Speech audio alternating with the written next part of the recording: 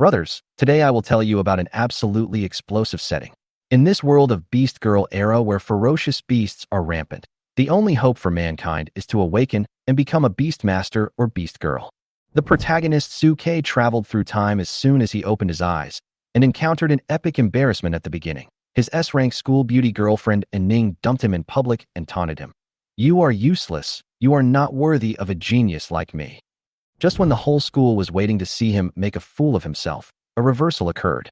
Suke's awakening ceremony went awry, the detector kept reporting errors, and finally 3 big words popped up on the screen.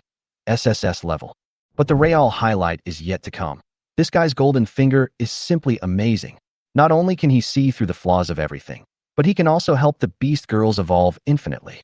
What's even more outrageous is that there is no upper limit to the number of contracts he can have. When everyone thought he was crazy for choosing an F-level, useless school beauty, Lu Chenhuan, the reversal came again. This ridiculed girl actually had the blood of an SSS-level heaven-devouring Taotai in her body. The situation is now completely magical. The ex-girlfriend is still showing off her S-level talent, while Suke is already leading the pseudo-F-level, real SSS, beast girl, ready to counterattack and slap the whole world in the face. He murmured in a low voice, his heart filled with shock. No wonder she was able to suppress An Ning with her F-level talent. An Ning's information was the same as Suke expected, but Lu Chenhuan's information gave him a great surprise. No one expected that Lu Chenhuan, the beast girl who was known as the lowest level F, actually had hidden SSS level talent. Suke knew clearly in his heart that god-level beastmasters like himself might be extremely rare in the world, and an SSS level beast girl was already at the top of the world's qualifications. At this time, Wang Jiangwo and Lu Lingfeng appeared beside Su Quebec. "Congratulations, classmate Yi. You have awakened an SSS-level beastmaster. You are the future savior of the human race of Daxia." Seeing Wang Jiangwo and Lu Lingfeng coming, Lu Chenhuan and An Ning immediately let go of each other and bowed respectfully to them. "Meet the principal, meet the dean." The students around saw this scene and cast jealous and envious glances. SSS-level talent is indeed not easy to come by. Even the principal and the dean of studies came to congratulate him personally. "I am so jealous that I am about to turn into a sour lemon." Seeing everyone watching, Wang Jiangwo was secretly proud of himself. He looked at Suke with gentle eyes and asked with concern, "Student Yi, I wonder what talent you have activated when you awakened the SSS-level beast tamer?" Facing Wang Jiangwo's question, Suke frowned slightly in embarrassment. After all, in front of so many people, he didn't want to easily reveal his cards, for fear of being calculated by someone with ulterior motives. Wang Jiangwo's eyes flashed with enlightenment, and he immediately changed the subject. "It's okay if Mr. Yi doesn't want to talk about it. Now that you have awakened to an SSS-level beastmaster, what are your plans?" Suke spoke frankly, not hiding his thoughts. For a beastmaster, the most important thing is of course to sign a contract with the beast girl and improve his own strength as quickly as possible, so that he can better contribute to the human race. Wang Jiangwo nodded, obviously agreeing with his opinion. "You are right. The beastmaster and the beast girl are one and the same, and the conclusion of the contract is of vital importance. Choosing a beast girl with outstanding qualifications can greatly enhance the strength of both parties." Lu Lingfeng at the side spoke thoughtfully. "In that case, Mr. Yi, we will report your information to Kyoto and try to find an SS-level contract partner for you." They had already thought that since Suke had awakened the SSS-level beast tamer talent, he should at least be matched with an SS-level beast girl. As for SSS-level beast girls, although they were eager for them, they had never heard of them so far. The students around them couldn't help but smack their lips when they heard this. Being an excellent student is a privilege. Even the contract partner can be arranged by the state, and it's SS level. "I'm so jealous that my mouth is watering." However, before Wang Jiangwo finished speaking, Suke interrupted him directly. "No need, principal. I already have a suitable contract partner in mind." As he spoke, Suke's eyes swept over Lu Chenhuan and An Ning who were standing beside him. Wang Jiangwo and Lu Lingfeng were stunned for a moment, then followed Suke's gaze. "You have a partner?" They suddenly realized.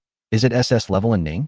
Although An Ning was SS level, she was Suke's ex-girlfriend after all, and her qualifications were not bad. Although slightly insufficient, she could barely become Suke's contract object. "I didn't expect this guy to be such a romantic. What a pity." At this moment, Lu Chenhuan saw Suke's gaze and felt a little disappointed. For such an important decision, would he choose her? An Ning looked at Suke with a twinkling gaze, secretly delighted in her heart. "I knew that Ek would come back to find me." She no longer cared about her relationship with Lu Chenhuan and hurriedly ran towards Suke, opening her arms excitedly. Brother Ye, you made the right choice. You at SSS level and I at S level are a perfect match. If we sign a contract, we will definitely become legends in the history of beast control. However, facing her hug, Suke pushed her away mercilessly and then said calmly, "Who said that I want to have a contract with you?" His tone was cold and his eyes were firm as he stared directly at Lu Chenhuan.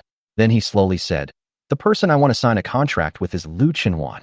As soon as the words fell, the whole scene fell into dead silence, and everyone was shocked. Lu Chenhuan, did I hear correctly? Hearing Suke's words, everyone around was stunned, and shocked expressions appeared on their faces.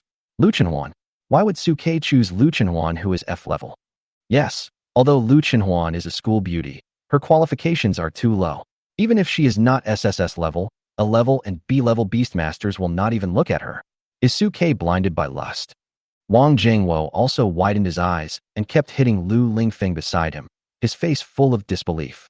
Old Lu, did I hear wrong? This kid actually chose Lu Chenhuan. Lu Lingfeng was also unable to recover from the shock and looked a little confused. Huan, Suke, are you sure? An Ning, who was pushed away in front of Suke, was full of disbelief and shouted immediately, Lu Chenhuan? Suke, are you kidding me? She is an F-class beast girl. How can she be worthy of an SSS class beastmaster like you? Only me, the S-class me, is your best choice.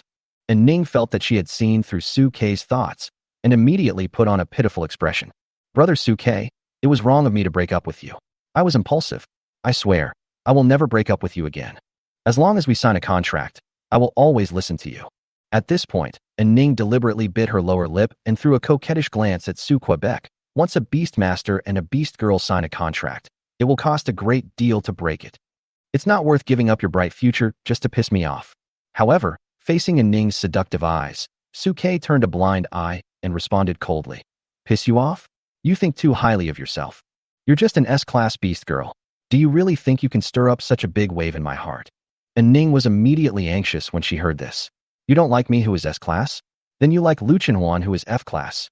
Lu Chenhuan is only F level. Her talent limit is there. No matter how good you are, as long as you contract with her, it's just a rubbish combination. An SSS level beastmaster with an F level beast girl. Aren't you afraid of becoming a joke to the world? Not only An Ning, but even Lu Chenhuan, who had recovered from his shock, was a little hesitant and said to Suke, Suke, I know you just broke up with An Ning and you're feeling resentful. You might want to piss her off. Plus, I helped you, so you might be grateful to me, so you said this. Although I don't want to admit it, as she said, you are a rare genius SSS beastmaster in a century. You are the future of the human race. You don't need to contract me, an F-rank beast girl. Lu Chenhuan paused, then continued, I know I'm not good enough. At F level, I will only hold you back. Suke, thank you for your kindness, but you deserve better. Lu Lingfeng couldn't help but interrupt, his tone heavy. Yes, Suke. Although Huan is my daughter, I also hope that you will sign a contract with her. But her qualifications are too low. As an SSS level beastmaster, you carry the hope of the human race in the future. You cannot make the wrong choice because of momentary emotions. Wang Jingwo spoke up in time. Suke, even if you don't want to sign a contract with An Ning for emotional reasons, there is no need to sign a contract with F-level Lu Chenhuan. With your qualifications, Kyoto can match you with an SS-level beast girl, which is more than enough. However, in the face of everyone's dissuasion, Suke refused without hesitation. How can a mere SS-level person compare to Lu Chenhuan? He knew very well that although Lu Chenhuan was of F level, she had hidden potential of SSS level, and her future achievements would be far beyond what an SS level could achieve. Moreover, An Ning and Lu Chenhuan's attitudes also made him see Lu Chenhuan's noble character. Faced with his SSS level beast tamer talent, Lu Chenhuan's first reaction was not to follow suit, but to sincerely consider whether the contract between the two parties was appropriate and whether it was for the future of the human race. Where can you find such a person? At this moment, Suke didn't care about the strange looks from the people around him and walked straight towards Lu Chenhuan, his eyes full of determination and seriousness. Lu Chenhuan, I'm not kidding. I want to choose you as my contract partner. Lu Chenhuan looked up at Su Quebec. Under the bright sunlight, his angular face looked particularly handsome, which made Lu Chenhuan stunned for a moment. Are you willing? Looking at Suke's clear and serious eyes, Lu Chenhuan suddenly felt her heartbeat quicken and a sense of nervousness rose. She wanted to agree, but hesitated under the reminder of reason. Suke, I am not worthy of you. At F level, I can do nothing but hold you back. At this moment, Lu Chenhuan was not as domineering as before. Instead, he looked like a cute little girl, with his eyes lowered and his voice as soft as a mosquito. Seeing Lu Chenhuan like this, Suke was even more resolute in his decision. He said nothing more, but continued to approach, his eyes still as firm as ever. No one would joke about their own future. I have my reasons for choosing you. Even if it is for the sake of the entire human race, I will not choose a contract partner casually. Lu Chenhuan was shocked when he heard Suke's words. He raised his head and looked at him directly. Do you believe me? Seeing the firm determination in Suke's eyes, and that he still chose himself even in the face of everyone's doubts, Lu Chenhuan couldn't help but feel a warm current in his heart. She took a deep breath and nodded firmly. I believe it. Since you, an SSS level beastmaster, are not afraid, then what should I, Lu Chenhuan, be afraid of? At this time, Lu Chenhuan regained his domineering aura, and a contract magic circle appeared on his forehead, shining brightly. Suke, if we sign a contract, you may face ridicule and doubts from the whole world in the future. I ask again, have you really thought it through? At this point, Lu Chenhuan paused, and then swore loudly. No matter how difficult and dangerous the road ahead is, I will never abandon you. Suke did not answer, but stretched out his right hand, bit his finger, and gently pressed it on the magic circle on Lu Chenhuan's forehead. A strange power was injected into the magic circle, and the light burst out instantly, shaking the surroundings. With blood as our guide and soul as our pledge, we will be together forever in this life. Then, the two swore at the same time, and light shot up into the sky, illuminating the entire world. The heaven and earth were witnesses, and the sun and the moon resonated. Chapter 5. It's still unclear who is the real loser. Everyone present was stunned, watching what was happening in front of them in disbelief. Suke actually signed a contract with Lu Chenhuan. He actually chose Lu Chenhuan, who is an F rank. He doesn't care about his future at all. There was a lot of discussion around, and even the principal Wang Jiangwo couldn't help but shake his head and sigh. Young people are so impulsive. I watched the great opportunity for Tianhai No. 1 Middle School to become famous slip away just like that. The contract formation between Suke and Lu Chenhuan flickered in the air, appearing particularly dazzling.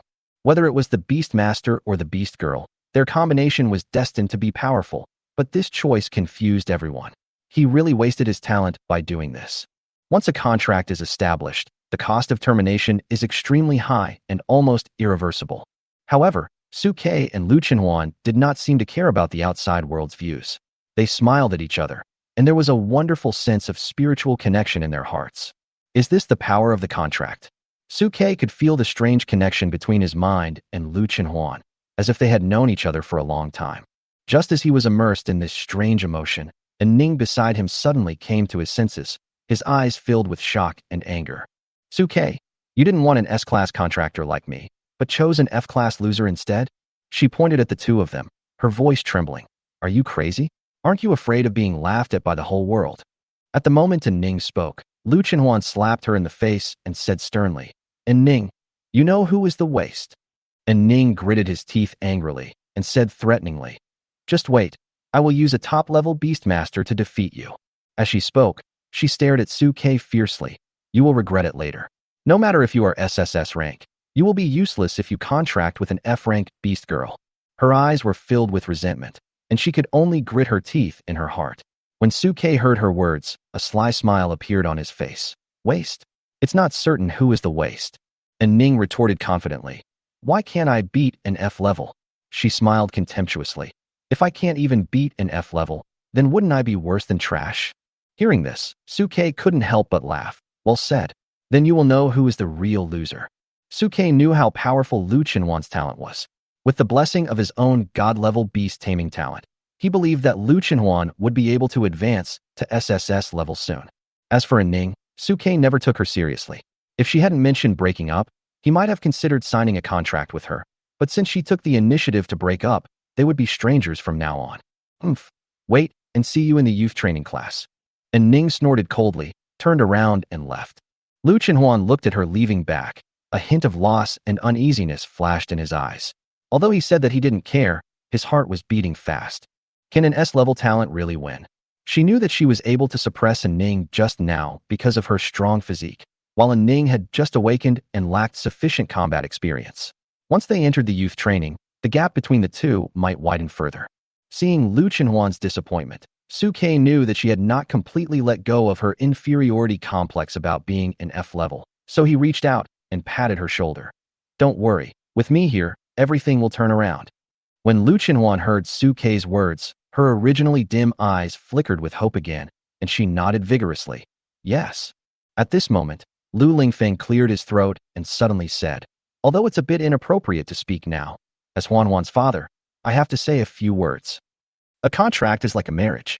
Suke, since you have chosen to sign a contract with Huan regardless of worldly opinions, you have become my son-in-law. As a father, I hope you won't abandon her. Upon hearing this, Suke immediately responded without hesitation, don't worry, I won't let Huan down. Suke knew clearly in his heart that his talent in taming beasts was unparalleled, and the contract was not static for him. He could have multiple contracts at the same time, unlike other people who could only switch between them. Okay, since you said so, I'll set up a banquet at my house today, and you all can come and have dinner together. Lu Lingfeng said with a smile. Suke was stunned for a moment, then remembered that he was an orphan, so he smiled and agreed. Okay, uncle. Hearing this, Lu Lingfeng frowned. It's already this time. Why are you still calling me uncle? Lu Chenhuan blushed a little and stamped his feet lightly. Dad, what are you talking about? Lu Lingfeng laughed even more happily. Am I right? It's time to change your words. At this time, Wang Jiangwo coughed dryly and said, although it is inappropriate to speak at this time. Just stop talking. The three said in unison. Chapter 6. Lu Chenhuan, you wait. After agreeing to go to Lu Chenhuan's house for dinner, Wang Jiangwo cleared his throat and interrupted. Student Su, Student Lu, congratulations on your successful conclusion of the contract. To celebrate your contract, I have decided to provide some resource support. If you have any needs, you can tell me directly. Hearing Wang Jiangwo's words, Suke's eyes lit up and he had an idea in his mind. Lu Chenhuan has a special physique. As an SSS level heaven-devouring Taodai, he is unable to exert his true power due to long-term insufficient energy intake. The energy in her body was depleted, causing her talent to be greatly reduced. In order to restore this energy, she had to replenish it bit by bit. Suke used his divine eyes of insight to observe Lu Chenhuan again, and a repair plan emerged in his mind. Beast Mother, Lu Chenhuan. Realm, First Order Spiritual Awakening. Talent, F-level Hungry Mole. Beastmaster, none. Talented skills, Beast Transformation, Claw Attack. Disadvantage, SSS level Heaven-Devouring Glutton energy is stored in the body, and due to long-term insufficient energy intake, the SSS level talent cannot be stimulated. Repair plan, take 500 first-level Beast cores to replenish energy and evolve into a D-level gold-eating rat. Suke no longer hesitated and directly made a request to Wang Jiangwo. Principal Wang, my demand is actually not big. I only need 500 first-level Beast cores.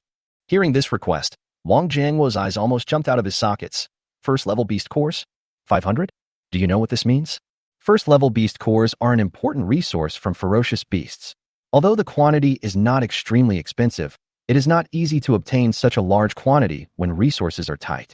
Although 500 first-level Beast cores are not expensive, they are extremely rare. Suke glanced at Wang Jiangwo with a hint of joking on his face. Why? Didn't Principal Wang just say that he could meet my request? If you can't even get 500 first-level Beast cores, what else can I expect? Wang Jiangwo's face changed, and then he slapped his thigh heavily. Student Su, what are you talking about? It's just 500 first-level Beast cores. I'll arrange it right away. Even if the school warehouse is not enough, I will pay for it out of my own pocket. Suke was stunned when he heard it, and nodded with a smile. Then I'll trouble Principal Wang. No problem. We must prepare everything before the youth training begins. Wang Jiangwo did not ask about the purpose of the 500 first-level Beast cores. After all, Suke was an SSS-level Beastmaster, and he must have his own unique plan. Watching Wang Jiangwo leave, Suke secretly sighed in his heart. Although Tianhai is small, there are only a handful of top-level awakeners, and the school's resources are not abundant on normal days. But for all the support he received, Suke decided to repay it in the future. A drop of water should be repaid with a spring of water. At this moment, Lu Chenhuan gently pulled Suke's sleeve and whispered shyly, Brother Su, let's go home for dinner. Hearing her address, Suke smiled and replied, Okay, I'll listen to Huan. Lu Chenhuan's ears turned red instantly, and the hand holding Suke's sleeve tightened involuntarily. The students around him couldn't help but cast envious glances at him when they saw this scene. I didn't expect that our school's most beautiful girl would have such a gentle side. Suke is really lucky. This future is really hopeless. Suke is an SSS-level Beastmaster, but he chose an F-level beast girl. His future is ruined just like that. Yeah, it really makes people both envious and pitiful. When Lu Chenhuan heard these discussions, her mood became heavy and her originally bright eyes dimmed again. Suke seemed to sense her emotions and patted her shoulder gently. Huan Huan, don't care what others say. Trust my judgment. Lu Chenhuan raised his head and looked at Suke's warm smile. A gleam of light flashed in his eyes, and he nodded. Yeah. When Lu Lingfeng saw this scene, he had a complicated look in his eyes, and he seemed to have some emotion in his heart. He gently said to Suke and Lu Chenhuan, "Let's go home and have dinner." Suke nodded and responded, "Let's go home and have dinner." Lu Chenhuan also whispered, "Okay." Lu Lingfeng took the lead to walk out of the school, and Suke and Lu Chenhuan followed behind. Seeing Suke's pace was a little faster, Lu Chenhuan hesitated for a moment, then reached out and gently held Suke's arm, with a hint of shyness on her face and light steps. This scene was seen by the students around, and everyone sighed with envy. However, An Ning, who was hiding in the stairwell of the teaching building, had eyes full of anger and jealousy, and her fists were clenched, and her knuckles turned white. Damn it, all of this should have been mine. It's all Lu Chenhuan's fault. She took away the SSS level Suke that belonged to me. Lu Chenhuan, just wait. And Ning looked sinister, took out her communicator, and dialed a number. Hello, Zhao Fei, it's me. And Ning, I have awakened the S-class beast girl, Fiery Pegasus. I want to make a contract with you. Chapter 7. Come, let's enter the bridal chamber today. On the way home, Lu Chenhuan took Suke's arms and asked softly, Brother Su, why did you choose me who is only F rank? Don't tell me that you developed a crush on me because I helped you teach An Ning a lesson. Hearing her naughty words, Suke smiled, looking at her with eyes full of sincerity. How could it be because of that incident? I chose you because you are really special, Huan Huan. You are the best beast girl I have ever seen. Before he finished speaking, Lu Chenhuan said with some doubt, Brother Su, please stop joking. Suke responded gently. I'm not kidding. I really think you are special. You have a good personality, good talent, and everything else is good. Lu Chenhuan was slightly startled after hearing this, then rolled his eyes and returned to his usual domineering attitude. You said I have a good personality, I admit it, but what the hell is good aptitude? Can F-level aptitude be considered good? If you say I'm F-class, I can believe it, but what the hell is an SSS class heaven-devouring Taodai? Hearing her words, Suke couldn't help but smile evilly, because you're not actually F-class at all. What? Lu Chenhuan and Lu Lingfeng were both stunned. Suke said directly, your true qualification is SSS level heaven-devouring Taodai. Tisk. Lu Chenhuan rolled his eyes. You are really trying to comfort me. Lu Lingfeng also shook his head and said, there has never been a second SSS level beast girl in history. How could Huan Huan be SSS level? Suke was not in a hurry to explain. He knew that it was impossible for them to believe such words all at once. He hoped to prove himself through actual changes. As they were talking, the three of them had already arrived at Lu Chenhuan's door. Lu Lingfeng's home was a villa with a small courtyard, where some vegetables were planted. It was obvious that he was a family-loving person. Did your uncle grow all these vegetables? Suke asked curiously. Lu Lingfeng smiled and replied, no, Huan Huan grew them herself. These words stunned Suquebek. He didn't expect that Lu Chenhuan would have such a side under his rebellious appearance. Lu Chenhuan lowered his head, with a hint of nostalgia in his eyes. Actually, it's because my mother used to like growing vegetables. Whenever I grow vegetables, it's like my mother is by my side. Her voice was a little low, and Suke was suddenly touched, realizing that the girl in front of him had always been so lonely in her heart. He couldn't help but reach out his hand, gently embraced her in his arms, and whispered, Huan Huan, I will accompany you from now on. Lu Chenhuan's body trembled slightly, and he stopped struggling. Instead, he leaned on Suke's arms with peace of mind, his voice choking with sobs. This is what you said. Liars are puppies. Suke bowed his head and replied gently, well, I said, liars are puppies. Seeing this scene, Lu Lingfeng smiled silently, his eyes full of relief. He quietly walked into the house to prepare the meal. The two hugged each other until the aroma of food came from the room. Lu Lingfeng came out wearing an apron. It's time to eat. Hearing the call, Lu Chenhuan raised his head from Suke's arms, his face flushed. It's time to eat. Suke looked at her face, which was as red as an apple, and couldn't help but reach out and gently pinch her cheek. Lu Chenhuan's face instantly turned redder, but she immediately returned to her domineering look. Suke, you are so brave. You dare to touch me after only knowing me for one day. Suke scratched his head and said with a smile, let's eat first. Lu Lingfeng looked at this scene, smiled, and shook his head, then served the food to the two of them. During the meal, Lu Lingfeng poured a bowl of fine wine for Su Ke. Su Ke, this is the daughter's red wine that I have treasured for 18 years. Today, Huan Huan finally has a home. Come on, drink. Su Ke raised his wine bowl without hesitation. Come on, drink. He drank it all in one gulp, and Lu Lingfeng followed suit, drinking happily. Great. Seeing Su Ke's actions, Lu Lingfeng felt more satisfied with him and raised the wine bowl again. Don't look down on me. This is the girl's red wine that I have treasured for many years. How can I not drink it? Lu Chenhuan also raised the wine bowl and drank it with the two of them. After a few drinks, the three of them started to get tipsy. Lu Lingfeng patted Su Ke's shoulder and said with a warm tone, Su Ke, this will be your home from now on. Home. Su Ke was stunned for a moment, his eyes a little confused. Lu Lingfeng smiled and nodded. Yes, home. Our home. At this time, Lu Chenhuan drank some wine and suddenly put his arms around Su Ke's neck, leaned on his shoulder, and said with a smile, Why didn't I realize that you were so good-looking before? Su Ke blushed at her dazed look and reached out to gently press her forehead. Huan Huan, you're drunk. I'm not drunk. Lu Chenhuan grabbed his hand and said with a mischievous smile, You have signed a contract with me. Do you still want to leave me? I'm telling you, after the contract, you will be mine for the rest of your life. She smiled fierily and moved her mouth closer. We will enter the bridal chamber today. Su Ke quickly reached out and covered her mouth. Uncle is still here. Seeing this, Lu Lingfeng smiled, stood up, and walked toward the door, holding onto the wall. I'm drunk. I want to go outside to get some fresh air. He did not forget to tease. Don't worry about me. I can't see anything and I can't hear anything. With a bang, Lu Lingfeng's laughter came from outside the door, and he had walked away. Chapter 8. I'm pretending again. In the early morning, Su Ke woke up from his bed and found a snow-white hand as white as lotus root on his neck. He turned his head and saw Lu Chenhuan sleeping on his side, with one foot on his thigh and his arms tightly around his neck. The early morning sunlight shone through the curtains onto Lu Chenhuan's face, reflecting her crystal-red face. Her long eyelashes drooped gently, making her look like an angel. At that moment, Su Ke felt as if time had frozen at this moment, as if this moment was eternal. The so-called peaceful years were nothing more than this. He gently reached out and brushed away the hair by Lu Chenhuan's ears, touching her face. However, Lu Chenhuan suddenly woke up, hurriedly pulled up the quilt to cover her chest, and her cheeks instantly turned red with shame. Brother Su, why are you sleeping in my bed? Su Ke showed a wicked smile on his face. Where else can I sleep? You weren't like this last night. Don't you want to take responsibility now? Lu Chenhuan's face instantly turned red, full of shame. Don't say anything. Let me think about it. What happened last night? She frowned and whispered, I remember something seemed to be about to happen last night, and then Dad fell down.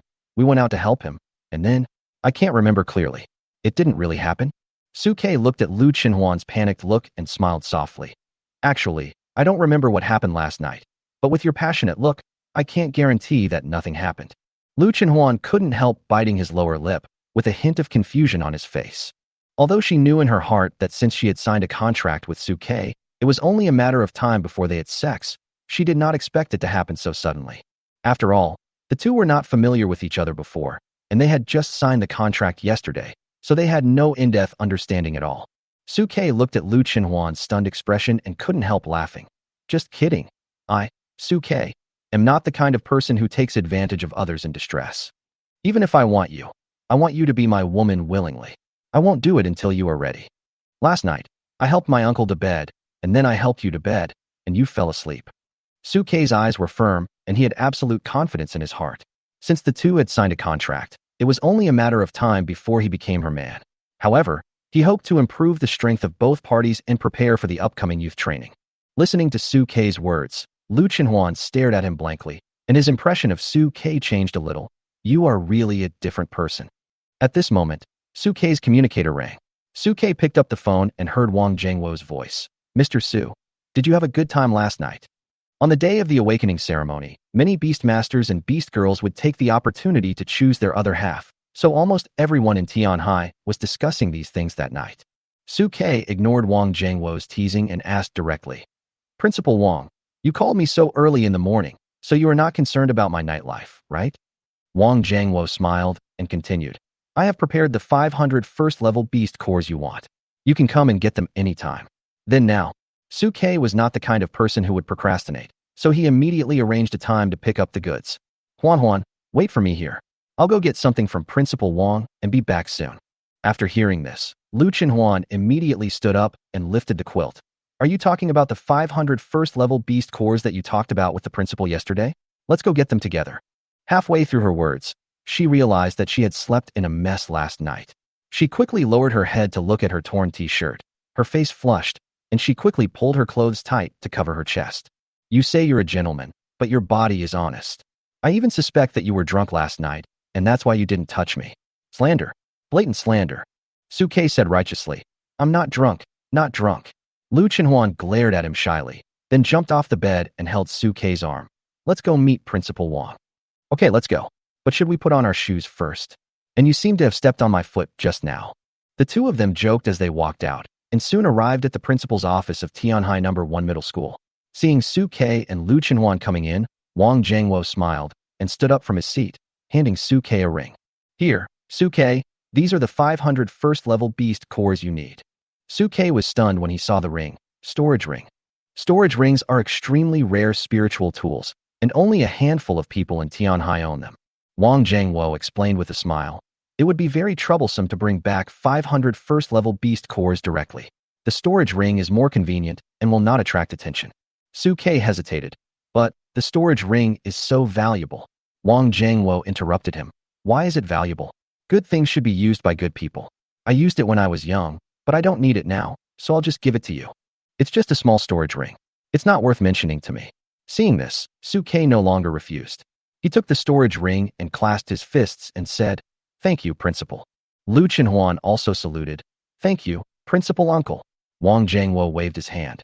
It's okay. You guys go and do your own things. Remember to gather for the youth training in 3 days. The two of them left in response. Wang Zhangwo looked at their backs and closed the door, grinning from ear to ear. Another successful act. So cool. Chapter 9.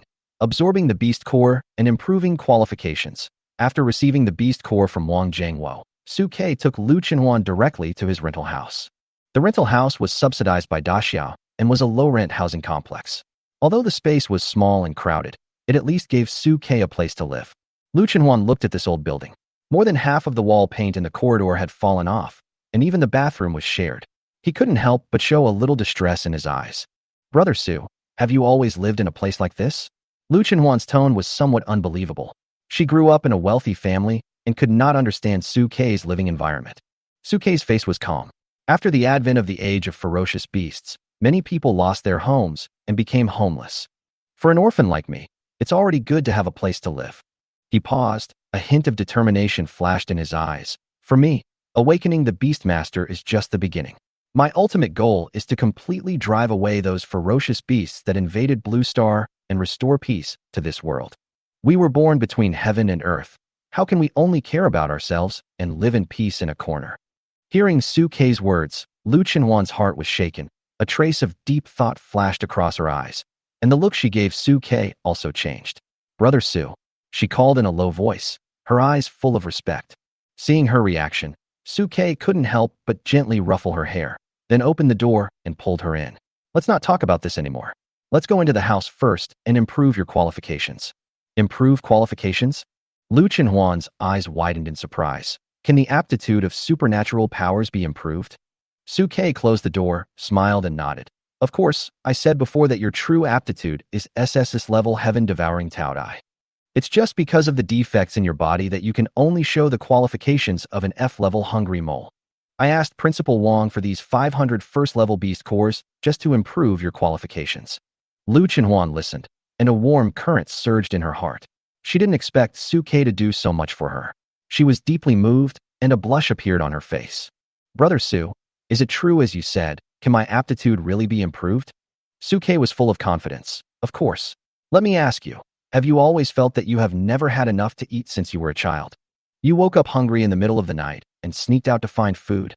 Lu Chenhuan's face suddenly turned red, and she looked at him in surprise. Yes, but how did you know? Suke explained with a smile. Remember I said that my talent can see through the flaws of everything in the world? It was through this that I saw the flaws in your body, knew your specific situation, and also figured out a solution to repair it. Seeing Suke's determined eyes, Lu Chenhuan gradually believed his words. However, Her doubts were still not completely eliminated. Seeing that she was a little nervous, Suke smiled lightly, moved his fingers, and the 500 first-level beast cores in the storage ring flashed with light and instantly appeared on the dining table. Facts speak louder than words. Come on, give it a try. Ah. Lu Chenhuan felt dizzy when he saw the table full of beast cores. Try? Brother Su, do you want me to swallow these? They are so big and hard like rocks. I'm afraid I can't swallow them. Suke gently stroked her hair and smiled wickedly. How do you know if you don't try? Maybe you will like this feeling. You are known as the heaven-devouring glutton. It is impossible for me to burst you. Do you believe me? If you believe, then swallow it. Okay, I believe you. Lu Chenhuan closed his eyes, grabbed a beast core without hesitation, and stuffed it into his mouth. Bite it. Suke's words rang out beside him. Lu Chenhuan subconsciously did as he was told and bit the beast core. He didn't expect it to break so easily. Then, the pure energy in the beast core quickly overflowed into her mouth. The sweet and refreshing taste made her eyes light up instantly. Delicious. I didn't expect the beast core to be so delicious. Her eyes were actually flashing with greed. Looking at the beast core in front of her, she couldn't help but grab another one and put it in her mouth. Is this the energy of the heaven-devouring Tao Tai? Suke saw the light in her eyes and made a judgment in his heart. He rubbed her head lovingly. If it tastes good, eat more. These are all yours. After hearing this, Lu Chenhuan completely let go of herself and began to devour the beast cores frantically. She grabbed them one by one, her mouth full of praise. Delicious. Suke looked at her bulging cheeks and couldn't help laughing. I didn't expect that you can stuff your mouth so full. But at this time, Lu Chenhuan was completely immersed in the deliciousness of the beast core, like a hungry kitten seeing cat food, and didn't hear Suke's words at all. As Lu Chenhuan continued to eat the beast cores, pure spiritual energy began to rise from her body, surrounding her body like flowing flowers. These spiritual powers gradually gathered and floated towards Suke's palm. The beast girl absorbed the spiritual energy of heaven and earth, the essence of the sun and the moon, and the energy of the beast core to practice, while the beastmaster drew energy from the beast girl's body to practice through the contract with the beast girl. At this time, Suke was fully focused and began to absorb the energy overflowing from Lu Chenhuan's body in order to improve his realm. At this moment, Lu Chenhuan's body changed. Her ears gradually stretched and pointed and grew fine black hair. Her teeth also began to lengthen and turned into cute canine teeth. Has the beast mother form begun to appear? Suke speculated in his heart. Suddenly, a layer of golden light appeared on the surface of Lu Chenhuan's body. The hair around her ears turned golden, and a strange golden rune appeared on her forehead. A powerful aura burst out from her body, and her information changed instantly. Chapter 10. Fairy, I want you to help me practice. In the dilapidated low-rent housing, after Lu Chenhuan swallowed 500 first-level beast cores, a dazzling golden light burst out from his body in an instant, and the strong light almost blinded Suke's eyes. Lu Chenhuan's aura became stronger, and the air around her was distorted by her energy fluctuations. The terrifying air wave blew away all the surrounding furniture. In the dazzling golden light, Suke watched as Lu Chenhuan's information underwent earth-shaking changes. Beast Mother, Lu Chenhuan. Realm, Second-Order Condensation. Talent, D-Level Gold Devouring Rat. Beast Tamer, Su Quebec Talented Skills. Beast Transformation, Gold Devouring Claws, Metal Defense. Weakness, SSS Level Heaven Devouring Tao Tai energy is stored in the body, but due to insufficient energy intake, SSS level talent cannot be activated. Although Lu Chenhuan's flaws were still there, her talent had jumped from F level to D level, and her realm had also jumped directly from the first level awakening spirit to the second level condensation. Suke knew in his heart that this process was an amazing improvement for Lu Chenhuan. Normally, even an S-level beast girl would need several months to advance from the first stage of awakening to the second stage of condensation. However, Lu Chenhuan only used 500 beast cores to break through in an instant, which was incredible. At this time, after Lu Chenhuan swallowed all the beast cores, she burped with satisfaction. Well, so refreshing. I haven't eaten so happily in a long time. But when she came to her senses, she also noticed the changes in her body. The golden glow and the slightly elongated beast ears beside her ears made her stunned for a moment. I've advanced. My talent has really improved. She looked at her golden appearance in the mirror in surprise. I really improved from an F-level useless hungry mole to a D-level gold-eating rat. Although she didn't directly advance to the SSS level, it was already a huge leap, enough to make her full of hope for the future. Tears of excitement flashed in her eyes, and her tone was filled with disbelief. Brother Su, my aptitude has improved. My aptitude has really improved. I'm better. Lu Chenhuan excitedly rushed to Su Ke and hugged him, feeling the warm paw pads on her back, and Su Ke also hugged her tightly. Yes, I'm fine now. Su Ke comforted her gently. Everything will be fine in the future. Lu Chenhuan listened to these warm words and finally couldn't help sobbing in his arms. Thank you. Thank you, Su Quebec. She once thought that she was only F-level talented and destined to live an ordinary life. She even thought about spending her life with a beastmaster of the same mediocre talent. But the appearance of Su Ke changed everything for her. Su Ke just patted her back gently, comforted her, and rubbed her beast ears with his fingers. After a while, Lu Chenhuan calmed down and finally said with some embarrassment, Brother Su, can you please stop rubbing? The ears are a very sensitive part of the beast girl. Su Ke was stunned and coughed dryly. Oh, I don't know. I just want to comfort you. Can you rub your emotions for so long? Brother Su, you are not a beast ear control. Lu Chenhuan raised his eyebrows. Rubbing? Su Ke retracted his hand guiltily and smiled. No, I'm used to it. It just comes naturally. Lu Chenhuan glanced at Su Ke coquettishly, with a charming smile on her lips. Brother Su, if you want to continue, I don't mind. She approached him, her warm lips slowly approaching. I helped you so much. I was just wondering how to repay you. Su Ke looked at her lips, felt her breath, and couldn't help but smile evilly. You little devil, you brought this upon yourself. If I don't make some requests at this time, it would seem that I don't understand romance. Lu Chenhuan bit her lower lip lightly and playfully hooked Su Ke's neck. Tell me, I will agree to whatever you ask for now. Su Ke smiled slightly. Then if I ask, you are not allowed to refuse. Go ahead, I promise I won't refuse. Lu Chenhuan replied in a low voice. Su Ke nodded. I want you to sit down and help me practice. Help you practice? Lu Chenhuan poked Su Ke's chest in a reproachful manner. You bad guy, you actually said it so interestingly. But before he could finish his words, Lu Chenhuan suddenly realized something. Wait, you said sit down? Not sleep down. Of course not sleep down. Su Ke said seriously. If I don't sit down and absorb the spiritual power overflowing from your body with my palms facing each other, how can I practice? Lu Chenhuan's eyes widened. Are you serious about practicing? You say you want to practice with such a beautiful woman in front of you. Su Ke's face was full of righteousness. What else? Sit down. Although Lu Chenhuan was a little reluctant in her heart, looking at Su Ke's determined look, she finally rolled her eyes, sat down, and began to help Su Ke practice. Brother Su, there is so much energy flowing out. Can you digest it all? She asked worriedly.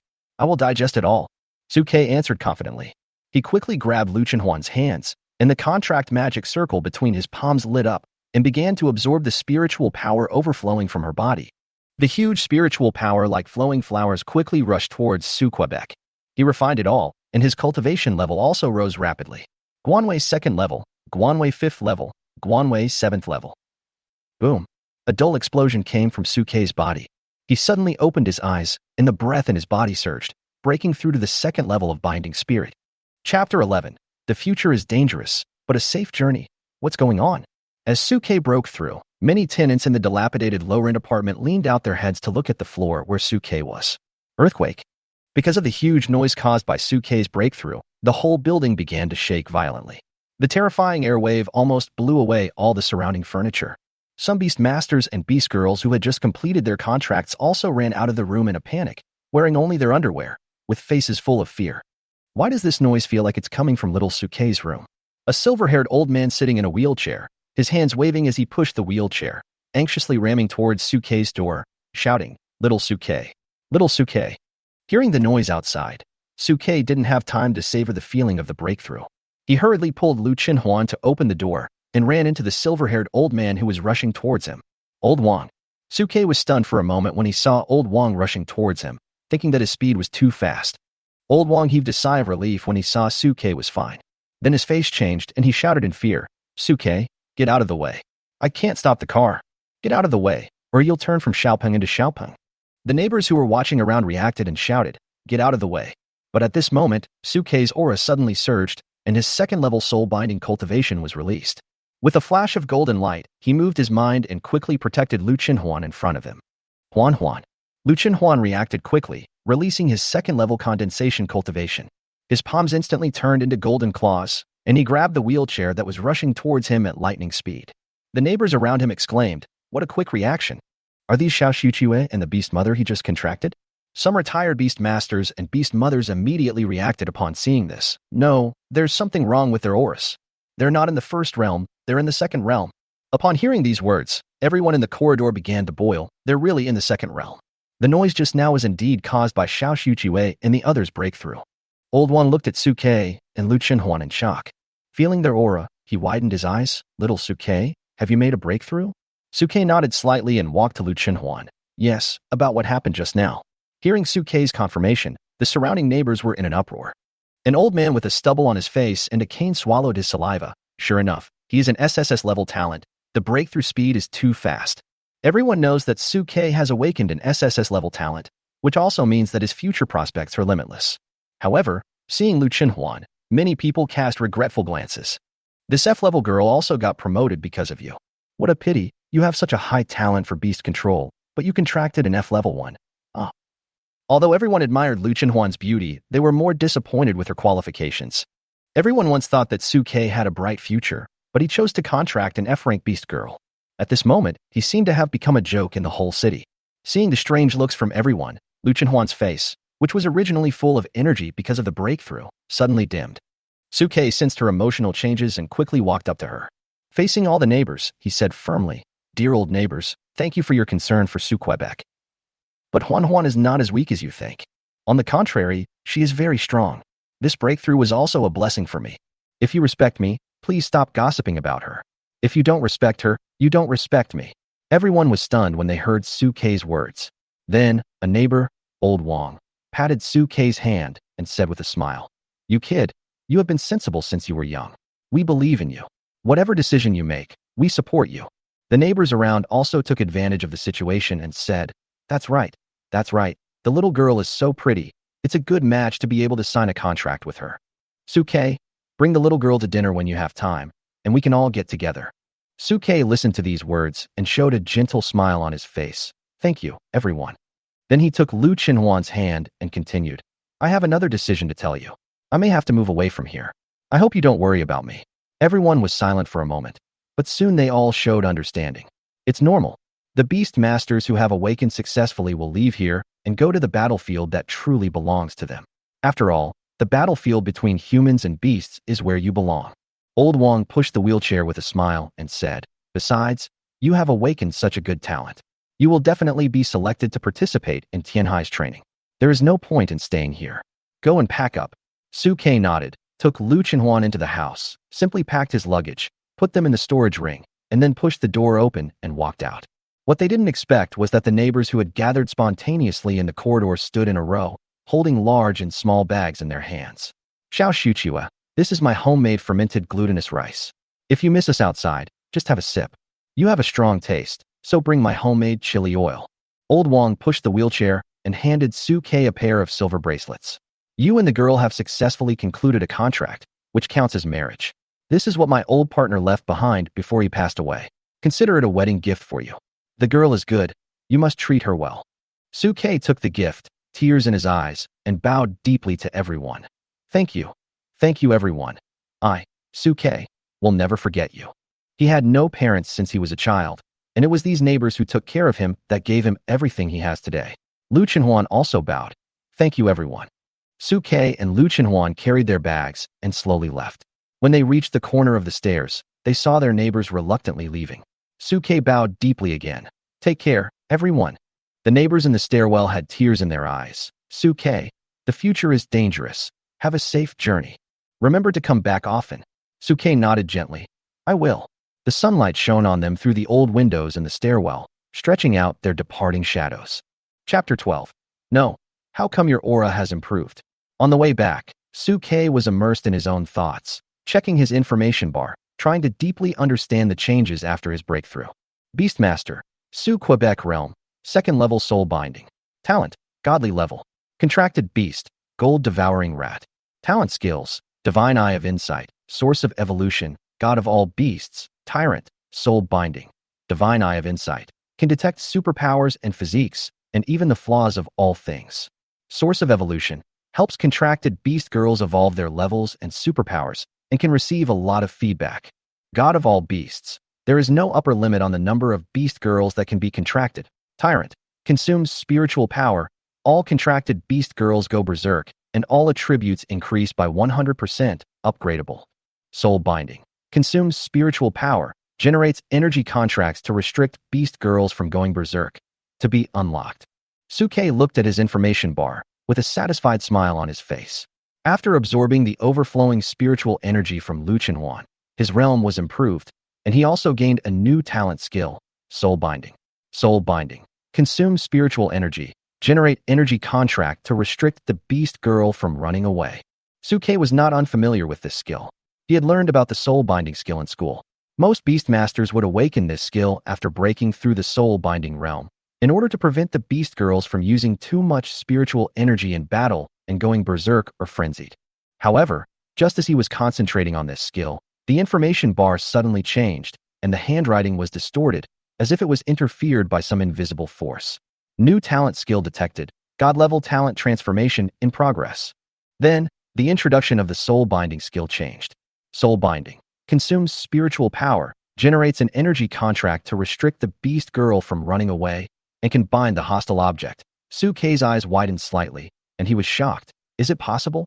The amplification of this talent skill not only limits the rampage of the beast girl, but also acts on the hostile object and forcibly restrains the opponent. This is too perverted. Suke couldn't help but sigh, thinking in his heart, it is indeed the talent of a god-level beastmaster. Even the skills can be enhanced like this. At this time, Lu Chenhuan noticed Suke's abnormality, looked down at him, and asked softly, "Brother Su, what's wrong? Why do you look so surprised?" Suke did not hide anything and explained to her, "I just advanced and awakened the second-level talent skill, soul binding." Lu Chenhuan frowned. "Is there anything surprising about this?" Suke nodded. "Do you still remember the introduction to the soul binding skill we learned in high school?" "Yes." Lu Chenhuan nodded. "It is to generate energy chains to limit the psychic energy in the beast girl's body and prevent the beast girl's consciousness from going berserk." Suke continued to nod. "That's right. But my soul binding can not only prevent my own beast girls from going berserk, but can also work on the enemy and forcibly bind them." Lu Chenhuan's eyes widened in disbelief. "It can be like this? Imagine if Suke used this skill to bind the enemy at the critical moment of the battle. The possibility of directly reversing the situation is self-evident. It's actually possible to change talents and skills. The talent of an SSS level beastmaster is really abnormal." Lu Chenhuan was shocked. "Brother Su, how much do you think I don't know?" Suke smiled and said, "Since we will fight side by side, I think there are some things I should tell you in advance so that we can cooperate better in the future." After that, he began to introduce all his talents and skills. Lu Chenhuan was stunned. "Brother Su, you actually have so many talents and skills? Including the bound spirit that just awakened. You actually have 5 talents and skills? And each of them is so abnormal." She had never expected that Suke's talent was so powerful. Not only can you see through the flaws of everything, but you can also make unlimited contracts with beast girls and consume spiritual energy to strengthen all beast girls. "Brother Su, you are really awesome." Hearing this, Lu Chenhuan suddenly realized something and his expression changed slightly. "Wait, Brother Su, you said that you can contract beast girls with no limit? You didn't lie to me, did you?" Suke smiled and nodded. "Of course I didn't lie to you." Lu Chenhuan was a little bit unbelievable. After thinking for a while, he suddenly asked, "Then why didn't you contract with the S-level An Ning, but instead contracted with me, an F-level one?" Hearing this question, Suke showed a sneer at the corner of his mouth. "An Ning? Is she worthy? The one who can make a contract with me must be at least SSS level like you. I don't like those who are lower than SSS. Of course, if it is an SSS with inferior character, I will also dislike it." At this point, Suke looked at Lu Chenhuan with a half-smile on his face. "Why? After you heard that I can make a contract with other people, you started to worry?" Lu Chenhuan was startled by his words and couldn't help but punch Suke's chest coquettishly. "I didn't expect you to have such a wishful thinking. Take this punch from me." The two laughed constantly while playing around. Suddenly, a familiar dry cough was heard not far away. Coming back to their senses, Suke and Lu Chenhuan found themselves back in front of Lu Chenhuan's house. Lu Lingfeng stood at the door with his hands behind his back, looking at them. "Dad, why did you come out?" Lu Chenhuan blushed instantly and quickly pulled her hand away from Suke's chest. Lu Lingfeng coughed dryly and then said, "Principal Wang just came to our house and brought us an invitation letter for the youth training. We have to gather this morning to participate in the youth training." Lu Lingfeng took out 2 invitations to the youth training and handed them to them. Is the youth training finally going to start? Su Ke and Lu Chenhuan quickly reached out to take them. However, Lu Lingfeng suddenly frowned. Huan, why did you dye your hair yellow? His eyes suddenly widened as he turned his gaze. No, how come your aura has improved? How come you suddenly became a second-level condensed form? Su Ke, you also became a second-level form? Only 1 day has passed. How could there be such a big change? Could dyeing yellow hair also improve one's realm? Chapter 13. News about An Ning on the eve of the youth training. After Su Ke and Lu Chenhuan's explanation, Lu Lingfeng finally understood what happened. You mean to say that Huan ate the 500 beast cores given by Lao Wang and was promoted because of it? Yes. Lu Chenhuan nodded proudly. Not only has my realm improved, but my aptitude has also improved. I am no longer an F-level hungry mole, but a D-level gold-eating rat. Hearing Lu Chenhuan's words, Lu Lingfeng's eyes widened. My aptitude has also improved. Although the upgrade from F-level to D-level may not sound like a big deal, for Lu Lingfeng, this news was an unprecedented shock. In the history of human beast girls, it has never been heard that qualifications can be improved. Su Ke, you didn't lie. You really improved Huan's qualifications. Although it was only from F-level to D-level, this breakthrough brought great hope for future promotion. Lu Lingfeng grabbed Su Ke's shoulders excitedly. You are really amazing. You can improve the qualifications of the beast girl. You really deserve to be an SSS level beastmaster. Su Ke waved his hand gently. In fact, it's not me who improved Huan's qualifications. Huan originally had SSS level talent, but because of the defects in her body, she can't fully display it. Lu Lingfeng disagreed. I don't care about that. The improvement in qualifications is a fact. You just need to tell me, how will Huan improve her qualifications again next? Lu Chenhuan also looked at Su Ke curiously, waiting for an answer. Su Ke activated his insight pupil and looked at Lu Chenhuan's information. Beast Mother, Lu Chenhuan. Realm, Second Order Condensation. Talent, D-level Gold Devouring Rat. Beast Tamer, Su Quebec Talented Skills. Beast Transformation, Gold Devouring Claws, Metal Defense. Weakness, SSS level Heaven Devouring Taotai energy is stored in the body. Due to long-term lack of food, SSS level talent cannot be activated. Repair plan, eat 10 second-order beasts in full to condense the natal beast core. Looking at the display of the insightful Divine Eye, Su Ke did not hesitate and directly stated the repair plan. Feed 10 second-level beasts in their entirety to condense the core of the natal beast. Lu Lingfeng and Lu Chenhuan were both stunned, with strange expressions on their faces. Feed 10 second-level beasts in their entirety? Condense the core of the natal beast. Especially Lu Lingfeng. The corner of his mouth twitched. The beast stuff is smelly and hard. Can we eat it? Turning his head, he looked at Lu Chenhuan. Huan, can you eat it? Lu Chenhuan hesitated. I can eat 500 beast cores, so I should be able to eat 10 beasts, right? I mean, the meat is smelly. Lu Chenhuan paused for a moment. I haven't eaten it, so I can't comment on it, but judging from the beast cores today, it might be delicious. Looking at Lu Chenhuan's endless aftertaste, Lu Lingfeng held his forehead. One more thing. Where did you get these 10 second-level beasts?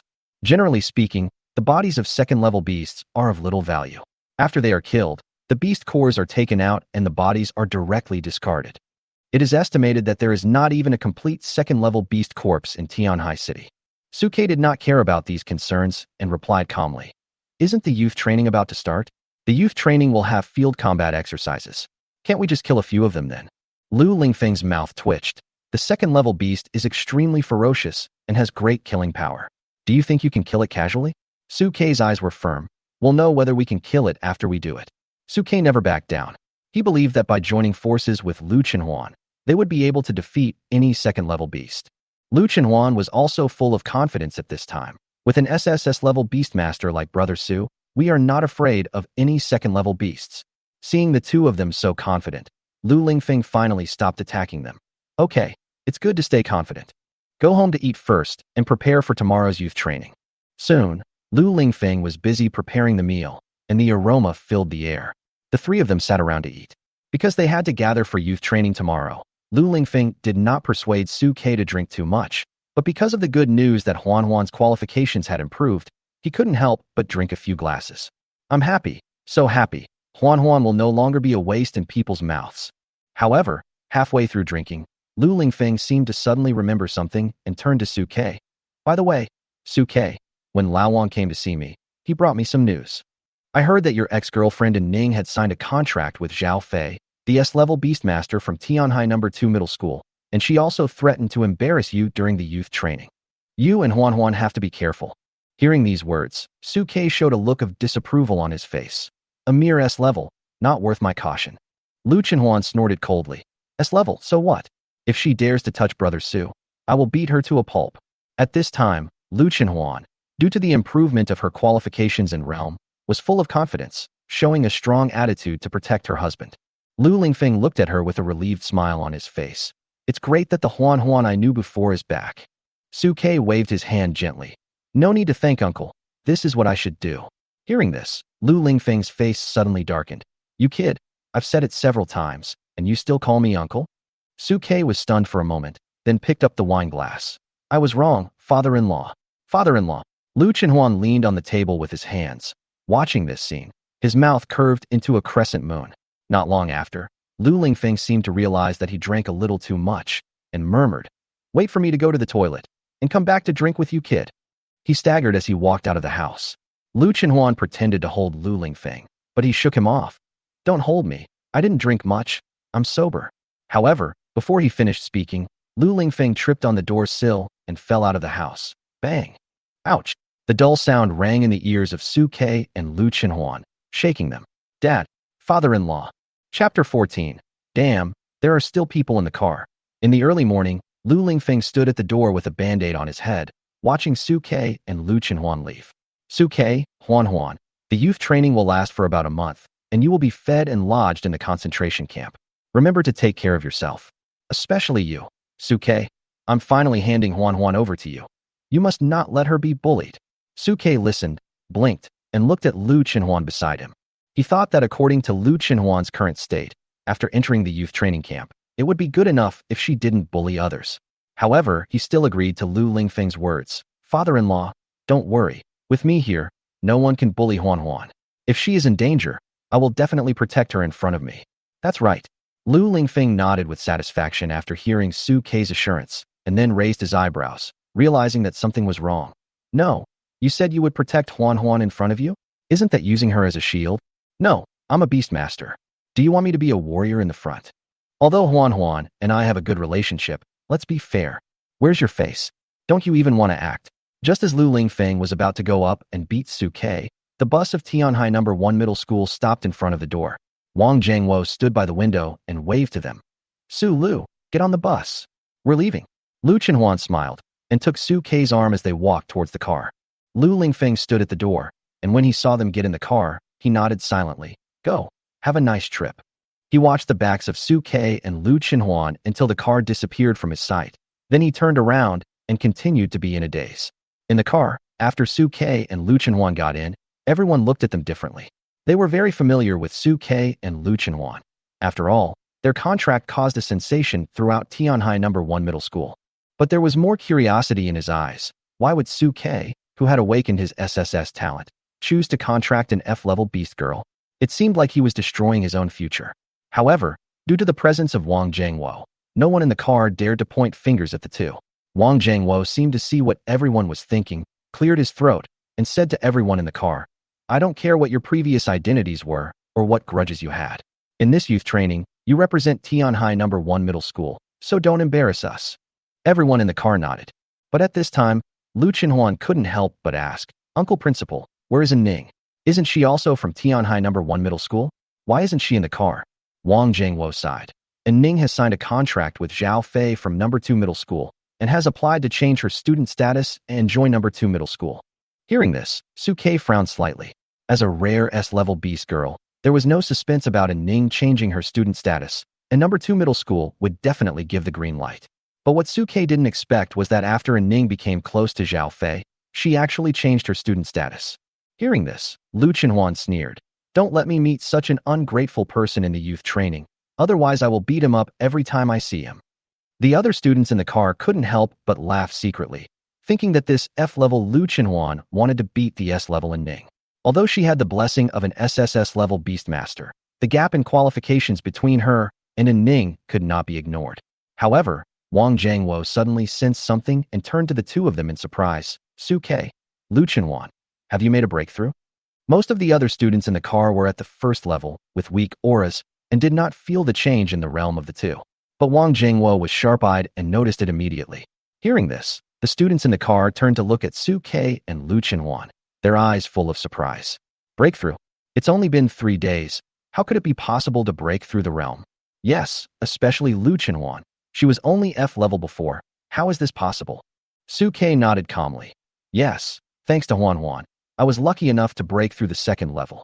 Hearing this, the atmosphere in the car exploded instantly, and everyone began to discuss. Really broke through? Breakthrough in 3 days, set a record in the history of the human race, right? In this case, Lu Chenhuan and the others really have a chance to beat An Ning and Zhao Fei. No wonder, after all, she is SSS level. If An Ning knew this news, I'm afraid she would regret breaking up with Su Ke, right? Everyone was shocked by the breakthrough of Su Ke and Lu Chenhuan. It was unbelievable that they could break through in 3 days.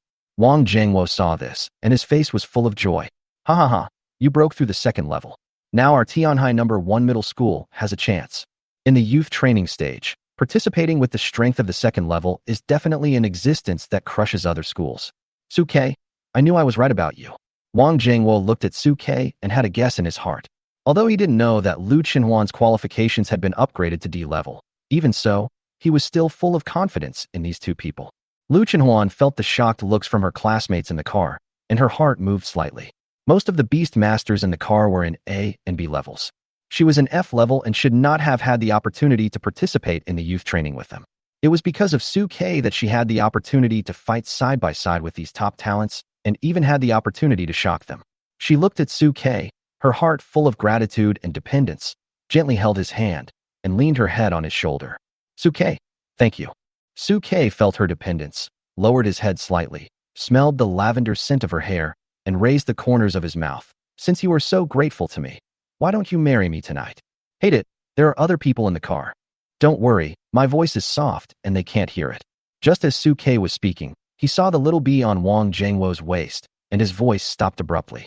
Chapter 15. The Genius Beast Tamer Who is Confident and Unafraid. The youth training bus passed through the noisy streets and headed towards a forest. Soon, they stopped on a flat ground in the mountains and forests. Arrive. Following Wang Jingwo's instructions, everyone got out of the car and opened their mouths wide at what they saw. Is this the youth training camp? In the field of vision, a huge flat area had been cleared in the center of the forest, with several sentry towers standing tall and tents having been built early.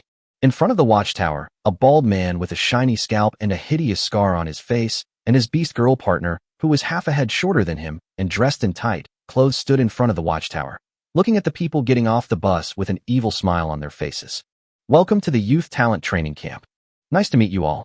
We are your instructors this time, Pang Ming and Su Lu. Looking at the ferocious Pang Ming, many students couldn't help but shudder subconsciously, as if they had already imagined the difficulties of the youth training years to come. However, Su Ke did not observe Pang Ming and Su Lu the moment he got off the car. Instead, he turned his head to observe the surrounding environment, looking for any signs of the possible appearance of a second-level ferocious beast. After all, another purpose of his coming to the youth training this time was to find a second-level ferocious beast for Lu Chenhuan to upgrade. The carefree Lu Chenhuan also followed Su Ke's gaze and looked around curiously, his eyes full of anticipation for his new life, and he didn't care about Pang Ming and Su Lu at all. Seeing that Su Ke and Lu Chenhuan actually ignored them, Pang Ming and Su Ke, who were standing in front of the sentry tower, couldn't help but frown slightly. These two little guys are quite interesting. The two have served as youth training instructors for many years and have met many newcomers. Most of them were more or less afraid of the wild when they first came to the youth training camp. Children who have been protected by safe high walls for more than 10 years will inevitably feel timid when they are about to face the dangers of the wilderness. But Su Ke had lived 2 lives and had faced life and death, so he was naturally not comparable to these ordinary students who were just starting out. As for Lu Chenhuan, he is a pure tiger and fearless. At this moment, a terrifying roar of a beast suddenly came from the depths of the valley, which scared countless forest birds and caused them to fly away. When the newcomers in front of the school bus heard the beast's roar, they couldn't help but shudder and subconsciously shrank towards the door. But Su Ke's eyes lit up, and he looked in the direction of the ferocious beast with excitement. Lu Chenhuan was also eager to try, and seemed to recall the delicious taste of the beast core he had taken before. A red light flashed in his eyes, and he subconsciously licked his lips. Seeing how Su Ke and Lu Chenhuan faced the strange beast, Pang Ming and Su Lu couldn't help but admire them even more. These two newcomers are pretty good. It seems that there are some good talents in this youth training.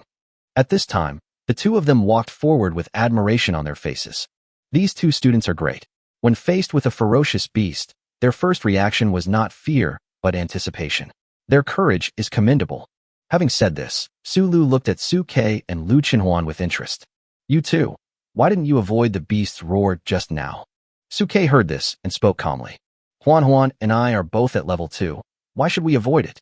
Lu Chenhuan nodded like a chick pecking at rice. That's right. We are all at level 2, and the beast is far away, so why should we be afraid? Besides, we still have you guys.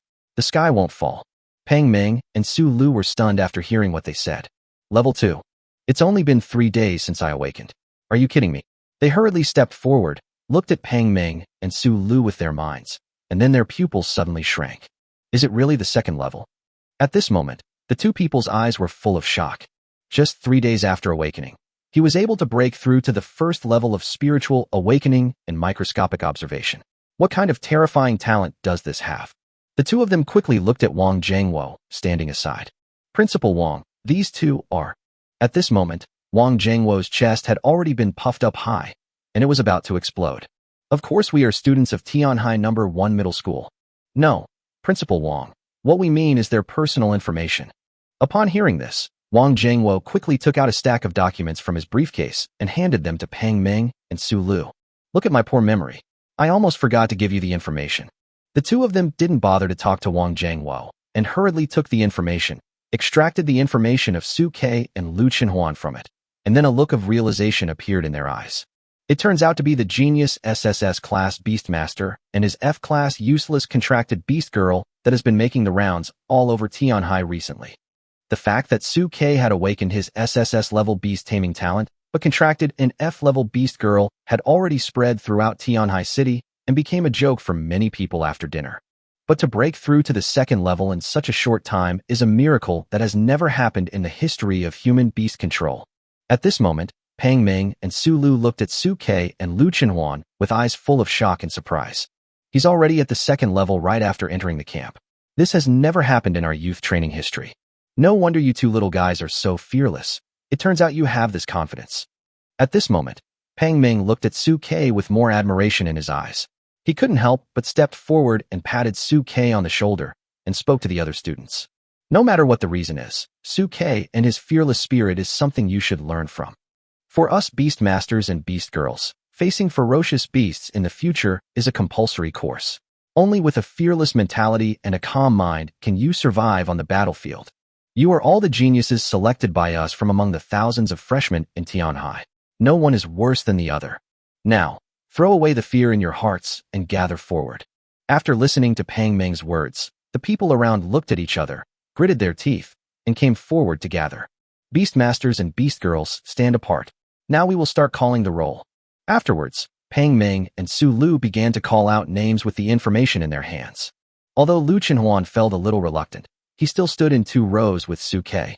Su Ke listened quietly to Pang Ming's calling of names, and at the same time activated his divine insight pupil to start checking the information of the surrounding beastmasters and beast girls. There are not many people selected for youth training from Tianhai No. 1 Middle School, only 30 in total. Among them, in addition to himself and Lu Chenhuan, there are 8 A-level freshmen and 20 B-level freshmen. All of them are in the first level state. Perhaps it is because they are young and energetic, and at the age when they love to show off. Many people look at each other with a hint of dissatisfaction in their eyes, and they really want to prove themselves in this youth training. Many people even regarded Su Ke as a competitive target. After all, there is nothing more challenging than defeating an SSS level player in the youth training, and nothing can better establish one's own reputation. But Su Ke had no interest in them. He was just thinking about how to quickly collect 10 second-level ferocious beasts for Lu Chenhuan to eat. Chapter 16 Huan. Let's go. After the roll call, everyone's youth training life officially began. Principal Wang Zhengwo even drove away secretly on the bus at some point without anyone noticing. Pang Ming and Su Lu led everyone into the watchtower and introduced them to everyone. The tent area over there will be your living area from now on, and the open space in the center will be your martial arts performance area. In the next period of time, We will specifically teach you how to practice and fight, as well as the cooperation between the two sides, and guide you to quickly enter the role of Beastmaster and Beast Girl. Having said this, Sulu turned around and looked at everyone. By the way, you should have signed a contract and found your significant other, right? No one should be single, right? After the awakening ceremony, the first task of the Beastmasters and Beast Girls is to quickly find their contracted partners in order to prepare for the next battle. Instructor, the contract has been signed. Adhering to the principle of knowing the ins and outs of the people nearby, except for outliers like An Ning, basically all Beastmasters will look for their contract partners in this school. After receiving affirmative answers from everyone, Sulu nodded with satisfaction. Okay, if there is no special object to sign a contract with another school, then our next training mission will be more convenient. As they were talking, Pang Ming and Sulu brought everyone to the martial arts arena. Since you all come from different classes, we need to select a captain to lead you in the upcoming youth training. This captain must have both strength and wisdom to win the support of the people. Any of you willing to step forward? As they spoke, everyone's eyes subconsciously turned towards Su Ke and Lu Chenhuan. In terms of strength, Su Ke and Lu Chenhuan are definitely the strongest in the field at the moment. After all, the two have completed their promotion and become the second level, far surpassing everyone else. However, Su Ke was reluctant to be the first to take action. For him, the most important thing about coming to the youth training is to find a second-level ferocious beast for Lu Chenhuan to improve his qualifications and quickly increase the strength of both of them. But Pang Ming and Su Lu did not think so. They looked at Su Ke and Lu Chenhuan with admiration. Su Ke, Lu Chenhuan, you two are the strongest, and judging from your performance when you got off the car, you also have the most stable mentality. How about letting you be the captains of the young Beastmasters and Beast Girls respectively? What do you think? Upon hearing this, Lu Chenhuan waved his hand indifferently. I don't care. It depends on Brother Su. Su Ke frowned and looked at Pang Ming and Su Lu. Can I refuse? Sure. Su Lu nodded gently and looked at Su Ke with a half-smile on her face. But being the captain will give you an extra bonus on the youth training score. Not only will you have an advantage in the subsequent Kyoto exam, but you will also have priority in resource allocation. Are you sure you want to refuse? Listening to Su Lu's words, Su Ke opened his mouth and then coughed dryly. It doesn't really matter whether there's a bonus or not. The main thing is that I feel like no one else can be the squad leader except me. Whether it was the advantage bonus of the Kyoto exam or the priority allocation of resources, Su Ke wanted to get them all. In this way, it would be easier to collect materials for Lu Chenhuan's promotion. But after hearing Su Lu talk about the score bonus and resource advantages, the other Beastmasters and Beast Girls in the field also became eager to make a move. A muscular teenager wearing a vest spoke up immediately. Wait. Instructor, isn't it a bit too arbitrary to judge strength based solely on realm? The strength of the beast taming team is not just in their realm, but also in their coordination and talent differences. Although Su Ke is strong in terms of realm, his contracted Beast Girl is only in F level 1. If they really fight, they may not be able to completely defeat us, the A-level combination. The boy's name is Lu Yun. He and his partner are both A-level. Upon hearing that the captain had a resource bonus, he couldn't help but stand up. That's right. As soon as Lu Yun finished speaking, his contract partner Wu Shuang also stood out from the crowd. Some other A-level beast taming teams were also interested. As for the B-level teams, most of them just wanted to watch the fun. They had no chance anyway, so it didn't matter to them who became the captain. Facing everyone's doubts, Pang Ming on the side nodded his bald head with satisfaction, with a grim grin on his face. Young man, it's good to have the idea of not giving up. Well, if you're not convinced, just go out and fight. Whoever wins will get the captaincy. And this challenge is permanent. You can challenge me anytime you are dissatisfied. Hearing the teasing tone in Pang Ming's words, the people in the field became even more agitated, and their eyes turned towards Su Ke and Lu Chenhuan more and more unfriendly. But Su Ke, the person involved, didn't care at all. He knew better than anyone how strong Lu Chenhuan was at the moment. Huan, what do you think? Looking at the eager eyes of the people around him, Lu Chenhuan regained his former pride and a sneer on his face. Since Brother Su wants to be the captain, no one can take this position away from him. If they don't accept it, then beat them until they accept it. Hearing Lu Chenhuan's answer, Su Ke smiled. This is the confident Lu Chenhuan that I know. Good. Su Ke took Lu Chenhuan's hand and walked into the center of the open space. Any of you who want to compete for the captaincy, come together. Come together? Hearing Su Ke's confident words, everyone in the field couldn't help but be shocked. You sound so arrogant? Do you really think you can beat all of us just because you've broken through? However, They all had their own pride in their genius, especially Lu Yun, who had spoken earlier and came out with his contract partner Wu Shuang. There are enough of us to deal with the two of you. Even if you break through, Lu Qinhuan's talent is flawed. You may not be able to win against us. Wu Shuang, let's go. As Lu Yun finished speaking, Wu Shuang beside him was suddenly surrounded by a silver-white moonlight. Beast ears appeared, and his palms turned into a pair of wolf claws. It was the Howling Moon Wolf, the beastly talent that Wu Shuang had awakened. Beast girls in the spirit awakening realm will awaken their basic beast characteristics, consuming their spiritual energy to temporarily use them as their own combat capabilities. The spiritual power of an A-level beast girl is already far stronger than that of an F-level beast girl. With the support of Lu Yun, an A-level beastmaster, the two of them are now filled with confidence. Silver Moon falls. The moment Wu Shuang entered the beast state, he immediately used his innate skills and rushed towards Su Ke and Lu Qinhuan. Lu Yun behind her took the opportunity to draw his hands to draw the bow, gathering the spiritual power in his body into a spiritual longbow, storing the spiritual power as an arrow, and aimed at the direction of Lu Qinhuan and Su Ke. Combat Beast Tamer? Interesting. Looking at Lu Yun and Wu Shuang's actions, Su Ke's mouth corners slightly raised. Huan, let's go. Chapter 17. Who else? The moment Lu Yun and Wu Shuang launched the attack, Lu Qinhuan entered the beast state. Beast ears appeared, and golden hair appeared on his temples. The second-level condensed aura suddenly burst out, and his sharp claws rose up, rushing out directly in front of Lu Yun at lightning speed. At the same time, Lu Yun activated his divine eyes of insight and looked at the information of Lu Yun and Wu Shuang. Beastmaster, Lu Yun. Realm, First Order Microscopic Observation. Talent, a level. Contracted Beast, Howling Moon Wolf. Talent skills, Divine Bow, critical hit. Disadvantages, the skill takes too long to cast and is extremely afraid of close combat. Beast Mother, Wu Shuang. Realm, First Level Spiritual Awakening. Talent, A-level Howling Moon Wolf. Beastmaster, Lu Yun. Talent skills, Beast Transformation, Swiftness, Silver Moonfall. Disadvantages, Strength is too concentrated in the limbs, tends to be offensive, has poor defensive ability, and is prone to injuries to the waist and head. Looking at the information bars of Wu Shuang and Lu Yun, Su Ke instantly had a response plan in his mind. Huan, Lu Yun's spell has a long pre-casting period. You are fast enough, attack Lu Yun first. Lu Qinhuan was promoted to D-level at this time, and even reached the second level of condensation. When he attacked Lu Yun with all his strength, Wu Shuang couldn't stop him at all. If Wu Shuang wanted to take the opportunity to attack himself, he would not have enough time. Not to mention that he has the tyrant and the bound spirit in his hands and can counterattack at any time.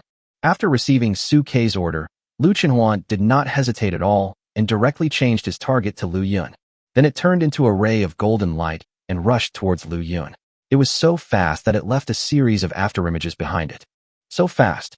When Lu Yun and Wu Shuang saw this scene, their pupils couldn't help but shrink. At this moment, Wu Shuang understood that Lu Qinhuan wanted to defeat Lu Yun first. Worried about Lu Yun's safety, he did not care about Su Ke and quickly turned around and pounced on Lu Qinhuan. Lu Yun was so anxious that he was sweating profusely. He watched the spiritual arrow in his hand slowly take shape and wished he could turn on an accelerator. Death Arrow condensed quickly, but Lu Qinhuan's speed was too fast. Before the bow and arrow in Lu Yun's hand could completely take shape, he had already rushed in front of Lu Yun and slapped Lu Yun with his claws. This claw directly shattered the bow and arrow in front of Lu Yun that had not yet solidified, causing Lu Yun's eyes to turn black, and he fell down. Everyone in the field widened their eyes when they saw this scene. It's been less than 2 seconds, right? Lu Yun, an A-level beastmaster, just collapsed like this? The evenly matched match we imagined didn't happen. This is completely one-sided. Now Lu Yun's side only has the beast girl left. But if the beastmaster gets into trouble, the beast girl will be easily affected and go berserk, and the outcome is uncertain. As expected, when Wu Shuang saw Lu Yun fall down, his eyes were instantly filled with bloodshot, and he let out a violent roar. How dare you hurt my brother Lu Yun? I love you in the blink of an eye. And then I saw Wu Shuang's aura skyrocketing. His speed suddenly increased. He lost some of his rationality and attacked Lu Qinhuan. Seeing this, Su Ke couldn't help but frown slightly. Is this the beast girl's frenzy state? It was also the first time he saw a beast girl go berserk. When in berserk state, the beast girl's speed and strength will greatly increase, but she will gradually lose her sanity. If not stopped in time, She will easily attack friendly forces indiscriminately. If this violent state continues for a long time, the person may even turn into a monster that is neither human nor beast. Huan, her head and waist are weak points. Stop her. After hearing Su Kei's instructions, Lu Chenhuan immediately turned around and rushed towards the violent Wu Shuang. Quick steps. Just as he was about to get close to Lu Chenhuan, Wu Shuang suddenly started to run fast. His speed increased again, and he instantly jumped in front of Lu Chenhuan. His claws turned into a silver light, making a sharp sonic boom, and swung towards Lu Chenhuan's waist. Silver moonfalls. Everyone in the field couldn't help but feel startled when seeing this scene. They thought that facing Wu Shuang in this state, they would definitely not be able to avoid this sudden combination of skills. Su Lu outside the venue nodded secretly. Howling Moon Wolf is obviously an agile beast girl. She can perfectly connect her innate skills in this state. Wu Shuang has a good combat talent. See how this little girl Lu Chenhuan responds. If Lu Chenhuan and Su Kei fail to handle the situation well and get injured here, the chances of others not being able to resist challenging them next time will greatly increase. The best way is to use the agility of a rat to find a way to avoid this attack. However, facing Wu Shuang's terrifying attack, Lu Chenhuan did not dodge or evade, but jumped up directly, activated the gold-eating claw, and his front claws turned into a golden light and swung towards Wu Shuang's head. At this moment, Wu saw the unconscious Lu Yun and his mind was filled with hatred. He was willing to exchange injuries with Lu Chenhuan, and both of them would suffer losses. However, at the moment when her silver moon was swinging towards Lu Chenhuan's waist suddenly glowed with golden light and turned directly into metal.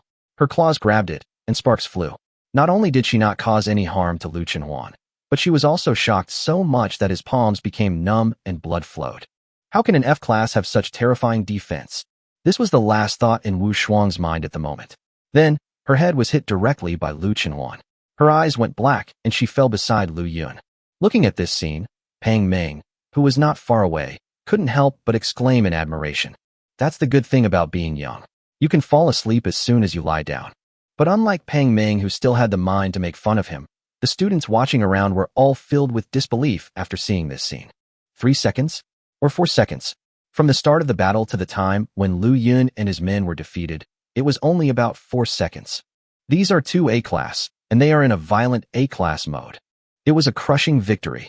Everyone in the field thought that Su Kei and Lu Chenhuan were very strong, but they didn't expect them to be so strong. The cooperation between Lu Yun and Wu Shuang just now was actually perfect. They thought that if they were in their place, they would have been defeated long ago.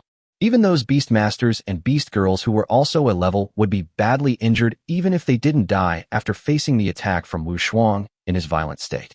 But Lu Chenhuan achieved a crushing victory in just a few seconds without even suffering any damage. And did you notice?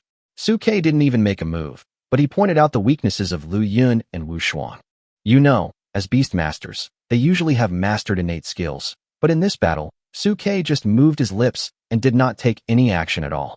This means that he thinks Lu Yun and the others are not worthy of his attack, and he is confident that he will definitely win against his contracted beast girl.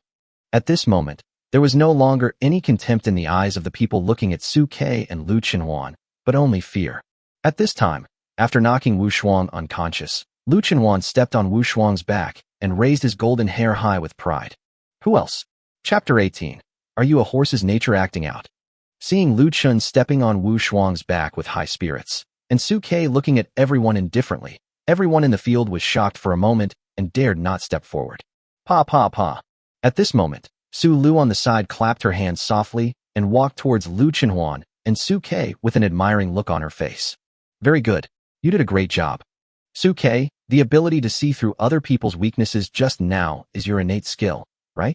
Su Kei did not deny it upon hearing this and nodded slightly. Your weakness analysis and combat command are both excellent. Seeing this, Su Lu was even more appreciative, and then turned to look at the other students watching outside the venue. Who else wants to challenge? If not, then the captain's pick is set. Hearing this, everyone shook their heads. The fighting ability that Lu Chenhuan just displayed was too terrifying.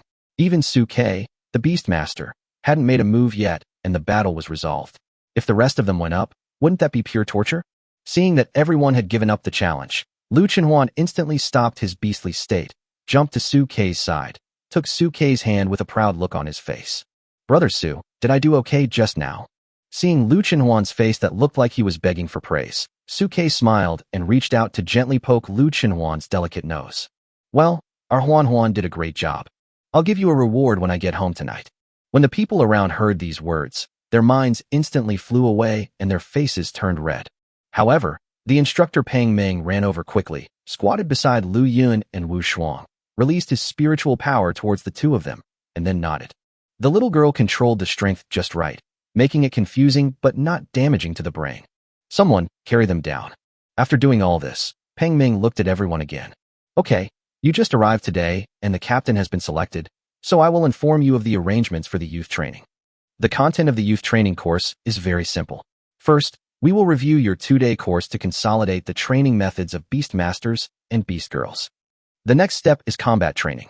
In addition to training your basic physical fitness and combat reactions, you will also be sent to the wild for actual combat exercises, so that you can truly experience the process of fighting ferocious beasts and grow in battle.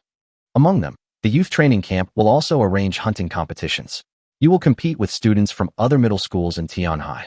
The fittest will survive, and those who are unqualified will be gradually eliminated. Hearing that there was an elimination mechanism in the youth training camp, everyone's heart was instantly lifted. Looking at everyone's reactions, Pang Meng showed a look of satisfaction on his face. Finally, when the youth training is about to end, the entire youth training camp will hold a big competition. The top few can receive generous resource rewards and can also obtain the qualification to participate in the Kyoto Grand Examination. Of course, not only the first place winner will receive the reward. Some outstanding performers can also gain the favor of the military and be selected into the military, where they will have the opportunity to kill the enemy, make meritorious contributions, and defend the country. Listening to Pang Meng's introduction, everyone's eyes were filled with hope for the future. Whether it is taking part in the Kyoto exam or joining the military, this is the lifelong wish of many beastmasters. After all, the moment they volunteered to become beastmasters, they were already prepared to defend humanity and fight the enemy. Suke's face was also full of longing. Since I have come to this world, it is impossible for me to live a mediocre life like in my previous life. In this life, you must live your own wonderful life and experience this different world. However, Lu Chenhuan, who was standing aside, seemed to have thought of something and whispered to Suke. Brother Su, the instructors just said that we have to compete with other middle schools. Doesn't that mean we have a great chance of meeting An Ning and the others? Listening to Lu Chenhuan's muttering, Suke also thought of Lu Lingfeng's instructions to him before he left. An Ning has signed a contract with Zhao Fei, who is an S-level student at No. 2 middle school. It is very likely that he will take the opportunity to target her. What's going on? Is our fearless Huan Huan scared? Suke glanced at Lu Chenhuan with a smirk on his face. Are you afraid that An Ning and Zhao Fei will join forces to target us? Or are you afraid that she will show up and take me, your man, away again? Looking at the naughty smile on Suke's face, Lu Chenhuan couldn't help but curl his lips. No, I just don't like people like An Ning. I don't even want to see her disgusting posture again. Hearing Lu Chenhuan's answer, Suke reached out and poked her delicate little nose. Don't worry, she can't take mine away. I won't fall for someone like her again. What nonsense. That's not what I think. The more An Ning spoke, the weaker her voice became. She didn't even dare to look up at Su Quebec. She simply buried her head in Suke's chest. There was no trace of the arrogance she had just had. Su Lu, who was standing by, watched this scene and couldn't help but sigh. It's great to be young. After taking everyone on a simple tour of the youth training camp, it was soon time for lunch. In order to ensure that students can train safely, a special canteen was set up in the camp. But to Suke's surprise, students from all the camps ate in the same cafeteria. In order to distinguish the teams from different schools, the youth training camps were divided into different camps according to the names of the schools. Suke and his team were in one of the camps. How disgusting. This will make me encounter the annoying An Ning sooner. At this time, after spending a few days with Suke, Lu Chenhuan's dislike for An Ning deepened. Suke, on the other hand, did not have much change in his mentality and was always studying how to become stronger through this youth training. Soon, under the leadership of instructor Pang Meng, the group arrived at the cafeteria. When entering the door, Lu Chenhuan clenched her fists and prayed constantly that she would not meet An Ning, but the more she feared, the more alcohol came. The moment they entered the room, a familiar and sarcastic voice came from the front. Hey, isn't this our Lu University campus beauty? A useless F-level guy really has the nerve to come to the youth training? Upon hearing this, everyone in the cafeteria turned their eyes towards the battalion where Suke and his group were. The undisguised mockery and inquiring eyes burned people's faces. An Ning, who was standing in the middle of the 2nd Battalion, clearly had no intention of letting Suke and the others go, and continued to speak with a sullen look on his face. Suke, you too, as a SSS class beastmaster with a promising future, you really brought an F-class loser to participate in the youth training? Aren't you afraid of being laughed at? Looking at An Ning's sarcastic face, Lu Chenhuan was so angry that he sneered. An Ning, no matter how low my qualifications are, I will never forget my roots like you. Abandoning the number 1 middle school that has educated you for so many years and turning to number 2 middle school. So what if he's awakened to S level? He's still a guy without a horse to raise. What? Are you just following your horse's nature? Have you had enough of being ridden by my brother Su? Do you want to change to someone else? Then you saw me sign a contract with Big Brother Su, and you started to feel itchy all over again, missing the feeling of being ridden by your previous master, and you kept barking and neighing there? Chapter 19. Brother Su. Look, he is scared. After Lu Chenhuan spoke, the entire cafeteria fell silent. At this moment, everyone felt Lu Chenhuan's powerful attack power. Top taunt. What is top-level taunting? This wave of mental attack was fully exerted on the spot. You, An Ning, who had been relatively well-behaved since childhood, had never suffered such an injustice and was so angry that she was fuming. Lu Chenhuan, you are shameless. I am shameless. Looking at An Ning's furious look, Lu Chenhuan sneered. If you hadn't started to curse first, would I have scolded you? Do you really think you are superior to others just because you have awakened to S level? Aren't there enough geniuses who died young at the demon suppression pass? If your state of mind is not good, it doesn't matter if you have great talent. You may even have difficulty surviving. Lu Chenhuan, who originally wanted to hide from An Ning, saw that he couldn't avoid her. At this moment, his logic was extremely clear, and he pulled out all the stops. Even the people in the field couldn't help but nod their heads, expressing their agreement with what Lu Chenhuan said. Even Pang Meng and Su Lu couldn't help but show admiration in their eyes, looking at Lu Chenhuan with appreciation. But seeing An Ning being mercilessly ridiculed by Lu Chenhuan, a tall and thin boy with a middle-parted hair stood up from beside An Ning and snorted coldly at Lu Chenhuan. You are Lu Chenhuan, right? I really don't know where a F-class loser like you got the courage to mock an S-class. What about the demon suppression pass? A loser like you doesn't even have the qualifications to enter the demon suppression pass. Looking at the tall and thin male classmate with a middle-parted hair, Lu Chenhuan couldn't help but reveal a hint of sarcasm. Oh, where did the little chicken come from? You are helping this green tea girl An Ning. He should be the person she just signed a contract with. Zhao Fei, right? I've heard of you. It seems that your family and the An family are old acquaintances. Then, because I was obsessed with An Ning's looks, I became her licker. It's just that because An Ning was with my brother Su before, you couldn't lick her the whole time you wanted to. What? Now you've licked the leftovers of my brother Su, and you think you found a treasure and are guarding the food. Little did you know that the tree-lined path you thought was actually full of traffic. Listening to Lu Chenhuan's ruthless sarcasm, everyone around couldn't help but curl their lips. They once again had a clearer understanding of Lu Chenhuan's attack power. They subconsciously moved away from where Lu Chenhuan was, and secretly vowed in their hearts that they would never argue with Lu Chenhuan. But at this time, An Ning and Zhao Fei were already in trouble. Seeing the mocking looks from the people around him, Zhao Fei suddenly became anxious. Lu Chenhuan, what nonsense are you, a useless F-level guy, talking about? Ning is not what you think. She was willing to give up her enrollment in number 1 middle school and enroll in number 2 middle school for me. This is enough to prove how much she cares about me. Care. Listening to Zhao Fei's words, Lu Chenhuan laughed and leaned his head on Su Kei's shoulder. Ask An Ning, is it because she cares about you? It's obvious that she transferred to number 2 middle school and made a contract with you because my elder brother Su didn't want her anymore. She was holding a grudge against me and my elder brother Su. What? As a scapegoat. It's fine if you can't recognize the facts, but are you so cruel as to deceive even yourself? At this moment, Lu Chenhuan was like Arthur with black cleaver, which made Zhao Fei silent and defenseless. An Ning was standing by and watched the frost rising on Zhao Fei's face. Her heart skipped a beat, and she quickly spoke loudly to Lu Chenhuan. Lu Chenhuan, no matter what you say, it can't change the fact that you are an F-level waste. And I am a high-ranking S-level person, a guest of honor that even the principal of number 2 middle school sincerely welcomes. I am now a genius from the number 2 middle school, and it is not your turn as a loser from the number 1 middle school to criticize me. When the whole world has witnessed my legend, even the people in number 1 middle school will blame you for missing out on a genius like me. Faced with An Ning's arrogant attitude, Lu Chenhuan's mouth was still full of sarcasm. An Ning, I admit that it is indeed faster for you to change schools, but what should your parents do? He transferred to another school just to retaliate against Brother Su. I'm afraid that in the future, for his own selfish desires, he will turn to the ferocious beast camp and become a demon trader, right? You forget your principles when you see profit and you seek power and influence. You are a villain. No matter how talented you are or how good your appearance is, you are still a villain. Having said this, Lu Chenhuan looked An Ning up and down, with even more sarcasm on his face. Besides, you're not as pretty as me. Lu Chenhuan, you. Faced with Lu Chenhuan's impeccable prophetic attack system, An Ning's face turned red and she almost couldn't stand. However, Zhao Fei, who had come to his senses, quickly protected An Ning behind him and looked at Lu Chenhuan fiercely. Lu Chenhuan, you're looking for death.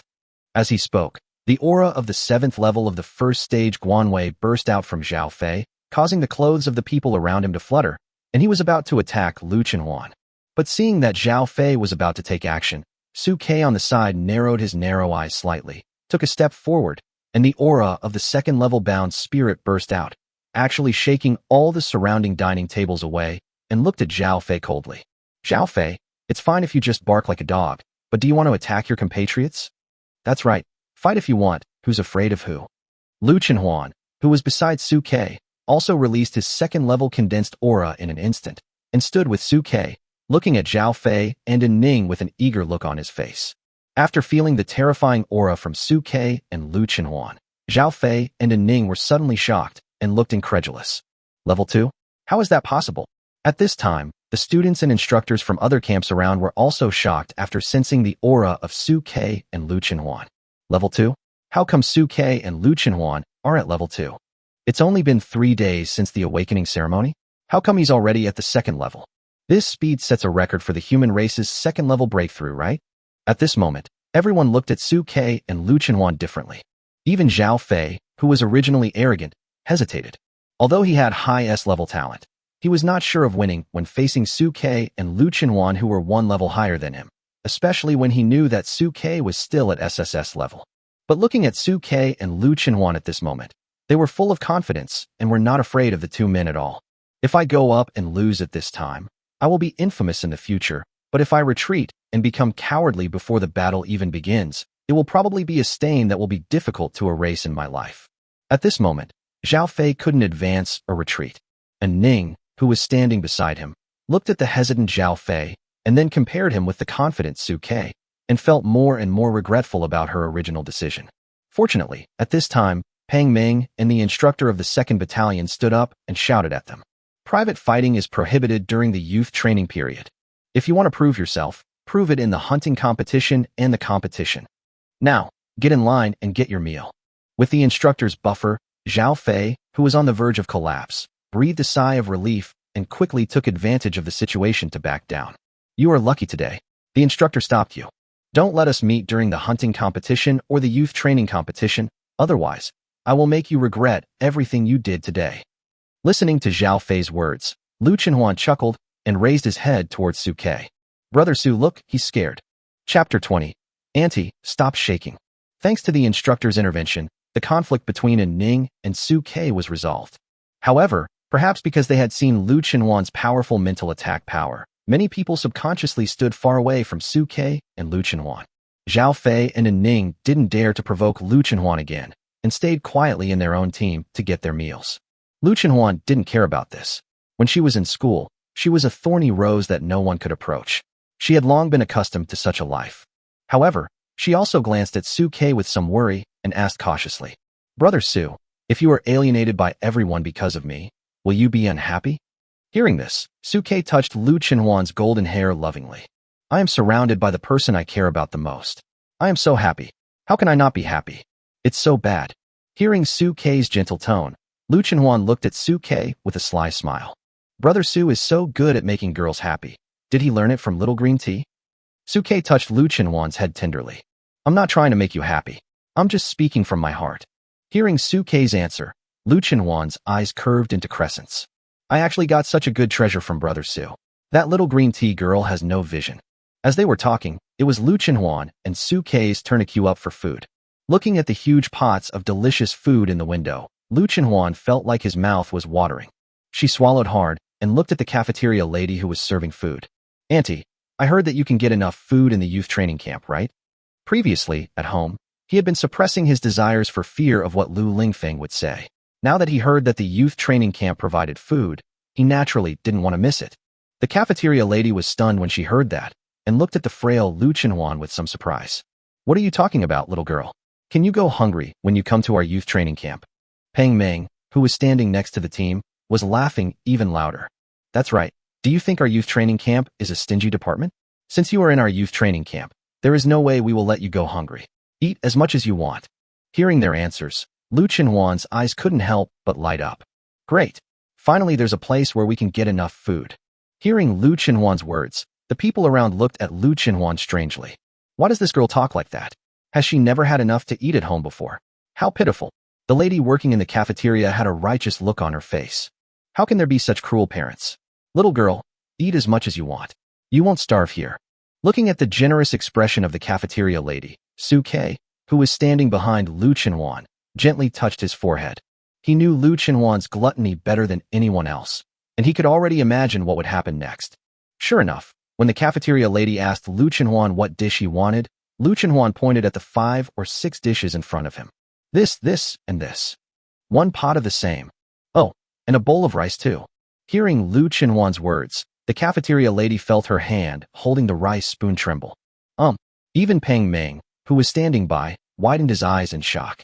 Lu Chenhuan, don't joke with me. With such a small stomach, can you eat so many dishes? Although the food is not expensive, it is shameful to waste it. But Lu Chenhuan nodded hurriedly. Show off, show off. Su Ke behind him coughed dryly and spoke to the cafeteria lady. Huan Huan is really hungry. You have to believe her. Well, just serve it to Huan Huan. If you waste it, I'll pay for it. After hearing Su Ke's assurance, the cafeteria lady brought out the bowl full of vegetables with some doubt. We agreed not to waste anything. That can't possibly be wasted. After seeing the aunt bring out the dish, Lu Chenhuan excitedly took it and placed it directly on the dining table nearby. I'm starting. Looking at the 7 large pots full of food, Lu Chenhuan's face was full of satisfaction. He picked up the rice spoon and scooped it into his mouth at the speed of whirlwind. The little girl who usually looked weak and fragile seemed to have transformed into a glutton at this moment, swallowing food madly in big mouthfuls, completely losing the image of a lady. So much. Can you really finish it? The classmates around looked at the 7 large bowls full of food and shook their heads and laughed. They thought that it was more likely that Lu Chenhuan was being ignorant and putting on a show, and they did not believe that Lu Chenhuan could really finish it. An Ning in the distance sneered in disapproval. Humph, you have to fill your meal. Let me see. There are 7 large bowls full of food, enough for dozens of people. How are you going to finish them? But after just a moment, everyone stopped laughing. In less than 2 minutes, several large bowls of food were completely devoured in no time. After eating, Lu Chenhuan burped with satisfaction and stretched happily. So full. The people around looked at the empty rice bowl and were all petrified. Even Peng Meng couldn't help but wipe the sweat from his forehead and looked at Lu Chenhuan as if he were a monster. 7 large bowls of food, and this girl actually ate them all. And her figure hasn't changed after eating so much. So where did she eat? Only Su Ke, who knew that Lu Chenhuan's original body was an SSS level heaven-devouring Tao Tai, was mentally prepared and his expression was relatively calm. For a glutton who can eat the whole sky, what does a few bowls of rice matter? Looking at Peng Meng's eyes looking at him, Lu Chenhuan blinked guiltily. Did I eat too much? Is the youth training camp too burdensome? Hearing this, Peng Meng slapped his thigh. Nizi, what are you talking about? Being able to eat is a blessing. As long as you don't waste anything, eat as much as you want. The cafeteria is definitely worth it. Hearing Peng Meng's words, the cafeteria lady who was getting food at the window started shaking her hands. I'm afraid I can't afford to eat like this every day. The student at the window saw this and immediately spoke out anxiously. Auntie, stop shaking. I'm shaking all the peppers out of my stir-fried pork. After dinner, students from each camp were called back to their respective camps to start the first course of youth training. Practice. Whether you are a beastmaster or a beast girl, training is a compulsory course in this world. Only by practicing continuously can you advance as quickly as possible, improve your realm, and have the capital to settle down in this world. Peng Meng stood in front of the training ground of the 1st Battalion, with his hands behind his back, looking at everyone in the field. I believe that during the time you signed the contract, you have each tried your own methods of cultivation. Now, Who can tell me what is the correct method of cultivation for beastmasters and beast girls? Chapter 21, 100 Spiritual Power Conversion. After listening to Pang Ming's question, the students in the 1st Battalion looked at each other in confusion. Lu Yun, who had previously failed in the competition with Su Ke for the captaincy, instantly raised his hand and stood up. Instructor, I know this. Whether it's a beast girl or a beastmaster, using their innate skills requires spiritual energy, so the foundation of practice is spiritual energy.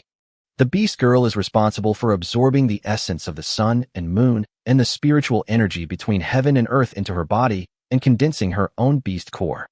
The beastmaster uses the contract between the two parties to extract the beast girl's excess spiritual energy and condense his own soul crystals. After the beastmaster condenses the soul crystals, the beast girl can also absorb spiritual energy through the beastmaster's soul crystals to practice, forming a positive cycle. Hearing Lu Yun's answer, Pang Ming nodded with satisfaction. It's a fairly detailed summary. Although this is only a summary of the early training methods of beastmasters and beast girls, the essence remains the same. The training of beastmasters and beast girls is inseparable from the absorption of spiritual energy. The beast girls refine the spiritual energy, and the beastmasters absorb the excess spiritual power. What about advancement? Do you know how to advance? Hearing Pang Ming's question, Lu Yun stood up again and spoke with confidence. I know that too. If beastmasters and beast girls want to advance, they not only need to have a high enough realm, but also some opportunities. These opportunities appear at irregular intervals and will appear in the form of trial tasks on the personal information column. They are different for each person. Some are related to collection, and some are related to combat training. The difficulty will also vary depending on your qualifications. Hearing this, Pang Ming nodded with even more satisfaction. It seems that our classmate Lu Yun has done a lot of homework. But in this regard, I think Su Ke and Lu Qinhuan, who have just advanced, should have more experience, right? Did any prompts appear when you advanced? Listening to Pang Ming's words, Lu Qinhuan was stunned for a moment. It seems not. It's as if I advanced to the next level out of nowhere. It's not as mysterious and difficult as you said. Lu Qinhuan had never seen any trial tasks or prompts. He only knew that he was able to level up after showing off his fullness. So simple. Seeing Lu Qinhuan's dazed look, everyone couldn't help but widen their eyes, and then looked at Su Ke. Su Ke, what about you? You didn't advance inexplicably, did you? Facing everyone's questions, Su Ke nodded naturally. That's right, I advanced inexplicably. Oh. Listening to Su Ke and Lu Qinhuan's answers, everyone in the room was filled with disbelief. Captain, are you hiding something? They didn't believe that advancement would be so easy. It was common sense that there were trial tasks for advancement. They thought Su Ke and Lu Qinhuan must be hiding something. How about that? If it wasn't so simple, how could we have reached the 2nd level so quickly? At this moment, Lu Qinhuan couldn't help but curl his lips.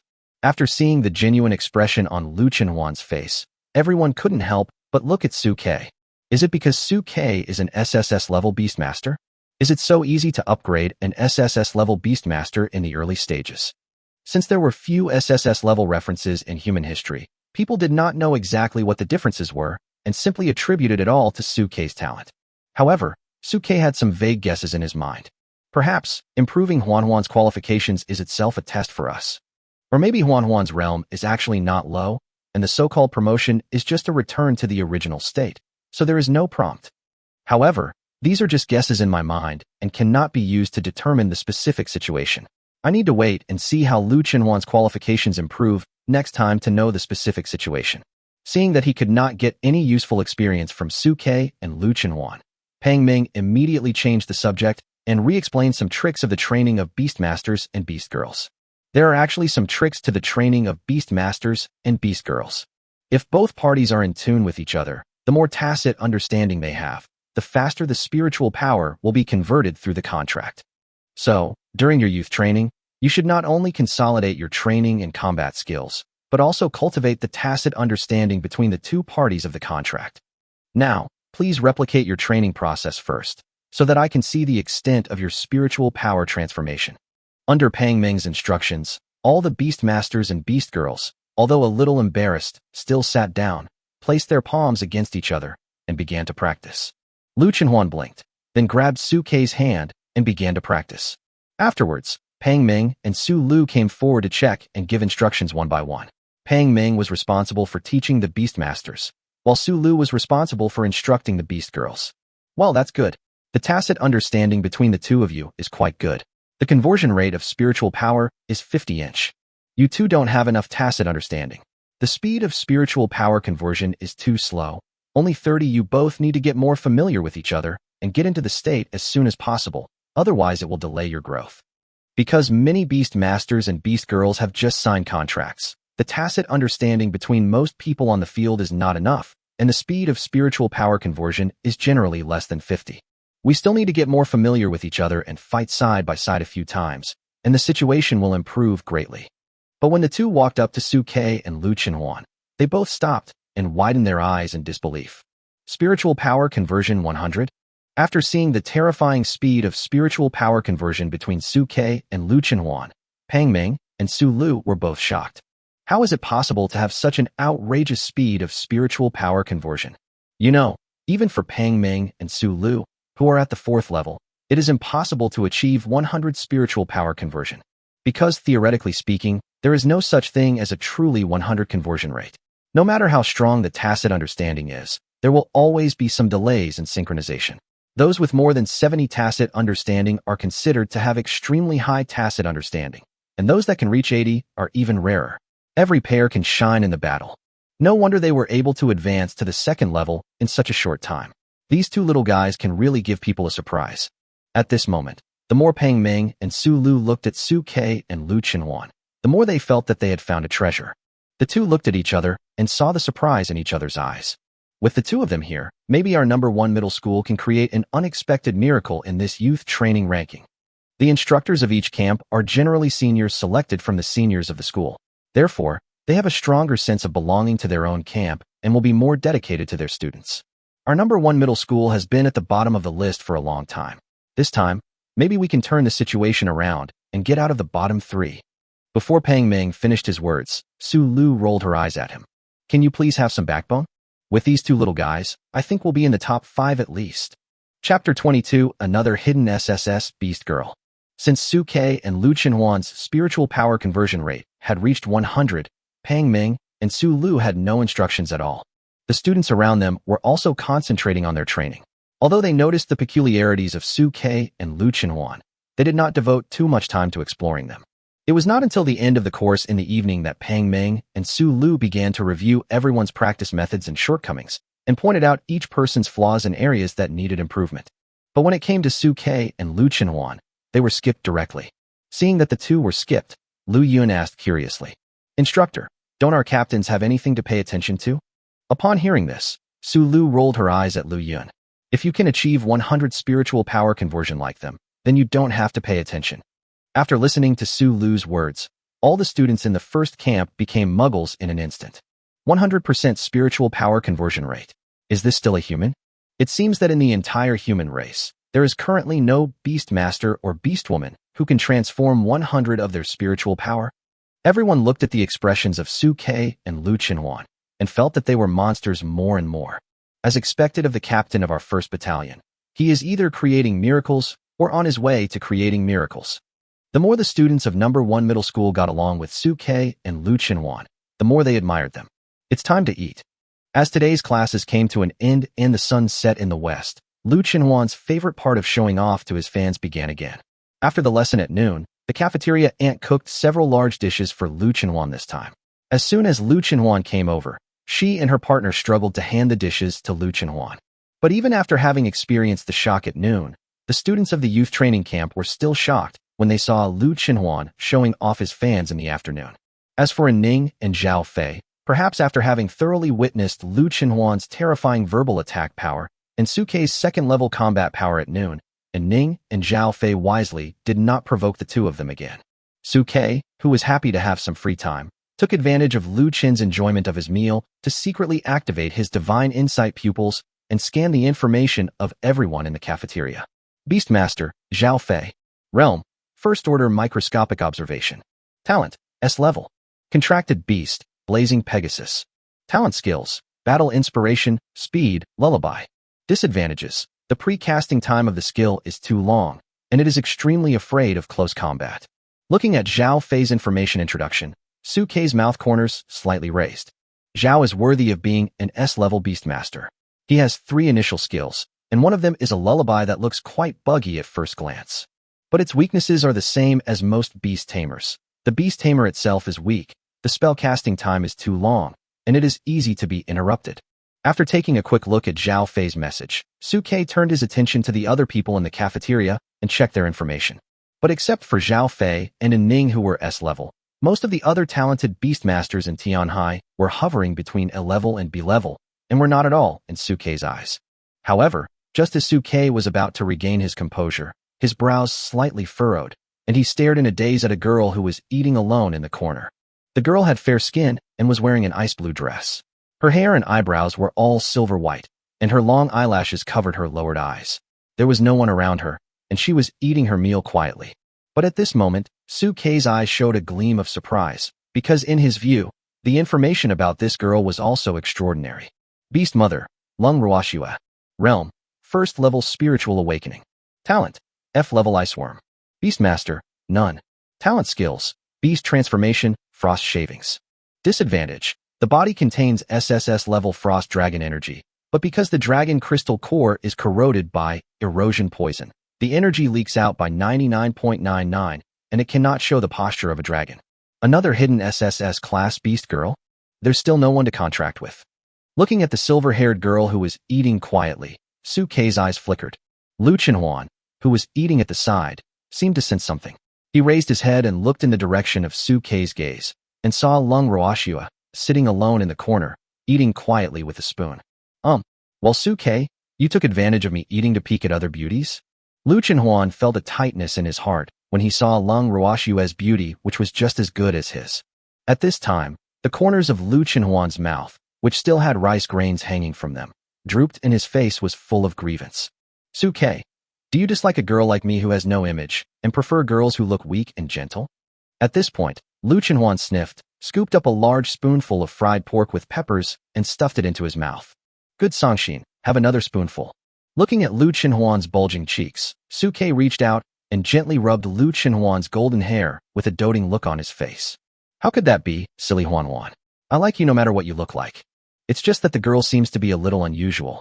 She is a hidden SSS level like you, with a huge flaw hidden in her body. Listening to Suke's explanation, Lu Chenhuan stared with his cheeks puffed out. Hidden SSS level like me? After so many proofs, Lu Chenhuan was already somewhat convinced that he was an SSS. When he heard Suke say that an SSS like himself had appeared, he was naturally shocked. At this moment, Lu Chenhuan quickly opened his mouth and slurped the food from the bowl in front of him, then took out a tissue to wipe his mouth, then grinned at Suke, revealing his white teeth. Brother Su, wait for me for a moment. I'll go find out about this girl. Lu Chenhuan was seen walking towards Lung Ruoxue with his hands in his pockets, but he did not walk directly towards Lung Ruoxue. Instead, he sat down next to a pair of beastmasters and beast girls not far from Lung Ruoxue and chatted with them with a smile. Perhaps because of the shock at noon, the beastmaster and beastwoman were quite nice to Lu Chenhuan, and they talked to him eagerly. Soon, Lu Chenhuan came back with money in his pocket and raised his head towards Suke with a proud look on his face. Done. That girl's name is Lung Ruoxue, and she's the school beauty of number 3 middle school. But according to the description of her classmates, this Lung Ruoxue is a relative of our Tianhai city's richest man, Lung Xianxiu's daughter. This youth training was also squeezed in by her father through his connections. Did you use connections to get it in? Hearing this, Suke frowned slightly. That's right. Lu Chenhuan in front of Suke nodded. I heard that Lung Ruoxue, like me, has awakened the lowest level F-grade talent, the Iceworm ability. Because she is an F-level awakener, apart from some E-level beastmasters who covet her beauty, there are basically no beastmasters willing to sign a contract with her. Lung Xianxiu was unwilling to see his daughter's future end here, so he spent a lot of money to secure a place for Lung Ruoxue in the youth training program. He not only hoped that Lung Ruoxue could grow during the training, but also hoped that someone would take a liking to his daughter. But there are so many talented people in the academy, and basically every beastmaster has his or her own contracted beast girl. It is even more impossible for anyone to be willing to cancel their contract for an F-rank beast girl. Having said this, Lu Chenhuan sighed softly. So, in this youth training camp where everyone joins in pairs, Lung Ruoxue seems even more lonely. I also received more cold stares. Chapter 23, Let Me Have a Good Night. Listening to Lu Chenhuan's introduction, Suke frowned slightly. He didn't expect that there was such a story behind this person named Lung Ruashua. Lu Chenhuan on the side also felt a little emotional. Alas, sometimes having your family place too high expectations on you isn't necessarily a good thing. As an F-level fighter, Lu Chenhuan could empathize with Lung Ruashua's experience better than anyone else. The prejudice from the world is enough to shatter a person's inner pride. However, thinking of this, Lu Chenhuan suddenly frowned and looked at Su Ke with suspicion. Brother Su, I remember you said that there is no limit to the number of beast girls you can contract. Are you attracted to this girl because she has no contract partner? Looking at Lu Chenhuan's suspicious expression, Su Ke calmly spread out his hands. I admit that I have had this thought. Of course, it's not that I like her. I just want to give a home to every F-grade school beauty who is ridiculed. Big scumbag. Listening to Su Ke's shameless confession, Lu Chenhuan couldn't help but roll his eyes. I knew you had bad intentions. Looking at Lu Chenhuan's adorable look of rolling his eyes, Su Ke reached out and rubbed Lu Chenhuan's head lovingly. I'm lying. I just used my talent to see through her flaws. I was just a little curious. If our Huan doesn't like it, I won't force you to accept other beast girls. However, seeing Su Ke looking at him seriously, Lu Chenhuan suddenly fell into silence. After a long while, he took a deep breath and looked at Su Ke seriously. Brother Su, if you like Lung Ruashua, you can also sign a contract with her. Although you said I was SSS level, I know in my heart that you had many better choices at the beginning, instead of choosing an initial F like me to patch things up. Now, I am actually holding you back. If forming one more Beast Girl alliance can help you, I'm actually willing to do so. Looking at Lu Chenhuan, who was looking at him seriously with tearful eyes, Su Ke raised the corner of his mouth slightly with a smile. Huan, you don't have to put yourself in such a difficult position. In my heart, you have never held me back. Even my realm improvement this time was only achieved because of you. You don't have to compromise like this. Although he could conclude more contracts, Su Ke has always been a sentimental person. It is impossible for Su Ke to conclude a contract with a third party without Lu Chenhuan being prepared. Hearing Su Ke's concern for her, Lu Chenhuan's eyes were filled with emotion, with a mist appearing in his pupils. She hugged Su Ke directly, buried her head in Su Ke's chest, and spoke softly. Brother Su, you are so nice. Su Ke subconsciously put one hand around Lu Chenhuan's slender waist and gently rubbed Lu Chenhuan's golden hair with the other hand, feeling a little embarrassed. Huan, we are still in the cafeteria. There are so many people watching us. Lu Chenhuan came to his senses after hearing that, and quickly pushed Su Ke away. He coughed twice and spoke to Su Ke in a pretentious manner. I know it's in the cafeteria. Why are you scared? I'm not embarrassed. Why are you embarrassed? As he spoke, Lu Chenhuan followed Su Ke's gaze, looked at Lung Ruashua, who picked up the plate and left, and reached out to twist the flesh on Su Ke's arm. You guys, you say you don't care, but where are you looking? Tell me, did you do it on purpose or by accident? Su Ke looked very righteous. I was careless on purpose. You're not wearing a skirt for me to see, so why should I see what's wrong with others? Lu Chenhuan rolled his eyes upon hearing this. What a joke. A skirt can make you so fascinated. Let's go back to the tent. I'll get you something different. As he spoke, Lu Chenhuan took Su Ke's arm and pulled him outside. Seeing this ambiguous scene, An Ning, who had been secretly watching Su Ke from a distance, bit off her chopsticks with a crack sound. Damn it, all of this originally belonged to me. It's all Lu Chenhuan's fault. She ruined the relationship between Su Ke and me. Zhao Fei, who was standing by, looked at An Ning's unhappy expression and spoke to her tentatively. Ning, why are you unhappy again? Is it because those two idiots Su Ke and Lu Chenhuan are getting in your way again? However, before Zhao Fei could finish his words, An Ning stopped him sternly. Shut up, you wimp. You actually showed your cowardice in front of that F-level loser, Lu Chenhuan, today? I am so disappointed in you. Next time I get into a conflict, I don't want something like this to happen. Zhao Fei, who was scolded, coughed dryly and nodded quickly. Today I didn't do anything just for the instructor's sake. Don't worry, Ning. If they are so ungrateful again next time, I will hit them on the head. That night, listening to the sounds of cultivation coming from the tent not far away, Lu Chenhuan, who was lying next to Su Ke, couldn't help but blush. Brother Su, these people are too shameless. They can't help themselves just after arriving at the youth training. Reaching out and holding Lu Chenhuan in his arms, Su Ke gently stroked Lu Chenhuan's hair with a calm expression. It's normal. Many beast masters and beast girls have just signed contracts and are at the age of falling in love. If they taste the forbidden fruit, it will be difficult for them to control their behavior. Besides, they are practicing. Only by communicating with each other can we strengthen our mutual understanding and improve the conversion rate of spiritual power, right? Do you think everyone is like us, with 100 spiritual power conversion? Having said this, Suke looked at Lu Chenhuan with a sly smile on his face. Huan, after listening to all this noise, are you feeling a little restless and eager to make a move? Seeing the naughty smile on Suke's face, Lu Chenhuan's face turned even redder, as if a red cloud was covering her face, which made her look even more appetizing under the dim light. Seeing Lu Chenhuan's blushing cheeks, Suke naughtily put the corner of his mouth close to Lu Chenhuan's ear and breathed gently at her. Girl, didn't you say you wanted to show me something different today? How about letting me take care of you now? Feeling the hot breath coming out of Suke's nose and lingering around her ears, and listening to that extremely seductive hoarse voice, Lu Chenhuan's ears instantly turned red to the base of her neck. She gently bit her lower lip, and her legs together were clamped together and twisted nervously. Brother Su, why are you so mean? I just said it casually, but I took it seriously. At this time, Suke buried his head in Lu Chenhuan's hair and whispered like a succubus. Upon hearing this, Lu Chenhuan squeezed her legs tighter together, and then, as if she had made a decision, she took a deep breath and hesitantly reached her hand into her arms. Okay, I'll show you then. Just a look. Then he took out an old pocket watch. Chapter 24, Lu Chenhuan's background. I took off my pants and you show me this. Looking at the pocket watch that Lu Chenhuan took out from his arms, Suke couldn't help but twitch the corners of his mouth. But to Suke's surprise, Lu Chenhuan did not argue with him as usual, but looked at the pocket watch in his hand with a hint of reminiscence in his eyes. This is the pocket watch my mother gave me. As he spoke, Lu Chenhuan reached out and opened his pocket watch.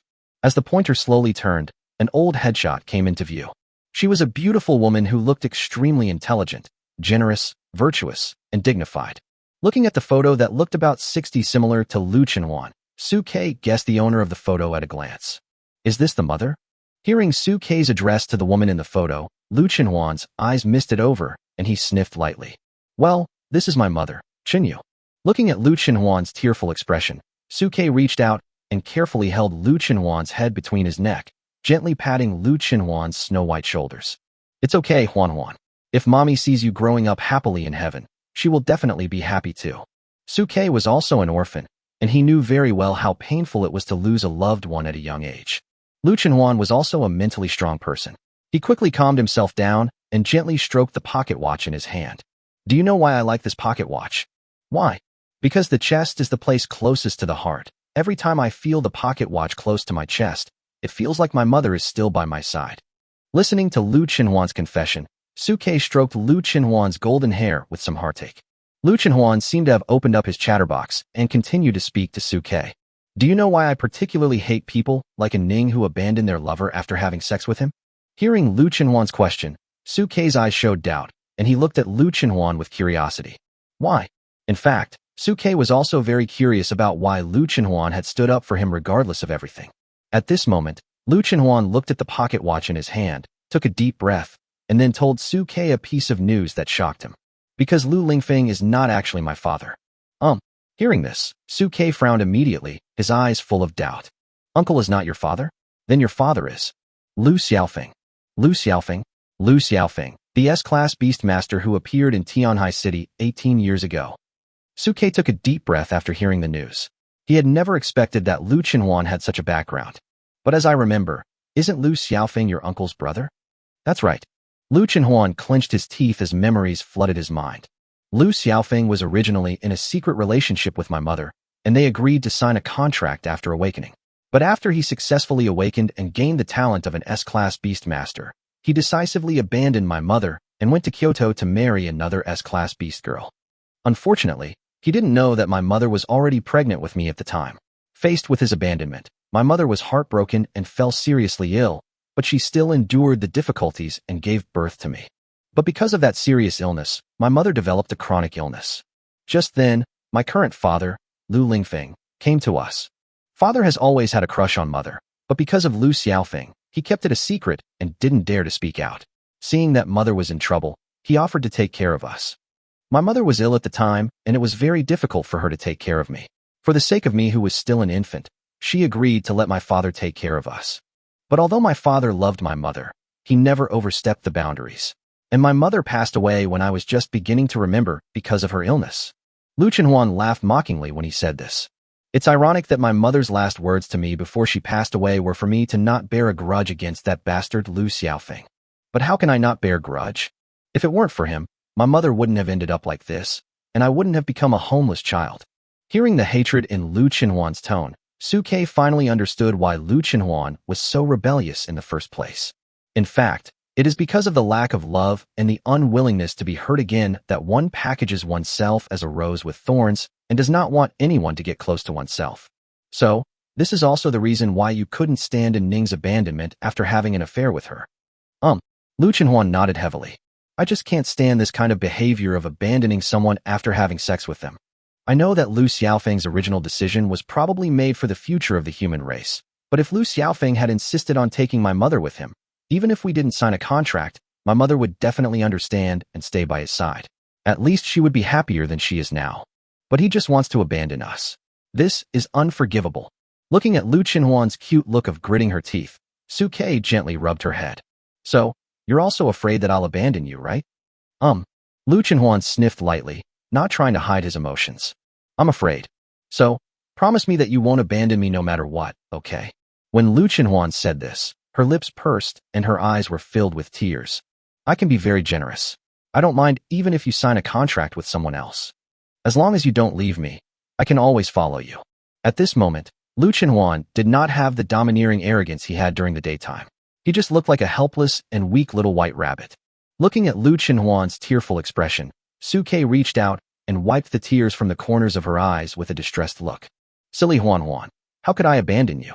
Have you forgotten what I said? I'm not the kind of fool who would choose between the two.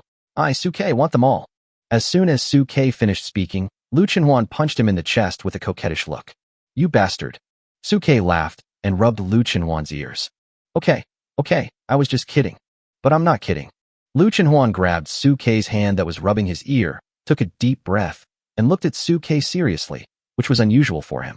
Brother Su, I'm serious.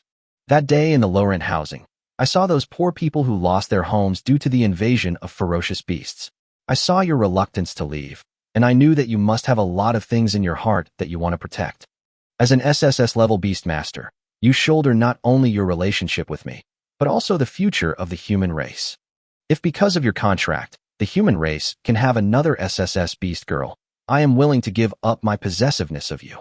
But I just ask you, don't abandon me because of this. When Lu Qinhuan said this, his voice became weaker and weaker, and he choked with sobs. Okay. Listening to Lu Qinhuan's sensible and heartbreaking words, Suke sighed softly. He just pulled Lu Qinhuan closer to himself and hugged him tightly. Silly Huan Huan. How could I bear to abandon such a cute, silly girl like you? Chapter 25. It's good to be young. When the first rays of sunlight in the early morning shine on the earth, a new day of training begins. In the martial arts arena, Pang Ming put his hands behind his back and looked at everyone with a cold face. We have already reacquainted ourselves with the basic training yesterday. Today's training will focus on combat. Listening to Pang Ming's words, everyone standing in the martial arts field couldn't help but perk up. Suke and Lu Qinhuan also pricked up their ears and listened attentively. Su Lu, who was standing next to Pang Ming, looked at Suke and Lu Qinhuan who were listening to the lecture. Suke, Lu Qinhuan, you just fought yesterday when you were selecting the captain. Tell us what you felt most deeply. Lu Qinhuan, you are the main striker. You speak first. Lu Qinhuan was stunned when he heard this, blinked his eyes, tilted his head, and spoke seriously. Well, the feeling is that it was too easy to win. Hearing Lu Qinhuan's words, Lu Yun and Wu Shuang in the team couldn't help but frown. Perhaps realizing that what he said was inappropriate, Lu Qinhuan quickly changed the subject. Of course, it's because Brother Su is a good commander. Without Brother Su, I might not have a clearer idea of how to fight this battle, and it would not have been so easy to resolve this battle. Listening to Lu Qinhuan's words, everyone around couldn't help but nod in agreement. Everyone saw the battle yesterday. Suke's outstanding command ability is still unforgettable to them. With just a few simple commands, Lu Yun and Wu Shuang were beaten to the point where they had no room to maneuver. Su Lu also agreed with this, nodded slightly, and then looked at Suke. Suke, then tell me how you feel. Suke looked at Su Lu's expectant eyes, pondered for a moment, and expressed his greatest feelings. After yesterday's battle, my biggest feeling is that the combat coordination between the Beastmaster and the Beast Girl actually has a big problem. Hearing Suke's words, Pang Ming and Su Lu's eyes lit up and they looked at Suke. Suke, please continue. Suke was not polite and directly expressed his opinion. When the beast girls are fighting, the beast masters who are behind them to control or cooperate are actually very dangerous.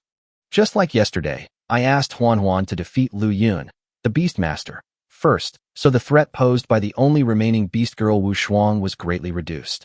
Listening to Su Kei's words, Su Lu couldn't help but clap her hands in appreciation. Very good. Su Kei summarized it very well. Having said this, Su Lu looked at everyone in the martial arts arena. This is also the biggest pain point for all students right now. Compared to beast girls, most beast tamers have weaker defenses and are easily targeted by the enemy in battle. So, Pang Ming on the side looked at the beastmaster and his team. As beastmasters, in addition to daily practice, you also need to train your physical strength and agility to enhance your ability to protect yourself. Pang Ming was right. Perhaps some beastmasters' attack capabilities were stronger than the beast girls they had contracted, but in terms of defense, they were definitely not as good as the mutated beast girls. And beast girls must also learn to pay attention to the safety of their own beast masters at all times while engaging in the battlefield, and maintain the best safe distance to deal with any emergencies. Listening to what Su Lu and Pang Ming said, everyone in the room couldn't help but agree. Only by actually coming into contact with and witnessing the battles can one intuitively feel the pain points of these battles. Even Su Kei agreed in his heart. As expected, the existence of the youth training camp is very necessary. If there is no centralized youth training, throwing people with no combat experience into the battlefield is simply sending food to them. While thinking, Pang Ming looked at everyone with a grim smile on his face. From now on, our youth training will enter the second stage, physical training. Whether you are a beastmaster or a beast girl, you will all be facing your own hellish intensity training. Cheer! Looking at the hideous smile on Pang Ming's face, everyone's heart couldn't help but skip a beat. Now let's start with running. Carry 100 kilograms of weight and run 10 kilometers cross-country. As Pang Ming finished his words, 30 sandbags weighing hundreds of pounds appeared out of thin air in front of Pang Ming, and he waved his hand at everyone. Come on, grab your bags and get going. Looking at those huge sandbags, despair appeared in everyone's eyes, but they also knew that this was a fate they could not change, so they could only move forward reluctantly. Su Kei, since you and Lu Chenhuan are both at the second level, the weight will be doubled to 200 genes. Is that a problem? Looking at Su Kei and Lu Chenhuan, the captains who took the lead, a playful smile appeared on Pang Ming's lips. No problem. Su Kei directly picked up the sandbag and started running side by side with Lu Chenhuan. When he was still in school, Su Kei always ranked first in the school's physical tests. Now he has even broken through to the second level and is not afraid of a 200-gene sandbag at all. When the people behind them saw this scene, they showed pity in their eyes. They gritted their teeth, picked up the sandbags, and followed the two men. At the beginning, the team's formation could barely keep up, but as time passed, the physical strength of many beastmasters and beast girls began to fail to keep up, and they began to fall behind. However, Su Kei and Lu Chenhuan, the team leaders, were a little out of breath, but did not show any signs of weakness. Pang Ming and Su Lu stood in front of the team and spoke ruthlessly to the members who were lagging behind. Run faster. Your captain can run so fast even with 200 kilograms. Don't you feel a little embarrassed carrying only 100 kilograms? If you don't finish running before lunch, you'll be hungry until the afternoon. Listening to Pang Ming and Su Lu's words, the team members who had fallen behind gritted their teeth, sped up again, and caught up with the team. After all, the youth training groups have centralized lunch breaks, and if you miss the time, you'll just go hungry. During the physical training period, there will definitely be high-intensity training in the morning and afternoon. If you are hungry, you may die. 10 kilometers, if you run normally, may only take about 1 to 1.5 hours. But at this time, everyone was carrying a heavy load on their shoulders. Ordinary people would not be able to walk for long if they carried it. Even the beast masters and beast girls were gradually unable to carry the sandbags while walking through the mountains and forests. As time passed, the sound of panting rang in everyone's ears and sweat soaked everyone's clothes. Su Kei, who was running in the front, looked at Lu Chenhuan, whose collar was soaked with sweat and whose little face was red from exhaustion, and expressed his concern. Huan, how do you feel? Hearing this, Lu Chenhuan turned around and looked at Su Kei, who was walking side by side with him, breathing happily. With Brother Su by my side, I'm not tired. On the contrary, I have never been happier. Listening to Lu Chenhuan's high-spirited and passionate confession, the team members who were running like crazy behind him were all frowning. It's already this late, and you're still being so ambiguous?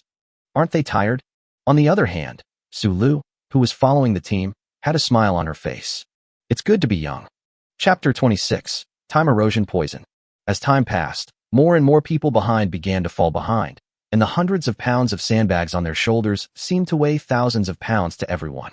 What was even more despairing was that the leaders Su Ke and Lu Chenhuan had disappeared. Lu Yun and Wu Shuang, who barely ranked second, couldn't even catch up with Su Ke and Lu Chenhuan's tail gas. Are these two guys really human? Aren't they carrying 200 kilograms? Why do they feel it's easier than our 100 kilograms? Fortunately, Su Lu and Pang Meng would follow the team from time to time to accompany everyone and encourage those who fell behind. Otherwise, it would have been even more difficult for everyone to persevere. At this time, Su Ke and Lu Chenhuan, with the help of their strong physiques, had already run most of the distance. During the period, due to the complicated roads between the mountains and forests, Su Ke and Lu Chenhuan also met some members from other camps in the mountains. They immediately realized that the training content of this youth training should be the same. Not only that, Su Ke and Lu Chenhuan also met An Ning and Zhao Fei, who were walking breathlessly carrying sandbags. Although An Ning and Zhao Fei were a little out of breath at this time, their faces were full of unwillingness.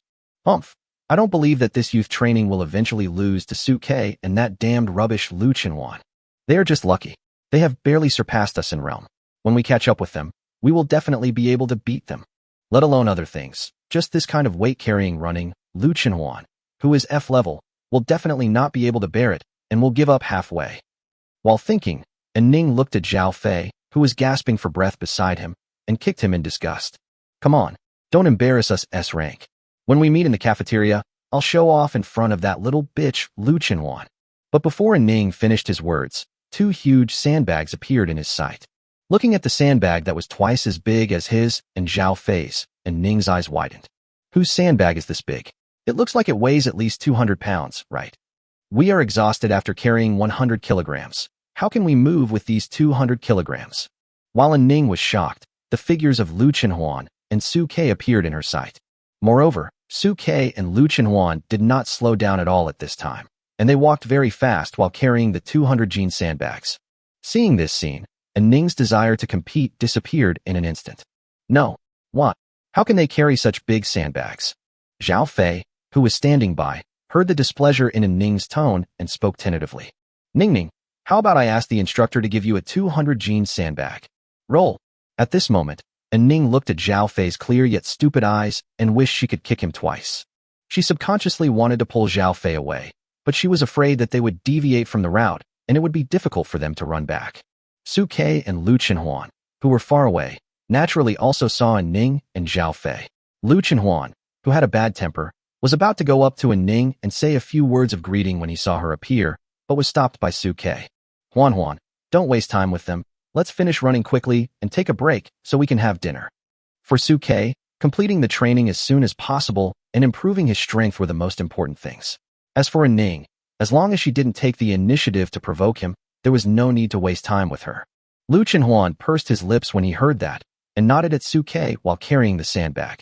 Okay, let's listen to Brother Su. But Lu Chenhuan, who was strong-willed by nature, deliberately jumped up with a sandbag in his hand and kissed Su Ke in front of An Ning when they were about to fork in the road. Su Ke felt the warmth on his cheek and used one hand to rub Lu Chenhuan's little face lovingly. Naughty ghost. Looking at Lu Chenhuan's provocative behavior, An Ning felt like her lungs were about to explode. She glanced at Zhao Fei, who was having difficulty walking with a sandbag beside her, and kicked him impatiently. Look at that little bitch Lu Chenhuan. She can still jump up and kiss her family even with a sandbag on her shoulder. She's showing off her physical fitness and feelings for Su Ke to me. Zhao Fei, who was kicked again for no apparent reason, looked aggrieved. Lu Chenhuan kissed Su Ke. Why did you kick me? Do you also want to jump up with a sandbag on your shoulders and kiss me? Go ahead and kiss me. I can accept it. Hearing Zhao Fei's aggrieved tone, An Ning became even more furious. You don't understand romance at all. Get out. After missing An Ning and Zhao Fei, Su Ke and Lu Chenhuan met fewer and fewer people. Seeing that they were about to reach the finish line, Lu Chenhuan's eyes showed anticipation. We're almost at the finish line. We can take a good rest and have a good meal. I probably won't meet anyone again. However, before Lu Chenhuan finished speaking, he paused. Su Ke beside her also frowned slightly, looking at a familiar figure at the intersection in the distance. Cold as snow. At this time, Lung Roashue was dragging the sandbags alone with great effort, moving towards the intersection step by step. It was obvious that she had separated from the team. Although her speed was extremely slow, her eyes were full of determination. No, is this girl's physique so poor? Looking at Lung Ruoshue's strenuous appearance, even Lu Chenhuan couldn't help but show a look of pity. Su Ke, standing aside, frowned even more as he recalled Lung Ruoshue's introduction to the flaws. I am being corroded by the time erosion poison, and my energy is dissipating. Because of the interference of this time corrosion poison, Lung Ruoshue's current physical condition is probably not even as good as F level, and even under long-term erosion, her lifespan will be affected. What is time erosion poison? Lu Chenhuan, who was standing by, listened to Su Ke's mumblings and asked him curiously. Su Ke did not hide anything and directly told Lu Chenhuan all the flaws of Lung Ruoshue that he had seen through his divine eyes of insight. Listening to Su Ke's introduction, Lu Chenhuan looked at Lung Ruoshue with even more sympathy. It's really pitiful that this girl, with such a poor physique, is forced to participate in this cruel youth training. Having said this, Lu Chenhuan pursed her lips, as if she had made a decision, and turned her head and blinked at Su Ke. Brother Su, how about we help her? Take her in, and help her get rid of that poison. Seeing Lu Chenhuan staring at him seriously, Su Ke held his forehead with his hand. Let's talk about it later. Although Lung Ruoshue's qualifications were very attractive to him, and Lu Chenhuan also expressed that he could accept his contract with other beast girls, he did not know much about Lung Ruoshue's character and needed time to observe her. If it was someone like An Ning who was a snob who only cared about gaining power, Su Ke would not sign a contract with her even if her qualifications were very attractive. Lung Ruoshue over there also seemed to notice the gazes of Su Ke and Lu Chenhuan, but she still maintained her stubborn and taciturn look, dragging the sandbag laboriously forward step by step. Looks like a lonely blue dragon. Chapter 27. Now that you are here, you can't leave until you finish your meal. When the people in the 1st Battalion were panting and carrying sandbags to the finish line, Su Ke and Lu Chenhuan were holding hands and basking in the sun with their heads on the sandbags. Captain, when did you arrive? Looking at Su Ke and Lu Chenhuan, who looked very happy, Lu Yun and Wu Shuang swallowed hard. I arrived about half an hour earlier than you. Hearing Su Ke's nonchalant tone, Lu Yun's mouth twitched involuntarily. Originally, the two thought they were fast enough, but they didn't expect that Su Ke and Lu Chenhuan could carry 200 gene sandbags and still be 2 hours faster than them. The other A-rank beastmasters and beast girls who came from behind also gave Su Ke a thumbs up. As expected of our captain, Chong.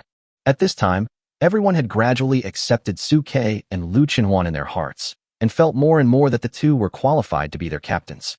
However, although some students arrived one after another, instructors Pang Ming and Su Lu were still on the way, because there were still some students who fell behind, and they needed to accompany them to ensure everyone's safety.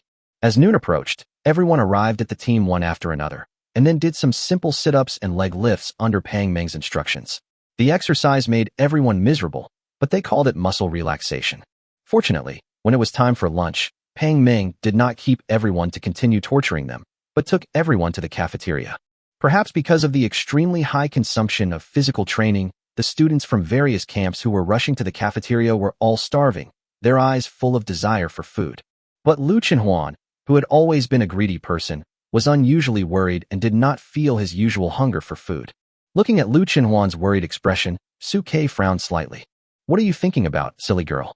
Hearing Su Ke's question, Lu Chenhuan did not hide anything. I was thinking about the girl named Lung Ruoshue, whom we met this morning. She's working so hard. Can she make it before dinner time? Hearing Lu Chenhuan's worry, Su Ke frowned. It's a bit uncertain. Unlike the healthy and fit Lu Chenhuan, Lung Ruoshue's physique is really poor. It would not be an exaggeration to describe her as a sickly person. Based on what happened today, it was obviously unlikely that Lung Ruoshue would be able to get back before the meal was over. Listening to Su Ke's analysis, Lu Chenhuan was silent. But she soon calmed down and happily pulled Su Ke into the cafeteria.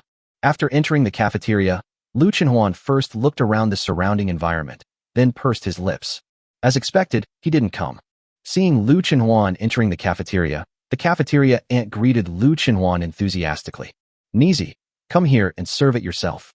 Due to Lu Chenhuan's special situation, the cafeteria gave Lu Chenhuan a special privilege.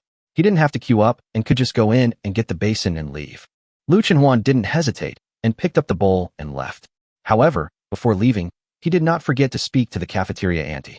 Auntie, you should be familiar with our youth training process, right? Aren't you afraid that I won't be able to keep up with the physical training? Then won't the dishes you cooked be wasted? Hearing Lu Chenhuan's question, the cafeteria auntie spoke honestly. Just Nizi, you have a big body grid with several large basins of food, and the physical training that you can't pass. Hearing the aunt's praise, Lu Chen laughed out loud. Thanks for the compliment. Auntie, do you have disposable lunchbox chopsticks? Give me a pair. The cafeteria lady was stunned for a moment, nodded to Lu Chenhuan, and took out a pair of disposable lunchbox chopsticks from under the cabinet. Nizi, do you still need to pack? Here. Don't worry, thank you. Lu Chenhuan took the lunchbox and chopsticks, thanked the cafeteria lady, and walked to his seat with the rice bowl. Suke looked at the disposable bowl and chopsticks in Lu Chenhuan's hand and quickly understood Lu Chenhuan's intention. Are you planning to leave one for Lung Ruoxue? According to the rules of youth training, the instructors in their camp would definitely not leave any food for her. As for her classmates in the same camp, Lung Ruoxue seemed to be unable to get along with anyone, so he would not risk offending the instructors by leaving any food for her. Lu Chenhuan nodded slightly.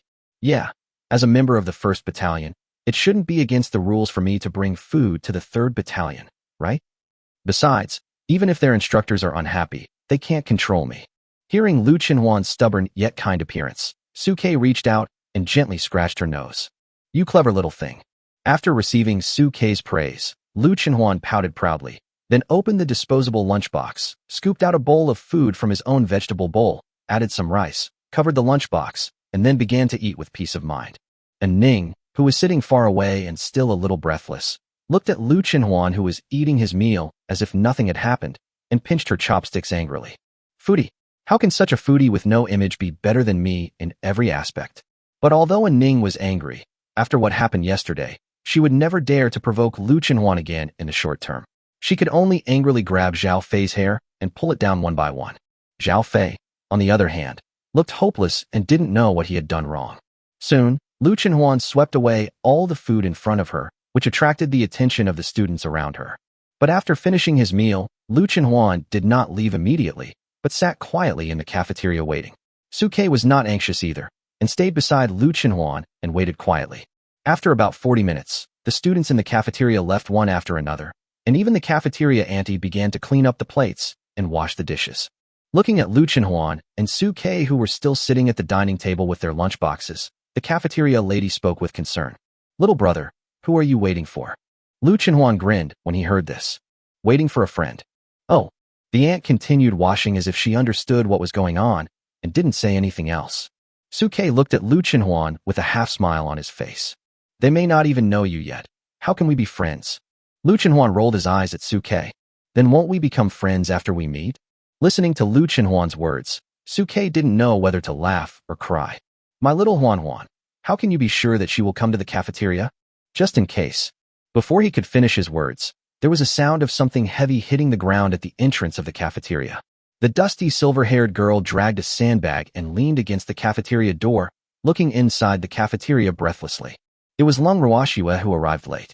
When she arrived at the 3rd Battalion dragging sandbags, there was no one there at all, only an empty space.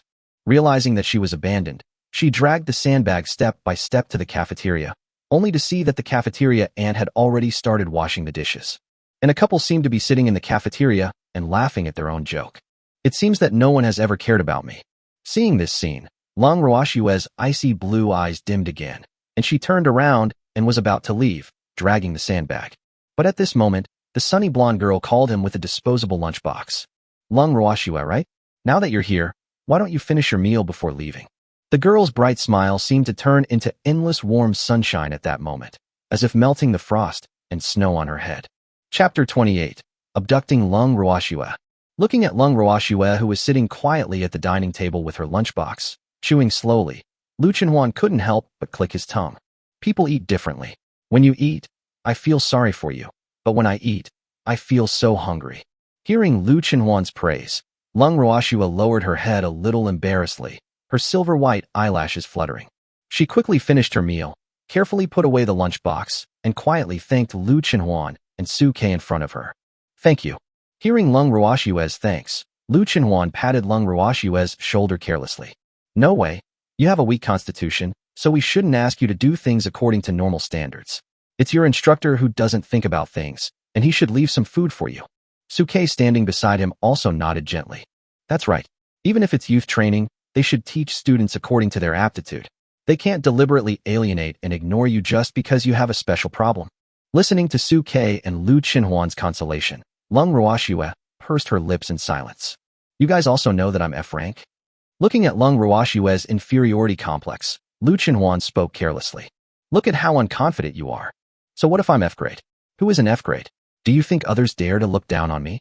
With my brother Su here, even the F class can create miracles. Seeing Lu Qinhuan's high-spirited look and a glimpse of Su Ke's angular and handsome face from the corner of his eye, envy appeared in his cold and blue eyes. I really envy you for having such a beastmaster who doesn't look down on you. The contract signed between F-level Lu Qinhuan and SSS-level Su Ke had already caused a sensation throughout Tianhai. Yesterday, on the first day of entering the camp, they severely slapped the faces of S-level An Ning and Zhao Fei in the face in public. Even if Lung Ruoxue didn't pay attention, she knew something about the two of them. Unfortunately, as an F-rank fellow, I only received contempt from the world. Seeing the envious look in Lung Ruoxue's eyes, Lu Qinhuan raised his eyebrows slightly. A cunning look appeared in his eyes, and he smiled at Lung Ruoxue. How is it? Are you envious? Yeah, I'm envious. Lung Ruoxue did not hide her envy. Seeing the cunning look in Lu Qinhuan's eyes, Su Ke's heart skipped a beat. He probably guessed what this tiger woman Lu Qinhuan was trying to do, and hurriedly went to pull Lu Qinhuan. Huan. But Lu Qinhuan had already taken the opportunity to put his face close to Lung Ruoxue and spoke to her in a seductive tone. Lung Ruoxue, you don't have to be envious. If you want, you can have a life like mine. Hearing Lu Qinhuan's words, Lung Ruoxue was stunned at first, then she smiled bitterly. Student Lu, please stop making fun of me. How can I be as popular as you? Not to mention a legendary SSS-level beastmaster like Su. Even those A and B-level beastmasters would never sign a contract with me. In their eyes, I was just a clown who got in through connections. During training, they didn't treat me as a member of their own camp at all. They even deliberately mocked me in front of me from time to time. Say you have no idea of your own worth. Just who can get into this youth training camp? Lung Ruoxue's eyes turned slightly red when she said this, and a distressed look appeared in her deep blue eyes. Su Ke, standing aside, also sighed softly. Lung Ruoxue's father must have considered his daughter's future, which is why he spent a lot of money and used his connections to send Lung Ruoxue to the youth training camp. However, he overlooked the strange looks that Lung Ruoxue, who was at level F, would receive here. Even though Lung Ruoxue is not as beautiful as Lu Qinhuan, in this world where strength is respected, few people would give up their future and sign a contract with her. Without the support of a beastmaster, Lung Ruoxue, who is at level F, is more like an isolated nobody in the youth training camp. Looking at the sparkling eyes in Lung Ruoxue's corners, her expression froze slightly. As a fellow F-level member, she could empathize most with Lung Ruoxue. If it weren't for Su Ke, my current situation would probably not be much better than Lung Ruoxue's. Thank you. Lung Ruoxue's voice was slightly choked at this time. Thank you for letting me feel a rare touch of warmth when I am about to leave the youth training camp. Listening to Lung Ruoxue's words, Su Ke and Lu Qinhuan frowned at the same time. Are you leaving? Through the chance encounter with Lung Ruoxue in the morning and her determination to carry a sandbag to the cafeteria to prove her character, Su Ke felt that Lung Ruoxue was not someone who would give up easily. What else can I do if I don't leave? In this youth training camp full of talented people, the gap between me and everyone else will only widen further as I am in the F rank. There is no point in staying here any longer, except to make everyone laugh at me. Lung Ruoxue lowered her eyes as she said this, her eyes filled with gloom. Seeing the gloom in Lung Ruoxue's eyes, Lu Qinhuan on the side became anxious and pushed Su Ke directly. Brother Su, Lung Ruoxue is quite pitiful. How about you consider helping her? Don't worry, no matter what decision you make, I will support you. Listening to Lu Qinhuan's words, Su Ke frowned slightly, then nodded. Through a simple contact with Lung Ruoxue, I found that although this girl is a little cold, she has a simple and stubborn personality and is also a good seedling worth cultivating. Besides, Lu Qinhuan has expressed his support for me, so I have nothing to worry about. If I don't make a decision now, and wait until Lung Ruoxue leaves the youth training camp, the chance of finding a third beast girl with SSS level potential will be too small. Lung Ruoxue, who was standing by, listened to the conversation between Lu Qinhuan and Su Ke with a hint of doubt in her eyes. Help me. Having made the decision, Su Ke looked at Lung Ruoxue seriously and spoke with a hint of seduction in his tone. If I tell you that there is an opportunity in front of you that can change your fate, help you change your destiny, improve your qualifications, and become an enviable, strong person like Huan. Would you want it? Hearing the temptation in Su Kei's tone, Lang Ruoshue's eyes were clearly moved, but then she shook her head. That's impossible. How can a weak F rank like me have the chance to change my fate? Why not? Su Kei's tone was full of confidence. Because you are not an ordinary F class. You are originally an SSS class that is superior to all others. However, due to the hidden defects in your body, your talent cannot be manifested and you are laughed at by everyone. SSS level. Listening to Su Kei's words, Lang Ruoshue's eyes became even less confident. How can I be SSS rank? How is it impossible? Su Kei tapped the dining table lightly and stared at Lang Ruoshue seriously. Let me ask you, do you often feel cold limbs, abnormally weak body, or even often get sick and have a fever? How do you know? After listening to Su Kei's analysis, Lang Ruoshue's blue eyes suddenly widened and she looked at Su Kei in disbelief. Seeing the doubt in Lang Ruoshue's eyes, Su Kei looked confident. Because your body has been corroded by defects, causing energy to overflow and affecting your body. And I can help you solve these problems. Chapter 29. The contract is concluded, and everyone is shocked. Seeing Su Kei's confident expression, Lang Ruoshue's heart wavered. In this world where strength is respected, no one would not want to have great power. Moreover, he suffered almost all the symptoms Su Kei described. At this moment, Su Kei dropped another bombshell. If I'm guessing correctly, your father should have found a doctor for you. According to the doctor, you are born with insufficient energy, and you may not even live past the age of 30. Lang Ruoshue was completely shocked after listening to Su Kei's words. How do you know all this? She didn't expect that Su Kei knew such a private matter. Lu Chenhuan, who was standing by, looked at the shock in Lang Ruoshue's eyes and a sly smile appeared at the corner of his mouth. That's right. Don't you see who my brother Su is?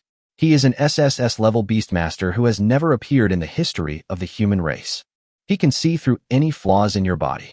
Since Su Kei had not yet signed a contract with Lang Ruoshue, Lu Chenhuan only said that Su Kei was an SSS-level beastmaster. But this was enough to make Lang Ruoshue believe it. Su Kei nodded gently and looked at Lang Ruoshue, who was feeling a little shaken at the moment. So, I can help you. Help me? How? At this time, Lang Ruoshue had almost believed Su Kei and Lu Chenhuan. Seeing that the time was almost right, Lu Chenhuan, who was standing by, showed a cunning look in his eyes and smiled at Lang Ruoshue. If you make a contract with Brother Su, he can use his innate ability to generate a repair plan to help you solve the defects in your body. Listening to Lu Chenhuan's words, Lang Ruoshue couldn't help but open her mouth, her blue pupils trembling slightly. Contract. But didn't I hear that a beastmaster can only have one beast girl contracted with him? If he cancels the contract, he will suffer a serious backlash. Student Lu, Student Su, are you willing to take such a big risk for a stranger like me? Of course not. Lu Chenhuan on the side rolled his eyes at Lang Ruoshue, then looked around the cafeteria. He saw that the cafeteria aunt was still washing dishes in the kitchen and there was no one around. He then lowered his voice and spoke to Lang Ruoshue. Because my big brother Su can make unlimited contracts. As long as you are willing, he can sign a contract with you at any time without any restrictions or backlash. Infinite contract. After listening to Lu Chenhuan's explanation, Lang Ruoshue opened her mouth again and looked at Su Kei in disbelief. Is this true? The one-to-one binding contract between beastmasters and beastmothers is a recognized limitation of the entire human race, but Lang Ruoshue could never have imagined that Su Kei could actually break through this limitation. Certainly. At this moment, Su Kei looked at Lang Ruoshue with confidence. There's no need for Huan and I to lie to you about this. If you don't believe me, try to sign a contract with me and you will know the truth. The conclusion of the contract is witnessed by the laws of nature, and there is absolutely no possibility of falsification. Lu Chenhuan on the side struck while the iron was hot and gave patient guidance. Lang Ruoshue, you have such a good opportunity, don't miss it. Do you really want to leave the youth training camp as a loser? Are you willing to let those who laugh at you talk behind your back, saying that they were right and that you are a waste? Are you really willing to live your whole life in obscurity? Now, such an opportunity to change your destiny is in front of you. Hold on, Brother Su.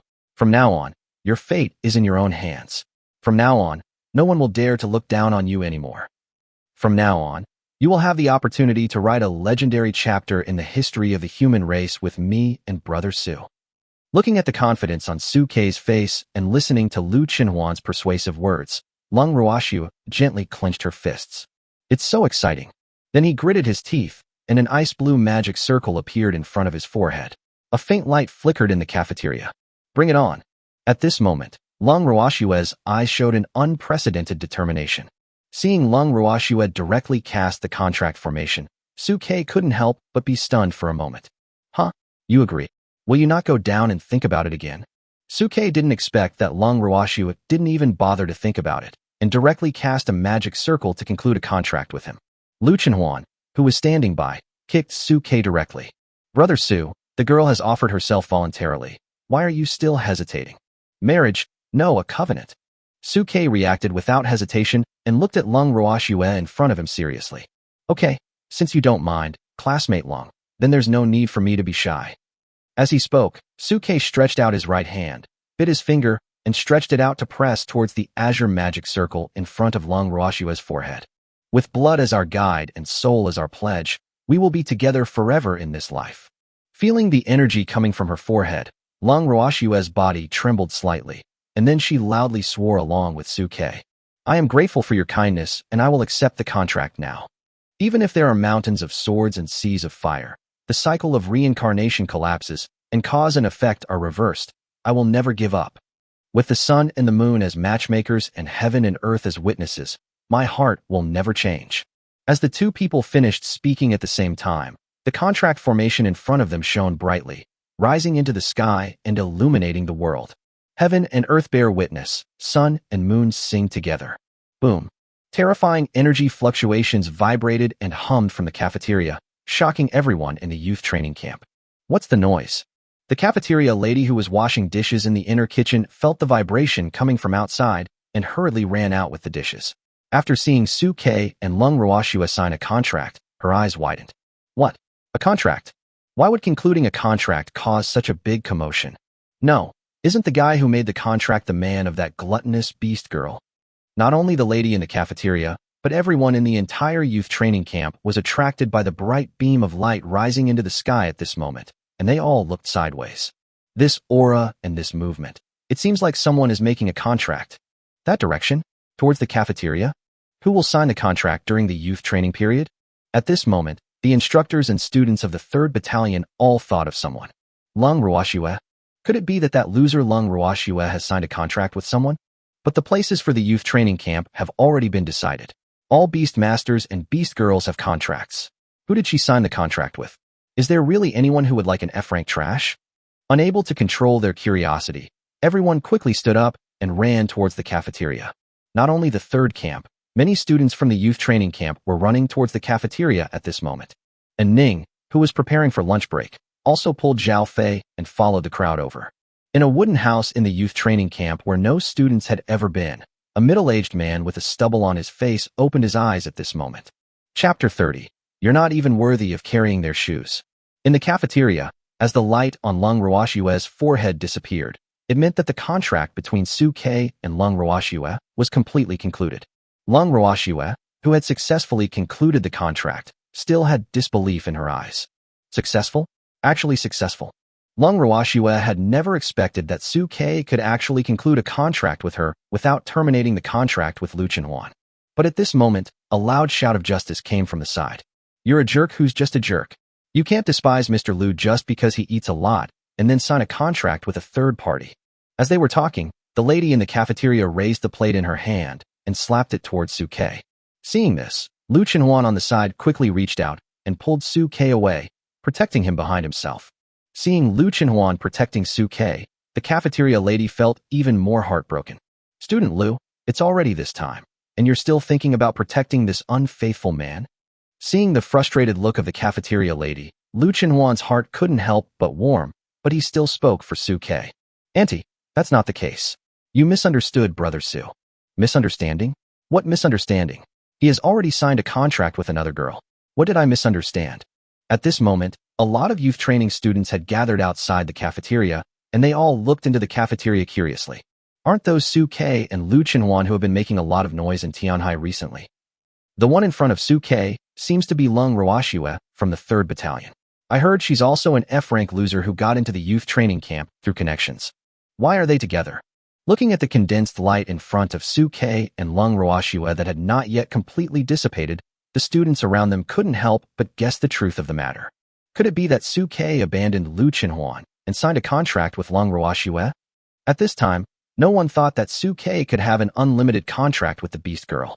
They just thought that Suke had abandoned Lu Chenhuan and turned to sign a contract with Long Ruoxue. I heard that it costs a lot to cancel the contract. It's not worth it for an F-ranked Beast Girl, right? Listening to people's chatter, An Ning in the crowd couldn't help but brighten her eyes, and she pulled Zhao Fei and squeezed into the door. An Ning laughed out loud at this time. Lu Chenhuan, I never thought that this day would come to you. Why? Abandoned by Suke? Having said this, An Ning sneered and looked at Suke. Suke, I didn't expect that your vision is still as poor as ever. I heard that Long Ruoxue is also the last one in the 3rd Battalion, and an F-level relative. Why, do you have a waist fetish? Are you specifically looking for a waist F-level contract? Hearing An Ning's sarcasm, Lu Chenhuan sneered. What? Do you think everyone is a power-seeking, fickle little slut like you? Faced with Lu Chenhuan's sudden increase in attack power, An Ning was stunned at first, and then immediately made a sarcastic remark. It's already this late, and you're still speaking up for Suke? If Suke hadn't terminated the contract with you, how could there be someone named Long Ruoxue on the contract? Faced with An Ning's sarcasm, Lu Chenhuan couldn't help but pause. He wanted to defend Suke, but was worried about exposing Suke's secret. But at this moment, Suke knew that the moment he contracted Long Ruoxue, the secret that he could not only contract one Beast Girl could no longer be concealed. Thinking of this, Suke directly blocked Lu Chenhuan's way, looking calmly at the people in front of him and the furious cafeteria lady beside him. Since everyone has seen it, I won't hide it anymore. I, Suke, can actually contract more than one Beast Girl. Suke did not say that there was no limit to his contracts. He just revealed to everyone that he could contract more than one Beast Girl. As for the exact number, he did not say, leaving it for everyone to guess. Hearing Suke's words, everyone around was suddenly shocked. What? Can I contract more than one Beast Girl? This has never happened before in the history of beast control. Is this the special thing about SSS level beastmasters? Some people also expressed their confusion at this time. But, since he could contract with more than one Beast Girl, why didn't Suke choose An Ning, who was also in Tianhai No. 1 middle school and had an S-level talent? Although An Ning is not as good as Suke's SSS level, she is better than Lu Chenhuan and Lang Ruoxue's F level. As they spoke, everyone couldn't help but look at An Ning with a weird look in their eyes. After hearing that Suke could contract more than one Beast Girl, An Ning froze on the spot and kept shaking her head. Impossible. Absolutely impossible. Suke, you must be lying to me, right? After listening to Suke talking about his talent, Lu Chenhuan no longer had any need to hide anything and spoke to An Ning with a sarcastic look on his face. An Ning, do you really think you are so important? Is it necessary for brothers who to lie to you? Brothers who can contract more than one Beast Girl. Hearing Lu Chenhuan's sarcasm, An Ning's teeth trembled and she looked at Suke in disbelief. But why? Suke, why didn't you tell me earlier? You can obviously contract more than one Beast Girl. Why didn't you choose to contract me? Suke raised his brows slightly and looked at An Ning with a smile. Do you think that I, Suke, would be interested in any kind of trash? Listening to Suke's words, An Ning almost roared. Am I not as good as these two F-class trash? Looking at An Ning who was roaring at him in anger, a sneer appeared on Suke's lips. You're right, you're really not as good as Huan Huan and Lang Ruoxue. You are not worthy of carrying their shoes, whether in character or talent. Hearing this, An Ning felt her body shaking, her eyes went dizzy, and she almost fell down. Fortunately, Zhao Fei supported her in time and prevented her from falling. But at this time, Zhao Fei's face was also very dark, and it was unclear whether he was criticizing Suke's ruthless ridicule or An Ning's obsession. Suke, you are really blind. At this time, An Ning forced Zhao Fei to stand firmly, his eyes full of hatred. You must have deliberately contracted two F-class trash to retaliate against me, in order to prove that even if they're F-class, you can raise more than me, right? Just wait, I'll let you know that F-class is trash. No matter how hard you try, they are still trash. When I reach your level, I will let you know what regret is. Regret your original decision. Zhao Fei, let's go. An Ning yelled, and when he saw Zhao Fei standing there motionless, he became even angrier. Zhao Fei, are you f***ing deaf? Why don't you help me leave? Zhao Fei came back to his senses and quickly said, oh, and helped An Ning leave in embarrassment. At this moment, a middle-aged man in an instructor's uniform pushed through the crowd and walked quickly towards Suke, Lang Ruoxue, and the others. Chapter 31. 3 years in the East, 3 years in the West. Looking at the instructor who pushed through the crowd and came to him, Suke couldn't help but narrow his eyes slightly. Who are you? However, Lang Ruoxue, who was beside him, hurriedly spoke respectfully to the instructor in front of him. Meet the instructor. When Suke saw this, he immediately understood that the person in front of him should be the instructor of the 3rd Battalion. As expected, the instructor in front of him also spoke directly to Suke. "Hello, I'm Zhao Yang, the instructor of the 3rd Battalion. Meet Instructor Zhao." Suke would still give due respect to the instructors of the youth training camp. "I wonder what Instructor Zhao is here for? Is it about Long Ruoshue's matter?" Hearing that Suke had guessed his purpose so quickly, Zhao Yang couldn't help but show a hint of admiration for the young man in front of him, but he quickly suppressed it from his eyes. "Yes. Student Su, you also know that our youth training camp has always been mainly about training beastmasters and beast girls together. Now that Lang Ruoshue has signed a contract with you, for the convenience of future training, she should also be assigned to your 1st Battalion." Listening to Zhao Yang's words, Suke instantly understood Zhao Yang's purpose. Zhao Yang was disgusted with Lang Ruoshue for being a drag on their 3rd Battalion, so he took the opportunity to send her to his 1st Battalion. After all, for them, keeping an F-level warrior like Lang Ruoshue, who has a weak physique, in the 3rd Battalion would only reduce everyone's training efficiency and slow down the pace of the game. Although from Lang Ruoshue's previous narration, Suke also didn't like Lang Ruoshue staying in the 3rd Battalion, which didn't care about her, but out of respect for Lang Ruoshue, Suke still looked at Lang Ruoshue. After all, changing camps is a matter of great importance. "Ruoshue, what about you?" Hearing Suke addressing her, Lang Ruoshue's body couldn't help but tremble slightly. She then looked up at Suke and Lu Qinhuan, who were concerned about her. In contrast to Zhao Yang, who had a cold face, Lang Ruoshue made a decision in her heart instantly. "I do. I am willing to stay with classmate Su from now on." Seeing the determination in Lang Ruoshue's eyes, Suke nodded and then looked at Zhao Yang. "Okay, since Ruoshue has made up her mind, then there is no problem on my side. Instructor Zhao, you may need to communicate with our instructor Pang." Listening to what Suke and Lang Ruoshue said, Instructor Zhao Yang's face instantly showed joy. "No problem, no problem. I'll take care of it." Lang Ruoshue got in originally through connections, so she was dispensable to their 3rd Battalion. Now that she had signed a contract with Suke, it just gave them the opportunity to get rid of Lang Ruoshue. As long as the parties involved agree, the matter will be reported, and there is nothing Peng Ming and others can do even if they disagree. "Okay, since you all agree, I'll take Lang Ruoshue to go through the formalities now." At this moment, Zhao Yang could not suppress the joy on his face, as if getting rid of Lang Ruoshue, this burden, was a great thing for him. Lang Ruoshue looked at this scene and felt even more disappointed with the 3rd Battalion. "Student Su, I'm going to go handle the formalities first." Lang Ruoshue spoke to Suke, and then followed Zhao Yang towards the office of the youth training camp.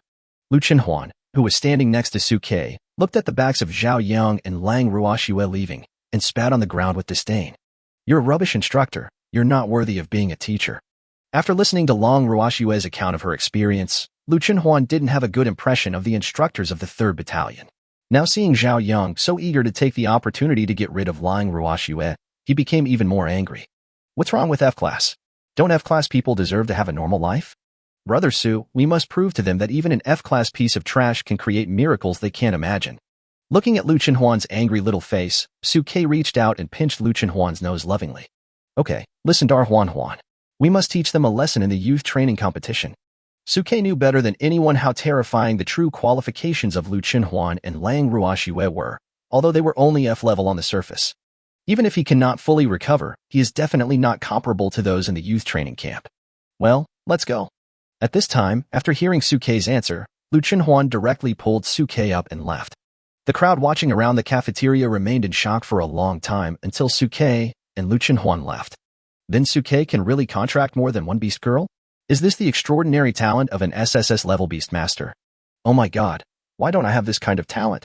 It's such a pity that Suke had the chance to contract 2 beast girls, but he wasted it all on 2 F-rank trash. If you ask me, this guy is just a beauty lover. He has lost his mind due to beauty and has no regard for his future at all. Sooner or later he will realize that F-rank is F-rank. Even with the cooperation of his SSS rank beastmaster, he is still a hopeless case. Suke and Lu Qinhuan, who had already walked far away, naturally did not hear the discussions of the crowd. But given Suke's understanding of human nature, there is no doubt about it, and there will be ridicule. But the road to becoming a strong person is full of doubts and ridicule. Lu Qinhuan, who was holding the arm of Qian Qian, gritted his teeth and kicked the stone in front of him, breaking it into pieces and splashing out. They are a bunch of people who look down on others. Sooner or later, we will teach them what it means to be in the East for 30 years and to be in the West for 30 years. At this point, Lu Qinhuan's tone paused, as if he was not very satisfied with what he said. 30 years is too long. 3 years. 3 years in the East, 3 years in the West. Don't bully the weak F class. Listening to Lu Chenhuan's words, Suke couldn't help but smile indulgently and ruffled Lu Chenhuan's golden hair. Silly girl. Don't think about those things. We still have training in the afternoon. Let's go back to the tent and take a nap first. Okay. Lu Chenhuan nodded obediently after hearing this, took Suke's arm and walked back to the tent, then rested her clothes on Suke's arm and began to take a nap. Suke, on the other hand, held Lu Chenhuan with one arm and rested his other hand behind his head, staring at the top of the tent in deep thought. Now, with the addition of Lang Ruoxue, who had just signed a contract, he had already contracted 2 talented beast girls with potential SSS caliber. Next, he should concentrate on training, and then find an opportunity to quickly improve the qualifications of the 2, so that they could get good results in the competition and enter the Kyoto examination. Once the exam enters Kyoto, the resources for cultivation will be more abundant, and it will be easier to help Lang Ruoxue and Lu Chenhuan recover to SSS level, and his own strength will also increase faster. The lunch break passed quickly, and soon it was time for afternoon training. Just when everyone was gathering to prepare for training, Lang Ruoxue, with silver hair and blue eyes, was brought into the team by Su Lu. Looking at Lang Ruoxue's peerless beauty that was not inferior to Lu Chenhuan, many students in the 1st Battalion who did not go out to watch at noon showed doubts. Who is this? How did our instructor bring him in? I remember seeing her in the cafeteria. She seemed to be the school beauty of number 3 middle school. I heard she wasn't very popular in the 3rd Battalion. Some students who had participated in the lunch break were excitedly preparing to gossip when they heard the news, but were interrupted by Su Lu in a cold voice. Everyone be quiet. This is Lang Ruoxue from the 3rd Battalion. She just signed a contract with Su, so she transferred from the 3rd Battalion to our 1st Battalion for the convenience of training. From now on, you're classmates. Upon hearing this, everyone in the field instantly became excited. Chapter 32, Worthy of being the future son-in-law of the Lang family. What? Did I hear you right? Our captain's contract partner? But didn't Captain Su and Captain Lu already sign the contract? Why did they sign another one? I heard it's also an F rank. Did Captain Su and Captain Lu break up? But they were sticking together just now. It doesn't seem like that. Listening to those students who didn't know what was going on eating melons, some students who ran to watch at noon finally couldn't help but speak up. You probably don't know this. Captain Su is a SSS level genius beastmaster and can contract with more than one beast girl. The unusual situation in the cafeteria at noon today was caused by the contract between Captain Su and Lang Ruoxue. What? Our Captain Su can repeat the contract? Why didn't I get this talent? What a pity. Captain Su is extremely talented, but contract's vision is a little too unique. Then why did Captain Su not agree to An Ning's request and sign a contract with her? Captain Su said today that he doesn't care about all the trash. Compared to qualifications, our Captain Su seems to focus more on character. Hiss. For a moment, the martial arts arena was filled with an uproar, and everyone looked at Suke with ambiguous eyes. Since he entered the camp, Suke had always brought different surprises to everyone, and everyone's attitude towards Suke had gradually changed from disdain in the beginning to more respect. Su Lu didn't delay any longer and waved to Lang Ruoxue. Okay, classmate Ruoxue, return to the team. Ruoxue, this way. As Su Lu finished speaking, Lu Chenhuan excitedly waved at Lang Ruoxue. Upon hearing this, Lang Ruoxue turned her gaze towards the Beast Girl team where Lu Chenhuan was, then stood up and joined the team, following behind Lu Chenhuan, then looked at Suke who was not far away from her, and lowered her head shyly. Thank you. Thank you. Hearing this, Lu Chenhuan, who was in front of Lang Ruoxue, turned around and patted Lang Ruoxue on the shoulder. What are you thanking me for? Since you have signed a contract with Brother Su, we are a family from now on. Don't worry, since you have come to our 1st Battalion, as the captain of our 1st Battalion, I will definitely not treat you badly like those heartless people in the 3rd Battalion. From now on, Brother Su and I will protect you in the 1st Battalion. Faced with Lu Chenhuan's enthusiasm, Lang Ruoxue gently grasped the hem of her clothes and nodded. Good. Seeing Lang Ruoxue integrated into the team, Su Lu coughed dryly and announced a new round of training with Pang Ming. The intensity of training in the afternoon is not much different from that in the morning, but the scope of training has been reduced to daily training such as weighted frog jumps, high leg push-ups, etc. for all participants to continue to exercise their physical strength. Even with the experience of the morning, everyone still fell into silence when looking at the heavy sandbag. But everyone who entered the youth training camp had their own pride. Led by Suke and Lu Chenhuan, they picked up their own sandbags and began training. Lang Ruoxue's pupils couldn't help but shrink when she saw Suke and Lu Chenhuan's sandbags, which were twice as big as their own.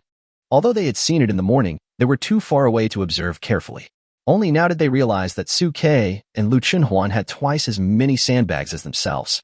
Seeing Lang Ruoxue's confusion, Lu Chen beside her explained to Lang Ruoxue with a smile.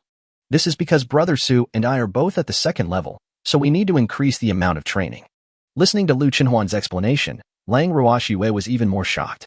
She was originally a student of the 3rd Battalion, and since she seldom talked to people, she had no idea that Lu Chenhuan and Su Ke were already at the 2nd stage. After hearing about their realms, she could not hide her amazement. Seeing this, Lu Chenhuan on the side smiled at Lang Ruoxue and said, Ruoxue, don't be envious. Now that you are following Brother Su, you will soon be able to improve your realm like me. Your hard days are over from today. Hearing Lu Chenhuan's encouragement, hope rekindled in Lang Ruoxue's eyes and she nodded heavily. I will definitely work hard and will not embarrass you. Su Ke, who was training not far away, watched this scene and smiled. Lu Chenhuan could live in harmony with Lang Ruoxue, which was something he was very happy to see. This way, he would have less worries in the future. Now that Lang Ruoxue has also signed a contract with me, I can customize a repair plan based on her defects. Let me see what conditions are needed to repair Lang Ruoxue's defects. While thinking, Su Ke activated his divine eyes of insight and looked at Lang Ruoxue again. Beast Mother, Lang Ruoxue. Realm, 1st level spiritual awakening. Talent, F level iceworm. Beastmaster, none. Talent skills, beast transformation, frost shavings. Disadvantage, the body contains SSS level frost dragon energy, but because the dragon crystal core is corroded by erosion poison, the energy leaks out by 99.99, and it cannot show the posture of a dragon. Repair plan. Finding the ancient artifact Cambrian ice core can help suppress erosion, restore energy, and store dragon breath. Looking at the repair plan on the information board, Su Ke couldn't help but frown slightly. Cambrian ice core? If I remember correctly, this seems to be an extremely rare mineral crystal. It is a crystal core formed by the ice crystal energy of the Cambrian period, the first geological era of the Paleozoic era. It is buried in the bitter cold sea in the far north. It can quickly help condense the ice elements in the air. It is an energy crystal that some ice-attributed beast girls and beast masters are very eager to pursue. It is hard to find in the market. Is this first patch so strong? Su Ke looked at Lang Ruoxue's repair plan with a frown on his face, thinking about how to find the Cambrian ice core. At this moment, Su Ke seemed to have sensed something. He turned his head while training and looked at the shadow of a big tree in the distance of the martial arts field. In the shadows, there was a middle-aged man in a neat suit and slicked back hair, quietly leaning aside, looking towards the martial arts arena where they were. Judging from her features, that person actually looked 30 similar to Lang Ruoxue. Seeing this scene, Su Ke's eyes couldn't help but narrow slightly. Could this uncle be Lang Ruoxue's father, Lang Qianqiu, the richest man in Tianhai City? Su Ke was right. The person who came was Lang Qianqiu, the richest man in Tianhai. After learning at noon that his daughter had signed a contract with someone in the youth training camp, Lang Qianqiu immediately flew to the youth training camp. After learning that the person who had signed the contract with Lang Ruoxue was an SSS-level beast tamer, Lang Qianqiu was so happy that he jumped 3 feet high. He didn't even bother to drink his tea and hurried to the 1st Battalion. For him, it doesn't matter which camp Lang Ruoxue is in. As long as Lang Ruoxue can contract a powerful beastmaster and her future is guaranteed, he, as a father, will be relieved. At this moment, Lang Qianqiu seemed to notice Su Ke's gaze towards him and raised his eyebrows slightly. This little guy is not bad. He can pay attention to his surroundings even when he is not training well. You are worthy of being the future son-in-law of my Lang family. Chapter 33, As a Father, I Am Right. The training time is always boring and torturous.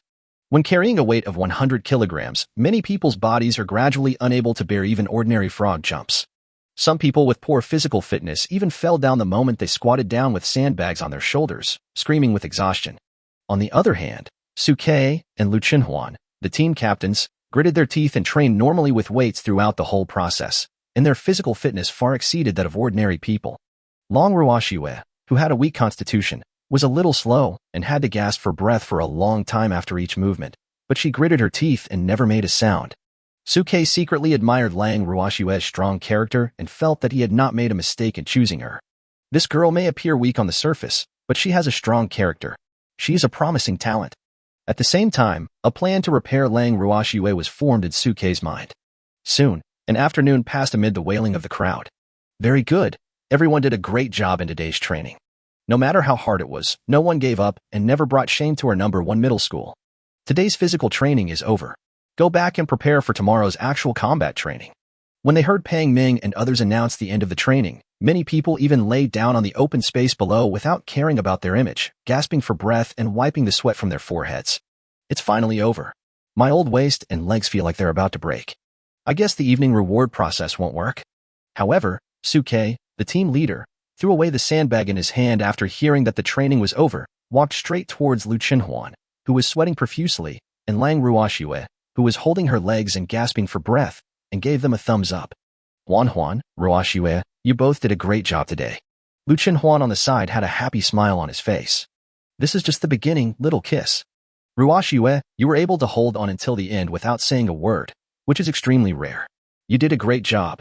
After hearing Suke and Lu Chenhuan's praise, Lang Ruoxue couldn't help but be stunned, with a complicated look in her eyes. This was the first time she was praised since entering the youth training camp. Thank you, Brother Su and Sister Huan.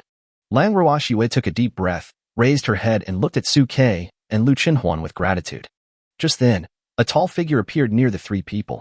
The three of them turned their heads at the same time and found Lang Chenxiu, who had appeared beside them without them noticing. Dad, you're here. Seeing Lang Chenxiu's figure, Lang Ruoxue's eyes were complicated. Lang Chenxiu laughed and said, I heard that my daughter had signed a contract with the beast tamer. As a father, how could I not come and take a look? Having said this, Lang Chenxiu looked at Suke with a smile on his face. You are the beastmaster Suke who has awakened SSS level talent and is widely known in Tianai City, right? Suke nodded neither humbly nor arrogantly. It's me, Suke, meet Uncle Lang. The boy is quite polite. Seeing Suke's neither humble nor arrogant appearance, Lang Chenxiu's eyes showed satisfaction, and then he looked at Lu Chenhuan beside him. You are Suke's first contract partner, Lu Chenhuan, who has the same F-level talent as Ruoxue, right? Before coming, Lang Chenxiu used his own means to find out all the information about Suke and Lu Chenhuan, and learned that Suke could contract with more than one beast girl. Yes. Facing Lang Chenxiu's question, Lu Chenhuan nodded neither humbly nor arrogantly. Seeing this, Lang Chenxiu was also very satisfied. He then turned his head to look at Suke again and spoke to Suke with a serious face. Suke, thank you for not despising my Ruoxue and signing a contract with her. But I want to know, why did you choose Ruoxue as your contract partner? When asking this question, Lang Chenxiu's face was serious, and the smile from before was completely gone between his brows. Suke, I hope you can answer this question seriously and don't lie to me. I know very well how low Ruoxue's talent is, so I can't understand why you chose Ruoxue. Can you tell me? As a businessman, through his observation of Suke just now, Lang Chenxiu keenly felt that Suke was not a person who was easily seduced by beauty as rumored. Lang Chenxiu felt that Suke must have a purpose behind doing this, and he must know. Because he didn't want his daughter's second half of life to be harmed by this. Looking at Lang Chenxiu's cautious expression, Suke knew in his heart that he could not deceive Lang Chenxiu. So Suke simply told the truth. Uncle Lang, to tell you the truth, the reason why I contracted Ruoxue is not only because I value Ruoxue's character and intelligence, but also because I value her extraordinary potential in the future. Extraordinary potential? Listening to Suke's explanation, Lang Chenxiu's brows instantly furrowed. Suke, what do you mean by this? Are you saying that Ruoxue has extraordinary potential that the world cannot see? Right. Suke nodded gently and looked at Lang Chenxiu seriously. Since you are Ruoxue's father, I am not going to hide it from you. The real talent hidden in Ruoxue is not an F-class iceworm, but an SSS class frost dragon. What? The moment he heard Suke's words, even Lang Chenxiu, who was known for his calmness, couldn't help but exclaim.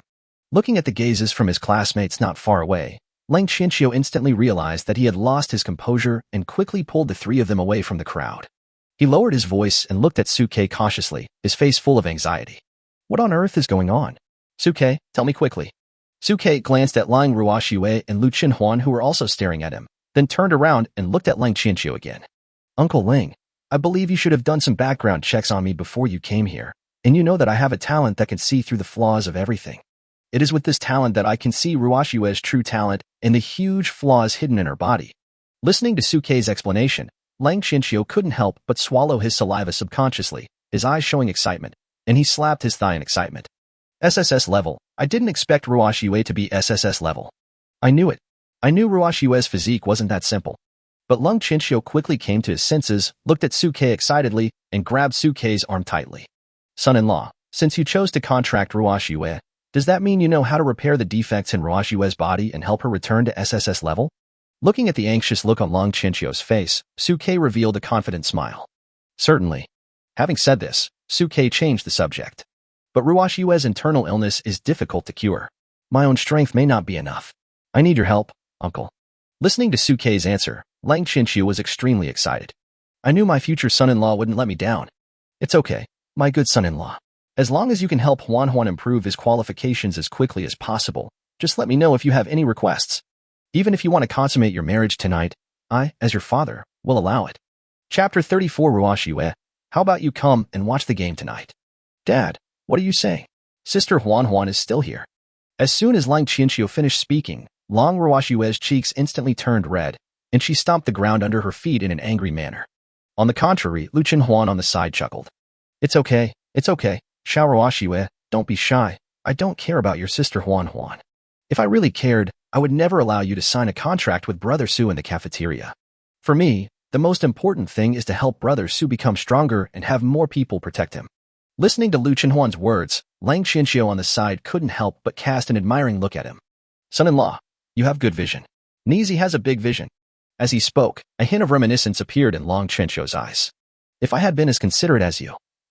Halfway through his words, looking at Lang Ruashiwe's tightly furrowed brows, Lang Chinchio realized that he seemed to have gone off topic, and quickly came back to his senses and looked at Suke again. Speaking of which, son-in-law, you just said that you needed my help.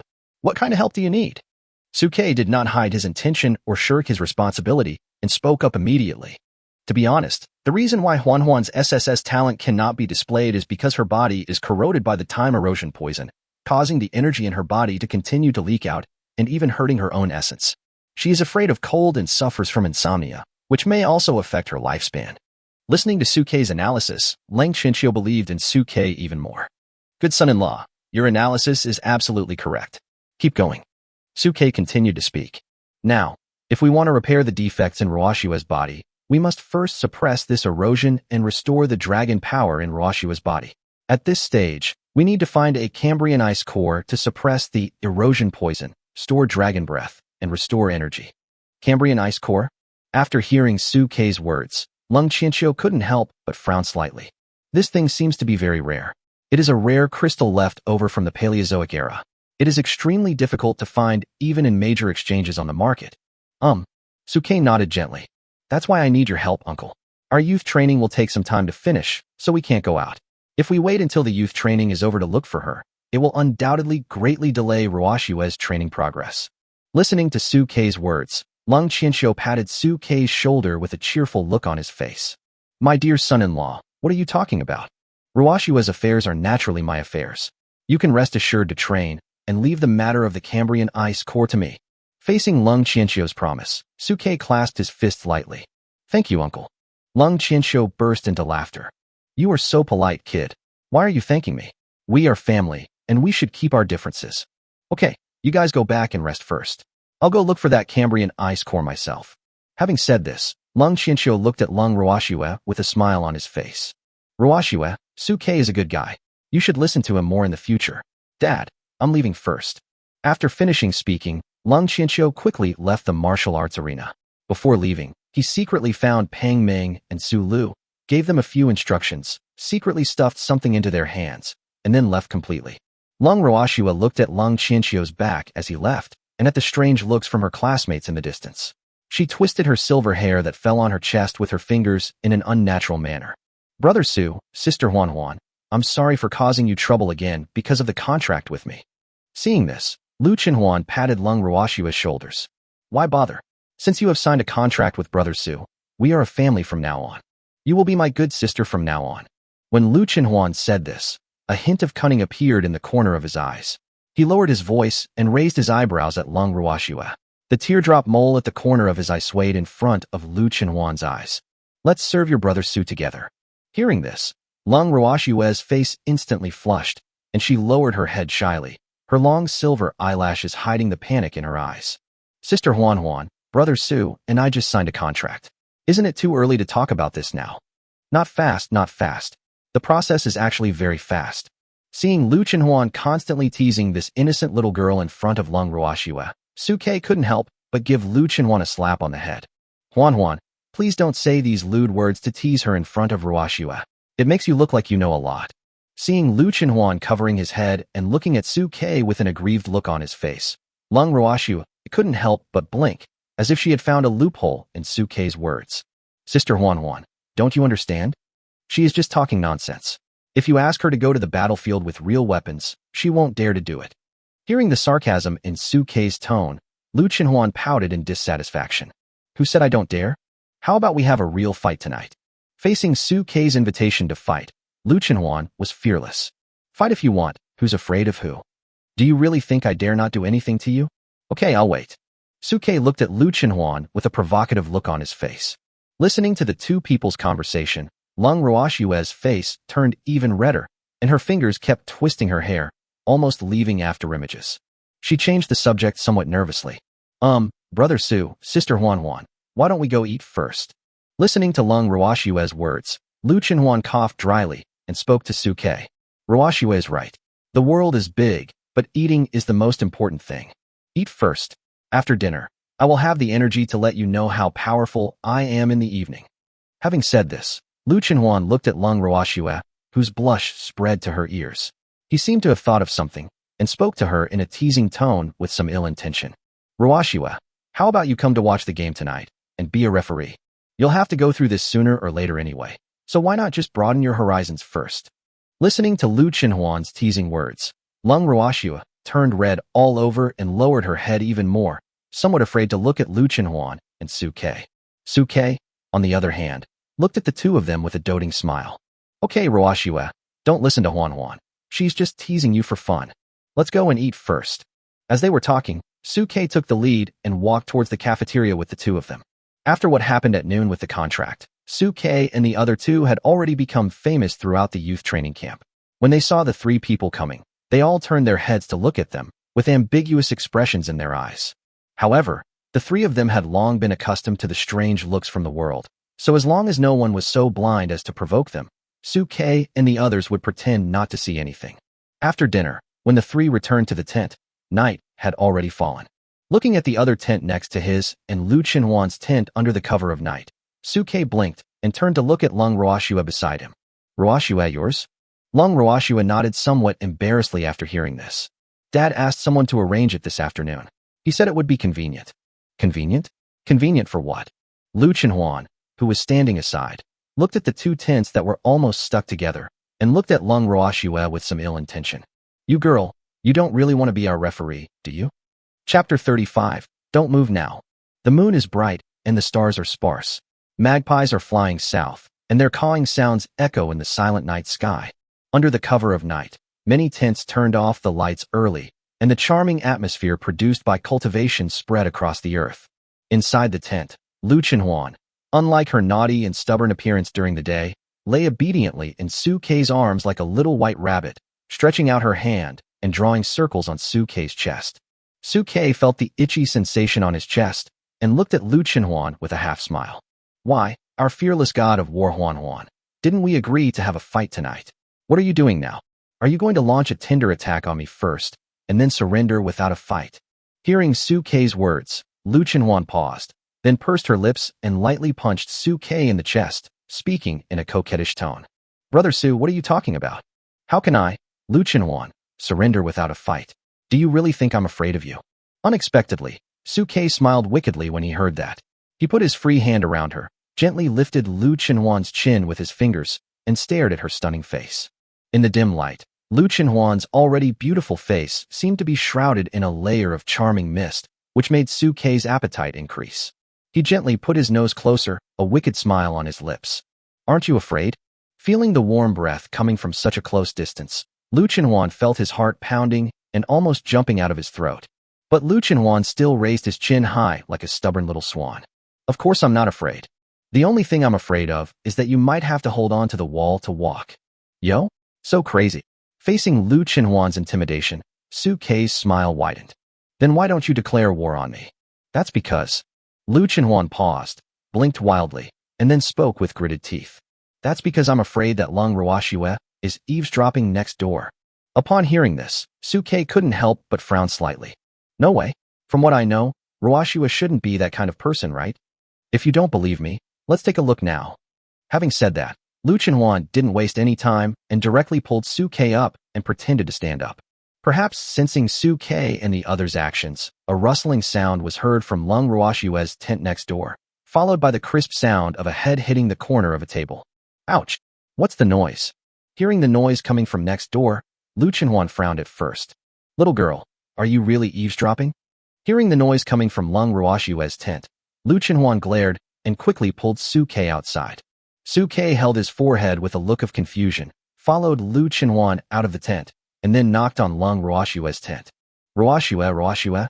Hearing Lu Chenhuan's anxious call outside, Lung Ruoshue, wearing a set of blue dinosaur pajamas with a big hat hanging behind her, yawned and looked at Lu Chenhuan and Su Ke with a sleepy face. Brother Su, Sister Huan, it's so late. Aren't you going to sleep? Is there anything you want to talk to me about? Seeing this, Lu Chenhuan looked at Lung Ruoshue with suspicion. You're still asking us? Let me ask you, were you eavesdropping on what was happening in our tent just now? Lung Ruoshue raised her beautiful elf-like face and looked at Su Ke and Lu Chenhuan with an innocent look on her face. No, I was sleeping so soundly just now. I was awakened by you knocking on my tent. Real. Looking at Lung Ruoshue's innocent face, Lu Chenhuan was full of suspicion. Really? I'll send for. Lung Ruoshue raised 3 fingers and nodded like a chick pecking at rice. Did we hear it wrong? Lu Chenhuan approached Lung Ruoshue again. Lung Ruoshue nodded hurriedly. That's for sure. It must be that Sister Huan and Brother Su are under too much pressure and are hallucinating. Oh. Lu Chenhuan nodded as if he had suddenly understood something, and then, taking advantage of Lung Ruoshue's unpreparedness, he pressed a finger on Lung Ruoshue's red forehead, causing Lung Ruoshue to cry out in pain subconsciously. Ruoshue, I didn't expect that you look so innocent on the outside, but you can lie without blinking an eye. If you didn't listen, how did you get that bump on your forehead? That is. Seeing her lie exposed, Lung Ruoshue was at a loss and stretched out her hands to twist her hair. Okay, I won't tease you anymore. Seeing Lung Ruoshue's look, Lu Chenhuan couldn't help but chuckle. Ruoshue, you don't have to be so sneaky. If you want to hear or see, you can watch it up close. After all, we are all a family now. Hearing Lu Chenhuan's words, Lung Ruoshue was stunned at first, then she twisted her body a little embarrassedly. That's not good. Such a private matter. What's wrong? Before Lung Ruoshue finished her words, Lu Chenhuan pulled Lung Ruoshue over. Come on, we invite you to be our referee now, and see for yourself who is stronger between me and Brother Su. Hearing this, Lung Ruoshue looked even more embarrassed. She clenched her fingers and blinked her eyes continuously. It's still not right. It's perfect. Lu Chenhuan directly dragged Lung Ruoshue to the door of his and Su Ke's tent, then pulled Su Ke to an open space nearby, and spoke to Su Ke with a serious face. Brother Su, I, Lu Chenhuan, now officially declare war on you and challenge you. Come on, let's have a hearty competition. Huh. Seeing Lu Chenhuan getting ready, both Su Ke and Lung Ruoshue beside him were stunned for a moment. You mean this fight? What else? Is there any other way to fight? We're going to have actual combat training tomorrow. Wouldn't it make sense for us to get familiar with it tonight? At this moment, Lu Chenhuan felt very righteous. Brother Su, you wouldn't dare, would you? Looking at the speechless Su Ke, Lu Chenhuan rolled his eyes and coughed dryly. Well, let's raise the stakes. The loser must unconditionally agree to one condition of the winner. Ruoshue is watching, don't regret it. Hearing Lu Chenhuan's words, Su Ke's eyes lit up. That's what you said. Certainly. Lu Chenhuan was so confident at this moment. I have many skills now. I don't believe that a beastmaster like you can do anything to me. Take my punch. As he spoke, Lu Chenhuan leaped up with one step, spiritual energy surging around him. His animal ears and claws transformed, and he retracted his nails and pounced towards Su Ke. Looking at Lu Chenhuan who was rushing towards him, Su Ke showed a smile. Little girl, you still want to rebel against your master. He took a step forward, faced the person rushing in front of him, and gently tapped him with his hand. Bound spirit. In an instant, Lu Chenhuan's body was frozen. Su Ke, on the other hand, took the opportunity to hug Lu Chenhuan's waist, and took the opportunity to cover Lu Chenhuan's forehead with his lips, speaking in a gentle tone. Silly girl, you lose. Now don't move. Chapter 36. Come and fight. In the early morning, Su Ke, looking refreshed, pulled Lu Chenhuan, looking shy, and knocked on Lung Ruoshue's tent. Ruoshue, get up and train. Lung Ruoshue, who had already changed into training clothes, opened the tent and walked out, blinking at Su Ke and Lu Chenhuan. Brother Su, Sister Huan, You are here so early. You were so tired yesterday, but you still got up so early. Hearing Lung Ruoshue's words, Lu Chenhuan's eyes widened instantly. You girl eavesdropped again? Lung Ruoshue quickly stretched out 3 fingers and raised them to the sky. No, I didn't. I sent 4. You guys trained so hard yesterday and had a fight at night, so you must be tired. Listening to Lung Ruoshue's analysis, Lu Chenhuan nodded guiltily, then coughed dryly. You're right. But I always feel that it's not a good idea to have ears through the wall all the time, and it's not convenient for me to learn and communicate with you. Anyway, the relationship between the 3 of us is clear. We are all family. There is no need to be polite. Well, you move in with us. The 3 of us living together will make it much more convenient for us to study and communicate in the future. Having said this, Lu Chenhuan nudged Su Ke with his elbow. Brother Su, don't you think so? Su Ke reached out and rubbed Lu Chenhuan's head lovingly. You little girl, Ruoshue hasn't known us for long, and you asked her to move in and sleep with us? What's wrong? Lu Chenhuan pouted her little lips. Brother Su and I haven't known each other for a long time, but we still sleep on the same bed, right? As long as you meet the right person, what does it matter how long it takes? Listening to Lu Chenhuan's twisted logic, Su Ke reached out and gave Lu Chenhuan a slap. Silly girl, instead of thinking about improving your own strength, you are distracted all day long. Let's go and participate in today's training camp together. The youth training lasts about a month, and we strive to develop everyone's abilities to the fullest in a short period of time. Daily training is extremely important. As they spoke, Su Ke pulled Lu Chenhuan and Lung Ruoshue and walked quickly towards the martial arts arena. Seeing the 2 stunningly beautiful faces beside Su Ke, one hot and passionate, the other cold and beautiful, the beastmasters in the martial arts arena couldn't help but shed tears of envy. What a heavenly day this is. I'm so envious. Although they knew that Lu Chenhuan and Lung Ruoshue were both low-level beast girls with F-grade qualifications, their looks still made them jealous. One leading 2, and still being so harmonious. You are worthy of being our captain. Awesome. I can't imagine how happy this guy is to go home and face 2 beauties every day. Seeing the tears of envy on the corners of their own beastmaster's mouth, all the beast girls couldn't help but reach out and pinch their beastmaster hard. Are you envious? Envious of why you didn't dare to make a contract with them in the first place? Do you envy Captain Su for his courage? Hearing the ridicule from their beast mothers, all the beastmasters fell silent again. Indeed, just as those beast girls said, although all the beastmasters were extremely attracted by the looks of Lu Chenhuan and Lung Ruoshue, they also knew in their hearts that if they were asked to give up their future and sign a contract with 2 F-level beast girls, no one in the field believed that they could do it. Fortunately, Pang Ming and Su Lu appeared at this time and told everyone to stand up and prepare to start a new round of training. I mentioned yesterday that today's test is about actual combat training. Today, you will each choose someone to conduct actual combat training with. Try to quickly enter the Beast Tamer's combat state. For Beastmasters and Beast Girls, basic training is the focus and practical combat ability is the core. Therefore, on the 3rd day of youth training, we arranged actual combat directly to facilitate everyone's training. Today is practical training from morning to night. After each battle, you will rest for a while and then fight with the next target so that you can quickly become familiar with how to deal with different combat methods. Under Pang Ming's instructions, the entire battalion of students were divided into 15 teams according to the combination of Beastmasters and Beast Girls, and then chose their own combat opponents in a self-selection mode. But surprisingly, when everyone was choosing their opponents, they subconsciously stayed away from Su Ke and the other 2. Seeing this scene, Pang Ming couldn't help but raise his eyebrows. You seem to be reluctant to choose Su Ke and his group as your training subjects. Hearing Pang Ming's words, a B-level Beastmaster couldn't help but speak with a bitter face. Captain Su and his team are completely superior to our second-order team in terms of realm, and they are a team of 3. How do I choose this? The other Beastmasters and Beast Girls nearby also echoed this. That's right, Captain Su and his team are so strong. Choosing them is just asking for trouble. Listening to what everyone said, Pang Ming, the instructor, frowned and looked serious. Strong? Are you afraid of me because I'm strong? This is a training session for the youth. They won't kill you. You are afraid. If you encounter beasts stronger than you on the battlefield in the future, will you be afraid too? If every Beastmaster and Beastwoman was as cowardly as you, then our human race's territory would have been completely divided up by those ferocious beasts long ago. After listening to Pang Ming's teachings, everyone in the field couldn't help but lower their heads, with stern expressions on their faces. Instructor, you can't blame them entirely. Seeing this, Suke stepped forward and looked at the people around him with a smile on his face. This way, when we train with you, Huan and I will both suppress ourselves. And I won't send out two beast girls at the same time. I will only choose one beast girl to fight with you. Hearing Suke's words, everyone in the field couldn't help but brighten their eyes. After Suke said this, everyone immediately gained the confidence to challenge Suke. After all, what everyone feared was Suke's powerful realm and the combined combat power of the three beast girls. If they lowered their own level and only sent out one beast girl, everyone thought they might be able to win.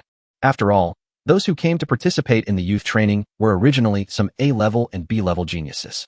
They were all proud and arrogant children of heaven, and they didn't think that they would lose to Suke, who was paired with an F-level beast girl.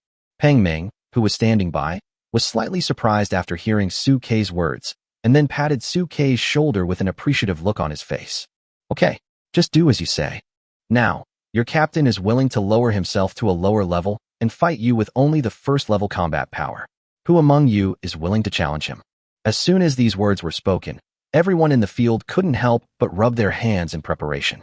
After all, Suke is currently at the peak of his popularity. If he can be defeated, he will definitely become the center of attention. Lu Yun, who had fought with Suke before, led Wu Shuang and could not contain his excitement and jumped out quickly. Me. I want to fight Captain Su again to prove myself. Having said this, Lu Yun looked at Suke expectantly. Captain Su, are you willing to accept the challenge? Suke looked confident and calm. Why not? Let's fight. Chapter 37. Death Bow, quickly condense. Hearing Suke accepting Lu Yun's challenge, everyone's eyes turned towards this side. As for Suke, in addition to admiration for him, everyone actually felt a little bit dissatisfied in their hearts. In their minds, the reason why Su Chueji and Lu Chenhuan were strong was because of their realm. But if Suke and Lu Chenhuan lowered themselves to the same realm as everyone else, the outcome would be uncertain. As Lu Yun, who had fought with Suke before, he was the best role model to measure the strength of Suke and his team. Seeing people around looking at him, Pang Ming, the instructor, was not annoyed. It just so happens that after the training in the past few days, your reaction and endurance have been significantly improved. You can use this opportunity to make a demonstration template for other students. Having said this, Pang Ming looked at Suke. Suke, since you promised that you would only choose one partner to fight with, now please choose your beast girl to fight with. Hearing this, Suke calmly turned his head and looked at Lu Chenhuan and Lung Ruoxue beside him. Huan, Ruoxue, who's going to go up? Faced with Suke's invitation, Lung Ruoxue shook her head in resistance at first. Brother Su, I have never been in actual combat. This battle concerns your honor, so I will not hold you back. Listening to Lung Ruoxue's words, Suke smiled and his tone was encouraging. How can this be considered a hindrance? If you don't take action, how do you know you are incapable? Besides, I'm here, you have to believe in yourself. However, facing Suke's invitation, Lung Ruoxue still shook her head. Brother Su, I really don't have the confidence. How about you and Sister Huan go first, and I'll learn from the side. Listening to Lung Ruoxue's words, Suke couldn't help but secretly shook his head. Lung Ruoxue is a sensitive person. She has been despised too much at number 3 middle school and has lost all confidence in herself. Her current state is actually very similar to Lu Chenhuan's at the beginning. She did not really believe that her qualifications could be changed, and she felt very lucky to be able to sign a contract with herself. The only way to change this situation is to truly improve her qualifications and make her believe that she is not a waste, so that she can rebuild her confidence. Lu Chenhuan, who was standing by, also noticed Lung Ruoxue's concerns and spoke up. Brother Su, let me fight with you first and set an example for Ruoxue. We'll fight after she's familiar with it. Suke nodded in agreement with Lu Chenhuan's words, then held Lu Chenhuan's hand and walked into the center of the martial arts arena, looking at Lu Yun who was ready to fight. Bring it on. Upon hearing this, Lu Yun did not hesitate and walked side by side with Wu Shuang to the opposite side of Suke. Pang Ming told everyone to leave the venue. Su Lu took out a timer and waved at Suke, Lu Yun, and the others. The battle begins. Let's go both ways. After Su Lu finished speaking, Lu Yun's eyes lit up, and he and Wu Shuang took the lead in launching an offensive in an instant. Wu Shuang instantly transformed into a beast. Wolf hair appeared on his face, his beast ears stood up high, and he started to walk quickly. His speed increased, and he rushed towards Suke first. Behind her, Lu Yun gathered his energy in both hands, pulled up the divine bow, and aimed at Suke. At the same time, Lu Yun moved quickly, trying his best to ensure that Wu Shuangchong could serve as his cover in front. At this time, the magic bow in Lu Yun's hand kept gathering energy. When he looked at Su Ke and Lu Chenhuan, a confident smile appeared on the corners of his mouth. We won't fail again this time. After the last battle and Su Ke's summary, Lu Yun realized the fact that the Beastmaster's defense was weak and therefore changed his battle strategy. Go for the other Beastmaster first. He just didn't believe that with the perfect cooperation between himself and Wu Shuang, Su Ke and Lu Chenhuan, who were at a lower level, could still be his opponents. However, facing the attacks from Lu Yun and Wu Shuang, Su Ke's eyes were extremely calm. Huan, attack Wu Shuang first and break her weakness. Lu Chenhuan understood it in his mind and instantly entered the beast state. Golden beast ears appeared, and he suppressed his own realm to the first level of condensation and rushed directly towards Wu Shuang. Seeing this scene, Lu Yun, who was moving quickly not far away, couldn't help but grin. Sure enough, after I changed the battle strategy, Lu Chenhuan chose to attack the beast girl first for Su Ke's safety, focusing on defense. In this way, my advantage in long-range shooting will be maximized. At this time, Lu Yun was full of fighting spirit. Last time, he was interrupted by Lu Chenhuan before he could even use any skills, and his A-level combat power was not fully utilized. This time, he must show everyone what real A-level combat power is. Shuang, hold them back. As Lu Yun finished speaking, Wu Shuang launched an attack directly in the direction of Su Ke, with silver light floating on the beast's claws. Silver Moonfalls. Wu Shuang, who had activated the sprint state, was extremely fast. In the blink of an eye, he had approached Lu Yun, and the Silver Moon's spiritual power fell into the void. Facing Wu Shuang's attack, Su Ke's eyes remained calm, and an unprecedented powerful pressure suddenly increased around him, as if the king of beasts had descended from ancient times. The tyrant is on the move. All the contracted beast girls are going berserk, with all attributes increased by 100. As the tyrant was activated, Lu Chenhuan's original speed suddenly increased, and his muscles swelled instantly. He burst out with a terrifying speed that was twice as fast as Wu Shuang, who had activated the sprint step, and instantly rushed in front of Wu Shuang. The gold-eating claws then slapped towards Wu Shuang's waist. This was the weakness that Su Ke analyzed last time. Bang! There was a dull and crisp sound. Although Lu Chenhuan had deliberately restrained his strength, under the powerful blessing of the tyrant, this blow directly knocked Wu Shuang backwards and fell heavily to the ground, instantly losing the ability to move. Lu Yun, who was still gathering strength not far away, widened his eyes when he saw this scene. What? He didn't expect that the tyrant launched by Su Ke would have such a powerful blessing on Lu Chenhuan, instantly increasing his speed, strength, and agility by 100. Wu Shuang, who was in Class A, was ruthlessly crushed. At this moment, Lu Yun looked at the divine bow in his hand, which had not yet completely solidified. The last time he was knocked unconscious emerged in his mind, and despair appeared in his eyes. It's over. However, to his surprise, after knocking down Wu Shuang, Lu Chenhuan did not immediately attack to interrupt Lu Yun, but stood there in a daze, staring at his palm with interest, as if feeling the sense of power brought to him by the tyrant. Good opportunity. Seeing this, Lu Yun took the opportunity to retreat frantically, with his spiritual power madly gathering in front of him. Death Bow condensed quickly. Finally, when Lu Chenhuan raised his golden eyes to look at him again, the magic bow in Lu Yun's hand was completely condensed. He bent the bow and put the arrow on it. The long arrow condensed from spiritual power whizzed out, making a terrifying sonic boom, and shot towards Su Ke. At this moment, Lu Yun saw the spiritual arrow shooting out and laughed wildly. Captain Su, you let me shoot this arrow. The outcome is decided. Feel the power from the god of arrows. Looking at the arrow coming at him with all its might, Lu Chenhuan narrowed his eyes and instantly flew in front of Su Ke. Chapter 38. All-Round Crushing. Buzz. The piercing sonic boom pierced everyone's eardrums, and a stream of terrifying light shot towards Su Ke at lightning speed. Seeing this powerful attack, everyone in the field couldn't help but feel nervous. So strong. This Lu Yun is indeed worthy of being an A-level beastmaster. This powerful attack actually directly caused a sonic boom. This attack has surpassed the energy range of the first-order microscopic view. Even an ordinary second-order one can fight against it. Even Pang Meng beside him couldn't help but narrow his eyes. Lu Yun's attack is indeed powerful. Although the lead-up time is long, once it is fired, it is enough to turn the tide of the battle. I just don't know if Lu Chenhuan and Su Ke, who have lowered their realm to the first level, can withstand this attack. Although it would be easy for Suke to take this attack if he tried his best at his current level, once Suke and Lu Qinhuan chose to take this attack at the second level, it would also mean Lu Yun's victory. What a pity. Just now, when Lu Qinhuan was dealing with Wu Shuang, he clearly had the opportunity to interrupt Lu Yun, but he was inappropriately dazed at the critical moment. At this moment, as everyone was watching in amazement, the divine arrow condensed by spiritual light had already arrived in front of Suke. Lu Qinhuan also appeared in front of Suke, with his arms crossed in front of him, and a light flickered in his golden eyes. Metal defense activated. The next second, the skin on Lu Qinhuan's arms flashed with dazzling golden light and turned directly into metal. When a violent noise exploded in front of Lu Qinhuan, and huge energy waves exploded in all directions, raising countless smoke and dust, causing the people around to retreat. Successful. Just as everyone was in wonder, a golden figure suddenly emerged from the smoke and dust and rushed in front of Lu Yun at lightning speed. It grabbed Lu Yun with its claws, but stopped less than 2 centimeters away from Lu Yun.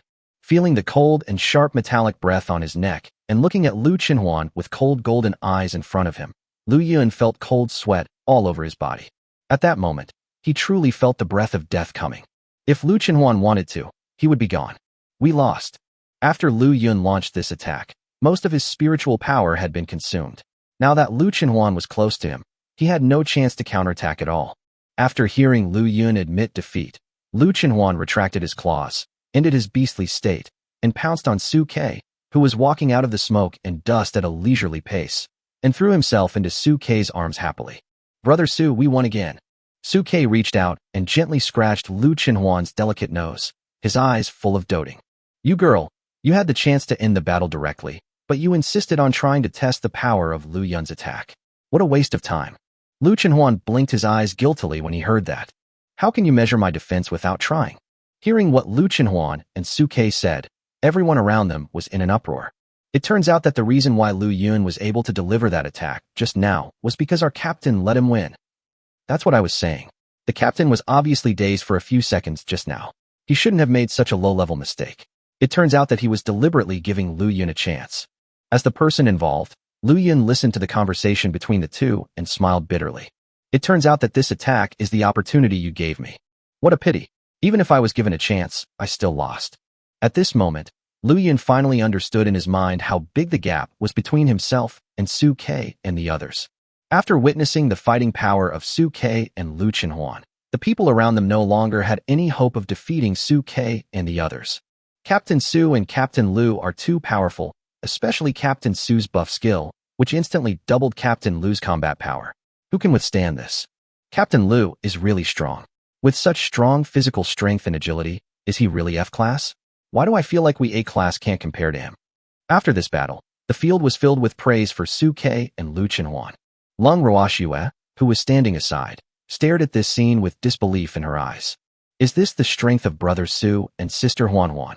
She had never expected that Suke and Lu Qinhuan, who had suppressed their realm, could win so easily even against Lu Yun and the other A-level man. It can even be said to be a ruthless crush. If Lu Qinhuan hadn't deliberately tested the power of Lu Yun's attack, Lu Yun wouldn't even have had a chance to attack. At this time, Lung Ruoxue had a completely new understanding of Suke and Lu Qinhuan's strengths. I also have a new understanding of Suke's beast taming ability, especially when Suke just launched the tyrant. As Suke's contracted beast girl, Lung Ruoxue actually also felt the blessing of that amplification. Even though she was not in a combat state at that time, she had a sense of invincibility. That is the confidence that comes from the all-round surge in strength. When Pang Meng saw that the four had decided the winner, he stepped forward quickly and spoke to the people around him. Okay, Su and Lu have set a good example for everyone. Now everyone should have a deep understanding of actual combat training. Okay, now let's continue to select our respective combat targets for actual combat training. Before Pang Meng finished speaking, Su Lu on the side continued to speak. By the way, this training is mainly to train combat skills, not to compete for victory or defeat, so everyone should stop when the time is right. Of course, don't be too afraid of getting hurt. I can help you heal. It only takes a moment for you to get back into the fight. Having said this, Su Lu helped up the injured Su Lu beside her. Deer antlers slowly appeared on her head, and emerald green light spread from her hands towards Su Lu's waist, treating her. Instructor Su is also a healing beast girl. Watching Su Lu's actions, Su Kei's eyes flickered, and his insightful eyes were activated again. Beast Mother, Su Lu. Realm, 4th level of seclusion. Talent, B-level Brook Deer. Beastmaster, Pang Ming. Talented skills, Beast Transformation, Healing, Blood Burning, Spirit Deer Stepping, Secret Passage. Disadvantages. Ability is more auxiliary, combat power is poor, neck and abdomen are more vulnerable in beast state. Looking at Su Lu's message, Su Kei's mind moved, and he quickly withdrew his gaze. I used my inside eye to scan the cafeteria earlier. Many instructors in the youth training camp have some healing abilities. It seems that this is to make it easier for students to use their full strength during youth training. While thinking, Su Kei found that Lu Qinhuan beside him had left at some point, and was standing in front of Lung Ruoxue with an excited look on his face, speaking to her. How's it going, Ruoxue? You didn't embarrass us at F level, did you? Looking at Lu Qinhuan's smug expression, Lung Ruoxue nodded like a chick pecking at rice. Strong.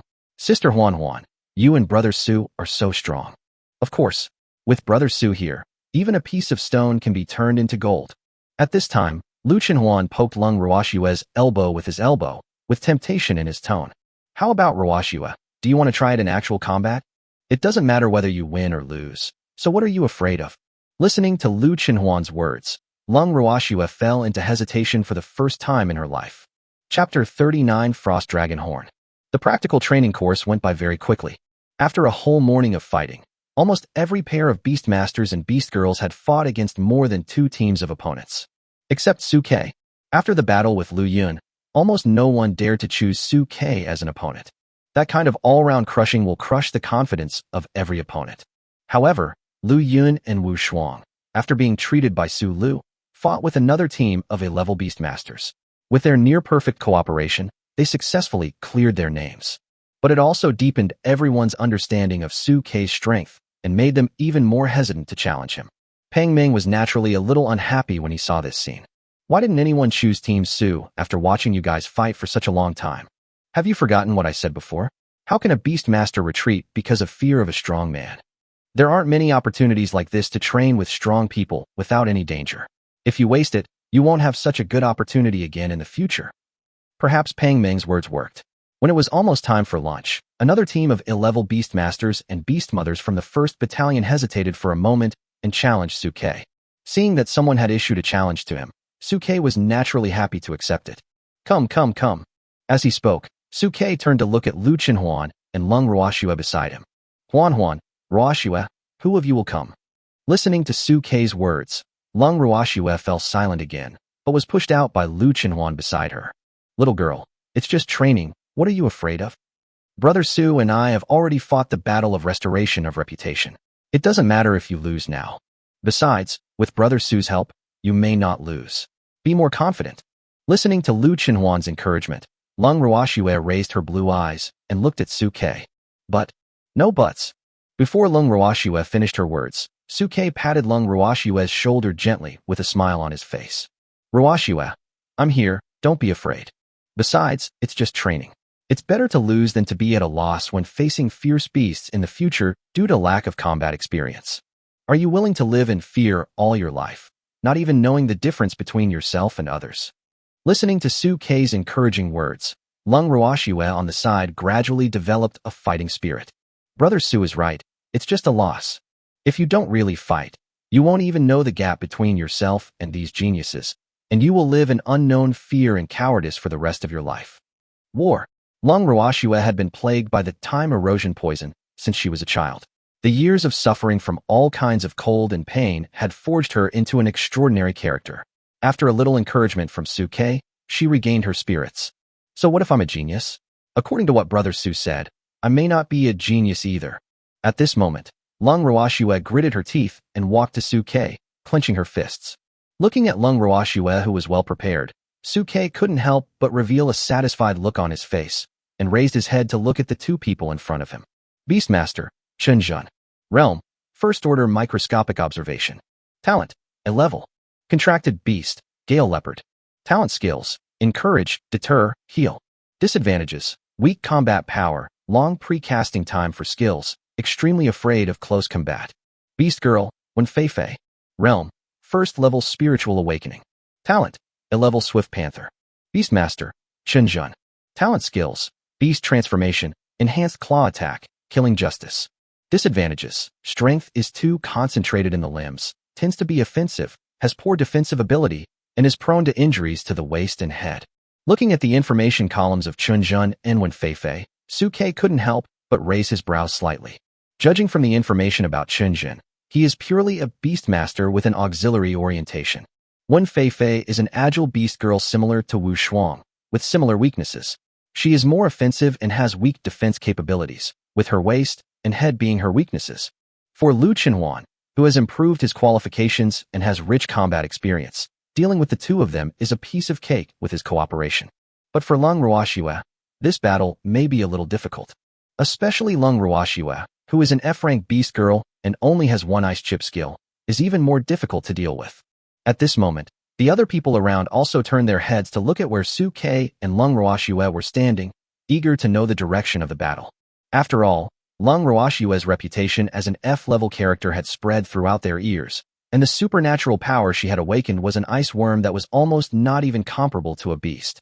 They were all curious about whether Lung Ruoxue's ability, which sounded extremely weak, could create a miracle with Suke's cooperation.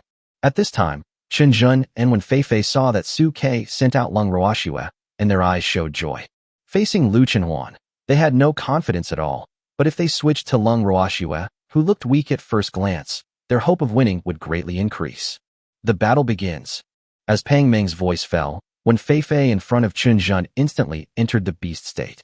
Black animal ears grew, beautiful leopard patterns spread along the neck and chest, her hands turned into leopard claws, her limbs crawled on the ground. She grinned and let out a leopard roar, her body quickly swept out and pounced on Lung Ruoxue, who looked relatively weak. As she flew, a mark appeared above Wenfeifei's head, like some source of power, blessing Wenfeifei. Chunjun, who was behind Wenfeifei, took the opportunity to move quickly and began to release skills to add status to Wenfeifei. The first thing is encouragement. In the encouraged state, Wenfeifei's speed and strength suddenly increased. Her eyes were full of bloodthirsty desire, and she attacked Lung Ruoxue. Little bug, take my claw. Facing Wenfeifei's attack, Lung Ruoxue did not hesitate and directly started to transform into a beast. But she did not grow animal ears like the others. Instead, two small lumps of flesh appeared on her forehead. The skin all over her body became smooth and shiny, with layers of white frost appearing on it. Seeing Lung Ruoxue's beastly state, Wenfeifei couldn't help but burst out laughing. Are the little bumps on your forehead the tentacles of the little bug that haven't grown yet? So cute. The other people in the field also had meaningful looks in their eyes. They had previously heard that Lung Ruoxue had awakened a worm, and they were a little skeptical in their hearts. How could a beast girl have weak insects? Now that they saw it with their own eyes, they couldn't help but look down on her. Only Suke looked at the fleshy bump on Lung Ruoxue's forehead, his eyes slightly narrowed. A bunch of blind guys. This should be the dragon horn of the frost dragon that has not yet hatched. Lung Ruoxue's true potential is beyond the imagination of these ordinary AB-level beastmasters. When Lung Ruoxue transformed into her beastly state, the air temperature around her dropped instantly, and in the blink of an eye it became below zero. Layers of transparent ice crystals emerged around Lung Ruoxue. This is Lung Ruoxue's basic ability, ice chips. At this time, after Lung Ruoxue transformed into a beast, her whole temperament seemed to be affected. Looking at Wenfeifei, who was rushing towards her, her deep blue pupils were full of indifference. Chapter 40. Admit defeat. We admit defeat. Strengthened claw attack. Wenfeifei is a leopard-type beast girl, known for her agility. With Chunjun's encouragement, she is even faster. Seeing Wenfeifei rushing towards her at this moment, Lung Ruoxue, who was standing in front of Suke, couldn't help but swallow subconsciously and became a little nervous. Lu Chenhuan, who was standing by, noticed Lung Ruoxue's nervousness and used his hand as a megaphone, shouting encouragement to Lung Ruoxue. Come on, Ruoxue, you are the best. Listening to Lu Chenhuan's encouragement, Lung Ruoxue's eyes gradually became firm. If Sister Huan can do it, I can do it too. I absolutely cannot hold Brother Su back. Even if I lose, I must lose with dignity. While thinking, Lung Ruoxue's eyes focused, and the ice chips covering her body flew up with a buzzing sound, stabbing towards Wenfeifei, who was rushing towards her. The ice chips were hard and sharp. In the blink of an eye, they turned into countless sharp ice spikes that whistled towards Wenfeifei. Little ice chips? Interesting. At this moment, Wen Feifei's mouth was full of disdain, and she didn't take Lung Ruoshue's ice chips seriously at all. She is a noble A-class beast girl. How could she be injured by the ice crystals condensed by a small F-class beast girl? Wen Feifei didn't think that all F-level people were perverts like Lu Chenwan. At this moment, she just wanted to quickly get rid of Lung Ruoshua, who had obvious flaws and weaknesses, and then turn around to deal with Su Ke. Crash. A large amount of ice chips whizzed towards Wen Feifei at lightning speed. Each ice crystal was as hard as a stone. Even though Wen Feifei had entered the beast state and kept waving her claws to avoid the ice chips, there were so many ice chips that it was like a big net, and she was still hit by many ice crystals.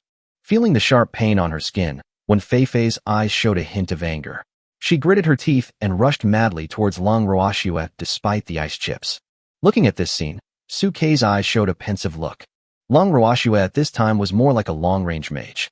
Although the ice chip skill had a large range, due to Lung Ruoshua's F-level qualification, the damage it could cause was extremely limited. As long as Wen Feifei rushed to Lung Ruoshua with the ice chips, she would basically be defeated. Moreover, the ice chips condensed from Lung Ruoshua's beast transformation had been almost used up.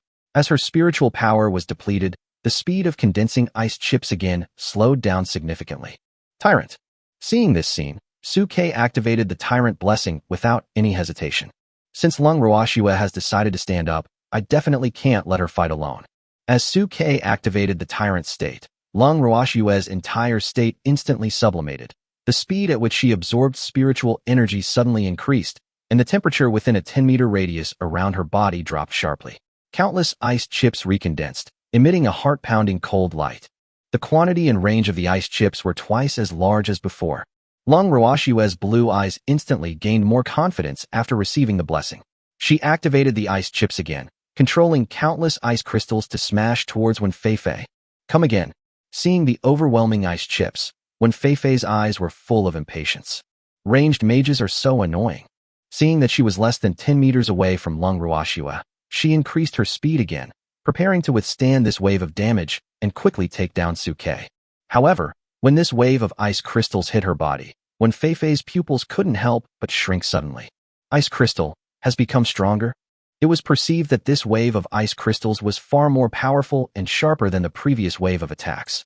If the previous ice crystals were like gravel, then the ice crystals now are as hard as steel. Swish.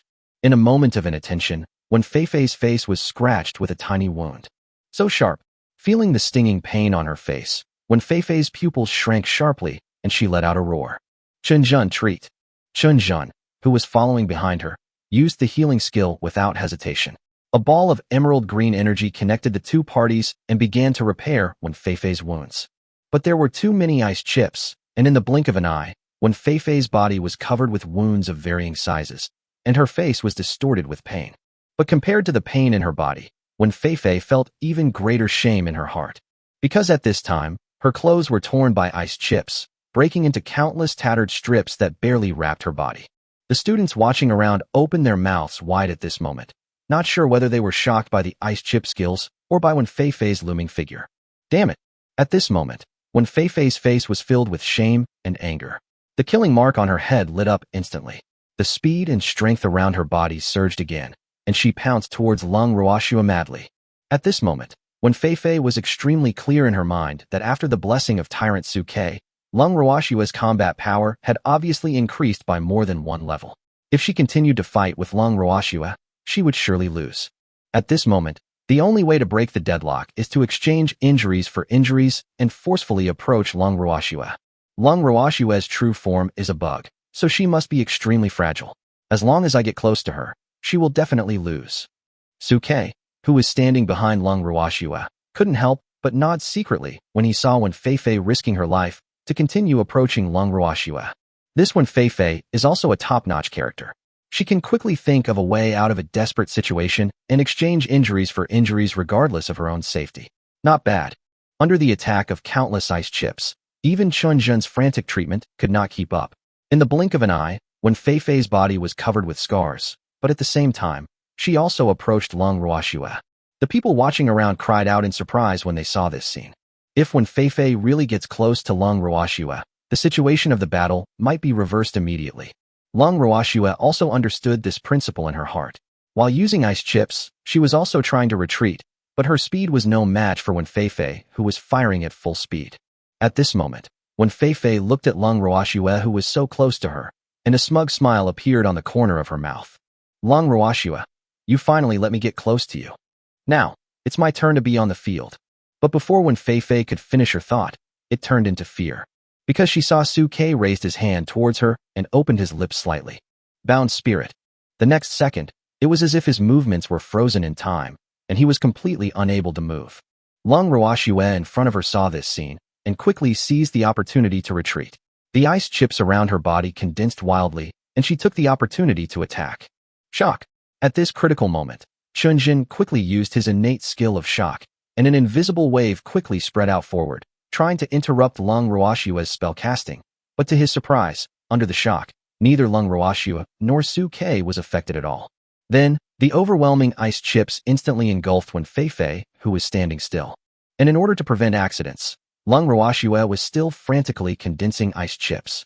Seeing this, Chunjin quickly raised his hand. We surrender. We surrender. In an instant, there was an uproar. Chapter 41. Brother Su is so bad. What? Chunjin and the others actually admitted defeat.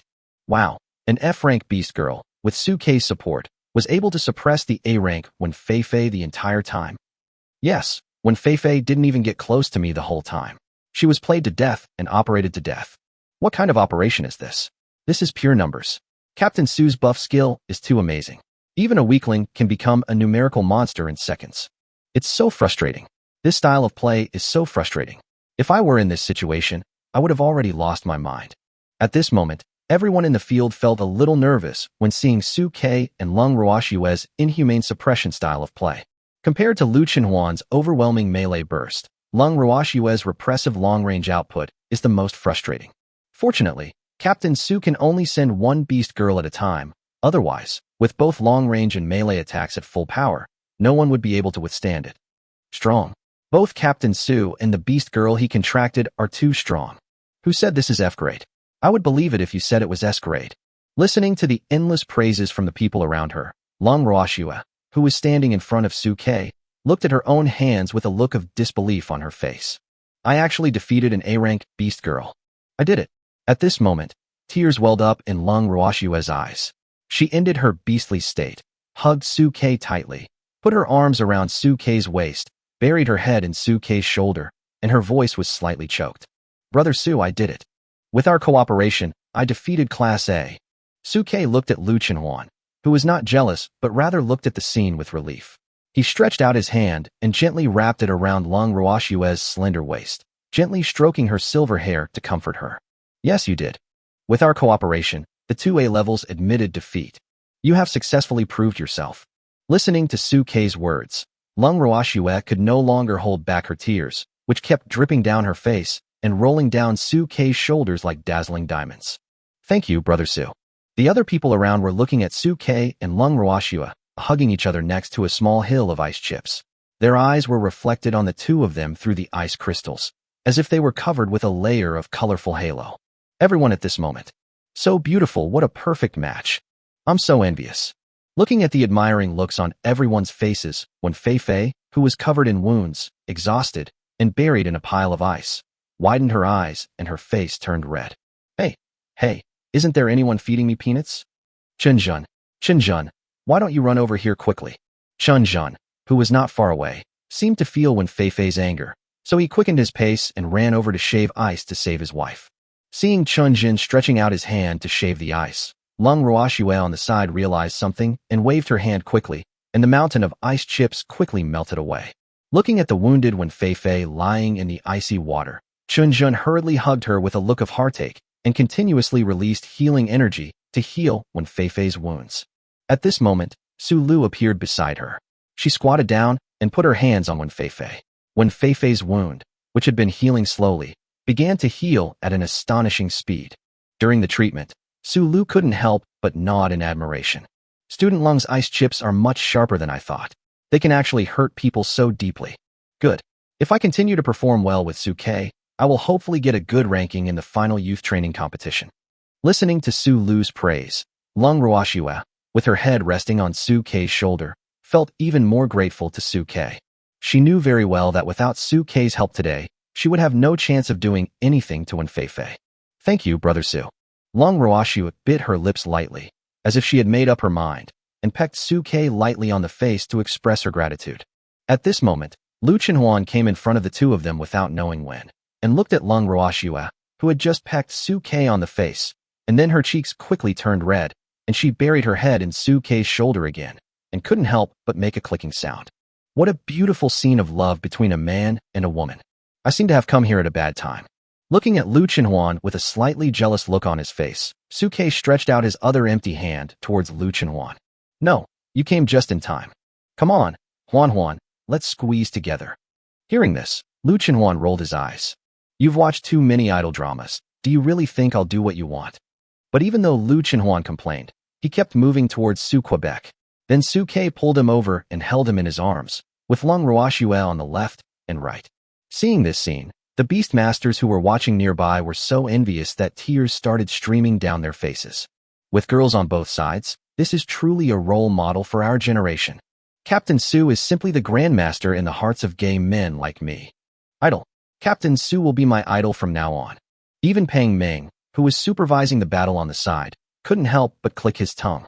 The little guy is not young, but he is very lucky. If I had been treated this way, what's wrong with this treatment? Before Pang Ming finished his words, he saw Su Lu's familiar face rising in front of him. Seeing this, Pang Ming couldn't help but be shocked. When did you come here, honey? Did you cure that little girl when Fei? But who would have thought that Su Lu did not answer Pang Ming's question at all, but narrowed her eyes and stared at Pang Ming dangerously. You haven't answered my question yet. What's wrong with you being treated this way? Looking at the dangerous expression on Su Lu's face, Pang Ming quickly coughed. It's impossible for me to have such treatment. I'm not Suke, the kid who can contract 2 beast girls. Besides, even if I can make a contract, I won't. Everyone knows that I, Pang Ming, am famous for being single-minded. Having said this, Pang Ming deliberately sighed in the direction of Suke, pretending to be heartbroken. If you ask me, Comrade Suke's style is not quite right. I can't stand people who are so indecisive. You should learn from me in this regard. Be single-minded. Listening to Pang Ming's words, Lu Chenhuan, who was held in Suke's arms, poked Suke's chest with a sly smile. Brother Su, they say you are indecisive. Upon hearing this, Suke raised his head high. Who said that? How could I, Suke, be so indecisive? I have always been single-minded. I only like pretty ones. Get lost. Listening to Suke's words, Lu Chenhuan pouted and wanted to push Suke away, but Suke increased his strength and hugged her tightly, with a sly grin on his face. Little girl, you've boarded my ship and you still want to run away? Neither of you can escape.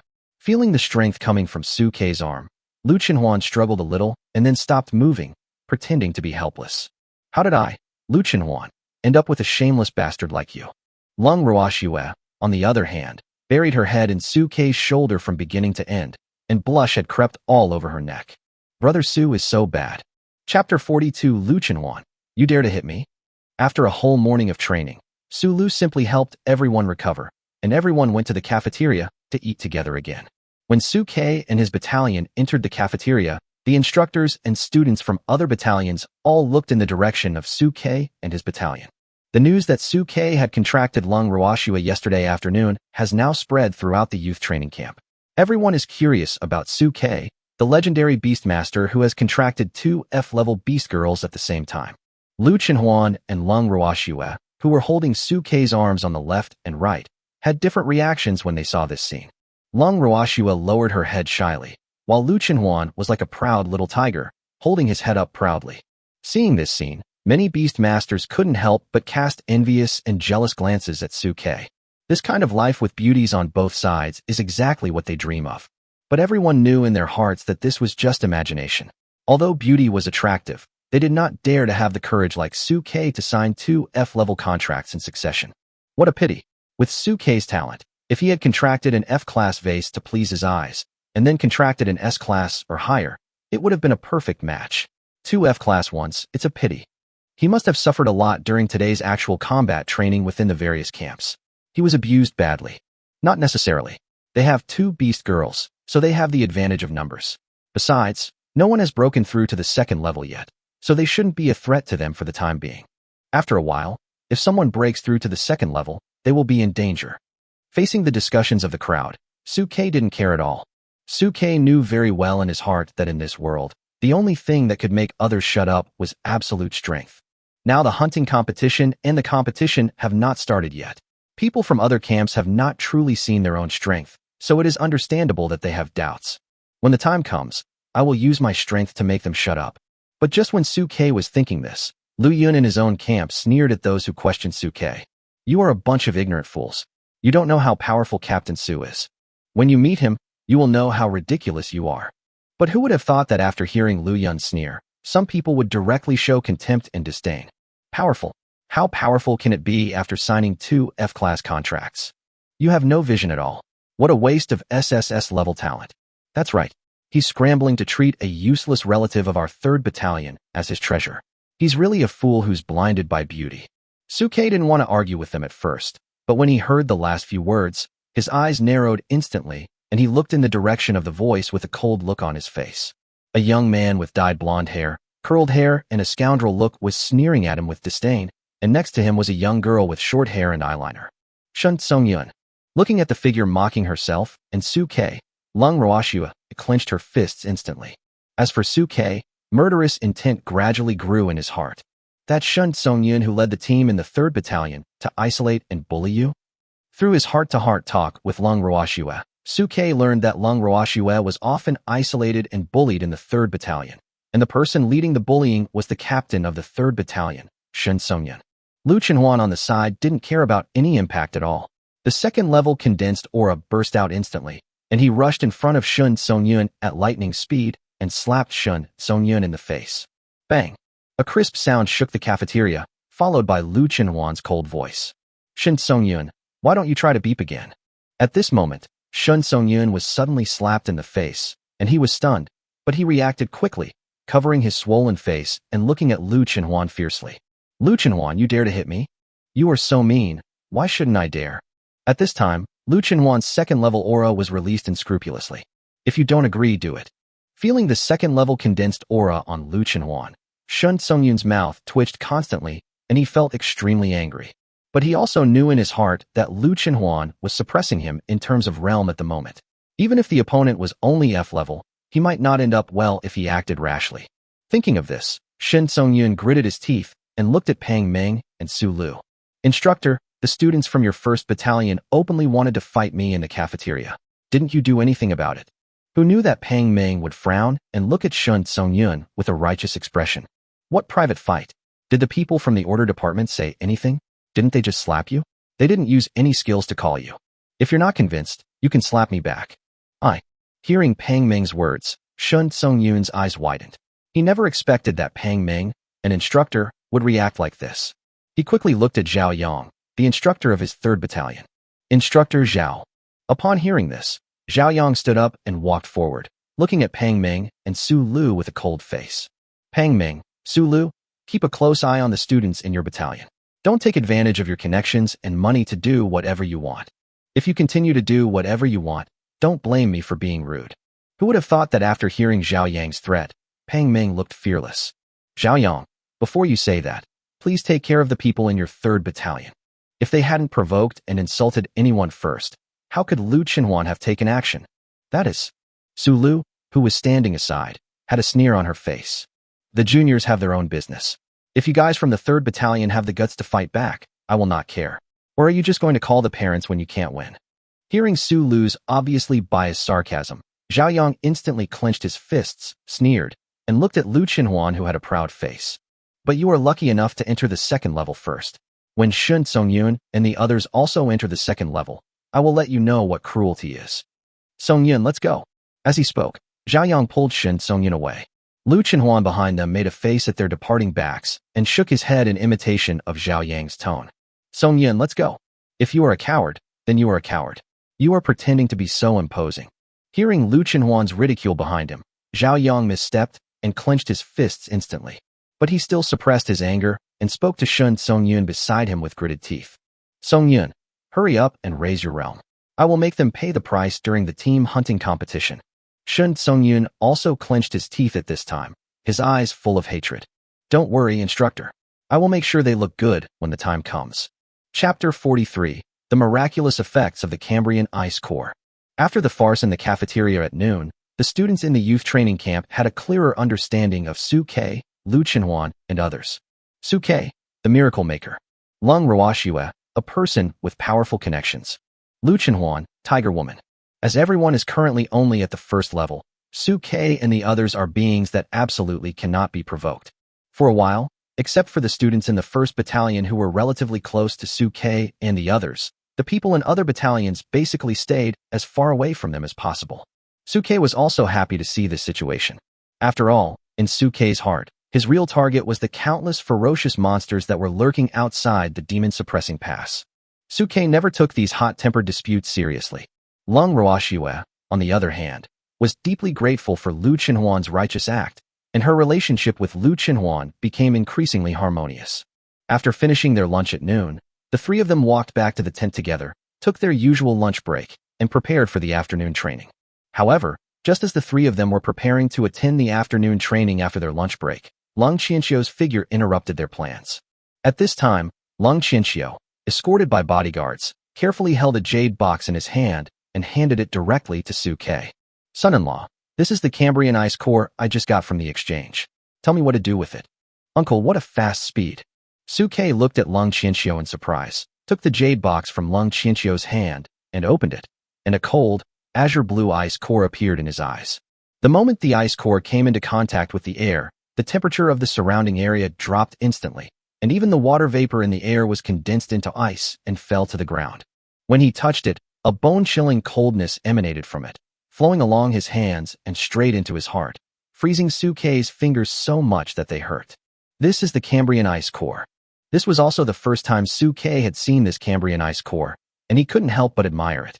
Not only can it help condense the ice element in the air, but it can also store the power of the element. It is indeed a good thing that ice attribute beastmasters and beast girls need. Of course, the biggest effect of this Cambrian ice core on Lung Ruoxue is to suppress the erosion of time corrosion poison in the body, help store dragon breath, and restore SSS qualifications. At this time, Su Ke took out the Cambrian ice core from the jade box, took out the necklace he had prepared long ago from his storage ring, passed it through the gap in the ice core, and spoke to Lung Ruoxue. Turn around. Then he put his arms around Lung Ruoxue's snow-white neck and carefully hung the ice core necklace on Lung Ruoxue's chest. The moment the Cambrian ice core came close to his body, a bright white light suddenly emanated from the ice core and rushed into Lu Chenhuan's body. Seeing this scene, Lung Qianxiu's eyes lit up. He also knew about the Cambrian ice core. This thing was a treasure that many ice attribute psychics loved very much, but generally one needed to mobilize one's own spiritual power to use it. He had never heard of anyone who could react as well as Lung Ruoxue could by getting close to the person. How is it, Ruoxue? How do you feel? At this time, Lung Qianxiu looked at Lung Ruoxue anxiously, eager to know how this Cambrian ice core could help Lung Ruoxue. Lung Ruoxue did not answer Lung Qianxiu immediately, but closed her eyes and immersed her mind, carefully feeling the difference of this Cambrian ice core. The feeling of weakness in my body seems to be decreasing. The pain that was tormenting me is also subsiding. The speed at which I absorb spiritual energy is also increasing. Hearing Lung Ruoxue's answer, Lung Qianxiu on the side suddenly burst into tears and his shoulders trembled slightly. It really works. Su Ke on the side nodded slightly. Definitely. Ruoxue was previously eroded too much by the time erosion poison. With the help of this Cambrian ice core, her aptitude will soon be restored and improved. Of course, the most important point is that this Cambrian ice core can help store the dragon breath in Lung Ruoxue's body. It can not only help suppress erosion, but also be used as an offensive means at the appropriate time. Listening to Su Ke's words, Lung Qianxiu nodded continuously. Enough is enough. As long as I can help Ruoxue suppress the erosion and reduce the pain she suffers, it will be great. For so many years, Lung Qianxiu listened to Lung Ruoxue's sound of being unable to sleep at night due to pain, and he knew best how much pain she was enduring. Thank you, Su Quebec. At this moment, Lung Qianxiu bowed to Su Ke with a serious look on his face. Upon seeing this, Su Ke hurriedly supported Lung Qianxiu. Uncle Lung, don't be like that. How can an elder show respect to a younger person? Besides, since I have signed a contract with Ruoxue, I should be of one mind and one heart with her and advance and retreat together. This is all my responsibility. Listening to Su Ke's words, Lung Qianxiu's expression became even more satisfied. Your son-in-law is someone worthy of trust. I am not mistaken. Okay, Ruoxue, Since the things have been brought here, you can go to train first. Daddy won't disturb you anymore. After saying that, Lung Qianxiu led his bodyguards away, while Su Ke took Lu Chenhuan and Lung Ruoxue to the martial arts arena. At this time, a new round of training had already begun in the martial arts arena, and the various skills were dazzling. Unexpectedly, Pang Ming and his men turned a blind eye to the lateness of Su Ke and the other two. When they saw them arrive, they nodded at them and continued to supervise the battle. And because of their outstanding performance in the morning, almost no one dared to choose Su Ke and his team as training subjects in the afternoon. Su Ke did not slack off because of this. After saying hello to Pang Ming and the others, he took Lu Chenhuan and Lung Ruoxue to an open space not far away, sat down, and looked at them. While we have nothing to do, let's try to practice now and see how Ruoxue's strength improves this time. The two women also nodded, expressing their support for Su Ke's idea. The three of them sat in a circle, stretched out their hands, put their palms together, closed their eyes, and began to try to absorb the spiritual energy of heaven and earth. As they were exhausted from yesterday's training, the three of them went to bed early after returning to the camp and did not try to practice together as a group. At this moment, as their minds were immersed in it, they instantly noticed the difference. From what the three people perceived, a large beast core had already condensed in the bodies of Lu Chenhuan and Lung Ruoxue respectively. In the dark sea of consciousness, they were like two bright moons, madly absorbing the surrounding spiritual energy of heaven and earth. In front of them was a huge soul crystal that had not yet condensed into shape. It was like a rising sun, absorbing the energy overflowing from the two beast cores and beating like a heart. The beast cores and soul crystals of the three people were opposed in a triangle, linked together by energy bonds, and resonated with each other. At this time, Lu Chenhuan and Lung Ruoxue were also surprised to find that they could use each other's beast core soul crystals to absorb the spiritual energy of heaven and earth for cultivation at the same time. In other words, if they practice at the same time, the blessing will be tripled. For Lu Chenhuan and Lung Ruoxue, it was even more than 3 times, because Su Ke's soul crystal, which had not yet been fully condensed, was 10 times the size of their beast cores. As the three of them were practicing, they felt that the spiritual energy of the surrounding heaven and earth suddenly turned into countless tides, rushing towards them madly. The realms of the three people are growing rapidly at a speed visible to the naked eye. At this time, Pang Ming and Su Lu, who were supervising the battle in the martial arts field, frowned. Why do I feel like the spiritual energy between heaven and earth seems to be a little thin? Chapter 44, D-Level Evolution, Repaying the Same Heart. Training time always passed quickly. Seeing that Su Ke and the other two were immersed in their training, Pang Ming and Su Lu did not force Su Ke and the others to continue fighting. After all, judging from their performance this morning, Su Ke and his team worked together pretty well in the battle, and there wasn't anything that needed strengthening. The most important point is that there is a big gap in strength between the youth training students and Su Ke and his team, and they are unable to force Su Ke and his team to make further progress. After a whole afternoon of practice, Su Ke and his companions clearly felt that their realms had made great progress. Su Ke and Lu Chenhuan had both advanced from the first level of the second stage to the third level, and the soul crystals in their bodies had also become much more condensed and complete. Threesomes are fast. Feeling the solidity of the soul crystal, Su Ke couldn't help but sigh. Lu Chenhuan on the side also kept nodding. I didn't expect that. If we had known that the three of you would practice so fast, we should have slept together and practiced last night. Ruoxue, why don't you practice with us on the same bed tonight? Listening to Lu Chenhuan's words, Lung Ruoxue's face flushed. But we've only known each other for less than 2 days. Isn't this a bit too fast? What's fast? Listening to Lung Ruoxue's words, Lu Chenhuan frowned, his face full of seriousness. Ruoxue, you just got this Cambrian ice core. You finally have a chance to become stronger. Are you willing to be laughed at by others? Having said that, Lu Chenhuan looked Lung Ruoxue up and down and said with a wicked grin. Besides, Ruoxue, you have already signed a contract with Brother Su. Sooner or later, you will sleep together. Why are you shy? Don't you want to become stronger? Or do you dislike Brother Su? Seeing Lu Chenhuan's somewhat suspicious look, Lung Ruoxue hurriedly waved her hands and shook her head. No, I don't want to become stronger, nor do I dislike Brother Su. Before Lung Ruoxue finished her words, she was interrupted by Lu Chenhuan. That's it. As long as you are willing in your heart, then it's settled. Tonight, come to our tent, and we will practice together. Listening to Lu Chenhuan's words, Su Ke beside him also had a warm smile on his face. Don't worry, Ruoxue. I, Su Ke, am not the kind of person who forces others to do things. If you don't wanna, you can leave at any time. I won't force you. Facing Su-Kei's gentle smile, Lung Ruoxue bit her lower lip gently. No, I'm not unwilling. I really like Brother Su and Sister Huan Huan. Hearing this, Su-Kei reached out and gently touched Lung Ruoxue's head. It's okay, try it tonight, and we'll talk about it if you don't like it. Good. Hearing this, Lung Ruoxue took a deep breath and made her own decision. Seeing this, Su-Kei nodded with satisfaction. After Pang Meng and the others announced the end of the training, the three of them ran towards the cafeteria. After finishing their meal, the three returned to the tent. Lung Ruoxue went into her own tent, tidied herself up briefly, changed into her cute dinosaur pajamas, and walked into Su-Kei and Lu Chenhuan's tent with a shy look on her face. Seeing Lung Ruoxue coming in, Lu Chenhuan smiled. Oh, our little Ruoxue looks so cute in this pajamas. Come and pinch it. As he spoke, Lu Chenhuan directly pinched Lung Ruoxue's face, which still had a bit of baby fat. Su-Kei, who was standing aside, looked at the two of them lovingly. All right, Huan Huan, stop pinching me. You'll scare Ruoxue. Lu Chenhuan rolled his eyes upon hearing this. Take your hand off Ruoxue's head first. Lung Ruoxue, who was being rubbed by the two men, had a shy look on her face and kept blinking her big eyes. She looked even cuter in those cute dinosaur pajamas. Fortunately, the three of them did not forget their main task for today. After simply sorting out their emotions, they climbed onto the bed and sat opposite each other, stretched out their hands, crossed them and held them, and began to practice. After getting familiar with each other during the day, the three people on the bed quickly entered a state of deep communication. Their consciousnesses were entangled with each other, quickly absorbing the spiritual energy of the surrounding heaven and earth.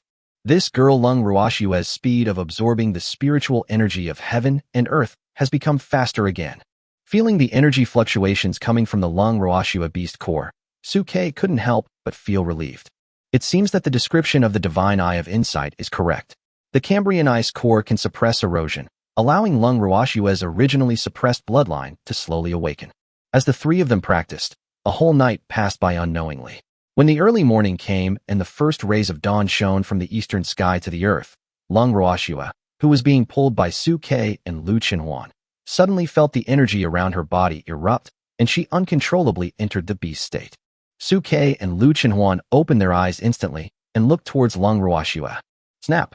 As the long silver hair fluttered, the temperature around her dropped rapidly.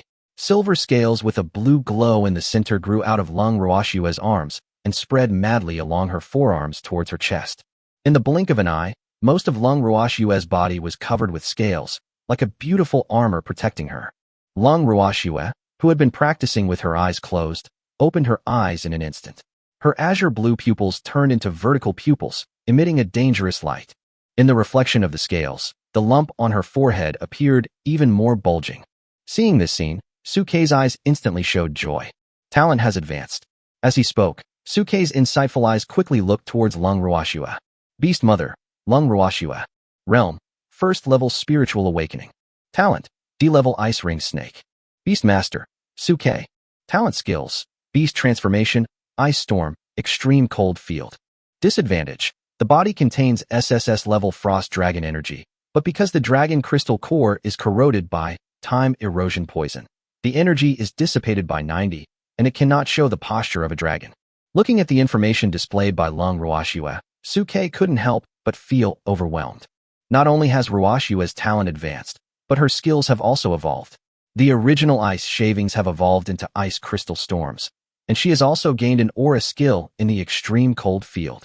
And the energy dissipation rate has changed from 99.99 to 90, reducing the energy dissipation rate by nearly 10. At this time, Lung Ruoxue also felt the difference in herself, and she jumped up from the bed with excitement. My talent has advanced. From F level to D level. Brother Su didn't lie to me. My qualifications do have the potential for promotion. Lung Ruoxue at the side also nodded continuously, her eyes full of satisfaction, as if she saw the time when her talent was changed and she was promoted by Su-Kei. At this moment, a prompt popped up from Su-Kei's message bar. Congratulations to the Beastmaster for successfully upgrading 2 F-level Beast Girls to D-level and gaining rewards. Congratulations to the Beastmaster for unlocking the passive skill, Heart Contract. Consensual Contract. The Beastmaster and the contract object are in sync with each other and can use all the skills of the contract object. Chapter 45. Divine Skill, Heart Contract, New Repair Plan. Looking at the prompt that popped up on his message board, Su Kei's eyes lit up. The reward for giving back is finally here. Previously, when he upgraded Lu Qinhuan's qualifications, he did not receive any prompts. At that time, Su Kei mistakenly thought that the feedback from his cultivation was the same as the feedback mentioned in his innate skills, and he also felt that this feedback was a bit hidden. Now it seems that is not the case at all. The reason why there was no reminder before was because Su Kei only upgraded Lu Qinhuan's qualifications to D level, and the conditions for feedback were not sufficient. Now that Lu Qinhuan and Lung Ruoxue have both been promoted to level D, rewards for their efforts have followed. At this moment, Su Kei couldn't wait to look at his information column. Beast Tamer, Su Kei. Realm, 2nd level soul binding. Talent, God level. Contracted beast, gold eating rat. Talented skills, insightful eyes, source of evolution, god of all beasts, heart contract, tyrant, soul binding. Insightful eyes, can detect supernatural powers, physical conditions, and even the flaws of all things. Source of evolution, help the contracted beast girl evolve in level and ability, and you will get a lot of rewards. God of all beasts, there is no limit to the number of beast girls that can be contracted. Consensual contract, the beastmaster and the contract object are in sync with each other and can use all the skills of the contract object. Tyrant, consumes spiritual energy, all contracted beast girls go berserk, and all attributes increase by 100 upgradable. Binding spirit, consumes spiritual energy, generates an energy contract to restrict the beast girl from running away, and can bind the hostile object. To be unlocked. Looking at the skill introduction of Tong Xi and Chi, Su Kei couldn't help but sigh in his heart. I was given an extra passive talent skill, and it's a talent skill with such a powerful bug. This skill has a lot of bugs. In other words, the biggest weakness of the Beastmaster is insufficient defense. Once the distance between the Beastmaster and the Beast Girl is lost, it is very easy for the opponent to target it and break it first. But with this skill, he can use all the skills of the contracted object, plus his own skills. Not only is it not a flaw, but it is equivalent to the max version of Beast Girl. If the enemy dares to approach rashly, he will definitely be in trouble. Cool. Now that Su Kei had obtained the heart-to-heart contract, he became more confident in facing the ferocious beast. In this way, when hunting ferocious beasts in the wild, I can take Huan and Ruoxue with me to act alone and hunt the 2nd level ferocious beast that Huan wants. Being promoted from F level to D level was such a generous reward. Su Kei became even more interested in the next talent promotion rewards for the two. Oh, and Ruoxue. Let's see what the conditions for her next talent promotion are. While thinking, Su Kei used his insight pupils again, looked at Lung Ruoxue, and quickly analyzed the flaws. Flaw. The body contains SSS level frost dragon energy, but because the dragon crystal core was corroded by erosion poison, the energy leaked 90, and it cannot show the posture of a dragon. Repair plan. Swallow the Aurora jellyfish every night to gradually dissolve the time erosion poison. After half a month, complete a hibernation at -50 degrees to awaken some dragon genes. Looking at Lung Ruoxue's repair plan, Su Kei couldn't help but frown slightly. Aurora jellyfish, hibernating at -50 degrees Celsius, 2 repair conditions. From a literal point of view, Lung Ruoxue's repair plan is slightly more complicated than Lu Qinhuan's. The difference is that the difficulty of Lung Ruoxue's repair is the scarcity of materials, while Lu Qinhuan's is the large quantity. I can only say that this is indeed an SSS level talent. The repair conditions are not something that ordinary people can easily gather. However, now that I have a direction, my next action goal will be clearer. The first is to find those 10 2nd level ferocious beasts for Lu Qinhuan to show off to her. The second is to find this Aurora jellyfish and let Lung Ruoxue take it every night. After half a month, let Lung Ruoxue hibernate at -50 degrees Celsius, and the qualifications of both of them will be improved again. However, before Su Kei and the others could finish being happy, after Lung Ruoxue was promoted to D-level ice ring snake, the beast core in her body condensed again, and a large amount of spiritual energy from heaven and earth quickly rushed into Su Kei's tent. Buzz! A slight sound exploded from the tent, and a violent force rose wildly from Lung Ruoxue. In the blink of an eye, he broke through the roof of the tent, and his terrifying cultivation spread to all directions. Second-order condensation. After a night of threesome, plus the improvement of her talent this morning, Lung Ruoxue also entered the 2nd level of form condensation cultivation. The moment Lung Ruoxue broke through, the students in other tents in the distance jumped up from their beds, quickly opened their tents and ran out. What's the noise? This aura, it seems like someone has broken through to the 2nd level. Who is it? Since most of the people near Sukei's tent were from the 1st Battalion, everyone came to a conclusion quickly after a brief check. That direction seems to be the camp where Captain Su and his men are. But aren't Captain Su and Captain Lu already at the 2nd level? How is it possible for them to break through? You guys say, could it be Lung Ruoxue? When this conclusion was reached, everyone felt a chill run down their spine. No way. How long has it been since Lung Ruoxue was accepted by Captain Su that she has already been promoted to the 2nd level? That's right, an F level. This cultivation speed is too outrageous, right? I haven't even upgraded to A level yet. How come I've upgraded to F level? Could it be that Captain Su has some talent that can help the contracted party level up quickly? I'm so envious. I also want to be Captain Su's contract partner. But you're a beastmaster. For a moment, everyone's heart was filled with turmoil. Even Peng Ming, the instructor, was outside the tent, looking in the direction of Su Ke and the other two and exclaiming in admiration. As expected of a legendary SSS level beastmaster, this little fellow Su Ke can always bring surprises to people. Maybe he can really break the F-level curse of the contract and bring unexpected shock to the world. Su Lu on the side rolled her eyes at him. Don't think about those things for now. Think about this youth training and how can our number 1 middle school stand out. Although Su Ke and his team have advanced quickly, the upper limit of Lu Qinhuan and Lung Ruoxue's talent is there. The hunting competition will be held soon. At that time, they will most likely be targeted by S-level An Ning and Zhao Fei, as well as the people from the 3rd Battalion. But unexpectedly, Peng Ming looked indifferent. Don't forget that Su Ke has the natural advantage of population and realm. 3 against 2, we may not lose. And through our contact over this period of time, I believe this kid will definitely give us unexpected results when the time comes. As he spoke, Peng Ming seemed to have thought of something. He took out a communicator from his chest and dialed the number. Hey, President Lung. What's wrong, Peng Ming? It's so early in the morning, you'd better be busy. Nothing. I just wanted to tell you that your daughter has achieved a breakthrough. What? My daughter has achieved a breakthrough? A surprised voice came from the other end of the microphone, followed by the sound of someone hurriedly getting up, but then there was a crisp sound of a head hitting a heavy object. Ouch! Chapter 46, Aurora Jellyfish obtained. When they gathered, everyone looked at Su Ke and the other two walking towards the martial arts arena, and felt the heart-pounding aura of Lung Ruoxue, and couldn't help but burst into an uproar. It is true that Lung Ruoxue has broken through. Captain Su is too strong. All the beast girls who follow him can break through in just a few days. I can only say that you are worthy of being an SSS-level beastmaster. Seeing Su Ke and the others coming over, all the students couldn't help but express their congratulations to Lung Ruoxue, congratulating her on her successful breakthrough. Lung Ruoxue felt the enthusiasm of the crowd and smiled, and thanked them all. Peng Ming, who was standing in front of the team, frowned slightly. I don't know why, but I always feel like there's something different about Lung Ruoxue's aura. Su Lu on the side also nodded in agreement. Yes, not only has her realm improved, it seems that she has completely transformed herself. Although the two had never seen the former F-level Lu Qinhuan, they had actually seen the F-level Lung Ruoxue. At this time, the two of them keenly noticed the difference in Lung Ruoxue. However, they did not dwell on this issue. After instructing everyone to return to the team, they started a new round of physical training. According to the youth training curriculum, physical training and combat training are carried out alternately, so that while training everyone's endurance and agility, they will not neglect actual combat drills.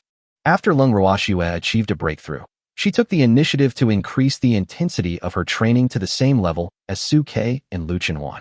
Then the three of them led the other team members to start today's training. Thanks to the previous experience, everyone adapted to the training quickly this time. After Lung Ruoxue's aptitude and realm were improved, she was able to barely keep up with the intensity of Su Ke and Lu Qinhuan. With such a result, Su Ke and Lu Qinhuan naturally did not hesitate to praise Lung Ruoxue, which made her more confident and full of hope for the future. Her current state was completely different from her previous state in the 3rd Battalion. She was full of energy and confidence. After the weighted running in the morning, it was physical training in the afternoon. Lung Ruoxue was still full of energy and treated the 200-pound sandbag as nothing, which stunned Peng Ming and Su Lu. How come I feel like a different person just by reaching a higher realm? That sickly little girl from before, could it be my hallucination? Not only Peng Ming and the students from the 1st Battalion, but also Lung Qinxiu, who was watching all this secretly from a distance, wiped away the tears from the corners of his eyes, feeling relieved for Lung Ruoxue's change. No one knew that Lung Qinxiu had been secretly paying attention to Lung Ruoxue's every move in the youth training camp. He also saw all the grievances that Lung Ruoxue had suffered in the third camp. But for Lung Ruoxue's future, even if his daughter suffered injustice, Lung Qianxiu could only hope with tears in his eyes that Lung Ruoxue would continue to persevere. Because in his heart, it was already a great opportunity for Lung Ruoxue to have the honor of entering the youth training camp. Even if she suffered injustice because of it, it was better than having a ruined future. The only thing that made him feel distressed was that Lung Ruoxue, who was already a little depressed, became even more depressed after entering the youth training camp. Lung Qianxiu couldn't stop crying several times when he saw Lung Ruoxue's isolated and lonely back and watched all this secretly. But the appearance of Su Ke brought a ray of hope to Lung Ruoxue's originally gloomy life, like a ray of sunshine piercing her gloomy sky, making Lung Ruoxue gradually become confident and generous. So even though he knew that Su Ke had a contract partner, Lung Qianxiu became more and more satisfied with Su Ke. Su Ke also noticed Lung Qianxiu, who was observing secretly. He greeted in the direction of Lung Qianxiu and led Lung Ruoxue and Lu Chenhuan to continue training. After Pang Meng and Su Lu announced that the training was completed, Lung Qianxiu couldn't wait to walk towards Su Ke and the others, looking Lung Ruoxue up and down with surprise. Ruoxue, you really broke through. Thanks to brother Su Ke. Lung Ruoxue's face was also full of joy at this time. She walked forward excitedly and hugged Lung Qianxiu's hand. Dad, this is more than just good news. Not only did I break through, but my qualifications were also improved, from an F-class ice worm to a D-class ice ring snake. Having said this, Lung Ruoxue excitedly showed her beastly state in front of Lung Qianxiu. Looking at Lung Ruoxue's beastly state, which was completely different from before, Lung Qianxiu's eyes were filled with excitement. My daughter's aptitude has actually improved. Great. That's great. Having said this, Lung Qianxiu directly grabbed Su Ke's hand, his face full of excitement. Son-in-law, thank you so much. Seeing Lung Qianxiu almost kissing him excitedly, Su Ke quickly retracted his hand and coughed dryly. We are all family, and this is what I should do. I have some new things here that I need your help to find. Listening to Su Ke's words, Lung Qianxiu waved his hand. We are one family, so don't be so rude. My dear son-in-law, if you need anything, just tell me. Seeing Lung Qianxiu being so generous, Su Ke did not hesitate to put forward his demands immediately. Ruoxue used the Cambrian ice core to temporarily suppress the erosion of the time erosion poison, but it only suppressed 10 if you want to further dissolve the erosion of the time erosion poison. You need to find something called Aurora jellyfish for Ruoxue to take for half a month. Aurora jellyfish? Hearing Su Ke's request, Lung Qianxiu couldn't help but be slightly stunned. This material seems to be a bit scarce. Even I haven't heard of it much. However, Lung Qianxiu's expression soon returned to calm. Don't worry, son-in-law. Since these are materials for Ruoxue to suppress erosion, I will definitely gather them for you within 3 days. Having said this, Lung Qianxiu glanced at Lu Chenhuan beside Su Ke. By the way, where is Miss Lu? Is there anything I can help her with? Seeing the concern on Lung Qianxiu's face, Lu Chenhuan waved his hands repeatedly. No, no, no. Uncle Lung, don't worry about me. We have our own plans. Compared to Lung Ruoxue's repair plan, Lu Chenhuan's is much simpler. He only needs to make some minor adjustments during the hunting competition to achieve his goal. After listening to Lu Chenhuan's answer, Lung Qianxiu nodded slightly, then gave Lung Ruoxue some life instructions and left. Su Ke and his companions continued their growth plan, training during the day and practicing at night. Through diligent mutual practice, the three of them advanced rapidly. Su Ke and Lu Chenhuan advanced from the original second stage 3rd level to the 5th level, and Lung Ruoxue also followed suit and advanced to the 3rd level. To Su Ke's surprise, Lung Qianxiu came to the tent of the 3 people in the evening of the next day with Aurora jellyfish, and prepared a total of 18 of them. After simply thanking Lung Qianxiu, Su Ke instructed Lung Ruoxue to take the Aurora jellyfish at night according to the memory of the divine eye of insight. Looking at the jellyfish emitting colorful light, Lung Ruoxue frowned, but still gritted her teeth and swallowed it. As expected, after swallowing the Aurora jellyfish, the erosion of the time corrosion poison in Lung Ruoxue's body was greatly eliminated, and the energy overflow was reduced by about 2 again. Seeing this, Lung Ruoxue's confidence increased greatly, and her gratitude towards Su Ke became even greater. She was so excited that she hugged Su Ke directly. Thank you, Brother Su. Lu Chenhuan on the side took the opportunity to do something naughty and quietly pushed Lung Ruoxue's buttocks. The pressure of getting closer again made Su Ke's heart tremble. Ruoxue, don't just say thank you. You have to take some practical actions. How about you just obey Brother Su tonight? Chapter 47, Lung Fog can only bark like a dog. Under high-intensity physical and combat training, everyone was tortured for almost half a month. During this half-month, as everyone became more familiar with the training, the difficulty of the training became increasingly greater, even requiring everyone to climb with weights on their hands in order to unleash their human potential. It was also during this half-month that everyone's cultivation and aura became more solid. The immaturity and ignorance in every student's eyes had faded away, replaced by confidence and determination. As for actual combat training, given the powerful strength of Su Ke and Lu Chenhuan, no one was so blind as to dare to challenge them. Su Ke and the other two were happy to have some free time, seizing the time to practice nonstop and quickly improve their realms. Seeing that everyone had completed almost all of their training, the hunting competition was put on the agenda for the youth training camp. Under the scorching sun at noon, Pang Ming and Su Lu spoke as they looked at the people who had finished training for the whole morning. Everyone, after this period of training, everyone is basically ready to go, both in terms of physical fitness and actual combat coordination. But if you want to become a hero who protects our human race, you still need to undergo a baptism of blood and fire. I'm giving you an early day off today. You can rest and cultivate your relationship. Everyone, gather at the main gate tomorrow. Listening to Pang Ming and Su Lu's words, everyone in the martial arts arena couldn't help but feel different emotions. Some were cheering, some were worried, but more were curious and looking forward to tomorrow's hunting competition. After all, the students had been protected in Jinghai City for 18 years and had never really seen what a ferocious beast looked like, so they were more curious about the unknown. Among them, Su Ke and Lu Chenhuan were the most excited, because this hunting competition is not only a challenge for them, but also an opportunity for Lu Chenhuan to improve his qualifications. If he could help Lu Chenhuan improve his qualifications, the combat effectiveness of his trio would rise to another level. However, just as everyone was dispersing, two strong spiritual power fluctuations suddenly rose from the direction of the second camp in the distance. Feeling that fluctuation, many people's expressions couldn't help but change. Level 2? Someone has the aura of breaking through to level 2. Look in that direction. It's the direction of the 2nd Battalion. 2nd Battalion? Could it be the S-rank Zhao Fei and An Ning? At this point, everyone couldn't help but look in the direction of Su Ke and the others.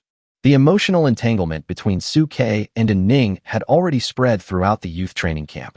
Now that the hunting competition is approaching, if An Ning and Zhao Fei really break through to the 2nd level, the threat they pose to Su Ke and the others will be enormous. After all, both An Ning and Zhao Fei are S level, while Lu Chenhuan and Lung Ruoxue are still F level, as everyone knows. When facing An Ning and Zhao Fei who are of the same level, the outcome is uncertain. However, Su Ke, who was at the center of everyone's attention, had a calm and indifferent expression on his face. For Su Ke, he never took An Ning seriously. Especially after this period of practice, Su Ke and the other two have made great progress in their realms. Su Ke and Lu Chenhuan are already at the 10th level of the 2nd stage, and are only half a step away from breaking through to the 3rd level. Lung Ruoxue is also at the 9th level of the 2nd stage, and is about to catch up with the two. For Su Ke, how to find 10 2nd-level ferocious beasts in tomorrow's hunting competition is the top priority. Brother Su, are you worried? Lung Ruoxue, who was standing aside, looked at the distant look in Su Ke's eyes and asked with concern.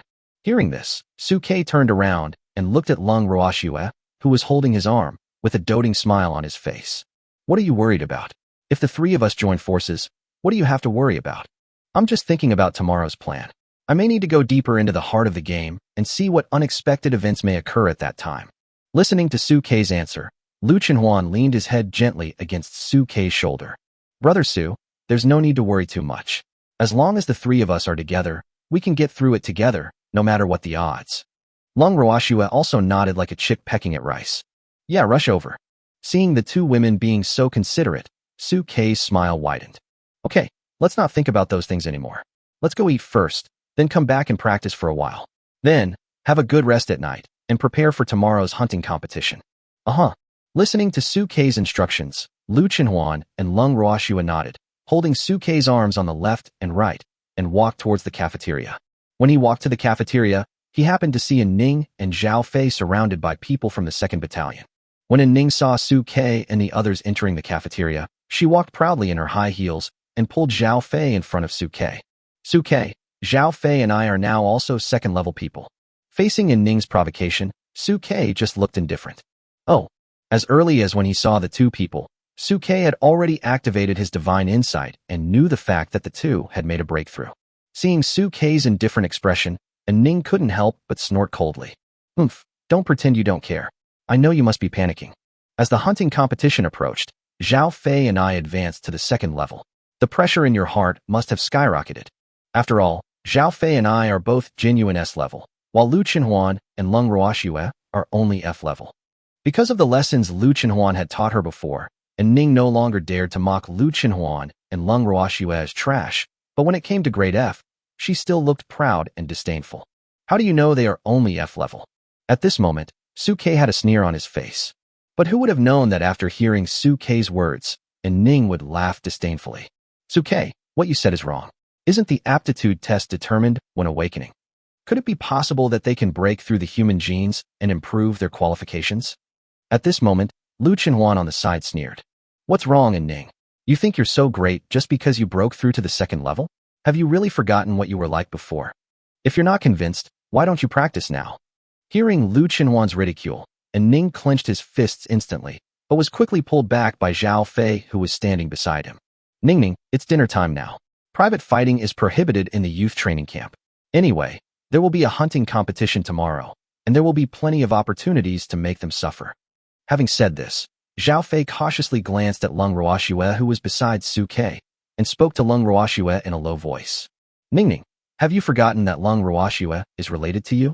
If we have a conflict now and it affects tomorrow's game, it will be more trouble than it's worth. The hunting competition is open to the entire camp, and the probability of the teams running into each other is very high. We will teach them a lesson then, and completely wash away the grievances we suffered previously. Listening to Zhao Fei's words, An Ning looked at Lung Ruoxue, who was looking at him unfriendly, and snorted coldly. You're lucky. I'm in a good mood today and don't want to argue with you. See you at the hunting competition tomorrow. After saying this, An Ning took Zhao Fei away arrogantly. Behind them, Lu Chenhuan raised his middle finger. Lung fog is just a dog's bark. Chapter 48. On the eve of the competition, a storm is coming. After dinner, Suke brought Lu Chenhuan and Lung Ruoxue back to the tent and started today's training directly. After this period of continuous practice, the realms of the three have become more and more consolidated. Suke's soul crystal has gradually condensed and become complete, and the beast cores in Lu Chenhuan and Lung Ruoxue's bodies have also increased a lot. Feeling that Suke and Lu Chenhuan were only half a step away from entering the third level, Lung Ruoxue, who was holding hands with them, was full of envy. Brother Su, you and Sister Huan are about to enter the third level. Hearing this, Suke looked at Lung Ruoxue lovingly. Don't worry, Ruoxue. The difference between your realm and ours is actually not that big. You will catch up soon. Take the last Aurora jellyfish tonight, and wait until after the hunting competition, then look for an opportunity to hibernate and complete the transformation. Maybe you will improve your aptitude before your sister Huan. Listening to Suke's description, Lung Ruoxue's eyes revealed a desire for the future, and she nodded gently. Yeah, I'll listen to Brother Su. As they talked, the three of them immersed themselves in cultivation again. However, just at dusk, when the three had just withdrawn their actions, two auras of people breaking through the realm came from the direction of other camps in the distance. Feeling the direction of the breath of breakthrough, Lu Chenhuan frowned slightly. Another person has broken through, and it seems to be from the direction of the 3rd Battalion. It seems that the camp that broke through is not happy with us. Are they preparing to put pressure on us together as the hunting competition is approaching? Lung Ruoxue also bit her lower lip lightly, with a hint of worry flashing in her eyes. She didn't have a good relationship with the people from the 3rd Battalion. If someone from the 3rd Battalion really broke through, she was worried that it would cause trouble for Suke during the competition.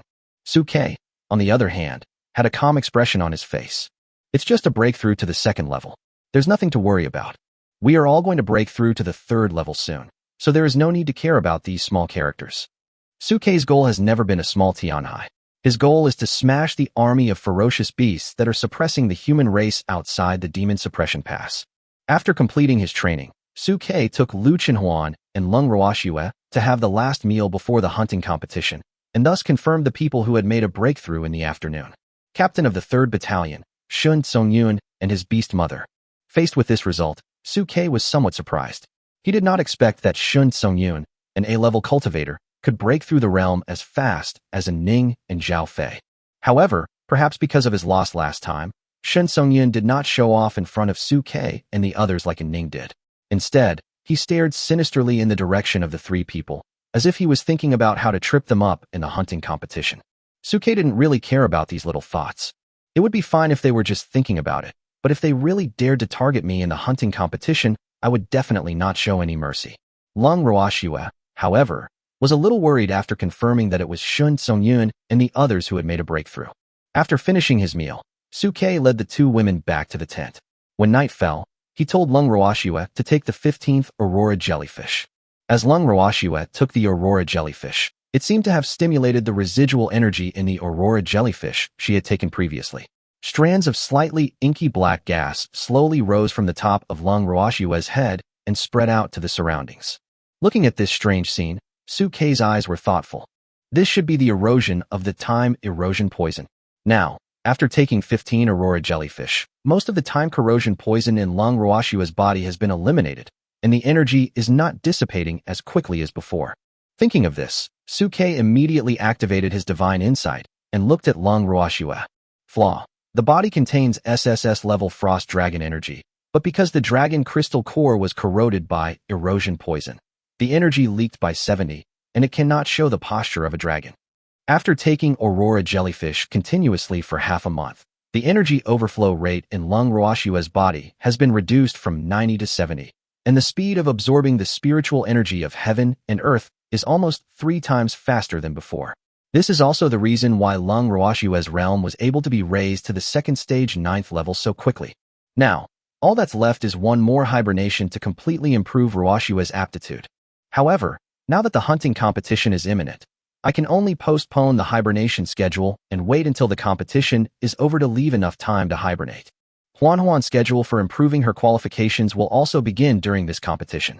At this moment, Su Ke's heart was full of anticipation for tomorrow's game. Okay, since we're going to have a real combat match tomorrow, let's not practice tonight. Let's get a good night's sleep and get enough rest so we can go out tomorrow. After saying this, Su Ke ordered everyone to turn off the lights and go to bed. But just as Su Ke turned off the light, a rustling sound came from the bedside. Su Ke turned his head and looked at Lung Ruoxue, who was wearing a dinosaur pajamas and carefully crawling into the bed next to him in the dim night. Seeing this scene, Su Ke didn't know whether to laugh or cry. Ruoxue, why are you here? Although Lung Ruoxue had moved into the same tent with him and Lu Chenhuan a long time ago, she had always slept in a separate bed. Now she actually took the initiative to move closer to him, which surprised Su Ke a little. Lu Chenhuan on the side also quickly turned around and looked at Lung Ruoxue. Hey, what's up?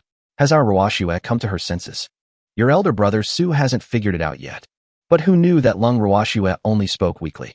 No, I just thought about facing the real beast tomorrow, and I couldn't sleep, so I wanted to come over. Having said this, Lung Ruoxue gently bit her lower lip in the night. If you don't like it, I can go back. As she spoke, Lung Ruoxue gently twisted half of her body and prepared to leave. But who knew that in the next second, a pair of strong hands instantly wrapped around Lung Ruoxue's slender waist and pulled her. Now that you're here, don't leave. Then Su Ke pulled hard, and 2 huge balls of pressure fell from the sky. Different from the bustling youth training camp, at this time outside the Fengming Valley not far from the Tianhai youth training camp, 2 figures appeared in the dim forest at the edge of the forest, looking at the youth training camp surrounded by watchtowers from afar. One of the tall and thin men adjusted his lenses, which were somewhat reflective in the night. I heard that this time, Tianhai City has an SSS level and 2 S-level geniuses. Bluebird, the divine cult has given orders that we must take advantage of this youth training to eliminate them all. Another woman with short hair and a hot body leaned lazily against a big tree nearby and waved her hand gently. I know, but are you sure that if we do this, we won't attract the pursuit of Daxia's top leaders? The man turned his head to look at the youth training camp in the distance and sneered. This action was launched by the divine cult against geniuses from all over the country, not just Tianhai. Even if the Daxia high-level officials are furious, they will not just target us. Besides, aren't there enough Daxia leaders hunting down the divine cult? Act as planned tomorrow. Chapter 49. From now on, everything is under my command. Early in the morning, at the gate of the youth training camp, all the people in the camp gathered together and walked towards the Fengming Valley, where ferocious beasts gathered nearby. When everyone arrived at the valley, a middle-aged man whom no one had ever seen before appeared in front of them. Hello everyone, I am Li Xiangdong, the person in charge of this youth training camp. Today, you will have your first actual battle with a ferocious beast in your life, a hunting competition. This actual combat competition is also a yardstick for judging your own abilities. This competition will be scored based on the number and quality of the beasts you hunt. There are 9 camps in total, 271 students, and only 150 promotion spots. Whether you choose to work as a team or fight alone is entirely up to you. Having said that, Li Xiangdong simply waved his hand. Now, instructors from each battalion lead the team into the mountains. As Li Xiangdong finished speaking, the instructors from each camp led their students towards the valley. But when they reached the front of the valley, the instructors from each camp stopped and looked at everyone, pointing at the teleportation array in front of them. Everyone, in order to prevent people with ulterior motives from using the hunting competition to harm our human genius, a teleportation array has been specially set up in the trial valley. If you want to enter the valley, you can only enter through the teleportation array. And this teleportation array has realm restrictions. Beings above level 3 cannot enter it. Listening to the instructor's explanations, the students couldn't help but feel relieved. The instructors looked at the students who seemed somewhat relaxed, then frowned. But you can't be complacent. This trial valley is vast and filled with ferocious beasts. They all eat people and have an innate hatred for humans. If you're not careful, you'll die. What's more, fierce beasts can also grow through self-eating. There are many second-level fierce beasts among them, and they may have even bred creatures close to the 3rd level. We must not be careless. Listening to the instructor's instructions, all the students' faces froze. Quite a few second-level ones, close to 3rd-level ones. Except for special beings like Suke, most of the students in the field are only at the 1st level. If they really encounter such a terrifying existence, they have no choice but to escape. For a moment, some people couldn't help but show a sign of retreat on their faces. At this moment, the instructors took out jade talismans from their arms and distributed them. To protect your safety, this is a one-time teleportation talisman. If you crush it in an emergency, you can be directly teleported out of the valley. Of course, this jade talisman can only be used once. Once used, it will be considered as giving up the competition in advance. Please think carefully before using it. Suke reached out and took the jade talisman distributed by Pang Ming and the others, his eyes flickering. With the teleportation talisman, the safety of everyone participating in the competition is guaranteed, and they at least have a chance to trial and error. Everyone, this is the teleportation array to enter the valley. Once you step onto the teleportation array, everyone except the contracted party with whom you are connected in mind and spirit will be randomly teleported to any location in the valley. In the valley, there is a surveillance array set up by our human race's great powers, which can monitor your movements at any time. The trial steel can also rank you based on your performance in the valley. After listening to Pang Ming's introduction, Suke, Lu Chenhuan, and others turned to look at the huge stone tablet standing outside the valley. At this moment, the stone tablet was blank and no achievements were recorded. Okay, now get in the formation and start the game. After the introduction of the general process of the hunting competition, Li Xiangdong announced the start of the competition. A beastmaster and a beast girl walked into the magic circle hand in hand, and then there was a flash of light, and both figures disappeared. Huan, Ruoxue, are you ready? Suke, Lu Chenhuan, and Lung Ruoxue looked at each other, nodded slightly, and then walked towards the magic circle hand in hand. Seeing Suke and the other two holding hands and walking towards the magic circle, Li Xiangdong couldn't help but smile. This must be the SSS genius beastmaster Suke who has been making the rounds in Tianhai recently. It is quite a sight to see him leading 2 beauties into the valley at the same time.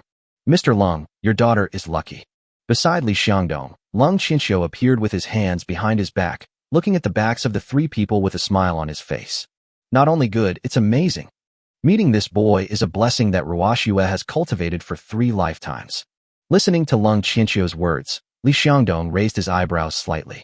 Oh, Master Lung, you think so highly of this boy. Even if this kid has good talent, contracting 2 F-rank beast girls is almost equivalent to destroying his own future. Is it worth your attention? Lung Qinxiu sneered when he heard this. Old Li, you don't understand. You'll know when the time comes. Lung Qinxiu did not reveal the fact that Suke had improved the qualifications of both Lung Ruoxue and Lu Chenhuan, in order to give him a good slap in the face in front of everyone who had doubted and despised Lung Ruoxue. Today's hunting competition is almost entirely monitored, and this is the time for me to show off. Looking at Lung Qinxiu's mysterious self-confidence, Li Xiangdong frowned slightly and looked towards the surveillance array.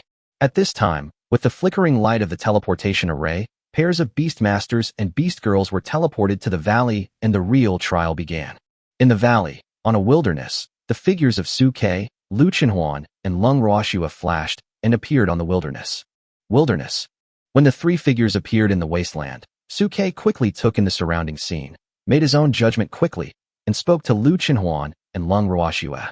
Huan, Ruoxua, the terrain of Fengming Valley is complicated. There are huge mountains with overlapping lush greenery around it, and there are also basins and wastelands between the valleys. We need to be more careful. Lu Chenhuan and Lung Ruoxua, who were standing by, were also experiencing their first time in a field battle. They subconsciously swallowed their saliva and moved closer to Suke, preparing to take his arm. Unexpectedly, Suke pulled his hand out and gave them serious instructions. The wild is different from the training camp in Tianhai. We must be on guard the whole time to prevent any accidents from happening. Joining hands at this time will only increase our inconvenience when danger comes. There is no point. Looking at Suke's serious expression, Lu Chenhuan and Lung Ruoxua bit their lower lips a little aggrieved. No. Brother Su, please don't be so fierce.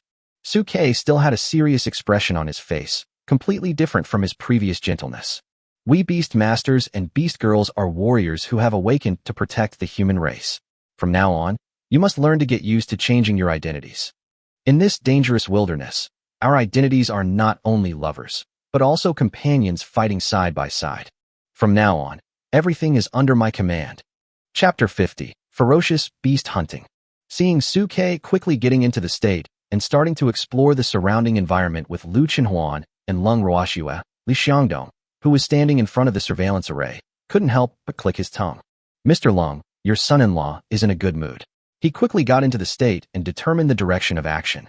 Compared to other beastmasters and beast girls who lost their way after entering the valley and even quarreled over their own opinions, Suke's leadership was obviously much stronger. Lung Qianxiu smiled when he heard this. That's right, don't you see how my daughter sees it? My daughter and her friends will definitely win the first prize in this hunting competition. Not necessarily. At this moment, a middle-aged bald man with an unfamiliar figure appeared beside the two of them. Mai Zhao Fei and his contract partner are both S-rank. They are the real genius team. With them around, it will be impossible for Suke and his team to win the championship. Seeing the person coming, Lung Qianxiu couldn't help but frown slightly. Zhao Guang. The person who came was Zhao Fei's father, Zhao Guang, the current head of the Zhao family. Old Li, did you invite this annoying guy? Seeing Zhao Guang appear, Lung Qianxiu frowned with some disgust. Li Xiangdong waved his hands helplessly. No, he was so shameless that he had to come over to watch his son's performance. As you know, I'm just a small youth training director. Now that the money is in place, I can't stop him. Hearing this, Lung Qianxiu couldn't help but roll his eyes. Tisk, no wonder I was wondering why he was so ignorant of himself. It turns out he is just a guy with no vision. Faced with Lung Qianxiu's contempt, Zhao Guang did not give in at all. You, Mr. Lung, have good eyes. Didn't you pay to get in? You sound so noble. Seeing that the two were about to fight, Li Xiangdong couldn't help but frown. Okay, stop arguing and watch the game first. The results will speak for themselves then. Far beyond the valley, in a forest, two people hid in the shadows of the trees. Bluebird, are you sure you're ready? The woman named Bluebird nodded slightly. Before the competition, we had already secretly sent people to sneak into Fengming Valley. We had already injected gene-enhancing elixirs into those beasts as planned. Then we would set up a trap to lure these geniuses together and annihilate them all. Ow, are you sure those elixirs are okay? In response to Bluebird's question, the man codenamed Owl gently pushed his glasses on the bridge of his nose, with a hint of confidence appearing at the corners of his mouth. That's a genetically enhanced elixir developed by the divine cult itself. How could there be a problem? These useless people from the youth training camp think that they can't cause any trouble because they are restricted by the magic circle. We will teach them a lesson this time. If that SSS genius beastmaster and the other two S-class beastmasters die in this youth training, I believe the divine cult will definitely reward us handsomely. As they were talking, the two of them slipped back into the shadows, observing and monitoring the movements within the magic circle from afar. There's a ferocious beast. Suke, who was about to approach a bush, quickly retreated. Lu Chenhuan beside him also instantly transformed into a beast, with golden animal ears appearing, protecting Suke and Lung Ruoxua behind him. Lung Ruoxua also instantly entered the beast state, ready to launch an ice crystal storm at any time. A giant gray wolf with drooling mouth appeared in the field of vision. Ferocious beast, gray wolf. Realm, first level. Talent skills, roar, pounce, cluster call. Disadvantages, strength is too concentrated in the limbs, tends to attack, has poor defensive ability, waist and head are easily injured, and the nose is particularly vulnerable. The moment the gray wolf appeared, Suke activated his divine insight pupil to take in all its information. Huan, attack its waist and head, especially its nose. This gray wolf is a pack beast, so it's best not to let it use its pack calling skill. Okay, Ruoxue, you are responsible for protecting Brother Su. The moment Lu Chenhuan heard Suke's order, he swung his claws towards the gray wolf without any hesitation. The claws were shining with golden light, and with lightning speed, he slapped the tip of the gray wolf's nose before the wolf could react. Oops. The next second, the gray wolf only had time to let out an unwilling howl, and then fell straight to the ground. Well done. Seeing Lu Chenhuan kill a first-level ferocious beast with just a wave of his claws, Suke on the side couldn't help but praise Lu Chenhuan. Afterwards, Suke quickly stepped forward, took out a dagger from his storage ring, inserted the dagger directly into the gray wolf's abdomen to cut it open, took out a tiny animal core from it, and threw it directly to Lu Chenhuan. Here, Huan, remember to dissect the beasts after you kill them if possible.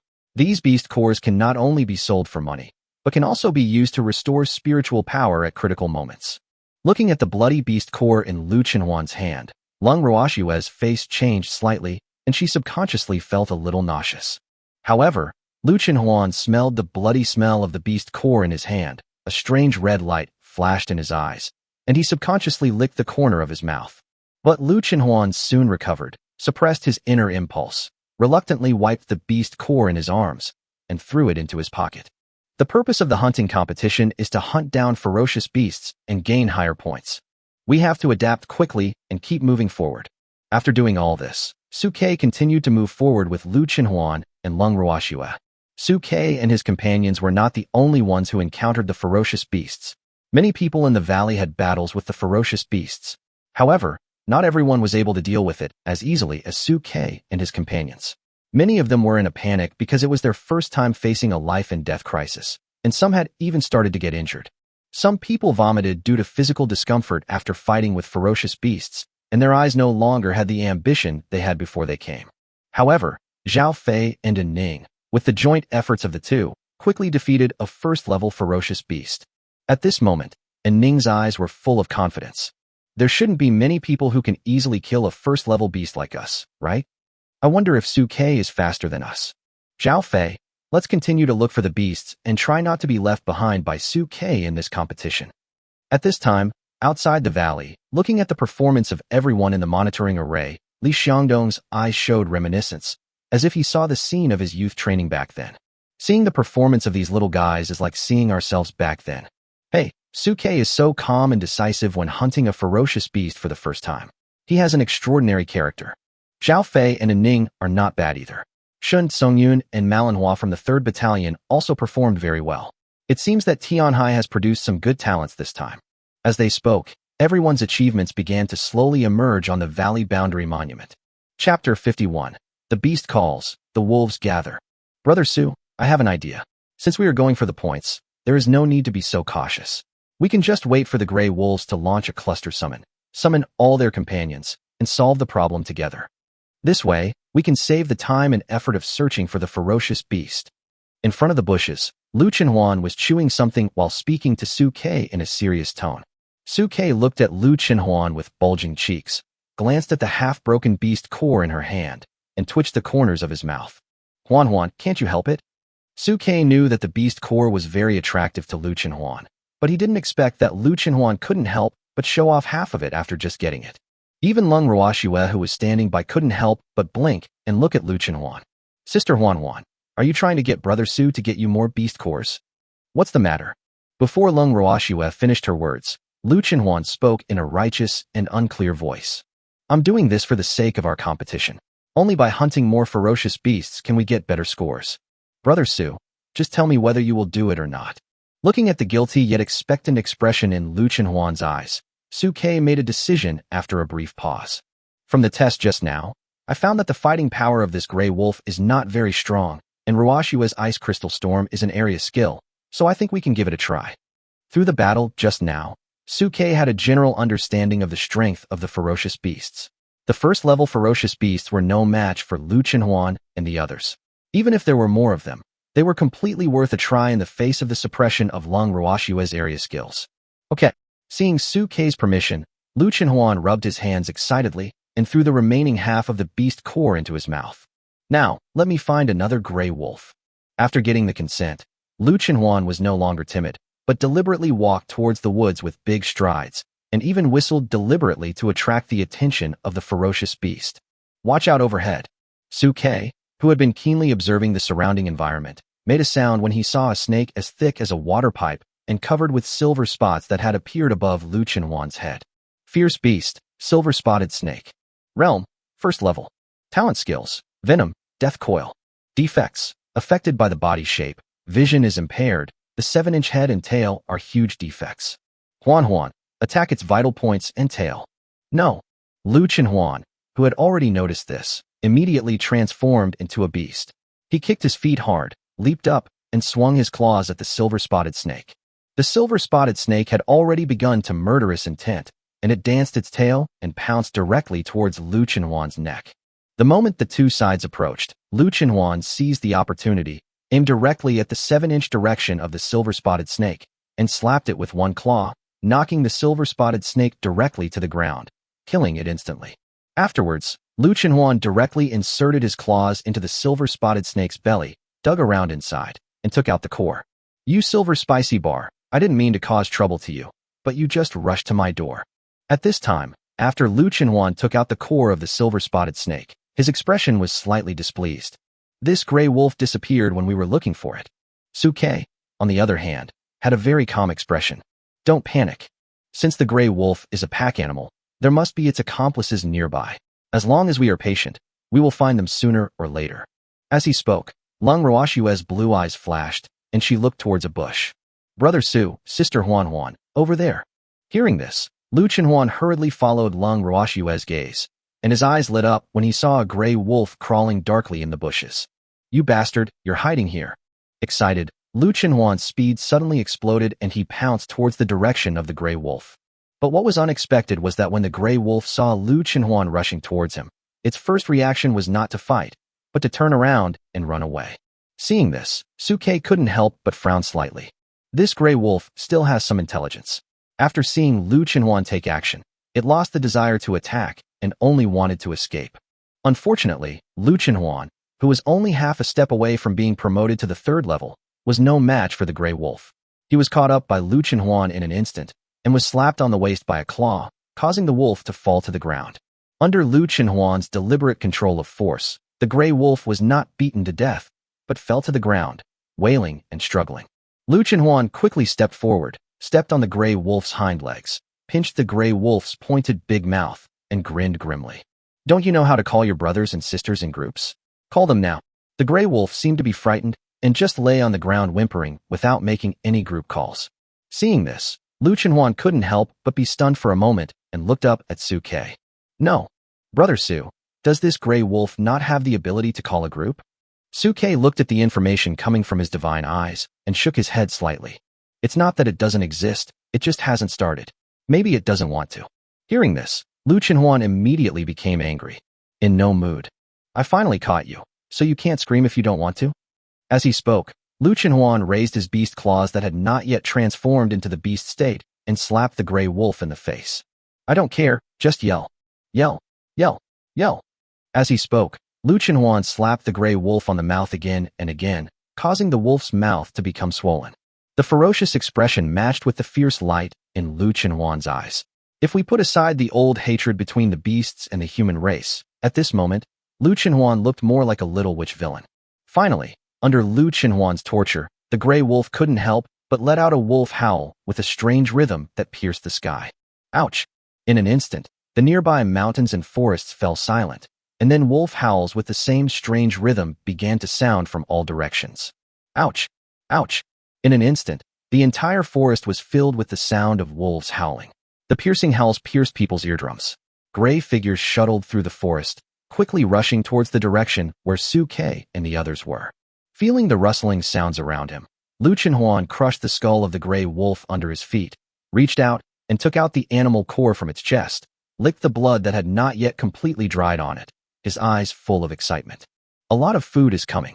At this moment, outside the valley, in front of the surveillance array, Li Xiangdong's expression changed when he saw what Lu Chenhuan and the others were doing. Su Ke and the others are. He is deliberately summoning the wolf pack. Even Leng Qianxiu, who was standing beside him, couldn't help but change his expression slightly. If the wolf pack gathers, there will be at least hundreds of them, and there will be a second-level leader. This is too dangerous. Why are they taking such a risk? Chapter 52. I will cheer you on from behind. In the forest, a beastmaster and a beast girl from the 4th Battalion were standing back to back, carefully looking around the scene, breathing heavily as they wrapped bandages around themselves, with band-aids on their faces. If you don't fight these beasts in real combat, you won't know how terrifying they are. It was just a first-level wild boar, and it almost killed both of us. If I hadn't reacted quickly, I think we would have crushed the teleportation talisman and run away. A first-level beast is so difficult to deal with. We must be more careful in our actions next time to avoid encountering more than 2 first-level beasts at the same time. At this time, the two of them quickly wrapped the bandages, stood up, and prepared to intensify the exploration.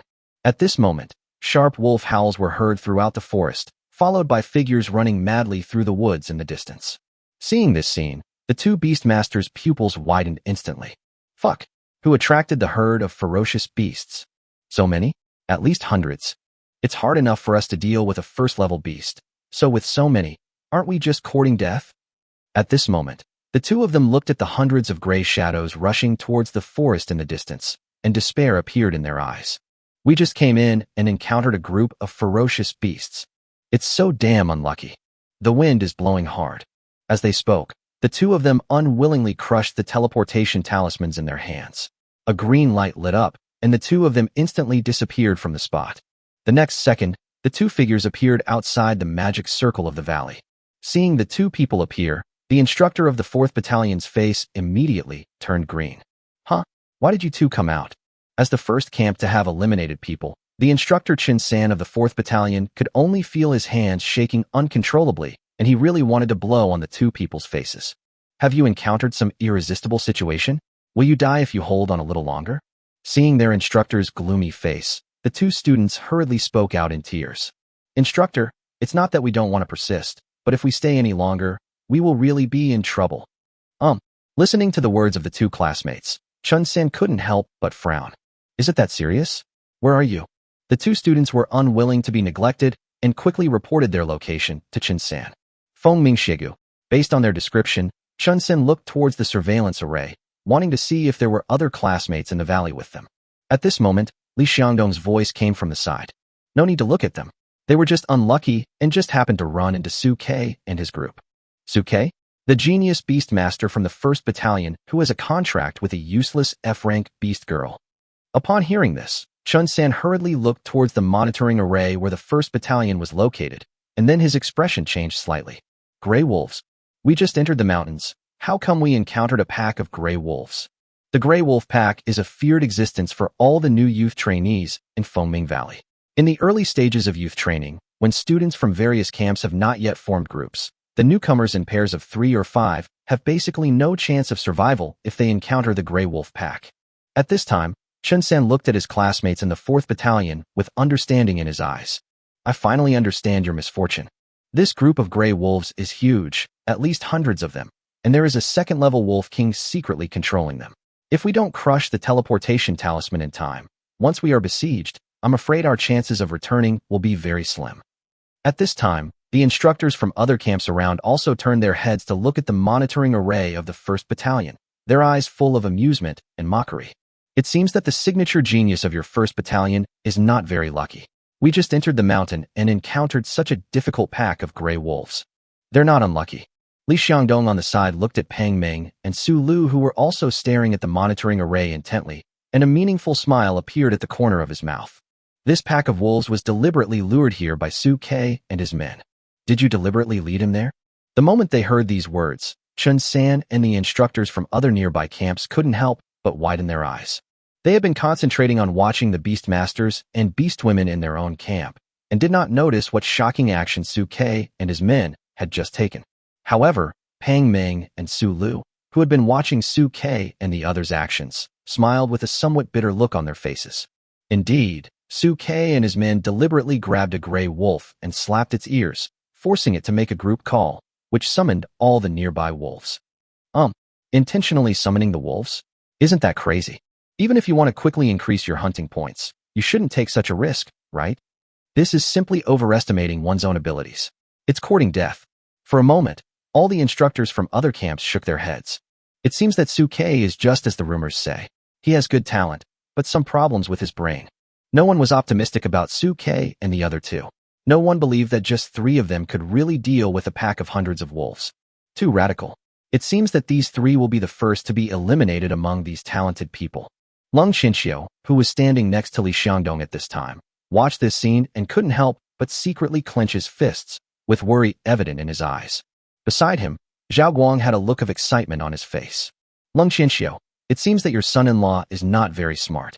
He actually dared to provoke this pack of gray wolves before he even found his companions. If you ask me, this Su Ke has a bad character. He is a bit impatient for quick success. He should learn from my Zhao Fei. Look, he should find the beasts one by one and try to avoid attracting the attention of other beasts. He should take steady steps. This is the real strong man. Facing Zhao Guang's ridicule, Lung Qianxiu was in no mood to argue with him. He just stared at the figures of Su Ke and the other 2 in the monitoring array, fearing that they might really encounter an accident. Pang Ming and Su Lu were also worried. As instructors of the 1st Battalion, they had truly witnessed the extraordinary talents of Su Ke and the others during this period of time, and placed great hopes on the 3 of them. Believe in them. Su Ke can always bring us surprises, and he will this time. At this moment, everyone's attention briefly gave up the surveillance screens of other students, and they all wanted to see how Su Ke and the others would deal with this terrifying tide of ferocious beasts. At this moment, under the gaze of everyone, Su Ke and the other 2 stood on the hillside of Shegu, looking at the gray figures flying towards them in the forest, their eyes full of confidence. As the backbone of the 3, Su Ke immediately formulated the battle plan for this battle. Ruoxue, activate the extreme cold field, condense the ice crystal storm, and launch a group attack. Huan, you are responsible for supporting Ruoxue. Be careful to prevent any fish that have escaped the net from approaching and attacking you. And I will be cheering you on from the back. Chapter 53, The Insane Wolf King. Seeing Su Ke quickly formulate a battle plan, the people who had been watching all this from outside the surveillance formation couldn't help but nod their heads. Although he was a little radical, Su Ke remained calm in the face of danger. He is a qualified beastmaster. Although everyone could not hear the voices of Su Ke and others in the magic circle, they could roughly judge from the picture that Su Ke was quickly deploying a battle plan. They are not afraid of danger, which is a good character, but they are facing a large number of gray wolves, among which there is a 2nd-level wolf king hiding in the dark. It is not realistic to expect them to survive this attack safely. That's right, especially when Su Ke's contracted beast girls are only 2 F-level ones. It's even more difficult. Although everyone was somewhat amazed by Su Ke's performance, they still did not believe that Su Ke could really command Lu Chenhuan and Lung Ruoxue to defeat the wolf pack. The gap in numbers was already huge, and Lu Chenhuan and Lung Ruoxue were just 2 of the lowest talented F-level beast girls, so it was impossible for them to create a miracle no matter how hard they tried. At this moment, under the gaze of everyone, a dense pack of wolves had surrounded Su Ke, Lu Chenhuan, and the other 2 in the valley. Looking at the miserable corpses of their companions at their feet, they kept growling in low voices and slowly approached the 3 people. Hundreds of giant gray wolves crowded together, like a giant woven gray carpet slowly closing in towards Su Ke and his companions. The other ferocious beasts around were also frightened away and fled from this extremely dangerous area. Su Ke also looked at the slowly approaching gray wolves with a cautious expression, his eyes focused, and spoke to Lung Ruoxue and Lu Chenhuan.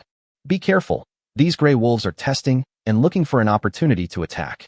Once the first one makes a move, all the wolves will rush over. Lu Chenhuan and Lung Ruoxue on the side listened to Su Ke's instructions, nodded gently, and stared at the gray wolves approaching them with serious faces. And Su Ke was calculating the distance. Ruoxue's ice crystal storm is most effective within 50 meters. It's best to wait for these gray wolves to get closer, and then launch the ice crystal storm at about 10 meters to achieve the maximum range of firepower coverage, while also trying to prevent any fish from escaping. 50 meters, 40 meters, 30 meters, 20 meters. As the wolves approached, Everyone outside the valley couldn't help but feel their hearts in their throats. They didn't know that Lung Ruoshue's advanced ice crystals were the best range-killing weapon to deal with large numbers of people with low cultivation. Everyone was worried about Suke and the others. Why doesn't this guy use the teleportation talisman? Does he really think he can fight so many gray wolves? Are you kidding? With so many wolves coming at us together, even if we can defeat them, we will be exhausted to death, right? What's more, there's a gray wolf king hiding in the dark. I heard that it's extremely sinister. It can conceal its aura and disguise itself as an ordinary gray wolf. Once it gets close to you, it'll be really scary. At this time, Suke in the valley was also squinting his eyes and looking at the surrounding wolves, secretly using his insight pupils to search for the trace of the Wolf King. Little guy, let me check, where are you? Unlike ordinary beastmasters who are easily deceived by the Wolf King, Suke possesses the divine eye of insight, which allows him to find the hidden Wolf King in the crowd at a glance based on the different information columns. Soon, Suke found his target. It was a gray wolf that was not much different in size from other gray wolves. It even looked a little disabled, limping among the wolf pack. It looked extremely ordinary. In order to highlight its weakness, it even lowered its head and sneezed from time to time while walking, and was pushed aside by the other gray wolves with some disgust. It was obvious that it was a weak and sickly person who was bullied all year round. Ferocious Beast, Gray Wolf King. Realm, Level 2. Talent Skills, Roar, Pounce, Group Call, Wolf Pack Command, Hide. Disadvantages, Strength is too concentrated in the limbs, tends to attack, has poor defensive ability, waist and head are easily injured, and the nose is particularly vulnerable. The best actor, this Wolf King. At this moment, Suke looked at the Wolf King with a gleam of surprise in his eyes. If it weren't for the existence of this divine eye of insight, who would have thought that such a frail-looking gray wolf was the big boss, the Wolf King, hidden in the wolf pack? Once this thing gets close to him, the second-level cultivation will be fully unleashed, and ordinary beast tamers may not even have time to react, and will be killed on the spot. The gray wolf seemed to have sensed Suke's gaze, and in order to avoid exposing itself, it seemed to limp even more as it walked. In order to avoid alarming the Wolf King and making it alert and flee in advance, Suke pretended not to know that it was the Wolf King and allowed the Wolf King to slowly approach him among the wolf pack. As they got closer, the distance between them became increasingly dangerous. 15 meters, 13 meters, 10 meters. Finally, when they were about 10 meters away from Suke and his companions, all the wolves seemed to have received the same command. They suddenly jumped up at the same time and rushed towards Suke and his companions at a faster speed. In an instant, all the wolves rioted, as if a huge gray wave was rolling up in the forest, rushing towards Suke and the others. Seeing this, Suke's eyes were calm, and he spoke directly. Right now, Ruoshue, do it. Huan, provide support and cover. As Suke finished speaking, Long Ruoshue and Lu Chenhuan instantly transformed into beasts. Golden beast ears emerged from both sides of Lu Chenhuan, and his body seemed to be surrounded by gold and iron, as solid as a rock. As for Lang Ruoshue, the air temperature around her suddenly dropped, and scales emerged from her body, like an extremely solid armor. Countless ice crystals condensed around her in an instant. Tyrant. Suke was not idle either, and directly activated the tyrant.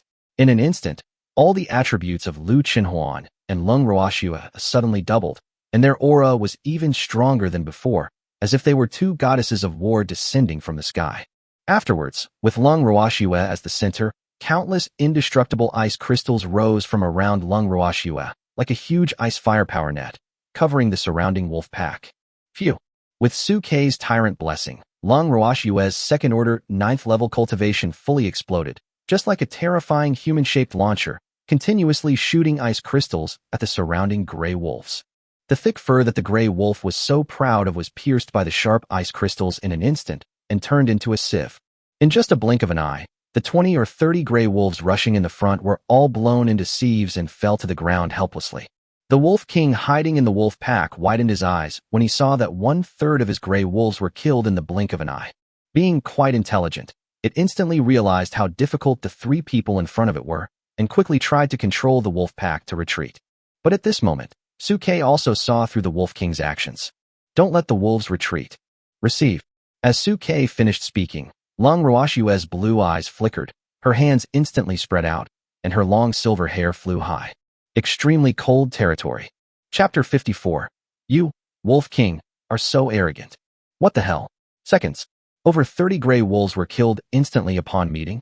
Is this guy still a human being? At this time, outside Fengming Valley, everyone who was staring at the surveillance formation widened their eyes, and their eyeballs almost popped out. At this moment, everyone was stunned by Lung Ruoshue's performance. Such a large-scale damage, and such a terrifying lethality. Is this really just an F-rank beast girl?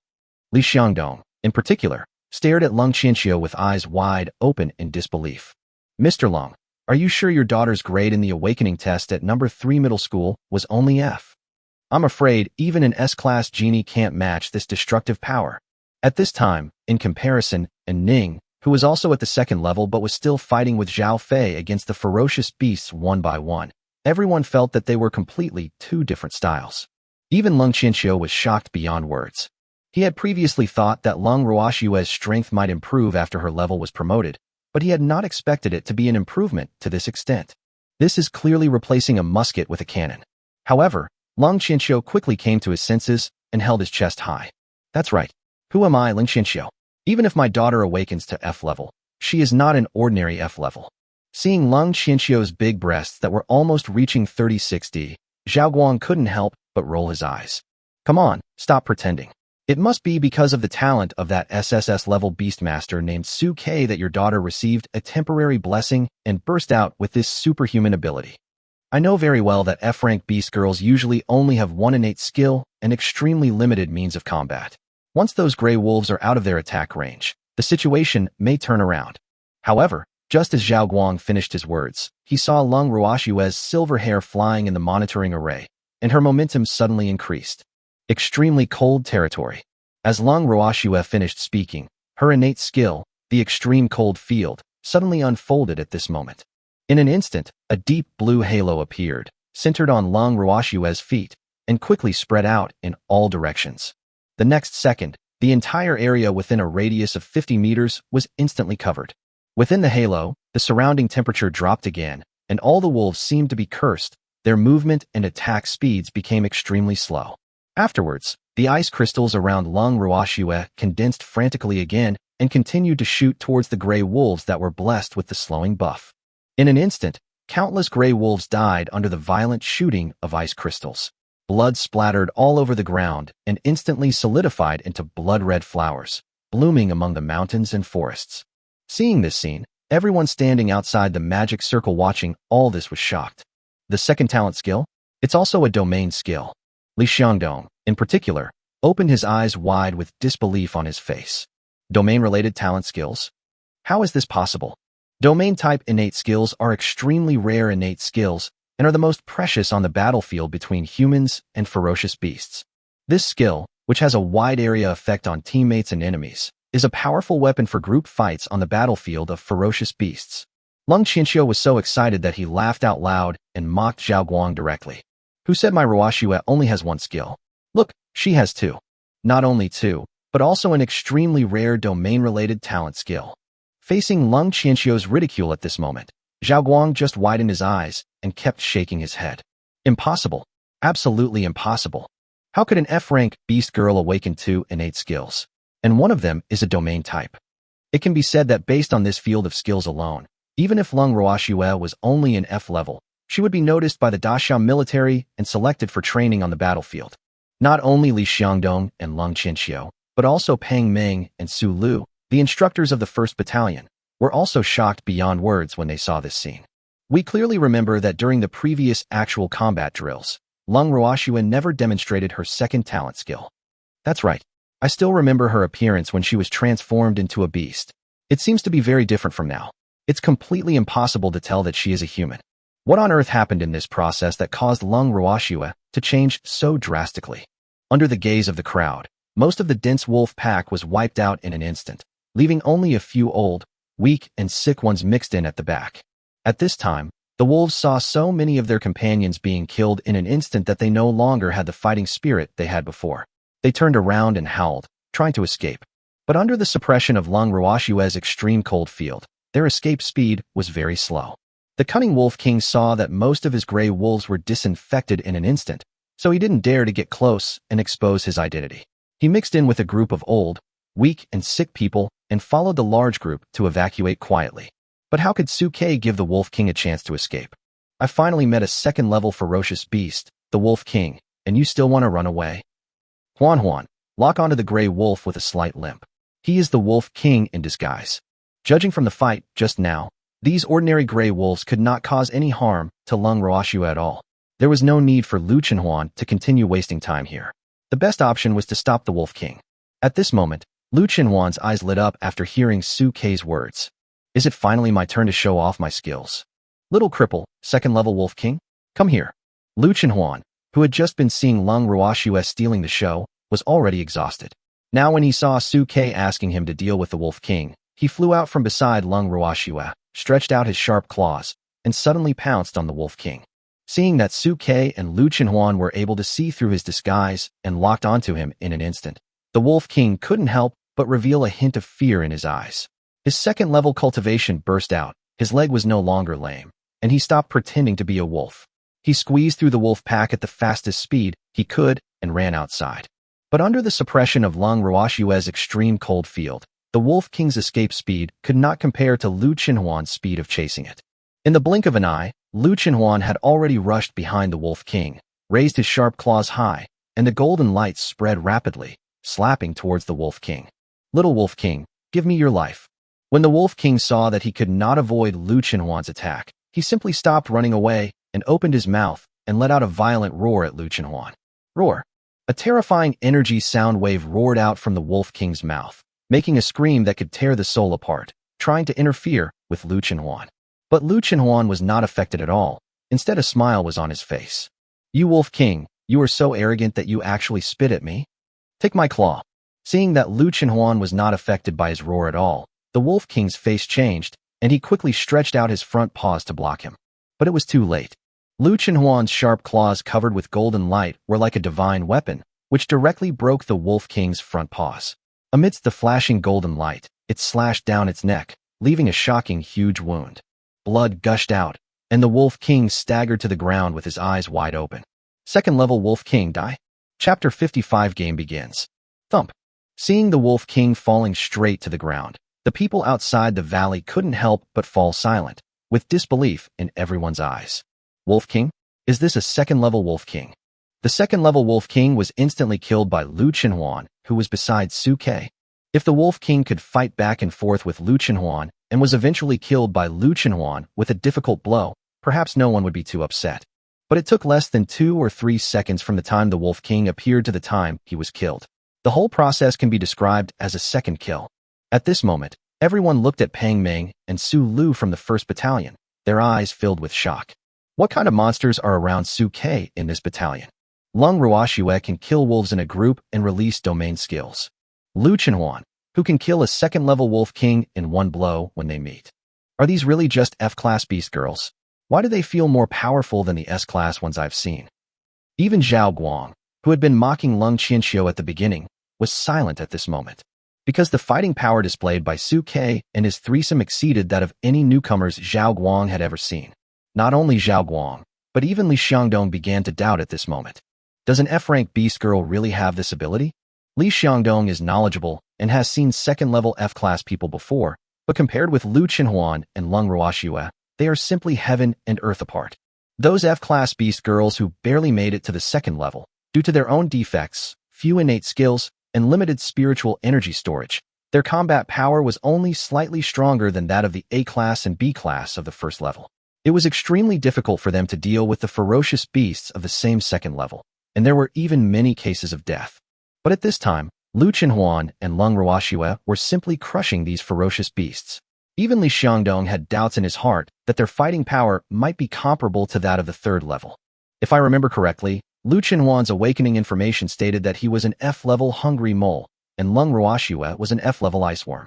But Lu Chenhuan's beastly awakening form is shining with golden light, and it doesn't look like that mole at first glance. And Lung Ruoxue, this beast form has nothing to do with the iceworm. Which insect has such thick scales? As he thought about it, Li Xiangdong narrowed his eyes slightly. After this competition, I will go back to the youth training camp to check out Lung Ruoxue and Lu Chenhuan's previous training videos. The perceptive Li Xiangdong immediately noticed the big changes in Lu Chenhuan and Lung Ruoxue, which must be due to some unknown reasons. Perhaps this has something to do with this SSS level genius beastmaster named Su Quebec. While he was thinking, The ranking of Suke and his two companions instantly jumped to first place on the huge boundary monument standing in front of the valley not far away. Points ranking. Top 1. Suke, Lu Chenhuan, Lung Ruoxue, 15,400. Top 2. Zhao Fei, An Ning, 400. Top 3. Shun Songyun, Zhang Jejia, 300. Looking at the points ranking on the boundary monument, everyone couldn't help but sigh inwardly. The gap between Suke and his team who are in first place and An Ning and his team who are in second place is too big.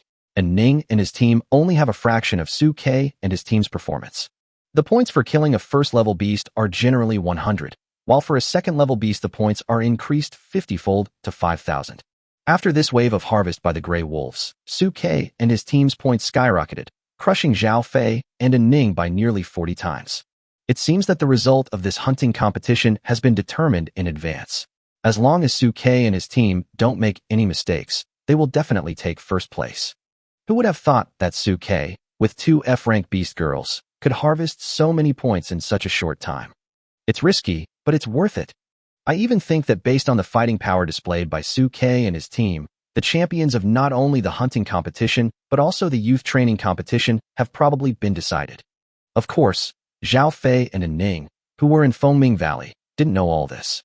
At this time, after Zhao Fei and An Ning quickly dealt with the 4th ferocious beast, a smile of great confidence appeared on their faces.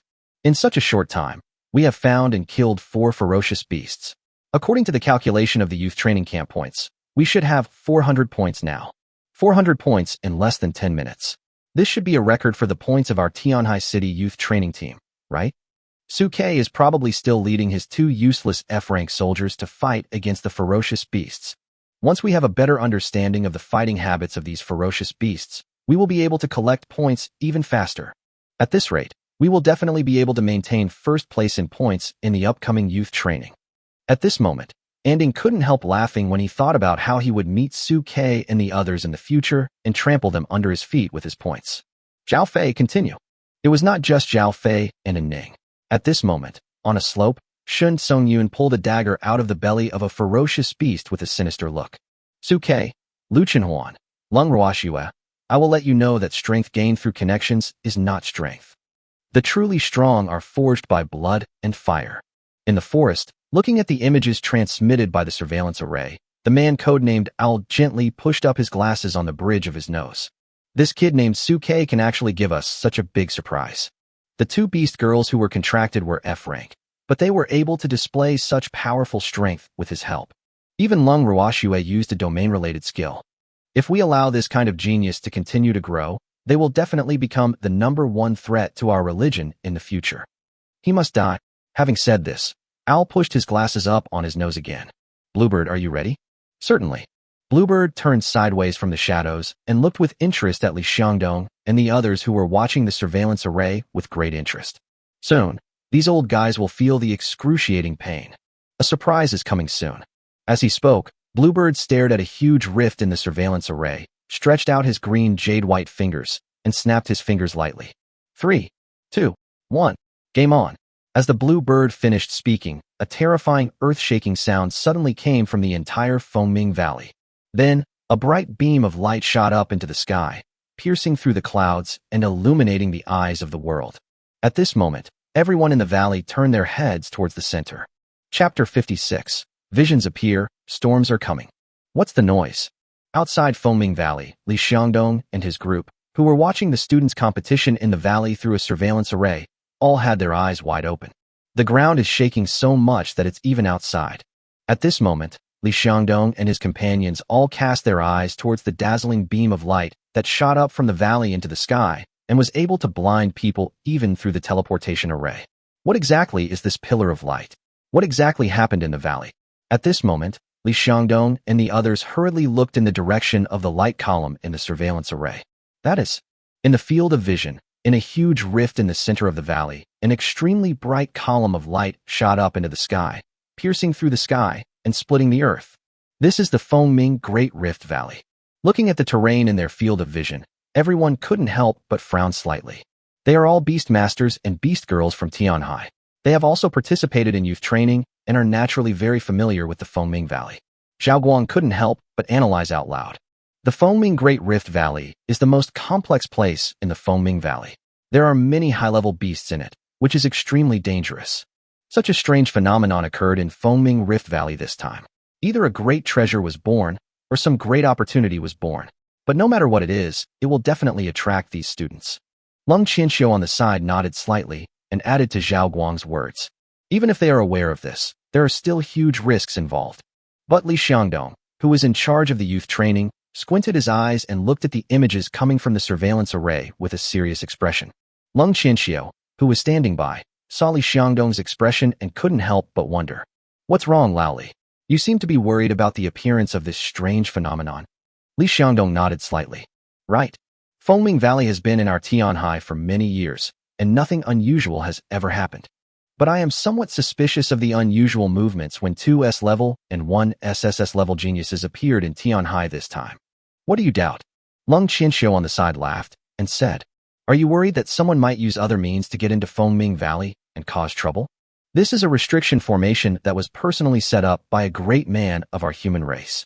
Even if someone really sneaked in and blocked the detection of the boundary monument, their cultivation level could not exceed the 3rd level, and they would not be able to cause any trouble.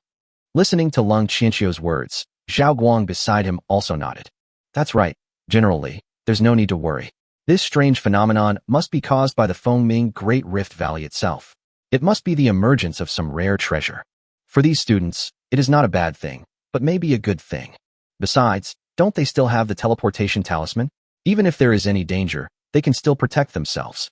Listening to the two people's words, Li Xiangdong felt a little relieved, but he still frowned and looked in the direction of the rift, wanting to see clearly what was happening inside. However, perhaps because of the influence of the light column just above the rift, the image above the rift was a little distorted at this moment, making it impossible to see clearly what was happening inside. Looking at this scene, Li Xiangdong frowned even more tightly. He no longer focused on the center of the rift, but turned his attention back to the other people in Fengming Valley. At this time, in the valley, students from all over the place raised their heads at the same time and looked towards the rift in the center of the valley. What's the noise? Lu Yun, who had just suppressed a 2nd-level ferocious beast, turned his head to look at the beam of light that was shooting straight into the sky above the rift valley, and his eyes lit up. Could this be the legendary great opportunity that only comes once every century? Wu Shuang, who was standing aside, also showed a look of longing in his eyes. It is rumored that when a rare treasure is born in the world, this kind of opportunity phenomenon that shakes the world will occur. Could it be that we have encountered it this time? I heard that a senior from Tianhai once found a rare treasure in a secret realm that could improve his bloodline qualifications, awakened a new domain-related talent skill, and soared to the sky. If we can come across this opportunity first, we may still have a chance of winning even if we face S-level beings like An Ning and Zhao Fei. Let's go and take a look. On the mountainside, Zhao Fei and An Ning saw this scene, and their eyes showed surprise. This rare phenomenon of heaven and earth must be the appearance of some rare treasure. Zhao Fei, let's go over there quickly. Try to grab this opportunity before Su Ke and the others, and make him angry to death. Not only them, all the students wandering in Fengming Valley at this moment showed longing in their eyes and rushed towards the direction of Fengming Great Rift Valley. Everyone is a chosen one from Tianhai. Even though they know that there may be risks in this trip, no one is willing to give up this opportunity. After this incident, the flavor of this hunting competition may change. Outside the valley, the blue bird hiding in the dark watched all this with a sneer in its eyes. They may think this is a chance to change their fate, but little do they know that what is about to greet them is the harvest from the god of death. On the mountainside, Su Ke, Lu Qinhuan, and the other two, who were picking up the corpse of the gray wolf, raised their heads and looked at the dazzling light column rising into the sky in the distance. That location is the direction of the rift in the center of the valley? Lu Qinhuan's beautiful eyes widened instantly. This kind of strange phenomenon, could it be that some rare treasure or opportunity has appeared in the world? Could it be some rare treasure? But unlike the others who were distracted by some strange treasure, Su Ke was quite calm at this moment and analyzed things quickly.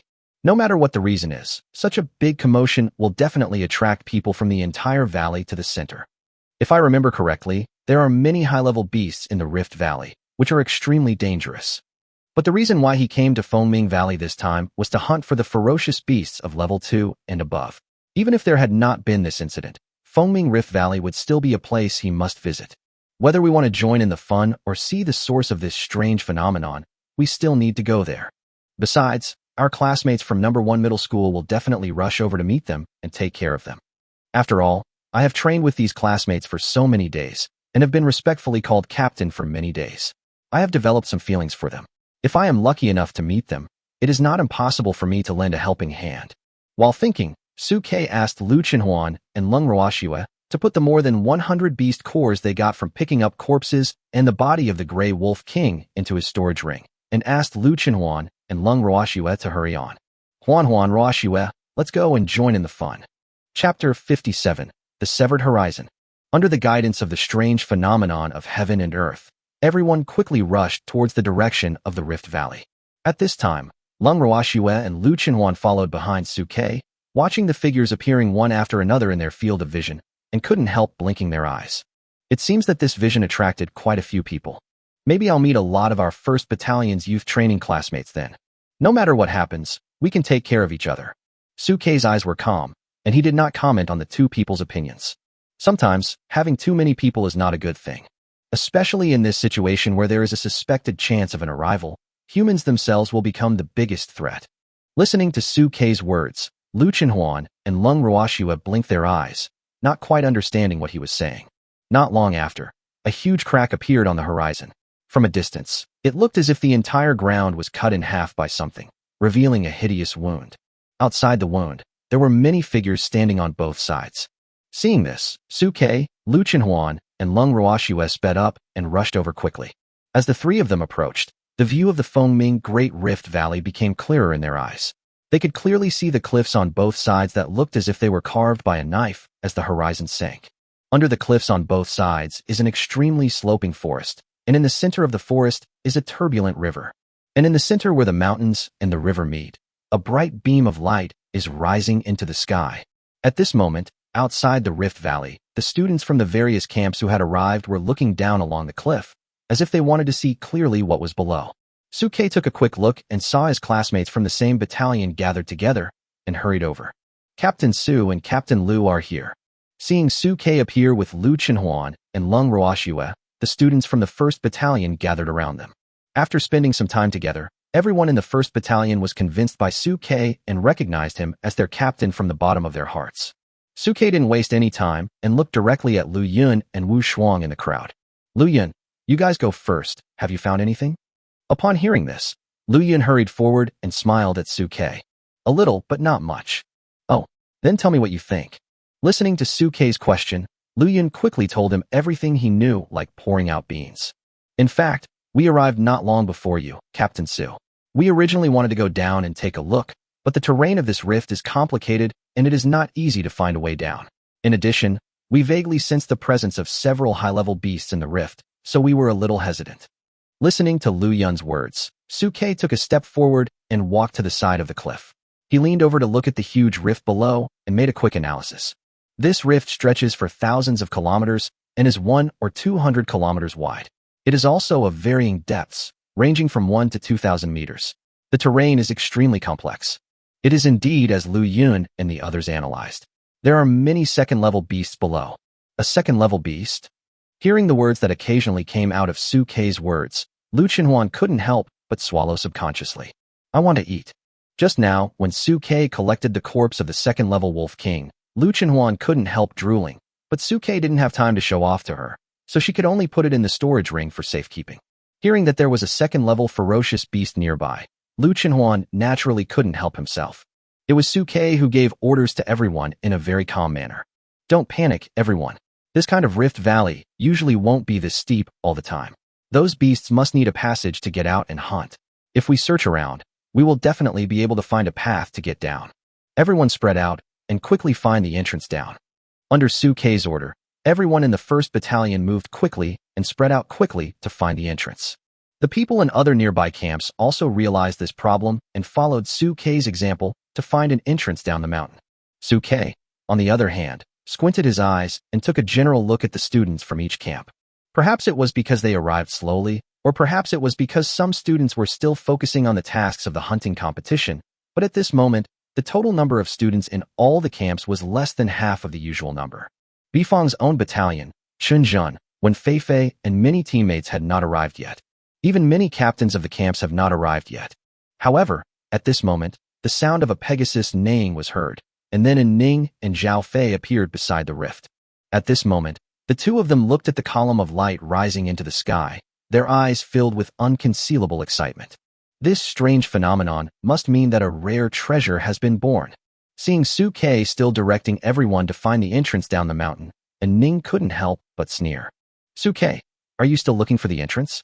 The chance of this kind of rare treasure appearing is much greater if you are one step ahead. We'll go down first. As the words fell, An Ning directly entered the beast state, pulling Zhao Fei and leaping down to the side of the cliff. Zhao Fei, who was standing aside, obviously didn't react. He felt his feet go empty, and he lost his balance in an instant. He let out a shrill scream and hurriedly grabbed An Ning's hooves. Ning, I'm not a beast girl. You'll fall to death if you do this. No, wow. Then, the two figures crashed into the woods below the cliff and disappeared without a trace. Seeing this, Su Ke couldn't help but hold his forehead. An idiot who has no regard for the safety of his companions. Before the beast girl unlocks the ability to stay in the air, this risky move can easily bring unexpected danger to herself. But in a sense, this highly adventurous move also brings greater opportunities. An Ning took such a risky and radical move because she didn't want to lose to Su Ke from the bottom of her heart. In addition to considering the overall situation, Su Ke also felt that the occurrence of this strange phenomenon was a bit abnormal. In order to prevent accidents, it is best to seek progress and stability. Shen Songyun from the 3rd Battalion and people from other large camps did the same thing as Su Ke and his men. Soon, a surprised voice of a member of the 6th Battalion was heard in the distance. Found it. There's a path here that we can go down. Upon hearing this, all the people in the camp rushed towards the path. Sure enough, after getting closer, you can see that the terrain here is slightly gentler, and there is a crooked path winding along the edge of the cliff towards the mountains and forests below. Seeing this, many beastmasters and beast girls could not help but quickly rush down along the path, fearing that they would fall behind and miss out on the opportunity. Seeing this, Su Ke did not hesitate and led the members of the 1st Battalion to rush downwards. Soon, a dense forest appeared before everyone's eyes. Chapter 58, Fear of Death. Why hasn't the light trail disappeared over this rift valley? These students just entered the area covered by the light and immediately lost contact. Looking at the surveillance array where most of the image was obscured by a hazy halo, Li Xiangdong had a bad feeling in his heart. Something is not right. This light trail seems to have the effect of blocking detection. Hearing Li Xiangdong's concerns, Lung Qianxiu on the side couldn't help but laugh out loud. If there really is some rare treasure that has appeared, it is not impossible to isolate it from the outside world's detection. Don't worry so much, Laoli. But that's not what I'm worried about. What I'm worried about is that this light trail might be something like a barrier that can not only block detection, but also block space transmission. As Li Xiangdong's voice fell, Lung Qianxiu's voice couldn't help but pause. Everyone around couldn't help but change their expression slightly. It should be unlikely, right? If teleportation is prohibited in the isolated space, these students who enter the Fengming Great Rift Valley will be in great danger. Originally, the Fengming Great Rift Valley was an area where high-level ferocious beasts often appeared, and it was full of danger. If teleportation was restricted at this time, there would be an unprecedented chaos.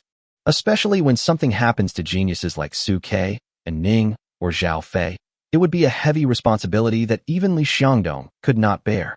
For a moment, everyone felt cold sweat and uncomfortable. That shouldn't be the case. There can't be such a coincidence. Lung Qianxiu and Zhao Guang, whose daughter and son were in Fengming Valley, were even more nervous. Whether it's a coincidence or not, we'll know in a moment. At this time, Li Xiangdong narrowed his eyes slightly and stared at the images covered by the halo. The Fengming Great Rift Valley is filled with dangers, and there are even many second-level and higher ferocious beasts.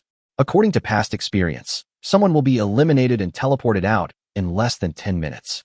Even if we extend the time a little, if no one shows up after more than 15 minutes, it means there is danger and emergency measures need to be taken. As they were talking, everyone turned their attention back to the scene in the surveillance array, but the difference from the previous times was that this time they were no longer as relaxed as before. These trees are so tall and big. In the Rift Valley, many people looked at the towering trees in front of them and couldn't help but exclaim in admiration. These ancient trees are so tall and big, and their lush greenery almost blocks out the sunlight from entering the valley, making the light very dim. The captains of the battalions who were already in position couldn't help but give reminders. This foaming rift valley is different from the outside. I heard there are many high-level beasts inside. Everyone must be careful. Following the instructions of their respective captains, everyone perked up, carefully looked around, and moved forward slowly. Suke and Lu Chenhuan also led the members of the 1st Battalion to advance slowly, keeping an eye out for danger at all times. But after walking for 4 or 5 minutes, the group did not encounter any ferocious beasts, which made everyone relax. It's been a long time, and we haven't seen any ferocious beasts. Could it be that the rumors outside are wrong? That's right. High-level beasts are very alert. It's impossible that we haven't noticed them for so long. Some people even began to appreciate the surrounding scenery. You see, as we go deeper, these ancient trees are a little different. They seem to be entangled by another kind of plants. I know. This is the fig tree mentioned in the book. It is a type of strangler vine. It mainly relies on parasitism to entangle the big tree, draining the nutrients of the big tree bit by bit, and finally completely replaces it. Some curious beastmasters and beast girls even reached out their hands towards the strangler vines. But at this moment, Suke's pupils couldn't help but shrink, because he actually saw information columns on those strangler vines. Ferocious beast, strangler vine. Realm, 1st level. Talent skills, growth, extension, strangulation. Disadvantages, too heavy, unable to leave the soil, afraid of fire. Careful. The moment the information bar appeared, Suke quickly spoke to the beastmasters and beastmothers. However, they did not react at all. Instead, they looked at Suke with curiosity. Be careful about what? That's right. What are you doing commanding our 7th Battalion as a member of the 1st Battalion? What's there to be afraid of about touching a tree? Oh, I won't listen. I'll just touch it. But at this moment, the strangler vines that originally looked harmless suddenly extended and grew the moment the few people approached, and quickly dropped from the sky and stabbed towards the backs of the unsuspecting people. Careful. This time, not only Suke spoke up, but the captains of their surrounding camps couldn't help but warn them.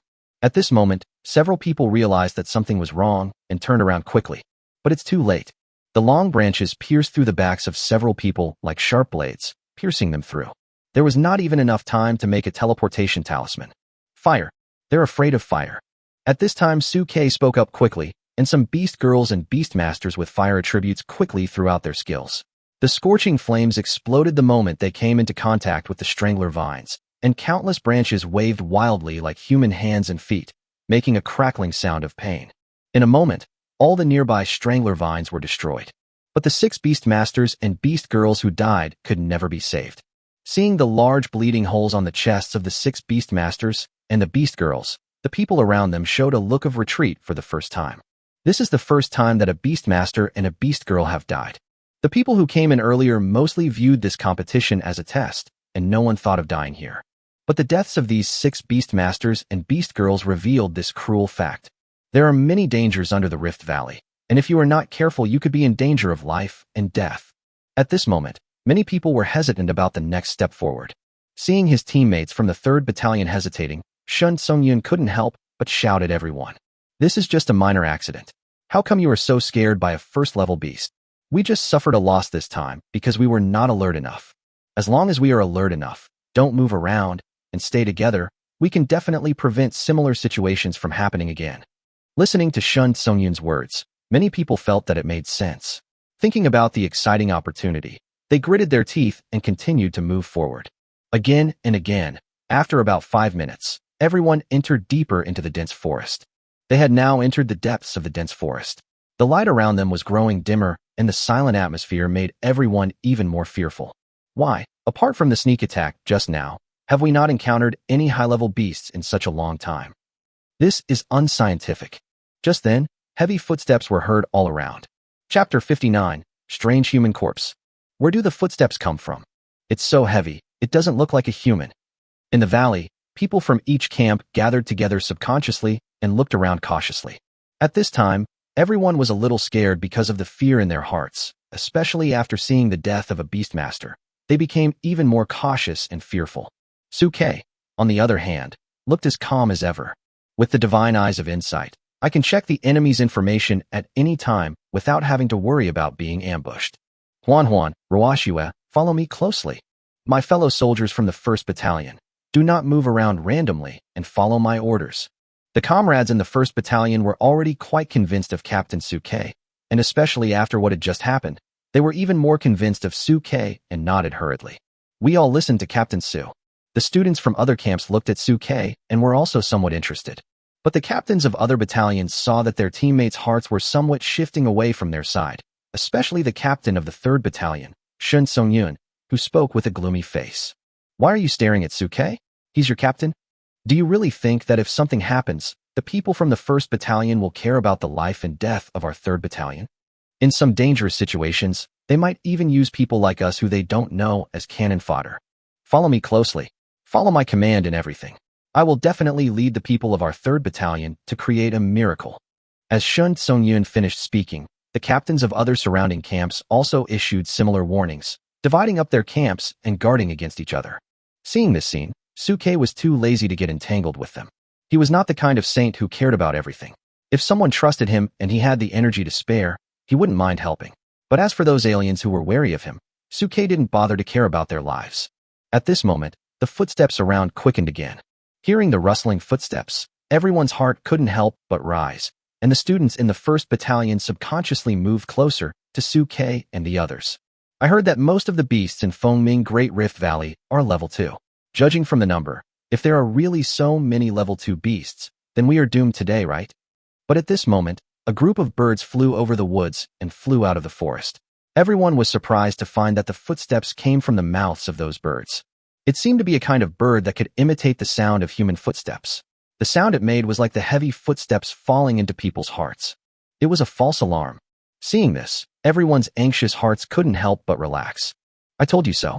It's rare to hear of a large number of high-level beasts living together in the Fengming Great Rift Valley. You're really scaring yourself. But unlike the others who were relaxed, Suke stared at the flying birds with an increasingly solemn look. Evil beast, wind hyacinth. Realm, 1st level. Talent skills, noise, pounce, cluster call. Disadvantages. Although its body is flexible, it is extremely fragile. As long as you find a way to get close to it, you can easily defeat it. Something's not right. Lu Chenhuan, who was standing by, seemed to notice Suke's worry and asked him in confusion. What's wrong, Brother Su? Suke pointed at the weather vanes that were flying out of the forest and at Lu Chenhuan. Those birds are the 1st level vicious beasts, the weather vanes. Hearing this, Lung Ruoxue at the side couldn't help but widen her eyes. Brother Su, are you saying that these ordinary-looking birds are also 1st level ferocious beasts? Right. Suke nodded gently. Ferocious beasts should be naturally hostile to humans. But judging from their state, they didn't care about us below at all, and were only focused on flying out of the forest. And the formation is not in order. Judging from this state, it is more like get a wet. Listening to Suke's analysis, Lu Chenhuan and Lung Ruoxue beside him couldn't help but frown slightly. What could have caused these birds that have air superiority to flee at all costs? Is there some terrifying existence in the center of this rift? Suke nodded slightly. It should be. Besides, we didn't encounter any other beasts except those plant-based beasts that couldn't move. We didn't even see any high-level beasts. This doesn't match Pang Ming and his team's previous introduction to the Fengming Great Rift Valley. At this moment, Lung Ruoxue blinked her beautiful blue eyes and spoke. Is it possible that those beasts were also attracted by the strange phenomenon just now? After all, some natural treasures are also very attractive to beasts. It's possible. Suke nodded gently. But there is another possibility. That's the strange phenomenon that appeared. It's not some rare treasure, but a sign of great misfortune. There must be something inside that scares these hyacinths, which makes them flee desperately. And the disappearance of those high-level exotic beasts is also related to this. Listening to Suke's analysis, Lu Chenhuan and Lung Ruoxue on the side fell silent for a rare moment. If it is true as Suke said, then these young talents who entered the valley would probably be in danger today. But they also knew in their hearts that some groundless speculations alone could not shake everyone's desire to hunt for treasure. Anyway, you must follow me closely and be careful. As they were talking, the group continued to move cautiously in the direction of the pillar of light in the center of the rift. But after walking for about 2 or 3 minutes, everyone stopped again, because there was an extremely pungent smell of blood coming from the forest ahead. Human corpses were lying in the surrounding bushes in all directions. Judging from their number, there were probably about 20 or 30 of them. Seeing this, everyone's expression changed slightly. Is this the body of our fellow human? However, at this moment, These human corpses had been eaten to a bloody mess, and their clothes had long been torn to shreds. But judging from the pieces of clothes of uniform color, they did not look like students from a youth training camp, but more like members of some kind of organization. Seeing this scene, everyone's faces turned ugly. Why are there other human corpses here? Everyone remembered clearly that the people who had gone down into the Rift Valley before were only Zhao Fei and An Ning, who were eager to seize the treasure, and no one else. Suke squatted down and pinched the wounds under the bodies with his hands. From the degree of decay of the wounds, these bodies have not been dead for long. What's weird is that these bodies are dried up to varying degrees, and it seems more like they died after their blood was sucked out and they were eaten. More importantly, Suke felt the fluctuations of spiritual energy that had not yet completely dissipated from the corpses. Among them, half are second-level beastmasters and beastmothers. Hearing Suke's words, everyone's expressions changed. Chapter 60? Invalid Teleportation Talisman. Half of these 20 or 30 corpses are second level. After hearing Suke's analysis, everyone's faces instantly turned ugly. Even in our entire youth training camp, there are only 5 or 6 second-level beastmasters and beastgirls right now, right? Half of these are actually second level. And they're all dead. At this moment, everyone felt that this trip to the Rift Valley was no longer full of hope as before, but was filled with heavy clouds. Someone hesitated for a while and then spoke. I'm withdrawing from this trip to the Rift Valley. From the moment we entered the Rift Valley until now, everything we have encountered is so unreasonable. Now we have found the bodies of a second-level beastmaster and a beast girl here. I have decided to quit. After the first person made the suggestion, the second and third people followed suit. That's right. We have to withdraw too. We came to Fengming Valley this time to gain hunting points, but this trip to the Rift Valley has changed the meaning of this trip. My dog's life is more important. I want to leave too. As some people started to join, nearly half of them began to think about quitting. Suke was not surprised by this result. Instead, he respected the decision of those in his battalion who wanted to withdraw. Okay, since you want to quit, I won't force you. Anyone else who wants to leave? You can leave now. However, Shun Songyun from the 3rd Battalion was obviously unhappy when he saw his team members were leaving. The end is almost here. Why do you want to quit? Aren't you curious about what this strange phenomenon is? In other words, even if there is no rare treasure, and some high-level beast appears, with so many of us, each with a skill, we can smash them to death. Killing a high-level beast is worth 5,000 points. Aren't you tempted? Listening to Shun Songyun's words, some people obviously hesitated, but there were also many people who insisted on the idea of withdrawing. Compared to the danger here, we would rather go out. Yes, instead of being frightened here, it is better to go back up there and hunt those low-level beasts. Although it is a bit slower, it is safer. Seeing that many people insisted on their own opinions, Shun Songyun and some captains of other battalions spoke out in annoyance. Get lost. You have no ambition. Get lost. In an instant, the people in the youth training team were divided into 2 groups. One group was ready to continue the adventure and seek wealth and honor in danger, while the other group wanted to cut losses in time and leave here. But just as everyone was about to go their separate ways, a neighing Herod was heard from a distance. Then, at the far end of the forest, a man was seen galloping towards us on a red horse with flaming hooves. It was Zhao Fei and An Ning who had entered the beast state. At this time, An Ning and Zhao Fei were covered in blood, their eyes full of fear. They looked at the large group coming towards them, their eyes filled with fear. Run! Run! Seeing this scene, everyone was stunned, especially the members of the 2nd Battalion. Aren't these Captain Zhao and Captain An? Why are they so seriously injured? Are you still asking us to run? Only Suke reacted quickly at the first moment. Everyone, prepare for battle. Lu Chenhuan and Lung Ruoxue beside him, as well as all the members of the 1st Battalion, all entered combat readiness at this moment, and spiritual energy instantly bloomed around them.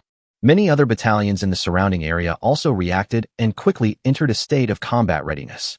The thing that can make An Ning and Zhao Fei, who are both 2nd level and S level, so embarrassed must not be a weak thing. Call. At this time, An Ning was carrying Zhao Fei and rushing towards the crowd madly. He crashed directly into the crowd and almost fell to the ground. Run away. At this moment, the two seemed to have exhausted all their strength. Their consciousness was a little fuzzy, and they struggled to speak to everyone.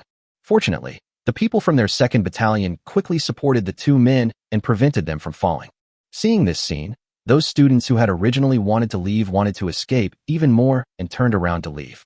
But at this moment, waves of familiar footsteps sounded in everyone's hearts again. What are those weather vanes again? Leave them alone. Just as everyone was preparing to leave, a group of figures with ferocious looks like hunting dogs and covered with spots appeared from the surrounding woods and surrounded everyone. Hyena. Seeing this scene, everyone's expression changed slightly. At this time, there were thousands of hyenas gathered around, and the entire forest was covered with dense spots. They all exude the aura of a first-level ferocious beast. Of course, at this moment, there were more than 140 beastmasters and beast girls in the forest. If they were just first-level hyenas, it would not be enough to scare everyone. What everyone was afraid of was that among these hyenas, there were actually quite a few second-level auras. What is even more terrifying is that outside the densely packed hyena group, there are 20 or 30 second-order ferocious beasts whose appearance cannot be clearly seen and whose aura is extremely powerful. When did they come here? When everyone saw this scene, they felt themselves drenched in cold sweat. Why wasn't it discovered before? Even a bolder idea arose in everyone's mind. Could it be that the hyenas that appeared earlier were covering up the actions of these hyenas? Sure enough, when everyone looked up, the weather vanes that had originally left the forest flew back again and circled high above their heads. Seeing this scene, everyone's heart sank instantly. How can these beasts be so smart? Why does it feel like this is an action targeting our youth training? That so-called vision was also meant to lead us here. Feeling the terrifying pressure coming from the surrounding woods, many people couldn't help but retreat subconsciously. What the hell is this foaming rift valley? It's over. I can't go back now. I can only teleport with tears in my eyes. Oh, if I had known, I wouldn't have come down. Not only did I waste a lot of time hunting beasts, but I didn't get any points, and I was forced to teleport away. At this time, everyone was still thinking about the ranking of the hunting points competition. When they thought about being teleported and eliminated early, they couldn't help feeling sad.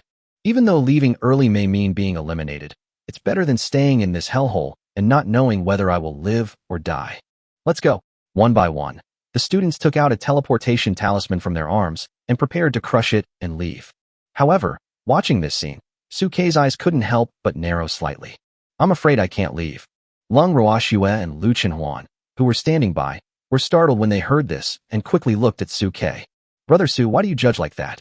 Sukei stared at the wounded Zhao Fei and An Ning and spoke with narrowed eyes. If they could easily leave with the help of the teleportation talisman, why would Zhao Fei and An Ning put themselves in such a mess? Sure enough, the next second, many people's eyes widened with fear in their eyes, and they screamed. How come? The teleportation talisman is ineffective? Chapter 61, Despair in the Melee. It's over. Why did the teleportation talisman fail? At this moment in the Rift Valley forest, someone was looking at the teleportation talisman in his hand, which was clearly broken but did not emit any teleportation power at all, and he felt his mentality collapsed. I've clearly crushed it. Why isn't the teleportation talisman effective? Could it be that the one the instructor gave me was a fake?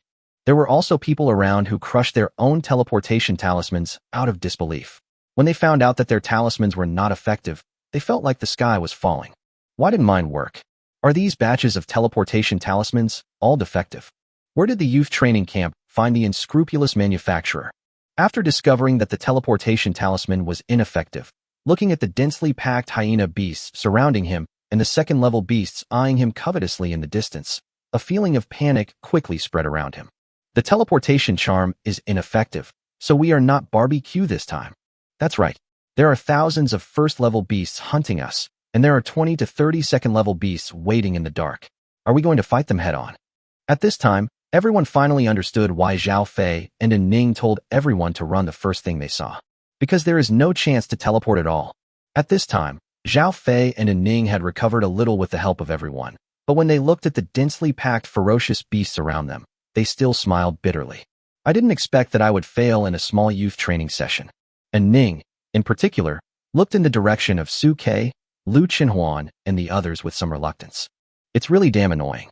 We haven't proven our strength to them yet, and we haven't proven that Sukei was wrong in his original choice. Only Sukei stared at the hyenas around him, scanning them quickly with his insightful eyes.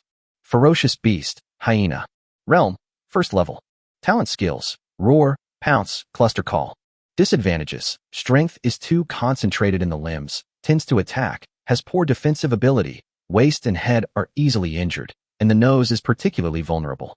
Looking at the information in front of him, Sukei analyzed it quickly. These hyenas are actually not much different from gray wolves, and their weaknesses are also very similar, so it's not difficult to deal with them. The real difficulty lies in those second-level beasts lurking in the dark in the distance. Since those ferocious beasts had not yet shown up, Suke could only sense their breath at this moment, but had not yet detected any information about them. If it's just a ferocious beast like the gray wolf, I don't even need to use the tyrant to suppress it. Huan and Ruashue can handle it. But Ruashue's skills are limited, and she can't take care of too many people. She can only choose some valuable people to take care of. From the very beginning, all Suke was thinking about was the entire human race and how he would fight against the army of ferocious beasts outside the demon-suppressing pass in the future. It is not impossible if we can leave more sparks for the human race within our capabilities. While everyone was having all kinds of thoughts in their minds, a roar was heard from the beast herd in the distance, and the surrounding hyenas burst out with their breath and pounced towards everyone. Get started. Seeing this, everyone instantly entered combat mode. Their spiritual power exploded, and they fought against these ferocious beasts. Zhao Fei and An Ning, who had barely recovered a little, also gathered their spiritual energy and joined the battle again. Even Lu Yun and Wu Shuang couldn't help but shout loudly. Wu Shuang activated the Howling Moon Wolf state, while Lu Yun took the opportunity to pull the Divine Bow to its full strength and fire. Fortunately, there are a large number of Beastmasters and Beast Girls who have come down to the rift this time, so they can take care of each other, and it is not easy for them to be directly dispersed and disrupted by the hyenas. The safety factor of many long-range Beastmasters and Beast Girls is greatly increased under the protection of melee Beastmasters. He actually killed hundreds of hyenas in just one encounter. However, compared to the battle results of others, what shocked everyone at this moment was another thing. That is Suke's trio. The moment she came face to face with the hyenas, Lung Ruashue directly activated the Ice Crystal Storm, instantly turning all the hundreds of hyenas surrounding them into sieves. Before the teammates from the surrounding battalion could even say a word, the hyenas fell in a pool of blood. What kind of terrifying fighting power is this? Seeing this scene, everyone's eyes widened. With hundreds of people cooperating with each other, their killing power is only about the same as that of Suke and his three companions. Even Zhao Fei and An Ning, who were covered in wounds at the moment, couldn't help but widen their eyes. No, how come this last place guy next to Suke is so powerful? Such a large-scale killing power? Is this F-class? If we had this much fighting power before, why would it have come to this? Especially An Ning, the feeling of disappointment in her heart is simply beyond words. Why does it feel like this F-level Lung Ruashue is more powerful than an S-level like me? And she's more powerful than ever. But An Ning soon found an excuse for herself. This kind of lethality must be because Suke used some method to secretly enhance it, but the innate defects of F-level are too great, and the spiritual power cannot be as abundant as mine. This kind of attack is definitely short-lived and will soon fail. However, compared to An Ning, Zhao Fei and the others couldn't help but become more excited when they saw how powerful Suke and the others were, and how well they coordinated with each other. Maybe there really is a chance to break through. But before everyone could relax, several second-level hyenas hiding in the hyena packs suddenly had a surge of spiritual power and rushed into the crowd that had no time to react, regardless of the output of everyone. The Beastmasters and Beast Girls of the 4th, 6th, and 9th camps had no time to react before their formation was disrupted, and they were rushed into the crowd by several second-level hyenas. When the second-level hyenas entered the scene, it was a crushing massacre. Nearly 20 Beastmasters and Beast Girls from the 3 camps had their chests pierced by the hyenas before they could even react. Several Beast Girls even had their intestines pulled out from the back door on the spot, and they let out shrill screams. In an instant, the surrounding intestines and blood flowed all over the ground. Seeing this scene, the other Beastmasters around felt a chill rushing to their heads, and some Beastmasters and Beast Girls even peed their pants out of fright. The great terror of facing each other between life and death occupied everyone's mind. Not only these 3 camps, but also some second-level hyenas hiding in the dark also targeted targets in other camps and mixed into the dog pack and rushed in. Among them are the 2nd Battalion and the 1st Battalion. The second-level hyena from the 2nd Battalion pounced directly on An Ning and Zhao Fei, who were already covered in wounds, the moment its presence was revealed. The second-level hyena from the 1st Battalion had not yet revealed its presence and was preparing to hide in the dog pack and wait for an opportunity to approach Lung Ruashue, but was discovered in advance by Suke's insightful eyes. Huan, there's that 3rd stupid dog in front of you on the left. Kill it. Chapter 62. Worthy of being my Suke's woman. Stupid dog, you still want to trick people? After hearing Suke's order, Lu Chenhuan flew out immediately, unleashing all of his second-level cultivation and rushed towards the hidden second-level hyena. After sensing Lu Chenhuan's attacking aura, the second-level hyena knew that it could no longer hide, so it immediately released its aura, no longer hiding its second-level cultivation. With its spiritual power vibrating throughout its body, it rushed directly towards Lu Chenhuan. Seeing this scene, the other beastmasters around couldn't help but exclaim. After all, the scene of the second-level beast slaughtering other camps is still vivid in people's minds. The cruelty of the hyena was seen by everyone, and many people couldn't help but close their eyes. Even the teammates in the 1st Battalion were a little worried when they knew that Lu Chenhuan was very powerful. This is because the cruelty of ferocious beasts is beyond the comprehension of ordinary people. Their innate ferocity is the kind that makes one's scalp tingle at the mere sight of it. But in the next second, something shocking happened. The moment the hyena's attack landed on Lu Chenhuan, a golden light flashed, and Lu Chenhuan's skin instantly turned metal. The hyena's hard claws hit him, but only managed to produce sparks. Then, before the second-level hyena had time to be surprised, the gold-eating claw fell directly on the hyena's neck, grabbed its throat with one claw, and pulled it out fiercely. Killed instantly. Seeing this scene, everyone around widened their eyes. A second-level beast was killed with just one strike. Is Lu Chenhuan so fierce? Even Shun Songyun and others from the 3rd Battalion in the distance couldn't help but look at Lung Ruoxue and Lu Chenhuan besides Su Ke with complicated expressions. But at this moment, another cry of surprise came from the 2nd Battalion not far away. Everyone quickly looked in the direction of the sound. In the field of vision, another hyena with the aura of the 2nd level had approached An Ning and Zhao Fei and was fighting fiercely with the two. But at this time, An Ning and Zhao Fei were already covered in wounds. Under the attack of the 2nd-level hyena, their physical strength became increasingly exhausted and they began to suffer injuries all over their bodies. Caught off guard, Zhao Fei's calf was even torn by the hyena, leaving a hideous wound, and the blood was gushing out. An Ning, who was standing by, also had several bloody marks on his beastly body. He kept retreating and was obviously about to be defeated. Thump. Finally, An Ning, who was exhausted, stumbled and fell to the ground. The hyena naturally would not miss this opportunity. With a ferocious red light in its eyes, it roared and pounced directly at An Ning, who had fallen to the ground, and reached for her lower body. The other teammates from the 2nd Battalion were helpless when they saw this scene. They were entangled by the huge group of hyenas and were completely unable to rescue. Seeing this scene, An Ning couldn't help but close her eyes in despair. Is this going to happen here? It's a pity that I'm an S-rank guy, but I haven't even made it out of the novice training camp and I'm going to die here.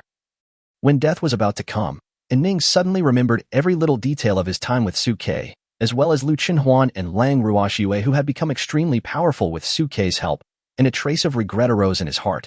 If I had waited a little longer when I awakened and hadn't broken up with Su Ke, would things be different now? I won't take risks just to prove myself, and I can become stronger with his help. It's a pity that time will not come back. There is no if. However, just as An Ning was about to close his eyes and welcome death, suddenly a golden light flashed across the sky and landed in front of An Ning. Then a claw swept out and directly pierced the throat of the 2nd-level hyena in front of Lu Chenhuan. As blood splattered, Lu Chenhuan's cold voice rang out from the side. An Ning, even though I look down on you, you are at least an S-rank. Why are you so spineless? If it were me, I would drag this vicious dog to hell even if I died. Hearing Lu Chenhuan's voice, An Ning opened his eyes. Looking at the 2nd-level hyena falling straight down in front of him, his pupils widened and he looked at Lu Chenhuan with a complicated expression. Lu Chenhuan, you saved me. Until now, An Ning didn't believe that she would be saved by Lu Chenhuan, whom she always looked down upon. Why? At this moment, An Ning's eyes were full of confusion. Lu Chenhuan, on the other hand, had a look of indifference on his face. The reason I chose to save you is not because you are An Ning. It's because you are a rare S-level genius among the human race. Although you are still far behind the peerless geniuses like Brother Su and me, you are still a rare talent. I'm not saving you, but giving humanity a greater hope of victory in the future and saving the lives of the many warriors guarding human territory. Hearing Lu Chenhuan's bold and heroic words, An Ning couldn't help but be stunned for a moment. Is this why you saved me? Looking at An Ning's dazed look, Lu Chenhuan frowned and took out a few 1st-level beast cores from his pocket and threw them in front of Lu Chenhuan. Stop talking so much, recover quickly and lead everyone out. That's the right thing to do. I don't have much time to care about you anymore. As soon as he finished speaking, Lu Chenhuan stood up again and returned to Su Ke's side. Lu Chenhuan, who was so heroic before, lowered his head guiltily when he returned to Su Ke's side. Brother Su, I took the initiative and saved An Ning and the others out of a kind heart. Will you blame me? Suke looked at Lu Chenhuan, who had a guilty look on his face, but his face was full of smiles. He reached out and gently rubbed Lu Chenhuan's head. Silly boy, you care about the entire human race. How can I blame you? From the beginning to the end, I have never considered An Ning as my opponent. Whether she lives or dies has little impact on me. On the contrary, I am somewhat relieved by the pattern you showed today. In a sense, Suke and Lu Chenhuan are similar people. They never think about fame and fortune in the present, but how to grow and progress in the future, lead the entire human race to counterattack the demon race, and accomplish an unparalleled feat. After all, Suke has lived 2 lives and experienced life and death. Naturally, he is unwilling to live a mediocre life. He has come to this world with great difficulty. If he does not make any great achievements, wouldn't it be a waste of his life? Even Lang Ruoxiwei beside her nodded. Don't be afraid, Sister Huan Huan. Brother Su and I both support your idea. Brother Su is always extraordinary. Why would he worry about such a small character? By comparison, if saving her today can prevent a few more deaths among humans in the future, it will be worth it. Listening to the 2 people's words, Suke's eyes were filled with relief. You are worthy of being my, Suke's, women. Your vision is simply incomparable to that of other ordinary characters. There is just one thing. An Ning has an unstable temperament. Saving her today may not necessarily be a good thing for our human race in the future. Before Suke finished speaking, Lu Chenhuan at the side spoke through gritted teeth. Don't worry about this, Brother Su. If An Ning dares to harm the human race in the future, I, Lu Chenhuan, will personally take her head off and apologize. Chapter 63, The Oppressive Feeling of the Third-Level Hyena King. Something is wrong. Suke and many others who entered the foaming rift valley have not made any movement yet. The sky above the rift is still covered by light, and we can't see clearly what is happening inside. Outside Foaming Valley, Li Xiangdong and his group looked at the surveillance footage blurred by light trails, feeling ominous premonitions in their hearts. Logically speaking, with so many people entering the Foaming Rift Valley, it would definitely attract the attention of the high-level beasts there, leading to attacks. There are still many students in the youth training camp who are still at the first level. It is impossible that all of them have not encountered dangers that they cannot handle. But up to now, no one has teleported back from the rift. This is not right. Although some people had just used the teleportation talisman to teleport back, after questioning by the instructors of each camp, it was found that they were not the group of students who entered the rift. Most of them were hunting ferocious beasts outside and had to teleport back because they encountered dangers that were difficult to resolve. Logically speaking, the danger inside the rift is greater than outside. It is impossible that there has been no accidents until now. The only possible explanation is that this light trail is suspicious and has the ability to isolate space transmission. After listening to Li Xiangdong's analysis, everyone's expressions changed instantly. There are many elite troops from many camps entering the rift. Who wouldn't be panicked? Especially Zhao Guang and Lang Qianqiu. They became extremely anxious and paced back and forth. Impossible. This is absolutely impossible. But they also knew in their hearts that according to the current situation, what Li Xiangdong said was most likely the truth. If that's the case, we must initiate emergency measures, forcibly remove the restrictive magic circle left by our human ancestors, and enter the valley to rescue people. Removing the magic circle left by the ancestors of the human race is no small matter. Once someone with ulterior motives takes advantage of it, it will cause a big trouble. But at this time, Li Xiangdong no longer cared about so much. 1 SSS level and 2 S level, I can't afford the gamble.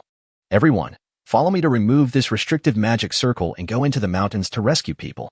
When the ancestors of the human race left this magic circle, they had already taken into consideration the possibility of accidents, and therefore left behind a means to remove the restrictions of the magic circle, which every person in charge of the youth training camp has mastered. At this moment, Li Xiangdong did not care about other consequences. He bit his fingertips immediately, stepped forward quickly, used blood as a bond, pressed down on the teleportation array in front of him, and quickly engraved the barrier. The other people around also perked up at this moment, ready to go into the mountains to rescue people after Li Xiangdong lifted the restrictions of the magic circle. At this moment, in the dark forest, the fierce battle is still going on. The bodies of dead hyenas were almost piling up into a mountain. The forest was filled with a pungent smell of blood. The blood underfoot had spread like a river, staining everyone's trouser legs red. Compared with the mountains of hyena corpses, the bodies of the dead classmates were not many, but there were still 40 or 50 people, nearly one-third of the total. Fortunately, after being attacked by Lang Ruoxiwei's indiscriminate ice crystal storm, the hyenas were almost killed or injured, with only some old, weak and sick ones still alive. Lu Chenhuan even had the leisure to collect the corpses of those second-level ferocious beasts, take out the beast cores, and place them under his body. But everyone's mood did not relax. Because behind these hyenas, there are second-level ferocious beasts with terrifying auras, staring at them eagerly. These beasts have just begun to develop intelligence and are already somewhat intelligent. They sent these hyenas to besiege us earlier. In addition to testing our strength, they also wanted to take the opportunity to consume our physical strength. Now that most of the hyenas are dead, it's time for them to take action.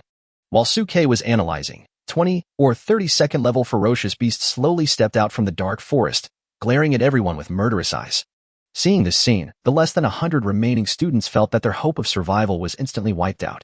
20 or 30 second-level beasts, how can we survive? Previously, there were only 5 or 6 second-level hyenas, but they killed 1/3 of the new forces in the youth training camp. Now, with 20 or 30 second-level beasts joining forces, there is no hope of survival at all. But at this moment, Suke's calm voice poured cold water on everyone. That's not enough. As they were speaking, a giant hyena, about 4 meters tall, with red eyes, appeared in front of everyone. An information bar appeared in Suke's eyes at the same time. Ferocious Beast, Hyena King. Realm, Level 3. Talent skills, Roar, Pounce, Cluster Call, Rage, Tear. Disadvantages, Strength is too concentrated in the limbs, bias towards attack, poor defense, waist and head are easily injured, nose is particularly vulnerable, will lose reason when violent, reasonable control is easier to defeat. When everyone saw the Hyena King appear and felt its aura that far surpassed that of other second-tier beasts, their hearts died. What the hell is this? A third-level vicious beast? Aren't beings above level 3 not allowed to enter Foaming Valley? If this isn't a violation, what is it? They said that we are not allowed to enter, but they didn't say that we are not allowed to grow in the valley. Looking at the third-level Hyena King with red eyes, everyone at this moment completely lost their fighting spirit. Zhao Fei and An Ning, who had barely recovered some strength by absorbing the energy of the beast core, couldn't help but reveal despair in their eyes when they saw this scene. This guy finally caught up with us. Previously, the two of them jumped into the foaming Great Rift Valley regardless of danger. After they worked together to barely deal with a second-level ferocious beast, they unfortunately encountered a pack of dogs led by the Hyena King. It was also at this time that the two discovered to their horror that the teleportation talisman was restricted and they could not return to the outside world. Afterwards, the two men broke through with injuries and tried desperately to escape from the foaming Great Rift Valley, but they did not expect that they would be blocked by the Hyena King in the end. It's all over. It's all over. At this time, Zhao Fei's eyes were full of gloom. With 20 or 30 second-level beasts joining forces, plus a third-level beast keeping the place in check, I don't think there's any chance of survival. Not only Zhao Fei and An Ning, all the students in other camps were in despair at this moment. Only the people in the 1st Battalion, surrounding Suke, Lu Chenhuan, and the others, always felt full of security. Captain Su and Captain Lu always create miracles, and they will definitely do it this time. Although they did not believe in their hearts that Suke and his men could defeat this third-level ferocious beast, believing in it was their only choice at this time. When Suke saw the third-level Hyena King appear, a hint of amusement appeared in his eyes. This foaming valley restricts those with cultivation above the 3rd level from entering the valley, but there is no restriction on breaking through the 3rd level in the valley? It seems that my previous worries were unnecessary. In that case, I can also choose Foaming Valley as my breakthrough place. Chapter 64. Is this still a human being? Roar. Following a loud roar from the Hyena King, 20 or 30 second-level ferocious beasts of various species and appearances from all around all pounced over at this moment and attacked the people in the forest. Seeing this scene, everyone felt a chill in their hearts and subconsciously gathered in the direction where Suke was. After all, as can be seen from the battle just now, only Suke and his men have enough ability to easily deal with the second-level ferocious beasts, and everyone else is fake at this time. At this time, Suke also narrowed his eyes, looking at those second-level beasts that were roaring and rushing towards the crowd, as well as the Hyena King who was staring at them with a fierce look, with a hint of danger in his eyes. This Hyena King was quite cautious. He first ordered his minions to come over to consume the attack and did not rush over immediately. Judging from the current situation, this Hyena King is the leader of this attack, and these second-level ferocious beasts are all its minions. As for why these ferocious beasts of different races would unite to obey a Hyena King, Suke had no idea. However, judging from the current situation, it is probably because the Hyena King is too powerful and has a powerful group of hyenas under his command, which causes these second-level beasts to submit to it. Now that he and his men had killed almost all of its younger brothers, they would naturally face the endless wrath of this Hyena King. Huan, eat the corpses of these beasts now. Ruash Yue and I will stop the attacks of other second-level beasts. We will also get you some food to improve your aptitude. Facing the third-level Hyena King and 20 or 30 second-level beasts that were now in front of everyone, This was the fastest way Suke could think of to break the impasse. We are only half a step away from being promoted to the 3rd level. We can use this battle to upgrade right here. Listening to Suke's instructions, Lu Chenhuan's eyes couldn't help but light up. Okay, I'll listen to Brother Su. I just happened to be fighting for half a day, and I'm hungry too. As the words fell, Lu Chenhuan ignored his image and stepped directly on the corpse of a 2nd-level hyena. He stretched out his gold-eating claws to grab the hyena's leg, pulled it off, and bit it directly. Seeing Lu Chenhuan being treated so badly, the hyena king in the distance couldn't help but be filled with anger. With a roar, half of the 2nd-level ferocious beasts instantly turned their spearheads and rushed towards Suke and the others. Extremely cold territory. Seeing this, Long Ruoxue did not hesitate at all and instantly opened the extreme cold field. With her feet as the center, the ice-blue field quickly spread towards the surroundings. In an instant, the area within a radius of about 50 meters was completely shrouded in it. The movement and attack speeds of all ferocious beasts that stepped into the extreme cold area were instantly slowed down, as if they were crawling like turtles. Seeing this scene, Zhao Fei, An Ning, and other classmates around them widened their eyes instantly. Domain skills. No, isn't Long Ruoxue an F-rank beast girl? How come she has a 2nd skill? It's still a field control skill. When Lang Ruoxue used the extreme cold field for the first time, it was only seen by Li Xiangdong and other screen peepers, so no one knew that Lang Ruoxue had a field-type talent skill. Seeing Lang Ruoxue using the extreme cold field at this moment, the shock in everyone's hearts was simply beyond words. Ice Storm. The moment the extreme cold area unfolded, Lang Ruoxue directly used the ice crystal storm to indiscriminately attack the ferocious beasts that set foot in the extreme cold area. At this time, those 2nd-level beasts were already moving slowly due to the negative buff of the extreme cold field. They could not avoid the dense ice crystal storm at all. However, the 2nd-level beasts were thick-skinned and tough, and Lang Ruoxue's ice crystal storm was strong in group range attack control. Naturally, its lethality was not as good as Lu Chenhuan's single-target hunting. Although the 2nd-level beasts were covered in wounds, their lives were not in danger for the time being. Yo-yo. At this moment, a sika deer in the herd stamped its feet on the ground, looked up to the sky and neighed, with a strange rhythm emanating from its body. In an instant, the deceleration of the 2nd-level ferocious beast was greatly weakened, and they rushed towards Lang Ruoxue with roars. Unfortunately, the effect of the extreme cold field was too strong, and the ice crystal storm was hitting Kuan madly.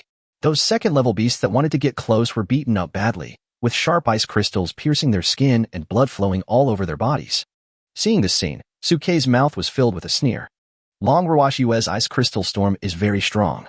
With the blessing of the powerful ice element cohesion of the Cambrian ice core, Lang Ruoxue's output capacity can be said to be maximized.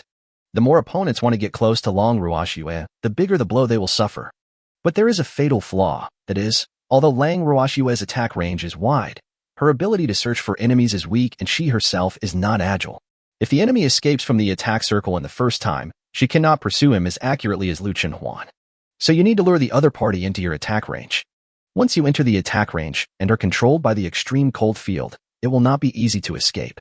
At this time, the ferocious beasts were restricted in their movements and could only become living targets.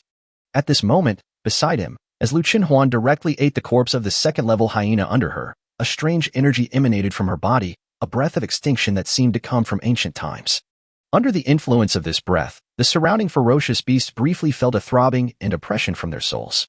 The 3rd-level hyena king not far away also felt the terrifying aura coming from Lu Chenhuan. Although he didn't know what Lu Chenhuan was doing, his intuition told him that if he didn't stop Lu Chenhuan, he would die miserably. Roar.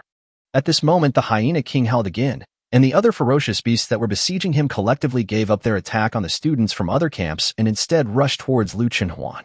The students in other camps around them only felt the pressure on their bodies eased, and the 2nd-level ferocious beasts that had originally rushed towards them suddenly turned their heads and pounced towards Lu Chenhuan, and their eyes suddenly widened. No way? Why did these beasts suddenly give up attacking us? And attack Lu Chenhuan instead? Huh? What is Lu Chenhuan doing? Eating raw hyena sashimi. Is this still a human being? Could it be that Captain Lu deliberately sacrificed himself in this way in order to attract the hatred of the hyena king? For a moment, everyone felt a little scared when they saw Lu Chenhuan with blood in his mouth, but at the same time, they were also filled with worry. Although I don't know why Lu Chenhuan's action attracted so much hatred, but can they withstand the attack of so many 2nd-level beasts? At this time, Suke, Lu Chenhuan, and Lang Ruoxue have become the last straw for everyone to grasp the hope of survival. If they fail, the consequences will be disastrous. In an instant, 32nd-level ferocious beasts pounced on Suke and his group. Seeing this, Suke's eyes remained calm, and he stretched out his hand and gently pressed forward. Tyrant. An incomparably powerful and domineering aura burst out from Suquebec. The extremely cold area under Lang Ruashue's feet instantly expanded by half, and the ice crystal storm condensed wildly. Chapter 65, Deadlegs Run. The moment Suke activated the Tyrant, Lang Ruashue's extreme cold field expanded instantly, freezing and slowing down more than a dozen second-level ferocious beasts that were surrounding and preparing to attack and interrupt Lu Chenhuan. Afterwards, the ice crystal storm condensed and exploded at an even more violent speed, sweeping directly at the surrounding second-level ferocious beasts like an ice crystal machine gun, making them scream and wail. Countless blood holes appeared on their bodies, and blood flowed out. After just one encounter, these second-level ferocious beasts were almost instantly beaten into sieves and lost most of their mobility. When they realized Lang Ruashue's powerful fighting ability, they hurriedly tried to withdraw from Lang Ruashue's shooting circle, but under the cover of the extreme cold area, it was difficult for them to even move, so how could they hide? Seeing this scene, the students from other camps around them all widened their eyes. Why is the combination of Suke and Lang Ruashue so powerful? So many second-level beasts, almost all of them were destroyed in one encounter? Thinking back to the fear that these second-level beasts had brought to themselves and others, the sense of disappointment in everyone's hearts was simply beyond words. However, some people spoke in an unpleasant tone. You were so powerful, why didn't you stand up when everyone was harmed before? That's right, why did you cause the death of so many of our compatriots? However, before these people finished speaking, Lu Yun on the side immediately shouted angrily. You didn't stand up? Were you blind when you were clearing out those hyenas earlier? Besides, although Captain Lung's attack range is large, it has a mobility flaw. If he hadn't attracted a wave of hatred to attract the opponent's active attack, could he have caused such considerable damage? You scumbags, Captain Su and his team have tried every possible means to attract the hatred over there, and you are still here being sarcastic? Wu Shuang, who was beside Lu Yun, stared coldly at those who had just spoken. Captain Su and his men ignored their own safety and attracted the attention of the third-level Hyena King. If you continue to make trouble, I will scratch you to death now. But at this moment, seeing that these men were about to be wiped out, the third-level Hyena King finally could not sit still anymore. He roared and rushed out, uttering an angry roar, and rushed directly into Lang Ruashue's extremely cold area. In an instant, all the ferocious beasts around attacked Suke and his group. Shin Songyun from the 3rd Battalion nearby looked at all the ferocious beasts that had been attracted by Suke and his men's fire, and his eyes lit up. Everyone, now all these beasts are attracted by Suke and his men. Why don't we run away now? Why are we wasting time here? That's right, if we don't run now, when will we run? At that moment, many people in the camp came to their senses with a gleam of light in their eyes. Without waiting for anyone to organize them, a group of people turned around and fled madly in the direction they came from, scattering like birds and beasts. Seeing this scene, Lu Yun and other members of the 1st Battalion couldn't help but stamp their feet. Hey, you bunch of heartless people, Captain Su and his men finally pulled the monster over, why don't you stay and help them? You just leave when you say so. You have no sense of loyalty at all. But no one responded to them. Seeing that the first group of people leaving were not distracted and stopped by the Hyena King, everyone had no time to argue with Lu Yun and the others. They just regretted that they did not grow a pair of wings and fly away directly. Even An Ning and Zhao Fei showed a complicated look in their eyes when they saw Suke and the others being besieged, and then they showed decisiveness and quickly turned around and left. Seeing this, Lu Yun and the others couldn't help but feel conflicted. From a psychological perspective, they really wanted to take the opportunity to leave, but from a moral perspective, they had been protected by Suke and his group since they entered the Rift Valley, and compared to the people in other camps, there were basically no casualties. It was hard to bear to watch Suke and his men being besieged and then leaving. At this moment, Suke also noticed the doubts in their hearts and spoke directly to the people in the 1st Battalion. Lu Yun, Wu Shuang, this Rift Valley is full of dangers. Take your comrades from the 1st Battalion and leave immediately. If you stay, not only will you not be able to help us, but you will also hold us back and distract us. After listening to Suke's words, Lu Yun, Wu Shuang, and the others did not hesitate any longer and bowed deeply to Suke and the other two. Captain Su, take care. After saying that, he turned around and led his companions in the 1st Battalion to evacuate out of the Rift Valley. As for Suke and his companions, a sneer appeared on the corner of Suke's mouth the moment the Hyena King attacked. Act recklessly. Extremely cold territory.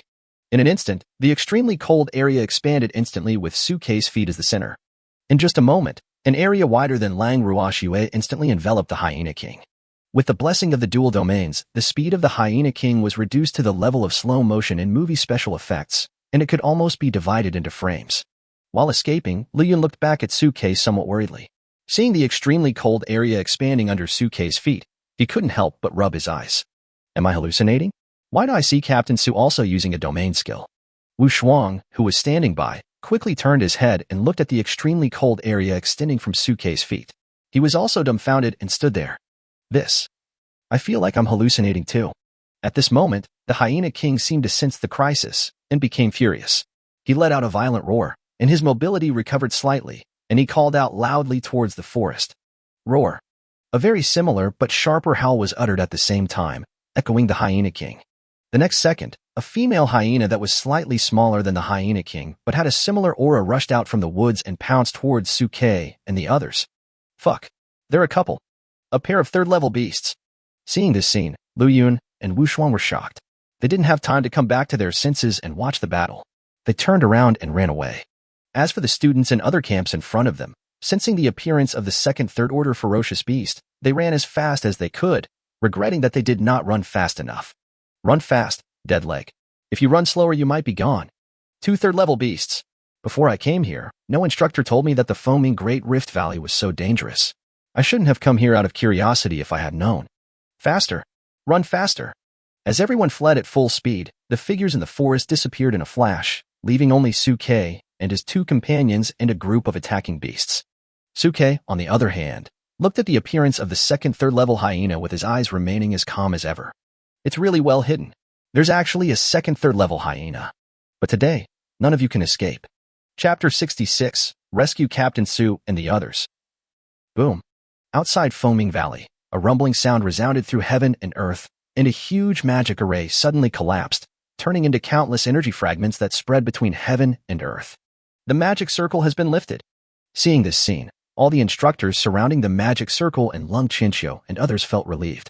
Almost half an hour had passed since Suke and his companions entered the foaming Great Rift Valley, and during this period no one had teleported out. Everyone knew without hesitation that something had gone wrong. Zhao Guang and Lung Chinchio, in particular, were so anxious that cold sweat broke out on their foreheads. They were extremely worried about Zhao Fei and Lang Ruoxue who were still in the Rift Valley. At this time, Li Xiangdong saw that the magic circle was lifted, and without any hesitation, he spoke directly to the people around him. Come on, everyone, follow me into the mountains and save people. Before he finished speaking, Li Xiangdong took the lead, soared directly into the air, and flew towards the foaming valley. Behind him, Zhao Guang, Leng Qianxiu, and a group of instructors from the youth training camp did not hesitate at all. They stood up and followed Li Xiangdong into the valley, trying to save everyone before death. Several rays of rainbow light rose up and instantly swept into the foaming valley. In the blink of an eye, there was no one outside the valley. Just after Li Xiangdong and others entered the valley, the owl and bluebird hiding in the dark also stood up with a smile on their faces. In order to save people, Li Xiangdong and his team actually lifted the restrictions of the Foaming Valley's magic array and went into the mountains to rescue people themselves. But they would never have thought that all this was already within our expectations. Since there are no restrictions on Foaming Valley, anyone can enter and exit at will now. Come on, let's go in and see what's going on. As he spoke, the blue bird's body was quickly covered with feathers, and it turned into a large blue bird. The owl jumped directly onto the blue bird's back. With the blue bird's clear cry, the man and the bird flapped their wings and flew directly into the Foaming Valley. I escaped. I finally escaped. I have never felt the air outside is so fresh. Thank God I am alive. Outside the foaming Great Rift Valley, students from various camps swarmed out of the entrances they came from, their eyes filled with joy after surviving the battle. Some people were even so excited that they kissed the ground in front of them to express their excitement at surviving the disaster. Only the people in the last battalion to come out had gloomy expressions. Especially Lu Yun, who spoke to those people in an unpleasant manner. Thank God. You should thank Captain Su. Without Captain Su and his men taking care of the hyena pack and attracting the hatred of the Hyena King, do you think you can survive? At this moment, Lu Yun became more and more angry as he spoke, and tears welled up in his eyes. Damn it for me, I actually ran away. I hate myself so much. Why don't I have the strength to fight alongside Captain Su and the others? In the face of danger, I don't even have the qualifications to lend a hand. Hearing Lu Yun's words, the students from other camps in the field also fell silent. Lu Yun was right. If it weren't for Suke, everyone would have been eaten by the high-level beasts by now. As for Suke, the others did not think they had any hope under the siege of 2 third-level ferocious beasts. No matter how well Suke and his team performed in this hunting competition, those were 2 level 3 beasts. At only level 2, it was already the best they could do against one. With 2 level 3 beasts, no one could think of any way they could win. At this moment, several rainbow lights flew rapidly from the distant forest valley. The next second, the figures of Li Xiangdong, Lang Qinxiu, and others flashed in front of everyone. Especially Zhao Guang, after falling down, seeing Zhao Fei's miserable appearance, he couldn't help but burst into tears and hurriedly stepped forward to hold Zhao Fei's hand. Fei, why did you become like this? What on earth did you and Ning Ning encounter in the Rift Valley? Lang Qinxiu, who was standing aside, looked around but couldn't see Su Ke, Lang Ruoxue, and the others. He became anxious and quickly looked at Zhao Fei and the others. That's right, where are Ruoxue, Su Ke, and the others? The instructors from the 7th and 9th battalions also hurried forward. And what about the students from our 7th and 9th battalions? Have they not come out yet? Faced with this series of questions, Zhao Fei seemed to be stuck for a moment, not knowing where to start. Li Xiangdong on the side was relatively calm. He suppressed his emotions and spoke to Zhao Fei. Speak slowly, don't rush. At this moment, Lu Yun on the side couldn't help but speak out. What do you mean, don't worry? Captain Su and the others will be dead soon. That's a large group of 2nd-level beasts and 2 3rd-level beasts. Hearing this, Li Xiangdong's heart skipped a beat, and he quickly looked at Lu Yun. What do you mean by a large group of 2nd-level beasts and 2 3rd-level beasts? Explain clearly. Lu Yun sniffed his slightly red nose and spoke with tears in his eyes. After we entered the rift, we encountered an organized siege by ferocious beasts, and the teleportation talisman was inexplicably blocked from functioning. Many students died in the beating. There are even more than 20 to 30 2nd-level beasts and 2 3rd-level hyenas appearing behind us. In order to save us, Captain Su and his men used some means to attract the attention of all the ferocious beasts, and they surrounded and beat us up.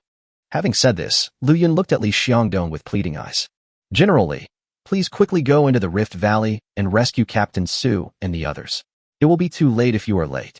In Lu Yun's mind, Su Ke and his companions deliberately let Lu Chenhuan eat hyena meat to anger the Hyena King in order to save everyone. Everything they did was to protect everyone, and he felt extremely guilty. Hearing Lu Yun's words, Li Xiangdong, Lang Qinxiu, and others felt a buzzing in their heads. What did you say? 20 or 30 2nd-level beasts and 2 3rd-level hyenas, all besieging Su Ke and his men. Lang Qinxiu, in particular, felt as if his brain had gone blank. He looked at Lu Yun with trembling teeth and spoke to him. Lu Yun, right? Which direction are Su Ke and Ruoxue now? Tell me. Lu Yun did not hesitate and spoke directly to Lang Qinxiu, pointing at the passage down the mountain. Senior Lang, go down this passage and walk east for about 10 minutes. You will arrive. To the east, right? After hearing Lu Yun's words, Lang Qinxiu did not hesitate at all. The spiritual power in his body vibrated, and he jumped up in one step and fell directly into the rift. Behind him, Li Xiangdong's pupil shrank when he saw this, and he spoke quickly. Master Lang, wait for me. If we want to save people, we must save them together. As he spoke, Li Xiangdong leaped up, turned into a rainbow of light, and fell into the forest below the Rift Valley. Behind the 2 men, Pang Meng and Su Lu, the instructors of the 1st Battalion, looked at each other and followed them directly down into the Rift Valley. Chapter 67, B-Level Predator, Eternal Hunger Realm. Roar. In the mountains and forests of Fengming Great Rift Valley, 2 terrifying beast roars shook the heavens and the earth. Besides Su Ke and Lang Ruoxue, the 3rd-level Hyena King and his young lady were approaching the 3 of them with their teeth bared. In front of them, the previous 20 or 30 2nd-level beasts had all been shot into sieves by the cold ice storm. Lu Chenhuan was devouring the corpses of the 2nd-level beasts at his feet with relish. Because there were no spectators, Lu Chenhuan completely let go at this moment, transforming into a beast with his mouth wide open, swallowing blood in big gulps. A strange light slowly rose from Lu Chenhuan's body, as if he had turned into a devouring demon from ancient times. Delicious. Really delicious. Lu Chenhuan, who had entered the state, had a red glow in her eyes, making her face look extremely charming. The 2 3rd-level Hyena Kings felt the breath coming from Lu Chenhuan, and their furs stood up, as if they sensed some extremely terrifying existence. But under this pressure, the 2 3rd-level Hyena Kings not only did not retreat, but instead let out extremely low roars, gritted their teeth, and rushed towards Lu Chenhuan, trying to interrupt her eating. But under the suppression of the dual extreme cold fields of Su Ke and Lang Ruoxue, they were hit madly by the ice crystals, and the Hyena King and his little wife moved extremely slowly. Watching this scene, Su Ke couldn't help but narrow his eyes slightly. Even in this situation, you still want to attack Huan Huan regardless of your own life.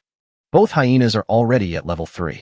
Compared to other low-level beasts, they have already developed intelligence, and it is impossible for them not to see the situation clearly. Once Lu Chenhuan completes the talent advancement ceremony, only destruction will await them. And with the obstruction of himself and Lung Ruoxue, it was impossible for them to get close to Lu Chenhuan. But even so, the two hyenas did not choose to escape at the first moment to buy more chances of survival for themselves, but chose to stay and fight to the death, trying to interrupt Lu Chenhuan's eating. Why exactly? And what is that pillar of light in the center of the rift? While thinking, Suke subconsciously raised his head to look at the beam of light in the distant forest, but his pupils shrank slightly in the next second. No, where's the light column? In the field of vision, the brilliant pillar of light that originally illuminated the entire Rift Valley had disappeared at some point. Something's wrong, Huan, eat quickly. However, Lu Chenhuan had already entered a state of gluttony at this time. He did not need Su Ke's reminder at all, and was frantically devouring the corpse of the ferocious beast in front of him. Finally, at the moment when the 10th ferocious beast's corpse was swallowed by Lu Chenhuan, a huge breath burst out from Lu Chenhuan's lower abdomen. Roar! It seemed as if some restrictions within the body were lifted, and powerful energy instantly filled Lu Chenhuan's whole body, making her unable to help but let out a long roar to the sky. Afterwards, Lu Chenhuan's beastly characteristics began to continue changing at this moment. In her beastly state, her tail began to evolve into a bronze chain blade. Her body was surrounded by a chaotic aura, and the fangs on both sides began to extend downward, emitting a bloodthirsty and hungry light. An unprecedented powerful energy burst out from her body. In Su Ke's field of vision, Lu Chenhuan's information column also underwent earth-shaking changes at this moment. Beast Mother, Lu Chenhuan. Realm, Second Order Condensation. Talent, B-Level Predator, Taotai Prototype. Beastmaster, Su Ke. Talent Skills, Beast Transformation, Gold Eating Claws, Metal Defense, Eternal Hunger Field, Chain Blade Attack. Disadvantage. The body contains SSS level Heaven Devouring Taotai energy, but due to insufficient energy intake from long-term eating, it is unable to truly stimulate the SSS level talent. At this time, after devouring 10 second-level ferocious beasts, Lu Chenhuan's talent directly evolved into the prototype of a B-level predator, Taotai. And there are two more talent skills, Eternal Hunger Field and Chain Blade Attack. Eternal Hunger Field. The vitality of all living things within a radius of 100 meters continues to be lost, and the lost vitality of the living things is automatically absorbed as essence. Chain Blade Attack. Swing the chain blade at the tail to attack, and can search for the enemy and teleport close to them. Looking at Lu Chenhuan's change qualifications and two newly added talents and skills, Su Ke was overjoyed. Finally advanced, and even jumped 2 levels to become a B-level predator. 2 powerful talent skills have also been added, including a team battle type field skill. The most important thing is that this domain skill can be superimposed with Lung Ruoxue's extreme cold domain. It can be said that with the cooperation of the 2 field skills, any enemy that enters it will feel as uncomfortable as if they had eaten shit, and they will be almost dead before they can even do anything. Moreover, at the moment when Lu Chenhuan's talent was promoted, a prompt also lit up on the information bar in front of Su Ke. Congratulations to the Beastmaster for successfully upgrading a D-level beast girl to B-level and getting rewarded. Congratulations to the Beast Tamer for obtaining the Beast Taming Space. Beast Taming Space. A unique space generated separately that can temporarily accommodate living creatures. Looking at his reward for repaying his kindness, Su Ke's eyes became even happier. Beast Taming Space. It's actually a space-related reward. Judging from the description on the reward, this is a space similar to a storage ring, but the difference is that this space is obviously controlled by one's own mind and will not be lost. It can also accommodate living things and have unexpected effects at critical moments. While Su Ke was excited, Lung Ruoxue beside him also felt the change in Lu Chenhuan and looked at Lu Chenhuan with envy in her eyes. Sister Huan, you finally succeeded in getting promoted? What's your current talent level? B-level. Lung Ruoxue, who had evolved successfully at this time, had red light flashing in her eyes. She reached out to wipe the blood from the corner of her mouth, looked at the corpses of the second-level ferocious beasts piled up in front of her, and the 2 hyenas rushing towards her, and licked her lips with her tongue. Brother Su, Ruoxue, please remove your extreme cold area. I'll take care of these 2 stupid dogs. After hearing Lu Chenhuan's words, Su Ke and Lung Ruoxue came to their senses and directly withdrew their extreme cold areas. They have absolute confidence in Lu Chenhuan. The next second, The hyena king and his little wife felt the long-lost freedom, and their bodies regained movement. They looked at each other, howled to the sky, and rushed towards Lu Chenhuan with a roar. They wanted to vent all the frustration they had suffered before on Lu Chenhuan. Seeing the hyena king and his little wife rushing towards him, Lu Chenhuan sneered. "Since you are in such a hurry to come and die, I will grant your wish." Eternal Hunger Realm. The next second, a gray area suddenly unfolded from under Lu Chenhuan's feet, instantly covering the surrounding area of 100 meters. The vitality of the two hyenas trapped in it began to drain away rapidly at this moment. Lu Chenhuan swung his tail, and the chain blade flew out like a life-threatening rope, stabbing towards the hyena king's chest. Chapter 68. Chain Blade Teleportation, Blood Debt Repaid with Blood. Sizzle.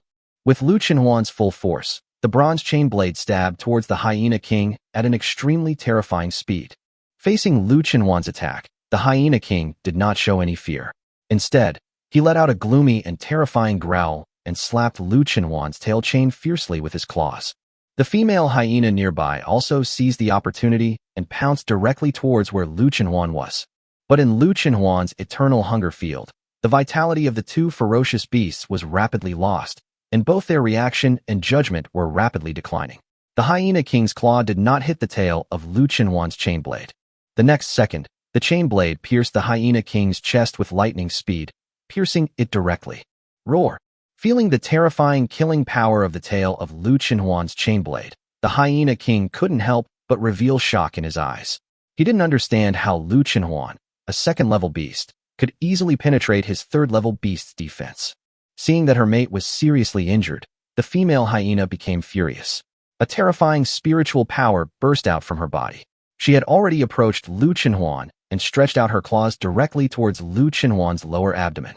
With such a close-range explosion, it could even imagine Lu Chenhuan's miserable condition, and a cruel and bloodthirsty look appeared in its eyes. But at this moment, the tail of the chain blade that pierced the hyena king's chest suddenly emitted a bright light, and then suddenly pulled Lu Chenhuan towards the hyena king, pulling Lu Chenhuan directly over at a speed almost like teleportation. The female hyena, intending to kill, pounced on the target but missed. Her hard claws suddenly braked, leaving a shocking long groove on the ground. The next second, Lu Chenhuan's figure instantly appeared in front of the hyena king, with the gold-eating claws in his hand revealed, and he reached directly towards the hyena king's lower abdomen. After his talent was promoted to be level, Lu Chenhuan's attack became faster and more powerful. As his spiritual power vibrated, a terrifying sonic boom exploded in front of the hyena king. Faced with Lu Chenhuan's powerful attack, the hyena king's eyes widened instantly.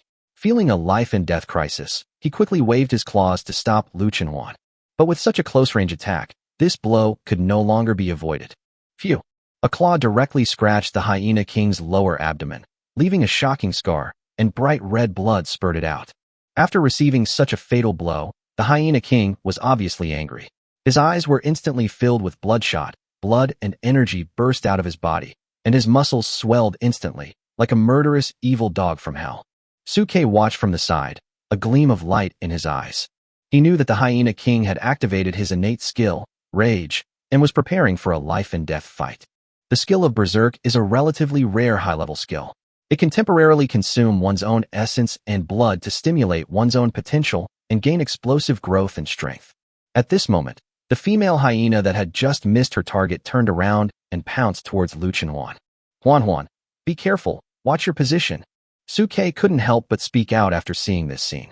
However, he did not help Lu Chenhuan.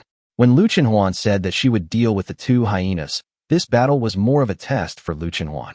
Lu Chenhuan wanted to use these two third-level hyenas as training objects. "Don't worry, Brother Su. They are just two beasts. Watch me control them." Faced with the attack of two ferocious third-level hyenas, Lu Chenhuan no longer held back, and the eternal hunger realm expanded again. In an instant, countless blood and flesh essences from the corpse of the second-level ferocious beast shrouded in the realm of eternal hunger were extracted and transformed into streams of condensed energy, which madly gathered towards Lu Chenhuan. The next second, all of it condensed into the teardrop mole at the corner of Lu Chenhuan's eyes. Under the irrigation of powerful spiritual power, Lu Chenhuan, who was originally stuck at the second stage, 10th level, was suddenly broken, and an unprecedented powerful aura burst out from her. The third level of blood-burning state. Boom. Lu Chenhuan's spiritual energy, which had broken through the third level of blood-burning realm, spread out like a tide and directly crushed the nearby, huge towering ancient trees into dust. Feeling the extremely powerful and terrifying spiritual power from Lu Chenhuan, even though the Hyena King had entered a berserk state and had slightly lost his sanity, he felt a tremor and fear from his soul at this moment. But unexpectedly, they still rushed towards Lu Chenhuan fearlessly. Seeing this, Lu Chenhuan couldn't help but raise an evil smile at the corner of his mouth. You didn't run away, even though you saw me break through? Are you so eager to die? Then I will grant your wish. The next second, Lu Chenhuan's figure instantly disappeared from the spot. At this moment in the Rift Valley, at the moment when Lu Chenhuan's cultivation level broke through, Li Xiangdong and Leng Qinxiu, who were running madly in the forest, couldn't help but shudder and looked in the direction of Su Ke and the other two. This aura. Has anyone broken through to the third level? Although the aura is at the third level, such vast and terrifying energy has completely exceeded the scope of the third level. Could it be that another fierce beast has advanced through some special means? Feeling this terrifying cultivation energy, Li Xiangdong and Leng Qinxiu were extremely anxious at this moment, and they rushed towards the direction where Su Ke and the others were at their maximum speed.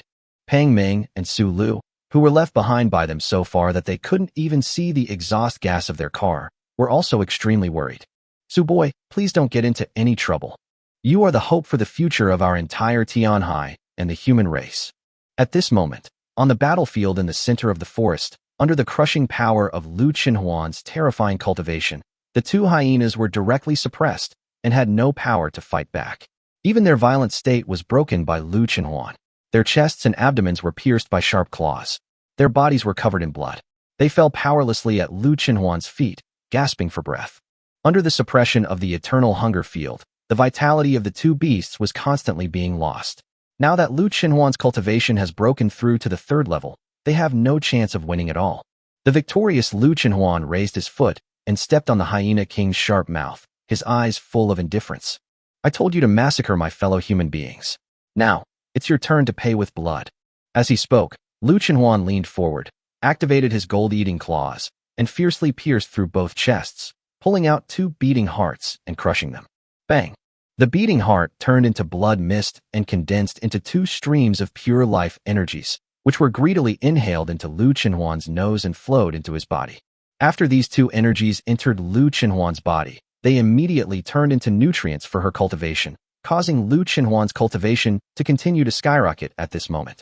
Level 3, second level. Third level, third grade. Level 3, level 4. In an instant, Lu Chenhuan's cultivation level directly broke through the fourth level, and his aura was far beyond what it was before. At this moment, Su Ke and Leng Ruoxue, who were connected with Lu Chenhuan's mind, also experienced a breakthrough in their cultivation. Chapter 69. The seventh level ferocious beast that breaks the tribulation realm. That figure is Su Ke and his group.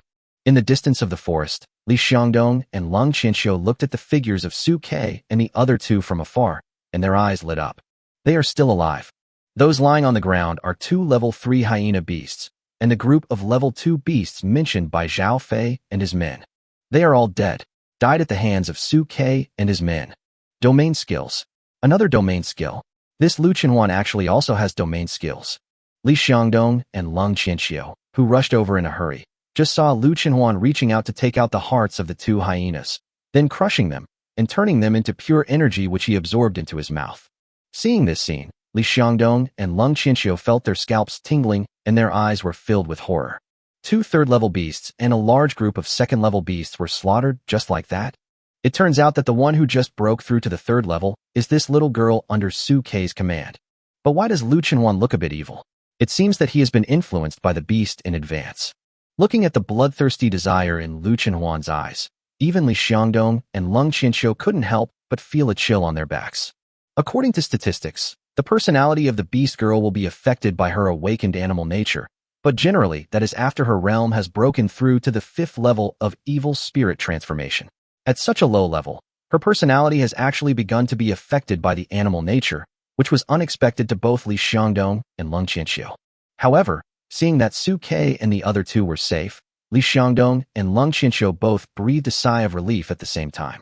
They were no longer as nervous and worried as before, and their pace gradually slowed down. But at this moment, two terrifying energy auras suddenly burst out from Suke and Lung Ruashua. The third-level aura swept across the surrounding mountains and forests, directly turning the area around the three people into a vacuum. Level 3, Level 4. Third level, third grade. Feeling the aura emanating from Suke and Lung Ruashua, Li Xiangdong and Lung Qianqiu couldn't help but widen their eyes. Lu Qinhuan has just achieved a breakthrough, and Suke and Lung Ruashua have also achieved a breakthrough. And judging from their aura, there is almost no loss of energy in the promotion. According to common sense, a beastmaster and a beast girl can convert each other's spiritual power, but the conversion rate is generally between 30 and 40. A higher rate of 50 is considered a very low loss rate. However, precisely because of the loss in the conversion of spiritual energy, it is rare for beast girls and beast tamers to advance at the same time. There will always be a few days difference. For Suke, Lu Qinhuan, and Lung Ruashua, a 100 spiritual energy conversion rate is simply unimaginable. I can only say that he is worthy of being an SSS level beastmaster. He and the contracted beast girl can actually achieve 100 spiritual energy conversion and can immediately raise the realm when the contract object is promoted. As fellow beastmasters, Li Xiangdong and Lung Qianqiu were extremely envious of Suke at this moment. Look at the terrifying aura of cultivation of Lu Qinhuan and Ruashua. Even if you say they are SS level, many people will believe it. However, the experienced Li Xiangdong quickly saw the clues. Something is wrong. Lu Qinhuan's beastly state is different from before. It seems that with the help of Suke, he has changed his own innate genes. Seeing this, Li Xiangdong looked suspiciously at Lung Qianqiu standing beside him. Mr. Lung, tell me honestly, has Lung Ruashua's innate gene also changed? Don't try to hide it from me. There are training videos in the youth training camp. I can find out the clues by checking your daughter's beastly state when I go back. After witnessing Suke create so many miracles, Li Xiangdong no longer believed that Lu Qinhuan and Lung Ruashua, Suke's subordinates, were now just two ordinary F-level ones. Do F-class beast girls have domain-related skills? And you have both? How funny. After hearing what Li Xiangdong said, Lung Qianqiu realized that some things could not be hidden from Li Xiangdong, but for the sake of Suke and the others' privacy, he could only hesitate to speak to Li Xiangdong. Old Li, you shouldn't ask me about these things. You should ask that kid Suke instead.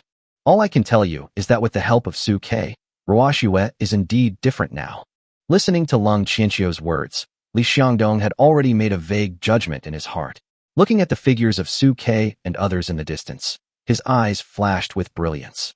It seems that Suke's hidden talent is far more powerful than I imagined. It can actually change the basic beast state of the beast girl. It's even more likely that the beast girl's talent level has been changed. If it is really possible to change the talent level of beast girls, then this would be shocking and bombastic news. The basic talent level of beast girls cannot be changed. This is a basic and immutable rule firmly held in the minds of the people. If this basic law is broken, it will cause a shock to the entire human race. There was no need for even a grand examination in Kyoto, as the top brass of Daxiao would come personally to take Suke away.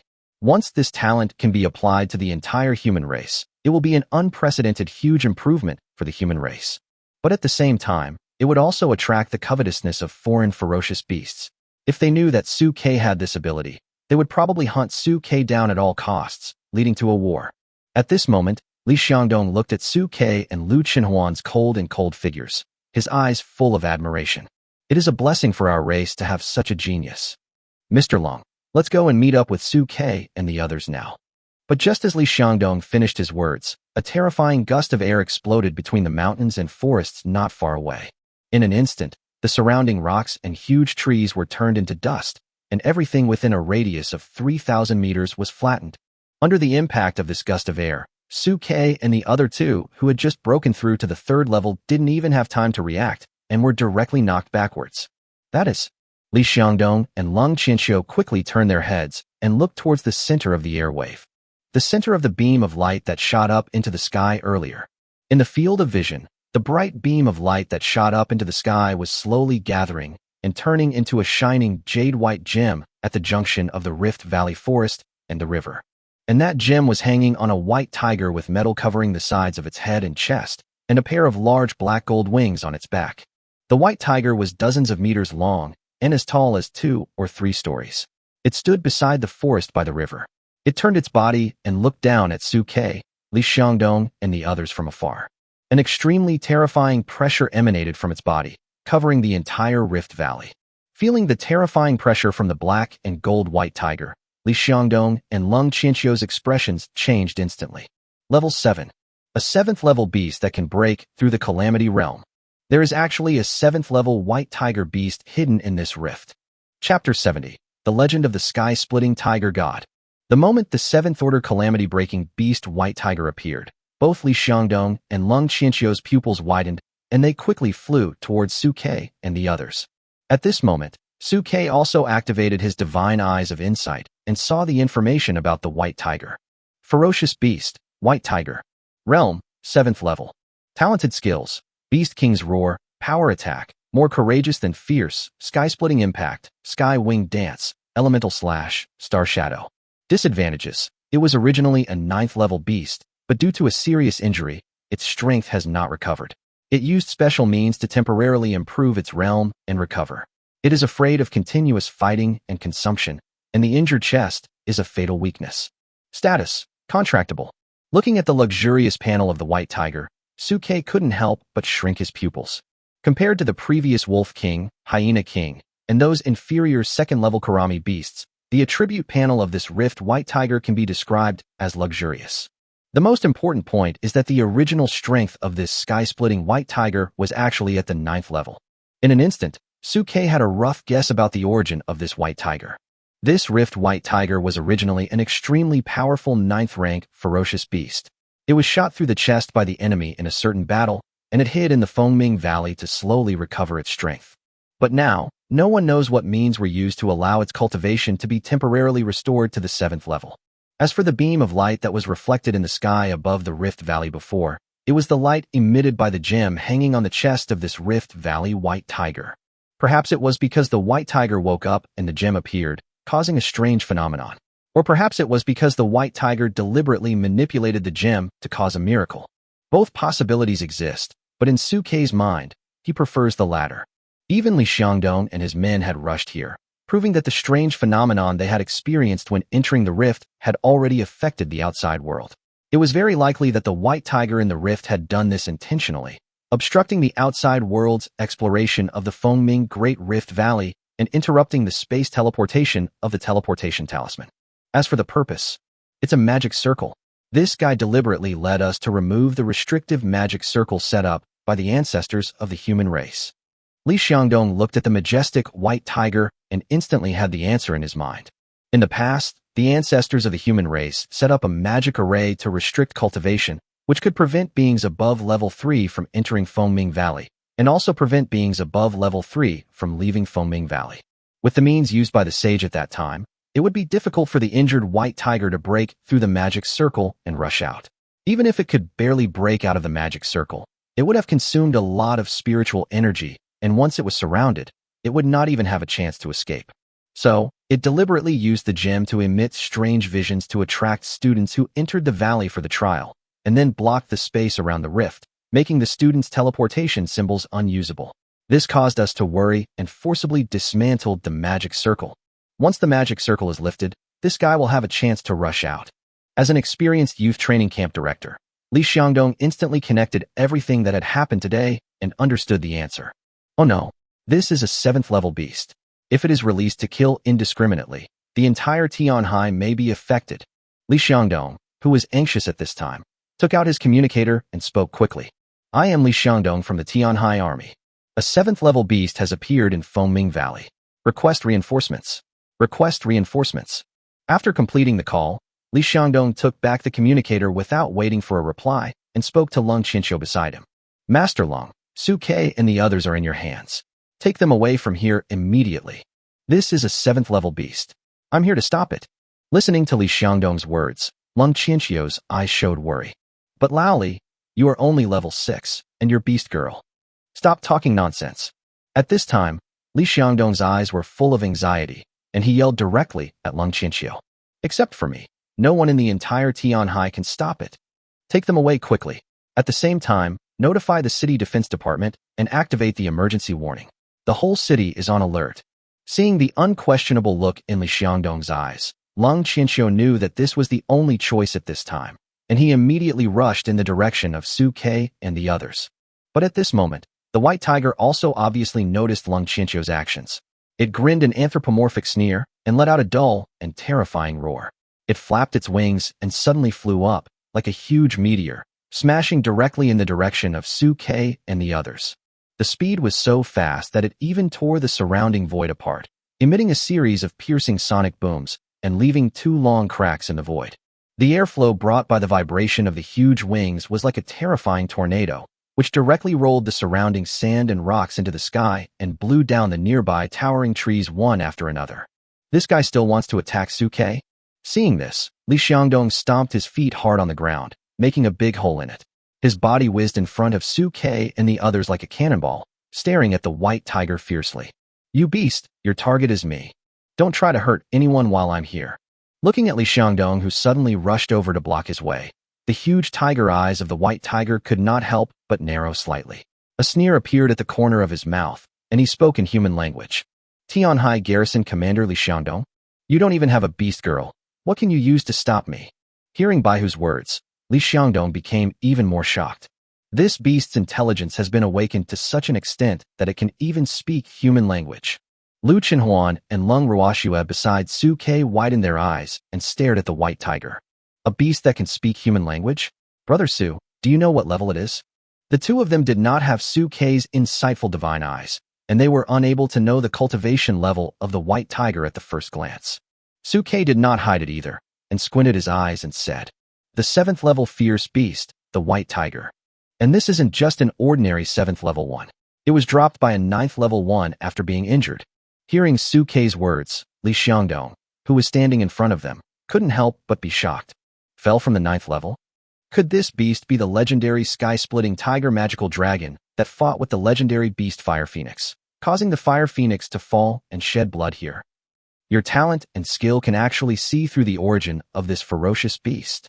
At this moment, Li Xiangdong was looking at the white tiger Killua flapping its wings and flying towards him. His whole body was tense, as if facing a formidable enemy. If it really is the sky-splitting tiger god from back then, I don't think I can stop it for long. But no matter what, whether it's for you, for Tianhai, or for my classmates in the youth training, I will do everything I can to stop it. Suke, take this opportunity to take the others and run. The farther the better. Walk. Li Xiangdong basically shouted the last sentence. Chapter 71. Joining forces to fight at the 7th level. Go. As Li Xiangdong finished speaking, Lung Qianqiu also rushed to Suke and the others, and directly pulled Lung Ruoxue up and was about to leave. "Ruoxue, son-in-law, please follow me." When Lung Qianqiu saw this 7th level white tiger, he had only one thought in his mind, which was to evacuate Suke, Lung Ruoxue, and the others safely. However, Suke hesitated for a moment, then spoke to Li Xiangdong. "Generally, we may have a chance to stop this white tiger." Hearing Suke's words, Li Xiangdong's eyes widened instantly. "What nonsense are you talking about at this time, you idiot? If this beast is really the sky-splitting tiger god from back then, even 10 of me wouldn't be enough to defeat it, you know?" However, facing Li Xiangdong's words, Suke was very calm. "It is precisely because it is the tiger god from that year that we have a chance." At this moment, Suke was very clear in his mind that with the strength currently displayed by the white tiger, the only person on the field who could have a chance to stop the white tiger was Li Xiangdong. And if Li Xiangdong couldn't stop this Rift Valley white tiger, then with his current 3rd level cultivation, it would be impossible for him to escape from this 7th level Rift Valley white tiger. Moreover, after analyzing his own weaknesses, Li Xiangdong, who is at level 6, may still have a chance of winning. Listening to Suke's words at this time, although Li Xiangdong was unwilling to believe it, a glimmer of hope still arose in his heart. What if? Li Xiangdong was actually very clear in his mind that the elite of the human race were basically gathered in Jinyao Pass and Kyoto. If he really couldn't stop this 7th level white tiger, basically no one in Tianhai would have a chance to stop it. The only thing we can do at that time is to hold on and wait for reinforcements to be sent from Kyoto or Jinyao Pass. Looking at the white tiger approaching him rapidly, Li Xiangdong gritted his teeth and spoke. "Suke, before the white tiger of Libai gets within 100 meters of us, I will give you a chance to convince me. If you can't convince me, you must follow Lung Qianqiu." Suke did not hesitate and spoke immediately. "Generally, this white tiger has been dormant in this valley for so long because it suffered extremely serious internal injuries during the battle with the Fire Phoenix. Furthermore, Judging from the information displayed in my insightful divine pupil, the current 7th order cultivation realm of this white tiger has been temporarily elevated through some means, and it will not last long. Li Xiangdong's heart couldn't help but move when he heard this. Are you telling the truth? It's a matter of life and death, absolutely true. At this moment, Su Ke was extremely calm and analyzed the situation quickly to Li Xiangdong. Besides, General Li, think about it. If this white tiger was really in its prime, why would it go to such great lengths to trick you into removing the restrictions of the magic circle? It can't break on its own. The only explanation is that it no longer has any extra power and doesn't want to waste it here. Listening to Su Ke's analysis, Li Xiangdong and Lung Qianqiu's eyes lit up.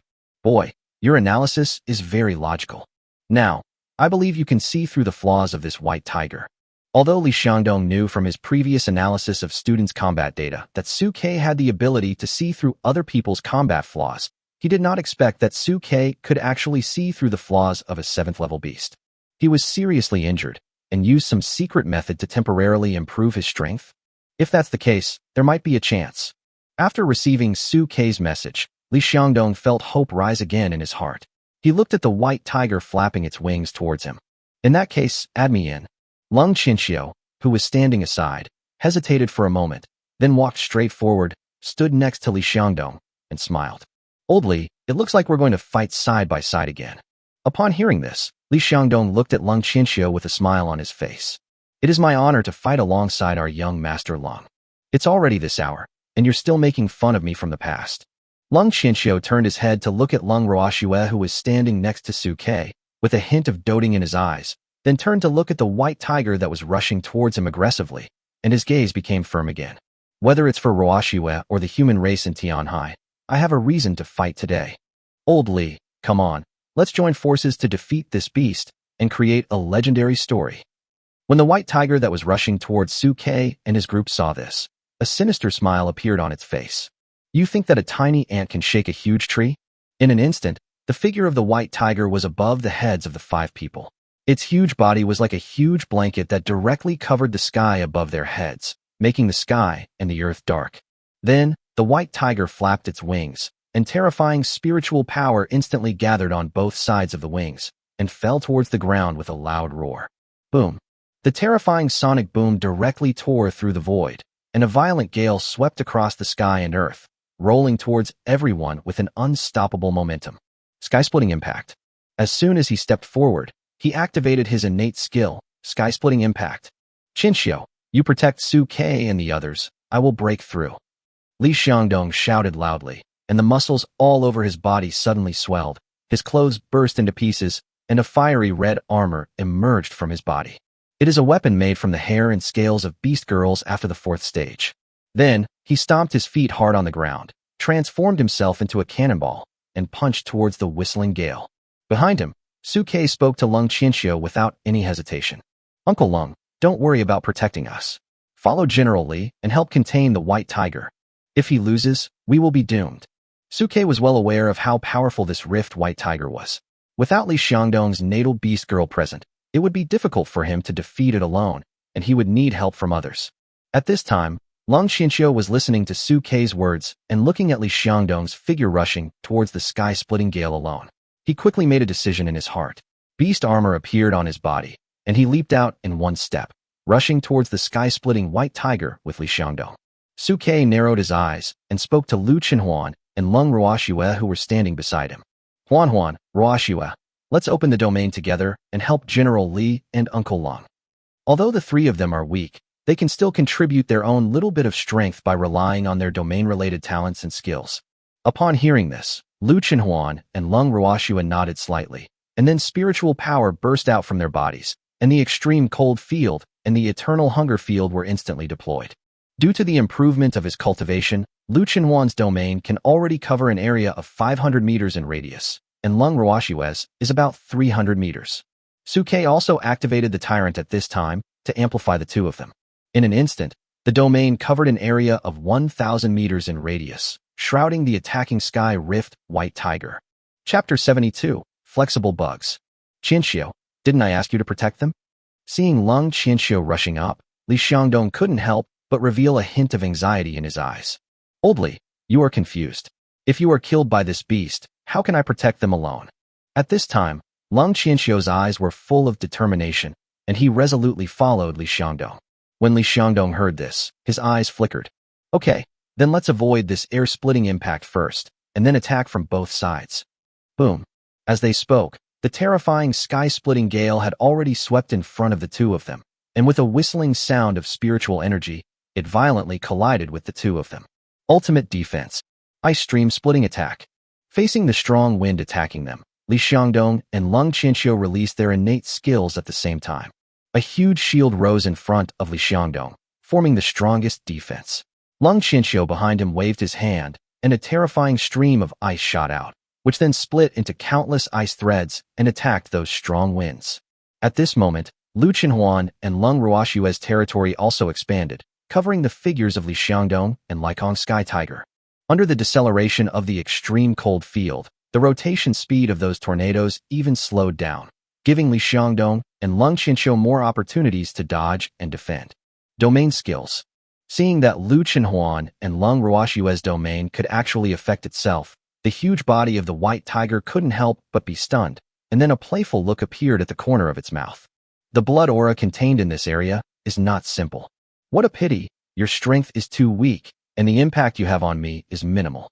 At this time, Laikong White Tiger did not take Su Ke and the others seriously at all, but focused all his attention on Li Xiangdong and Lung Qianxiu, who were rushing towards him below.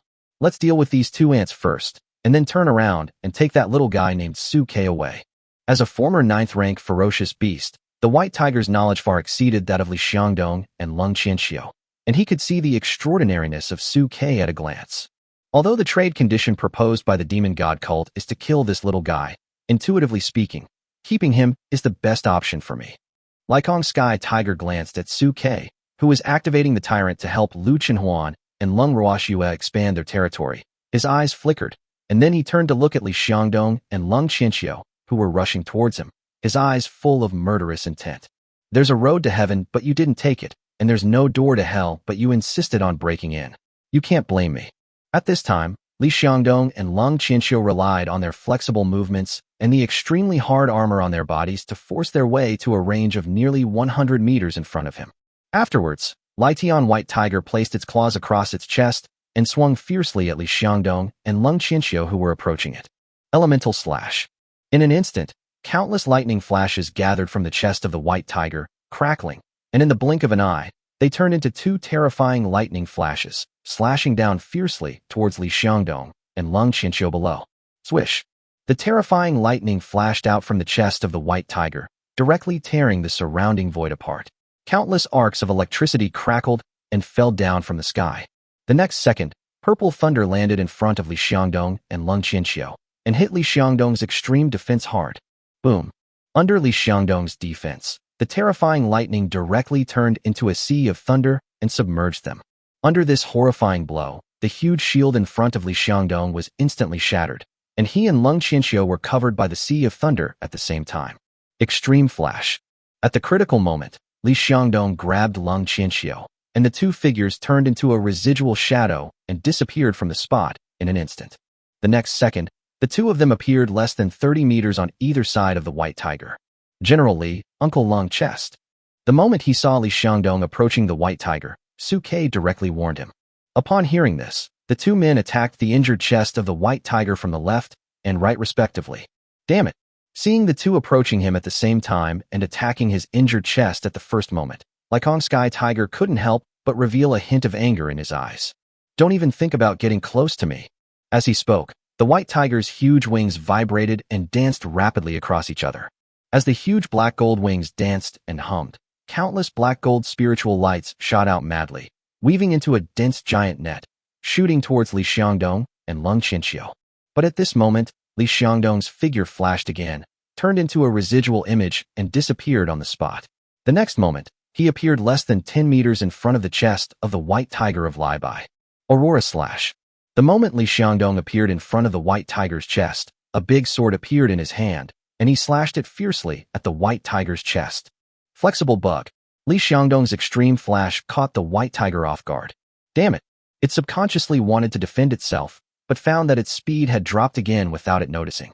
Under the dual cover of Lung Ruoshue and Lu Qinhuan, The speed of the white tiger slowed down, and its vitality was gradually lost. Originally, this impact is negligible to it, but at this critical moment, it is particularly important. I clearly had enough time to defend myself, but my speed was just a little bit short, and it was simply too late. Bang! At the moment when the white tiger's spiritual power was just mobilized, the big sword in Li Xiangdong's hand slashed fiercely on the white tiger's chest. It was already seriously injured, and at this moment the wound burst open instantly, with blood gushing out. Hateful. At the moment when Li Xiangdong slashed his chest, the spiritual energy of the white tiger finally gathered and turned into an extremely hard barrier. At the same time, it let out a furious roar, which directly knocked Li Xiangdong and Lung Qinxiu, who had not yet been able to break the attack, flying backwards and spitting blood. At this time, Liekong's eyes were full of anger. Damn it! I was actually hurt by a bunch of ants like you. If it were me in my heyday, you would be dead already. You also said it was his heyday. Li Xiangdong, who had succeeded in his attack, felt more confident and used his other hand to wipe the blood from the corner of his mouth. You are now at the end of your strength. Even if you use some tricks to improve your cultivation, you won't be able to hold on for long. Hearing Li Xiangdong's words, the huge eyes of the white tiger couldn't help but shrink instantly. You even know this. It turned its head and looked at Su Ke, who was urging the tyrant below, with endless coldness in its eyes. It seems that this kid is more threatening than I thought. But I was once a 9th-level Goeishu after all. Even if my realm has declined, it is not something that ordinary people like you can mess with. As he spoke, the white tiger roared towards the sky and earth darkened. The power of the stars in the sky gathered together madly, condensing into a huge phantom that was 1,000 meters high. Chapter 73, A Desperate Fight. Star Shadow. Seeing the huge shadow between heaven and earth, everyone's eyes couldn't help but focus. This is the phantom of the stars summoned by the 7th-level falling star realm. It's just that this star shadow is much more powerful than the other 7th-level shadows. Su Ke stared at the shadow and narrowed his eyes. This phantom of the stars is somewhat similar to the law of heaven and earth in the mythological novels of my previous life. After the star shadow opened, the figure of the white tiger gradually blurred and merged directly into the star shadow. Seeing this scene, Li Xiangdong and Lung Qinxiu couldn't help but clench their fists. Even in their prime, they had never reached level 7. Faced with the star shadows, they had no good way to fight for the time being. They didn't even know where the white tiger was. Can we only smash this phantom of the star to find the white tiger? However, at this moment, Su Ke below hurriedly spoke up. General Li, Uncle Long, the white tiger that can split the sky is hiding in the ankle of the star shadow. With the operation of his insightful divine eyes, he could see clearly all the flaws between heaven and earth. Su Ke could see at a glance where the white tiger of the sky was hiding in the shadow. Hearing this, Li Xiangdong and Lung Qinxiu's eyes suddenly lit up, and they attacked directly towards the toes. Seeing the two people attacking, the figure hidden in the white tiger changed position instantly. Calf. Knee. But no matter how the white tiger changed its position, Su Ke could always accurately tell the white tiger's position at the first moment. Seeing that he couldn't hide his body at all, Lycong White Tiger became angry at the first moment. Do you really think that this star shadow can only be hidden? Die. As he spoke, the huge star-like phantom of the white tiger of Rift Valley swung its claws and slapped Li Xiangdong, Lung Qinxiu, and the others below. Boom. Driven by the phantom's vast star energy, each strike seemed to have the power to move mountains and fill the sea, and even the void trembled. Extreme Flash. Facing the terrifying attack from the star shadow, Li Xiangdong didn't hesitate at all.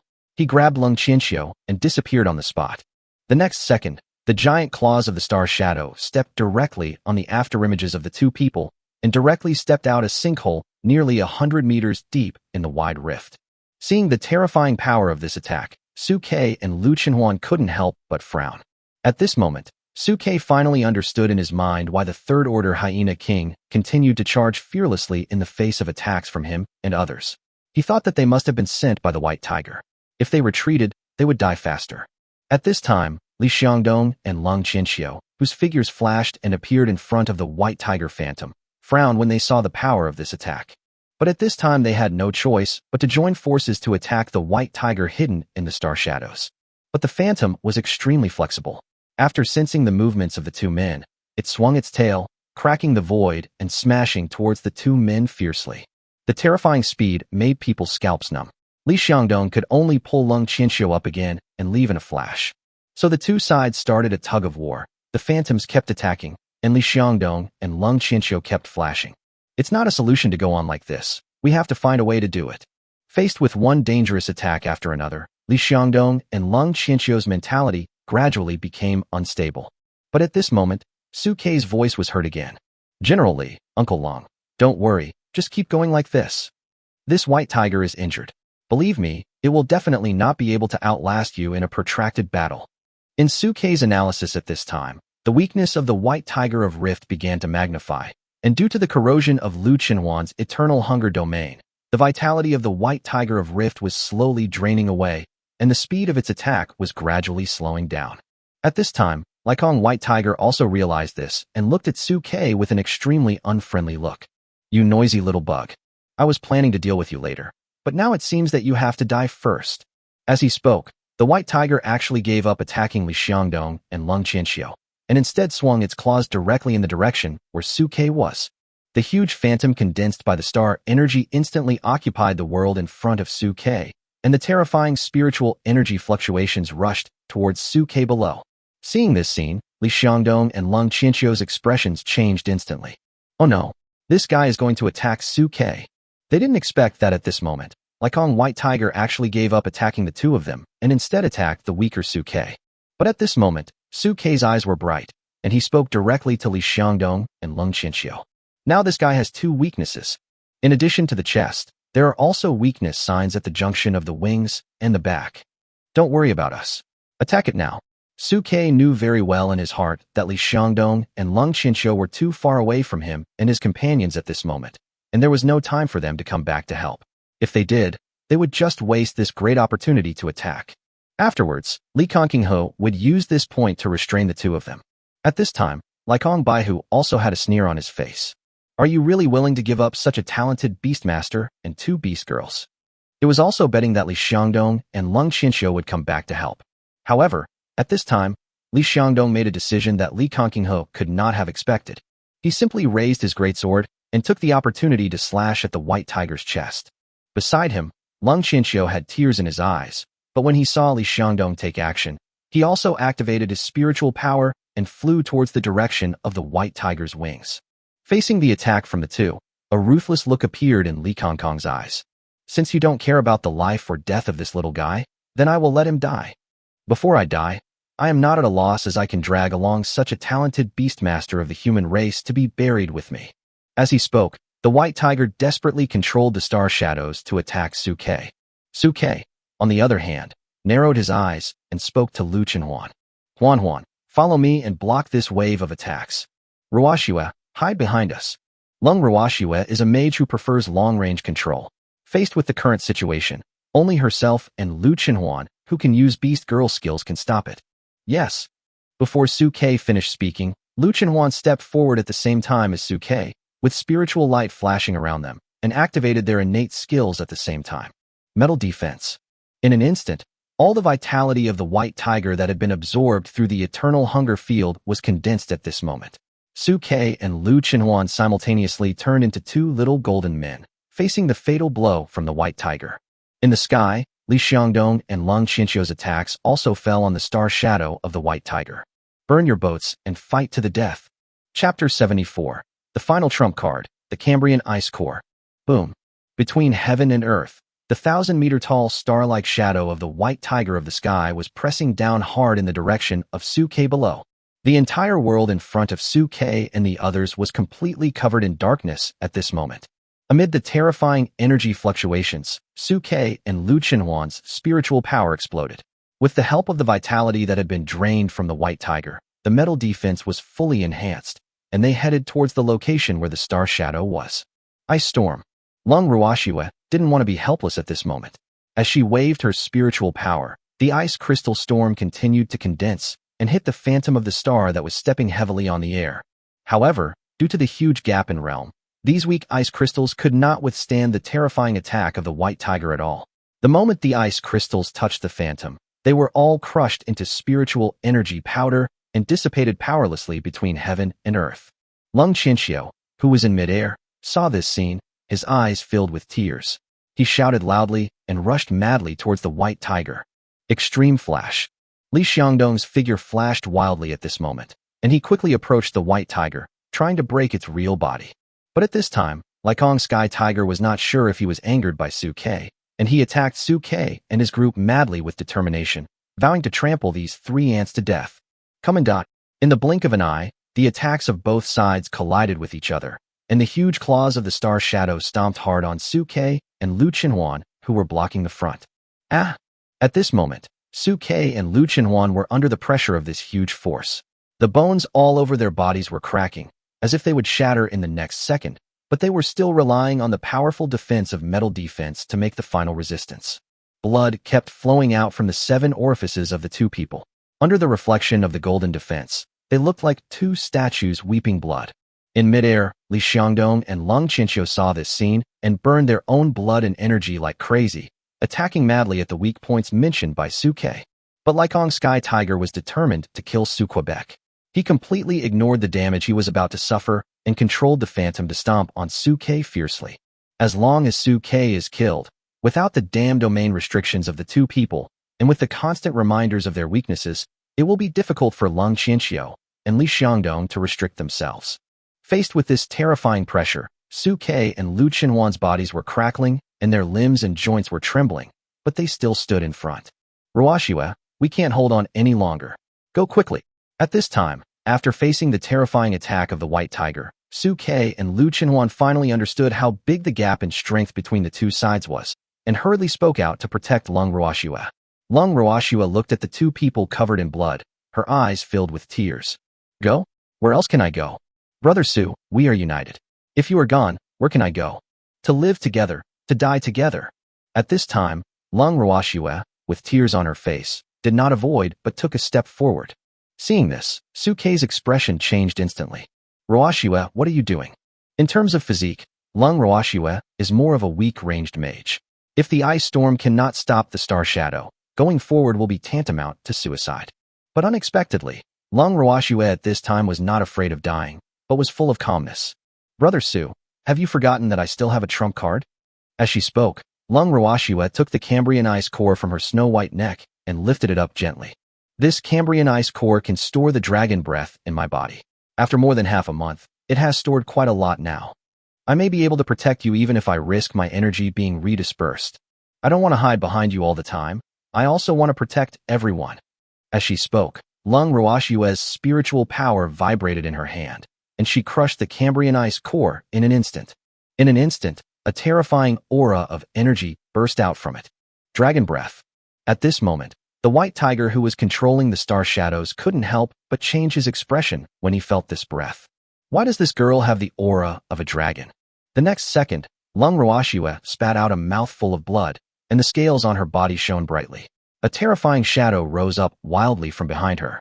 It was a giant frost dragon with ice blue scales all over its body, icy eyes, and an extremely cold expression.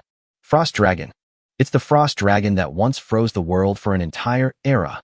The moment he saw the phantom rising, the pupils of the white tiger shrank sharply, and the pupils on the huge star phantom also showed a look of fear. But then a hint of resentment appeared on his face. What about the frost dragon? You are just a reincarnated body now. You have sealed yourself for so long. Can you still stop me, a level 7? Commandant. While he was thinking, the starlight around the white tiger shone brightly, and he gathered all the spiritual energy in his body and stepped down directly. But below, the giant frost dragon saw this attack. Its eyes were full of indifference. It simply opened its big mouth, controlled the dragon breath in the Cambrian ice core, and slammed into the star shadow of the white tiger. Boom. In an instant, an extremely violent and terrifying energy collided with each other, and a terrifying explosion wave exploded instantly. For a moment, they were in competition with each other. Seeing this scene, both Li Beiqing and Li Xiangdong were shocked. A 3rd-level warrior can actually match the full-strength attack of a 7th-level warrior. Especially Lung Qinxiu. His eyes were filled with disbelief. Is this Ruoxue's true talent and potential? At this moment, Lung Qinxiu completely believed the fact that Lung Ruoxue was a hidden SSS talent. However, the dragon's breath is limited, and the 2 sides can only fight for a few seconds before the dragon's breath stored in the Cambrian ice core is completely consumed, and the attack of the star shadow comes again. Facing the renewed attack from the star shadow, Lung Ruoxue shouted, and without caring about burning her own blood and spiritual energy, She frantically squeezed and mobilized her own potential from her body. Lung Ruoshue's blood and essence were burning wildly, and her skin and flesh were aging rapidly at a speed visible to the naked eye. The giant frost dragon solidified again, opened its huge mouth and let out a dragon roar that shook the heavens and the earth, and a dragon breath even more terrifying than before gushed out. Roar! Under the gushing of dragon breath, the star-like shadow of the white tiger was actually frozen directly, and its claws were frozen in midair. The cold air infected its whole body, and cracks began to spread along its claws to the whole body. Good opportunity. Li Xiangdong and Lung Qianxiu seized the opportunity and instantly burned their own blood and spiritual roots, launching the strongest attack towards the real body of the white tiger. Under the infection of the cold air from the dragon's breath, the movements of the white tiger seemed to be frozen. Facing this horrifying attack, it was completely unable to dodge. In an instant, 3 rays of spiritual light exploded in the sky and earth, and the horrifying sound of the explosion echoed between heaven and earth. Crash! The huge star-like shadow of the white tiger shattered into pieces and turned into endless spiritual energy that dissipated between heaven and earth. Chapter 75 Emergency Repair, Dragon Hibernation. Phew! Li Xiangdong's sword and Lung Qianxiu's attack instantly pierced into the chest and between the wings of the white tiger, and the terrifying spiritual energy poured into it crazily. In an instant, terrifying spiritual energy was injected into the already severely injured body of the white tiger, causing it to howl in pain towards the sky. Under the attack of Lung Ruoshue's frost dragon breath and the constant drain of its life by the eternal hunger realm, countless spiritual energies flowed madly along the body of the white tiger into the surrounding heaven and earth. Bang! Finally, under the invasion of multiple attacks, the white tiger let out an unwilling wail, and its huge body exploded directly, turning into a blood mist that splashed between heaven and earth. Seeing this scene, Li Xiangdong and Lung Qianxiu couldn't help but show excitement in their eyes. We did it. We teamed up to kill a level 7 white tiger. We joined forces to kill the sky-splitting tiger god, who had once terrified countless humans and beasts. But before the two had time to celebrate, they heard a loud and mournful cry from Suke below. Ruoshue. The two of them looked in the direction of the sound, and saw that Lung Ruoshue had become so thin that only skin and bones were left, and she was barely breathing. The shadow of the giant dragon behind her shattered into pieces, and she fell straight to the ground. Suke flew forward and hugged Lung Ruoshue. Ruoshue, what's wrong with you? Don't scare me. Lu Chenhuan beside him also quickly flew over and supported Lung Ruoshue beside Suke. Seeing this, Li Xiangdong and Lung Qianxiu's faces changed drastically, especially Lung Qianxiu, who quickly swooped down and appeared beside Lung Ruoshue. Ruoshue. At this time, Lung Ruoshue's energy was exhausted, and the source of her energy was almost lost. Looking at Suke, Lung Qianxiu, Lu Chenhuan, and others who were looking at her with concern, she forced a smile from the corner of her mouth. I'm glad that everything is fine. I'm glad that everyone is fine. Is the Tiger King dead? Dead. Suke, who was holding Lang Ruoshue in his arms, nodded continuously. Listening to Suke's words, Lang Ruoshue's eyes showed a hint of relief. If I can help Brother Su and Dad, it's worth it even if I die. No, you won't die. At this time, Suke, who was holding Lang Ruoshue, kept shaking his head. As long as I'm here, I won't let you die, Ruoshue. His insightful eyes scanned Lang Ruoshue frantically, trying to find a glimmer of hope to change her fate. Flaw. The current target has consumed too much qi and blood, and is about to fall into a near-death state. I know the flaw. Give me a solution. I want a solution. With Suke's full effort, the divine eye of insight seemed to have opened up its perspective, constantly scanning Lang Ruoshue's blood vessels, meridians, and internal organs. Finally, Suke found a solution. Repair plan. Find a Cambrian ice core and give it to it to consume. It will condense its own dragon breath and activate the dragon's talent to enter dormancy and recover. Hibernation. Cambrian ice core hibernation. The moment the repair plan was analyzed, Suke quickly looked up at Lung Qianxiu, who looked bewildered. Uncle Ling, the Cambrian ice core. I want the Cambrian ice core. Go find me a Cambrian ice core quickly. It can save Ruoshue's life. Cambrian ice core? Lung Qianxiu seemed to have thought of something after hearing Suke's words. He quickly activated his storage ring and took out a Cambrian ice core from it. I have it. Last time Huan advanced, I was afraid it wasn't enough, so I kept one as a backup. Looking at the Cambrian ice core that was emitting cold air, Suke reached out and snatched it, placed it on Lang Ruoshue's chest, pressed it against her chest, and hurriedly spoke to comfort Long Ruoxue. Don't be afraid, Ruoxue. With this Cambrian ice core, it can help you condense your dragon breath and activate the dragon race's innate hibernation. We have a lot of wonderful things to experience together in the future. You won't die. Just get some good sleep. Really? Listening to Sukei's words of comfort with a hint of anxiety, Lang Ruoxue's skinny face showed a look of relief. Brother Su, I believe you. I'm so tired. I'm going to sleep first. As she spoke, Lang Ruoxue slowly closed her eyes, her long, silver eyelashes fluttering gently and closing, as if she was an angel who had descended to the earth and fallen asleep. The dragon breath and cold air that were originally scattered between heaven and earth seemed to be attracted by something at this moment and slowly condensed in front of Lang Ruoxue. Seeing this scene, Lang Chinxiu on the side couldn't help but burst into tears. Ruoxue, it's Dad's fault. Dad is incapable of protecting you. Li Xiangdong standing by also had a complicated expression. If Lang Ruoxue hadn't exploded to her limit, we might all have been buried in the mouth of the 7th-level tiger god this time. Lu Chenhuan, who was supporting Lang Ruoxue, felt even more complicated. At this moment, she finally accepted Lang Ruoxue completely in her heart. Instead, Sukei took out a blanket from his storage ring and put it on the ground. He held Lang Ruoxue and carefully placed her fragile body on it, then turned to look at Li Xiangdong and Lang Chinxiu. Generally, Uncle Lang, Ruoxue's life is not in danger now, but she still needs some time to rest and sleep. Please help clean up the surroundings to prevent any more accidents. Listening to Sukei's words, Lang Chinxiu nodded continuously. Don't worry, son-in-law. I'm here. I won't let anyone get close to and hurt Ruoxue again. Boldly, this incident is of great importance. There are countless students and soldiers from the City Defense Department rushing over from outside the Rift Valley. You can take the opportunity to evacuate and calm everyone down to prevent panic from spreading. Listening to Lang Chinxiu's words, Li Xiangdong nodded slightly. Then he stood up, spread out his spiritual sense to scan the surroundings, turned around and flew out of the rift.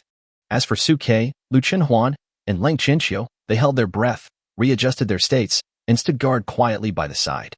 At this time, on a hill far away outside the rift, the owl and bluebird of the demon god cult were lurking in the dark, staring at the direction of the rift. Such a terrifying atmosphere of fighting, it seems that a fight has begun. Haha, who would have thought that a level 7 person would appear in this small foaming rift valley? This time, Li Xiangdong and his team are going to fail. Especially the owl, its eyes were filled with coldness and indifference. Once Li Xiangdong dies in this turmoil, we can do whatever we want next and attack Tianhai at will. The bluebird standing by sneered cruelly. With the cooperation of a 7th-level beast, it will be easy to turn the sea of sky upside down. But just as the two were planning, a ray of light flashed across the rift, and Li Xiangdong's figure instantly appeared outside the rift. Seeing this scene, the owl and the bluebird's eyes instantly widened into bells. How come? How come Li Xiangdong is still alive? Chapter 76, The Suspicious Bluebird and the Owl. General Li is out. The moment they saw Li Xiangdong coming out, the Tianhai City defense troops who were rushing over frantically from the far side of the Rift Valley couldn't help but get excited. As for the students in the youth training camps, they had already been evacuated in advance under the leadership of the instructors of each camp to prevent any greater accidents. Seeing Li Xiangdong appear at this time, a middle-aged man wearing a windbreaker and a neatly combed hair came quickly and looked at Li Xiangdong. General Li? How's it going? You just sent me a telegram saying that a 7th-level beast appeared? What's going on? Seeing the person coming, Li Xiangdong couldn't help but feel relieved. General Du, you are here? The person in front of him was Du Zhiqing, the garrison commander stationed in Tianhai, Kyoto.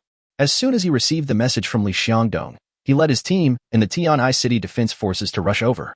Looking at Du Zhiqing, who was anxious in front of him, Li Xiangdong swallowed, took a deep breath, and spoke to Du Zhiqing with confidence. Success. We successfully killed the 7th-level sky-splitting tiger god. Sky-splitting tiger god? Listening to Li Xiangdong's words, Du Zhiqing on the side couldn't help but widen his eyes. Is it the 9th-rank beast, the sky-splitting tiger god, that fought with Huafeng in the Fengming Valley in the legend and both perished? Yeah, Li Xiangdong nodded gently. Exactly. In that battle, the white tiger did not die, but was only seriously injured. It has been hiding in the Fengming Valley with secret methods to recover. It took advantage of this youth training to attack me and tricked me into unlocking the seal of the ancient magic formation, hoping to stir up trouble. Fortunately, with the joint efforts of Lang Chinxiu, me, and the 3 youth training students, we were able to kill him, so that no greater disaster could occur. Listening to Li Xiangdong's words, Du Zhiqing couldn't help but reveal shock in his eyes. Youth trainee, we joined forces with you to defeat the 7th-level sky-splitting tiger god? At this moment, Du Jiqing couldn't help but reveal a look of suspicion on his face. What kind of youth training student can survive a battle with a 7th level beast? Could it be that he's the Suke we saw on the boundary monument before we entered the valley? Generally, are you sure you're not joking? Now, it has been only about half a month since the youth training ended, and the cultivation level of the youth training students is generally at the 1st level. Even if there are occasional talented people, they are at most at the 2nd level. A 2nd level beastmaster and beast girl would be killed by a fart in front of a 7th level beast. How could they join forces with Li Xiangdong? The only possible person is Suke, who had more than 1.3 million points on the boundary monument before entering the valley. Although in Du Jiqing's mind, he believed that this was due to the interference of the 7th level ferocious beast and the boundary marker was wrong. He did not think that Suke and his 2 rookies could really obtain millions of points, let alone help Li Xiangdong defeat the 7th level beast. However, at this moment, Li Xiangdong's eyes were full of seriousness and earnestness. I'm not kidding. The sky-splitting tiger god this time is at a very high level. If it weren't for Suke and the others' help, I'm afraid that sky-splitting tiger god would have already escaped and set off a bloody storm throughout the Tianhai. Is it really Suke? Listening to Li Xiangdong's words, Du Jiqing's expression couldn't help but stiffen. Is he the beastmaster who has been making headlines in Tianhai recently? He has awakened the talent of an SSS level legendary beastmaster, but he insisted on contracting an F-level beast girl. Rumors about Suke had long been rife throughout Tianhai. Du Jiqing, the defender of Kyoto, was naturally no stranger to them. He even reported the news to Kyoto as soon as he heard it. He even felt sorry for the genius Su Quebec. He could have had a brighter future and could have waited for Kyoto to help him find an SS-class beast girl, but he acted on his emotions and signed a contract with an F-class beast girl. Later, when he heard that Suke could actually contract 2 beast girls, but both of them chose F-level, Du Jiqing's opinion of Suke became even lower, thinking that Suke was too emotional and was of no use at all. At this time, when he heard Li Xiangdong mention Suke and others were able to help Li Xiangdong defeat a 7th level sky-splitting tiger god, he was shocked. Yes, that's him. In response to Du Jiqing's question, Li Xiangdong nodded without hesitation and spoke to Du Jiqing. He and the 3 contracted beast girls killed 2 3rd-level beasts and 20 to 30 2nd-level beasts earlier, shaking the valley. In order to help us defeat this sky-splitting tiger god, Suke's contracted beast woman Lang Ruoxue has fallen into a near-death hibernation state and needs to rest here for a while. During this period of time, please ask General Du to send someone to guard here and help bring back the bodies of the students in my youth training camp. Don't let anyone with ulterior motives get close to the foaming Great Rift Valley. I have to go back and clean up the mess and report this incident in full to Kyoto. Looking at the solemn expression on Li Xiangdong's face, Du Jiqing nodded heavily. Don't worry, generally. You can leave as soon as you like. We will guard this place well and will not let anyone with ulterior motives get close to the foaming Rift Valley. If it is true as Li Xiangdong said, Suke and the others can help to defeat the 7th level beast, then their potential is immeasurable. Even without Li Xiangdong's reminder, they must be taken seriously. Good. Hearing Du Jiqing's promise, Li Xiangdong turned around without any hesitation and headed towards the youth training camp. Seeing Li Xiangdong leaving, Du Jiqing waved his hand to the city defense generals behind him. Battles 1 to 5 will stay where they are. The rest of you will follow me to clean up the battlefield in the Rift Valley. After saying that, Du Jiqing personally led his men into the rift and quickly rushed towards the center of the previous battlefield. The owl and the bluebird who were secretly watching all this in the distant hills and jungles had anxious looks in their eyes. Something's wrong. Why did Li Xiangdong leave? From the situation at the scene, it doesn't look like reinforcement to help the battle, but more like combat management. Did the sky-splitting tiger god fail? At this time, the eyes of the owl and the bluebird were full of suspicion. Impossible. The sky-splitting tiger god is a 9th-rank great demon that was able to kill the fire phoenix. How could he fail in such a small place? That's right. How could Li Xiangdong, a mere 6th-rank beastmaster who doesn't even have a beast mother, possibly defeat the sky-splitting tiger god whose strength can temporarily recover to the 7th rank? At this moment, the owl and the bluebird felt as if their hearts were being scratched by a cat. No, we can't just guess here. We have to find a way to go down and take a look. But now Du Jiqing has led the city defense troops down there and has stationed people near the entrance. It seems that we can only slip away through extraordinary means. Thinking of this, the owl and the bluebird looked at each other, and then the bluebird instantly entered the beast state, transforming into a large bluebird, and the owl leaned over and lay on the back of the bluebird. The man and the bird flapped their wings and flew quietly down the other side of the hill. The 2 men were extremely careful and were far away from the entrance, so the soldiers guarding the rift didn't notice them at all. Only a somewhat frail beast girl sergeant frowned and looked in the direction where bluebird and owl left. Strange, why does it feel like there's some movement over there? Don't move here. I'll go over and take a look. Chapter 77. 1,000,000 points. The whole territory is shocked. Saved. Outside Foaming Valley, the students who were quickly led out of the valley by the instructors of each camp could not help but rejoice after hearing Li Xiangdong's announcement that the crisis was resolved. With their first-level cultivation, it was not easy for them to escape from Foaming Valley in such a short time. If the 7th-level white tiger had not died and chased them, they would have no chance of escape at all. Now, after learning that the crisis was resolved, everyone's faces were filled with joy at having survived the disaster. However, everyone also thought of Suke, who saved them from the dire situation, especially the students in the 1st Battalion who were closest to Suke and the others, and they were even more worried. I don't know what happened to Suke and the others in there. I only saw General Li come out, but not Suke and the others. I heard that a 7th-level beast appeared after they entered the valley. I hope nothing happens. Everyone had developed a special feeling towards Suke, who saved their lives. It was an indescribable respect and gratitude. Everyone felt relieved and turned to look at the scenery outside the valley and found the points boundary marker still flashing. More than 1,000,000 points? Looking at the points ranking on the boundary monument, someone exclaimed, and the others around turned their heads to look, and they all froze in place. At this time, An Ning and Zhao Fei, who were ranked 2nd, also had more than 10,000 points. They were like rookies in front of Suke and others. Especially Zhao Fei and An Ning, who were the parties involved, immediately understood the source of Suke and others' points after seeing the ranking. It seems that Suke and his team killed all the 2 3rd-level beasts in a group of 2nd-level beasts, which is why they have so many points. Compared to the 5,000 points for a 2nd-level beast, a 3rd-level beast has a full 500,000 points reward. Suke and his team killed 2 3rd-level beasts in a group of 2nd-level beasts, which added up to more than 1.1 million points. This made Zhao Fei and An Ning, who had originally thought they could take the lead by killing 2 or 3 2nd-level ferocious beasts in the rift, instantly disappointed. An Ning, in particular, felt extremely regretful when she thought of the mighty power of Suke leading Lu Qinhuan, Lang Ruoxiwei, and the others to kill people everywhere. If I hadn't broken up with Suke, would I have followed him and killed everyone? Compared to these simple-minded students, at this moment in Tianhai City, the news about Suke and his team's battle had spread quickly. What? Suke and his contract partner not only earned more than 1,000,000 points in the hunting competition, but also helped Li Xiangdong and his team to kill a 7th-level beast. Is it the same sky-splitting tiger god that defeated the Fire Phoenix that year? At Tianhai No. 1 Middle School, the principal, Wang Zhengwo, stood up instantly from his office, with a look of worry in his eyes. What about Suke and the others? Are they safe now? Has anything happened to them? No, principal. I just heard that the beast girl that Suke had newly contracted with No. 3 Middle School fell into a dormant state because of this, and it seems that she is not in a good condition. After hearing that Suke was fine, Wang Zhengwo finally let go of his worries and a look of relief appeared in his eyes. It's good that you're not dead. It's good that you're not dead. Under the attack of a 7th-level beast, it's a blessing to be alive. For Wang Zhengwo, Suke is the last hope for Tianhai No. 1 Middle School, and nothing must happen to him. Especially after An Ning transferred to No. 2 Middle School, Suke became Wang Zhengwo's only hope. After learning that Suke was fine, Wang Zhengwo burst into laughter. I knew that Suke wouldn't let me down.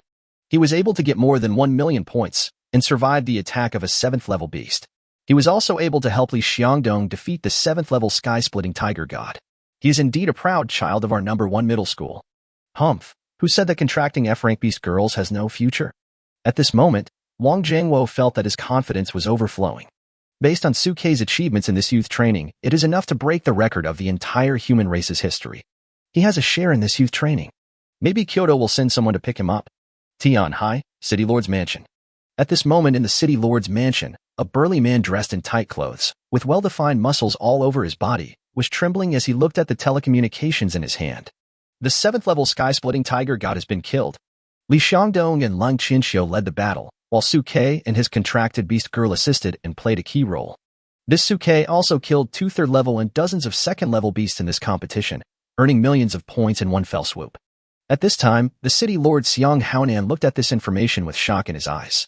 Beside him, the city lord's wife Dai Ruoxi, who was also dressed in tight clothes and ready to fight at any time, was also stunned when she saw the telegram. Originally, after receiving the message from Li Xiangdong, the two of them immediately entered defensive mode and changed their clothes, ready to fight the 7th-level ferocious beast, the sky-splitting tiger god, at any time. But no one expected that the sky-splitting tiger god would be killed by Li Xiangdong, Suke, and others before he could get out of the foaming rift valley. This Suke has far greater potential than we imagined. Even with two F-rank beast girls, he can still achieve such astonishing and terrifying combat power. He can even help Li Xiangdong defeat the sky-splitting tiger god. No, this matter must be reported to Kyoto. The Kyoto executives who originally chose to give up or wait and see because of the contract with the F-rank beast girl have to make a decision quickly. Such a genius cannot be wasted in a small place like Tianhai. Kyoto, the beast-taming headquarters.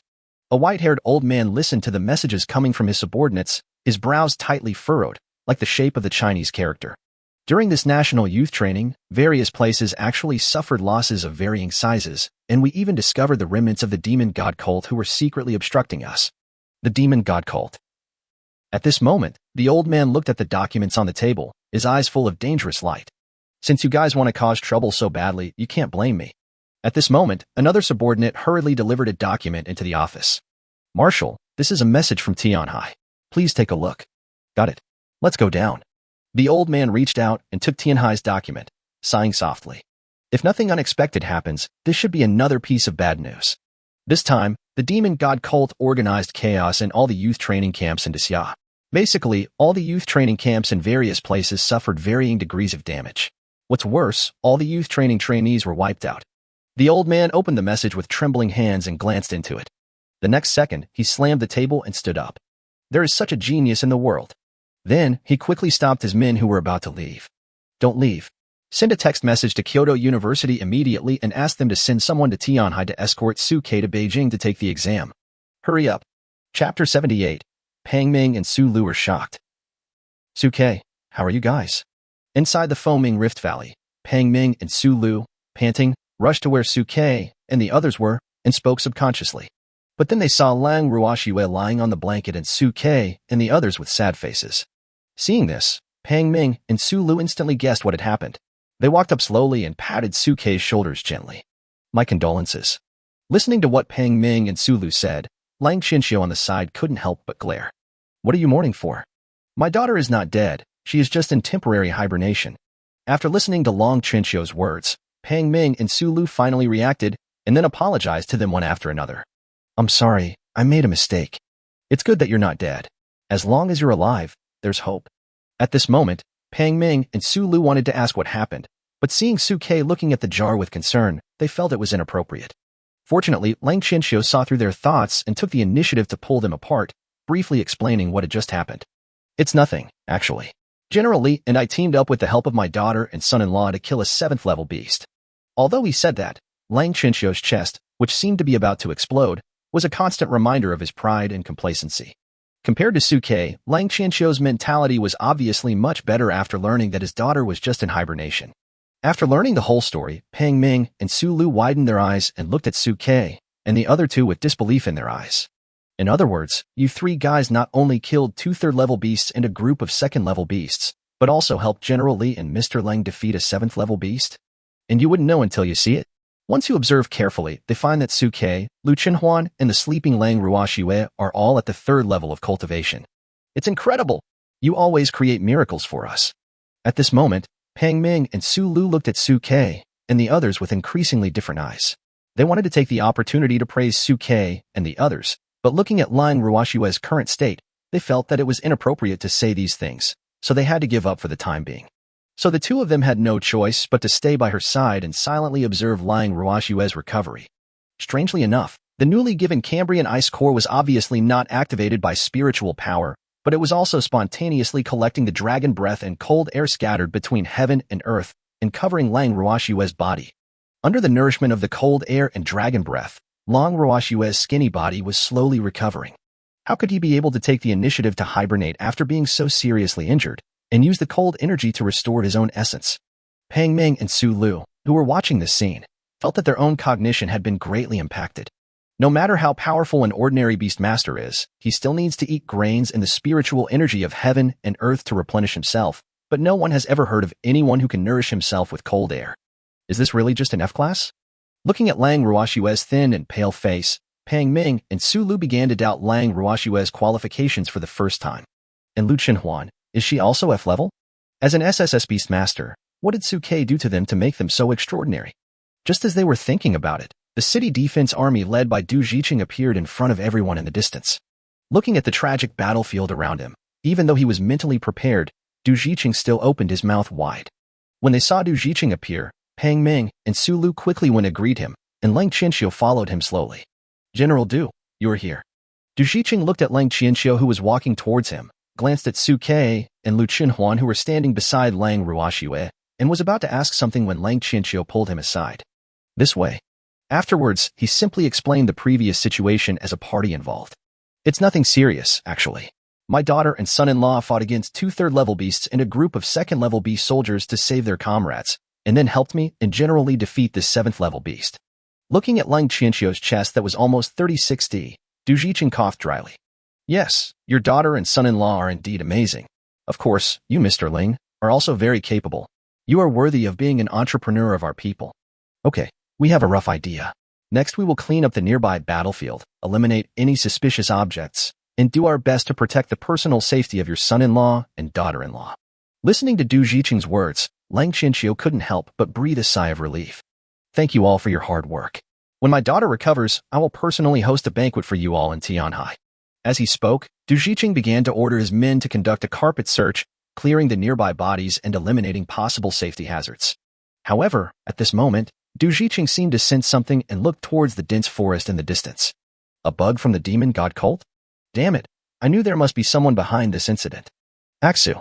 After sensing the presence of the owl and the bluebird, Du Jiqing shouted and flew out, heading towards the dense forest in the distance. Beside him, a personal female general rushed out and instantly turned into a snow-white flying bird. With a loud cry, it quickly flew in the direction Du Jiqing was looking. The moment the two sides approached, Du Jiqing jumped onto the back of the bird and flew away quickly. At this moment, the bluebird and the owl, who had just touched the distant forest, couldn't help but frown when they saw this scene. Damn it, Du Jiqing still found out. However, after a brief observation of the battlefield, the two of them roughly understood the information they wanted. I didn't expect that Li Xiangdong was so powerful. He actually teamed up with Lang Qianxiu to kill the white tiger. That Su Ke is also very strong. Not only did he survive the aftermath of the 7th-level battle, he also seemed to have contributed a lot of strength. After all, he was at the 9th level of Guishu back then. How could he be so useless? It is estimated that this Tianhai operation is the one that causes the least damage. The top leaders of the divine cult will definitely punish them for this. The two people who received the information did not hesitate anymore. They turned around and transformed into blue birds. The man and the bird quickly evacuated towards the sky. Behind them, Du Jiqing followed closely and pursued them relentlessly. As for the other city defense forces, some followed Du Jiqing to chase Qingyu and the others, while the others stayed nearby to clean up the battlefield and protect Su Ke and the other two. However, at this moment, a half-orange leopard cat cub hiding in the bushes in the woods in the distance seemed to be startled and fled around in panic, and accidentally stumbled towards the direction where Su Ke and the others were. Seeing the little orange leopard cat, which was not even the size of a palm, with its ears erect and walking crookedly, Lu Qinhuan's eyes lit up. So cute. I didn't expect there would be such a cute little ocelot in this Rift Valley. However, Su Ke's eyes became slightly dazed. Chapter 79, Stop Pretending, Splitting the White Tiger. When Su Ke saw the little leopard cat stumbling towards him and the others, he did not feel maternal love like Lu Qinhuan, but narrowed his eyes at the first moment, because his divine eyes of insight actually saw the information column of the leopard cat. Evil beast, slender-tailed cat. Realm, level 2. Talent skills, Beast King's Roar, power attack. Disadvantages, originally a 9th level beast, the sky-splitting tiger god, he was severely injured and his strength was not restored. He also experienced a great battle and his vitality was greatly damaged, so he degenerated into a primitive 2nd level state. Status, contractable. Looking at the information bar of the leopard cat, Su Ke couldn't help but sneer. I didn't expect it to be this thief. At this time, the leopard cat is only the size of a palm, with a big head and a small body. Its 2 big eyes are like 2 gems adorning its head. It looks cute and adorable, and even walks crookedly, highlighting its harmlessness to humans and animals. Who would have thought that this was the sky-splitting tiger god who had caused the chaos before? It seems this guy has more than one trick up his sleeve. At this moment, the sky-splitting tiger god, no, the slender-tailed cat, stumbled towards Su Ke and Lu Qinhuan as if it was frightened, babbling as if it wanted to seek shelter and protection. And just as it expected, a girl like Lu Qinhuan was simply unable to resist this cute creature, so she opened her arms and grabbed the slender-tailed cat. Seeing this scene, Su Ke's eyes flickered and his mind raced. In fact, the first time Su Ke saw the slender-tailed cat, he wanted to kick it to death. But after seeing the contractable status indicated behind the information bar of the slender-tailed cat, Suke changed his mind. Since there is a contracted beast that can be obtained for free, why should I waste it? Although Suke himself didn't know why he, a human being, could contract a ferocious beast as the contract object, the prompt in the information bar could not be wrong. Suke himself was also very curious about what impact the contract with this ferocious beast would have on him in the future. Anyway, I don't know much about other things, but at least in the beast-taming world, I was the first to be able to contract ferocious beasts. Thinking of this, Suke suppressed the murderous intent in his heart and did not stop the thin-tailed cat from approaching him and others. He let Lu Chenhuan reach out to hug the thin-tailed cat. As for the threat, based on Suke's understanding of the slender-tailed cat, this ferocious creature with the same intelligence as a human must have ventured here in this form in order to seek shelter. Its current cultivation level is very low. Not to mention taking action, it doesn't even dare to reveal the fact that it is a ferocious beast. It can only use some unknown secret method to conceal its breath and disguise itself as an ordinary cute creature in the forest to win people's sympathy. What's more, even if they really fought, Lu Chenhuan, who was already at the 3rd level, could easily defeat this 2nd-level slender-tailed cat. As expected, the moment it approached Suke and Lu Chenhuan, the slender-tailed cat pretended to be exhausted and fell to the ground, revealing its white and furry belly. How could a little girl like Lu Chenhuan withstand the attack of such a cute creature? Seeing this, she quickly reached out to hug the cat. In order not to reveal its flaws, the slender-tailed cat even pretended to be terrified when it saw Lu Chenhuan approaching. It screamed and rolled over, trying to get away. Its small and clumsy appearance was really hilarious. Lu Chenhuan couldn't help laughing at this scene. He grabbed the scruffy cat Fate's neck and pulled it up. "Where are you running to, little thing?" After being caught by Lu Chenhuan, the slender-tailed cat pretended to struggle and babbled for a while, but then seemed to realize that it could not break free and slowly calmed down. Seeing this scene, Lu Chenhuan liked it even more. He picked up the cat in his hand and showed it off to Suke. "Brother Su, look, I caught this little cutie. I didn't expect that in such a dangerous deep forest, there would be such a cute little creature. This little guy is obviously the kind of poor thing that has been separated from his family. He is so small, only the size of a palm, and he doesn't even know where his mother is." As Lu Chenhuan described the story, the slender-tailed cat's big eyes were filled with tears, and its mouth was pursed with a look of utmost aggrieved expression. As someone who knew all the inside story, Suke looked at the actor-like performance of slender-tailed cat with a half-smile on his face. Well, it's a bit pitiful. The slender-tailed cat, who was performing an immersive show, looked at Suke's half-smile and for some reason felt startled and subconsciously shrank into Lu Chenhuan's arms. However, Lu Chenhuan seemed unaware of the abnormality of the cat in his arms, and spoke to Suke hesitantly. "Brother Su, what do you say about us adopting this poor little thing? It just so happens that I have to accompany Ruoxue to recover in this Rift Valley during this period of time. It's nice to have such a cute little thing to relieve my boredom." Lu Chenhuan has always been the kind of lively person who can't stand boredom. When he saw such a little cutie appear to relieve his boredom, he was naturally happy. Adoption.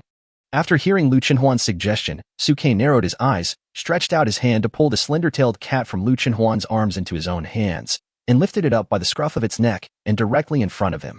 The slender-tailed cat, who was suddenly dragged in front of Suke, tensed up instantly and pretended to be frightened, waving its limbs wildly, acting like an innocent and cute creature, afraid that Suke would see through its trick. Seeing this scene, Suke's smile widened and he spoke to Lu Chenhuan. "Of course you can, but this little ocelot looks a little dirty. Huan, you and Instructor Pang and the others stay here to guard Ruoxue for a while. I'll take this little leopard cat to get it clean, and we'll be back soon." After saying that, Suke carried the cat and walked towards the bank of the river not far away. Long Ruoxue had no doubts and nodded expectantly, watching Suke's leaving back, seeming to be worried about the safety of the little leopard cat. "By the way, Brother Su, this kitten looks very small. Just wipe it with a towel dipped in water. Don't wash it directly in water, or it might die. Rest assured."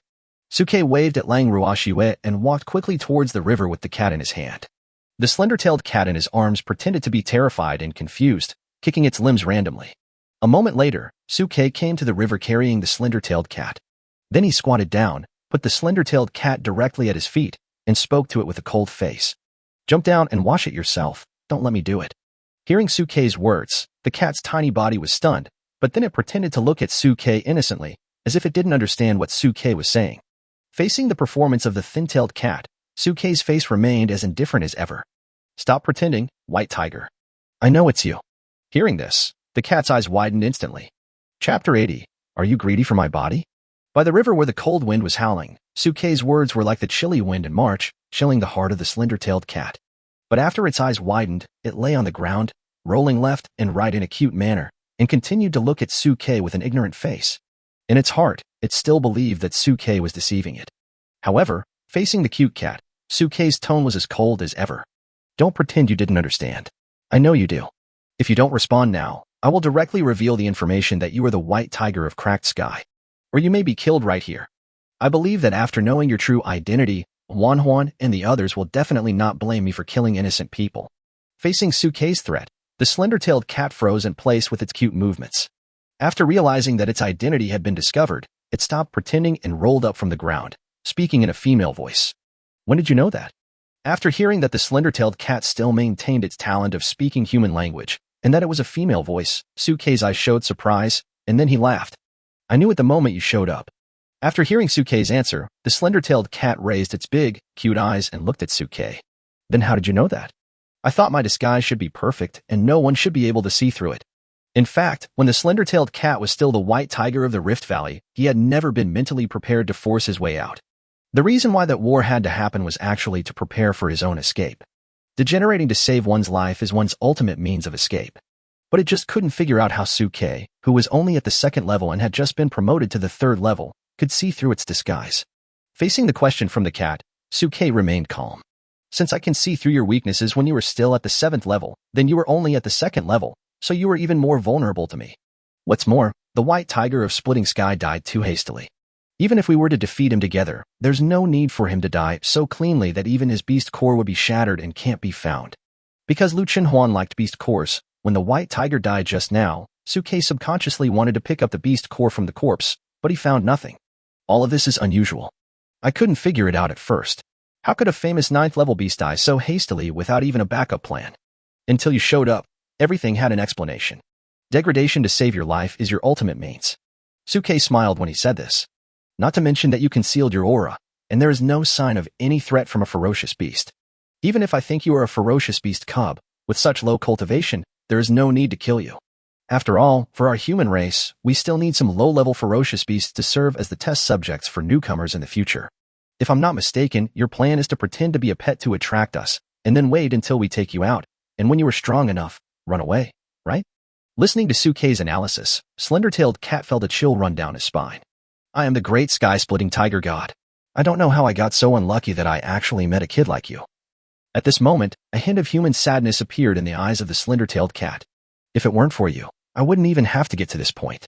But I didn't expect that I would be discovered even after I got this far after meeting you. I admit defeat. At this time, the white tiger had completely given up resistance. Okay, now that you've discovered me, you can fight or kill me as you like. Anyway, I can never be your opponent at this point. The slender-tailed cat had clearly felt Suke's fighting power. Based on its understanding of Suke, it knew that even if 100 of itself came, there would not be enough to defeat Suke. Instead of struggling, it is better to lie down and die. Who said I was going to kill you? Looking at the despairing look on the thin-tailed cat's face, Suke couldn't help but sneer. Hearing this, the cat instantly jumped up from the ground and looked at Suke. You don't want to kill me? Then what do you want to do? I don't believe that a 9th order beast of origin has no temptation for you. Even if you take my beast core, it will be a very considerable income. Who would have thought that in the face of the words of the thin-tailed cat, Suke's expression remained as calm as ever. Your beast core and origin are indeed precious, but what is more precious is your body. You're greedy for my body? Hearing Suke's words, the cat's fur instantly stood up. I'm still so young. Are your tastes so perverted? Could it be that you are a fan of Ferue? Facing the thin-tailed cat's doubts, Suke waved his hand. Aren't all beastmasters Ferue-kan? Thin-tailed cat. But I'm still so fucking young. You can kill a cat, but you can't humiliate it. At this moment, the slender-tailed cat raised its neck and looked at Suke with a proud expression. After all, I was once a dignified 9th level white tiger. How could I endure such a great humiliation? I would rather die standing then. Before he could finish his words, Suke pretended to turn around. Okay, I'll go and explain your identity to General Du and the others. Before he finished speaking, the slender-tailed cat hurriedly took 2 steps forward and stretched out its little paws to hug Suke's trouser legs tightly. Don't go. I think we can still talk. Suke stopped what he was doing upon hearing this and looked down at the little guy in front of him. So you agree? Aye. Facing Suke's words, the slender-tailed cat stepped on the ground with its little paws, feeling a little uneasy. It's not impossible. But I am still young and cannot transform into a human body. If you want to covet my body, you have to wait until my strength is fully restored to the 7th level before you have a chance. Hearing this, Suke couldn't help but raise his brows. Huh? You can also transform into a human body? Hearing this, the cat's eyes widened instantly and it looked up at Suke. Huh? You don't know? Don't you know that a great demon that has returned to the 9th level can transform into a human body? Suke blinked and spread out his hands. I have never come into contact with a 9th order beast, and there is no record of 9th order beasts in the books. How should I know? Listening to Suke's words, the slender-tailed cat couldn't help but twitch the corners of his mouth, wishing he could slap himself a few times. The news that the 9th level ferocious beast could transform into a human body was easily revealed to Suke. Then why the hell do you want my body? Thinking of this, the cat spoke to Suke in a bad mood. Of course I want you to be my contracted beast. What? Hearing Suke's answer, the slender-tailed cat's eyes suddenly widened. Chapter 81, The Great Half-Step Beast God Chia-sama. Contract? You want to contract me? Are you bragging? You already have 2 beast girls. Can you sign another contract? After hearing Suke's words, the first reaction of the thin-tailed cat was to question. However, Suke remained very calm in the face of this doubt. Don't worry about this. I have plenty of ways to deal with it. Since I can contract 2 beast girls, it's not uncommon to contract 1 more beast. After hearing Suke's answer, the slender-tailed cat exploded. From your tone, 1 transaction is not enough. Do you want to tie me to your side for the rest of my life? Compared to a partnership, a contract is equivalent to signing a lifetime contract, and it costs a huge price to terminate it. Facing the angry cat, Suke remained indifferent. Where did you learn this rude behavior? You keep calling me TM. Can you please speak properly? Cannot. At this time, the slender-tailed cat was very unhappy and was very rebellious. You were just a mortal, yet you dare to sign a contract with me who was once a 9th level person? Humph. After all, I was once close to becoming a half-step beast god, so I also have dignity. Rather than losing my freedom and being imprisoned by you for the rest of my life, I'd rather drown here today. However, facing the scoundrelly behavior of the thin-tailed cat, Suke remained calm. So dignified. Okay, then I will tell everyone about your identity as the sky-splitting tiger god. I believe many people will be interested in you. They will even put you in a laboratory for dissection and research to discover the secret that you were once a 9th rank official. Hearing Suke's words, the slender-tailed cat shuddered all over and quickly jumped to Suke's feet, hugging Suke's trouser legs tightly with its little paws, staring at Suke with a pair of big tearful eyes, as if crying. I was wrong. Isn't it just that I will become your plaything for the rest of my life? Isn't it enough for me to promise you? Facing this completely unprincipled thin-tailed cat, Suke simply rolled his eyes. Okay, then you follow me first, and we'll sign the contract at night when there's no one around. Signing a contract with a ferocious beast was unprecedented, and Suke didn't want to make it known to everyone. Listening to Suke's words, the slender-tailed cat nodded and shook his head hurriedly. Okay. It's all at the master's command. Seeing the completely unprincipled appearance of Zawaimo, Suke twitched the corner of his mouth and gave orders to Zawaimo. Jump into the river, wash yourself clean, and come back with me. Suke was not worried that the slender-tailed cat would take the opportunity to escape. After all, the current slender-tailed cat's cultivation is weak.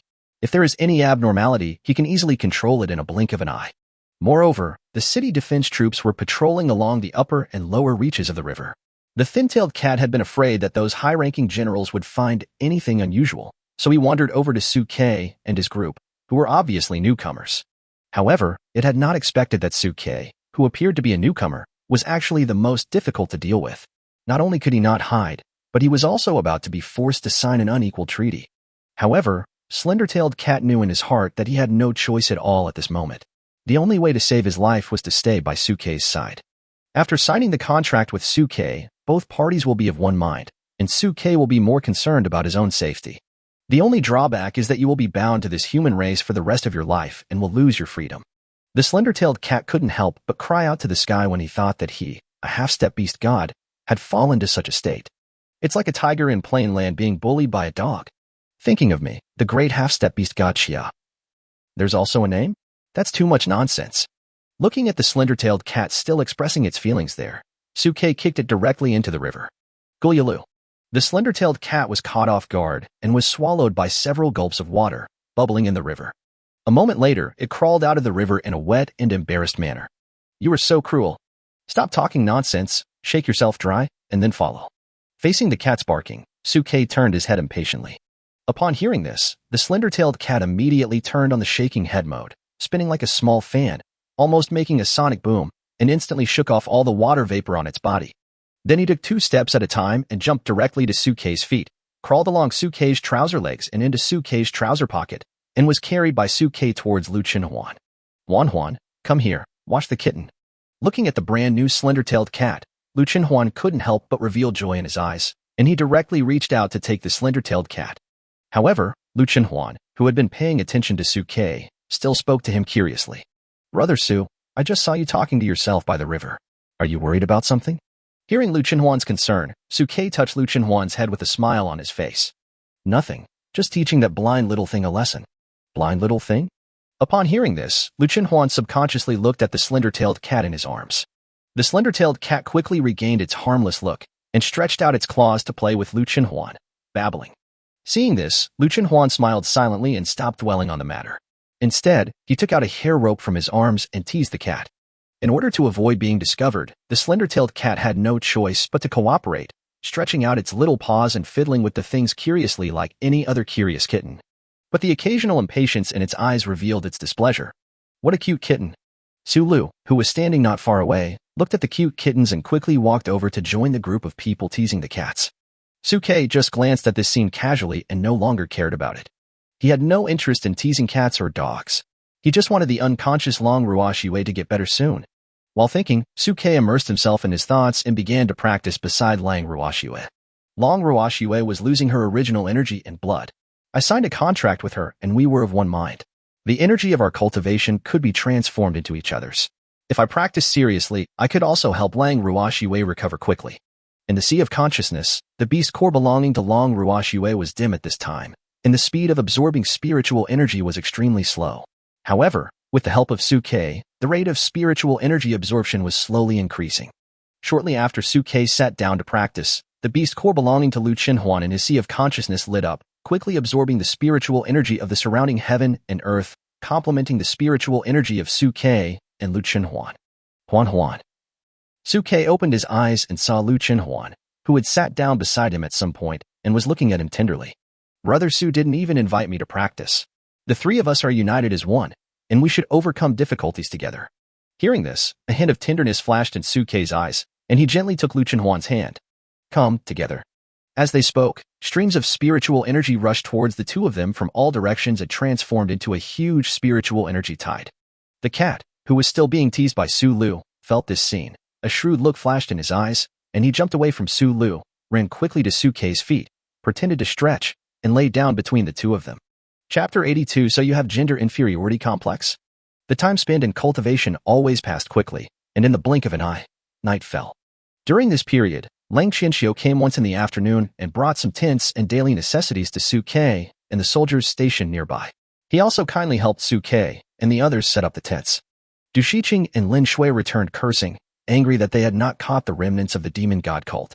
After making sure that Su Kei and the others didn't need any help, Pang Ming and Su Lu said hello and rushed back to the youth training camp. After all, there are also many matters that need to be dealt with in the youth training camp. As for Su Kei and Lu Chenhuan, after the tent was set up, they carried Lang Ruoxue into the tent and continued to practice by absorbing the spiritual energy of the nearby heaven and earth, improving their cultivation while helping to speed up Lang Ruoxue's recovery. As for the slender-tailed cat, it slipped into the tent and lay at Su Kei's feet, secretly absorbing the spiritual energy of heaven and earth that Su Kei and the others had scattered around, quietly recovering itself. When night fell completely and the moon was dim, Su Kei and Lu Chenhuan came back to their senses from their practice. In the sea of consciousness, the light of Ruoxue's beast core is still very dim. Lu Chenhuan looked at Lang Ruoxue, who was lying beside him like an icy beauty, and couldn't help but sigh softly. Without Ruoxue, our cultivation speed has been reduced by nearly 1/3, and the effect of our cultivation has been greatly reduced. Su Kei gently reached out and touched Long Ruoxue's skinny face, his eyes flickering.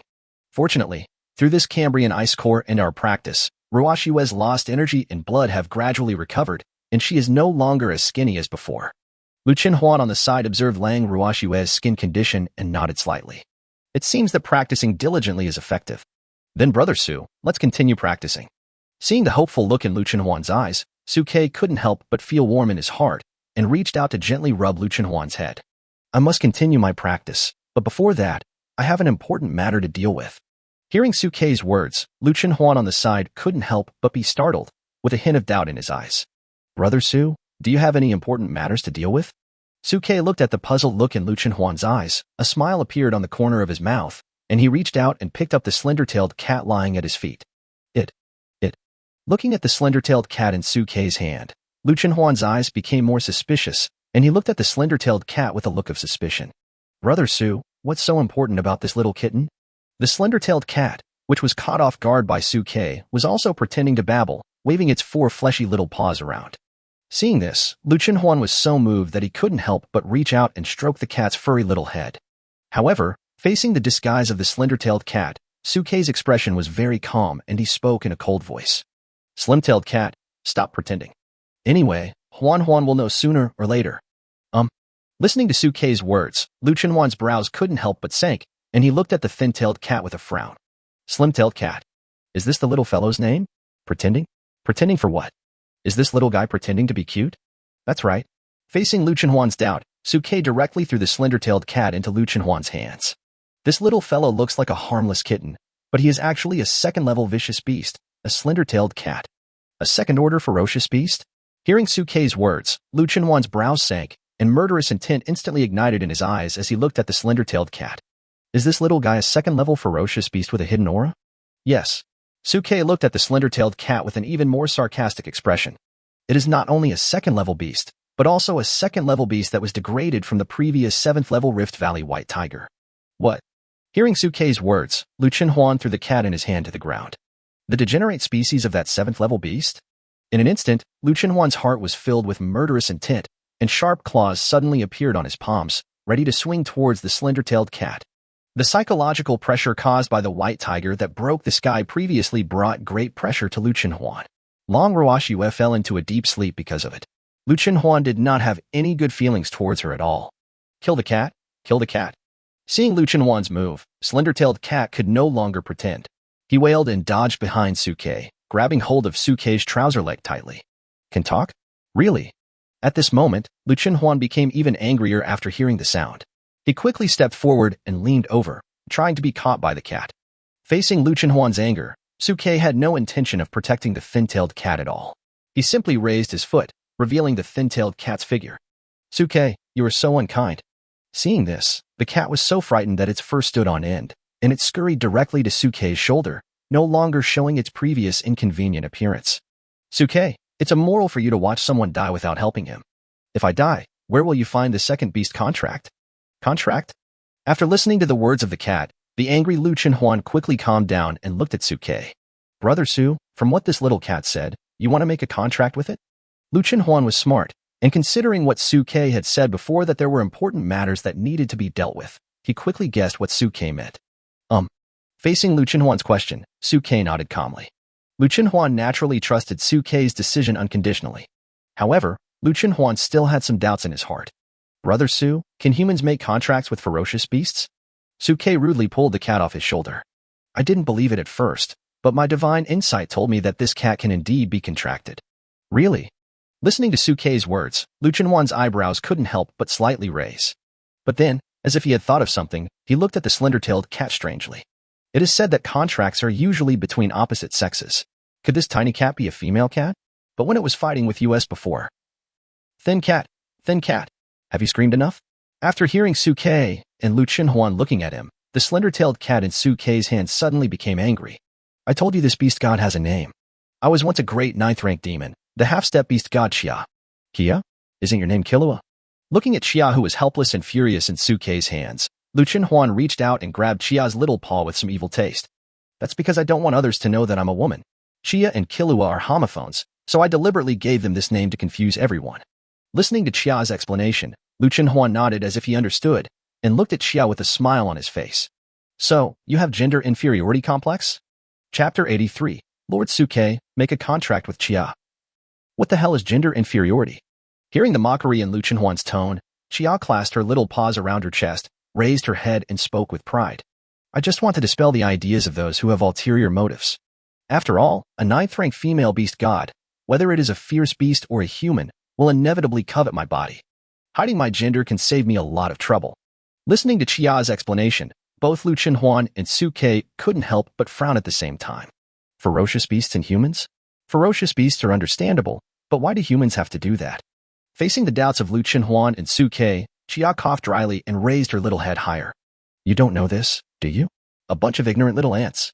After the fierce beast is promoted to the 9th level of Guishu and reshapes its immortal spirit body, it can transform into a human form. In a sense, it is not much different from a human beast girl who can transform into a beast. It can also use its human form to make a contract with a human beastmaster. So, in addition to the ferocious beasts coveting us, some powerful human beastmasters will also covet us. After listening to Chia's explanation, both Su Ke and Lu Chenhuan were stunned for a moment. They never expected that there were such secrets behind the ferocious beasts after the 9th level. It was Su Ke, who had already had some guesses in his mind, who was the first to accept this fact, and at the same time thought of another opposing possibility. So, a 9th level male beast can also sign a contract with a human beast girl? Right. In response to Su Ke's question, Chia nodded gently. And because beast girls can transform into beasts for a short period of time, even low-level beast girls will be captured and imprisoned by some powerful beasts, forcing them to transform into beasts to fulfill their evil desires. Listening to Chia's words, Su Ke's eyes narrowed slightly, and countless cold rays flashed in an instant. Lu Chenhuan, who was standing by, also showed a chill in his eyes. Seeing the two people's reactions, Chia quickly ended the topic and raised her little head proudly to speak to Su Ke. But these are all theoretical things. From some perspectives, both humans and beasts reject the idea of a contract between the two races from the bottom of their hearts. Basically, there is no precedent for a contract. After all, they have both reached the 9th level. There are only a few people in the world who can pose a threat to each other. As long as the two sides don't fight to the death, there will basically be no problems. So, you were lucky enough to be able to sign a contract with me. Looking at Chia's arrogant look, Su Ke threw Chia to the ground with a cold face. If it weren't for the fact that you had once been promoted to the 9th level and might be of some help to me in the future, otherwise, with your status as a ferocious beast, you would have been killed by me long ago.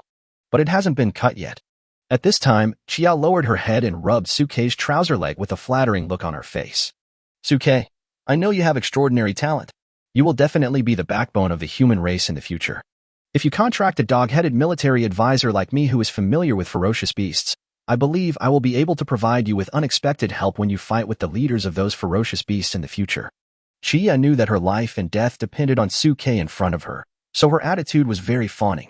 Even after Chia rubbed Su Ke's trouser leg for a while, she actually had the courage to rub Lu Chenhuan's trouser leg. Girl, I know you have deep feelings for Su Quebec.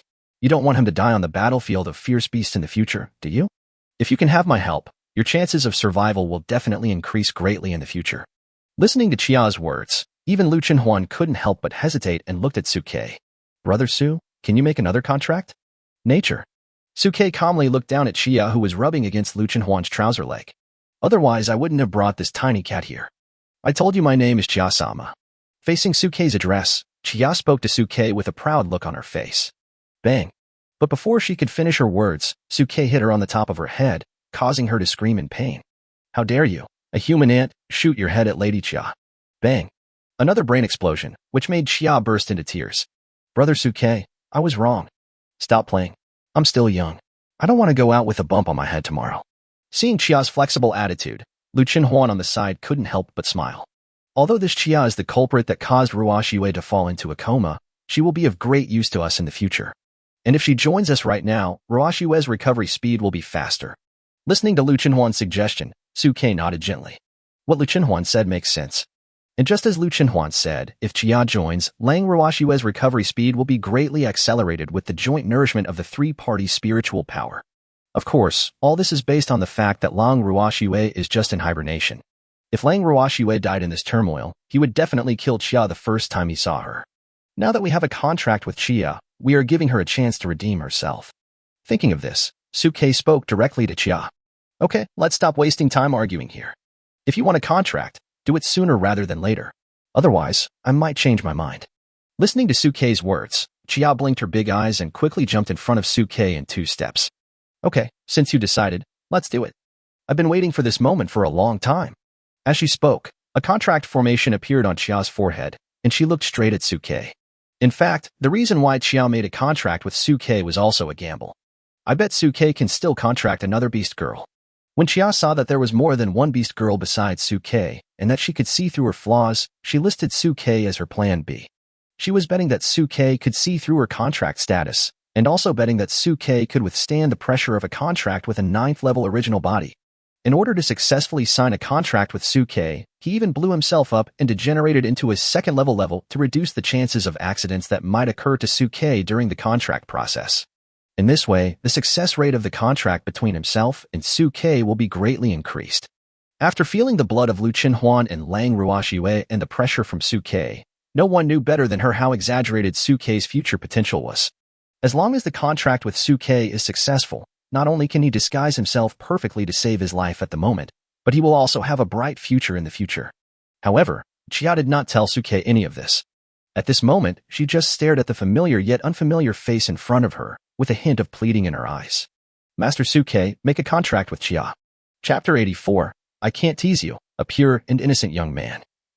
Looking at the pleading little kitten Chia in front of him, Suke didn't know why, but he felt his heartstrings were plucked. But soon, Suke recovered and looked at Lu Qinhuan beside him. Huan, you stay nearby to protect the law while I make the contract with Chia. Good. Facing Suke's instructions, Lu Qinhuan nodded heavily. Suke walked up to the palm-sized Chia, squatted down, and then reached out and bit his finger. With my blood, I seal your bond. As he spoke, Suke stretched out his hand and pressed it on the glittering contract formation on Chia's forehead. In an instant, the magic circle in front of Chia shone brightly. The spiritual energy of heaven and earth near the rift suddenly became violent at this moment, rushing madly towards the tent where Suke was. Buzz. A strange buzzing sound rang out between heaven and earth, and the magic circle in front of Chia's forehead instantly spread out, directly covering the two of them. As the light flickered, Chia's originally small body was growing and changing rapidly, evolving towards humans.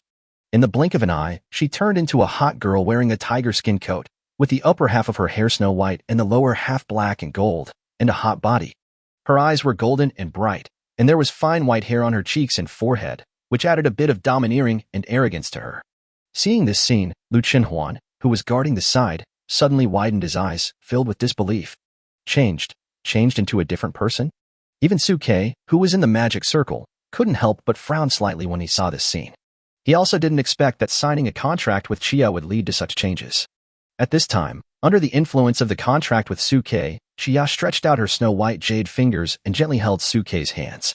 And he didn't know if it was Suke's illusion, but he always felt that there was an indescribable sadness in Chia's eyes. Master Suke, I can finally follow you.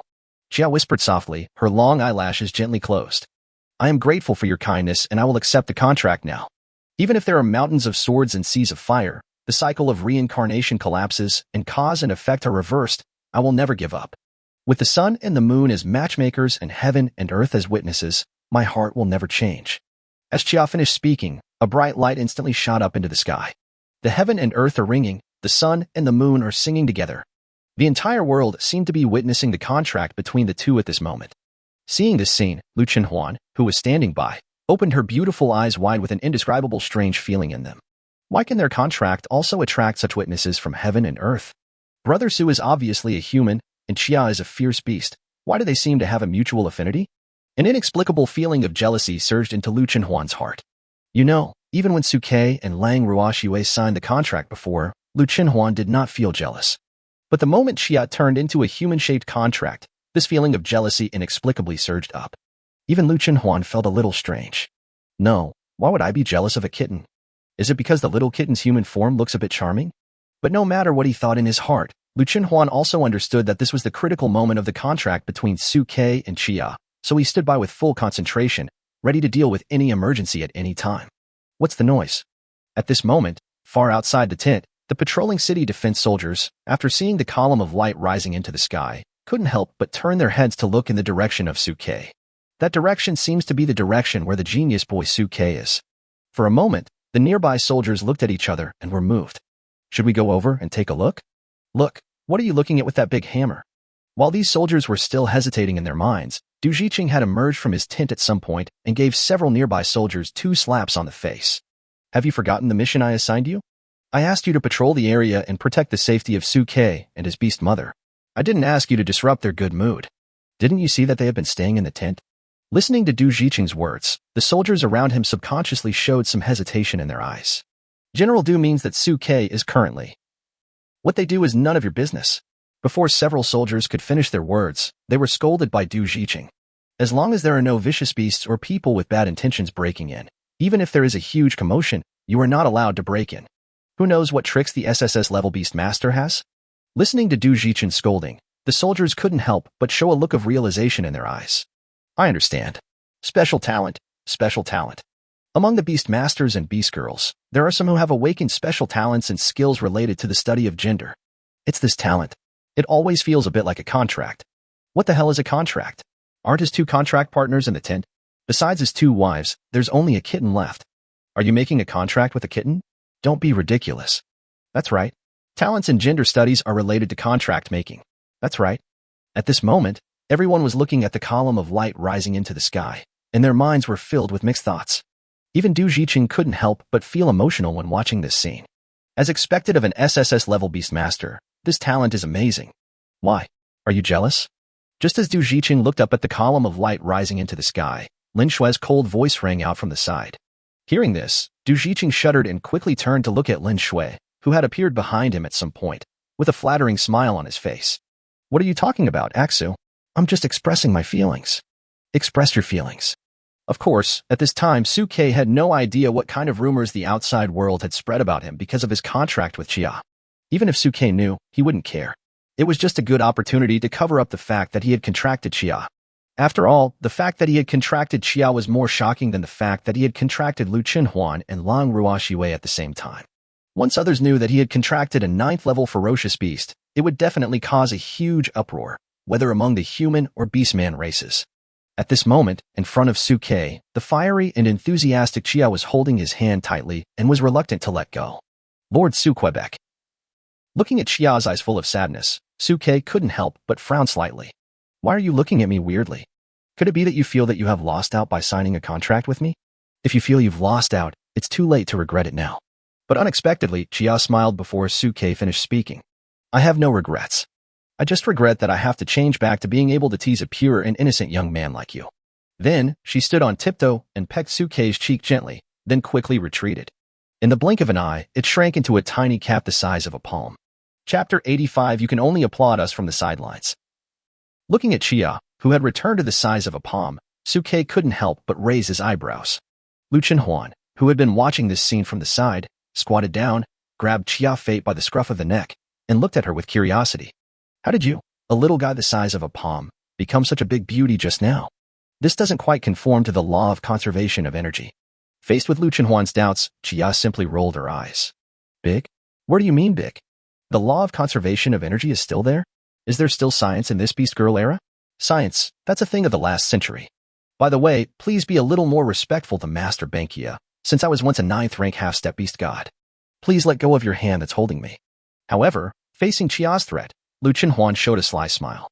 I am not afraid of threats. Why should I let go just because you tell me to? No matter what you were before, you are now a little Karami with only the strength of the 2nd level. I won't let you go. I will play. As he spoke, Lu Chenhuan grabbed Chia by the scruff of the neck and swung her like a windmill. You're still threatening me. Today I'm going to make you feel what it means to be passionate. Whoosh whoosh whoosh. As Lu Chenhuan shook his arms vigorously, his arms left an afterimage, almost shaking Chia's head into a paste. Stop. Stop. Chia, who was being held by the scruff of the neck by Lu Chenhuan and thrown wildly, felt the world spinning in front of her eyes and her internal organs churning. I won't. I won't. Hearing Chia's plea for mercy, Lu Chenhuan swung even harder. But because she was only grabbing a piece of flesh on the back of Chia's neck, her hand suddenly slipped under such high-speed rotation, and Chia flew out directly. Don't want. Under such high-speed inertia, Chia only had time to let out a wail, and then she turned into a perfect parabola, smashed through the roof of the tent with huge inertia and flew out. Seeing this, Lu Chenhuan's originally happy and proud expression froze on his face, and he looked at Suke with some guilt. Sorry, Brother Su, my hand slipped. Seeing this, Suke held his forehead helplessly. Forget it, let's find Chia first. If the nearby city defense forces find out something is wrong, it will be a waste of time. As he spoke, Suke took the guilty Lu Chenhuan and walked towards the direction where Chia had just flown out. During this period, Lu Chenhuan also had some complaints. This Chia is really something. She clearly has the strength of the 2nd level, but why didn't she stop halfway and come back in time? Hearing this, Suke shook his head. No, Chia is a ferocious beast after all. With the city defense troops nearby, she would definitely not dare to show any abnormality. So the moment she flew out of the tent, she should have restrained her aura of cultivation and could only pretend to be an ordinary mountain cat when thrown out.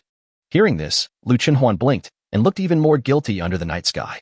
I'm sorry, Brother Su, for causing you trouble. Hearing this, Suke rubbed Lu Chenhuan's head with a smile on his face. You tiger girl, the one you should apologize to is Chia. Although Chia is a ferocious beast, she is at least our contracted partner at the moment. In a sense, she is also your comrade in arms. Be more restrained when there are people around you next time. Hearing Suke's words, Lu Chenhuan's eyes lit up. Brother Su, what you mean is that I can do whatever I want when no one is around? Upon hearing this, Suke gave Lu Chenhuan a slap on the face. You silly girl, what good will it do you to bully others? Upon hearing this, Lu Chenhuan pouted her lips slightly. It's no good, but I just can't stand her. Just then, a sound of moving metaphors was heard from nearby. I think you just can't stand the fact that you're not as old as me, and you're jealous. Lu Chenhuan's face darkened when he heard this, and he quickly turned to look in the direction of the sound. In his field of vision, he saw a thin-tailed cat with a big bump on its head walking towards him, its eyes filled with deep resentment. UTM. Lu Chenhuan had a bad temper, and faced with such provocation and ridicule, he was about to grab Chia and teach her a lesson. But Chia had obviously learned her lesson this time. The moment Lu Chenhuan came over, she grabbed Suke's trouser legs and rushed into Suke's arms, holding Suke's chest tightly. Master, help me. If you continue to let this tiger woman do this, you will lose your only ferocious beast contract partner. Looking at the fight between the man and the beast, Suke held his forehead with some helplessness. Come on, stop making trouble. There are too many people outside, and it will be bad if something unusual is discovered. If you have anything to say, let's go back to the tent and talk about it. The most important thing right now is Ruashiwe's recovery. Let's hurry back to the camp and try to practice together to speed up Ruashiwe's recovery. As they were talking, Suke held Chia in his arms and pulled Lu Chenhuan back towards the tent. Meanwhile, Chia in Suke's arms was secretly showing off to Lu Chenhuan with a smug look on her face. See? My master always holds me in his arms. I am the one closest to his heart. Lu Chenhuan also retorted. That's because you don't have hands, so you can't even find a place to hold hands. You are so shameless that you stick to him. Do you really think you are such a big shot? Brother Su and I can do anything that human couples can do. Can you? All you can do is just stand there and watch and applaud us. Listening to the quarrel between Lu Chenhuan and Chia, Suke felt overwhelmed. He could already imagine how miserable his future life would be. And when Lang Ruashiwe wakes up, I wonder what she will think when she sees Chia's existence. While thinking, the two men and the beast returned to the tent. After simply patching up the hole in the tent, Suke spoke directly to Lu Chenhuan and Chia. Stop arguing and practice first. Seeing the serious look in Suke's eyes, Lu Chenhuan and Chia, who was hiding in Suke's arms, looked at each other and shut up tacitly. Lu Chenhuan and Suke held each other's palms, while Chia sat cross-legged in Suke's arms and pressed her little paws on Suke's chest. In the sea of consciousness, Suke's soul crystal and Lu Chenhuan and the other's beast cores lit up at the same time. In the sea of consciousness at this moment, Chia's newly added beast core is extremely huge, twice the size of Lu Chenhuan and Lang Ruashiwe. Although it is still a little smaller than Suke's soul crystal that is as big as the sun, it is also an extremely huge existence. Looking at the huge beast core, Lu Chenhuan couldn't help but be stunned. Wow, even though it has degenerated to the second stage, the beast core is still this big. Chia, you have a really solid foundation. Kiana's proud voice rang out in the sea of consciousness. Of course, I was once the dignified 9th rank half-step beast god Chia. However, before Chia could finish her words, she was interrupted by Suke. Okay, let's stop talking about the past and start practicing now. Chapter 86 Awakening. Early in the morning, Suke opened his eyes from his practice. Lu Chenhuan, who was holding his palm in front of him, and Chia in his arms also opened their eyes. At this moment, Lu Chenhuan looked at Chia in Suke's arms. The hostility from last night was no longer in his eyes, but a kind of surprise instead. I didn't expect that. Although your strength is low, your speed of cultivation is far beyond that of Ruashiwe and me. Due to the huge size of Kiana's beast core, the speed at which it absorbs spiritual energy was twice that of Lang Ruashiwe and Lu Chenhuan. If Lang Ruashiwe wakes up, it would take the combined strength of the two of them to barely match Chia. At this moment, Chia listened to Lang Ruashiwe's words, her eyes full of pride, and she raised her furry little chin. That's right. Back then, I was the dignified 9th rank half-step beast god Chia. Even if you voluntarily degenerate to save your life, a lean camel is still bigger than a horse. How can a mere B-rank beast girl like you compare to me? With my foundation, even if no one has a contract with me, I can quickly recover my strength in a short period of time. If you want to surpass me, you need at least 2 talent upgrades. Listening to Chia's comparison, Lu Chenhuan rarely made any rebuttal, because she knew very well in her heart that what Chia said was the truth. The confidence that had originally been generated by the change and talent of the always proud Lu Chenhuan seemed to begin to shrink again at this moment. Suke, who was standing by, saw through Lu Chenhuan's thoughts at a glance and reached out to gently rub Lu Chenhuan's head. It's okay, Huan. You're pretty good too. Your potential in the future won't be any worse than Chia's. Listening to Sukei's encouragement, Lu Chenhuan's face regained confidence. Yes, my future potential is unlimited. Once I reach the final form, the 9th level will be within my reach. Looking at the confidence on Lu Chenhuan's face, Chia couldn't help but roll her eyes. Do you really think that the 9th level is so easy to cultivate? Even if you advance to the final form, heaven-devouring Taodai, you still need a lot of resources to eat and upgrade. Compared to other beast girls, you will need more resources to advance to the 9th level, not less. Hearing Chia's words, the fire that had risen in Lu Chenhuan's eyes was instantly extinguished. On the other hand, Sukei, who was standing aside, rubbed Lu Chenhuan's head with a smile on his face. It's okay, Huan. With me here, everything will be fine. Hearing Sukei's comfort, Lu Chenhuan's eyes were relieved again, and he nodded gently to Sukei. I believe you, Brother Su. As they spoke, Lu Chenhuan leaned his head obediently on Sukei's shoulder. Chia, who was in Sukei's arms, did not show weakness and also moved her head closer to Sukei's chest, her furry little ears fluttering. Sukei reached out and touched Lu Chenhuan's head, and glanced at Chia, who was leaning tightly against his chest in his arms with the corner of his eyes flickering. There's something wrong with this Chia. She just signed a contract with us, and I haven't told her yet that Huan and the others can advance. How did she know? And she can even accurately call out the name of Huan's final evolved SSS form, the heaven-swallowing Taodai. At this moment, Sukei felt his heart was full of doubts, and he even began to review his meeting with Chia in his mind, trying to find some clues from it. After a careful review, Sukei finally seemed to have discovered a blind spot that he might have missed before, which was that it was most likely related to the White Jade Gem when Chia appeared as a 7th-level ferocious beast. When the White Jade Gem appeared yesterday, it was able to block the magic circle detection above the rift, and it was obviously extraordinary at first glance. Although he did not see the gem after Chia appeared as a slender-tailed cat, Sukei firmly believed that it must still be on Chia. Otherwise, according to the information Chia showed, there was no innate skill to conceal the aura of cultivation, but she was able to perfectly conceal the aura of cultivation on her body. The only explanation is that the gem is still on it, and Chia can still achieve other magical effects by manipulating it. However, even if Sukei had some guesses in his mind, he was not in a hurry to ask Chia. For Chia, a ferocious beast that depends on her own human race, perhaps the existence of these secrets can bring her a rare sense of security. If he didn't say it, it proved that he was not yet ready for her to fully trust him. When she wants to say something, she will say it naturally. Sukei has never been a person who likes to force others, whether it is Lu Chenhuan, Lang Ruoxue, or Chia who has just signed a contract. For him, as long as they have signed a contract with him, they are his relatives, and he respects all their choices. After Lu Chenhuan and Chia had digested their emotions, the three of them began their boring practice again. At noon, Lang Chenxiu and his men knocked on the tent. Hearing the sound, the 2 people and 1 beast ended their training, and Chia quickly entered the disguised state, returning to the image of that silly and cute cat cub. After Sukei went to open the door, he found that it was Lang Chenxiu who brought people to bring them food and visit Lang Ruoxue. Since background checks had been done beforehand, Lang Chenxiu prepared more than enough food for Lu Chenhuan, just like the standard of the youth training camp, with 6 dishes and 1 pot of rice. However, he obviously underestimated Lu Chenhuan's exaggerated appetite after he reached the 3rd level. After eating 7 large pots of food, Lu Chenhuan licked his lips with a sense of unsatisfaction. Uncle Lang, can you double it next time? After witnessing Lu Chenhuan's astonishing appetite, Lang Chenxiu and the person who delivered the food widened their eyes. Okay, it's just a few meals, no big deal. The wealthy Lang Chenxiu simply waved his hand. Don't worry, Huan. I will definitely give you enough next time. Chia, who was curled up in Sukei's arms, couldn't help but widen her eyes when she saw Lu Chenhuan's amazing appetite, which brought a great shock to her little heart. After finishing the meal, Lang Chenxiu walked over to Lang Ruoxue and briefly checked on her. Then, after saying hello to Sukei and the others, he left reluctantly. After seeing Lang Chenxiu leave, Sukei and the others took a brief rest and began practicing again. So after that, apart from Lang Chenxiu's daily meal delivery and visits, it was the boring and tedious practice session. Days like this passed quickly, and 10 days were gone in the blink of an eye. During these 10 days, Lang Ruoxue's condition recovered at a speed visible to the naked eye. Her flesh and blood became full, her spiritual energy recovered, and the color of her face became much rosier.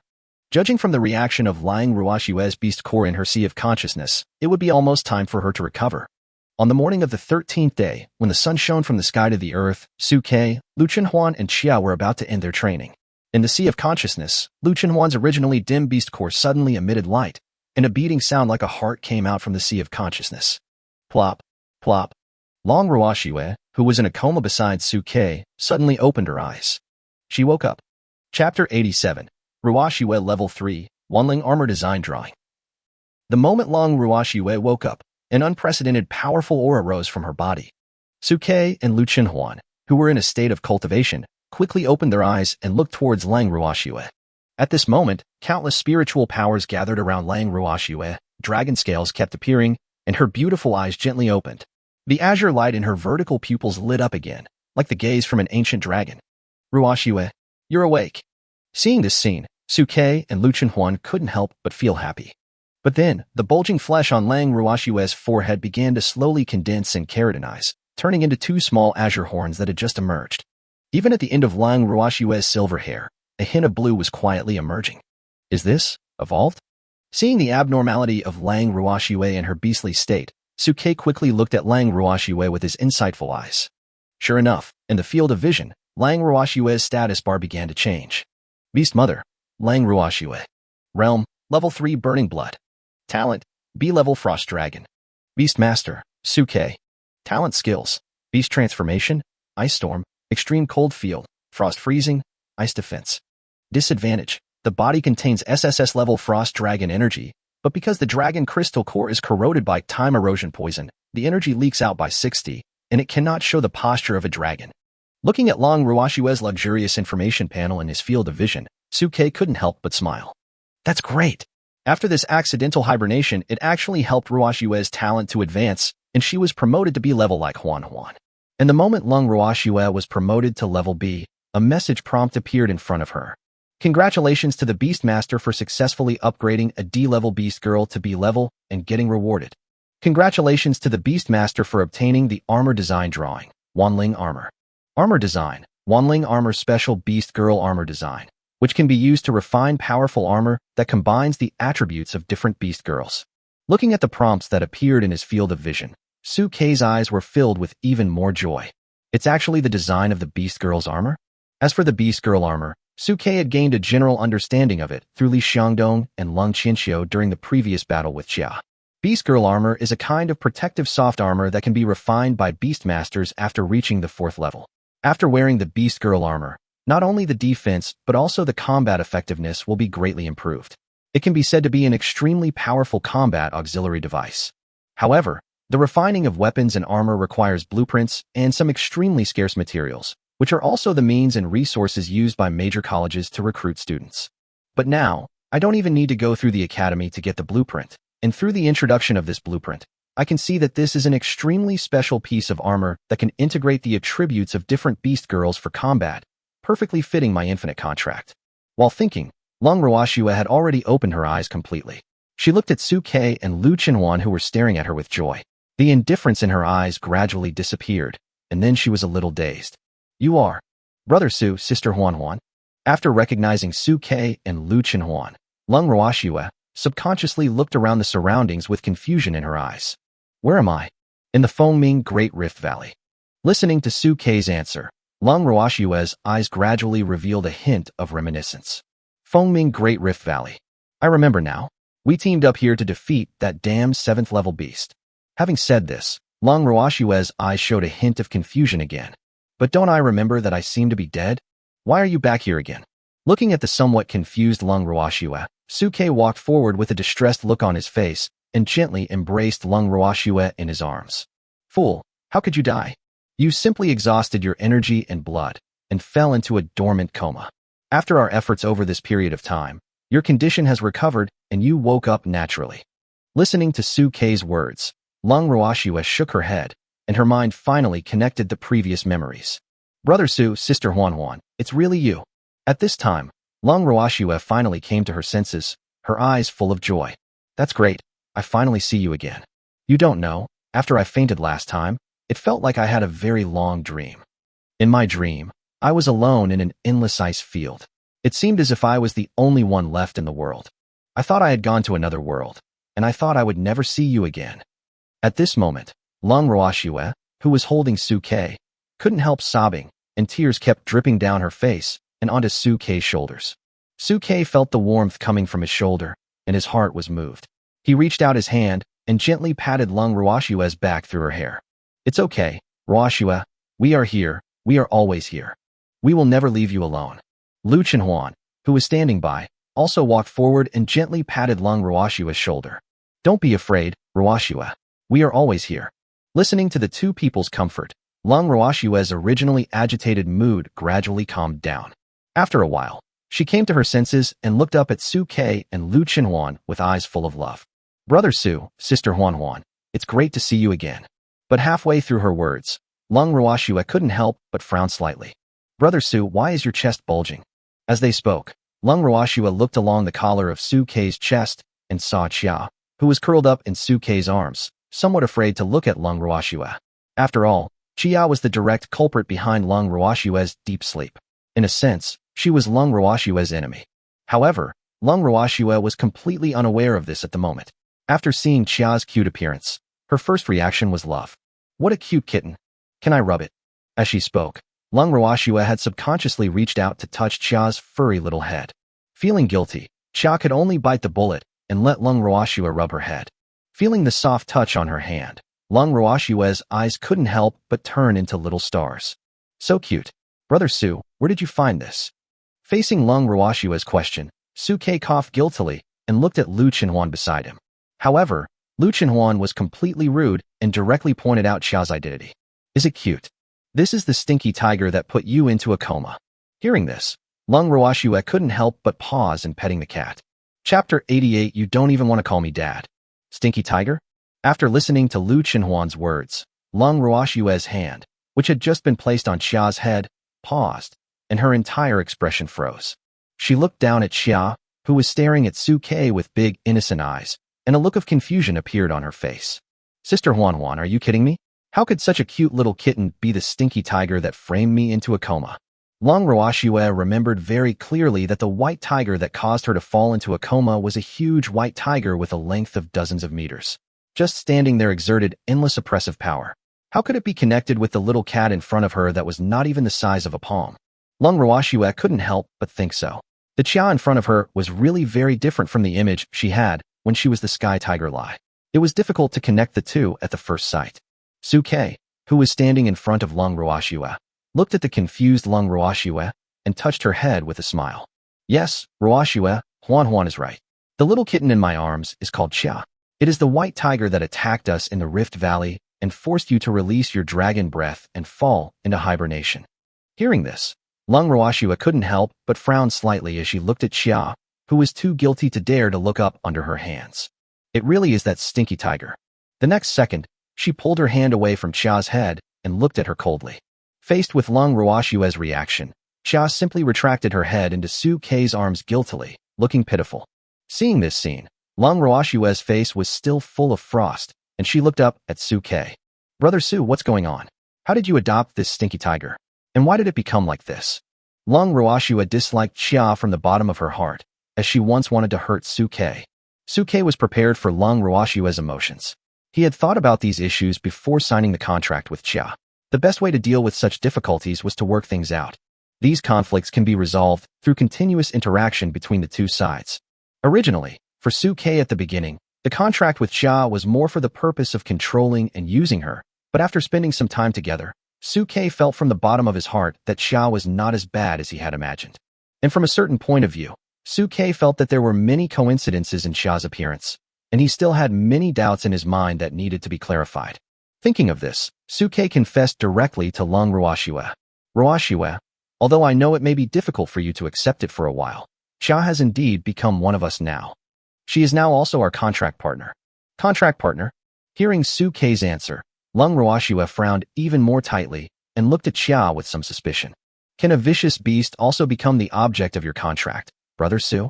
Yeah. Su Ke nodded to Lung Ruoshua. It should be because Chia was once a 9th-level beast and was able to transform into a human form. That's why I was able to sign a contract with her. Listening to Su Ke's answer, Lung Ruoshua bit her lower lip and looked at Chia in front of her with some ambiguity. Facing Lung Ruoshua's direct gaze, Chia, who was curled up in Su Ke's arms, hesitated for a moment before mustering up the courage to speak to Lung Ruoshua. I'm sorry, Miss Lung. I admit that what I did to you and the master in the valley was a bit excessive. but I swear that I will never do anything to hurt you and the master again. Xia feels much more guilty towards Lung Ruoxue than towards Lu Chenhuan, so she will not be as aggressive towards him as she is towards Lu Chenhuan. Listening to Xia's words, Lu Chenhuan on the side couldn't help but roll his eyes. You are Brother Su's contract partner now, so you can't do it even if you want to.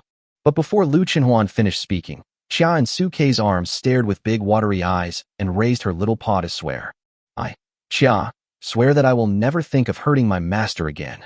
For the sake of background, Xia even retracted the thumb of her front paw, leaving only the 4 fleshy claws stretched out.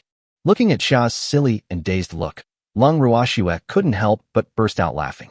But then she remembered her current position, her expression quickly turned cold, and she snorted at Xia arrogantly. Humph, don't think I will forgive you if you do this.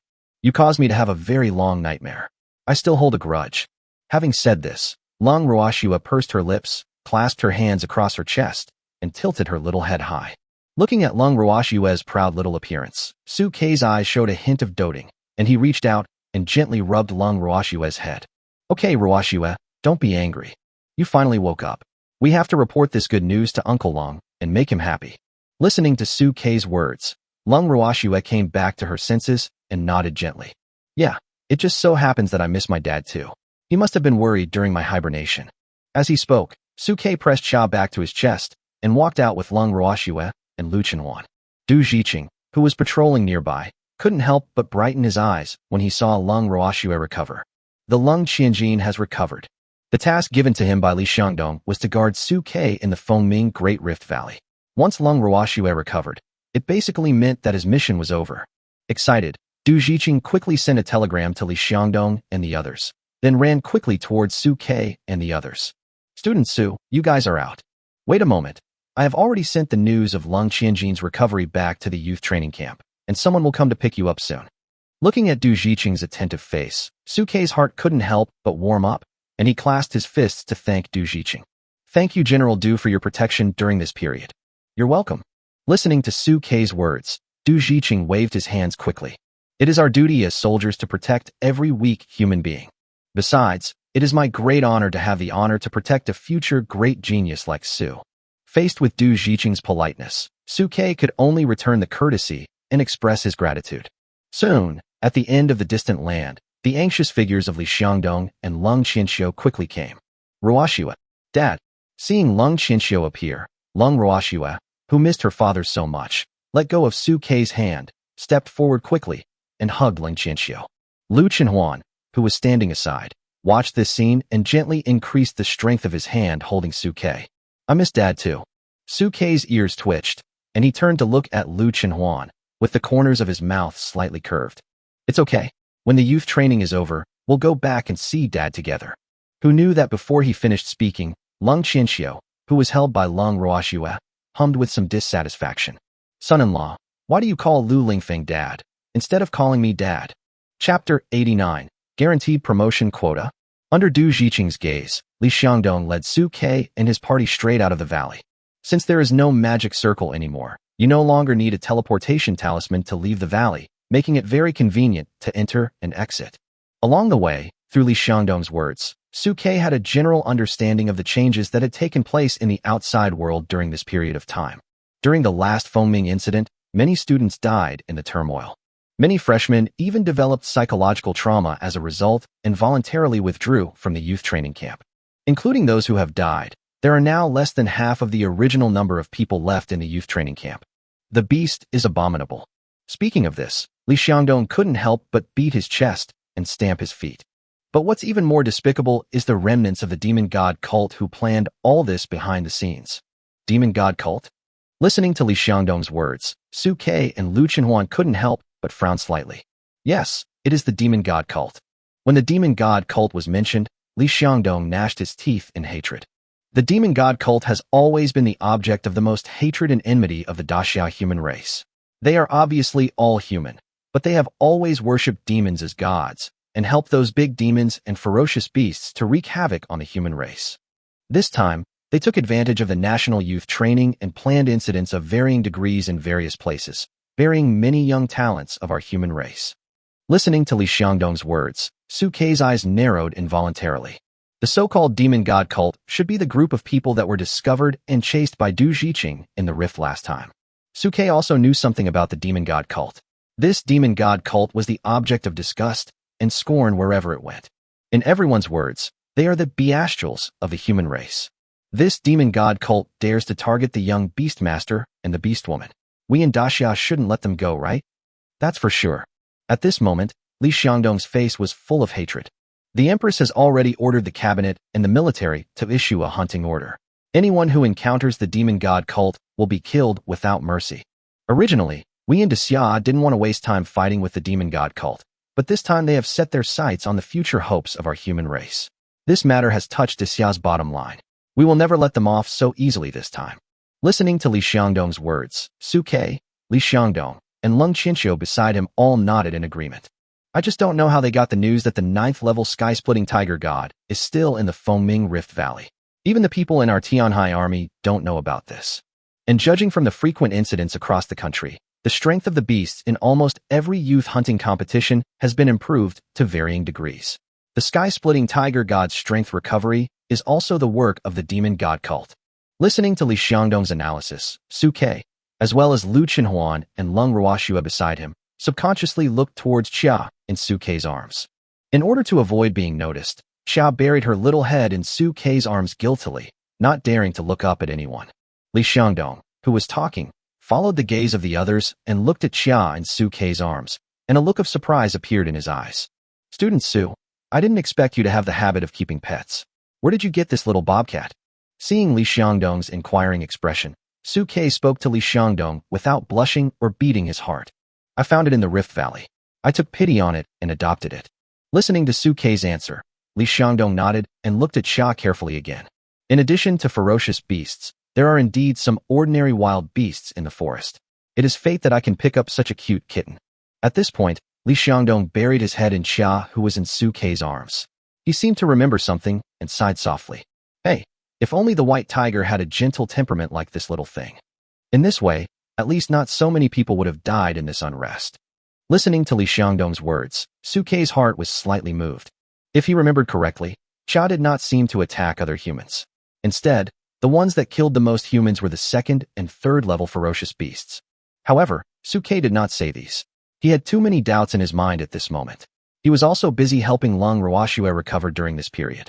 He wanted to find a chance to reconcile with Xia and find out the cause of the incident. Okay, let's not talk about this anymore. Next, I want to tell you about your upcoming youth training arrangements. Seeing that they were out of the valley, Li Xiangdong changed the topic and began to tell Suke about the arrangements for the youth training process. Through Li Xiangdong, Suke roughly understood that during the time they were practicing in the Rift Valley, the students in the youth training camp outside were also training hard. And perhaps because of the life and death stimulation during the last Fengming incident, many students broke through and advanced to the 2nd level during this period of time, and their strength increased significantly. It can be said that the average strength of this youth training camp is far greater than any previous one. In a way, it was a blessing in disguise for the big guys.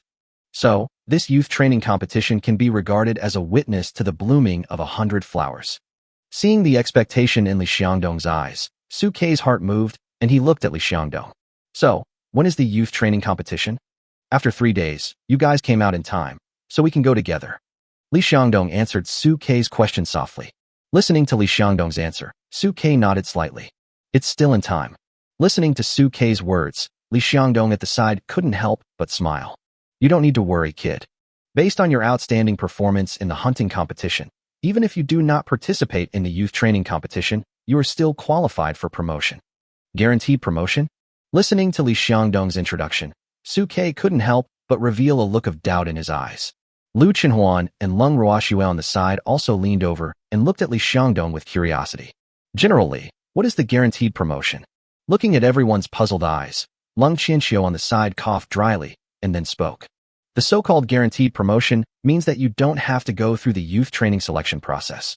You can be directly recommended by the youth training director to take the Kyoto entrance examination and enter various well-known universities. Listening to Lung Qianqiu's explanation, Li Xiangdong nodded slightly and then looked at Suke. Of course, a genius like you, Su, doesn't even need my recommendation. Someone will come looking for you on their own initiative. You took the initiative to look for me? Hearing Li Xiangdong's words, Suke frowned and looked at Li Xiangdong. That's right. At this moment, Li Xiangdong looked at Su-Kei with a mysterious expression. Kyoto has sent quite a few people to Tianhai, asking to see you, Su. However, because you are still in the valley, we can only wait outside for the time being. Now that you're out, it's time to go meet them. Chapter 90. The 3rd Battalion regrets its past actions. Someone wants to see me? Listening to Li Xiangdong's words, Su-Kei couldn't help but frown slightly. That's right. Facing Su-Kei's question, Li Xiangdong did not hesitate and directly pointed out the identity of the person who wanted to see Su-Kei. From what I can see now, Kyoto Lingwu College, Kyoto Institute of Technology, and Daxiao War College all want to recruit you into their colleges at the same time. They rushed here from Kyoto early just to win you over. Having said this, Li Xiangdong winked at Su-Kei. These 3 colleges are currently the top 3 colleges in Daxia. In terms of level, there is actually not much difference between them. Each has its own advantages. Student Su, you don't have to rush to agree to any of them. Wait until they reveal their respective chips, and then slowly wait for the price to maximize your profits. Seeing the look Li Xiangdong gave him, Su-Kei felt a warm feeling in his heart and nodded gently at Li Xiangdong. Don't worry, General Li. I will make my own choice on this. Since they are all here, General Li will take us to meet them first. Hearing Su-Kei's answer, Li Xiangdong couldn't help but reveal a look of relief and led Su-Kei and the others towards the youth training camp. As for Su-Kei, he turned around and looked at Lu Qinhuan and Lung Ruoxue beside him. Huan, Ruoxue, what about you? What do you think of the choices of these 3 schools? Judging from the current choices, these 3 colleges are the 3 strongest choices in the entire Daxia. If Lu Qinhuan and Lung Ruoxue have their favorite colleges in mind, they will definitely be among their priority considerations. But unexpectedly, Lu Qinhuan and Lung Ruoxue just shook their heads slightly in response to Su-Kei's concern. Brother Su, don't worry about us. We will listen to you in everything. That's right. If it weren't for Brother Su, let alone university, even the youth training camp would be an unattainable dream for us. Brother Su, just follow your heart's wishes. There's no need for us to disrupt your rhythm. Listening to Lu Qinhuan and Lung Ruoxue's considerate words, Su-Kei's heart couldn't help but warm up. He reached out and gently embraced the 2 girls, one on the left and one on the right, and gently stroked their soft hair. You guys are so nice.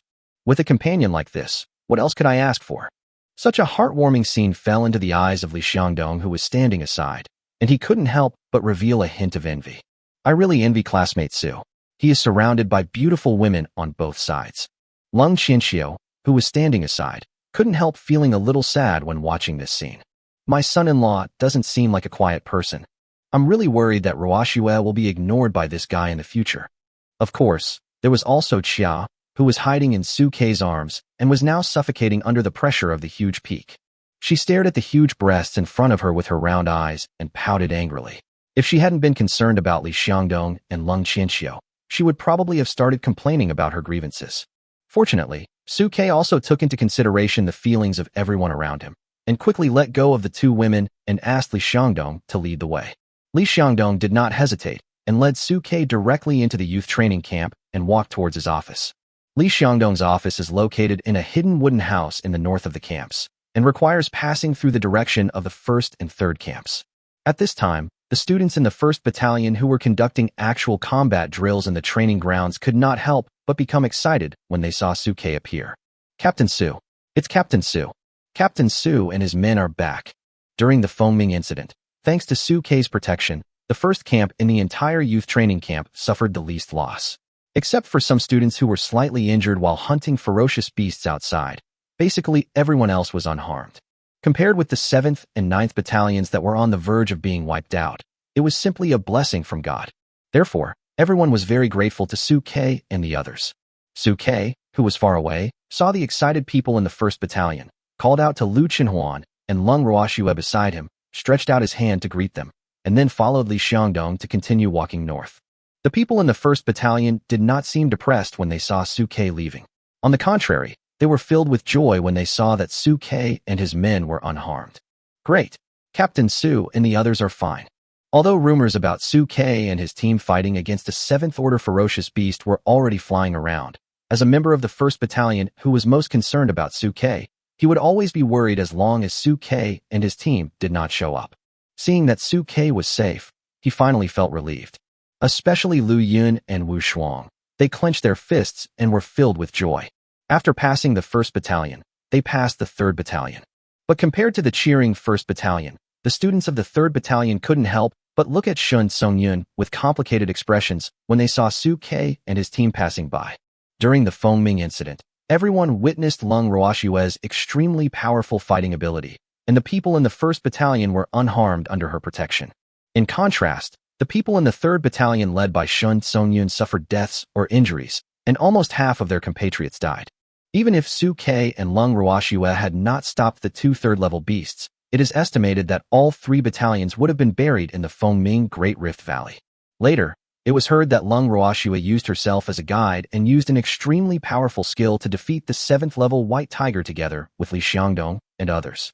In comparison, Shun Song-yun and Lung Ruoshue are completely different. It was Shun Song-yun and instructor Zhao Yang who led everyone to isolate Lung Ruoshue and personally pushed her to the 1st Battalion. Therefore, everyone has some complaints about them in their hearts, more or less. Especially at this moment, when he saw Lung Ruoshue returning safely, he was so ashamed that he didn't dare to look up at them. Lung Ruoshue did not show any smug expression on her face regarding the reactions of the people in the 3rd Battalion. She looked at the members of the 3rd Battalion, almost half of whom were gone, with only endless indifference in her eyes. Zhao Yang, the instructor, also changed his previous arrogance and looked in the direction of Lung Ruoshue with a complicated expression. Su-K walked beside Lung Ruoshue, watching everything calmly. Along the way, I have experienced too many doubts and shocks, and I have long been accustomed to it. To Su-K, these people were just the scenery on his way forward. Compared to these passers-by, the choice you are about to meet is the most important. While he was thinking, Li Xiangdong had already led the 4 people through the 3rd Battalion and arrived at his office. It was an extremely simple wooden house with a thatched roof and an old door half open. Student Su, the 3 school leaders are inside now. Let's go in together. Remember what I told you. Li Xiangdong simply gave Su-K some instructions, then walked forward and pushed open the door of the cabin. Chapter 91. Whatever they can give, we can give too. General Li, are you here? Seeing Li Xiangdong and Su-K appear, the few people who were sitting absent-mindedly in the wooden house stood up instantly and came towards Su-K and his group. Several people subconsciously looked at Su-K and the others behind Li Xiangdong, and then their eyes lit up. These people should be Su-K, Lu Chenhuan, and Lung Ruoshue, right? Hearing this, Su-K raised his eyes and looked towards the people in front of him. 3 pairs of beastmasters and beast girls appeared in his field of vision. Standing in the middle is a big man with a crew cut and wearing a black t-shirt. There is an extremely conspicuous scar on the left side of his face. Next to him is a strong and hot woman wearing black. She is the object of his contract. On the left is a thin old man wearing reading glasses and very elegant clothes. Next to him is an old woman who is also wearing reading glasses. The relationship between them is self-evident. As for the right side, there is a middle-aged man with ordinary looks, wearing a gray sweatshirt and a somewhat lazy temperament. Behind him is a woman wearing a couple's logo sweatshirt. She seems to be less energetic than the 2 teams beside her. Su-K knew that these 3 teams were the ones who came to pick him up today. The 6 of them should be the leaders of Kyoto Lingwu College, Kyoto Institute of Technology, and Dachau War College, right? At this time, the 6 people couldn't help but smile when they heard Su-K explain their identities. It seems that General Li has already told student Su the news about us on the way here. That's right, we are the leaders of the 3 top universities in Dachau.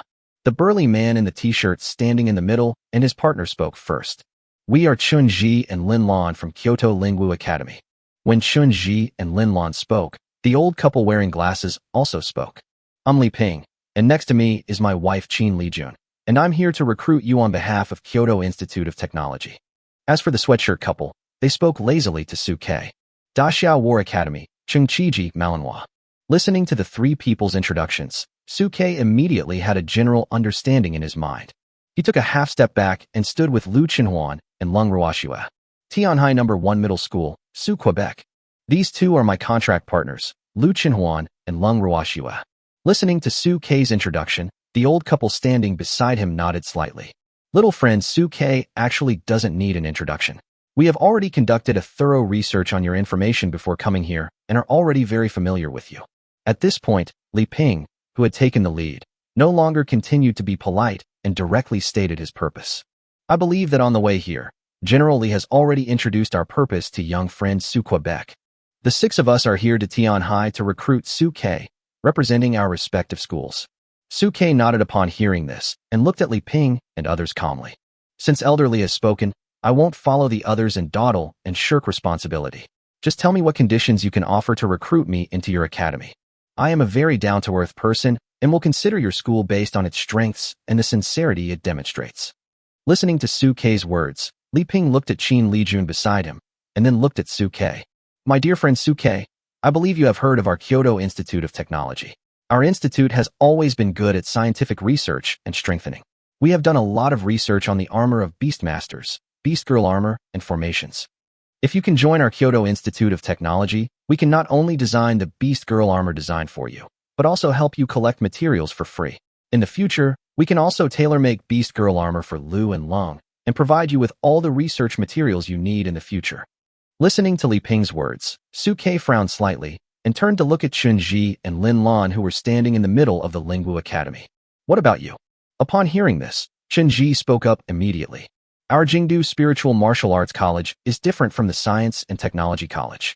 They are obsessed with external force research, but we are better at spiritual martial arts training. We even have a 9th-level Goeishu master who graduated from our college. We have our own unique methods and experience in spiritual power training and martial arts training.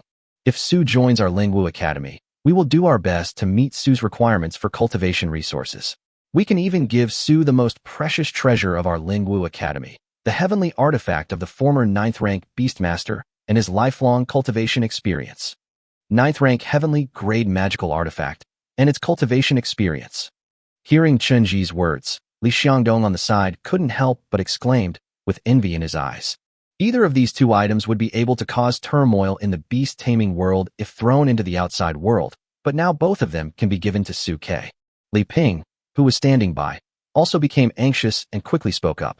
So what if it's a 9th grade heavenly magic weapon? It may not be suitable for young friend Su Quebec.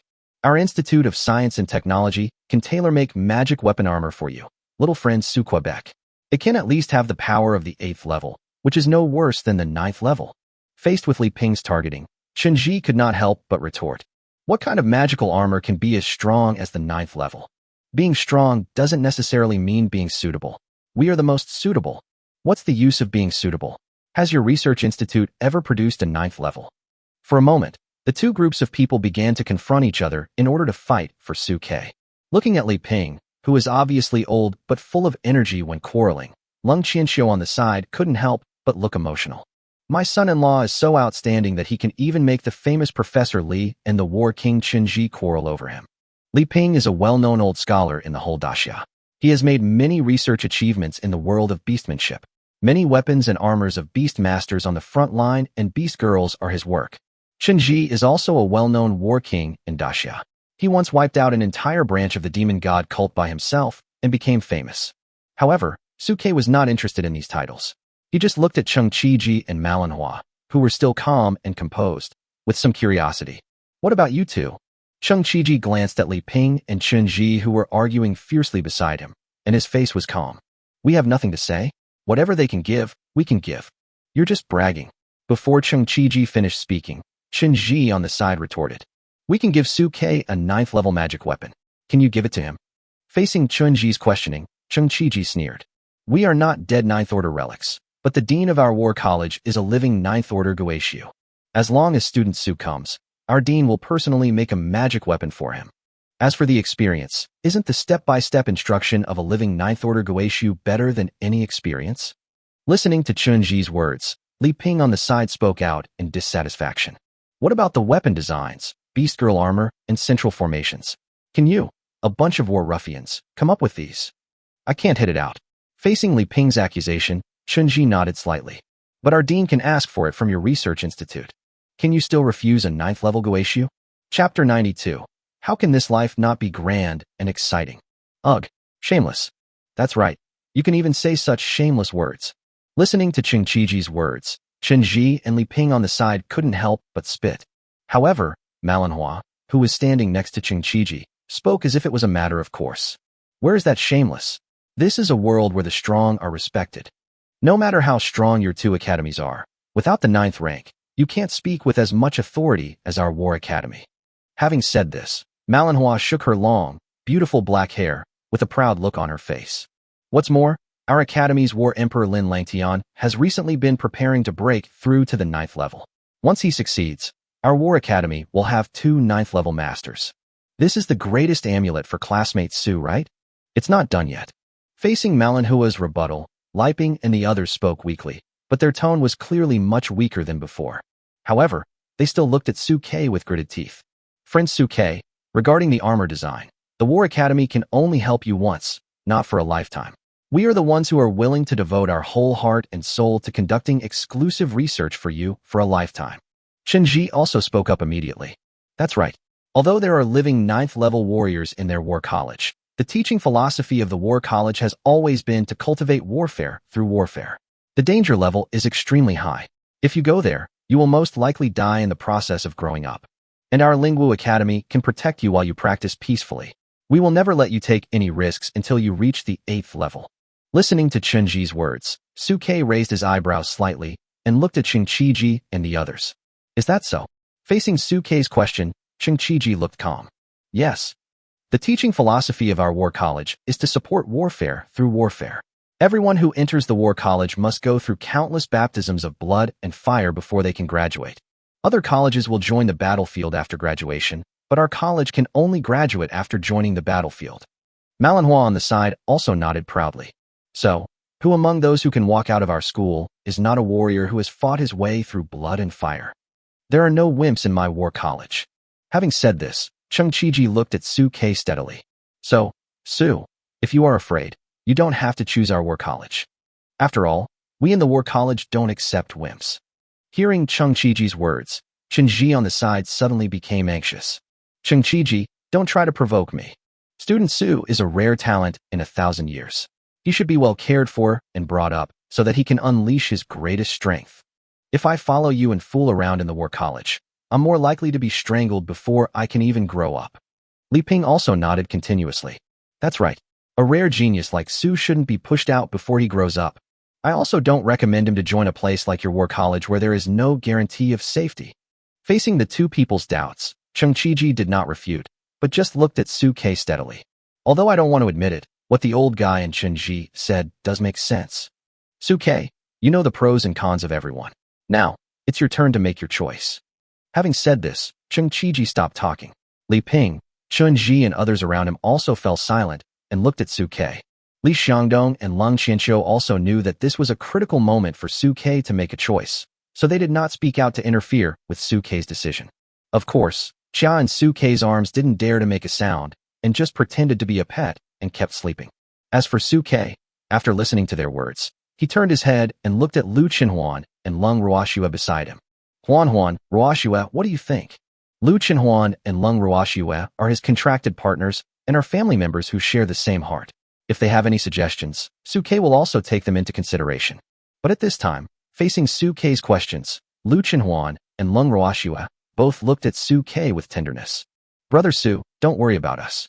Just make your decision. That is, no matter what decision you make, we will always be by your side. Looking at the considerate Lu Qinhuan and Leng Ruoxue, Su-K couldn't help but reveal a hint of tenderness in his eyes. Good. Afterwards, Su-K turned around and looked at the 6 people in front of him and quickly made his own decision in his mind. Since he already had the design drawings of the all-spirit armor, he first ruled out the Kyoto Research Institute. As for that armored central formation, there will be plenty of ways to get it in the future. Besides, it's not my style to just focus on scientific research. A real man should fight with real swords and guns. Next are Kyoto Lingwu Academy and Daxiao War Academy. The two academies have their own strengths. One is a dead 9th-level relic, and the other is a living 9th-level teaching. In comparison, Su-K naturally prefers the latter. Just as Li Ping said before, although the 9th-level relic is powerful, it may not be suitable for him. With the blessing of talents and skills, he is equivalent to a plus version of a collection of beast girls. His fighting style will definitely be very different from that of a normal beastmaster. But a living 9th-level being is more flexible in imparting combat experience and providing protection in the future. Another point is that Su-K does not want to grow into a seedling that only knows how to be protected by big trees. Without experiencing wind and rain, even if your realm is improved, there will definitely be major flaws in actual combat. This defect will become more and more obvious as your realm increases. Although Su-K also understood that Lingwu Academy wanted to protect his original intention, this was contrary to his original intention. I have lived 2 lives, and have lived a peaceful and cowardly life. How can I live a mediocre life again in this one? Besides, the conditions required for Lu Chenhuan and Lung Ruoxue to advance in the future will definitely become increasingly difficult to find. Only on the battlefield is the best place to collect all of them. Everyone, I already have the answer in my heart. I choose. Having said this, Suke paused and looked directly at Qingqiji. Daxiao War Academy. Since I, Suke, have come into this world, how can I not live a life of glory and excitement? Good. Listening to Suke's words, Qingqiji and manhwa on the side couldn't help but applaud. You are worthy of being the most outstanding beastmaster in Daxia. This kind of heroic spirit is the backbone of our great Xia's future. Only then can you be worthy of your status as an SSS-level beastmaster. However, in the face of Qingqiji's advocacy, Suke simply waved his hand. I haven't even grown up yet. I'm not some outstanding beastmaster of Daxia. He is also the strongest young genius in our great Xia. Before Suke finished speaking, Qingqiji took over the conversation. An unprecedented SSS beast tamer. After getting Suke's answer, Qingqiji became more and more satisfied with Suquebec. He put his arm around Suke's shoulders and looked at Lu Chenhuan and Lung Ruoxue behind Suke. My two brothers and sisters, get ready. Bring Suke with you, and we will go to Kyoto together. Chapter 93 Shameless people cannot send us. Are you starting to prepare now? Hearing Qingqiji's words, Lu Chenhuan and Lung Ruoxue couldn't help but widen their eyes. Isn't there still a youth training competition? Before the two of them finished speaking, Qingqiji patted Suke on the chest. With Su's ability, does he still need a competition? However, halfway through the filming, Qingqiji couldn't help but pause. Student Su also has a pet. In the field of vision, Xia, who had been slapped hard on the head, widened her eyes angrily from Suke's arms and glared at Qingqiji. Although it cannot speak, it still expresses its dissatisfaction with its puffy cheeks. Upon seeing this, Suke pressed Xia's little head back to his chest and spoke to Qingqiji. Nothing, just a little wild cat I found on the road. Teacher Chung, are you in a hurry? Hearing Suke's question, Qingqiji couldn't help but frown slightly. Any questions? Suke glanced at Li Xiangdong beside him and coughed dryly. Well, I still want to take a look at the youth training competition. Seeing Suke's expression, manhwa beside Qingqiji couldn't help but speak with a strange look on her face. Student Su, you are not thinking about the prize of the youth training competition, are you? Hearing this, Suke immediately spoke up with a righteous expression. No way. How could I, Suke, be the kind of person who cares about petty gains?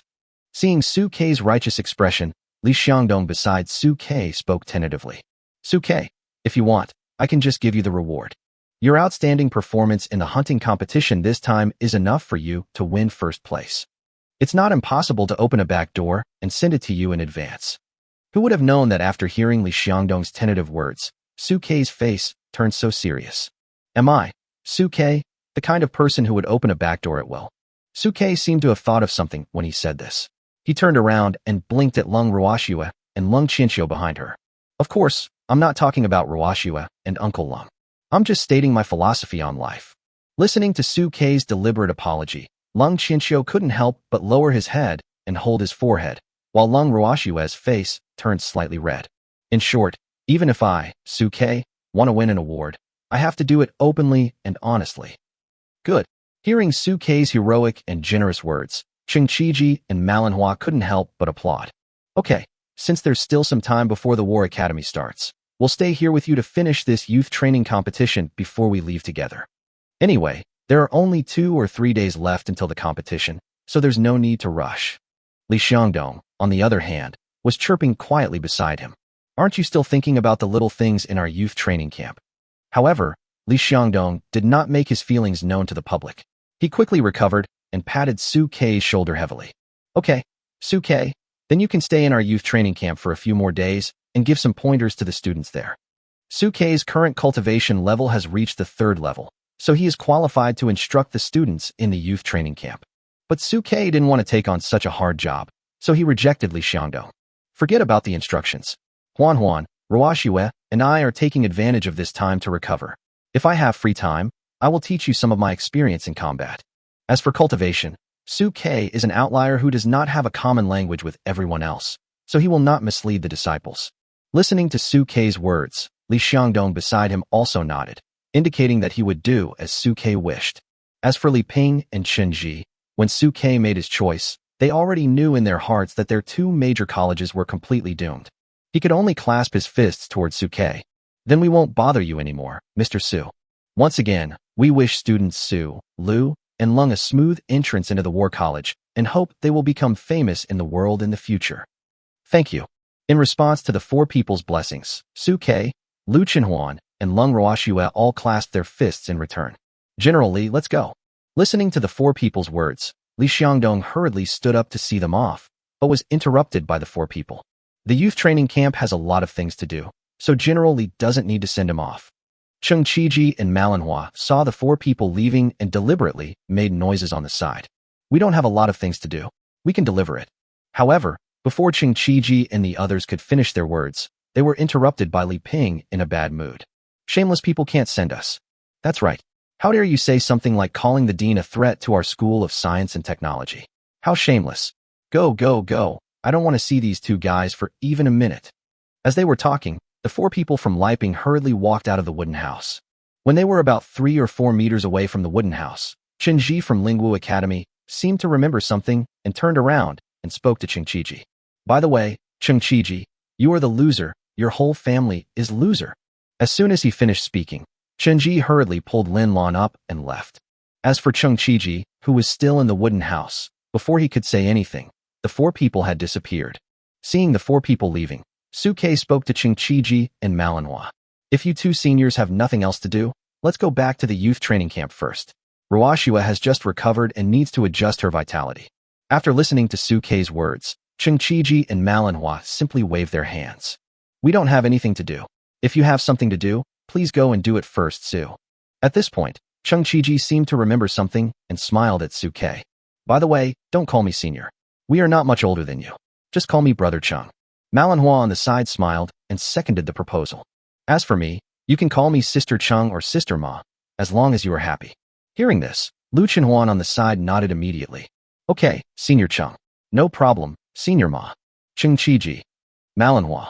Okay, let's go back to camp. Having said this, Suke directly pulled Lu Chenhuan and Lung Ruoxue and looked at Lung Qianxiu. Uncle Lung, let's go. Okay, son-in-law. Lung Qianxiu, who had been standing aside as a background for a long time, suddenly woke up as if from a dream and hurriedly followed Suke outside. Behind them, Li Xiangdong watched Suke and the others leave, his eyes sparkling. This child will definitely become the pride of our human race in the future. Who says it's not?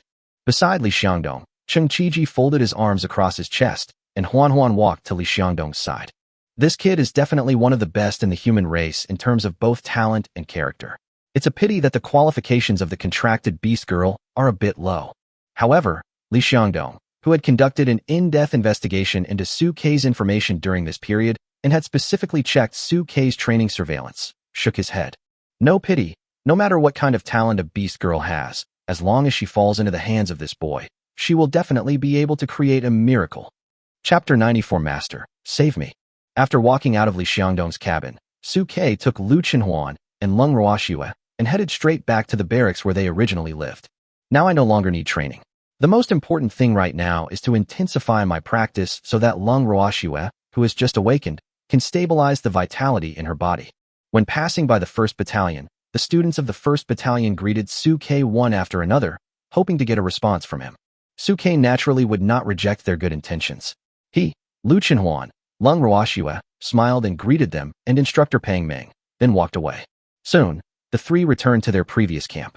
During the time they were gone, no one had moved the tent and everything was intact. Seeing that the 3 people were sent back to the camp, Lung Qianxiu finally felt relieved. Finally, I see you guys returned safely. Okay, now that you're all back, I won't bother you anymore. If you need any help, just let me know by phone. Having said this, Lung Qianxiu turned around and left, leaving enough space for Suke and the others to reunite. Seeing Lung Qianxiu walking away, Xia, who had been dozing in Suke's arms, couldn't help but pull her head out of Suke's arms and jump directly onto Suke's shoulders.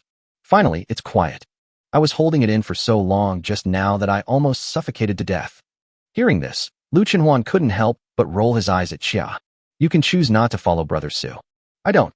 Before Lu Chenhuan finished speaking, Xia raised her little head proudly. You just envy me and my master for being so close together, and you want to find a chance to separate us. I won't. I'll piss you off to death.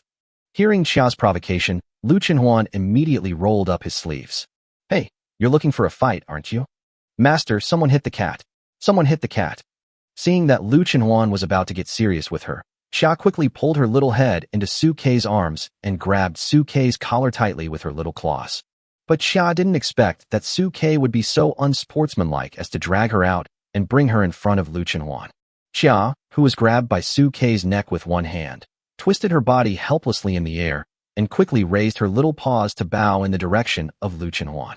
Sister Huan, I was wrong. Please let me go. At this time, Lu Chenhuan had a sneer on his face, his eyes were full of evil smile, and he was ready to fight Xia. Hee, you know you're wrong now? It's too late. As he spoke, Lu Chenhuan directly grabbed Xia's head and started stroking it up and down wildly, making Xia moan and twist her body, shaking so much that she rolled her eyes. Lung Ruoxue, who was more quiet at the side, couldn't help but burst out laughing when she saw this scene, and couldn't help but go up to teach Xia a lesson. Xia, whose limbs were about to twitch from the torture, helplessly stretched out her little paws towards Su Kei and spoke to him in a trembling voice. Master, save me. Seeing this scene, Su Kei couldn't help but smile. Although on the surface, Xia still doesn't get along with the two girls, the atmosphere between them has actually become closer and more harmonious. At least there is not as much disgust and alienation as at the beginning. Seeing that the atmosphere was almost tense, Su Kei called a halt in time.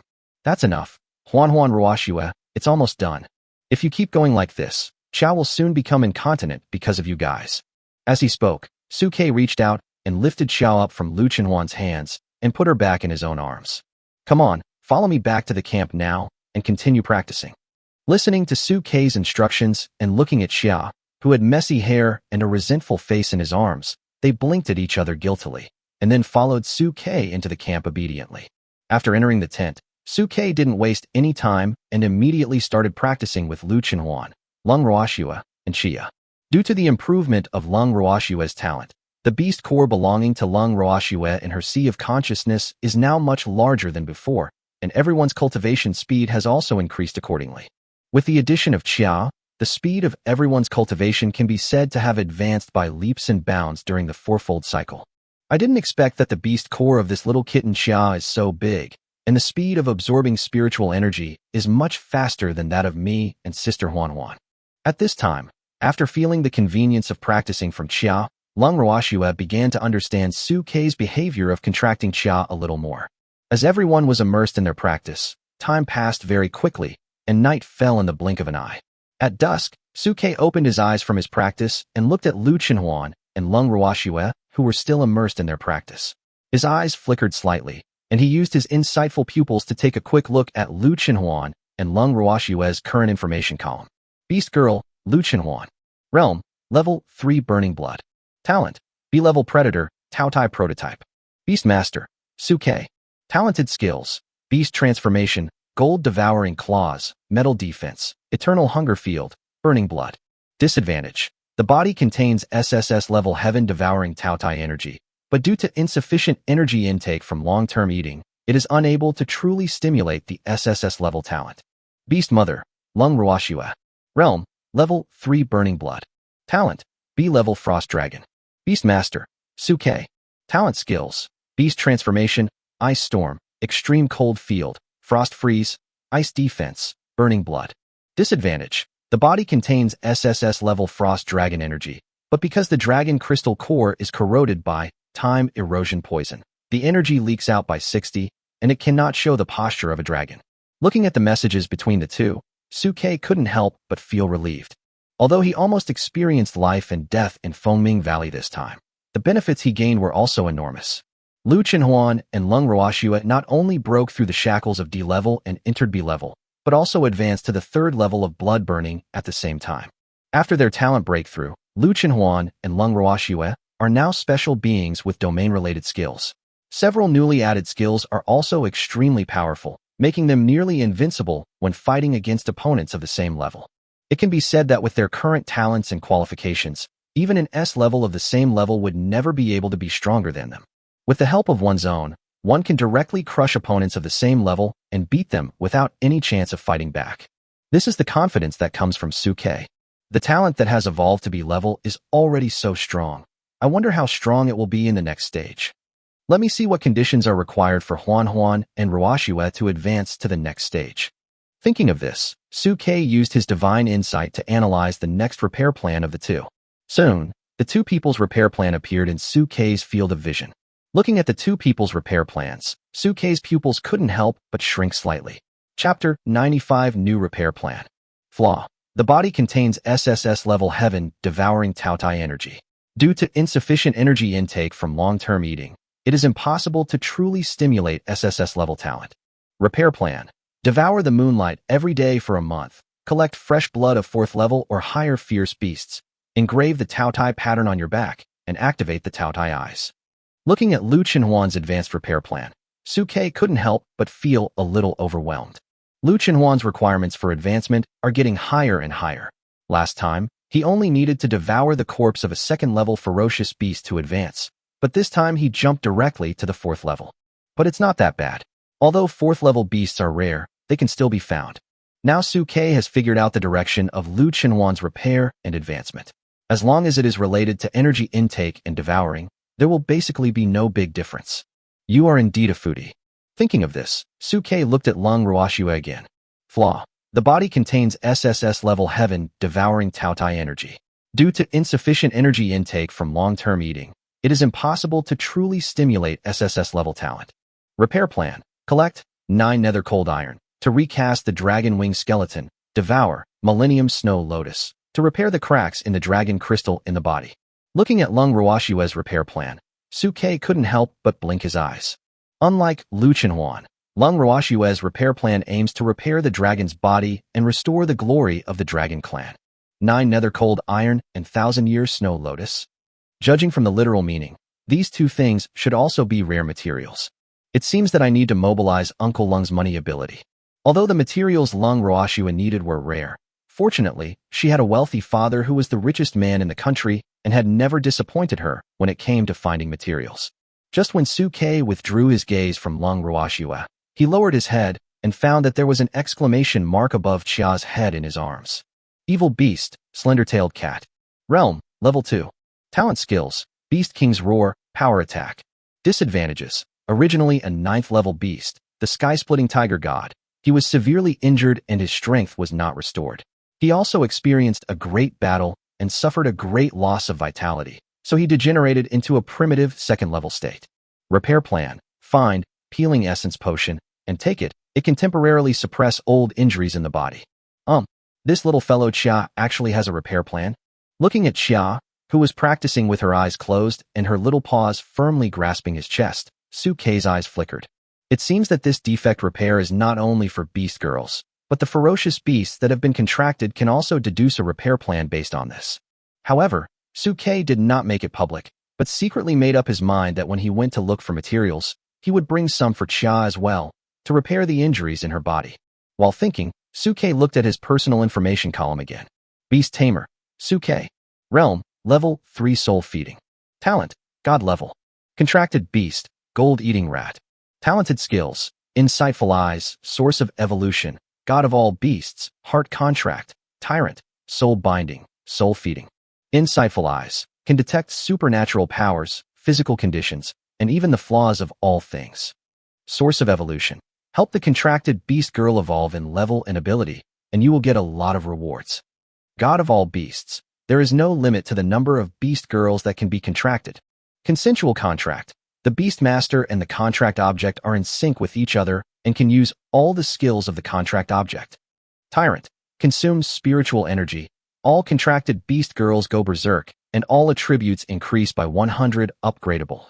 Binding Spirit, consumes spiritual energy, generates an energy contract to restrict the beast girl from running away, and can bind the hostile object. Soul Feeding, consumes spiritual energy to condense a soul-feeding pill, which can help the beast girl recover quickly and temporarily enhance the 4-dimensional attributes. To be unlocked. Looking at his own panel, Suke couldn't help but reveal a look of satisfaction. After advancing to the 3rd level of soul feeding, not only did his cultivation level improve, but he also gained an additional soul feeding talent skill. It's just that my soul feeding talent skill seems to be a little different. Normal soul feeding is to use mental power to condense animal food, which can speed up the recovery of the beast girl. It can be understood as a small healing skill shared by all third-level beastmasters. But what he condensed was not animal food but elixir, which could not only help the beast girl recover from injuries quickly, but also temporarily enhance the beast girl's four-dimensional attributes. The plus version of Dolly healing pills. Not only that, he now also has an extremely rare beast taming space and the design drawings of the all-spirit armor. However, compared to the beast taming space that can be used at any time, the design drawing of the all-spirit armor can only be unlocked after one is promoted to the 4th level weapon and armor realm. Until then, it will just gather dust in the warehouse. Before that, I will focus on raising Huan and Ruashua's talent levels to enhance both of our strengths. For someone like me who has a heart-to-heart agreement, the increase in Lu Chenhuan and Lung Ruashua's strength is equivalent to doubling my own strength. Moreover, there are extremely generous rewards waiting for me, so I must pay attention to it. Even without these rewards, given the relationship between the three of them, Suke would definitely not sit idly by, but he would also be happy to see something that would add icing on the cake. While thinking, Lu Chenhuan, Lung Ruashua, and Xia and Suke's arms opened their eyes at the same time and looked at Suke. Brother Su, is there anything on your mind? Why do you seem a little excited? Suke waved his hand gently upon hearing this. Nothing. I just used my divine insight to deduce your evolutionary repair plan. Hearing Suke's words, both Lu Chenhuan and Lung Ruashua widened their eyes and looked at Suke expectantly. What materials and conditions do we need for our next promotion? Suke did not hold back and directly stated the conditions required for the two to advance. Listening to Suke's words, Lu Chenhuan couldn't help but reveal anticipation in his eyes. Devouring the moonlight, and with the fresh blood of a 4th-level fierce beast, these conditions don't seem difficult. Lung Ruashua, on the other hand, heard the materials she needed for advancement and tilted her head in thought, wondering if she had heard the names of these materials somewhere before. As for Xia and Suke's arms, she had no interest in the talent evolution of Lu Chenhuan and Lung Ruashua. She lay in Suke's arms without interest and was too lazy to even open her eyes. Seeing Xia's lack of interest, Suke did not remind her, but secretly decided in his heart that he must find the nourishing potion. After briefly reviewing the information of his group of 3 people and 1 beast, Suke saw that it was time for dinner, so he took Lu Chenhuan and Lung Ruashua to eat. Of course, before leaving, Suke simply asked Xia what she thought and asked her if she wanted to go to dinner with him and the others. Upon hearing this, Xia nodded frantically, and her voice was almost drooling. Eat, eat, eat. I have been trapped in Fengming Valley for hundreds of years, eating raw meat and drinking blood every day, and my mouth is almost dry. I must try the technology and hard work of seasoning. Chapter 96. The Truth of the Battle of the Rift Valley. When Suke led Lu Chenhuan and Lung Ruashua into the cafeteria, everyone in the cafeteria fell silent, and then turned their eyes in the direction of Suke and the others. It's Suke. Suke and the others are back. Since almost half of the people in the previous hunting competition had been protected by Suke, they were full of goodwill towards Suke. Hello, Captain Su. Hello, Captain Su. All of a sudden, the surroundings were filled with greetings from classmates. The students from the 1st Battalion surrounded the 3 of them, their faces filled with excitement. Suke, you guys are finally back. That's right. You don't know. Without your supervision of training during this period, I feel like our morale is a little bit low. Yes. Especially when we learned that Captain Lung was willing to sacrifice himself to block the attack of the 7th-level beast in order to save everyone. We were deeply moved and admired him. That's right. If it weren't for you, we would have been killed by that beast. Hearing the people around her calling him a beast, Xia, who had her head tucked into Suke's arms, couldn't help but pause, like a little kid who had suffered grievances and couldn't speak out. She buried her little head tightly in Suke's arms, as if she could be isolated from the world in this way. Suke felt something strange about Xia in his arms. His expression froze slightly, and he reached into his arms and gently rubbed Xia's head, using his warmth to comfort Xia's uneasy heart. Lu Chenhuan and Lung Ruashua on the side also rarely responded, but instead spoke with a smile on their faces. It's all over. It's all over. That beast is certainly abominable, but there is actually someone else behind all this. Yes. The moment Lu Chenhuan spoke, a beastmaster from the 1st Battalion spoke up. I heard from my father that the unrest has spread across the country. Almost every place where training camps organize hunting competitions has seen unrest. It seems that the demon god cult is behind this. I heard that His Majesty has issued a hunting order. Anyone who sees the demon god cult will be killed without mercy. Listening to everyone's discussion, Su Kei's eyes flickered.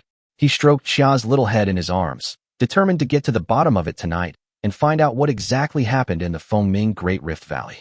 After finishing his meal with Lu Chenhuan, Su Kei took Lu Chenhuan and Leng Ruoxue to say hello to everyone, then stood up and left. As Su Kei left, everyone in the cafeteria had different thoughts, especially Zhao Fei and An Ning, who were between the two camps. At this moment, An Ning was staring at Su Kei's departing back, feeling the powerful aura coming from them, and a sense of frustration arose in her heart. It turns out that Su Kei and his team have already reached the 3rd level. Originally, when they were at the 2nd level, they still had a little confidence that they could fight with Su Kei, but after realizing that Su Kei had reached the 3rd level, the little bit of arrogance that was left in their hearts disappeared completely.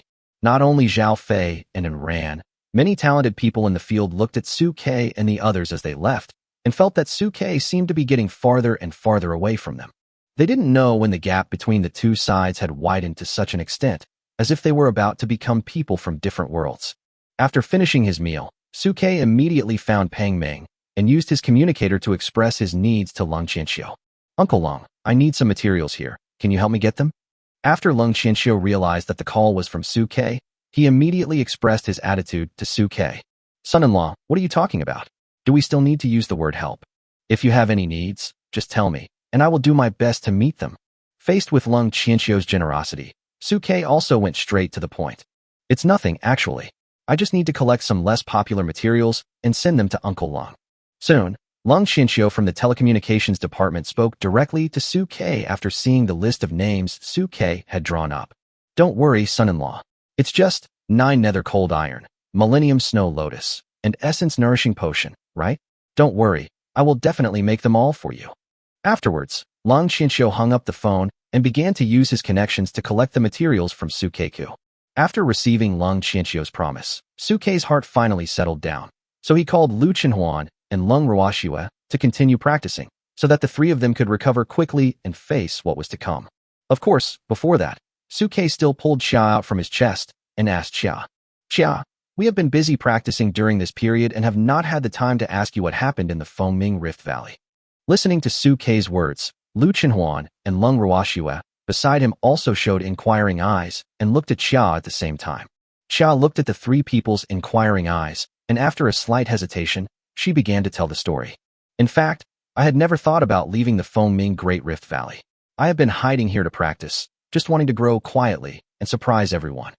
But one day, the day before you came to participate in the youth training, a group of people suddenly used some unknown method to sneak into Fengming Valley and found me. The leader said that he could help me improve my strength temporarily. With the help of the youth training competition, I could fight my way out and completely break free from the shackles in Fengming Great Rift Valley. I have been trapped in the valley for many years, so I am naturally very depressed at the moment. I fell into their trap. After obtaining my consent, they began to sacrifice blood and, with the help of the beast taming formation, transferred all their cultivation to me. They also gave me a genetic medicine that could temporarily restore my strength to the 7th level after injection. After hearing this, Su Kei finally had a general understanding of the truth of what happened that year. He finally understood why he saw those strangely shaped and dressed humans in the forest. Now that I think about it, it was those fanatical believers in the demon god cult who were brave enough to sacrifice themselves. Later, I realized that Xia couldn't hold on for too long, and it was actually the sequelae of using the genetic medicine. And I agreed to their suggestion of working together from the inside and outside.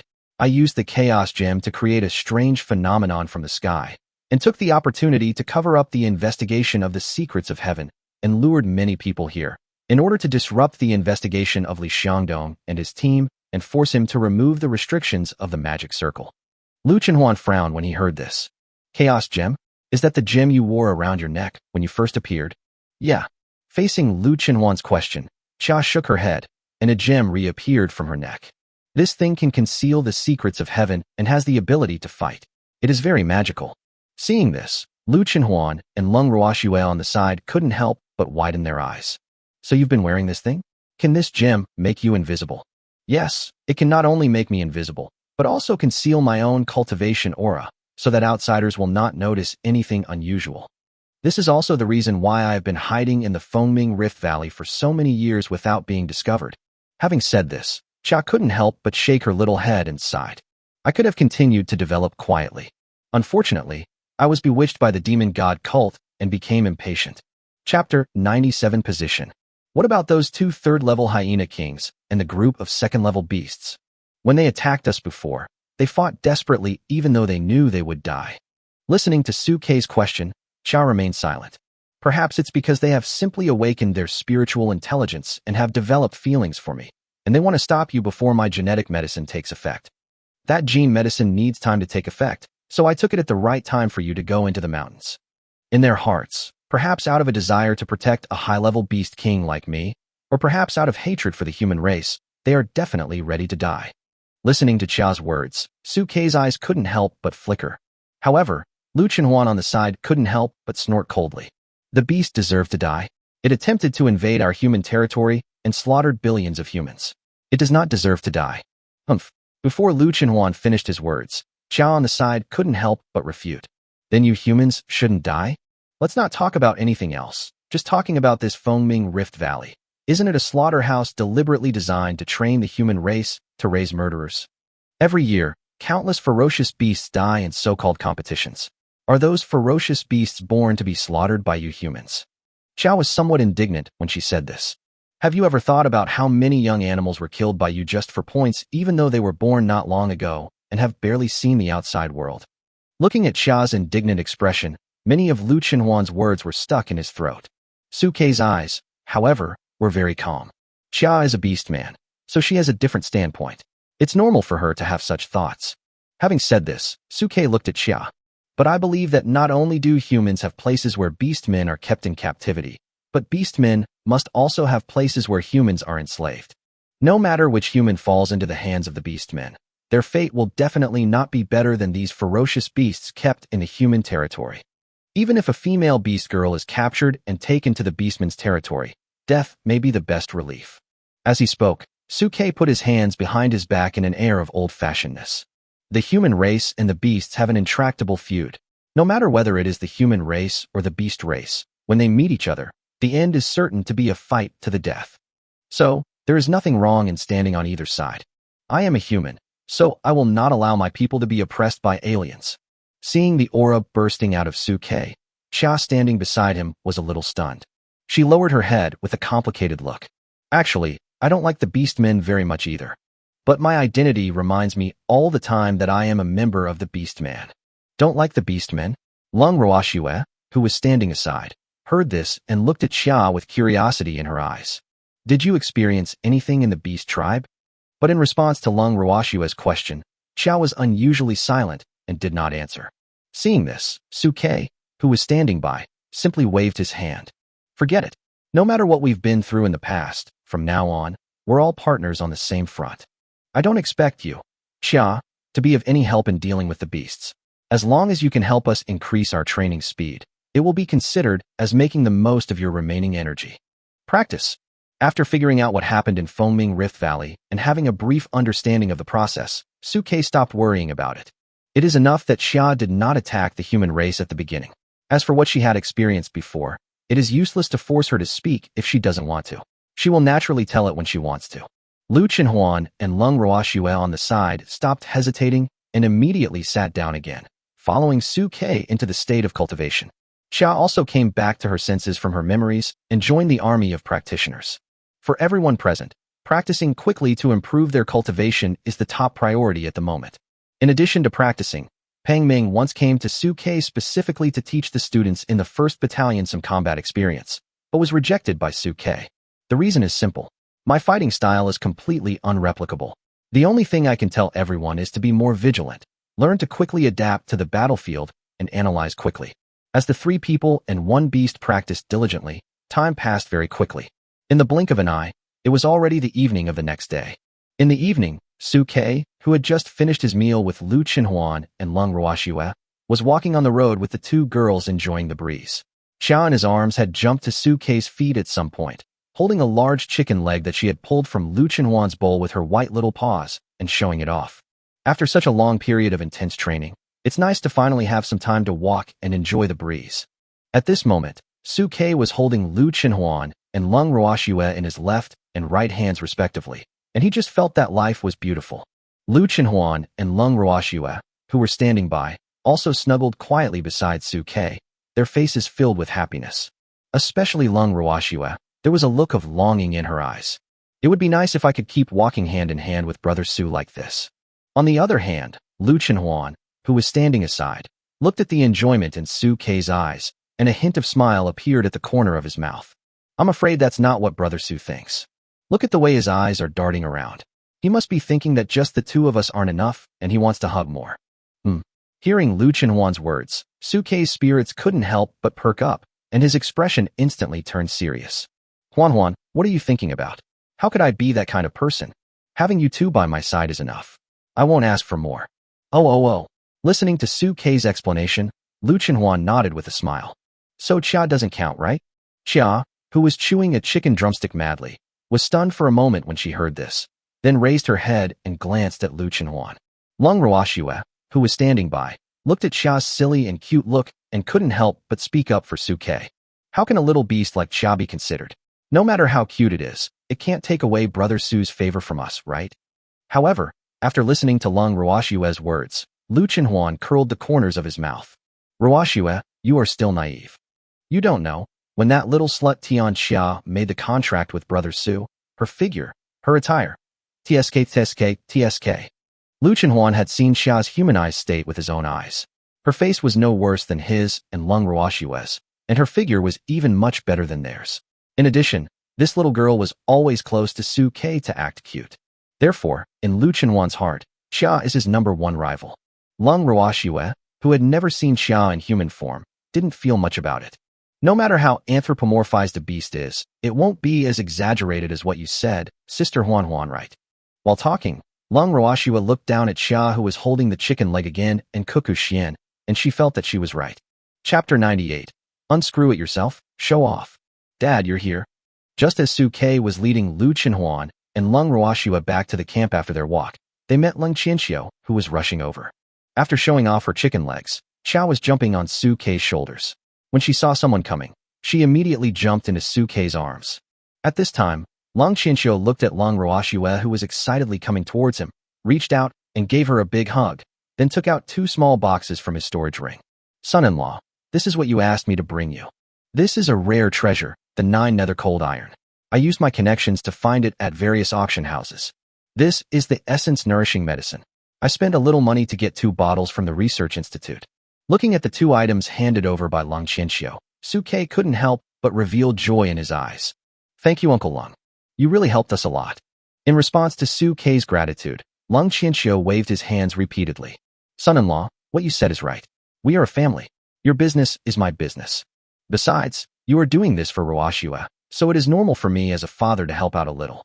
Lung Qianxiu seemed to realize something when he said this, and looked at Suke with pretended displeasure. Also, I've told you several times that we are a family now, but you still keep calling me Uncle Lung. Why don't you change your tune? Listening to Lung Qianxiu's words, Lung Ruashua on the side gave Lung Qianxiu a reproachful look. Dad. It was Suke who burst into laughter upon hearing this. My father-in-law is right. We're all going to be a family sooner or later anyway, so there's nothing wrong with changing our tune sooner. Sooner or later? Unexpectedly, after listening to Suke's words, Lung Qianxiu on the side seemed to realize something and looked at Lung Ruashua on the side with some suspicion. In other words, Ruashua, you and your son-in-law haven't reached that stage yet? Which step? Looking at Lung Qianxiu's suspicious eyes, Lung Ruashua on the side was subconsciously stunned for a moment. It's true that husband and wife are like this. Listening to Lung Qianxiu's words, Lung Ruashua's fair little face suddenly became red and turned into 2 red apples. She stomped her feet on the ground in annoyance. Dad, what are you talking about? What did you say I said? Lung Qianxiu spoke righteously at this moment. I'm not saying anything bad about you, but you've been under contract for so long, which is equivalent to getting married for a month, and nothing has happened yet. Listening to Lung Qianxiu's words, Lung Ruashua's face turned red to her ears. It's not a contract, so why do you have to? Lung Qianxiu raised his eyebrows. Can we cancel the contract? Oh. Listening to Lung Qianxiu's words, Lung Ruashua subconsciously looked at Xia in Suke's arms. Xia, who was pretending to be asleep, immediately straightened up with a confused look on her face. It's broken, it's coming towards me. It was Suke who spoke up at the right time to ease the atmosphere. Father-in-law, don't be so anxious. Ruashua has been in a coma for almost half a month and her body hasn't recovered yet. When Ruashua figures it out, it won't be too late to come back. As for Lu Chenhuan and Lung Ruashua, Suke was confident enough that they would fall in love with him. It's just that the current way of getting along may require some adaptation before a more harmonious scene can be created. Until then, there's nothing wrong with a little more adjustment. Hearing this, Lung Qianxiu coughed dryly and quickly changed the subject. Oh, son-in-law, the materials you need are very rare. I have tried every possible means in the past 2 days, but I can only get these 2 items. As for that Millennium Snow Lotus, I didn't find it. Listening to Lung Qianxiu's explanation, Suke nodded slightly. The materials he listed were hard to find, and Suke did not expect Lung Qianxiu to be able to find them all. Getting 2 bottles of nourishing potion and 9 nether cold iron was already a surprise beyond his expectations. That's enough, father-in-law. There's no need to rush for some things. If you can't find these things, just look for them slowly. There will always be a chance.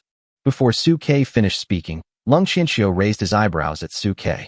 But son-in-law, I do have some news about the 1,000-year-old snow lotus. And it's within your reach. Oh, looking at Lung Qianxiu's expression, Suke's heart couldn't help but move, as if he had guessed the result. Youth training competition? That's right. Lung Qianxiu gave Suke a thumbs up. In order to encourage everyone to participate, the first prize of this youth training competition includes a 1,000-year-old snow lotus.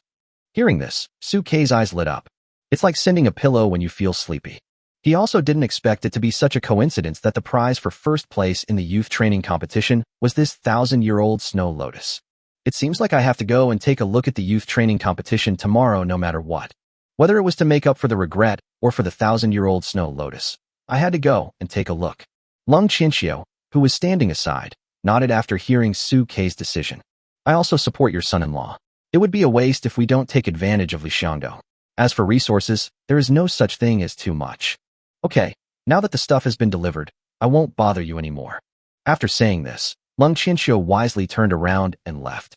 Lung Qianxiu never interfered with the cultivation of Suke, Lu Chenhuan, Lang Ruoxue, and others.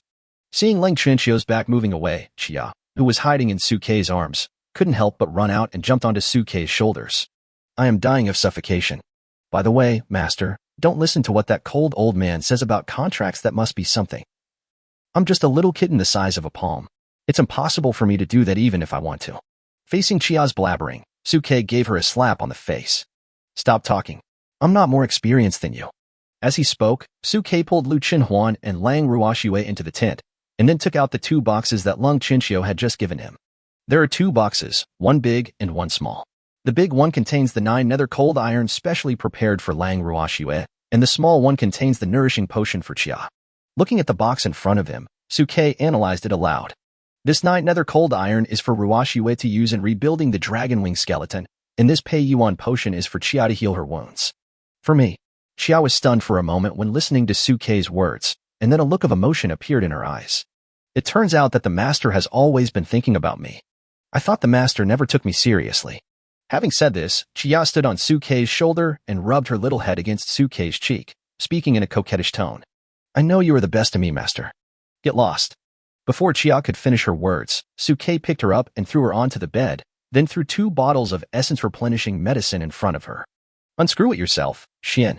Chapter 99. Brother Su's eyes are somewhat fiery.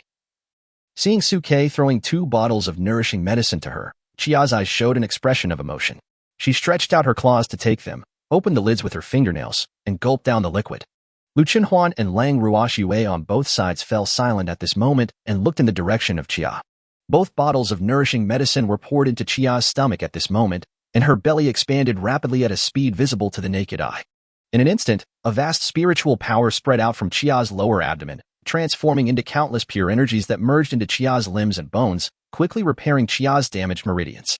Chia, who was attacked by the energy, could not help but let out a painful groan. Her belly kept shaking from side to side. Then she simply spread out her limbs and lay on the bed, letting the energy run through her body like a dead cat. Come on, let the drug take effect more strongly. Hearing Chia's resigned growl, Suke gently held his forehead, then turned around and looked at the 9 nether cold iron in the box at his feet. It will take some time for Chia to digest the medicinal power. We should take this time to study the 9 nether cold iron and see how to forge the dragon wing skeleton. As he spoke, Suke took the 9 nether cold iron out of the box, and his eyes flickered as he felt its heavy weight. This is the 9 nether cold iron. It feels extremely cold, just like what is produced under the 9 netherworld. It is indeed a good thing for making dragon wing skeletons. Long Ruashue, who was standing by, also reached out and touched it, with a look of delight in her eyes. Brother Su, this 9 nether cold iron is of the cold element, which is very consistent with my talent. When I touch it, it can even increase the speed at which I absorb the spiritual energy of the surrounding heaven and earth. Upon hearing this, Suke rubbed the 9 nether cold iron in his hand and nodded slightly. At this moment, Lu Chenhuan on the side spoke with some doubt. But how can we use such a large lump of iron to build Ruashue's dragon wing skeleton?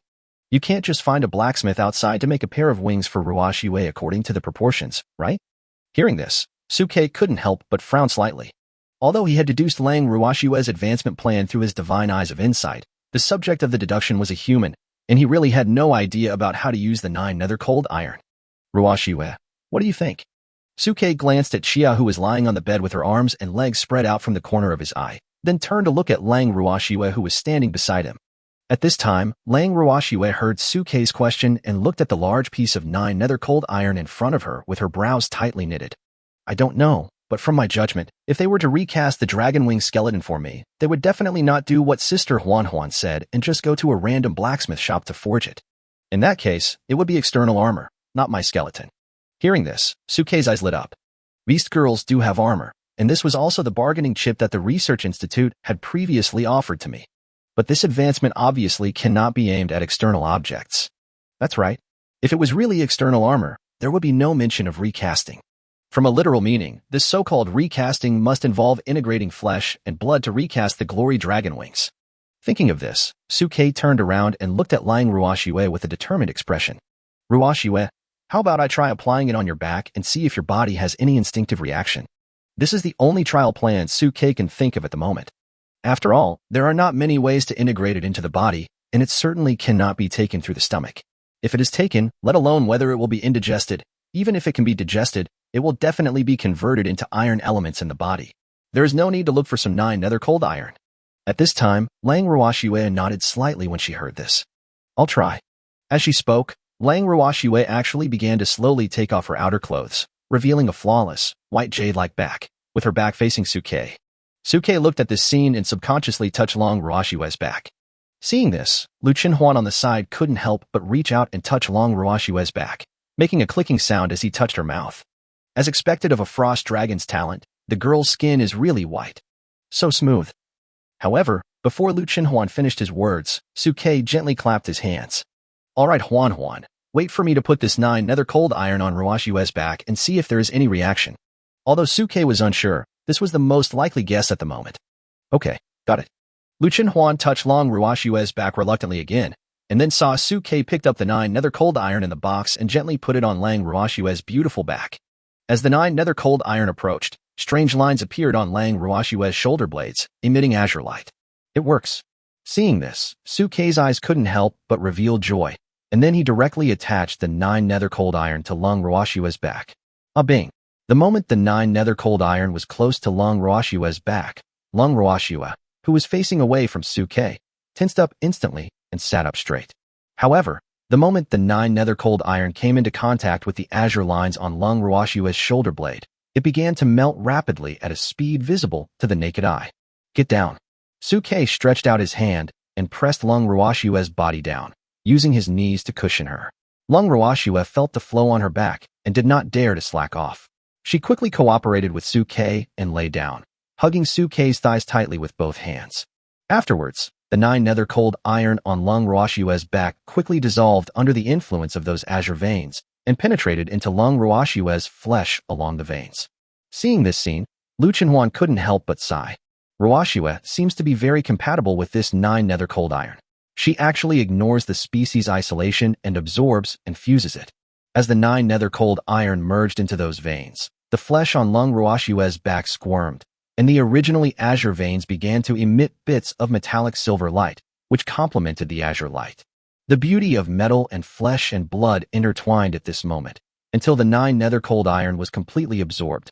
Lang Ruashue's tense body also relaxed at this moment. It seems it worked. At this moment, Lang Ruashue felt the cold feeling on her back disappear, and turned to look at Suke with joy. Suke, who was caught off guard by the 2 white rabbits, felt as if struck by lightning, and his thoughts came to a standstill. It seems so. It's a hammer. Lu Chenhuan, who had reacted quickly, pulled up Lung Ruoshue's clothes, and then looked at Lung Ruoshue with concern. Ruoshue, how do you feel? I feel. Brother Su's eyes are a little fiery. Chapter 100. Tier 3 Black Gold Tiger Cub. You almost blinded Brother Su just now. How could he not be excited?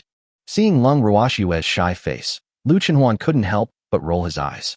Hearing this, Lung Ruoshue finally realized what Su Ke had just seen. Her face instantly turned red to her ears.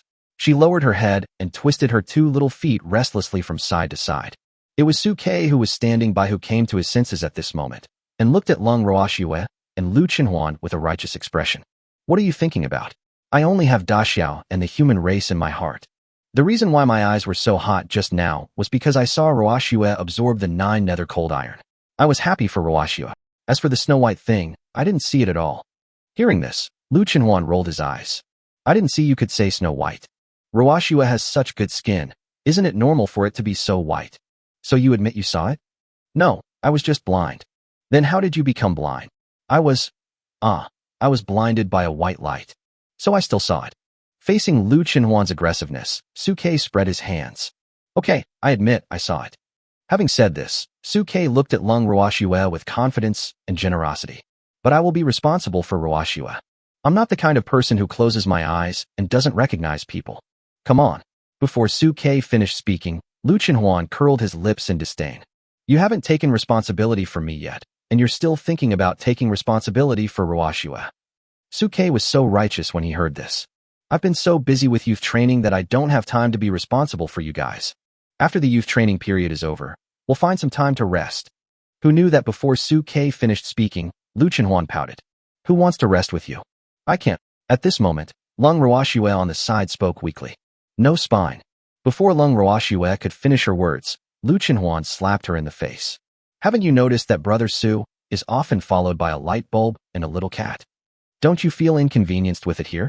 As Lu Chenhuan was speaking, he saw Xia, who was lying on the bed with a swollen belly and feeling uncomfortable, with her eyes wide open. Who the hell is saying bad things about me behind my back again? When I recover from my injuries, I will definitely. Halfway through her words, Xia was torn back by the pain inside her body and groaned. It seems that Xia's condition is a bit serious. Seeing this, Su Ke stood up, walked to Xia, reached out and gently grabbed its little paw. Then the spiritual energy around her body began to circulate and merge into Xia's limbs and bones, helping her to stabilize her surging and violent power. Under the irrigation of Su Ke's spiritual power, the violent power of the medicine in Xia's body was gradually controlled, and her body gradually calmed down. Owner. Xia opened her eyes and looked at Su Ke with tears in her eyes. Seeing this, Lung Ruoshue and Lu Chenhuan on the side also walked over and put their hands on Xia's limbs. In an instant, the spiritual powers of the 3 people transformed into countless small hands, helping Xia to calm the violent potion energy in her body. At this moment, Xia looked at Lung Ruoshue and Lu Chenhuan, who had indifferent expressions but put their hands on her limbs, and a touch of emotion appeared in her eyes. She then closed her eyes, and with the help of the 3 people, she quickly mobilized the energy to repair her damaged meridians. This lasted for about 2 hours. Finally, shortly after the moon rose, all the potion energy in Xia's body was digested, and most of her damaged meridians were repaired. Then, the spiritual energy of the surrounding heaven and earth rushed towards the tent where the 3 people were like a whale sucking water. An extremely violent energy burst out from Xia's body. A ray of light was about to break away from Xia's body and shine throughout the world. But at this moment, the hidden white jade between Xia's neck reappeared, and a hazy white light emanated from the white jade, intercepting the light around Xia in the tent. At this time, Xia's flesh, blood and bones were constantly wriggling and changing, her body size was constantly increasing, and the hair all over her body was also growing longer. In the blink of an eye, it turned into a giant mountain cat about 1 meter long. The hair all over her body was as snow white as before, but the difference was that the hair from her neck to her back had more black gold color, with a little black gold color spreading to the tail, and the word, Wog, King, clearly visible between her eyebrows. Is this evolution? Lu Chenhuan and Lung Ruoshue, who were standing by and holding Xia's enlarged claws, couldn't help but widen their eyes when they saw this scene. Then, a violent aura erupted in front of the 3 people. Level 3. Level 3. Feeling the violent aura around Xia, Lu Chenhuan, and Lung Ruoxue widened their eyes. It's only been less than 2 days since we came out, and the little kitten's cultivation has improved so quickly. At this moment, Su Ke also activated his divine insight and looked at Xia's information. Ferocious beast, black gold tiger cub. Realm, level 3. Talent skills, Beast King's roar, power attack, fight more courageously, sky-splitting impact. Disadvantages, originally a 9th level beast, the sky-splitting tiger god. He was severely injured and his strength was not restored. He also experienced a great battle and his vitality was greatly damaged, so he degenerated into a primitive 2nd level state.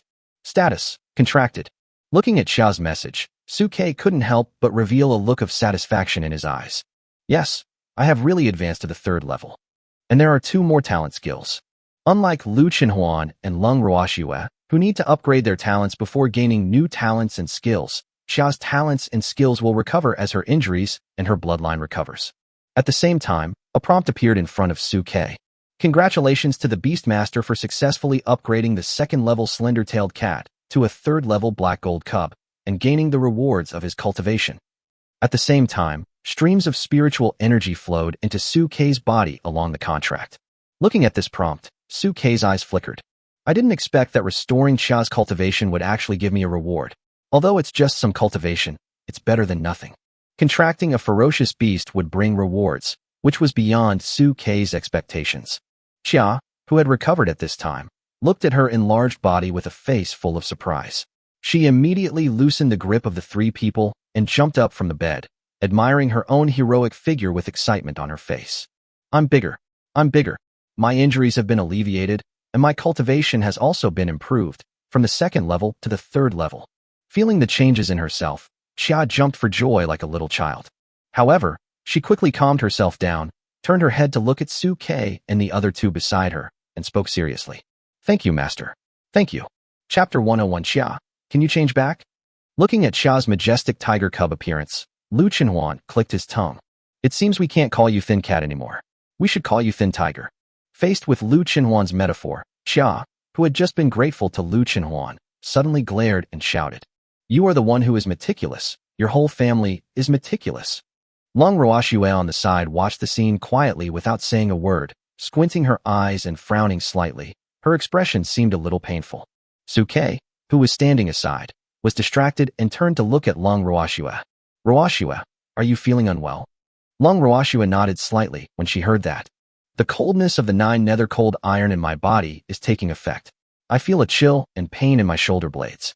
It feels like something is trying to pierce through my skin and get out. Upon hearing this, Su Ke quickly lifted Lung Ruoxue's clothes and looked at her back. Sure enough, on the beautiful back as smooth as jade, bones and flesh were wriggling and intertwining, as if giving birth to something. However, at this moment, Lu Chenhuan on the side suddenly reacted, turned his head and stared straight at Su Ke. Brother Su, what are you doing? Why did you lift Ruoxue's clothes when we weren't paying attention? In this bright and clear world, you won't move, will you? Su Ke rolled his eyes as he looked at the agitated Lu Chenhuan. Stop joking and get down to business. Oh. Upon hearing this, Lu Chenhuan quickly poked his curious little head towards Su Ke and looked in the direction Su Ke was looking with curiosity. Then his expression was slightly stunned. This should be the initial form of Ruoxue's recast dragon bone, right? Su Ke nodded slightly after hearing this. If nothing unexpected happens, it should be. This 9 nether cold iron and Ruoxue's flesh and blood have merged together in a strange way. It uses Ruoxue's flesh and blood as a guide to grow and recast the dragon bone. Under the influence of the 9 nether cold iron, Lung Ruoxue's body, which was originally not afraid of the cold, seemed to be affected, and she subconsciously moved towards Su Ke trembling. Brother Su, it's cold. Seeing this, Su Ke felt a little distressed and took Lung Ruoxue into his arms, using his body temperature to warm her up. Su Ke, who was hugging Lung Ruoxue, looked around and looked at Lu Chenhuan and Xia who had come over. Everyone has been tired these past few days, so let's take a break today. This will also give us enough energy to participate in the competition tomorrow. As he spoke, Su Ke reached out to turn off the light in the tent, then walked towards the bed holding Lung Ruoxue. Then he gently placed her on the bed, pulled the quilt over her, and used his warm embrace to dispel the coldness from Lung Ruoxue. Meanwhile, Lu Chenhuan came over rustling and lay down beside Su Ke, reaching out to pull up Lung Ruoxue's half-taken-off clothes. He explained thoughtfully beside Suke. Pull your clothes tight to keep warm. Suke. Xiao was standing by the three people's bed, curled up with her head buried in her chest. Have a good night. The next day, when the first ray of sunlight in the morning shone down on the earth, the three of them woke up from their sleep, washed up simply, and then prepared to carry Xia to the youth training competition. However, before leaving, Suke seemed a little worried and looked at Xia, who was more than 1 meter tall. Xia, can you change back to your little slap form? The difference between Xia's previous and later states is too great. If she were taken out like this, it would be easy for someone with ulterior motives to guess Xia's identity as a ferocious beast. The human race and ferocious beasts are currently incompatible. If the fact that she has contracted a ferocious beast is revealed, it will easily cause an uproar. Before she is able to suppress all opposing voices, it is best not to reveal Xia's identity. Xia listened to Suke's question and hesitated for a moment. Of course I can. After all, I have the chaos gem, which can change and conceal my appearance. Then change back. Hearing the unquestionable tone in Suke's words, Xia blinked and said, "Oh." Then the chaos gem between her neck lit up, a dazzling light flashed, and Xia's figure instantly turned back into the palm-sized slender-tailed cat. Xia, who had transformed back into a slender-tailed cat, spoke to Suke. Although I can use the chaos gem to temporarily disguise my state, I cannot fight. Once I enter combat mode, I will directly reveal my original form. Listening to Xia's words, Suke waved his hand. No, we won't let you do anything unless you go out into the wild. Lu Chenhuan on the side also spoke proudly. That's right, it's just a competition, there's no need for you to fight. As he spoke, Suke picked up the shrunken Xia and threw her onto his shoulder, then rushed directly to the youth training site with Lu Chenhuan and Lung Ruoxue. The venue for the youth training competition is set up next to the watchtower, and there are temporary competition platforms nearby for quick selection. Li Xiangdong and Pang Meng arrived at the scene early to serve as examiners for the competition selection. Seeing Suke and his two companions arrive, all the instructors and students turned their eyes towards them. After all, during the hunting competition, Suke's performance was so outstanding that he turned the tide and saved countless people. Of course, there were also many students who had never seen Suke in person, but had only heard of his legend, and their gazes were mostly filled with curiosity. Pang Meng and Su Lu led a battalion of people and quickly surrounded them. Suke, you're here. Captain Su, you're finally here. Suke looked at his enthusiastic fellow soldiers in the 1st Battalion, smiled, and nodded slightly. Yes, here I come. Glad that you're here. Pang Meng and Su Lu walked to Suke and spoke to him. This competition is divided into 7 arenas, and participants will compete anonymously by drawing lots. Suke, if you guys want to participate, go and draw your lucky number and enter the competition. Lucky number? Suke raised his eyebrows slightly when he heard that, then turned around and looked at Lu Chenhuan beside him. Huan, Ruoxue, who of you two is going to take a shot? Hearing this, Lung Ruoxue looked weakly at Lu Chenhuan, who was standing beside her. Sister Huan, you are luckier, you can go. Okay. Lu Chenhuan was not a woman who would hesitate. She walked quickly forward and grabbed the lucky numbers of the 3 people from the lottery tube nearby. Number 27. Suke looked at the numbers in Lu Chenhuan's hand, and a smile appeared on his face. Okay, then we will win the championship of the youth training competition today with number 27. After all the youth training students had drawn their lots, Li Xiangdong stood on the platform and waved his hand high to everyone. Today is the first day of our youth training competition and also the last day of your youth training. It is the best time for you to verify the results of your training during this period. Let us use the youth training competition to put a perfect end to everyone's youth training career. The top few will have very generous rewards waiting for you, and the first place winner will receive a 1,000-year-old snow lotus as a reward. Now I declare that the competition begins. Chapter 102. It turns out to be Suke and the others. As Li Xiangdong announced the start of the competition, instructors from various camps stepped onto the martial arts stage and joined in as judges. The students will randomly match themselves according to the numbers they draw and start the battle. In an instant, all kinds of skills were flying around the martial arts stage, with both melee and long-range methods showing their prowess. It's great to be young. Looking at the students fighting in full swing, Cheng Qiji and Manhwa stood on a high platform in the distance and clicked their tongues. After winning the struggle to recruit Suke, Li Ping and others left Tianhai in disgrace, while Cheng Qiji and Manhwa stayed there as the winners, waiting to escort Suke and others back to Kyoto. Naturally, they would not miss this youth training competition when they are bored. Looking at their somewhat immature fighting skills, I seem to be reminded of our past. It's just like this, green and passionate. Manhwa, who was standing by, was also leaning on the railing and sighing. I also remembered the youth training under the rising sun that year. That was our lost youth. However, through the battle, we can see that Tianhai has produced quite a few good talents in this youth training. Especially the two S-level ones Zhao Fei and An Ning. These two are also Chenji, why are you here? As she spoke, Manhwa looked at the burly man in a t-shirt and the hot woman who had appeared beside her out of nowhere, and a look of surprise appeared in her eyes. Cheng Qiji, standing by, also frowned. Chenji, why didn't you leave? Why should we leave? Facing Cheng Qiji's questions, Chenji was full of pride. The SSS level Su-Ke was snatched away by your Daxiao War Academy, but that doesn't mean that our Jingdu Lingwu Academy won't recruit anyone else. After hearing Chenji's words, Cheng Qiji instantly guessed who Chenji was talking about. Are you talking about those two S-level guys, Zhao Fei and An Ning? But we just want to see those two little guys the day before yesterday, and they said they would consider us. Hearing Cheng Qiji's question, Lin Lan beside Chen Ji couldn't help but speak out proudly. You said you would consider it, and they just agreed straight away. The difference is self-evident. At this moment, Chen Ji's previous frustration over losing the competition for Su-Ke was swept away, and his face was full of pride. Although the SSS level Su-Ke's performance was outstanding, the S-level Zhao Fei and An Ning's performances were not bad either. Even from my point of view, the future potential of two S-class cars is definitely not comparable to that of an SSS class car dragging two F-class cars. Although Su-Ke can now use his own abilities to maximize the potential of Lu Qinhuan and Lung Ruoxue as their realms rise, the shortcomings of Lung Ruoxue and Lu Qinhuan's insufficient F-level potential will become more and more obvious. Looking at the pride on Chen Ji's face, Cheng Qiji's eyes couldn't help but become slightly solemn. I promised you directly? Is it because you found out why Su-Ke chose our Daxiao War Academy? Cheng Qiji had naturally heard about the contradictory love story between Su-Ke and An Ning. Even according to their judgment, the reason why Su-Ke insisted on choosing an F-level beast girl Lu Qinhuan as his contract object was largely to anger An Ning. He wanted to prove that even if he contracted a worst F-class beast girl, he could train her into a stronger fighting partner than An Ning. No matter what the reason is, these two S-level geniuses have nothing to do with your war college. At this time, Cheng Qiji looked calm and composed.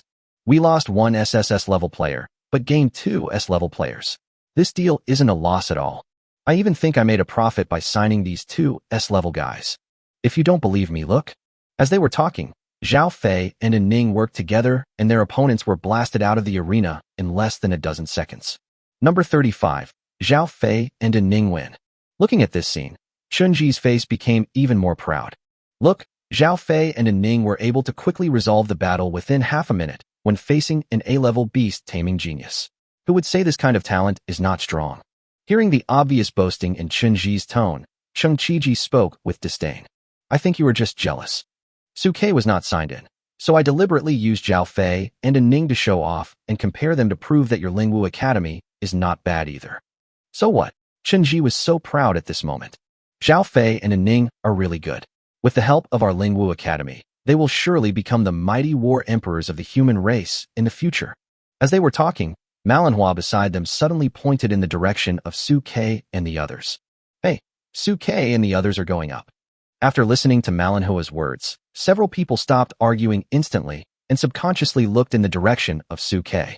In the field of vision, Su-Ke, Lu Qinhuan, and Lung Ruoxue walked onto the martial arts stage side by side at the prompting of the examiner. The two A-level candidates from the 6th Battalion sitting opposite them twitched their lips wildly after seeing that their opponent was Su-Ke. Fuck, why is my luck so bad? I got a royal bomb right at the start. The two of them clearly thought that with their A-level strength they could at least make some achievements in this youth training competition, but they did not expect to run into Su-Ke and Lu Qinhuan right away. Unlike Chen Ji and the others who had only heard of Su-Ke but had never seen him in action, the two of them had once experienced the terrifying killing power of Su-Ke and Lung Ruoxue at close range in the Fengming Great Rift Valley. How could they possibly challenge a being that could wipe out a group of second-level beasts and strangle two third-level beasts? The psychological trauma left by that battle was so great that after seeing that their opponents were Su-Ke and his men, they had no desire to fight at all. The two of them raised their hands directly. We give up. After hearing the two people's admission of defeat, even the examiner was stunned for a moment, and then spoke to them. Give up? Are you sure? Once you give up, you will be eliminated immediately and lose the chance to participate in the competition. Sure, the two of them did not hesitate at this time. At least admitting defeat won't cast a shadow on our Dao heart again. Upon hearing this, the examiner immediately announced, since number 87 Quan Yong and Gao Feng admitted defeat, number 27 Su Ke, Lu Chenhuan, and Lung Ruoxua won. What? Someone admitted defeat? Who is so spineless? Upon hearing this, Li Xiangdong and others as well as the people who were competing nearby all looked towards the number 5 martial arts stage, where Su Ke was. After seeing that the opponent was Su Ke and his group, a look of understanding instantly rose in his heart. So you met Su Ke and the others. That's understandable. I'll admit defeat too if it's me. It's better to admit defeat than to get beaten. It's not shameful to admit defeat in a battle you know you can't win. Chapter 103. Chun-Ji unconvinced. I'm so angry. Are these little guys so spineless? After all, they are 2 A-level beastmasters and beast girls, but they don't even have the courage to fight? That's right. How can such a coward be capable of defending the country and resisting ferocious beasts? After seeing that the 2 A-level beastmasters didn't even have the courage to fight Su Ke, Chun-Ji, who was standing on the high platform watching the battle, couldn't help but spit on the ground. Pay attention to the hygiene of the ground. At this moment, Li Xiangdong appeared at the side, with understanding in his eyes. In fact, it is normal for these students to admit defeat in front of Su Quebec. After all, it was Su Ke who saved them during the Fengming Rift incident. They also experienced Su Ke and his men's strength up close, so it's understandable that they have no desire to fight. I can't understand a thing. At this time, Chun-Ji didn't care about Li Xiangdong's explanation. No matter how strong Su Ke is, he can't be so strong that people don't even dare to fight him. We are all students in the youth training together. What is there to be afraid of? The 2S class on the number 3 martial arts stage dared to charge, but here in SSS dragging 2FS was actually cowardly. Faced with Chun-Ji's dissatisfaction, Li Xiangdong did not refute, but instead held the railing and looked down with a smile on his face. Director Chen, don't jump to conclusions. Take a closer look. Cheng Qiji, who was standing by and saw Chun-Ji being embarrassed, burst into laughter. That's it. Take a closer look. Don't jump to conclusions. Cheng Qiji could understand Chun-Ji's thoughts. After all, he had just praised Zhao Fei and An Ning, but in the blink of an eye he was overwhelmed by the momentum of Su Ke and others. He must be feeling unconvinced. It must be an isolated accident. Let me wait and see. I don't believe that they would not dare to take action against Su Quebec. It can't be that such a big youth training camp is full of cowards, right? At this time, Chun-Ji was holding the railing and looking at the competition below. Lin Lan beside him was also scanning the game, moving his eyes left and right in the direction of Su Ke and An Ning. After Su Ke and his companions won, the 3 of them walked down from the stage hand in hand. Xiao on his shoulders seemed happy for her master's victory. This Su Ke is really brave. He even dares to bring his pet to the battle, and he is not afraid of accidental injury. At this moment, Lin Lan was complaining about Su Ke, and she had almost forgotten her previous desire to win over Su Ke. As they watched, more than half of the students were eliminated in the first round of the competition, and then the second round began. Under the attention of everyone, Zhao Fei and An Ning quickly dealt with their opponents within half a minute, which aroused the admiration of everyone below. Zhao Fei and An Ning are indeed S-level. A-level beastmasters and beastwomen can't even last half a minute in front of them. It looks like they should be able to secure second place in this competition. Exactly. Apart from a pervert like Su Ke, no one should be able to defeat them.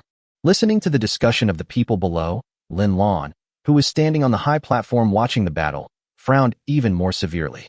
The competition hasn't even reached its end yet, and yet everyone is so arbitrary in determining the outcome. Cheng Qiji, who was standing by, rolled his eyes when he heard this. Lin Lan, didn't you do any homework before coming here? Su Ke and his companions are now at the 3rd level of cultivation. How can you beat Zhao Fei and An Ning, who are only at the 2nd level? Listening to Cheng Qiji's complaints, Chun-Ji snorted coldly. We all know that Su Ke is at the 3rd level, but his beast girl is only at F level. And you can see that Zhao Fei and An Ning are both at the 2nd level, 7th realm. If they join forces, they may have a chance. At this point, Chun-Ji seemed to feel that what he said was a bit outrageous and coughed dryly. Even if we lose, at least we can hold on for a while, instead of just giving up like those other losers now.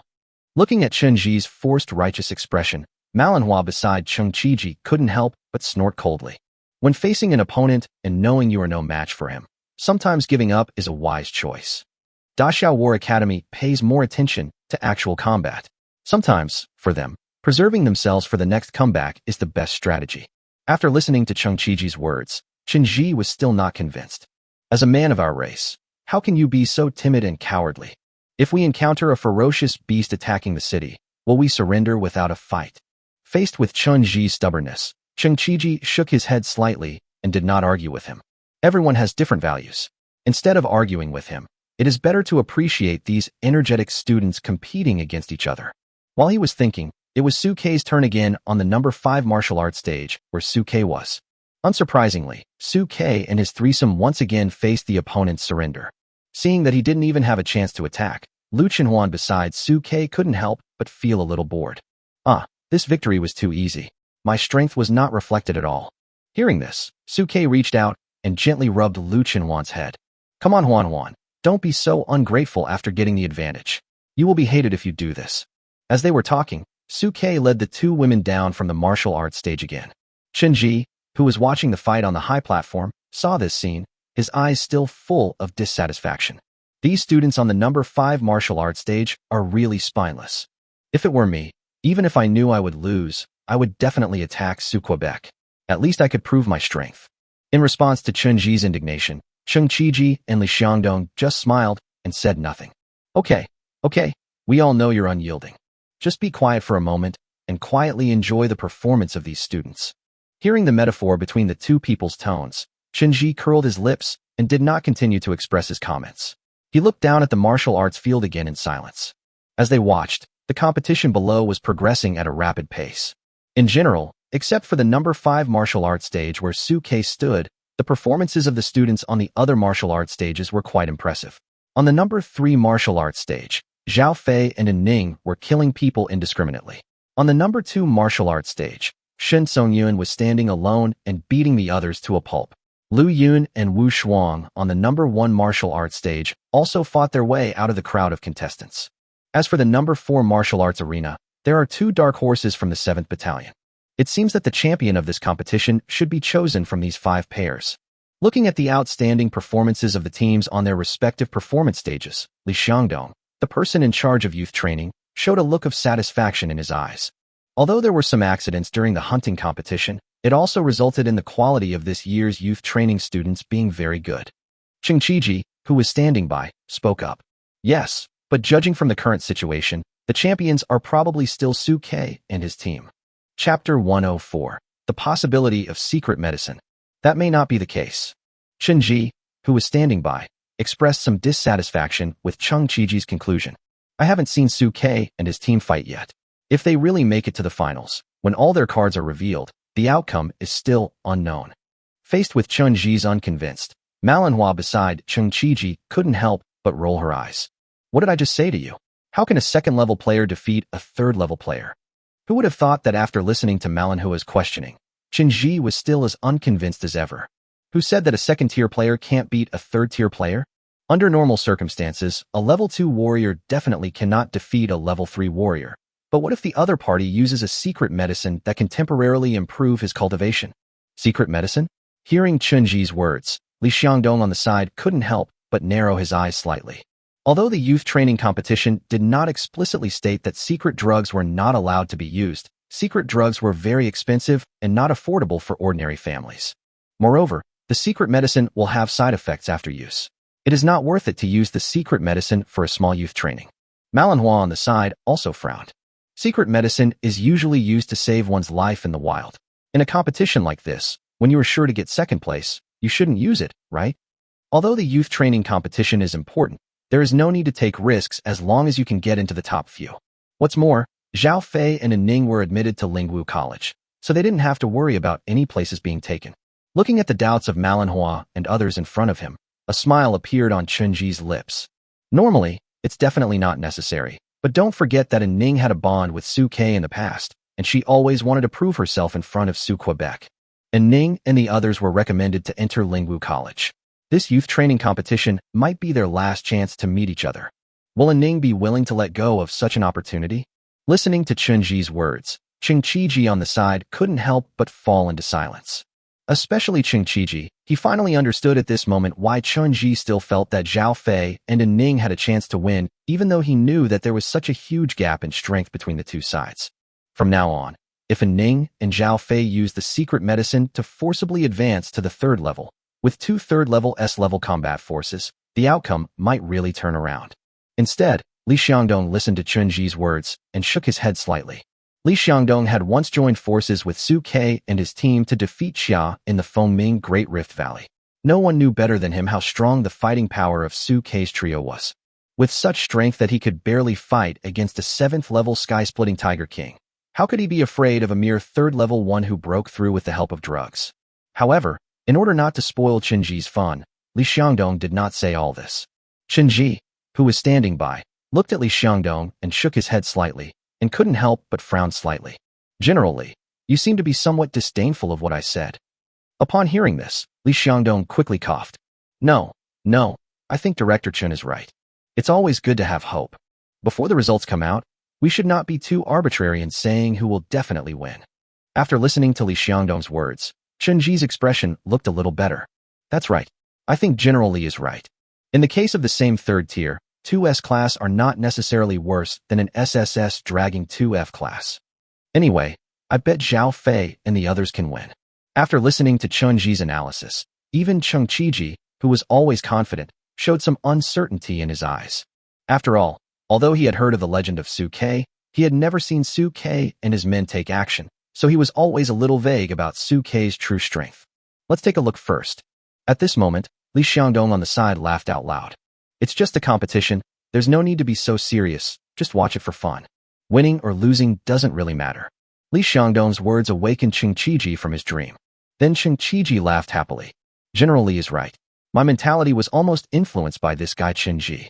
Since you, Chen Ji, dare to bet on Zhao Fei and An Ning to win, why shouldn't I bet on Su Ke, who already has a great chance of winning? I bet Su Ke will win. Okay. Hearing Cheng Qiji's words, Chen Ji showed a smile of unwillingness to admit defeat. Then let's make a bet with an Earth-level magic weapon. No problem. Cheng Qiji looked at Su Ke, who was sitting idle with Lu Qinhuan and the others eating melon seeds, and his eyes were filled with confidence again. Of course, at this time Su Ke below had no idea that Cheng Qiji and the others had already opened a bet on his victory. At this moment, he was petting the cat with one hand and eating melon seeds with Lu Qinhuan and the others, watching the game on the field and making clicking sounds. The students in this class are all very strong. Their cultivation has generally reached the 2nd level. If they were released, they would be considered a group of capable city defenders. Lu Qinhuan nodded beside him and glanced sideways at the number 3 martial arts stage not far away. Zhao Fei and An Ning are pretty good too. They can finish off their opponents in less than half a minute, almost half of what we did back then. Having said that, Lu Qinhuan glanced at Shun Songyun and the other's martial arts stage, and gently poked Lung Ruoshue's shoulder with his hand. Ruoshue, Shun Songyun from your 3rd battalion, who was at odds with you before, seems to be quite good at fighting. Listen to the cheers. He seems to be doing very well over there. Listening to Lu Qinhuan's words, Lung Ruoshue turned her silver hair and looked in the direction of the number 2 martial arts stage. Shun Songyun, who had just won, seemed to feel Lung Ruoshue's gaze. When he turned around, he found that it was Lung Ruoshue who was looking at him. He quickly lowered his head and pulled his beast girl off the stage. Lung Ruoshue had a complicated look at Shun Songyun, who didn't even dare to look at her. She recalled how the attitude of the people in the 3 battalions towards her was completely different from what it is now. And all this was because of the contract between him and Su Ke. Thinking of this, Lung Ruoshue gently leaned her head on Su Ke's shoulder. What's the noise?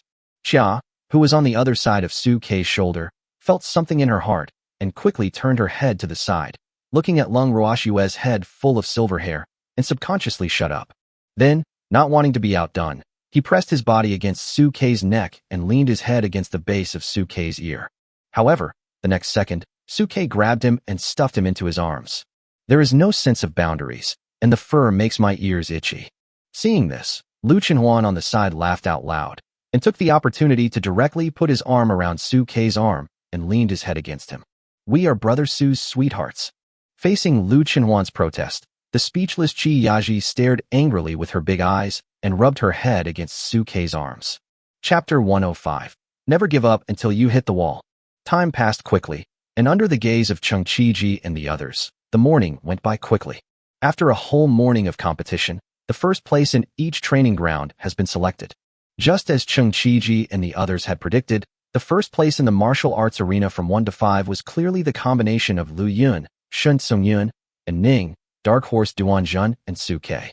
Li Xiangdong, the person in charge, saw that the time was almost up, so he went on stage and gave instructions to everyone.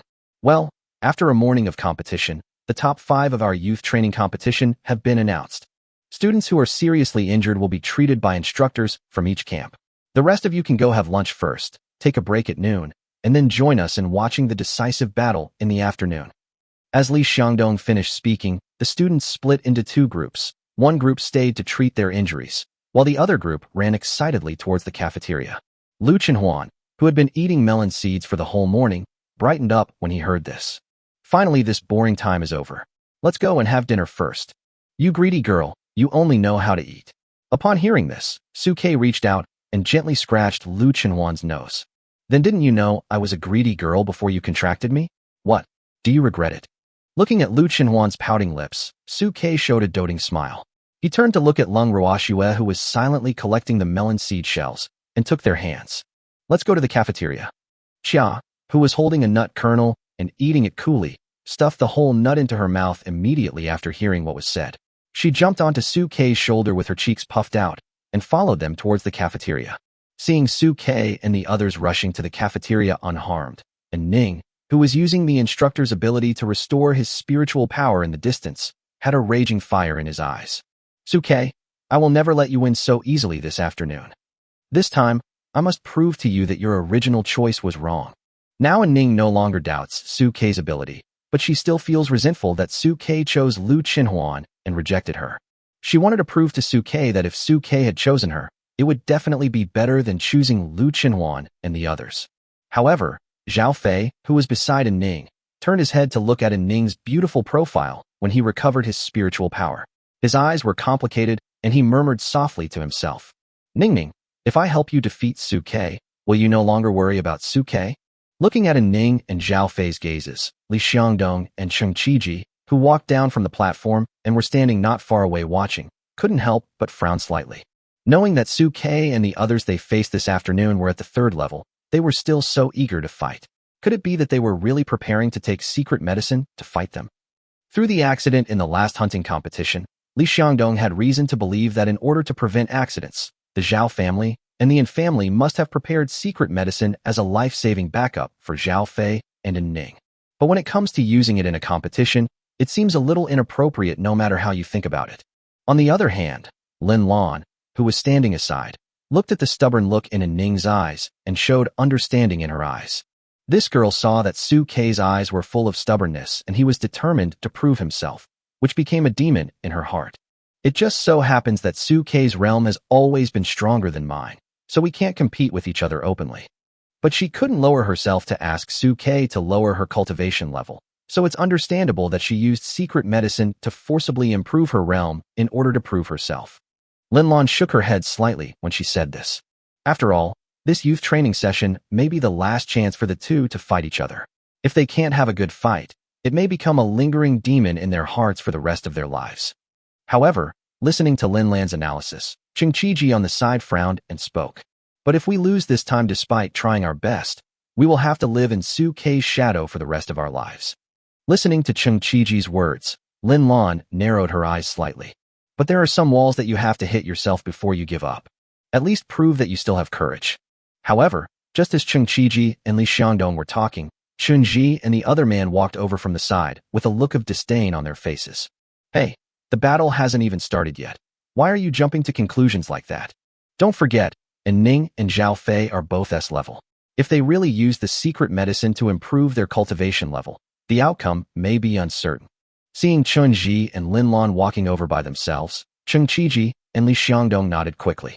Yes, Director Chun is right. We were being arbitrary. We shouldn't have made arbitrary judgments on the outcome of the game so early. Let's go eat. Having said this, Li Xiangdong, Cheng Qiji and manhwa hurriedly got up and left. Looking at the backs of Li Xiangdong and the others as they left, Lin Lan beside Chun Ji couldn't help but roll her eyes, and then walked straight towards An Ning, who was not far away. Director Lin? When An Ning saw Lin Lan walking towards him, he couldn't help but be stunned.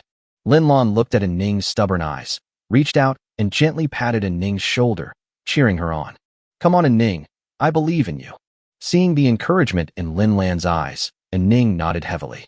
Of course, Suke didn't know what was happening here.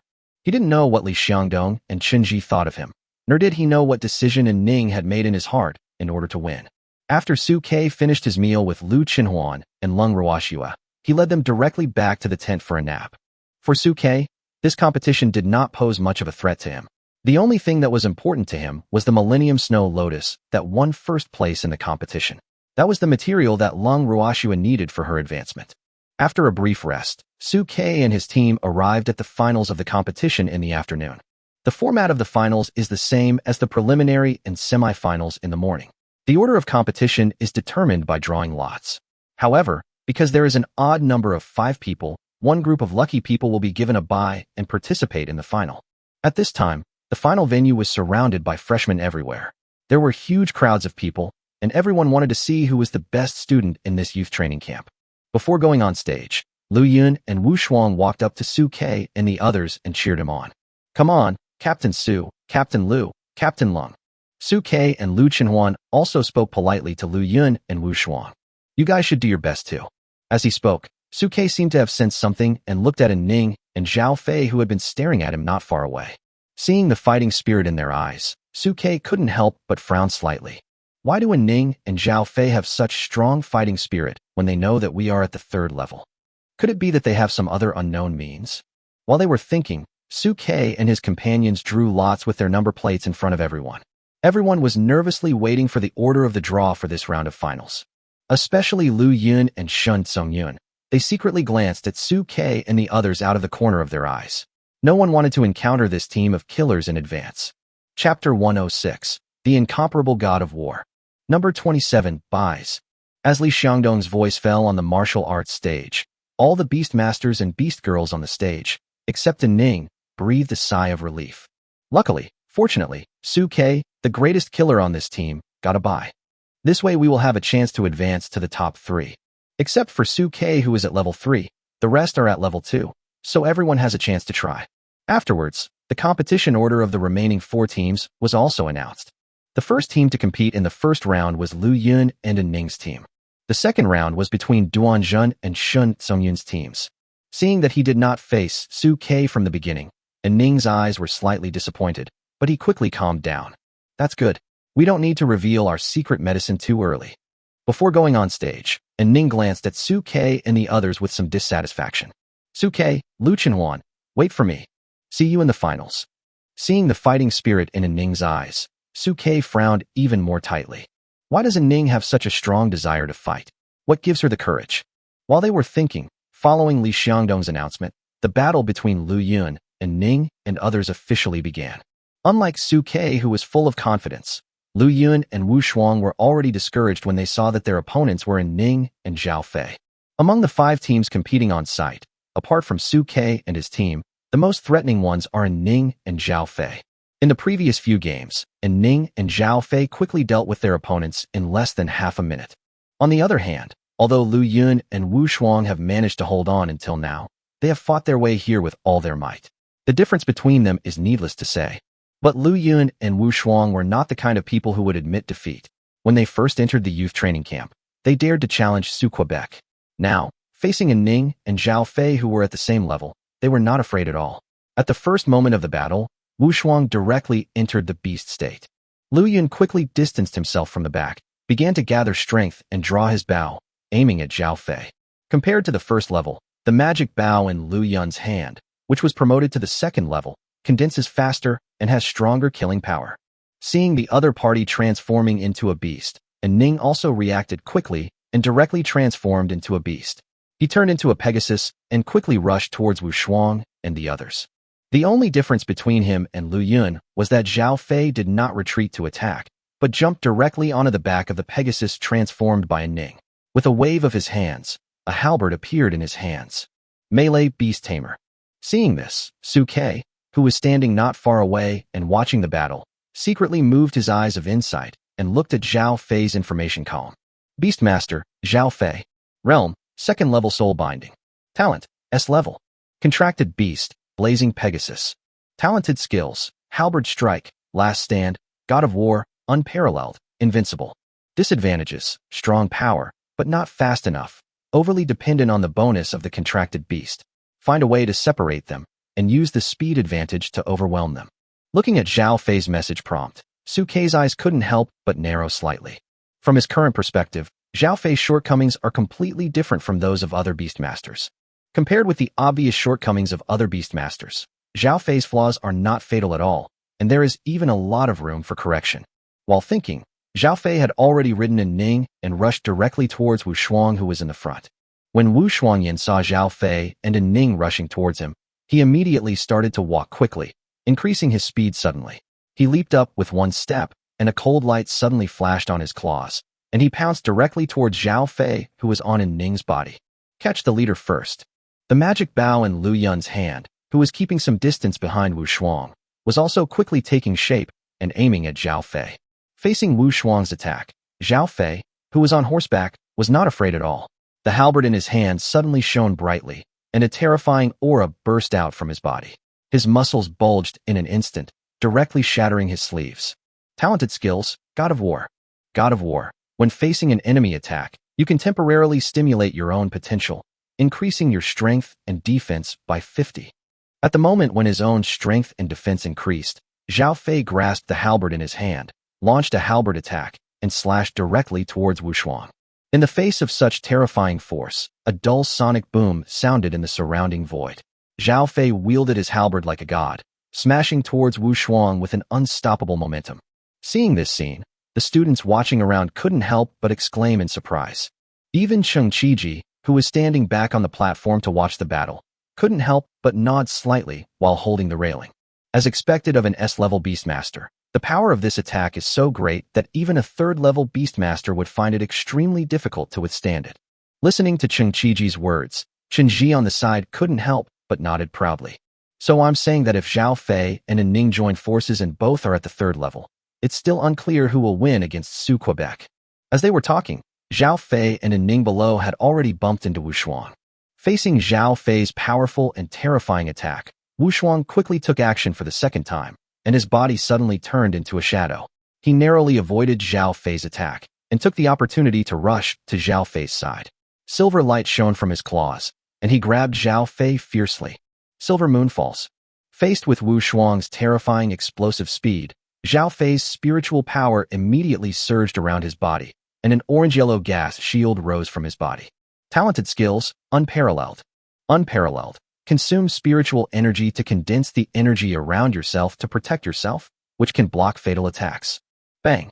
When Wu Shuang's attack hit this energy, her expression changed immediately, as if she had hit a huge rock. A dull sound exploded from her claws, causing Wu Shuang's mouth to crack and blood to flow out. An Ning flapped his wings and flew into the air in an instant, letting out a sharp scream, then turned around and stepped directly towards Wu Shuang. There was a raging fire on her hooves, as if it was magma from hell, and she kicked towards Wu Shuang's chest with terrifyingly high temperature. Burning sky step. Bang. There was a dull sound, and Wu Shuang was stepped on. His sternum was fractured, blood spurted out of his mouth, and he fell straight to the ground. Lu Yun, who was far away, saw this scene with red eyes. The magic bow in his hand also took shape at this moment. He changed his target and shot the arrow directly at An Ning. Swish. The terrifying arrow light tore through the sky, as if it was about to split the world in front of it apart, and shot towards An Ning with unstoppable and terrifying killing power. But An Ning's reaction was faster. When the divine arrow fell in front of him, he closed his wings instantly to protect himself. Zhao Fei on his back took the opportunity to take a step forward, waving his halberd and smashing towards Lu Yun from midair. The killing power of the divine bow was completely removed by An Ning's wings, and the halberd in Zhao Fei's hand also fell in front of Lu Yun. It stopped 3 feet above Lu Yun's head. Looking at the halberd hovering 3 feet above his head, Lu Yun's forehead was already covered with fine beads of sweat. He lowered his head bitterly. I give up. There was a sudden roar of cheers as loud as a mountain in the field. Chapter 107. Dare you underestimate our bond? Number 35. Zhao Fei and An Ning win. As Li Xiangdong announced the results of the battle, everyone on the field, especially the 2nd Battalion where Zhao Fei and An Ning were, couldn't help but burst into thunderous cheers. For the 2nd Battalion, Zhao Fei and An Ning are their trump cards. Seeing them win, they are naturally proud of it.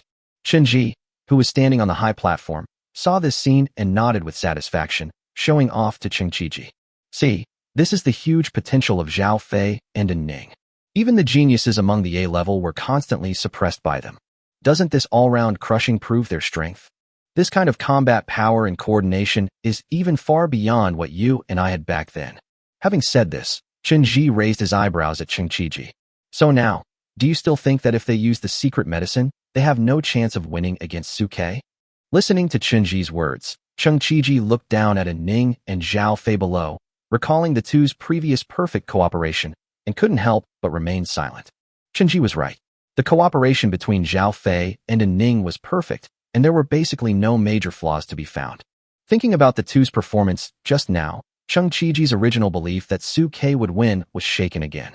The main reason was that from the beginning till now, he had never seen Suke and his team take action, so he couldn't judge their true combat power and coordination. On the other hand, manhwa, who was standing aside, still had a calm expression on her face. Since I'm betting on this, I'll still believe in myself. Look, An Ning and Zhao Fei are so strong.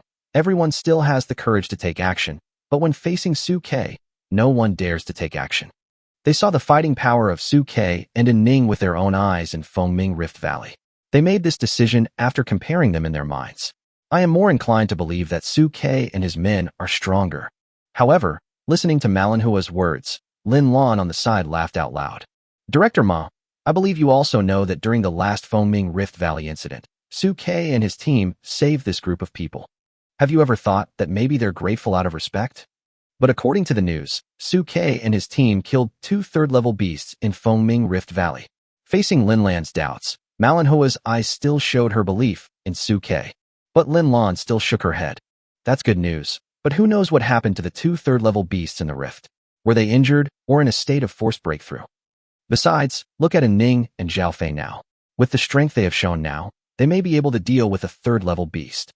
After nearly half a month of settling down, An Ning and Zhao Fei are now much stronger than before and are fully capable of dealing with the 3rd level. Listening to Lin Lan's analysis, even Manhwa couldn't help but hesitate. But her woman's intuition told her that even though An Ning and Zhao Fei were very strong, Suke and the others must be even stronger. Because even after seeing An Ning and Zhao Fei's amazing performances, Suke and the others still looked calm and composed.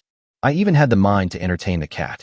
An Ning, who had just walked down from the martial arts stage after his victory, felt a little angry when he saw the leisurely state of Suke and the others. Even if we perform so well, are we still not worthy of your attention, Suke? Isn't it because you are relying on the gap in realm to ignore us? Don't worry, I will make you pay for your contempt. An Ning and Zhao Fei, who had secretly made up their minds, went down the stage first to recover their spiritual power. As for Lu Yun and Wu Shuang, they were dragged aside for treatment. The next round will be a match between Shun Songyun and Duan Jun, the new dark horse of this competition. As Li Xiangdong announced the start of the battle, both sides quickly entered combat with their beast girls. Since the gap in strength between the two sides was not that big, the fight on the martial arts stage was very intense. In the end, after nearly 10 minutes of hard fighting, Duan Jun was caught by Shun Songyun and his men at a flaw and was directly defeated, winning the victory in one fell swoop. Compared to the epic battle beauty of An Ning and Zhao Fei, Duan Jun, Shun Songyun, and others were more like the most realistic combat exercises, making the people below feel as if they were actually there. After Shun Songyun won the victory, the top 3 places in this youth training competition were determined. Next, we need to compete for the first place among the top 3. Under the instruction of Li Xiangdong, 3 teams of beastmasters drew lots. This time, Suke was not lucky enough to get a bye, but An Ning and Zhao Fei got the chance. This time, it was Suke and Shun Songyun's turn to fight. Seeing that it was finally Suke's turn to take action, Chen Qiji and Chen Ji, who were standing above, couldn't help but feel a little excited. Are we finally going to see Suke and the others take action? Especially Chen Qiji and Manhwa. They were even more looking forward to it. Since Suke had not made any move, they almost lost their judgment of Suke's true combat power, which led to Chen Ji taking every opportunity to confront them. If they could actually see Suke take action once, based on their experience, they would be able to quickly judge Suke's true combat power. While thinking, Following Li Xiangdong's announcement, Su Ke put Xia aside and spoke to Lu Chenhuan. Huan, keep an eye on Xia. I'm going to take Ruoxue to fight this one. Yeah. Listening to Su Ke's words, Lu Chenhuan glanced at Shun Songyun on the stage, then nodded slightly.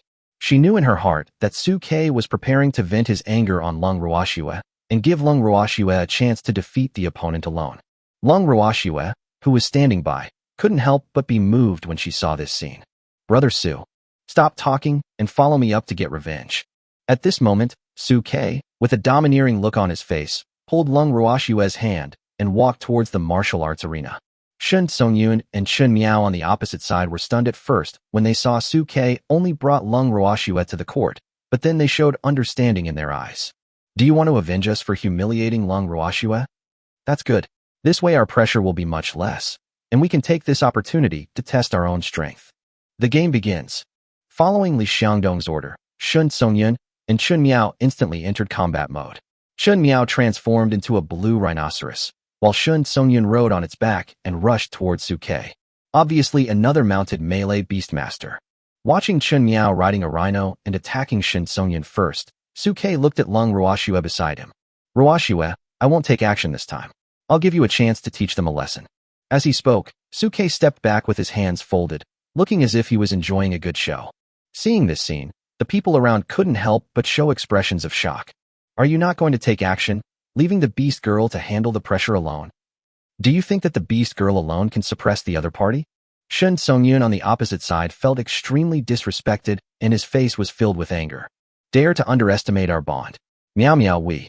Before he finished his words, a domain opened up from under Lung Ruoxue's feet, instantly covering the entire martial arts arena. Then, overwhelming ice crystals smashed towards Shun Songyun and the others like a snowstorm. Chapter 108. Is Lung Ruoxue a SS? Domain skills. It's a domain skill. The moment Lung Ruoxue deployed the extreme cold field, everyone in the field couldn't help but widen their eyes. Even though he already knew that Lung Ruoxue possessed domain-related skills, he was still shocked when he saw it in person. Especially those students who did not follow them down to Fengming Rift Valley and had not seen Lung Ruoxue's skills, their eyes were filled with shock. In the field of vision, an extremely cold area enveloped the entire martial arts arena. Lung Ruoxue's body was covered with shining blue scales, her eyes were cold, and as her spiritual power circulated, countless ice crystals quickly condensed from her body, and then turned into a dense ice crystal storm that swept directly towards Shun Songyun. The ice crystals were so wide that they instantly enveloped the entire martial arts arena, like a shattered mountain that made it hard for people to breathe. Faced with this horrific attack, Shun Songyun and Chun Miao were also filled with fear. Defense. Shun Songyun and Chun Miao originally planned to take the initiative, so they launched the attack first, but when they saw with their own eyes the power of Lung Ruoxue's ice crystal storm, they instantly gave up the attack plan and switched to defense. If they continue to attack under the cover of these terrifying ice crystals, I'm afraid both of them will be beaten into sieves. Especially Chun Miao, her skin was glowing with an earthy yellow light, and a thick halo rose from her body, covering Shun Songyun. Shun Songyun also changed his offensive posture at this moment, crossing his arms in front of him, trying to block the attack. However, since they were enveloped by Lung Ruoxue's extremely cold area, both Shun Songyun and Chun Miao's movement speed and spellcasting speed became extremely slow. They didn't even have time to create a barrier or defense before the overwhelming ice crystals smashed in front of them like a huge screen. As Lung Ruoxue's level and talent increased, the ice crystals became more and more sharp, so sharp that it even felt like the air around them was being torn apart. Under the cover of the sharp cold air, even Shun Songyun's skin had begun to be cut, with fine beads of blood oozing out. Impossible. Feeling the killing power of these ice crystals at close range, Shun Songyun immediately realized the gap between himself and Lung Ruoxue. Even if he and Chun Miao were able to deploy their defenses now, they would not be able to withstand Lung Ruoxue's attack. Chun Miao, who was below Shun Songyun, also judged the gap between the two sides at this moment. Looking at the overwhelming ice crystals about to hit him, he couldn't help but tremble with both legs and thighs. If you are covered by this ice crystal storm, you will probably be seriously injured, if not killed. Facing Lung Ruoxue's terrifying pressure and feeling Chun Miao's fear beneath him, all the hope in Shun Songyun's eyes was lost at this moment, as if all his energy had been drained away. I give up. Just when the sky full of ice crystals was about to cover the two of them, Shun Songyun put aside the last of his dignity as the captain of the 3rd Battalion. As Shun Songyun finished his words, the big net woven by dense ice crystals stopped less than 20 centimeters away from Shun Songyun.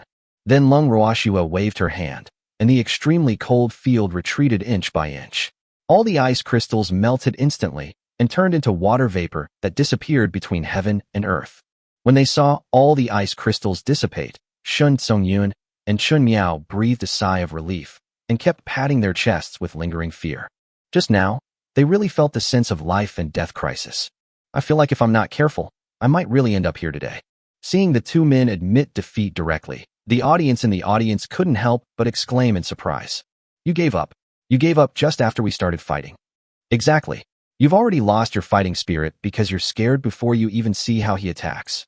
Since they did not go on stage to face Lung Ruoshua's pressure, they could not understand how much psychological pressure Shin Songyun and the others had just endured.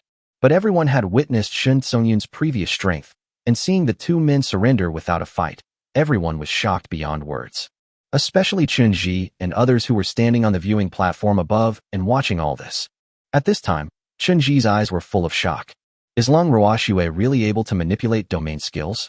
And can she control such a huge amount of ice elements so freely, condensing them into ice crystals with such terrifying attack power? All of them were veterans of the battlefield, and they could tell at a glance how much killing power was hidden in Lung Ruoshua's ice crystal storm. Cheng Qiji on the side even made a sound of sighing. Fortunately, Shun Songyun admitted defeat and surrendered in time, otherwise he would have suffered a lot. If a beastmaster is seriously injured, there is no guarantee of full recovery, even if a therapist is always on hand. Moreover, Lung Ruoshua's control over the domain and these skills is too precise. She was able to stop and evacuate in time the moment Shin Songyun and the others admitted defeat. This kind of control is simply horrifying. At this moment, after seeing Lung Ruoshua's amazing fighting power, the confidence in Chun Ji's eyes began to gradually fade away. Judging from the fighting power displayed by Lung Ruoshua, even if Zhao Fei and An Ning use secret medicine to improve their cultivation, their chances of winning will be very slim. Especially when Su Ke has 2 beast girls, 3 against 2. It's even worse. However, Cheng Qiji on the side burst into laughter. I'll tell you what I mean. This kid Su Ke won't let us down. If you take Lung Ruoshua out of this, Zhao Fei and An Ning, who you think highly of, will probably have a headache. Looking at Cheng Qiji's smug expression, Chen Ji turned his head and looked at Lung Ruoshua below, his eyes flickering. Is this Lung Ruoshua really an F-rank beast girl? According to the information we obtained when we came here, Lung Ruoshua should only be an F-level iceworm beast girl, but judging from her current actions, she doesn't seem to be an F-level iceworm. Is it possible that the original awakening information was wrong? Lin Lan on the side spoke out in dissatisfaction. Exactly, can iceworms be so powerful? Also, which iceworm will grow scales after transforming into a beast? Are those with scales worms? Is this scientific? Looking at Lung Ruoshua, who was now in the state of beast transformation, and seeing the scales on her body slowly disappearing, even Cheng Qiji beside her couldn't help but feel a little unsure. A scaly insect seems a little unscientific. That's right. Before Cheng Qiji finished speaking, Lin Lan spoke out in dissatisfaction. So, we have reason to believe that Lung Ruoshua must have failed the awakening test due to some reasons. Her actual talent must be more than just F. Even judging from her current performance, we have reason to believe that she is an S or SS level beast girl. Listening to Lin Lan's words, Chen Ji on the side also nodded hurriedly. That's right. I heard that when Li Xiangdong and his team defeated the sky-splitting tiger god, they also had the help of Lung Ruoshua. Such terrifying combat power can only be explained by an S or SS talent. Chapter 109. For me, there is no right or wrong. So, Lung Ruoshua, who Su Ke contracted, is actually an S or SS level beast girl. After some reasoning, Chun Ji and Lin Lan felt that they had grasped the truth. Even Cheng Qiji and Manhwa, who were standing by, felt that the two's inference made sense. Only beast girls above S level can have domain-type skills and such terrifying combat power. With the strength of one person, he easily crushed the A-level Shun Songyun and Chun Miao. After deducing the fact that Lung Ruoshua was SS, Chen Ji and Lin Lan became more and more unconfident. If Lung Ruoshua really has an S-level talent and is paired with Su Ke, who is SSS, then even with an F-level Lu Chenhuan, Zhao Fei and An Ning will not be able to win. At this time, Regret appeared in Chenji's eyes. I shouldn't have been so confident in the first place. I should have done a good background check before betting with you. On the other hand, Chen Qiji and his men had an expression of gloating on their faces. Chenji, don't try to cheat and deny your promise. If Zhao Fei and An Ning lose, you have to give us a magic weapon of Earth-grade quality. Seeing the gloating expressions on Chen Qiji's and the others' faces, Chen Ji and Lin Lan felt more and more depressed, but the curiosity in their eyes towards Lung Ruoxue became stronger and stronger. If Lung Ruoxue is not an F-level iceworm talent, then what on earth is she? Of course, at this moment, Lung Ruoxue below had no idea what Chun Ji and the people around him thought of her. After dispersing the ice crystal storm, Lung Ruoxue shed her beastly state. Looking at Shun Songyun and Chun Miao, who were still looking at her with horror until they admitted defeat, she couldn't help but have a complicated look. She couldn't help but recall the time when she was in the 3rd Battalion and was ostracized and ridiculed by Shun Songyun and others. At that time, I was a low-ranking relative who was looked down upon by everyone in the 3rd Battalion. And now, looking at the fear and dread in Shun Songyun and Chun Miao's eyes, Lung Ruoxue only felt a little dazed. It was not until Li Xiangdong walked up to her and announced his victory that Lung Ruoxue came to her senses. She only had time to watch the backs of Shun Songyun and Chun Miao as they walked off the stage in disgrace. Number 27, Su Ke and Lung Ruoxue win. Hearing this, there was a cheer in the audience, and Lu Qinhuan trotted to the stage holding Xia and gently reached out to pat Lung Ruoxue's shoulder. That's great, Ruoxue. You beat him so hard that he didn't even have a chance to attack, so he just admitted defeat. It's a pity that you let go of such a good opportunity for revenge. When Lu Qinhuan said this, a hint of annoyance appeared on his face. Ruoxue, you stopped too soon. If it were me, I would definitely take the opportunity to pierce them with ice spikes before stopping and pretending that I didn't control my strength well. Listening to Lu Qinhuan's sinister suggestion, Su Ke reached out and gently scratched Lu Qinhuan's nose. Okay, don't bring Ruoxue into this evil situation. This is Ruoxue's own choice. As long as she is happy, that's fine. During the interaction between the three, Li Xiangdong turned his head to look at Su Ke and the other two and spoke to them. Now that you have defeated Shin Songyun and his team, the next step is to compete with Zhao Fei and An Ning for the first place. Before that, you can choose to recover your strength. Do you need to recover? Listening to Li Xiangdong's words, Su Ke turned around to look at An Ning and Zhao Fei who were staring at him and others in the audience, and shook his head slightly. It didn't take much effort to defeat Shin Songyun and the others, so there's no need. After hearing Su Ke's answer, Li Xiangdong immediately looked at An Ning and Zhao Fei in the audience. Okay, after this round of competition, it's time for the highlight of our youth training competition, the competition for first place. The first place winner of this final will receive a cultivation support fund of 5 million Daxia Federation coins and a 1,000-year-old snow lotus that can heal injuries. Hearing Li Xiangdong's announcement, Su Ke and Lung Ruoxue's eyes lit up. The 1,000-year-old snow lotus is exactly the material that Lung Ruoxue needs for her next advancement. With this snow lotus, Lung Ruoxue can now rest assured to nourish herself and prepare for the next stage of talent advancement. While they were thinking, Li Xiangdong's voice rang in everyone's ears. Next, let us enjoy the most exciting battle of this competition. Number 35 Zhao Fei and An Ning versus number 27 Su Ke, Lu Qinhuan, and Lung Ruoxue. As Li Xiangdong finished speaking, Zhao Fei and An Ning walked up from the other end of the arena side by side and stood opposite Su Ke and the others. Seeing the two groups facing off, all the students and instructors in the field turned their eyes to the stage, staring at the game intently. As the two strongest teams in the entire youth training session, and with the advantage of the innate Bagua gimmick, the outcome of Su Ke and An Ning is undoubtedly the biggest highlight of the game. An Ning, who had always wanted to fight Su Ke, looked at Su Ke with fighting spirit. Su Ke, I have been waiting for this battle for a long time. I want to prove to you that your original choice was wrong. However, facing An Ning's strong fighting spirit, Su Ke's eyes were as calm as ever. You made the decision first. To me, there is no right or wrong. Just this time, I won't let you be the first. For Su Ke, the reward of the first place Millennium Snow Lotus was just right this time. If he missed it, he didn't know how long it would take to get it next time. This is also the reason why Su Ke wanted to participate in the youth training competition. If it weren't for the generous reward, he would not have been so obsessed with competing for the first place in this competition.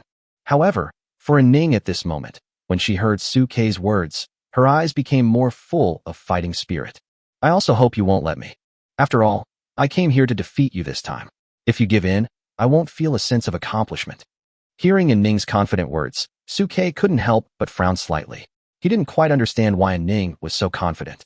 Could it be that An Ning wants to cheat in this competition? Apart from this guess, Suke could not think of any other possibilities for a moment. But none of this matters to Suke. His strength is there. No matter what tricks An Ning and the others use, he is still confident that he can defeat them easily. While thinking, Suke looked at Lung Ruoxue who was standing beside him. Ruoxue, take Xia down to rest, we'll come here. The last battle was to resolve Lung Ruoxue's inner depression, and this battle was a battle between himself and Lu Chenhuan to finish off An Ning. Okay, Brother Su, then you guys be careful. Lung Ruoxue was stunned at first, then she understood what Suke meant and walked down the stage holding Xia. Seeing this scene, the audience and Cheng Qiji on the stage were all stunned. Suke, is he going to give up his numerical advantage and fight only Lu Chenhuan and An Ning? Chapter 110. Burn your boats and fight to the death. Seeing that Suke actually asked Lung Ruoxue to leave the stage and only left Lu Chenhuan on the stage, An Ning on the opposite side couldn't help but be stunned for a moment, and then a look of joy appeared in her eyes. Just what I want. This feud originally started with 3 people, so it's a good opportunity to resolve it today. And 2 against 2, it's fair. But seeing Suke giving up his numerical advantage, many people in the field still sighed. Suke is too arrogant. He didn't want to play a good game with an advantage. If he really gets knocked out of first place, it would be a joke. That's right. Lung Ruoxue, who has the strongest crowd control magic damage, is gone. Does that mean their advantage is no less than half? Even Chen Ji, who was standing on the platform and felt hopeless, suddenly became energetic at this moment and laughed out loud. I didn't expect Suke to be so conceited. Why not use Lung Ruoxue, who seems to have S-level talent or above, and use Lu Chenhuan, who is F-level? Chen Ji and his team didn't get much information about Lu Chenhuan. According to their data, when fighting against the sky-splitting tiger god, the one who made the greatest contribution was Lung Ruoxue's decisive blow. As for Lu Chenhuan's information, it was just a powerful auxiliary redundant statement in the information reported by Li Xiangdou. Although there were speculations that Lu Chenhuan's strength was not weak, Chen Ji and the others did not think that he had such a terrifying talent as Lung Ruoxue had shown. At this moment, Chen Ji saw that Suke gave up the great advantage of Lung Ruoxue, and the thought that he had no hope of winning disappeared instantly. Ha, it looks like the balance of victory is starting to tilt again this time. Cheng Qiji, I may not need to prepare your Earth-level magic weapons. On the contrary, you should prepare them. Cheng Qiji and manhwa couldn't help but frown when they saw Suke gave up Lung Ruoxue to join the battle. Suke actually made such a choice, which is consistent with the rumors that he was impulsive. According to rumors from outside, both the initial contract with Lu Chenhuan and the later contract with Lung Ruoxue were done to avenge An Ning's impulsive behavior. If Lu Chenhuan is activated alone, and Zhao Fei and An Ning take the secret medicine, the outcome may be uncertain. Cheng Qiji, manhwa and others were not very clear about Lu Chenhuan's strength, but in their hearts, they felt that Lu Chenhuan might have won by following Suke, and it was impossible for him to have such an amazing performance as Lung Ruoxue. However, they both still had expectations for Suke. Suke doesn't look like a frivolous person. He must have his reasons for choosing Lu Chenhuan to fight alone. However, before the two of them finished speaking, Chen Ji on the side disdainfully said nothing. Confidence? What confidence? Isn't it the confidence of crushing others with your cultivation? If An Ning and the others really use the secret medicine later, his confidence will be directly shattered. Then you will know that a brilliant SSS class beastmaster with an F-class burden alone cannot defeat 2 S-class beastmasters. Hearing the sarcasm in Chen Ji's and the others' voices, manhwa couldn't help but frown. Chen Ji, you guys have been talking about the level theory from the beginning. I even suspect that if Suke really chose your Lingwu Academy, the first thing you would do would probably be to persuade him to cancel the contract and contract a beast girl with higher talent, right? However, facing manhwa's questioning, Chen Ji did not hide his inner thoughts at all. That's right. In this era, the fittest survive. Suke's talent should not be wasted on 2 F-level people. Chen Ji coughed dryly when he said this. Of course, from what we can see now, there should only be 1 F-level 1. Judging from Lung Ruoxue's performance, her talent is probably miscalculated. Listening to Chen Ji's words, manhwa rolled her eyes. Then have you ever thought that maybe Lu Chenhuan's talent was also measured wrong? However, after listening to manhwa's words, Lin Lan beside Chen Ji simply shook her head. Impossible. How could such a coincidence happen in the world?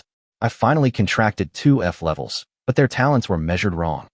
Having said this, Lin Lan perhaps felt that her words were too arbitrary, so she paused before continuing to speak. Of course, even if Lu Qinhuan's talent was measured wrongly, he definitely can't be a genius like Lung Ruoxue, who performs so amazingly. In Chunji's mind, Lung Ruoxue's talent must be at least S level or above. Su Kei's decision not to let Lung Ruoxue join the battle was tantamount to a foolish act of cutting off his own arms. Of course, that was because Li Xiangdong was acting as a referee on the martial arts stage at the moment. Otherwise, he would definitely sneer at Chunji's analysis. No one knows better than Li Xiangdong, who came back and reviewed the surveillance footage many times, that Lu Qinhuan's actual talent is definitely not lower than Lung Ruoxue's. If anyone looked down on her for this, that would be truly stupid. However, manhwa, relying on her woman's sixth sense, still has high hopes for Su Kei. Just wait. I always feel that Su Kei can create a miracle. Under the gaze of everyone, Li Xiangdong waved his hand and announced the start of the competition. The decisive battle begins. As Li Xiangdong finished speaking, An Ning beside Zhao Fei instantly transformed into a beast. His limbs turned into hooves, and the Pegasus wings on his back also flapped and spread out. Zhao Fei, who was beside her, also summoned the halberd magic weapon given by his clan from the storage ring, jumped onto An Ning's back in one step, and entered combat state. Seeing Zhao Fei and Ning entering combat state, Lu Qinhuan also instantly transformed into a beast. Golden fur grew from his cheeks, his claws stretched out, and he let out an earth-shaking roar. At this moment, Su Kei was also mobilizing his own spiritual power, ready to release his skills at any time. Although he said that he didn't care about An Ning and the others, Su Kei was always cautious in battle and would use all his strength even if a lion was fighting a rabbit. Seeing that both sides had entered combat mode, the audience in the stands held their breath, ready to witness the ensuing battle. But unexpectedly, at the moment when Zhao Fei and An Ning flew into the air with the help of their wings, 2 pills popped out in front of them and were then swallowed into their stomachs. In an instant, the energy and blood of Zhao Fei and An Ning surged, and the spiritual pressure also surged wildly at this moment. In an instant, the 2 of them's cultivation level directly stepped into the 3rd level, a state close to perfection. Feeling the terrifying pressure from the 2 people, the people watching the game off the field couldn't help but be stunned, and then there was an uproar. Secret medicine. This is a secret medicine that can temporarily improve your cultivation. I never thought that An Ning and Zhao Fei would use secret medicine to consume their own blood and essence in order to win this youth training competition. The secret medicine is equivalent to adrenaline that temporarily stimulates potential. It can temporarily enhance one's combat effectiveness, but it causes great damage to the body. Not only is it difficult to refine, but it also takes a long time to recover afterwards. No one expected that An Ning and Zhao Fei would actually use secret medicine for a competition, and it was swallowed directly the moment the battle started. They want to fight to the death. Chapter 111. Eternal Hunger Field, An Ning's Shock. Seeing Zhao Fei and An Ning swallowing the secret medicine, everyone in the scene couldn't help but become nervous. Originally, everyone was not optimistic about Zhao Fei and An Ning. After all, their real strength was only at the 2nd level. No matter how well they performed, there was still a huge gap in cultivation between them and Su Kei and the others. Wanting to win was nothing but a pipe dream. But at this moment, under the stimulation of the secret medicine, the 2 of them instantly reached the 3rd level of cultivation, and they were slightly superior to Su Kei and the others, and they were qualified to challenge Su Kei and the others. Seeing this, Su Kei couldn't help but frown slightly, and the doubts in his mind that had been in his mind for a long time were also resolved. I was wondering why An Ning was staring at me so covetously today and had the courage to challenge me. It turns out that he has a secret medicine on him. Secret medicine is recognized by some big families as a life-saving thing. It is usually used for first aid on the battlefield. It is expensive to refine and has huge side effects when used. After using this secret medicine, it would take at least 10 days or half a month to fully recover one's essence. Su Kei did not expect that in order to be able to fight against him, the 2 were willing to take this medicine. Looking at Zhao Fei and An Ning flapping their wings and flying into the sky, Su Kei couldn't help but reveal a sly smile. An Ning, if you want to fight me fairly, just tell me. Huan, and I can suppress our cultivation to the 2nd level and fight you. Why bother taking something as risky as a secret medicine? However, An Ning, who had already transformed into a beast, had a sneer on his face. Please? You wish. I just want to prove that under the same conditions, I, An Ning, am no worse than her, Lu Chenhuan. Your original choice was wrong. However, Lu Chenhuan, who was standing in front of Su Ke, had a look of sarcasm on his face when he heard this. Brother Su's choice was wrong? Wasn't it you, An Ning, who made the choice yourself? Don't think I don't know what you're thinking. You just want to prove your potential and make Brother Su regret it, so you can vent your anger. You just can't accept that Brother Su, who was abandoned by you, has become an SSS level beastmaster and has also contracted with me, who is F level. Faced with Lu Chenhuan's incisive sarcasm, An Ning couldn't help but be stunned and then clenched her teeth. So what? I just want to prove that Zhao Fei and I are no worse than you. Zhao Fei, let's go. As the words fell, An Ning's spiritual power suddenly surged, and he was surrounded by flames. Zhao Fei on her back clenched the halberd tightly in his hand, his eyes full of fanaticism. Below, Lu Chenhuan also twisted his neck and transformed into the prototype of Tao Tai, his eyes full of fighting spirit. Let's fight. Su Ke, who was behind Lu Chenhuan, activated his divine insight eye at the same time, observing the changes in Zhao Fei and An Ning's strength and talent. Beastmaster, Zhao Fei. Realm, level 3 soul feeding. Talent, S level. Contracted beast, blazing Pegasus. Talented skills, halberd strike, last stand, god of war, unparalleled, invincible, soul feeding. Disadvantages, strong power, but not fast enough, overly dependent on the bonus of the contracted beast. Find a way to separate them, and use the speed advantage to overwhelm them. Beast girl, peace. Realm, level 3 burning blood. Talent, S level blazing Pegasus. Beastmaster, Zhao Fei. Talented skills, beast transformation, burning sky step, blazing sky wings, Pegasus meteor, burning blood.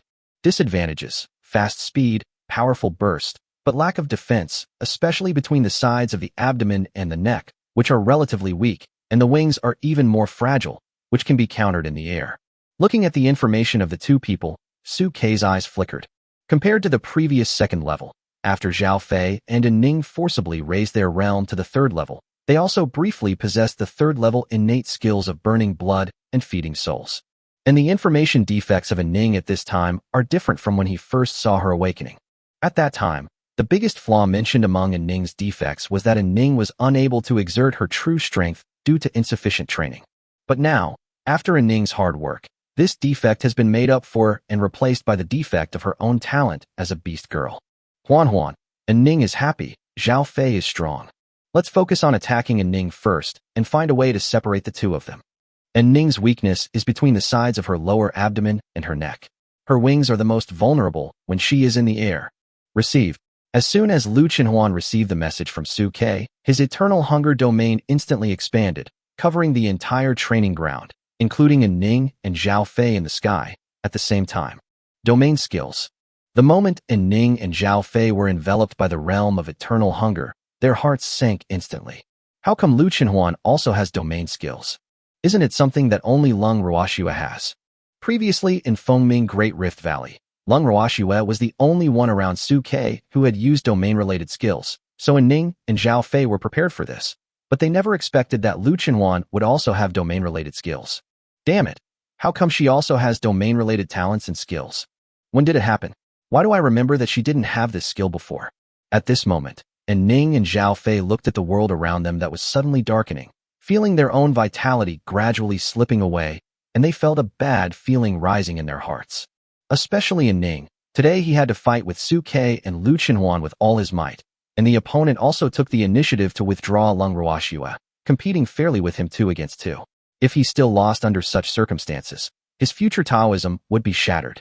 However, Zhao Fei on her back had a determined look in his eyes. Now that things have come to this, we have no choice but to fight. This field seems to be able to continuously extract our vitality and transfer it to Lu Chenhuan. Ning, we must end this battle quickly. Deal with Lu Chenhuan first and interrupt her domain. Go. Charge. After hearing Zhao Fei's words, An Ning came back to his senses, gritted his teeth and let out a long roar, then carried Zhao Fei and quickly rushed towards Lu Chenhuan. At this moment, Li Xiangdong, who was watching this scene below, smiled. He had already expected this in his heart, and his eyes inadvertently glanced at the viewing platform above. On the viewing platform above, Chen Ji and Cheng Qiji also widened their eyes when they saw Lu Chenhuan use the Eternal Hunger Field. Domain skills? How come Lu Chenhuan also has domain skills? Why didn't we get this news before? Goodness, This guy Li Xiangdong is hiding something from us. Look at his calm and composed look. He must have predicted this result long ago. Is this still F-class? Especially Chen Ji, his face turned as dark as charcoal at this moment. Damn it. Li Xiangdong knew that Lu Chenhuan also had domain skills, but he still hid it from us. No wonder I was wondering why he was so optimistic about Su Ke and the others. But Chen Qiji was laughing excitedly. Director Chen, it looks like you may lose your Earth-level magic weapon this time. Seeing Chen Qiji's smug look, Chen Ji gritted his teeth in hatred. Not necessarily. Their realm is not high right now, and their domain skills are good at group battles. In a 2-on-2 duel, they may not necessarily win. Besides, Su Ke looks quite fragile. If Zhao Fei and the others get close to him, the outcome is uncertain. As he spoke, Zhao Fei had already rushed to a place not far in front of Su Ke and the others on his back, riding An Ning. Chapter 112. Fierce Fighting, Destroying Wings. Seeing Zhao Fei riding An Ning and rushing towards them, Lu Chenhuan did not hesitate at all. He activated all 3 realms of cultivation, and his momentum was as surging as a river, covering the entire martial arts arena. However, at this time, Zhao Fei and An Ning had also reached the 3rd level of cultivation thanks to the improvement of the secret medicine. There was no fear in their eyes at all, and they rushed towards Lu Chenhuan and Su Ke madly with a powerful momentum. Su Ke, who was standing behind Lu Chenhuan, saw An Ning and Zhao Fei rushing towards him, but his eyes were still calm and his brain was analyzing quickly. They are planning to suppress Huan first and break her domain suppression so that they can exert their full strength. Under the cover of the eternal hunger field, the vitality of Zhao Fei and An Ning will be lost at a rate visible to the naked eye. The longer it lasts, the more disadvantageous it will be for them, so the two must fight quickly and decisively. An Ning herself is a speed-type fiery Pegasus, and with her full strength bursting out, she rushed to a place less than 5 meters away from Lu Chenhuan in an instant. The moment it rushed above Lu Chenhuan, An Ning flapped its wings violently, and streams of fire surged out from the tips of the wings, turning into a raging flame that instantly rolled downwards. Innate skill, blazing sky wings. However, facing An Ning's flames all over the sky, Lu Chenhuan did not avoid it at all. His skin instantly turned into metal, and he stomped on the ground hard. The huge impact force directly created a huge dent in the ground. His body rushed straight towards Zhao Fei and An Ning in the air like a metal cannonball. Sizzle. Those horrific flames landed on Lu Chenhuan's skin, but couldn't cause even a little damage. On the contrary, it made Lu Chenhuan, who was soaring into the sky, look even more like a killing god rushing out of the flames of hell. Her eyes were filled with bloodthirsty light at this moment, and the fangs at the corners of her mouth revealed a terrifying light. Seeing this scene, An Ning, who was in midair, couldn't help but have her pupils shrink. However, Zhao Fei, who was on An Ning's back, laughed out loud when he saw Lu Chenhuan not avoiding the war. Well done. As he spoke, Zhao Fei's muscles exploded inch by inch, and the God of War buff was instantly activated. His own strength and defense instantly increased by 50. He swung the halberd in his hand and swung it directly towards Lu Chenhuan. Facing Zhao Fei's attack, Lu Chenhuan was not afraid at all. His tail suddenly changed, turning into a long chain blade, changing the target of attack, and instantly stabbed towards An Ning. And Su Ke below also activated the tyrant buff instantly. In an instant, all of Lu Chenhuan's attributes increased by 100. Both his speed and strength were instantly pulled to the extreme. The chain blade stabbed towards An Ning's abdomen at an astonishing speed. Seeing this, An Ning hurriedly vibrated his wings to forcibly change his direction, but the distance between the two sides was too close, and the chain blade was too fast. Although An Ning avoided the two sides of his abdomen, the chain blade instantly pierced one of his wings and directly pierced into it. Seeing this scene, Zhao Fei, who was riding on An Ning's back, couldn't help but reveal murderous intent in his eyes. How dare you hurt Ning after this attack from me? To be distracted from the battle is to seek death. As he spoke, Zhao Fei swung the halberd in his hand quickly, and in an instant he was less than 10 centimeters away from Lu Chenhuan. But at this moment, a sarcastic smile appeared on Lu Chenhuan's lips. Big fool. The next second, the second stage of the chain blade was activated, and Lu Chenhuan's figure instantly disappeared from the spot and appeared behind An Ning's wings that were pierced. What? Faced with An Ning's sudden disappearance, Zhao Fei was completely caught off guard. His powerful attack missed directly, and his center of gravity tilted, and he almost fell sideways.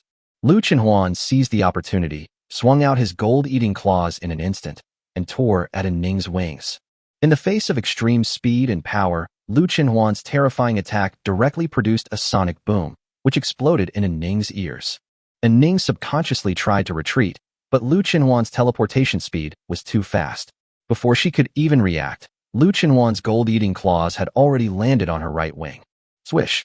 This claw directly tore off An Ning's Pegasus right wing, blood splattered, and violent spiritual power poured wildly around.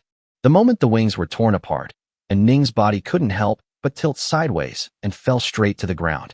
Fortunately, An Ning reacted quickly and immediately poured his blood and spiritual power into transforming into wings. An Ning's Pegasus wings are made of spiritual power and his own blood essence. After being damaged, they can be quickly replenished by consuming blood essence and spiritual power. But the defects that come with it are also obvious. That is, the wings are relatively fragile and can be damaged very easily. But at this time, Lu Chenhuan was concentrating on locking onto An Ning's wings. He was not willing to give An Ning a chance to condense his wings again. He waved his claws and slapped An Ning's wings again. Burning Sky Step. Seeing this, An Ning directly used the Burning Sky Step, turned his body, and stepped directly towards Lu Chenhuan. But with the blessing of the tyrant, Lu Chenhuan's speed and strength were all improved. Even An Ning, who was known for his speed, was caught off guard. When the Burning Sky Step fell, Lu Chenhuan's skin was shining with metallic light, and he actually endured the attack of the Burning Sky Step and continued to attack An Ning. As An Ning's body kept shaking, Zhao Fei was also tossed up and down and almost fell to the ground. He wanted to help An Ning fight off Lu Chenhuan, but under Lu Chenhuan's tight grip, he was afraid of hurting An Ning, and his already bulky body seemed even heavier. An Ning also realized this at this time and shouted angrily at Zhao Fei. "Zhao Fei, don't worry about me. Go and deal with Su Ke first." Su Ke's buff has a huge impact on Lu Chenhuan's combat power. Find a way to interrupt him. Originally, Zhao Fei and An Ning's battle plan was to deal with Lu Chenhuan first and interrupt her domain. But now seeing that Lu Chenhuan was so powerful, they were forced to change their battle plan and change the target of attack to Su Ke.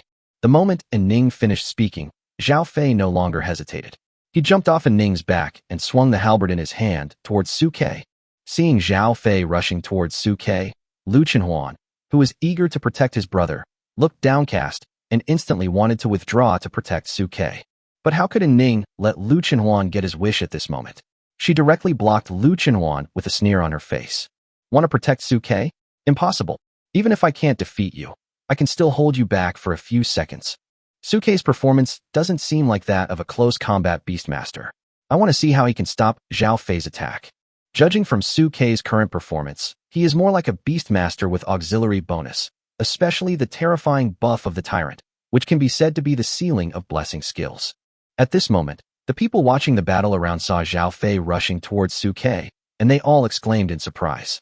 Chapter 113. Is this a bound spirit? Zhao Fei and his men have changed their target to Su Ke. An Ning took the opportunity to hold back Lu Chenhuan, while Zhao Fei rushed towards Su Ke. At this moment, the students watching from the sidelines couldn't help but exclaim when they saw this scene. Even Li Xiangdong, who was standing in the back watching the battle, couldn't help but nod slightly. An Ning and Zhao Fei reacted well, and were able to quickly change to the most reasonable strategy in such a short period of time. Chen Ji, who was standing on the high platform watching the battle, breathed a long sigh of relief, and his heart, which had been hanging in the air, was finally at ease. Just now, after Lu Chenhuan used the Eternal Hunger Field, he quickly locked onto An Ning and the others and attacked. Chen Ji almost thought that the two were going to be doomed this time. Fortunately, An Ning and his team changed the battle plan in time, with An Ning holding back Lu Chenhuan while Zhao Fei took the opportunity to target Su Ke. An Ning and his team reacted quickly. After realizing how difficult Lu Chenhuan was, they changed their battle plan and changed their target to Su Quebec. At this time, Chen Ji looked at the scene below and let out a long sigh, then looked at Chung Chi-ji with a smile on his face.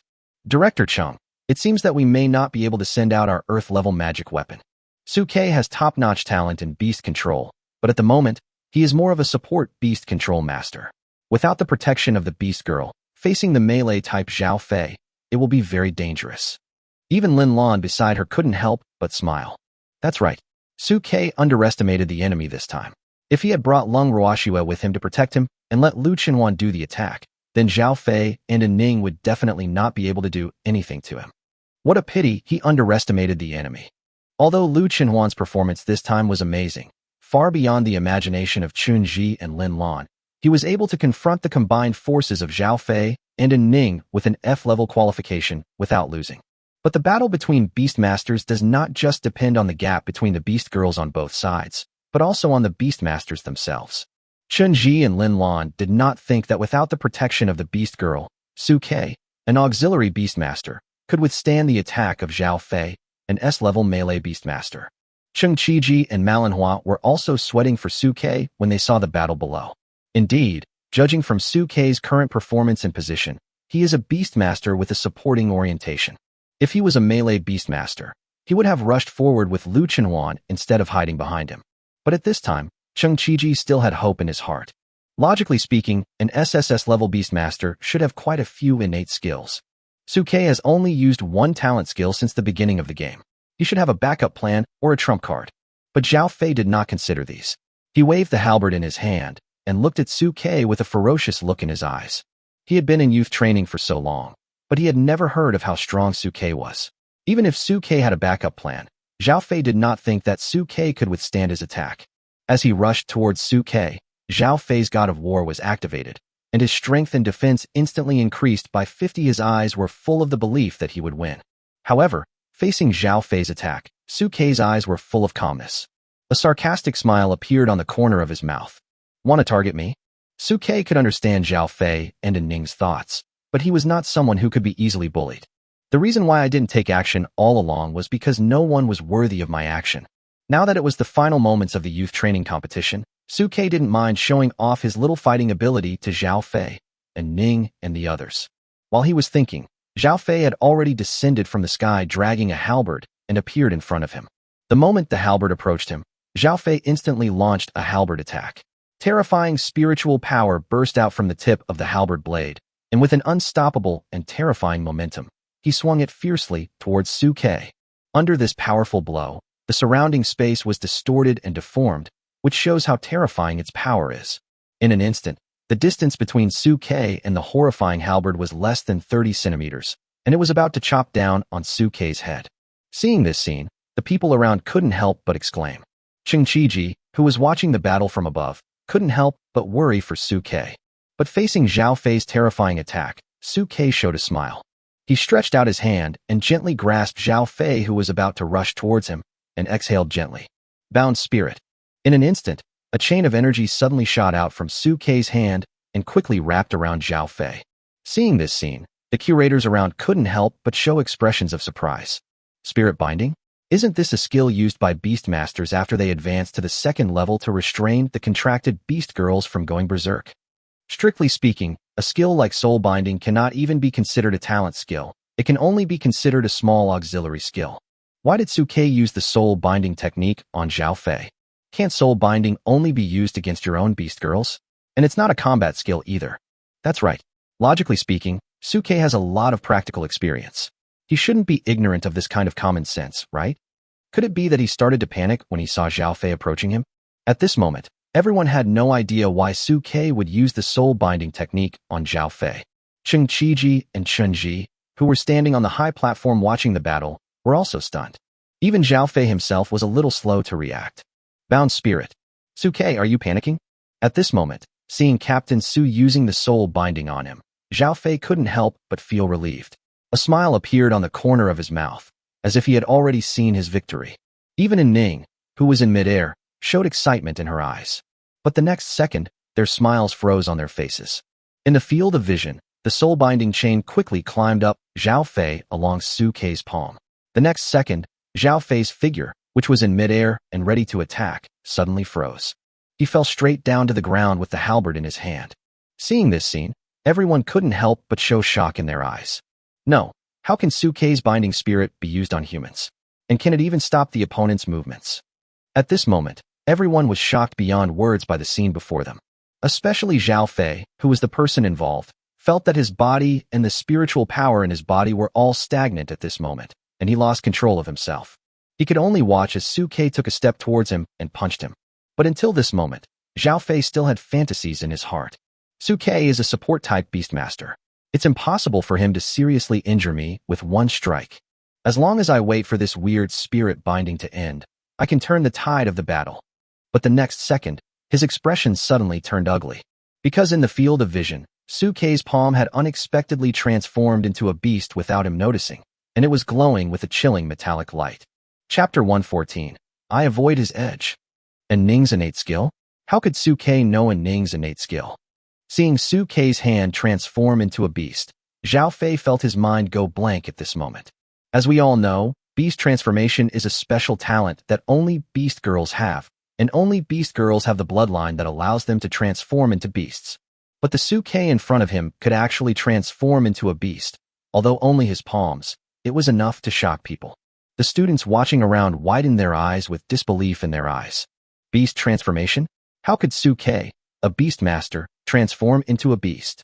Not only the students, but even the referee Li Xiangdong widened his eyes with a look of confusion. Chun Ji and Cheng Qiji, who were watching the battle from above, were also shocked and looked incredulous. Beast transformation? How can Sukei, a beastmaster, transform into a beast? At this moment, for people were standing on the platform, and all of them were shocked. They are not like those students who only know how to shout, wow. Their rich experience allows them to quickly think of a possibility. Based on the battle history of human beastmasters, there is only one possibility for a beastmaster to transform into a beast. That is a 9th level beastmaster who is as mortal as light. He can transform his body into a beast and inherit all the abilities of the beast girl he has contracted with. But that's level 9, and Sukei is only level 3 now. How can he transform into a beast? The four of them looked at each other at the same time, with suspicion in their eyes. Fortunately, Lin Lan, who was standing by, quickly guessed the possibility. It should be some kind of innate skill of Sukei that can mimic the state of beast transformation. Or it could be possible to temporarily borrow one of the abilities of the person you contracted with. They didn't believe that a 3rd-level beastmaster could transform into a beast. There are many beastmasters in history who have the talent of being able to temporarily borrow one of their beast girl's abilities. Listening to Lin Lan's speculation, Chun Ji on the side kept nodding. That must be the case. Even us, the 7th-level beastmasters, cannot transform into beasts. Sukei, a 3rd-level beastmaster, cannot be so unstoppable. The beastmaster's beastification is, in a sense, a very terrifying existence. Not only can he use his own innate skills, but he can also use all the abilities of the contracted object. He is equivalent to a plus version of his own contracted beast girl and is extremely difficult to target. This is also the difficulty and terror of the 9th-level beastmaster in the Tangshan realm. At this time, they could never have imagined that Sukei would have a heart-to-heart contract that could use the abilities of his contract partner. To everyone's shock, Sukei's claws slapped straight at Zhao Fei's neck, but at the critical moment, Sukei did not kill him. He raised the gold-eating claws a little bit and slapped Zhao Fei straight on the face. As Zhao Fei was imprisoned by the bound spirit, he could only watch helplessly as Sukei's gold-eating claws slapped towards him without being able to do anything. Bang! An extremely loud dull sound was heard, and Zhao Fei was hit directly in the face by Sukei's palm, which was blessed with the tyrant buff. He felt a black screen in front of his eyes, and countless golden stars flashed by and fell straight to the ground. Although Sukei stopped his attack, his force did not decrease. Zhao Fei's head was hit so hard that his mouth and eyes were crooked, and a huge hole was created on the ground. Blood flowed out of all his orifices. Seeing this scene, the students watching around exclaimed in surprise. After taking the secret medicine, Zhao Fei was knocked down in one blow. There is no room for fighting back at all. Even An Ning, who was desperately trying to hold on to Lu Chenhuan in the sky, couldn't help but widen his eyes with a look of disbelief in his eyes. She never expected that after she tried her best to stop Lu Chenhuan and let Zhao Fei deal with Sukei, she would end up with such a result. Due to the distraction, An Ning, who was already no match for Lu Chenhuan, was suppressed by Lu Chenhuan and attacked frantically. His wings were destroyed and regenerated, and he kept falling to the ground from midair. After dealing with Zhao Fei, Sukei walked towards the direction of An Ning and Lu Chenhuan, ready to end the battlefield. Zhao Fei, you fucking idiot. At this time, An Ning, who placed all her hopes on Zhao Fei, seemed unable to bear this result and could not help but curse at Zhao Fei. Zhao Fei, who was somewhat unconscious after being hit by Sukei's claw, seemed to be stimulated at this moment. He struggled to climb up from in front of Sukei again, holding the halberd. At this moment, his blood was surging throughout his body, and an aura that was several times more terrifying than before rose up. Sukei, don't even think about going over there. Boom. A powerful pressure instantly swept across the entire training ground. The ground where Zhao Fei was located rapidly sank, and terrifying energy roared and flowed. Upon hearing this, Su Ke turned around and looked at Zhao Fei, who was bleeding from all 7 orifices and staring at him viciously with his halberd on his head. There was a gleam of insight in his eyes. This is Zhao Fei's innate skill, a fight to the death. Back to back. Briefly reduce your health to the lowest point, gain a 5-fold burst that can last for 10 seconds, and then fall into a weakened state and lose all combat power. This last-ditch effort is similar to a skill that consumes the original essence and blood for a short burst, and is exactly the same as the barbarian ultimate move that Su Ke used in his previous life. Su Ke looked at Zhao Fei, who was fighting with his back to the wall, and knew that the other party was determined to win against him. Secret medicine, a last-ditch effort. You guys are maxing out all the negative buffs at any cost. Looking at the nearly insane Zhao Fei, Su Ke sighed inwardly. To a certain extent, no matter whether Zhao Fei wins or loses today, he will have to pay an unspeakable price. At this time, Cheng Qiji, who was watching the battle from above, also frowned. Zhao Fei's innate skill is obviously a key skill that consumes essence to perform. It will definitely take a long time to nurture it afterwards. For a big competition, you are willing to go to such lengths. Even Manhwa standing by couldn't help but frown slightly. With rich combat experience, she quickly analyzed the best way to deal with the situation. This explosive skill will definitely not last long. Su Ke only needs to avoid his sharp edge and dodge this wave of explosions, and he will win without fighting. Chen Ji, who was beside Cheng Qiji, also sighed softly. He knew that at this point, the outcome was no longer important. As long as Su Ke was smart enough and found a way to avoid Zhao Fei's outburst, victory would be assured. However, at this moment in the martial arts arena below, Su Ke looked at Zhao Fei, who was fighting a desperate battle, and a sneer appeared on the corner of his mouth. I avoid his edge. Extremely cold territory. In an instant, the azure blue field spread wildly from Su Ke's feet to the surroundings, instantly covering the entire martial arts arena. With the blessing of the dual domains, the gray and azure colors in the entire martial arts arena intertwined into a strange gray-blue color. Seeing this scene, everyone exclaimed in surprise. Even Cheng Qiji and others who were watching the battle from above had their pupils trembled instantly. Chapter 115, Burning Blood, Complete Beast Transformation. Extremely Cold Territory. Lung Ruoshue's innate skill, the Extreme Cold Field. The moment Su Ke used the Extreme Cold Field, everyone's eyes widened. They never expected that Su Ke could not only use Lu Qinhuan's innate skill Gold Devouring Claw, but also use Li Lung Ruoshue's innate skill Extreme Cold Field at the same time. Even Li Xiangdong had not anticipated this scene at all. He only felt his eyelids twitching constantly. This little guy Su Ke can always create unexpected miracles for people. Even Chen Ji and others who were watching the battle from above stayed where they were. I can actually use the innate skill of another contract partner, and it's a domain skill. You know, in normal external battlefields, one domain type skill is enough to turn the tide of the battle, but in the current Su Ke combination, plus Lu Qinhuan and Lung Ruoshue, it is equivalent to 3 domain type skills. This combination of team battles is invincible. When the domains overlap, the weakening of local combat power is terrifying. Genius. This is a true genius. Even Chen Ji and Lin Lan, who had been speaking for Zhao Fei, could not help but admit the horror of Su Ke's talent. At this point, no matter whether Zhao Fei and his team win or not, they cannot cover up the brilliance of Su Ke and his team. In this battle, Zhao Fei and his men were fighting for their lives, but Su Ke was still able to handle it with ease until now, and the gap between the two sides was immediately apparent. Your war college has indeed recruited a rare genius that is hard to come by in a million years. At this time, Chen Ji finally let go of the pitiful self-esteem in his heart and sighed softly. But the battle is not over yet. Let's see the final result. At this moment, on the battlefield, Zhao Fei, who felt himself being covered by a double domain, showed horror in his eyes, but then he turned into a vicious look. No matter what means Su Ke used, he had already begun to burn his essence to start a do-or-die battle, so he only had one way left. Charge forward. Kill. At this moment, the energy and blood in Zhao Fei's body was like a blazing flame rising into the sky, like a burning candle in the gray area, waving the halberd in his hand and striding towards Su Ke. However, under the dual cover of the Extreme Cold Field and the Eternal Hunger Field, Zhao Fei's energy and blood power rapidly weakened, and his already inflexible body became even more clumsy.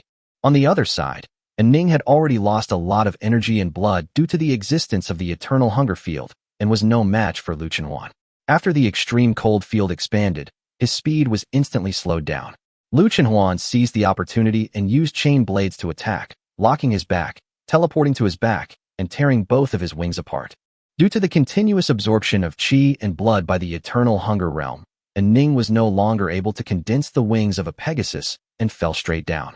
After losing the ability to control the air, An Ning was no match for Lu Chenhuan, who was completely made of metal. He was hit on the lower abdomen by Lu Chenhuan's claws and fell heavily to the ground, with blood flowing from the corner of his mouth.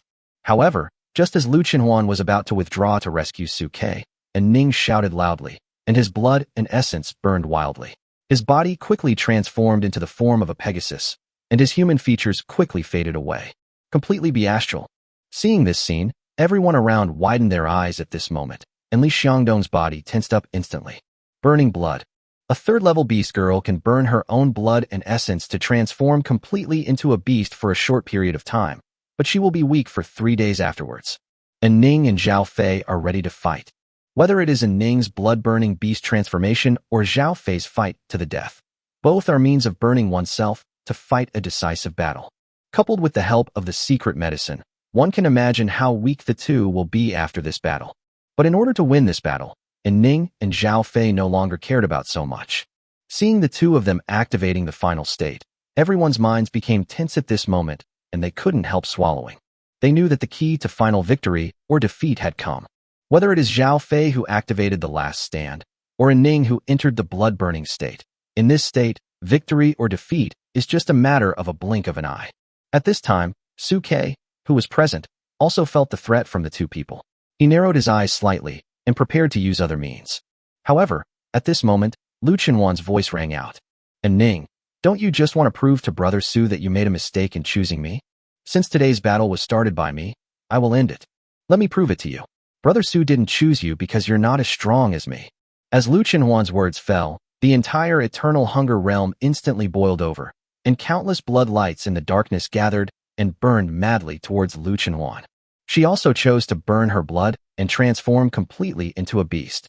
Seeing this, Suke couldn't help but frown slightly. Huan. Suke didn't expect that Lu Chenhuan would choose to burn blood and transform into a beast. Suke, who was in tune with him, also understood Lu Chenhuan's thoughts at this moment. She wanted to prove to An Ning that her choice was not wrong. Since An Ning was willing to burn her blood and essence to make Suke regret it, then she could also burn her blood and essence to prove herself. Although Lu Chenhuan and Suke could surely win if they joined forces, Lu Chenhuan was obviously not satisfied with this at this time. She wanted to prove to the world her strength as Lu Chenhuan and declare to the world that she was right in making the contract with her. In the area where gray and azure blue were intertwined, the sounds of wind and thunder were crackling, the terrifying power of qi and blood was surging wildly, and an unprecedented terrifying pressure emerged from Lu Chenhuan. Her body shape changed rapidly. 2 long golden horns quickly grew out from her forehead, her tiger claws stretched out, her eyes turned red, and her body shape was also expanding rapidly. The moment she appeared, the heaven and earth shook, dark clouds gathered over the city, and a horrible smell of blood filled the entire youth training camp. Roar! At the moment when his body was completely transformed into the prototype of Tao Tai, the terrifying area actually showed a tendency to expand rapidly. Fortunately, Lu Chenhuan controlled it in time so that it did not cover and affect the students who were watching the battle around him. But An Ning and Zhao Fei, who were in the area, showed horror in their eyes at this moment, because their vitality was actually being lost at an extremely terrifying speed, and in the blink of an eye, most of their blood and energy were depleted.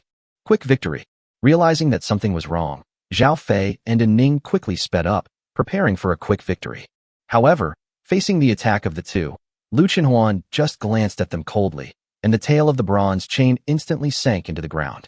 The next second, the entire martial arts arena shook and roared, and countless bronze chain blades stabbed out frantically, piercing through An Ning and Zhao Fei's bodies in an instant with lightning speed. Countless terrifying rays of light penetrated through Zhao Fei and An Ning's bodies, nailing them bloodily to the sunken and cracked martial arts stage. It's like 2 living specimens that can be manipulated and admired by anyone. Chapter 116. Victory. Speculations about Lu Chenhuan's identity. An Ning and Zhao Fei, who were nailed to the ground by bronze chain blades, had never expected that the 2 people who had activated the desperate battle and blood-burning state would be killed instantly at the first encounter. The vitality of the two people, which was already rapidly draining away, melted away even faster at this moment, like a candle in the wind. In the blink of an eye, they were so emaciated that they were almost just skin and bones. He couldn't even hold on to the last stand and blood-burning states, and quickly recovered into an emaciated human form. The instigator, Lu Chenhuan, sniffed the bloody smell in the air greedily, licked his lips with his fiery red tongue, and his red eyes were full of enjoyment. Everyone who saw this scene was shocked beyond words. However, Su Ke, seeing Zhao Fei and An Ning about to be sucked dry, instantly came into contact with the extreme cold field and then spoke to Lu Chenhuan.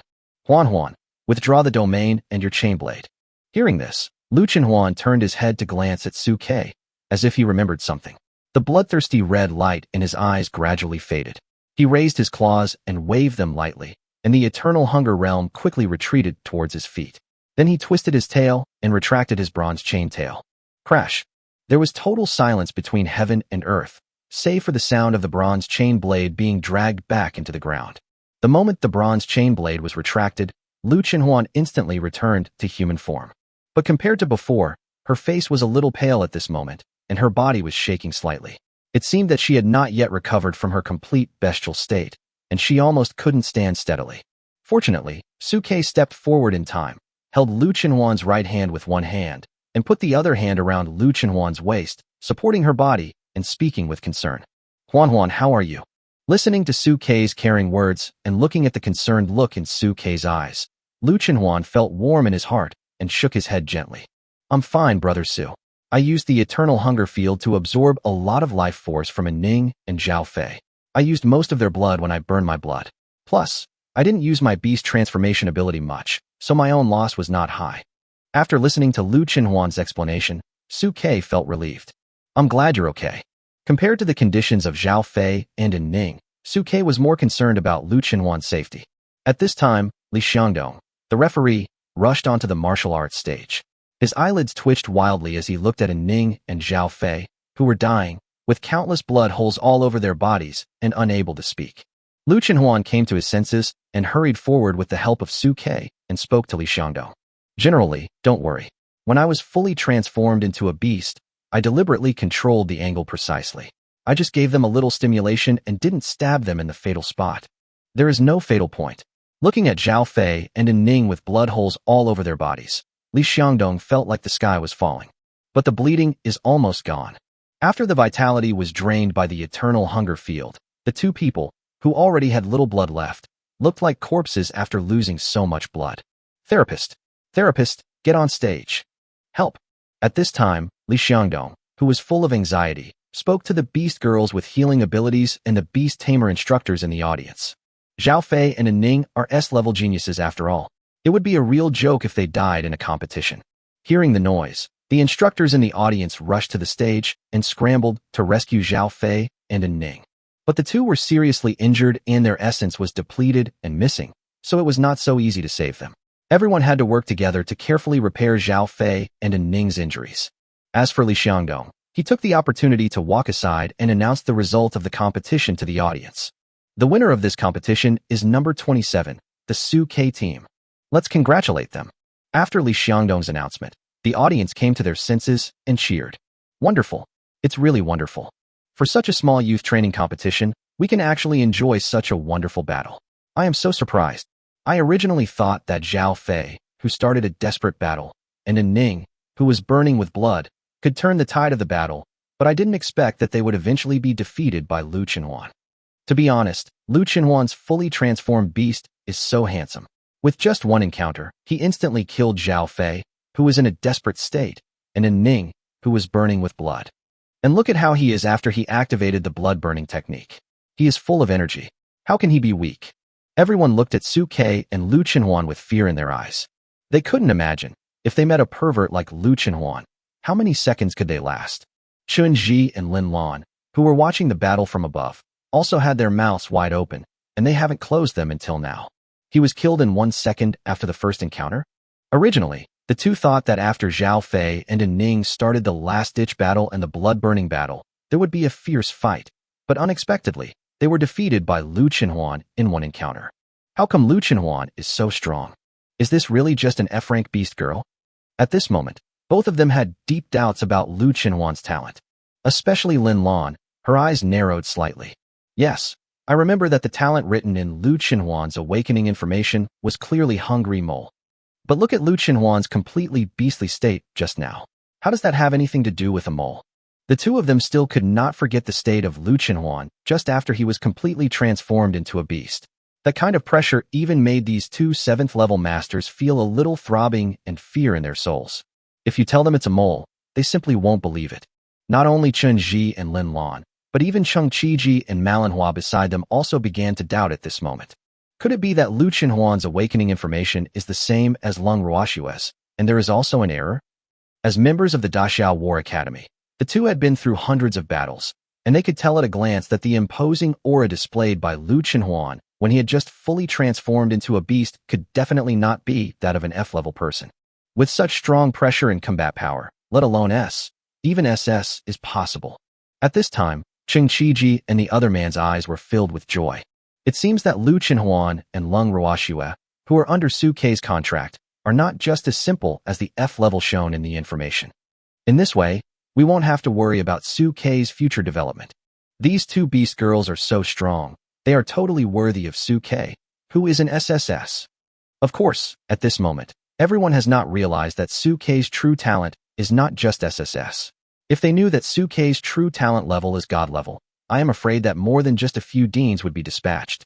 Cheng Qiji, who was filled with joy, seemed to have thought of something.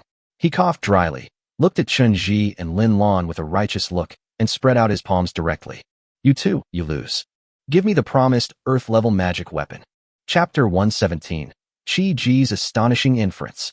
After the competition for the first place between Su Kei and An Ning ended, the remaining three people, Shun Songyun, Duan Jun, and Lu Yun, had a rematch to decide the third, fourth, and fifth place candidates.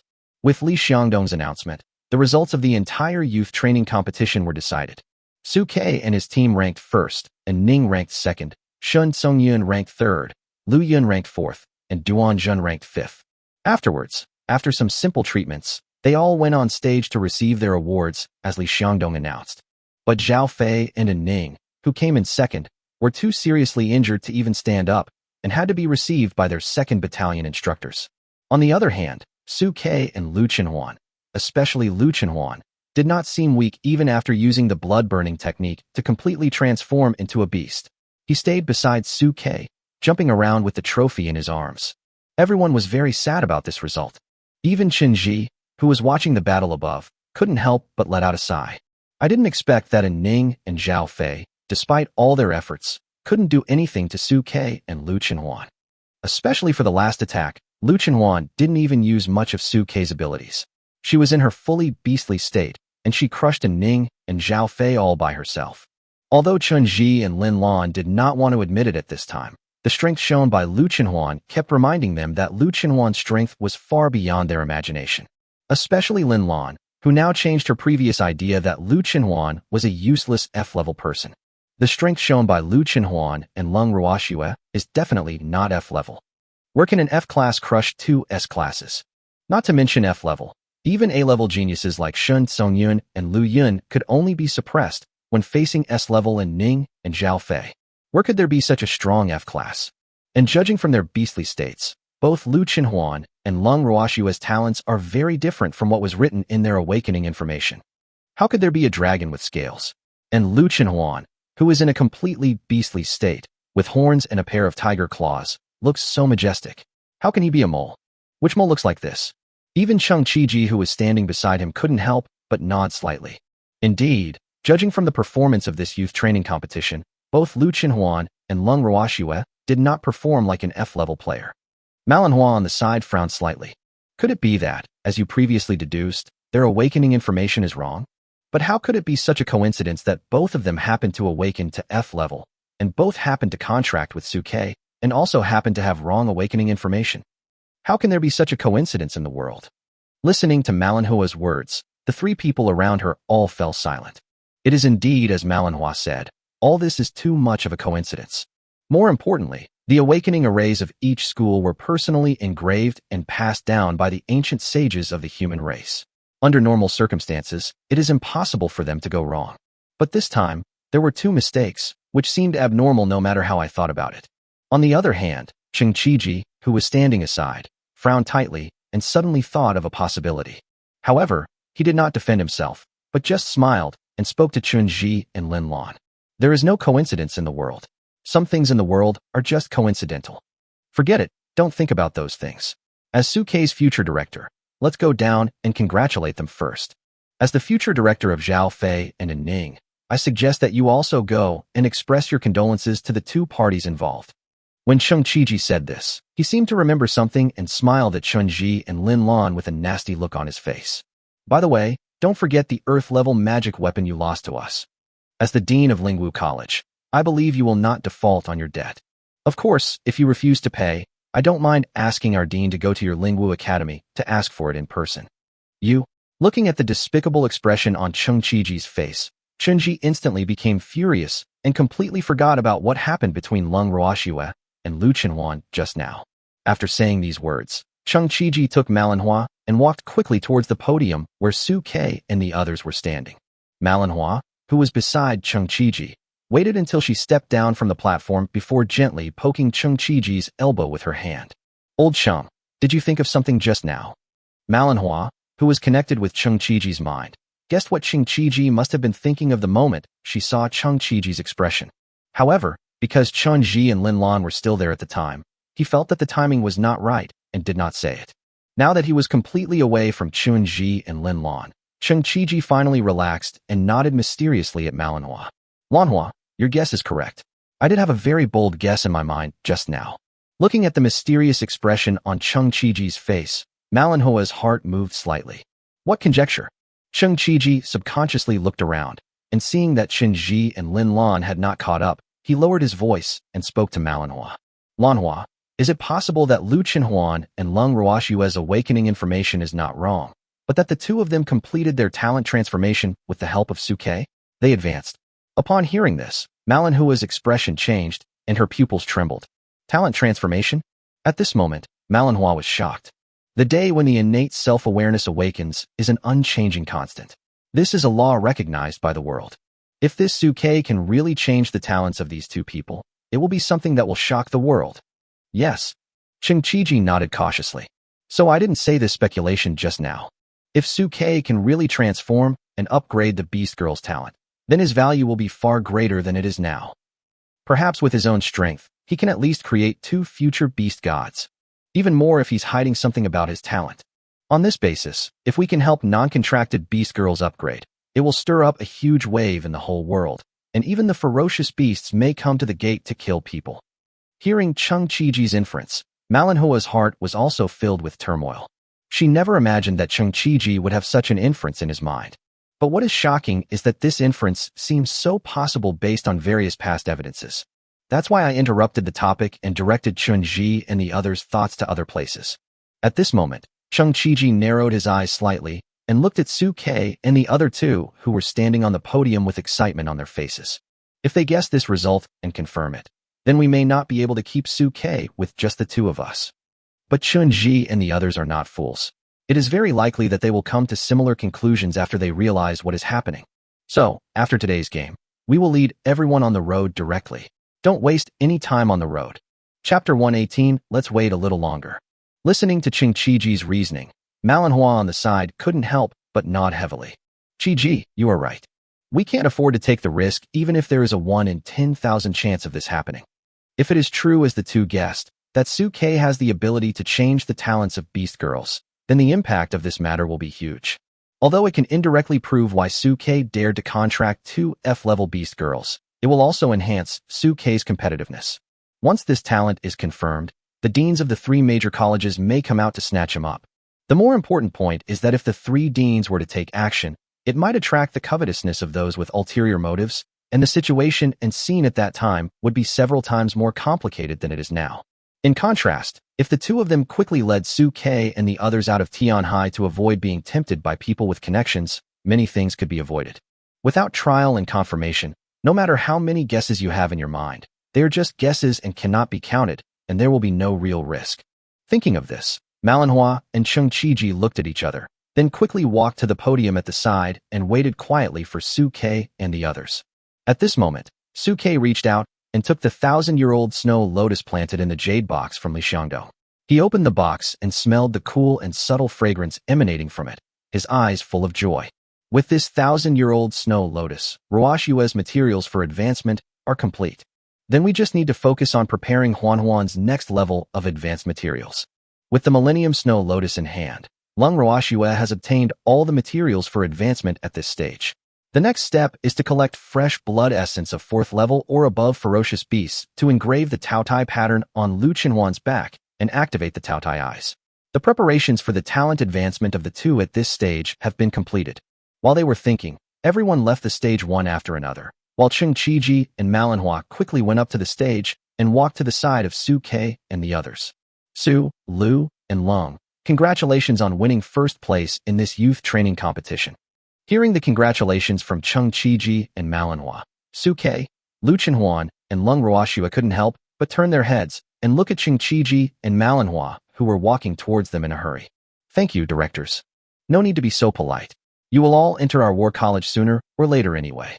We will be a family from now on. Having said this, Cheng Qiji hesitated for a moment, coughed dryly, and then looked at Su Ke and the other two. Student Su, do you have time?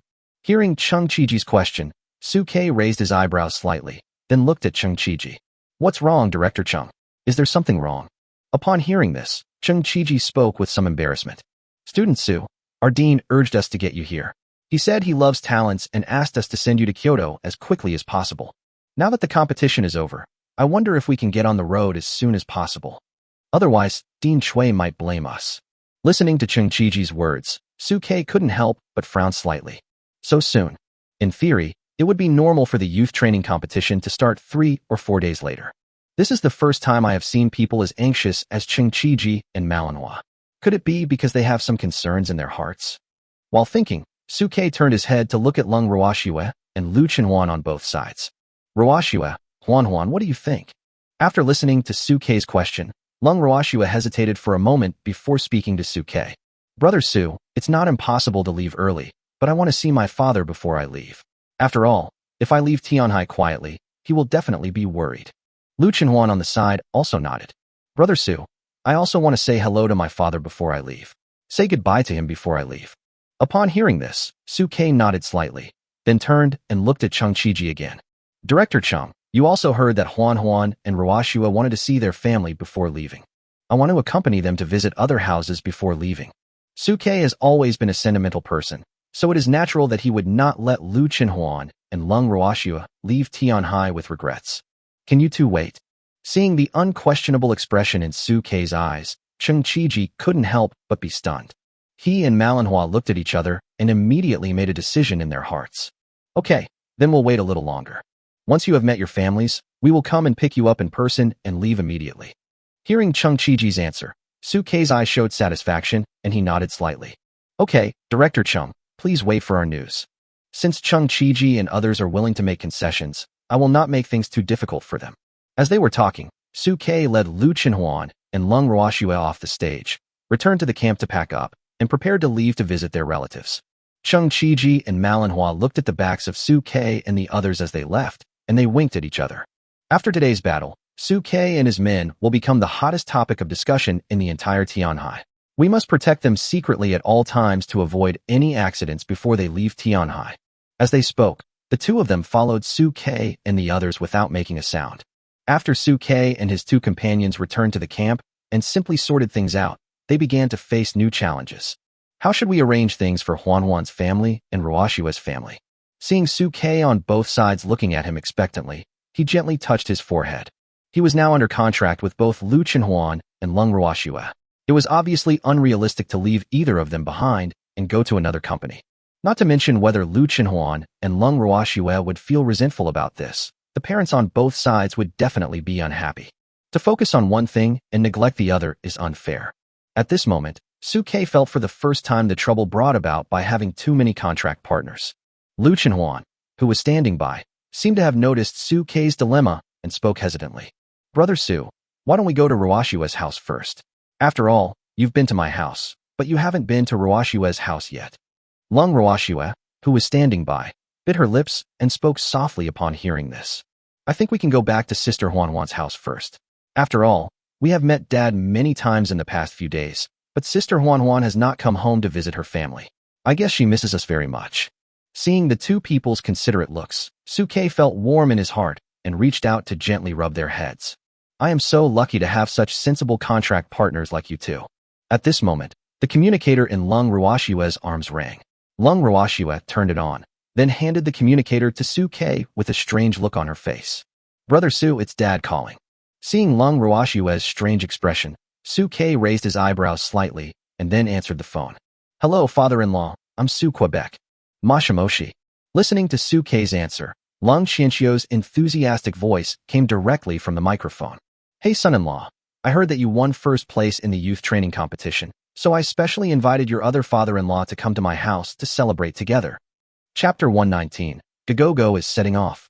Listening to Lung Qianxio's voice coming from the other end of the microphone, Suke's eyes couldn't help but shine. My father-in-law's plan is brilliant. Lung Qianxio's arrangement directly solved the problem of whose house to go to first. Regardless of whether Lung Qianxio had this idea on impulse or had it planned in advance, upon hearing Lung Qianxio's invitation, Suke readily agreed. Okay, father-in-law, I'll bring Huan and Ruoshue over right away. After finishing speaking, Suke hung up the phone and spoke to Lung Ruoshue and Lu Chenhuan. Huan, to celebrate our first place in the youth training, Ruoshue's father asked us to go to his house for dinner. Uncle Lu is also here. Okay, let's go together. Listening to Suke's words, Lu Chenhuan nodded slightly, then looked at Lung Ruoshue. Ruoshue, we have never been to your house, so you will lead the way this time. Lung Ruoshue blinked her eyes when she heard this. Dad has arranged for the driver to wait outside the youth training camp. Good guy. There are many benefits to following our Ruoshue. Listening to Lung Ruoshue's words, a sly smile appeared in Lu Chenhuan's eyes, and then he pulled Suke's right hand. Brother Su, shall we set off? Suke nodded slightly upon hearing this, and threw Chia, who had just been eating melon seeds and was sleepy, onto his shoulder. Gogogo, let's go. Chia, who was curled up and dozing off, subconsciously grabbed Suke's shoulders, stretched out her little paws to rub her eyes, and a look of excitement appeared in her eyes. I'm finally going to leave this youth training camp and see the truly vast world of the human race. Looking at the energetic Chia, Suke gave Chia a slap on the head. After you get out, you must be more careful in your actions and never let others notice your abnormality. Otherwise, I will have no choice but to put you in a small dark room. As for Chia's identity being exposed, Suke had a backup plan, which was to throw her into the beast-taming space. But Suke would not deprive Chia of her freedom unless it was absolutely necessary, so he gave her a verbal warning first. Looking at the serious expression on Suke's face, Chia nodded her head guiltily. Got it, master. Don't worry, I won't cause you any trouble. After all, you know that I cherish my life very much. My life is important. After listening to Chia's answer, Suke's eyes finally showed satisfaction. Okay, let's go. As he spoke, Suke stretched out his other hand, pulled Lung Ruoshue up, and walked outside. At this time in the youth training camp, students were leaving many tents one after another, and some concerned parents even ran to the camp to pick up their children. Seeing Suke and his companions coming out, the men in the 1st Battalion greeted them one after another. Captain Su, Captain Lu, Captain Long, are you leaving? The youth training is over, so naturally we have to leave. Suke greeted them with a smile. He didn't say anything about seeing you in Kyoto. After all, there were many students who didn't achieve outstanding results during the youth training and were not qualified to enter Kyoto, so he shouldn't discourage them. But after thinking about it, I felt like I was lacking some youthful passion if I didn't say anything. Everyone, see you on the battlefield against the ferocious beasts. Hearing Suke's words, everyone's eyes lit up and they patted their chests heavily. See you on the battlefield, Captain Su. I hope that by then, we will still have a chance to follow you. Seeing the hope in their eyes, Suke smiled. If there's a chance, I'll protect you. Let's go. As they were talking, Suke pulled Lu Chenhuan and Lung Ruoshue away. Looking at the 3 people leaving, some parents who came to pick up their children showed confusion in their eyes. Others are in pairs. Why is this guy holding 2? What? He is the Suke who got nearly 1,000,000 points in the hunting competition, won first place in the youth training competition, and contracted 2 beast girls. Maybe this is talent. Miss, uncle, please get in the car. Suke and the other 2 walked out of the gate of the youth training camp and got into the car of the driver who had been prepared there. After seeing Suke holding 2 people in his left and right hands, the driver tactfully said nothing. Suke sat in the middle of the back seat, with his arms extended from behind Lu Chenhuan and Lung Ruoshue's necks, gently stroking the solid alloy of the car body, with a look of emotion in his eyes. In this era of war, chaos, and scarcity of resources, my father-in-law is very capable to be able to get such a car with extremely high safety performance. Listening to Suke's sigh, Lung Ruoshua lowered her head somewhat embarrassedly. It's nothing. I have dozens of cars like this at home. If Brother Su likes it, I'll go back and ask Dad to buy us a few. Listening to Lung Ruoshue's words, Suke reached out and gently rubbed Lung Ruoshue's face. We're going to Kyoto soon, so this thing won't be very useful. But when he thought of his huge beast-taming space, Suke's mind was slightly moved. But we can have one ready for later use, so it will be more convenient for traveling in Kyoto. Listening to Suke's words, Lu Chenhuan frowned. Brother Su, it's a long way to Kyoto. We have to pass through several restricted areas. I don't think vehicles can get through.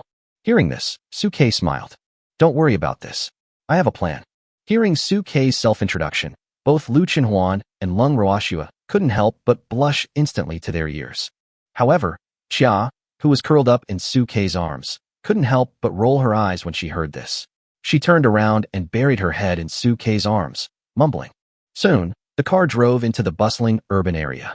Hearing the familiar sounds of heavy traffic, Suke and the other two couldn't help but stick their heads out and look outside. During the time in the youth training camp, everyone seemed to be isolated from the world. Apart from their classmates, they had little contact with the outside world and were almost getting moldy. When I saw the familiar buildings and people in the city, I suddenly realized that I was still in the human territory. Even Xia, who was originally curled up in Suke's arms, couldn't help but stick out her furry little head from Suke's arms and looked outside curiously. Compared to the joy and happiness in Suke and the others' eyes, Chia's eyes were more filled with curiosity about the world. Especially when she saw some novel and interesting objects, she looked longingly and stared at them carefully with her big eyes wide open. Suke glanced down at Xia's big eyes that were full of curiosity and yearning, his eyes flickering, and it was unknown what she was thinking. While he was thinking, the sound of a car horn brought Suke back to his senses. Brother Su, we're here. Chapter 120. Are you kidding, Huan Huan? Welcome home, young lady. After getting off the car, Suke couldn't help but twitch his lips as he looked at the row of neatly dressed servants in front of the manor. I knew the Lung family was rich, but I didn't expect them to be so prestigious. In this era of chaos caused by ferocious beasts, we can still recruit so many servants to help guard the house. And in Suke's perception, the cultivation aura of these servants was no lower than the 3rd level, and some had even reached the 4th level. These beastmasters and beast girls, who usually acted high and mighty, greeted Lung Ruoshua and themselves enthusiastically when they saw them coming back. However, when he looked at Lu Chenhuan, who was still holding his hand beside him, a strange look appeared in his eyes. Fortunately, their upbringing restrained them, and they did not criticize Suke like people from other places did. Instead, they all gave him polite smiles. Lung Qianxiu ran out of the manor as soon as the 3 people arrived and looked at them with a friendly face. Daughter, son-in-law, you are here. Come on, Annie has prepared the food. Come in with me. As they spoke, Lung Qianxiu enthusiastically led Suke and the other 2 towards the dining room inside the manor. In the dining room, various delicious dishes had already been prepared on the large dining table, and Lu Lingfeng was already waiting there. Dad. When he saw Lu Lingfeng, Lu Chenhuan's eyes couldn't help but turn slightly red. He quickly stepped forward, stretched out his hands, and hugged Lu Lingfeng tightly. Feeling the long-lost enthusiasm from Lu Chenhuan, Lu Lingfeng was stunned at first, then tears welled up in his eyes, and he reached out and gently patted Lu Chenhuan on the back. Silly Huan Huan. Lung Qianxiu and Suke on the side also tactfully did not disturb the 2 of them. After a while, Lu Lingfeng was the first to react and gently patted Lu Chenhuan on the back. Okay, Huan Huan, there are so many people watching here. Lu Chenhuan reacted quickly and let go of Lu Lingfeng, stepped aside embarrassedly, and grabbed Suke's hand. However, Lung Qianxiu, who was standing by, burst into laughter upon hearing this. What are you afraid of? We are like a family now. I originally wanted to invite Ruoshua and your former principal and teachers to this dinner, but after thinking about it, I finally decided to just make it a family dinner. After today's meal, we will all be a family from now on. Listening to Lung Qianxiu's words, Lu Lingfeng couldn't help but show a look of emotion in his eyes. President Lung, what should we do? In fact, before coming here, Lu Lingfeng had always been a little nervous. After all, judging from the relationship between Lu Chenhuan and Lung Ruoshua, the two sides are still competitors in some subtle aspects. As Suke's contracted beast girl, Lu Lingfeng didn't believe that Lung Qianxiu had no intention of taking advantage of this banquet. Even in Lu Lingfeng's heart, he was ready to confront Lung Qianxiu, the richest man in Tianhai, for Lung Ruoxue. But unexpectedly, Lung Qianxiu's face showed no sign of resentment at all. What's wrong with that? You don't know how depressed and melancholy Ruoxue felt before she met Suke and Lu Qinhuan. I'm even prepared for Ruoxue to never find a contract partner in her lifetime. But I didn't expect that, by some strange coincidence, I would find a son-in-law, and such an outstanding one at that. Lung Qianxiu couldn't be more satisfied with Suke. Our son-in-law is not only extremely talented, but also handsome and kind-hearted. Tell me, where in the world can you find such a good son-in-law? Upon hearing this, Lu Lingfeng, who was standing by, showed a look of approval in his eyes. In fact, when Lu Lingfeng found out that Lu Qinhuan had only awakened an F-level beast girl talent, his heart was filled with despair. His Lu family is not as wealthy as the Lung family. Even if Lung Ruoxue remains single for her whole life, they will still have enough money to protect her.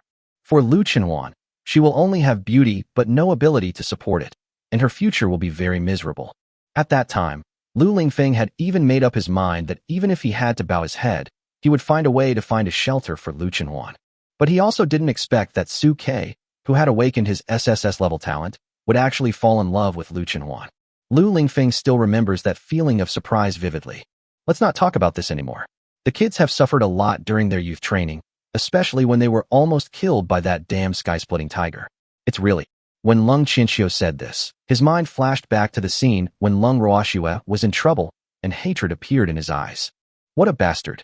He almost killed Ruoxue. Hearing Lung Qianxiu's disgust, Lung Ruoxue and Lu Qinhuan couldn't help but subconsciously look towards Xia in Suke's arms. Xia, curled up in Suke's arms, buried her head in Suke's arms a little embarrassedly, mumbling softly. As if sensing the gazes of Lung Ruoxue and Lu Qinhuan, Lung Qianxiu looked in the direction they were looking and saw Xia in Suke's arms. When he saw Xia, Lung Qianxiu couldn't help but be stunned. He had seen Xia at Suke's place before, but he didn't pay much attention to her at that time. Now, seeing that Suke had to bring her along even when he ate, he couldn't help but feel a little puzzled. Is this your pet? Upon hearing this, Suke nodded quickly. Lung Qianxiu took the opportunity to step forward, walked to Suke's side, and looked at Xia carefully. It looks like a cute little guy, but why do I always feel that its aura is somewhat familiar? Lung Qianxiu, who was doubtful, looked at Xia's palm-sized body, and then put aside his doubts. It's impossible for such a small kitten to be familiar with it. It's probably an illusion. Anyway, no matter what kind of pet it is, it's much cuter than that damn white tiger. While speaking, Lung Qianxiu greeted Suke and the others. Come here, son-in-law. You haven't eaten well for a while. You must be hungry. I asked Annie to make this for you. Just treat it as your own home and eat as much as you want tonight. Having said this, Lung Qianxiu looked at Lu Qinhuan. By the way, Huan, you too. I specially asked Annie to prepare more than a dozen pots of freshly fried dishes for you. It's so delicious. Listening to Lung Qianxiu's words, Lu Lingfeng turned his head to look at the dozen or so pots of dishes piled up on the side, and his eyes widened involuntarily. Having raised Lu Qinhuan for so many years, Lu Lingfeng still didn't know that Lu Qinhuan was such a big eater. Are you kidding, Huan? While thinking, Lu Qinhuan had already thanked Lung Qianxiu with a serious face. Thank you, Uncle Lung. Afterwards, Lu Qinhuan excitedly picked up the large rice bowl specially made for her and held it in her hand. Open the show. Respect family affection. Chapter 121, The Owl's Conspiracy. Everyone enjoyed the dinner very much, and it was the first time that Lu Lingfeng knew that Lu Qinhuan was such a big eater. At the same time, he was blaming himself for having wrongly blamed Lu Qinhuan.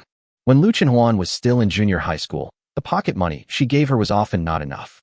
When she asked her what she did with the money, she said she used it for food, and even said it was not enough. At that time, Lu Lingfeng just thought that Lu Qinhuan was lying and must have used the money to fool around. It was not until now that he realized that Lu Qinhuan really was not full back then. Moreover, because of the blame he had felt back then, he had been suppressing his instincts ever since. In other words, Lu Qinhuan has never had enough to eat since he grew up with her. After learning the truth, Lu Lingfeng, a grown man, actually burst into tears without caring about his image. Fortunately, Lung Qianxiu and this grown man accompanied him to drink and comfort him, saying that if it were them, they would never have thought that this girl could eat so much before seeing how much she ate with their own eyes. Speaking of this, Lung Qianxiu also recalled Lung Ruoshue's illness back then. As he sighed, he became even more grateful to Su Ke. During the dinner, Lung Qianxiu even became in-laws with Lu Lingfeng, saying that Su Ke would be the child of both families in the future, so they were also in-laws. After knowing that both of them were single, the two single men felt so sympathetic towards each other that they wanted to become sworn brothers on the spot. As for Su Ke, he was directly pulled over by the two of them. While they were drinking and chatting, they kept saying that they hoped Su Ke would take good care of Lu Chenhuan and Lung Ruoxue after they left Tianhai. After all, after leaving Tianhai, you are their only relative outside. Facing the two people's instructions, Su Ke looked serious. Don't worry, my two fathers-in-law. Huan and Ruoshue's affairs are my business. As long as I am here, I will not let them suffer any injustice. Seeing Su Ke's serious expression, Lu Lingfeng and Lung Qianxiu patted his shoulders heavily. You have always been a good person. We believe you. As they talked, the two of them raised their glasses again and toasted with Su Ke. As for Lung Ruoxue, she stayed beside Lu Chenhuan, watching Su Ke and the two old men getting along harmoniously, her eyes full of tenderness. Xia took the opportunity to take a piece of food from each plate, hiding in the corner, Kekuchuan, her furry face full of satisfaction. After dinner, Lung Qianxiu arranged for the servants to take them to the room that had been prepared long ago and told them to spend the night in the manor with peace of mind. Su Ke, who was a little dizzy from drinking because of happiness, was carried by Lu Chenhuan and Lung Ruoxue to the room with a king-sized bed exclusively for 3 people. They gently washed him and helped him onto the bed. After everything that happened last night, the two turned off the lights in the room and crawled obediently to Su Ke's side. After countless days and nights in the youth training camp, they have long been accustomed to this way of getting along. In a daze, Su Ke's nose twitched slightly as he sniffed the 2 scents lingering in front of his nose, and a gentle smile appeared at the corner of his mouth. 2 silly girls. Thinking about everything that had happened during this period, he gently held the 2 of them in his arms, stroking their soft hair with his hands, and fell into a deep sleep. The 2 people who were hugged by Su Ke turned around and put their hands and legs on Su Ke, hugging his arms on the left and right, and fell asleep peacefully. In the darkness, Chia's cautious call came from outside the door. Hey, have you forgotten something? I haven't even gone in yet. Under the cover of night, the cold moonlight sprinkled on a dense forest far away outside the Lung family manor. 2 figures were hidden in the shadows, their eyes shining brightly. Owl, are you sure you want to do it here? This is the Lung family's base camp, and it is heavily defended. The owl hiding nearby nodded slightly upon hearing this. What do you know? This is called darkness under the lamp. Today, the Lung family is hosting a banquet for everyone, and this is when everyone's vigilance is at its lowest. If we don't take action now, I'm afraid it will be even more difficult later. Who would have thought that we would take action at the Lung family? Besides, Lung Qianxiu's contract partner is long gone, so even if we fight him, we still have a chance of winning. As he spoke, the owl followed the shadows and moved towards the Lung family manor. Seeing this, the bluebird beside him could only follow suit. The cold moonlight sprinkled on the earth along the sky, adding a sense of danger to the ground. The owl and the bluebird, moving along the shadows, looked at the Lung family manor getting closer and closer in their field of vision, and couldn't help but smile. As expected, Lung Qianxiu not only hosted Su Ke and his friends for dinner today, but also prepared a separate dinner for his servants. Everyone ate and drank their fill and went to relax. Looking at the empty gate of the compound, Owl and Bluebird became more and more confident, and the scene of the successful plan appeared in their minds. However, just as the 2 of them stepped into the gate, rays of faint green light lit up from the shadows around the walls on both sides of the gate, like a pair of demon eyes from hell. Seeing this scene, the owl and the bluebird could not help but be horrified. Something's wrong. There's an ambush. Withdraw. In an instant, the bluebird turned into a flying bird, and the owl landed on the back of the bluebird. Want to withdraw? As the 2 were preparing to retreat, 2 figures in sweatshirts appeared in front of the door. The remnants of the demon god cult knew that you would not give up your evil intentions, so we deliberately waited for you here. As he spoke, a dark green barrier suddenly opened from the sky, and dark green wolves roared out from the darkness and rushed towards the blue bird and the owl. War King Qingqiji and Manhwa. The moment they saw the 2 figures appear, the eyes of the owl and the bluebird changed involuntarily. Walk! The blue bird let out a hissing cry towards the sky and opened its mouth to blow out a violent gust of wind, instantly tearing apart the countless phantom wolves in front of it. At the same time, its body continued to retreat backwards, trying to take the opportunity to escape. The owl crossed his hands in a strange posture, and a magic seal condensed in front of him, striking towards the barrier behind him. But Manhwa's body flashed, and she instantly turned into a giant wolf as tall as a hill. She pressed down with her huge wolf claws, and countless spiritual powers from heaven and earth gathered in her palms in an instant, turning into a huge claw mark, which, with a terrifying force that covered the sky and the sun, pressed down towards the owl and the bluebird. Cheng Qiji took a step into the air and flew away, his iron fist clenched tightly, smashing towards the owl and the bluebird like a huge cannonball. Every step he took made the void tremble and the space collapse. Facing the fierce attack from the two, the owl gritted its teeth, cut off one of its arms, and uttered a strange spell. The next second, his arm suddenly grew larger and exploded, turning into a blood mist that filled the sky. Amid the blood mist, the two figures disappeared. Chapter 122. I thought my master didn't want me anymore. Smelling the disappearing bloody smell in the air and looking at the blood mist in the air, Cheng Qiji's eyes couldn't help but narrow slightly. It's a relief that these remnants of the demon god cult ran away quickly. Ever since they figured out the truth that Su-Kei could upgrade his beast girl talent, they have been worried about Su-Kei's safety. So after Su-Kei and the others came out of the youth training camp, the two of them had been hiding their figures and following behind them. As expected, the people from the demon god cult could no longer restrain themselves and attacked Su-Kei and his men. Fortunately, we anticipated this situation in advance. Otherwise, the Lung family would be in big trouble today. Manhwa, who was standing by, saw that she had lost track of the owl and the other man, so she waved her hand gently to remove the barrier and ended her beastly state. It seems that the people from the demon god cult have set their sights on Su-Kei, this SSS. Cheng Qiji also nodded. Yes, among the riots targeting the hunting competitions in various youth training camps, the biggest disturbance occurred in Tianhai, and it actually involved a 7th-level beast.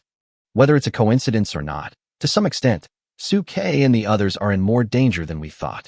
It seems that the dean sent us 2 war kings to pick up Su-Kei and the others personally. He must be worried about this problem. Perhaps it's not just us. Zhao Fei and An Ning from Lingwu Academy must have encountered a lot of trouble as well. Having said this, Cheng Qiji turned his head and looked towards the manor where Su-Kei and the others were, with a gleam in his eyes. Zhao Fei and An Ning will be guarded by Chunji and his men. We only need to keep an eye on Su-Kei and his men. I always feel that the demon god cult's plan this time must have a follow-up. We can't relax for a moment before we send Su-Kei and the others to Kyoto safely. Listening to Cheng Qiji's analysis, Manhwa on the side nodded seriously. I think so. Although we are in Daxia and there are not as many monsters as outside the monster suppression pass, we cannot let our guard down. In the territory of Daxia, the threat posed by the demon god cult and other human beings is even greater than that of any ferocious beast lurking in the darkness. As they spoke, Cheng Qiji and Manhwa disappeared back into the darkness. At this moment, in the night, in a dim alley in an old street in the city, a bird flapped its wings and fell into the shadows. The owl wearing glasses appeared in the alley with the help of the bluebird. One of his arms was broken, and the collar of his clothes was torn and bleeding. At this time, the owl's lens was full of cracks, and it emitted a chilling light in the shadows. I didn't expect that Cheng Qiji and Manhwa would disregard King Zhan's face and ambush us at the Lung family manor. Fortunately, we prepared a backup plan in advance, otherwise we might have been defeated by the Lung family this time. The blue bird standing by was also breathing heavily, and his eyes were filled with lingering fear as he recalled the scene when he met Cheng Qiji and the others before. Since Cheng Qiji and his men stayed behind at the Lung family manor, I'm sure Han Chong and his men from the Zhao family also made many mistakes. It seems that the top management of Daxiao attaches great importance to these students this time. Al couldn't help but narrow his eyes slightly as he listened to the analysis. It seems that we in the divine religion alone cannot complete this mission. We need to activate Plan B. The bluebird beside him nodded slightly. Yes, it's time to contact those guys lurking outside Tianhai City. As they spoke, the 2 men wiped away the remaining blood on the ground with a wave of their hands, and then quickly left the place. Early in the morning, Su-Kei woke up from his sleep and stretched comfortably. He had no idea what happened last night. He only knew that the soft pillow behind his head was very comfortable. Looking at Lu Qinhuan and Lung Ruoxue who were sleeping soundly, Su-Kei reached out and gently stroked the hair around their ears, then gently pulled his arms away from their embrace, bent down and gently lifted up their legs, preparing to leave. But at this moment, Lu Qinhuan and Lung Ruoxue seemed to feel Su-Kei's actions, and they opened their eyes while whispering softly. Subconsciously, she put her legs back on Su Kei's thighs and hugged Su Kei's arms tightly. Lu Chenhuan even acted coquettishly and held Su Kei's hand, rocking it gently and pouting as she spoke. Sleep a little longer. Lung Ruoxue remained silent, just staring at Su Kei with her big, Cazalan eyes and blinking continuously. Su Kei looked at this scene and couldn't help but reveal a doting smile. You two lazy bastards, there's really nothing I can do about you. Anyway, this kind of time is rare. Since you want to sleep a little longer, then take a rest. As he spoke, Su Kei increased the strength in his hands and directly hugged the two men's waists and brought them closer to him, preparing to close his eyes and take another nap. But at this moment, there was an inopportune knock on the door. A familiar but somewhat hoarse voice came from outside the door. Hey, did you forget there's something outside the door? If you don't open the door for me, I'm going to call someone. Hearing this, Su Kei's eyes, which were about to close, suddenly woke up and looked at Lu Chenhuan and Lung Ruoxue beside him. Did you forget it outside for Chia after you were done? Listening to Su Kei's words, Lu Chenhuan and Lung Ruoxue couldn't help but blink. Muji, we drank a little yesterday. I only remember that after I helped you, Brother Su, onto the bed, we fell asleep too. And then it seemed like I had no memory of anything else. Chia, I don't seem to have the impression that she brought anything with her. Hearing this, Su Kei couldn't help but hold his forehead and quickly pulled his hands and thighs out of Lu Chenhuan and Lung Ruoxue's arms and quickly stood up to open the door for Chia. After all, Chia is a ferocious beast with high intelligence. If I don't keep an eye on her and someone else finds out, it will be a big deal. While thinking, Su Kei opened the door and then saw a palm-sized ball of fur instantly shot up from the ground and fell into Su Kei's arms. At this moment, Chia was staring at Su Kei with a look of grievance on her face as she stared at his shaggy hair. Master, you don't know how many times I screamed outside this evening. I wanted to come in, but I was afraid of being discovered if I shouted too loudly, so I could only call you quietly in a low voice. Who knew that I would lose my voice and you would ignore me?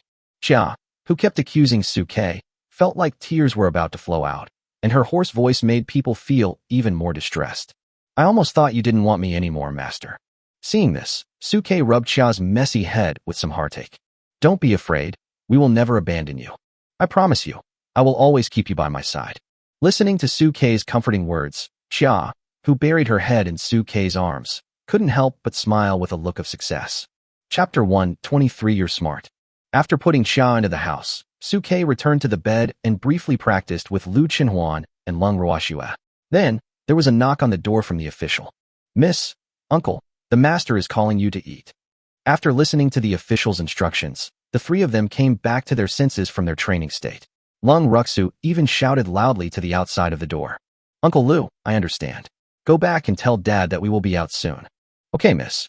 After hearing Lung Ruoxue's answer, Uncle Lu, the official outside the door, left. Su Kei couldn't help but groan as he listened to Lu Shu addressing him and the others. Is this what it feels like to be born into a wealthy family? From childhood to adulthood, before coming to your Lung family, I have never been called master or uncle. Lu Chenhuan, who was standing by, jokingly said, Well, aren't you experiencing it now? As for me, even if I follow you into this Lung mansion, I won't be able to enjoy the title of miss or son-in-law. She has gained a lot of reputation as a greedy girl. Looking at Lu Chenhuan's pretended displeasure, Su Kei couldn't help but laugh. What's wrong? Aren't you a real greedy girl? Su Kei.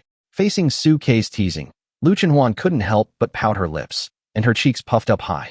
Looking at Lu Chenhuan's cute little expression, Su Kei couldn't help but reveal a doting smile at the corner of his mouth, and reached out to gently rub Lu Chenhuan's hair. Just kidding, our Huan Huan is not a greedy girl. Our Huan Huan is a well-known food connoisseur. Isn't she still a greedy girl? At this moment, Chia, who was curled up in Su Kei's arms, couldn't help but speak out. I'm envious of your grandma. Before Chia finished her words, Lu Chenhuan couldn't help but growl and reached out to grab Chia in Su Kei's arms. Seeing that things were not going well, Chia let out a cry and quickly jumped out of Su Kei's arms at lightning speed, jumping up and down relying on her agility. Without using spiritual power, it would be difficult for Lu Chenhuan to catch the agile Chia. But Chia was jumping up and down and sticking out her tongue, making faces at her and mocking her. Greedy girl Lululu. You're relying on the fact that we're in the Lung family and I don't dare to use my spiritual power at will, right? Seeing Chia being so arrogant, Lu Chenhuan glanced at her, grabbed the electric mosquito swatter beside him, and pressed the switch. In an instant, An electric arc spread from the mosquito swatter, making a crackling sound. Lu Chenhuan raised the electric mosquito swatter and was about to rush towards Xia. Kill the cat! Kill the cat! Seeing Lu Chenhuan rushing towards her with an electric mosquito swatter, Xia screamed and rushed to Su Kei's feet to seek shelter. It grabbed Su Kei's trouser leg and blinked its big eyes at him aggrievedly, as if crying. Owner! But unexpectedly, Su Kei reached out and picked it up from the ground and brought it in front of Lu Chenhuan. Come on, Huan, ravage it as much as you can. Xia was so stunned by Su Kei's move that she couldn't react at all. Su Kei held her by the scruff of the neck, and she looked at the crackling sound of the electric arc and raised her claws towards the electric mosquito swatter that was coming towards her. Good sister, I was wrong.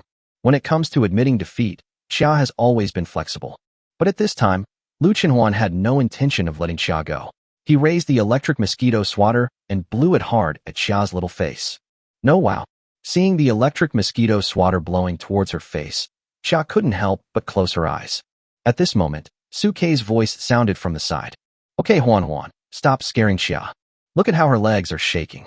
Su Kei knew Lu Chenhuan's character very well. Although she looked fierce at times, she would not kill anyone around her. Although Xia is a ferocious beast, she is not as perverse and violent as other ferocious beasts. On the contrary, through this period of getting along with each other, Su Kei discovered that Xia's personality is more similar to that of humans. In terms of stance, they tend to be neutral. And through this period of time together, Xia has become like a family with everyone. He stumbled a little with his words, but he had no intention of harming the other person. Listening to Su Kei's words, Xia carefully opened one eye, looked at the electric mosquito swatter that was less than 2 centimeters away from her, and blinked her big eyes to act cute at Lu Chenhuan. I know that my sister Huan is the most tolerant and gentle girl. You were just joking with me. You wouldn't really want to do that to me. When Xia said this, she deliberately winked at Lu Chenhuan to show her cuteness, and her little tail kept wagging to show her goodwill. Lung Ruoxue, who was standing by, saw this scene and couldn't help but cover her mouth and burst out laughing. Seeing this scene, Lu Chenhuan's anger disappeared and he snorted coldly. You're smart. Hearing this, Xia finally felt relieved. But just when Xia was breathing a sigh of relief, the electric mosquito swatter in Lu Chenhuan's hand hit Xia's, but directly, causing Xia to jump up with the electric shock. Smelling the burnt smell of hair in the air and feeling the stinging pain on her butt, Xia's eyes were suddenly filled with grievance. Lu Chenhuan, what are you doing? At this moment, Lu Chenhuan looked very proud. Nothing serious. I just gave you a slight punishment to teach you a lesson. As he spoke, Lu Chenhuan put the electric mosquito swatter down again and clapped his hands at Su Kei and Lung Ruoxue. Okay, brother Su Ruoxue, let's go eat now. Hearing this, Su Kei smiled and nodded, then loosened his hand. Xia took the opportunity to slip back into Su Kei's arms, her face full of grievance. Master, you sold me. Su Kei reached out and rubbed Xia's head. A smile appeared on the corner of his mouth, and he did not answer. However, Lu Chenhuan, who was beside him, took the opportunity to speak with a smug look on his face. Yes, Brother Su is letting you know who is the king and queen of his harem. The harem. Listening to Lu Chenhuan's words, Lung Ruoxue beside her couldn't help but lower her head, her ears turning red. However, Xia was slightly startled when she heard the words, and seemed to have thought of something to say. There was a hint of reminiscence and silence in her eyes, and she rarely argued with Lu Chenhuan. Su Kei also coughed dryly and blinked his eyes, not knowing what he was thinking. Soon, the three of them returned to the dining room under the leadership of Lung Ruoxue. When entering the dining room, both Su Kei and Lu Chenhuan and Lung Ruoxue beside him could not help but frown slightly, because in the field of vision, there were two familiar figures standing beside Lung Qianxiu, Cheng Qiji and manhwa, who recruited them earlier. Seeing the three people appear, Cheng Qiji and manhwa hurriedly came up to them with smiles on their faces. Su Lu Lung, long time no see. Listening to the two people's polite words, Lu Chenhuan couldn't help but frown slightly. No, didn't we just meet yesterday? Chapter 124, Departure Immediately. Perhaps choked by Lu Chenhuan's answer, Cheng Qiji and manhwa coughed dryly, turned their gaze to Xia and Su Kei's arms, and then changed the subject. Student Su's pet is a little different today. The fur on its butt is very unique, fluffy and curly, as if it had an iron done on it.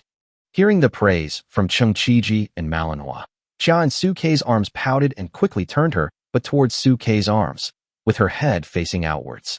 Seeing this scene, Cheng Qiji and manhwa couldn't help but show surprise in their eyes. Huh? This little guy seems to understand what we say. So spiritual. As he spoke, Cheng Qiji looked at Xia, who was facing inward, with a somewhat suspicious look, and spoke to her tentatively. You're a big dumb cat. Listening to Cheng Qiji's words, Xia, who was already in a bad mood, pouted her lips and whimpered softly. Then, she instantly exerted force on her limbs, and a loud sound came from the direction of Xia's butt. Puff, puff, puff. Then, a foul-smelling green smoke came out from Xia's butt and hit Cheng Qiji, who had just put his nose close to Xia. Cheng Qiji was caught off guard by this horrific attack and was knocked to the spot in an instant. The pungent smell made it difficult for Cheng Qiji to breathe, and tears flowed under the influence of the smoke. Wow, what kind of pet cat is this? Why does its fart hurt my eyes so much? Seeing this, manhwa, who was standing by, quickly took a step back in disgust, fearing that she would smell the stench on Cheng Qiji's body. At this time, Cheng Qiji's eyes were full of suspicion. He looked at Xia with tears in his eyes and coughing.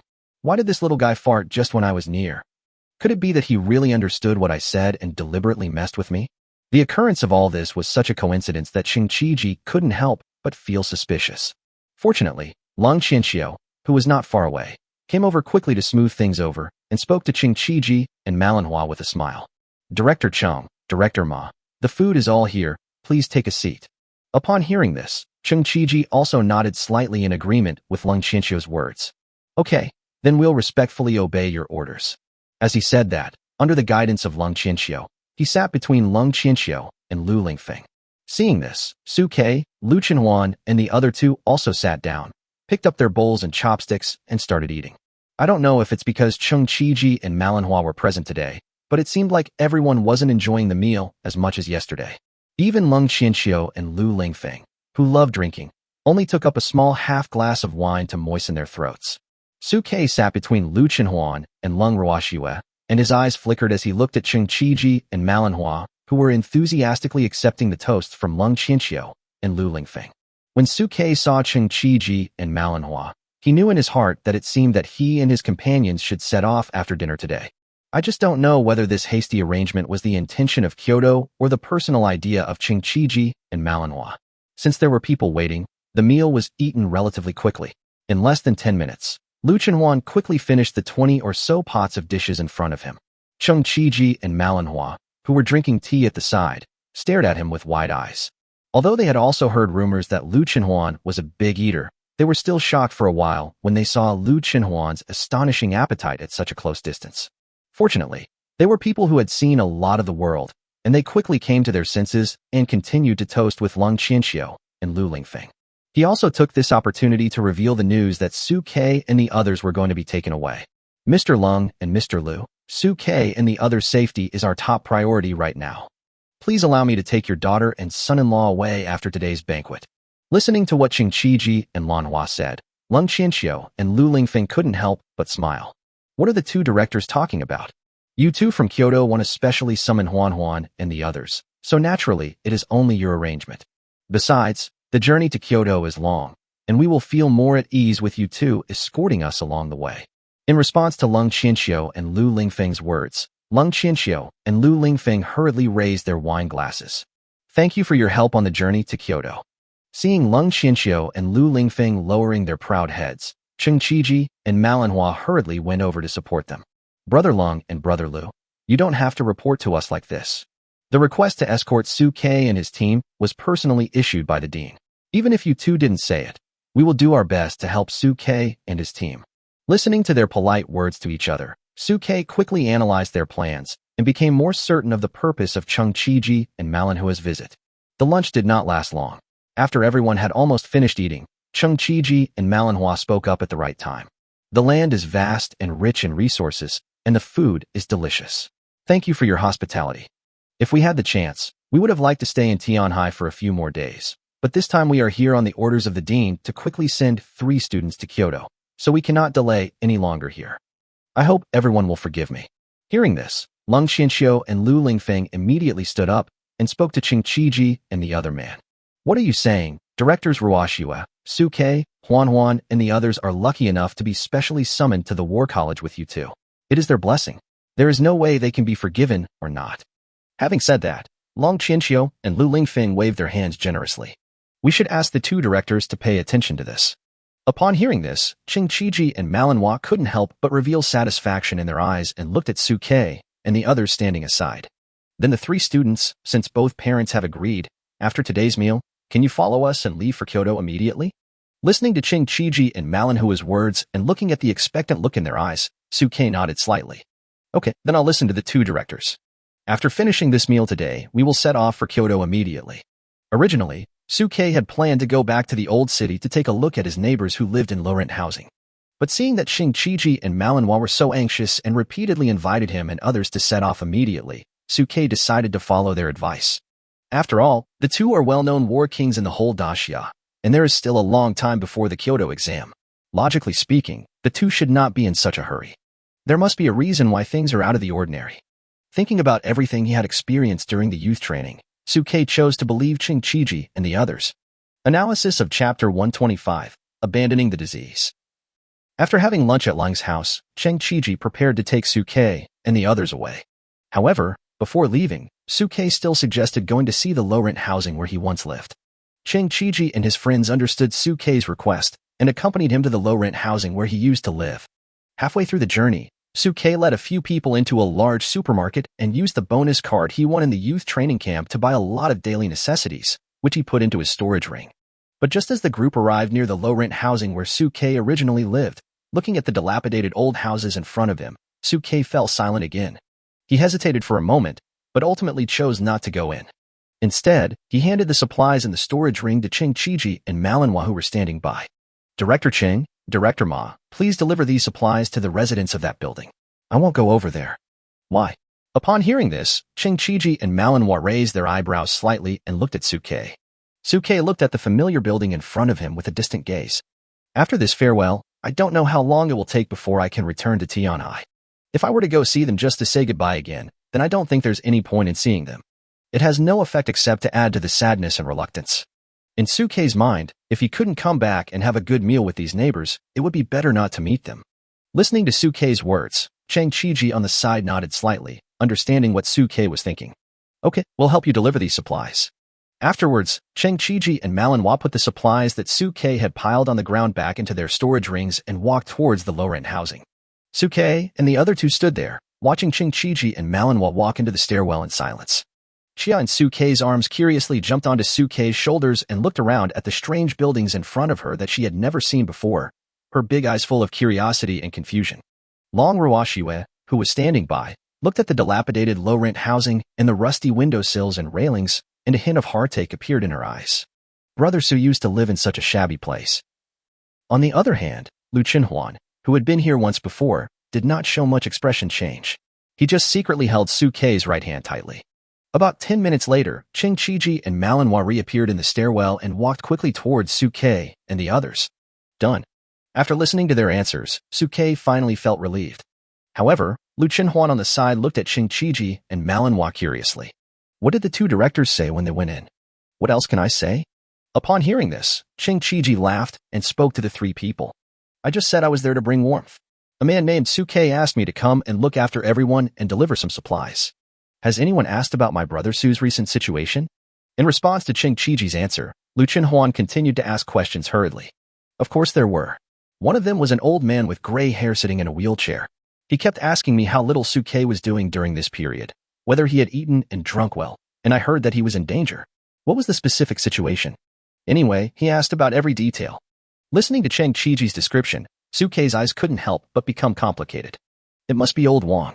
He was the one who missed me the most when I was in public housing. Looking at Suke's distant gaze, Ching Chiji reached out and patted Suke on the shoulder. Don't worry. No matter who asks, I will tell them that you are doing well now and will soon go to Kyoto to attend university with the big shots. Hearing this, Suke nodded gently and thanked Ching Chiji and Malinois. Thanks.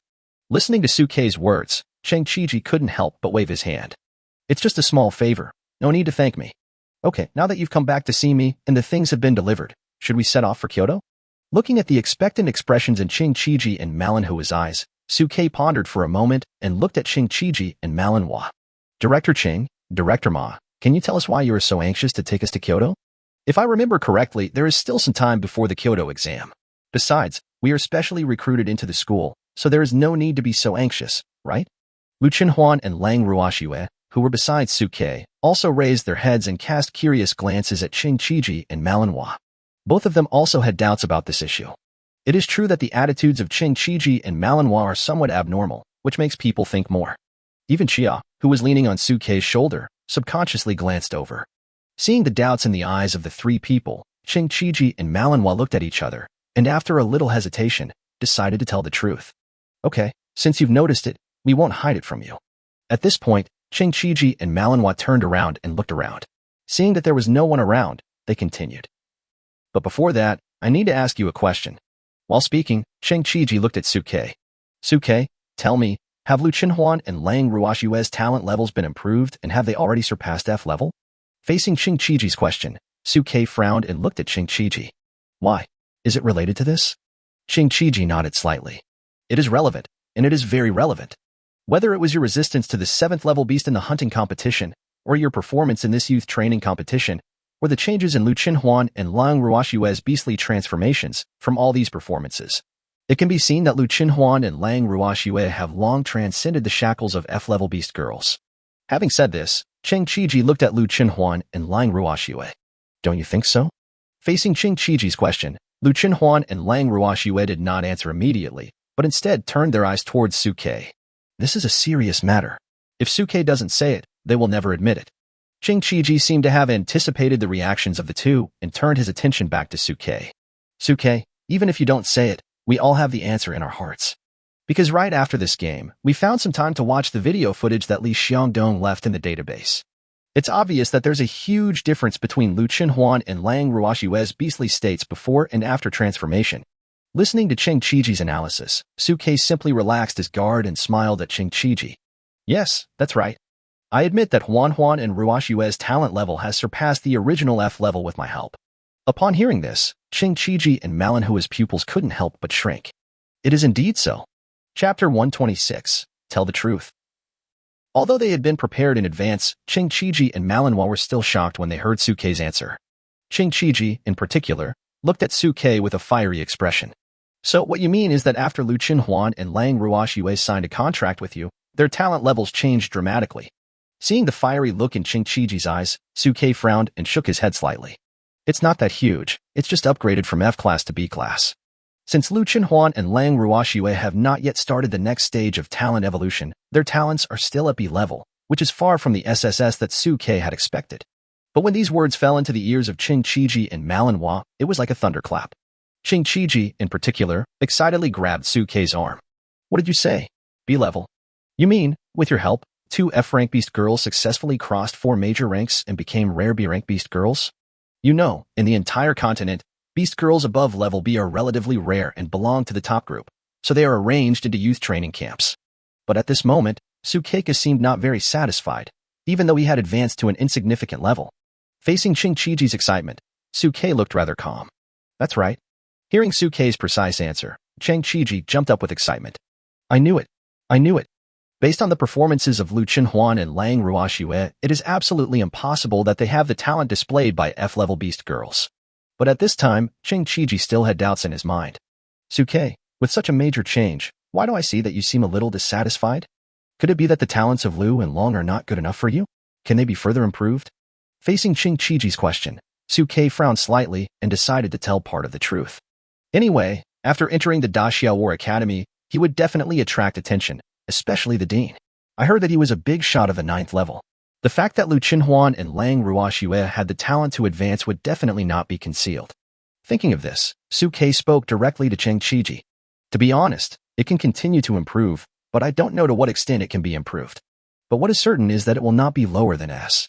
Su Shuchue, who had something to keep in mind, leaked some information to Qing Qiji, saying that Lu Qinhuan and Lang Ruoshue's qualifications could be improved, but he hid the news that their actual talent limit was SSS.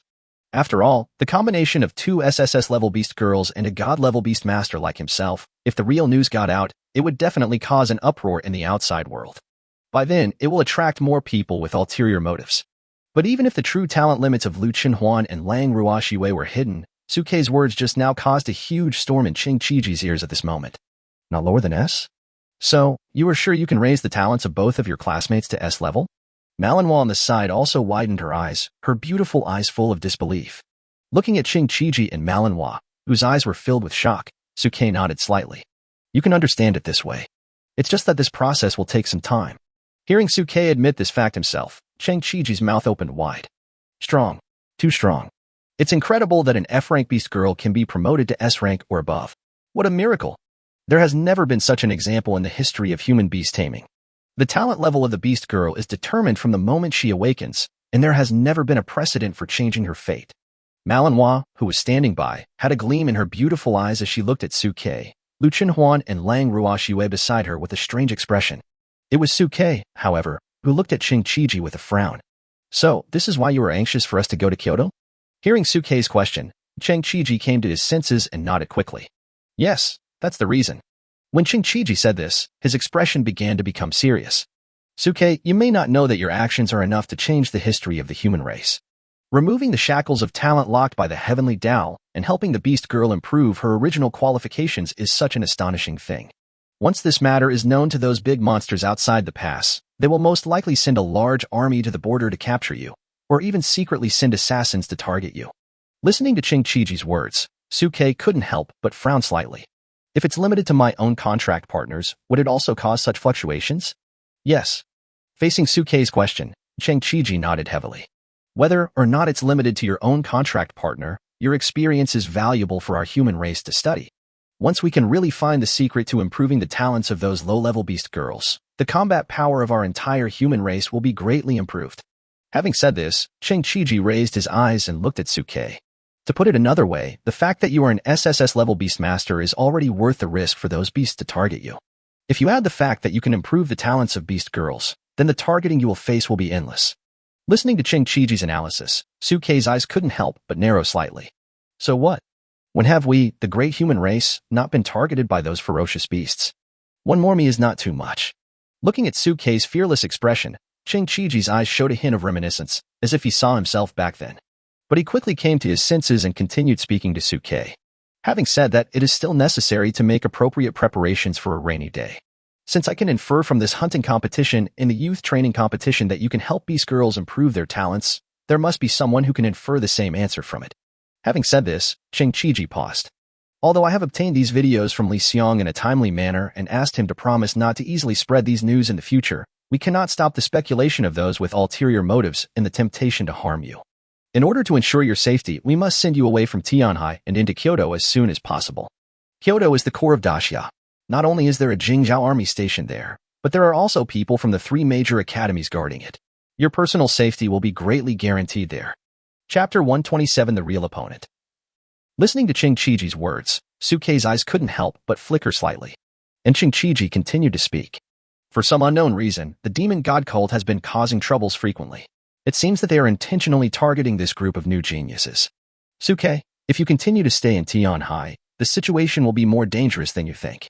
At this point, Qingqiji seemed to be afraid that Suke didn't believe him enough, so he hesitated for a moment and directly told him what happened yesterday. Just yesterday, the Lang family manor was attacked by 2 remnants of the demon god cult. If we hadn't taken action, something terrible would have happened by now. Hearing Qingqiji's words, both Lu Qinhuan and Lang Ruoxue beside them could not help but widen their eyes. Especially Lang Ruoxue, her eyes were full of disbelief. What? The remnants of the demon god cult actually invaded my Lang family last night. Qingqiji looked at the shock in the 2 people's eyes, seemed very satisfied with their performance, and nodded slightly. Yes, the cultivation base of those 2 remnants of the demon god cult is no less than the 6th level. If it weren't for us, I'm afraid something would have happened to your Lang family last night. So, if you continue to stay in Tianhai, such things may happen again. Your safety will always be at risk, whether you plan or not. After hearing these words, both Lu Qinhuan and Lang Ruoxue fell silent. However, Suke looked at Chia, who had snuggled into his arms and pretended to sleep again, his eyes flickering. In fact, Suke had already noticed what happened yesterday. As early as when they were having dinner, Chia took advantage of Suke's moment to quietly tell him that she had sensed 2 powerful and familiar auras outside the manor, which were very similar to the auras of the demon god cult. So Suke immediately chose to secretly tell Lang Qianxiu about this matter, and pretended to be drunk. He called Lu Qinhuan and Lang Ruoxue to help him into the bedroom, and then asked Chia to be on guard outside.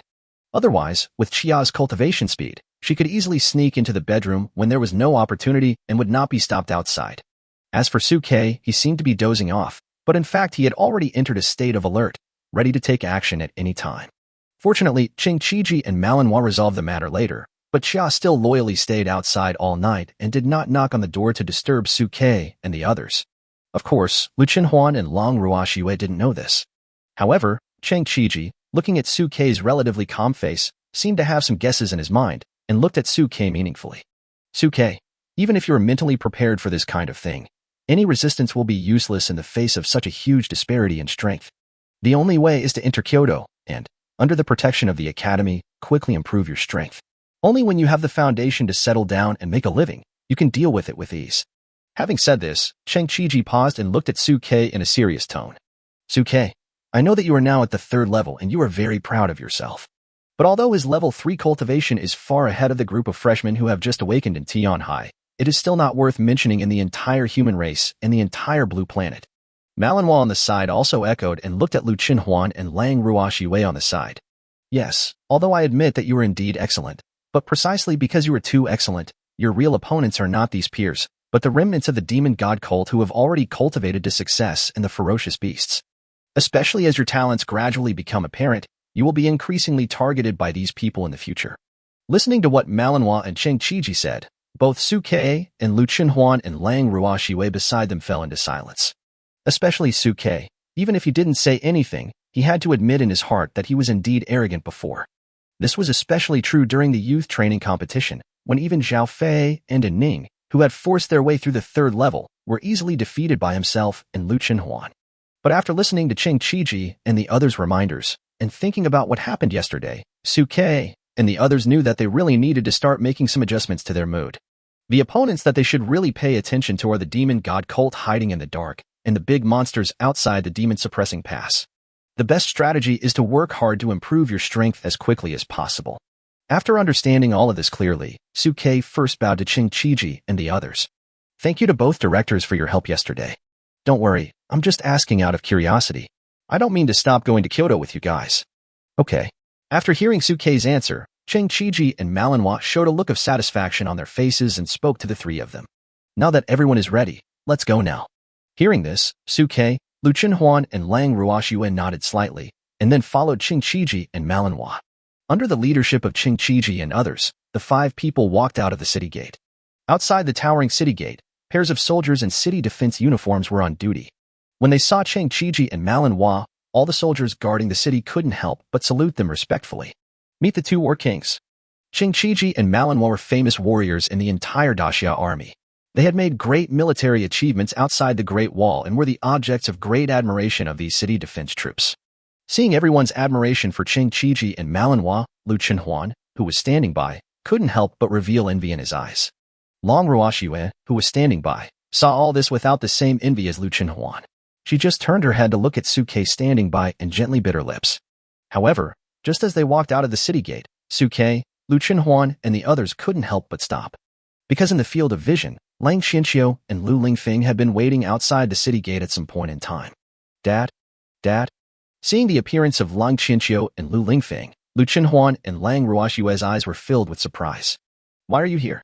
The 3 men did not tell Lang Xianxiu in advance about their departure time. The only explanation for their appearance here at this time was that they had been waiting outside the city gate early, ready to say goodbye. Lang Xianxiu had a kind smile on his face at this time. Our precious daughter and son-in-law are leaving Tianhai. As a father, how can I not come and see them off? Lu Lingfeng on the side also nodded. That's right. It's only natural for the 2 of us, as fathers, to come and see our daughters off. Hearing this, Lu Qinhuan and Lang Ruoxue couldn't help but show an expression of emotion in their eyes, and they ran forward and hugged their fathers. Chapter 128, Going to Masturbate? It's so cozy. Looking at this scene, Cheng Chiji and Manhwa beside Suke couldn't help but show nostalgia in their eyes. When we first left the city, it was the same scene. Even Chia, who was lying in Suke's arms, was secretly looking at this heartwarming scene with a complicated look in her eyes, and no one knew what was going on in her little head. At this moment, Cheng Chiji on the side seemed to have thought of something and looked at Suke. Suke, your family. I have no family. Listening to Cheng Chiji's question, Suke took a deep breath. As far as I can remember, I have no parents. I grew up in kindergarten. After I entered junior high school, I was allocated my own low-rent housing. I grew up under the care of old Wang and the neighbors in the low-rent housing. Hearing this, Manhwa, who was standing by, couldn't help but reveal a look of heartache. Then didn't you ask about their news? Manhwa couldn't believe that in such a huge country like Tianhai, there was still no news about Suke's parents. I have inquired about it. Facing Manhwa's proposal, Suke spoke calmly. My father left Tianhai and disappeared when I was 3 years old. As for where he went or what he did, I have no idea. I heard that he did not report it. As for my mother, there is no news at all. There is absolutely no news about her. Hearing Suke's answer, Chang Chiji frowned slightly. Can you tell me your parents' information? Perhaps our war college can help find their information. Hearing this, Suke's eyes couldn't help but reveal a glimmer of hope. Daxia War Academy is one of the 3 major academies in Daxia, and its students are spread all over Daxia. Perhaps they can really help me. Thinking of this, Suke directly told Chang Chiji his father's name. Sulin. Sulin. Listening to Suke's words, Chang Chiji and Manhwa couldn't help but frown at the same time, quickly searching their memories in their minds. This name sounds unfamiliar. He doesn't seem to be a famous beastmaster. If it was a more famous beastmaster, the two would react quickly and would not have searched their memories for a long time without finding the name. He should be a beastmaster of a relatively low level, a nameless one. At this point, Chang Chiji seemed to be afraid of disappointing Suke and quickly added. But don't worry. After we go back, I will contact all the students in our academy and ask them to pay special attention to whether there is any beastmaster named Sulin. Once there is any news, I will tell you immediately. Hearing this, Suke showed a hint of gratitude in his eyes and nodded to Chang Chiji to express his gratitude. Thank you, Director Ching. Upon hearing this, Chang Chiji waved his hand gently. No need to be so polite. Since you have entered our college, you are a member of our college. This is just a small favor, and it's nothing more than a piece of cake. Having said this, Chang Chiji looked at Suke. And your mother? What's your mother's name? We looked it up for you. But in response to Chang Chiji's question, Suke simply shook his head. I don't know about this question either. As far as I can remember, I haven't seen my mother. The only thing I remember is that she seemed to hold me in her arms when I was little. As for what she looked like or what her name was, it's all blurry in my mind. I have no impression. Listening to Suke's description, Chang Chiji and Manhwa's eyes showed distress. Poor child. In their minds, Suke was probably separated from his mother because of an accident at home when he was a child. Later, his father left Suke alone to look for his mother. At such a young age, I have to bear the independence that should not be given to this age. Now, they could finally understand why Suke always seemed calm in the face of adversity. It turned out that he had no family to accompany him since he was a child and had to grow up alone holding an umbrella. While thinking, Lu Qinhuan and Lang Ruoxue stood up from Long Qinqiu and Lu Lingfeng's arms, ran over together and pulled Suke over. Come on, give each other a hug as a farewell. Listening to the two women's words, Suke and Lu Lingfeng couldn't help but hold their foreheads. What are we, grown men, supposed to be hugging? That's right, it's inappropriate, it's inappropriate, it's inappropriate, it's inappropriate. Seeing them being a little embarrassed, Lu Qinhuan put his hands on his waist. You don't hug me, which proves that you don't really regard Brother Su as your own family. What's wrong? Aren't daughters and sons-in-law different? Long Ruoxue standing by also blinked and nodded in agreement. I think Sister Huan is right. You have been without a family since you were a child. We are your family. Brother Su, you should also enjoy the love from your family. Listening to the two people singing in unison, Suke and Lu Lingfeng couldn't help but hold their foreheads. Lung Qinxiu, on the other hand, coughed dryly, then stepped forward and gave Suke a simple hug. Ruoxue and the others are right. Son-in-law, I don't know when you will be able to return to Tianhai. Take care. Ruoxue, I will completely leave everything to you from now on. If you need anything in Kyoto in the future, tell me and I will find a way to get it for you. Having said this, Lung Qinxiu took out a gold card from his arms and handed it to Suke. This is a little living allowance I give you. Take it and spend it. If it's not enough, just call me anytime and I'll top it up. Lu Lingfeng on the side also stepped forward and gave Suke a simple hug. Son-in-law, take care on your journey. Huan has a stubborn temper. You must take good care of her in Kyoto. I'm not as rich as Mr. Long, but if you and Huan encounter any difficulties over there, tell us. Even if we are far away in Tianhai, we will rush over as soon as possible. Hearing the concern in the two people's words, Suke couldn't help but show a touch of emotion on his face. Don't worry, fathers-in-law, I will. Whether it's Huan or Ruoxue, I won't let them suffer any injustice in Kyoto. Hearing Suke's promise, Lu Lingfeng and Lung Qinxiu felt relieved. Based on their understanding of Suke's character, they knew that Suke was always calm and steady in his work, and was a man who valued his promises and would never break his word. Okay, time to go. Just as a few people were greeting each other, Chang Chiji and Manhwa spoke up. The sooner we leave, the sooner we get to Kyoto, and the sooner everyone can feel at ease.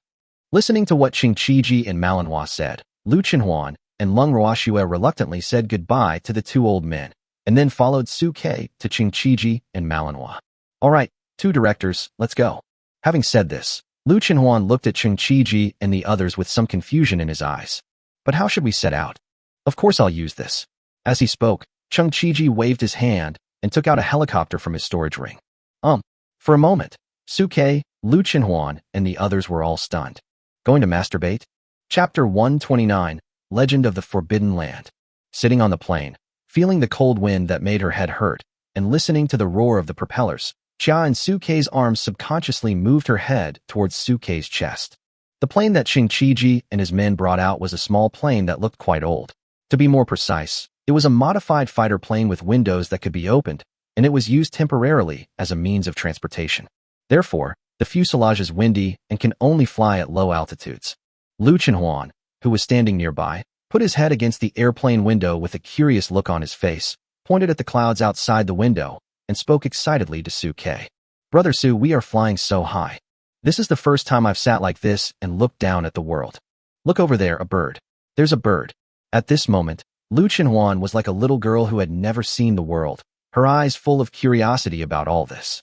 Even Lung Ruoxue, who was standing by, couldn't help but glance sideways secretly, following Lu Chenhuan's gaze at the flock of birds circling in the distant clouds. Su Ke looked at this scene with flickering eyes.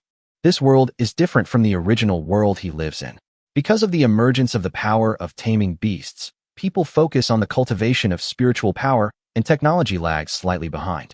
Just like airplanes, most of them are just a means of transportation and do not carry out specific combat functions. However, Lu Chenhuan on the side asked Manhwa with some curiosity. Director Ma, didn't I hear that all of you war kings above the 7th rank can fly? Why don't you just take us to Kyoto? Hearing Lu Chenhuan's question, Manhwa couldn't help but chuckle. Silly girl, do you know how far it is from Tianhai to Kyoto? If we don't use the plane, it will take a lot of spiritual energy for us to fly to Kyoto in our physical bodies. Qingqiji, who was flying a plane nearby, also nodded in agreement. Unless there is an emergency, it is very dangerous to keep consuming spiritual energy just to hurry on. If we encounter someone with ulterior motives or an attack by a ferocious beast lurking in a forbidden area, the risk factor will be high as our spiritual power is depleted. Forbidden area? Listening to Qingqiji's explanation, Lu Chenhuan and Lung Ruoxue on the side couldn't help but be stunned. The knowledge system learned in school occasionally mentioned forbidden areas, but they were always mentioned in passing, saying only that they were full of dangers, but there was no specific mention of what was in the forbidden areas. Director Chung, can you tell us what is in the forbidden area? Even Su Ke, who was in a daze at the side, came back to his senses after hearing this and looked at Qingqiji and the others with curiosity. Manhwa, who was standing beside Qingqiji, looked at the curiosity in the eyes of the three people, and a smile appeared at the corner of her mouth. It's no wonder you're curious. It's because there are some things in school that you don't need to know in advance. But now it's time for you to know all this, so let me introduce you to the general structure of this world. On Blue Star today, the human race and the beast race live in two separate places, with the demon suppression pass as the boundary. The humans live inside the pass, and the beast race lives outside the pass. At the beginning, the ancestors of the human race led countless beast masters and beast girls to gradually recover the lost territory of our race, and then gathered elites from various countries to form the defense line of the monster suppression pass. They also trained many powerful beast masters and beast girls to go outside the pass to guard it, making it difficult for the beast monsters to break through the monster suppression pass. But in fact, in addition to the demon suppressing pass, there are actually many places where ferocious beasts reside inside the pass. When the ancestors of the human race were recovering the lost territory, many great demons and fierce beasts refused to give up their territory and would rather die than retreat. In order to preserve the strength of the human race, the ancient sages went deep into various places to negotiate with these great monsters and beasts. If there were any dissenters, they would be killed directly. Some of them were relatively gentle or willing to submit to the human race, and they made a pact with the sages, marked out a territory for their prisoners, and left them with enough territory. In these territories, great demons are not allowed to leave, and humans are not allowed to set foot in them. They have made an oath to the heavens with the sages. If they break it, they will be baptized by the thunder of heaven and earth. And the place where these great monsters are located is a forbidden area. Listening to Manhua's explanation, Lung Ruoxue, Lu Chenhuan, and Su Ke couldn't help but reveal a hint of understanding in their eyes. So that's how it is. The so-called Forbidden Land is a prison to imprison these great monsters and beasts that are still in the human race. Manhwa nodded slightly when she heard this, but then shook her head. There are currently 7 forbidden areas for the human race within the pass. 5 of them can be understood in this way, but the other 2 cannot be considered in this way. Listening to Manhua's words, Su Ke couldn't help but frown slightly. Is there anything special about these 2? Upon hearing this, Manhwa glanced at Chengqiji, who was flying a plane beside her, then turned to look at Su Ke and the others. Yes, there are 2 forbidden areas. They are the death places of 2 great monsters of the 9th rank who were once killed by the ancient sages and were half-step beast gods. These 2 great monsters are very powerful. Even after their death, their spirits are still alive. Their resentment spreads, turning the surrounding land into a deadly place. So, in these 2 forbidden areas, there are no living creatures and there are many dead bodies. They are the 2 forbidden areas with the heaviest killing intent towards the human race. Listening to Manhua's explanation, both Su Ke and Lu Chenhuan and Lung Ruoxue beside him could not help but reveal a hint of surprise in their eyes. So there is such a secret. Manhwa nodded slightly.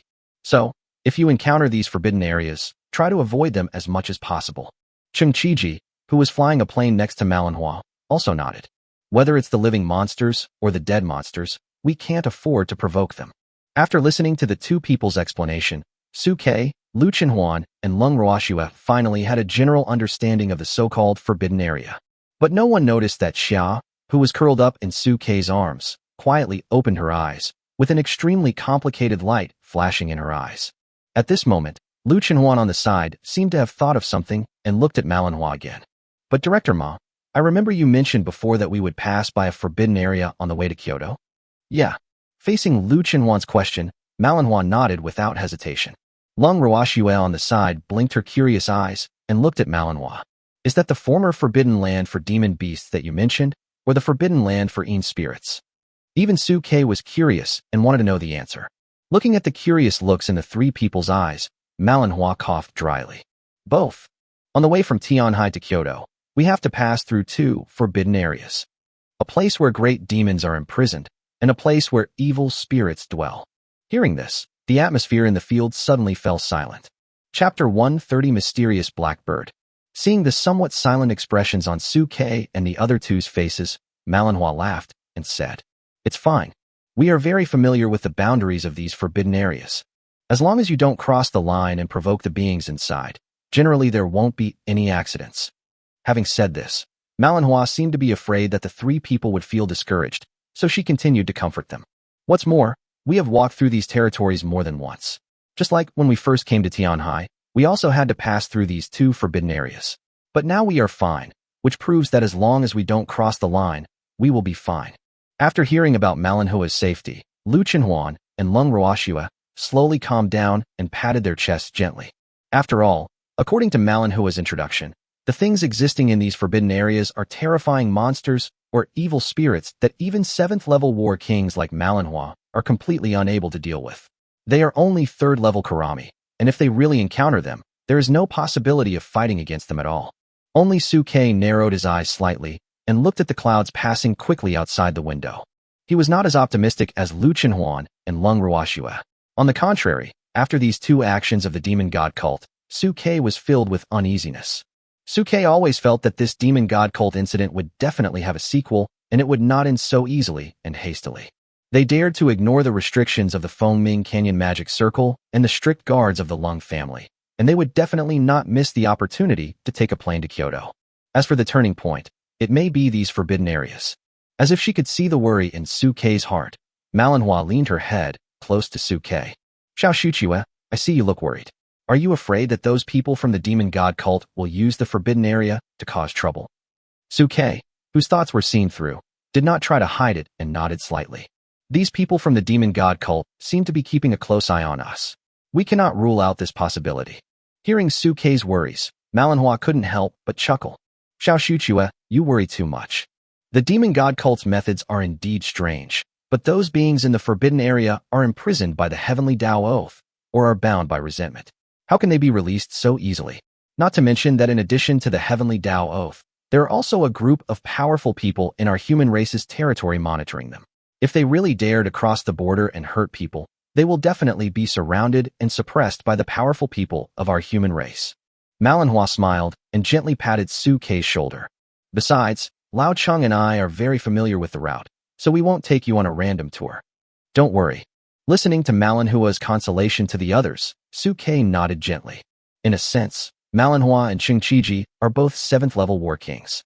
Even if they face an 8th-level monster, they may be able to lead others to escape. I just hope my worries are unnecessary.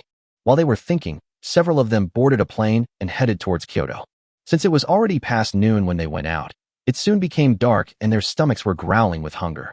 Fortunately, Su Kei and Chingchiji had prepared a lot of supplies in their storage rings in advance, and they took out some food to fill their stomachs. However, just as the setting sun shone through the clouds onto the fuselage, in the distant field of vision, the sky was unexpectedly occupied by a dark spot. That is, in the field of vision, a huge black cloud was rapidly approaching the plane that the few people were on. Seeing this scene, Chingchiji, who was operating the plane, couldn't help but narrow his eyes slightly. He had spent a lot of time flying and was relatively experienced. He could tell at a glance that the black clouds that were rapidly approaching him and others were not normal clouds. Normal clouds are a mass, but the black clouds in the field of vision are constantly rising and falling. As the distance got closer, everyone became increasingly nervous. Manhwa, who was sitting next to Chingchiji, also widened her eyes and looked carefully at the black cloud. Bird. It's a bird. As the distance got closer, the few of them quickly saw clearly what kind of existence appeared in their field of vision. It was a sky covered by a dense flock of large black birds. From a distance, they did not feel how big it was, but as they got closer, they intuitively experienced the terrifying number of birds. Each of these birds is several meters long, and there are probably tens of thousands of them densely packed together, almost covering the entire sky. What kind of bird is this? Why have I never seen it in books? Su Kei considered himself a theoretical nerd at school, but he had never seen the birds before in any books. Even Chingchiji, who was operating the plane and watching all this, couldn't help but narrow his eyes slightly. What kind of bird is this? How come I've never seen one before? Wife, have you seen it? In response to Chingchiji's question, Manhwa shook her head gently and clenched her fists. No. Hearing this, everyone's heart instantly rose. A bird this big is definitely not an ordinary bird, most likely a ferocious beast. No one has ever seen birds of such huge size and in such large numbers. Isn't this a good sign? I don't know whether the person coming here is good or evil. At this time, Chingchiji and Manhwa were both extremely alert, staring at the flock of birds flying towards them. If they have any intention of attacking, the two will make defensive deployments at the first moment, abandon the planes, and fight directly. But to everyone's surprise, the black birds seemed to have no hostility towards the appearance of the few people. They just flew towards them quickly with a hissing sound. But everyone did not relax at all. Instead, they squinted their eyes and stared at the black birds. The best option would be an emergency landing. Chingchiji, who was flying the plane, spoke in a deep voice. But these birds are flying too fast, and we are too close to each other. It would be too late to make an emergency landing now. I can only rely on my excellent skills to pass through the gaps between these flying birds. The plane the 5 people were riding in was relatively small, not much different in size from these birds. If operated well, they could easily pass through them. But Chingchiji was still sweating secretly. Because if there is a mistake in operation and any bird is hit, causing the entire flock of birds to riot, then what follows is bound to be a tough battle. Never mind, charge. At this moment, Chingchiji gritted his teeth, pulled the joystick directly, and flew towards the flock of birds. At this moment, Chia, who was curled up in Su Kei's arms, opened her eyes and took the initiative to jump from Su Kei's arms to the plane window. Chapter 131. The Egg of the Immortal Phoenix. Seeing Chia jumping to the side of the plane window, Lung Ruoxue beside Su Kei couldn't help but subconsciously show nervousness. Chia, don't go. Now, the countless black birds and ferocious beasts outside the plane have unknown origins and are very dangerous. Even Chingchiji and Manhwa had entered level 1 combat readiness at this moment, ready to respond to any emergency at any time.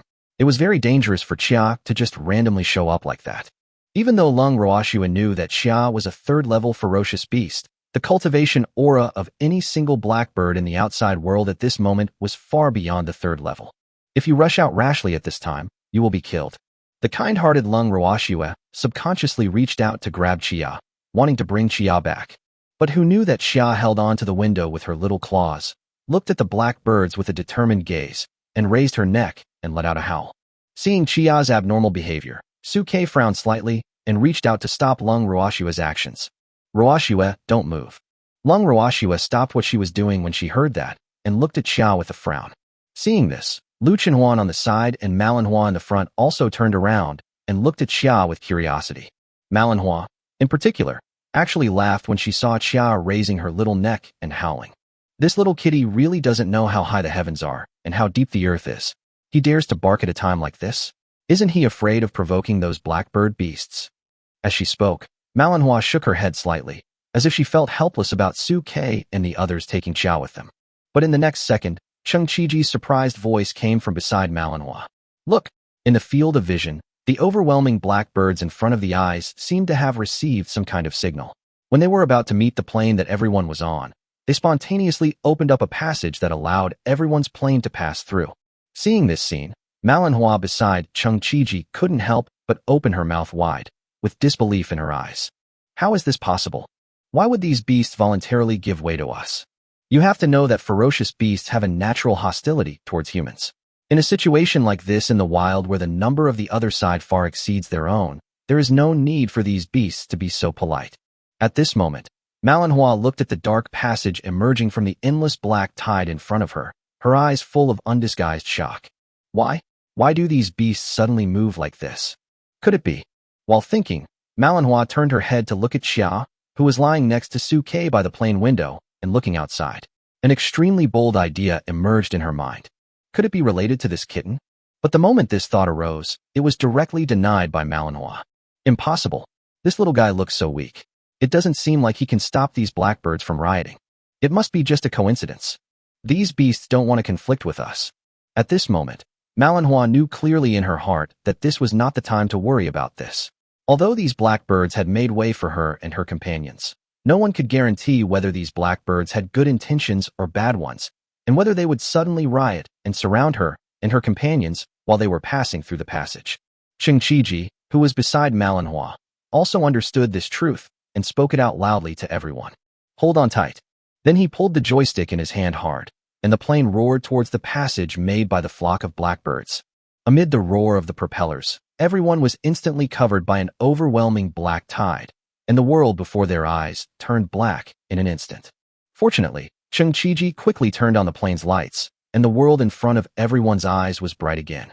In the field of vision, dense black feathers kept surging, and huge bird claws kept whizzing past everyone. The plane that everyone was on was like a lone boat sailing in this huge black wave, and it might be swallowed by the black wave at any time. At this moment, everyone was anxiously observing the surrounding scenery. After a moment, Lu Chenhuan seemed to have discovered something first and stretched out his hand to point forward. Look up ahead. Upon hearing this, everyone immediately focused their attention and looked in the direction Lu Chenhuan pointed. In the field of vision, black birds gathered together in an orderly manner, as if protecting something. Under the pitch-black feathers, one seems to be able to vaguely see strange lines emerging on the smooth, white jade barrier. What is that? Looking at the barrier engraved with strange patterns, everyone couldn't help but frown at this moment.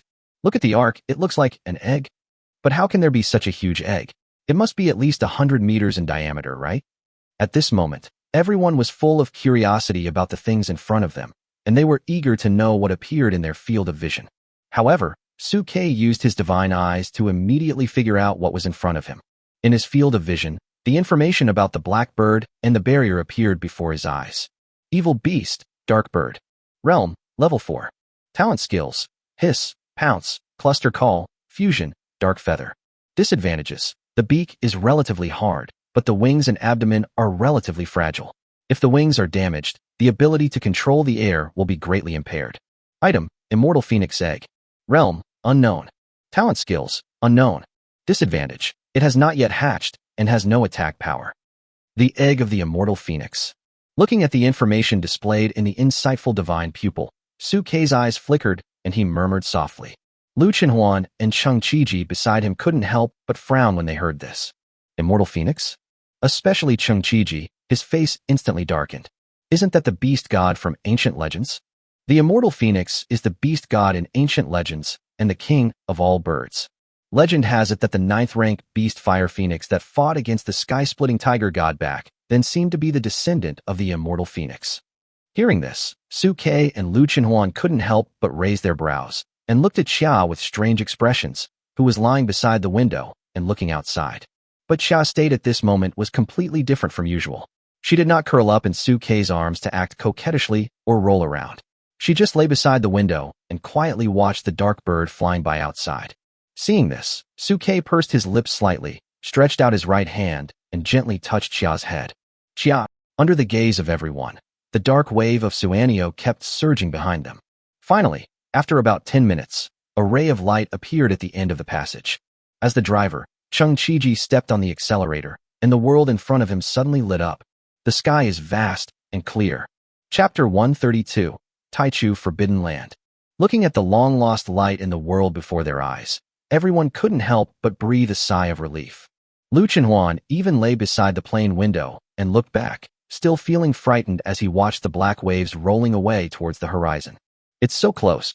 If those blackbird beasts had attacked us just now, we would have been in pieces now.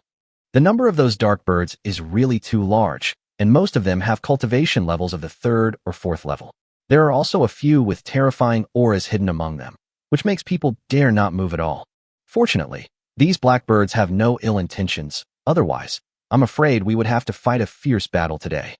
Lung Roashue on the side also patted her chest gently and nodded.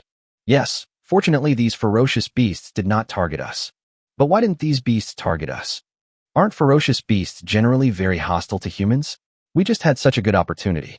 However, Cheng Qiji, who was flying the plane, expressed his own judgment. Didn't Xiao Shuchue just say that the thing these blackbirds are protecting is some kind of immortal phoenix egg?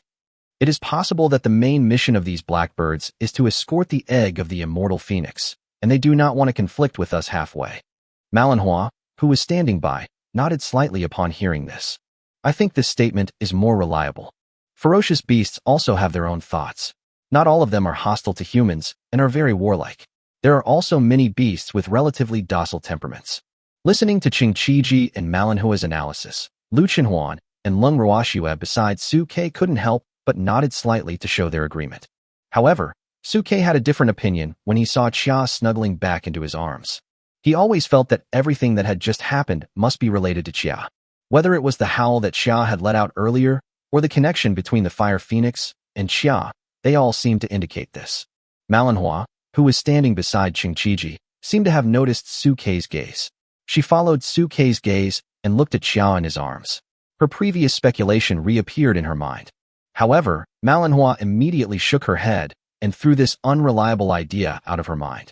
But perhaps she still had some doubts in her heart, so Manhwa turned her head and looked at Suke. Xiao Shuchue, it seems that you care a lot about this little kitten.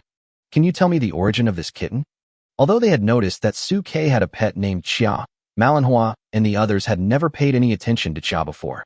Suke did not hide anything and directly told her about his experience of meeting Xia. It's not a rare thing. After the battle in Fengming Great Rift Valley, we picked up a little mountain cat in the forest when we were healing Roashue's injuries. Having said this, Suke smiled with pretended helplessness. At that time, the city defense forces were searching for remaining ferocious beasts and remnants of the demon god cult in the nearby forest. This little guy seemed to be frightened and stumbled towards us. Huan felt sorry for it and suggested that I adopt it. Suke truthfully told all the details of the first half of his encounter with Xia, except for hiding Xia's true identity. Fengming Great Rift Valley. After listening to Suke's answer, Manhwa looked at Xia, who was not even as big as her palm, and nodded slightly. It is possible to catch a bobcat in the wild. Although there are ferocious beasts everywhere in the wild, most of them are not very hostile to animals. Apart from daily hunting, they prefer to target humans. Having said that, Manhwa looked at Xia again and continued her analysis. But to be able to survive in the harsh environment of Fengming Great Rift Valley, this little guy must be either extremely cowardly or his meat is extremely unpalatable. Hearing Manhua's words, Xia, who had just shrank back into Suke's arms, instantly jumped up and glared at Manhwa. Seeing this scene, Manhua's eyes lit up. Hey, this little guy seems to be a little bit human. Can he understand what we say? Xia, stop making trouble. Before Manhwa could finish her words, Suke reached out and gently pushed Xiao's head back. However, Xiao's behavior reduced Manhua's suspicion of Xiao a lot. After all, if Xiao really had a problem and her intelligence was awakened, she would definitely not expose the fact that she is intelligent like this. She is probably just pretending to be stupid. After the episode with the Suanio, the group had more topics to talk about during their originally boring journey. Lu Chenhuan took the opportunity to ask Manhwa many questions, such as the legend about the immortal phoenix and what Manhwa and her companions had encountered along the way. A wide variety. But it also dispelled the psychological pressure that the previous group of Suanio brought to everyone. As everyone was joking, time passed by unknowingly, and as the sky grew darker, Cheng Qiji's voice came from the driver's seat. Be careful, we are about to approach the first forbidden area. Taichu restricted area. Taichu. Hearing Cheng Qiji's voice, Suke couldn't help but speak. Is the Taichu forbidden zone a place where evil spirits are imprisoned, or is it where the great demon resides? Lu Chenhuan and Lung Ruoxue beside them also looked at Cheng Qiji and the others with concern. Manhwa, who was standing by, looked at the curiosity in the three people's eyes and spoke to them with a smile. Don't panic, everyone. This Taichu restricted area is where a great demon is imprisoned. It is the place where an 8th-rank great demon named Taichu imprisoned himself. After listening to Manhua's explanation, everyone felt relieved. Compared to the place where evil spirits lurk, the danger level of the restricted area that the big monster has drawn up to imprison himself is obviously much lower. After all, the Een spirits have deep resentment towards the human race, and their attacks are indiscriminate. If you accidentally enter the restricted area, you can easily be injured by mistake. But the big demon is a living high-level ferocious beast. Firstly, we are worried about its life safety. Secondly, it carries the heavenly contract signed with the ancestors of the human race. If it is violated at will, it will easily be backfired. Therefore, under general considerations, these high-level monsters and ferocious beasts are less threatening. As the plane moved forward, everyone gradually approached the so-called Taichu forbidden land. In the field of vision, a plane in the distance was covered by countless thick fogs. Shrouded in the fog, everything was unclear and everything seemed to be hidden in the fog, making it impossible to see what was happening inside. Only the low roars of beasts indicated that this forbidden place was unusual. However, just as everyone was about to approach the so-called Taichu forbidden land, the thick fog above the plane in the distance suddenly began to roll. Terrifying beast roars came from it. Chapter 133, The Beginning. Looking at the rolling clouds in the distant sky, Suke, who was in the plane, frowned instantly. Lu Chenhuan and Lung Ruoxue beside him also showed anxiety in their eyes at this moment. Especially Lu Chenhuan, who looked impatient. How did this happen? Are we so unlucky that we are going to encounter something in the forbidden area? The appearance of the dark bird just now had already planted a seed of uneasiness in Lu Chenhuan's heart. However, Manhwa, who was in front, spoke to the three people to comfort them when she saw this. Don't be afraid. The great demon Taichu in the Taichu forbidden land once swore an oath to the heavens in front of the ancestors of the human race. He will not attack us easily. Besides, although we are passing by the forbidden area, we will not enter it, so the risk factor is relatively low. Great monsters like those in the Taichu forbidden land have all sworn an oath to the heavenly Tao. 1. Not to attack humans easily, and 2. Not to step out of their own forbidden territory. The boundary of the former is more arbitrary and not so clear, but the latter is an absolute iron rule. Once you break out of the restricted area, you will face unimaginable punishment from heaven. Cheng Qiji also knew the importance of this trip, so he would not easily approach the restricted area. He maneuvered the plane to fly to the side. After listening to Manhua's explanation, Lu Chenhuan and Lung Ruoxue finally breathed a sigh of relief, and the expressions on their faces gradually relaxed. Although Suke, who was standing by, felt relieved after listening to Manhua's explanation, he still subconsciously looked at Xia in his arms. As a ferocious beast, Xia seems to be very talented in warning of danger.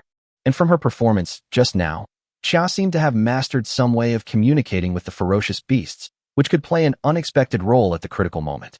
Sure enough, Xia and Suke's arms climbed back to the window again, but this time it did not open its mouth and howl, but just lay on the window and quietly looked at the scenery outside. Manhwa turned around and looked at all this out of the corner of her eye, and a smile appeared on her lips. Suke, this little fellow you adopted is very curious and courageous. I'm not afraid of anything outside. Facing Manhua's teasing, Suke suppressed his emotions and answered Manhwa with a smile. Perhaps this little fellow grew up in the Fengming Great Rift Valley and has developed a fearless character. After hearing Su Kei's answer, Lu Chenhuan and Lung Ruoxue at the side showed a strange look on their faces, but then followed Su Kei's words and made amends to manhwa. That should be the case, otherwise the little guy wouldn't have come to us with so many people. They all remembered Su Kei's instructions that Chia's true identity must not be known to others. Especially the fact that he was once a 9th-level Goeishu cannot be mentioned at all. Listening to the three people singing in unison, Manhwa did not doubt him and turned around again to look at the surging sea of fog in front of her. However, deep in the clouds that the three people could not see at the moment, there was a pair of scarlet eyes staring secretly at the plane that the three people were on as it slowly passed in front of it. It did not make any sound or movement, but instead buried its head back down into the clouds. Below, deep in the forest shrouded in thick fog, a figure dressed in the clothing of the demon god cult was standing respectfully in front of a cave. It was the owl from the demon god cult who had come all the way from Tianhai. Due to the huge gap in strength, he had no choice but to enter the restricted area in person and take risks in order to persuade Tai, the half-step demon god in front of him. A huge head dropped from the sky and landed in front of the owl wearing gold-rimmed glasses, like a small mountain falling. Two scarlet eyes like big red lanterns stared at the tiny figure in front of it and opened its lips slightly. "Go away, this place is not suitable for you." Hearing this, Owl spoke anxiously. "Master Taichu, this is a once-in-a-lifetime opportunity. That beastmaster named Su Kei really has a method that can help you break the contract and regain your freedom." However, in response to the words of the owl in front of him, Taichu shook his head slightly. "Based on your few words, I don't believe it. If I risk my life to stop the person but fail to find what I want, the backlash of the heavenly Tao contract will put me in a situation worse than death." Listening to Taichu's words, Owl still felt a little unwilling to give up. "But sir, are you really willing to accept this? Are you willing to be imprisoned in this small human cage, unable to glimpse freedom for the rest of your life?" Facing the owl's instigation, Taichu looked calm. "Don't try to provoke me. I value my life more than the illusory freedom. I told you that this is not the place for you to come. You are too noisy. If it weren't for the one from the demon god cult, you would be dead already." As Taichu spoke, the tip of his tall nose twitched slightly, and as his breath gushed out, the scenery around the owl began to change wildly at this moment. Countless thick fogs kept surging, and the ground was quickly retreating. In the blink of an eye, the owl appeared in an open space outside the restricted area. Looking at the restricted area shrouded in thick fog, Owl couldn't help but reveal a hint of unwillingness in his eyes. "Fuck, this Taichu is much more cowardly than I imagined. It seems that what everyone said is right. These big monsters imprisoned in the human territory have been smoothed over and no longer have the ambition of fierce beasts in their hearts. If the plan here doesn't work, then we can only retreat." From Tai's words just now, Owl knew clearly in his heart that Taichu had lost patience with him. If he ventured into the forbidden area and disturbed Taichu again, he would probably have to reopen it. As it spoke, the owl hid its body and re-entered the darkness, quickly disappearing from the spot. However, deep in the fog that the owl could not see, Taichu's eyes, as red as big red lanterns, revealed a hint of nostalgia. "Xia, my old friend. If it weren't for you, I might have really wanted to kill you just now. I never thought that you would be willing to just be a pet and stay by the side of that human boy. Perhaps you can really find a glimmer of hope for the future for us great demons imprisoned in the human territory." Just now, when Taichu poked his head to look at Su Kei and his companion's plane, he discovered Xia lying in front of the window and felt a sense of threat from Xia. Although it was unclear why Xia was by the side of Su Kei, a human, Taichu's intuition told him that Xia and the human boy might really bring unexpected changes to both the human and beast races in the future. Chapter 134 Tying Forbidden Land. The people sitting on the plane naturally did not realize what had just happened, and they would not have guessed that they had just escaped a wave of killing. Especially Cheng Qiji, who was still talking to Su Kei in a smug manner. "Look, Xiao Shuqiwa, I told you there's no problem. As long as we don't directly enter the territory of the demon beast Taichu, we won't provoke it to attack. After all, these monsters have already made an agreement with the ancient sages, and they dare not easily violate the rules." Facing Cheng Qiji's smug answer, Xia beside Su Kei couldn't help but roll her eyes, yawned, and crawled back into Su Kei's arms. Fortunately, no one noticed Xia's micro-expression and did not associate it with anything else. However, Su Kei suddenly remembered something and looked at Cheng Qiji and the others. "Director Cheng, Are these restricted areas the only way to get to Kyoto from Tianhai? If that's the case, do all the students who go to Kyoto to take the exam every year have to go through this? Hearing Suke's question, Manhwa beside Chung Chiji turned around and smiled. Do you think everyone gets special treatment from you, little guy? Passing through 2 restricted areas is just our aerial route to Kyoto. Ordinary students who want to go to Kyoto need to travel through various cities and take the safest route. Listening to Manhwa's explanation, Suke nodded gently, but Lung Roashue on the side blinked and looked at Manhwa and the others with some curiosity. But this route is obviously less safe, so why should we take it? Because it's fast. Before Lung Roashue finished her words, Chung Chiji, who was operating the plane, couldn't help but laugh. It's safe to travel from various major cities to Kyoto, but it takes a long time, at least 10 days. But if we fly, we can get to Kyoto in less than a day. Chung Chiji paused when he spoke here, and Manhwa beside him echoed him. Besides, taking the land route is safer for most people. It's not certain that Xiaosu needs you. Because the biggest threat you face now is not these terrifying existences lurking in the restricted area. The ones who pose a greater threat to you are the remnants of the demon god cult. If we walk on land, there will be fewer ferocious beasts, but there will also be more people. When there are too many people, it will give the demon god cult's human traders an opportunity to take advantage of us. After all, the most difficult thing to defend against about the demon god cult is that they are from the same lineage as us and can blend in with the ordinary people. Since you, Xiaosu, are being targeted by the demon god cult, a crowded place is not a good place. Among the 18 cities of Daxia, except for the main city Kyoto, the rest of the cities have been infiltrated by a number of traders of the demon god cult. Under their deliberate surveillance, accidents are more likely to occur as they move around in the major cities. At this time, Suke also understood this truth and nodded gently. That's right. The threat from the ferocious beast is at least obvious, so it's easier to guard against. But the threat from the demon god cult is hidden. Now that we are only at the 3rd level, it is not wise to rush through the major cities. Lu Chenhuan and Lung Roashue, who were standing by, also showed a look of realization when they heard this and nodded repeatedly. That seems to be the case. As everyone was talking, it gradually got darker and the night completely enveloped the entire world. Even the stars in the sky were illuminating the way forward for those on the road. After the false alarm at the Dark Bird and the Taichu Forbidden Land, everyone is now in a much more relaxed and comfortable state. Having already relaxed from the initial tension, the carefree Lu Chenhuan leaned his head directly on Suke's shoulder and began to doze off.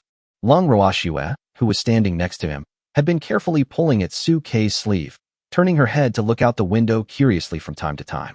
However, the low sky outside the window was also shrouded in darkness, and it was not as magnificent as it was during the day. Suke looked at Lung Roashue, carefully tugging at his sleeve. A slight smile appeared on the corner of his mouth. He directly grabbed Lung Roashue's palm with his backhand, interlocked their fingers, and placed her small hand on his leg. Lung Roashue couldn't help but blush as she felt Suke's movements. She turned her head guiltily and glanced carefully at Lu Chenhuan, who was dozing off with his mouth open on the other side of Suquebec. Then she silently moved her butt towards where Suke was sitting, shortening the distance between herself and Suke. At this moment, Lu Chenhuan, who was leaning on Suke's shoulder, suddenly moved his body closer to Suke, rubbed his little head against Suke, and his golden hair stroked Suke's skin, stirring his nerves. Feeling this scene, Suke showed a smile at the corner of his mouth. He gently bent his hand, stretched out his hand, and gently pulled Lu Chenhuan's head closer to him, gently touching her jade-like, delicately carved little face. Manhwa, who was sitting in front and observing all this from the corner of her eye, couldn't help but reveal a look of suspicion in her eyes when she saw this scene. She teased Suke. You are so lucky. You have contracted 2 beast girls who are so beautiful at the same time. When they found out that Suke had contracted 2 F-rank beast girls, Manhwa and the others' first reaction was that it was a pity for Suke, a talented beastmaster. But after learning that Suke could actually help Lu Chenhuan and Lung Roashue improve their qualifications, Manhwa and the others felt more envious of Suke. Who wouldn't give a thumbs up to having 2 beautiful and talented beast girls by your side? Of course, that was because Manhwa didn't know that Xia was also Suke's contract object.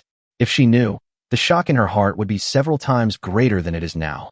While he was thinking, Chung Chiji heard a somewhat doubtful voice from the side. Huh? Why do I remember that I didn't fly this route? Hearing this, Manhwa frowned and glanced at Chung Chiji. Old Chung, you have been a driver for many years. How could you still take the wrong road? You can't joke like this, right? But facing Malinhua's questioning, Cheng Chiji's tone revealed a hint of uneasiness. No, there is really something wrong with my route this time. I have taken the route between Tianhai and Kyoto at least 10 times, but this time, it seems that the route has really deviated. Hearing this, Malinhua couldn't help but put her face close to the plane window and look at the night view outside the window shrouded in darkness. So where are we going? Halfway through her words, Malinhua's eyes couldn't help but narrow slightly. It's over. We seem to have entered the territory of the Taiyin Forbidden Land. Hearing this, everyone was instantly alerted. Even Lu Qinhuan, who was dozing off, couldn't help but open his eyes instantly. Chapter 135 Hallucination. Taiyin Forbidden Land. Listening to Malinhua's words, Su Ke and Lu Qinhuan and Lung Ruoxue beside him couldn't help but reveal a look of doubt in their eyes. Is this another forbidden area we have to pass through on our journey? Facing the doubts of the three people, Malinhua nodded slightly and looked at the constantly changing scenery around her under the cover of night. Yes, it is another forbidden place for the Yin spirits. This place was originally the territory of a 9th-rank demon named Taiyin. He did not agree to be imprisoned on the ground and died here in a battle with the sage. After his death, his true spirit was immortal, and the resentment that surged into the sky wiped out all the creatures within 100 miles and turned them into the same evil spirit as him. Listening to Malinhua's description, everyone felt that the whistling wind around the plain was like gusts of cold wind, and the mountains, rivers, and land under the moonlight were all a little weird. When he was alive, his name was Taiyin, and after his death, his body turned into a Yin spirit. It feels like Taiyin is destined to become a Yin spirit. Malinhua's words echoed in Su Ke's ears. He turned his head and stared carefully at the scenery outside the plane window. As far as the eye can see, the sky and the earth are shrouded in the night. The cold moonlight shines down from the clouds to the earth, and the scenery below can be vaguely seen. Unlike the Taichu Forbidden Land, which was previously shrouded in fog, the Taiyin Forbidden Land was free of any haze to block the eyes. One could clearly see the mountains below, which were constantly receding as the plane passed by. This Taiyin Forbidden Land is a plateau area with many mountains and complex terrain. If our plane is forced to make an emergency landing, the probability of an accident is very high. Listening to Su Ke's analysis, Malinhua felt a little uneasy. We have deliberately avoided the Taiyin Forbidden Land according to our route. How did we end up entering this forbidden land? Don't worry. Cheng Chiji, who was flying a plane nearby, spoke to comfort everyone. It's probably just because it was dark at night that the route went a little wrong. I just need to turn the plane around and leave this Taiyin Forbidden area quickly. As he spoke, Cheng Chiji quickly turned the plane around and flew back in the direction he came from. Seeing the plane turn around and the scenery below the plane beginning to recede, everyone finally felt relieved. Malinhua even spoke out to comfort Su Ke and the others. Don't worry, we have just entered the border of the restricted area. As long as we don't get close to the center of the restricted area, we can get out in time, even if something dangerous happens. It's just a temporary route error. Old Cheng will correct it in time and bring us back on track. Cheng Chiji also joined in the conversation. Don't worry, we have flown this route more than once, so we have experience. After listening to the two's words of comfort, Lu Qinhuan and Lung Ruoxue finally calmed down, but they still subconsciously held on to Su Ke's big hands. But Su Ke's expression remained as solemn as ever. I don't think so. Because Chia in his arms poked her little head out from his arms again, looked at the scenery passing by quickly outside with some uneasiness, and started to cry out. Perhaps it was afraid that Su Ke didn't pay enough attention, so it stretched out its little claws and kept digging at the clothes on Su Ke's chest. Seeing this, Lu Qinhuan and Lung Ruoxue beside them also looked grim at the same time, because they knew in their hearts that Xia was intelligent and could speak human language. In order to avoid being recognized as a ferocious beast, Xia had tried her best to conceal her identity. If there were no serious danger, it would definitely not risk taking these actions. Su Ke understood this truth even more clearly and looked out the window quickly. Malinhua also noticed the abnormality of Xia in Su Ke's arms and couldn't help but frown slightly. Did this little guy feel something again? After the incident with the dark bird, Malinhua vaguely felt that Xia seemed to have a talent for early warning. Now seeing Xia making another move, she couldn't help but feel worried. Could there be another accident? While he was thinking, Cheng Chiji on the side seemed to have discovered something and spoke with a frown. Strange? Why do I feel like I haven't returned to the original normal route after flying for so long? Su Ke, who was carefully observing the scenery outside the window, also spoke at this moment. No, Not only have we not left this tiny forbidden land, but we seem to be getting closer and closer to the core area. Hearing this, Manhwa's expression changed involuntarily, and she quickly followed Su Kei's gaze and looked down. The scenery in the field of vision changed again without knowing when. The plane they were on was flying straight towards the countless mountains in the center of the forbidden area. Psychic influence? Hallucination? Damn it, when did this hallucination start? Cheng Qiji, who was controlling the plane, also reacted at this moment. He bit the tip of his tongue and used the physical pain to stimulate himself to wake up. Then his spiritual power started to work instantly, activating his own mental power. He put his fingers together to make a sword gesture and gave a clear shout. Break! In an instant, the world in front of everyone's eyes suddenly became clear, and the interference factors quickly faded away. It seems like I'm in trouble today. Relying on his previous familiarity with this route and his past experience in these restricted areas, Cheng Qiji admitted that he was careless at the beginning. In the past, when we passed these restricted areas, there was no action, but today accidents occurred one after another. It's probably the demon god cult's people teaming up with these restricted areas to cause trouble. Relying on his rich experience, Cheng Qiji made his own judgment at the first moment. You dare to attack our war college people? It seems you don't want to live anymore. Listening to Cheng Qiji's words, Manhwa beside him spoke softly. But these ghosts in the Taichu Forbidden Land are dead. Cheng Qiji. Then I'll scatter all my ashes to them today. However, although he said this, Cheng Qiji was actually very nervous. The reason why an existence like the Taiyin Forbidden Land has been preserved to this day must be that there is a reason for its existence. The price to be paid to wipe it out must be high, otherwise Daxiao would not tolerate such a rotten sore in its heart to disgust itself. Manhwa, I'm going to turn the plane back now. If anything unexpected happens later, you must protect these 3 little guys first. I'll figure out what to do next. Okay. At this time, Manhwa also realized the seriousness of the matter. The spiritual power in her body was surging, and she was ready to enter combat at any time. Seeing this, Su Kei, Lung Ruoxue, and Lu Qinhuan on the side also became extremely alert, circulating their spiritual energy throughout their bodies, ready to deal with the next unexpected event at any time. As Cheng Qiji turned the plane and stepped on the accelerator, the plane flew back quickly along the route it came from. But at this moment, a huge black bird suddenly fell from the sky and rushed towards everyone with a huge resentment. Under the big bird's dark and dry feathers, there was a huge skeleton that was 100 meters long. Chapter 136, The Fierce Beast Taiyin. Ferocious Beast, Skeleton Black Feather. Realm, 7th level. Talented skills, Soul Roar, Pounce, Black Feather Burst, Black Claw, Violent Wind. Disadvantages. The skeleton is hard but not very flexible.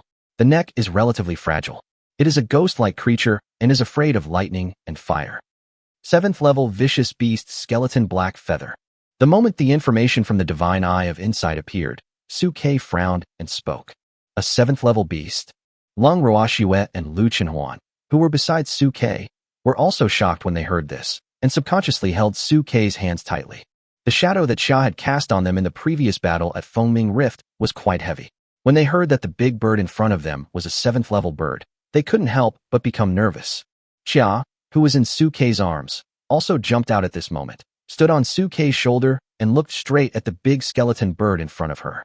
In principle, Xia tried not to take action, but the situation was very dangerous at the moment, and she could no longer care about principles. The 7th order bird was nearly 100 meters long. When it flapped its wings, it directly covered the world in front of everyone's eyes, and its huge claws grabbed towards the plane where everyone was. A plane that can accommodate 4 people is like a small piece of cake in front of this giant bird. At this moment, Manhwa also realized the danger of the situation and spoke directly to Cheng Qiji. Old chum, just fly the plane and let me stop this thing. I wouldn't be afraid of a mere 7th level Een spirit when it was alive, let alone a corpse. As she spoke, Manhwa did not wait for Cheng Qiji to object. She simply pushed open the door beside her and jumped out. In an instant, Manhwa transformed into a huge falcon the moment she jumped out of the plane door. Beast Girl Manhwa. Realm, 7th level of Breaking the Calamity, 3 calamities. Talent, S level Blue Wing Falcon. Beastmaster, Cheng Qiji. Talented skills, Beast Transformation, Gale, Green Wing Impact, Bloodthirst, Wing Blade, Star Shadow. Disadvantages. The neck is relatively fragile, there are defects in the eyes, and the vision is relatively weakened in the dark. Comparing the information of Manhwa with that of the skeleton bird, Suke felt much more at ease. Compared to Li Xiangdong, Manhwa's strength is obviously one level higher. Facing this 7th level skeleton bird, she has a considerable chance of winning. However, in order for Manhwa to quickly resolve the skeleton bird problem, Suke still shouted outside the plane door the moment Manhwa jumped out. Director Ma, the skeleton bird has a hard skeleton, but poor flexibility. The injured part of its neck is relatively fragile. It is a ghost creature and is afraid of lightning and fire.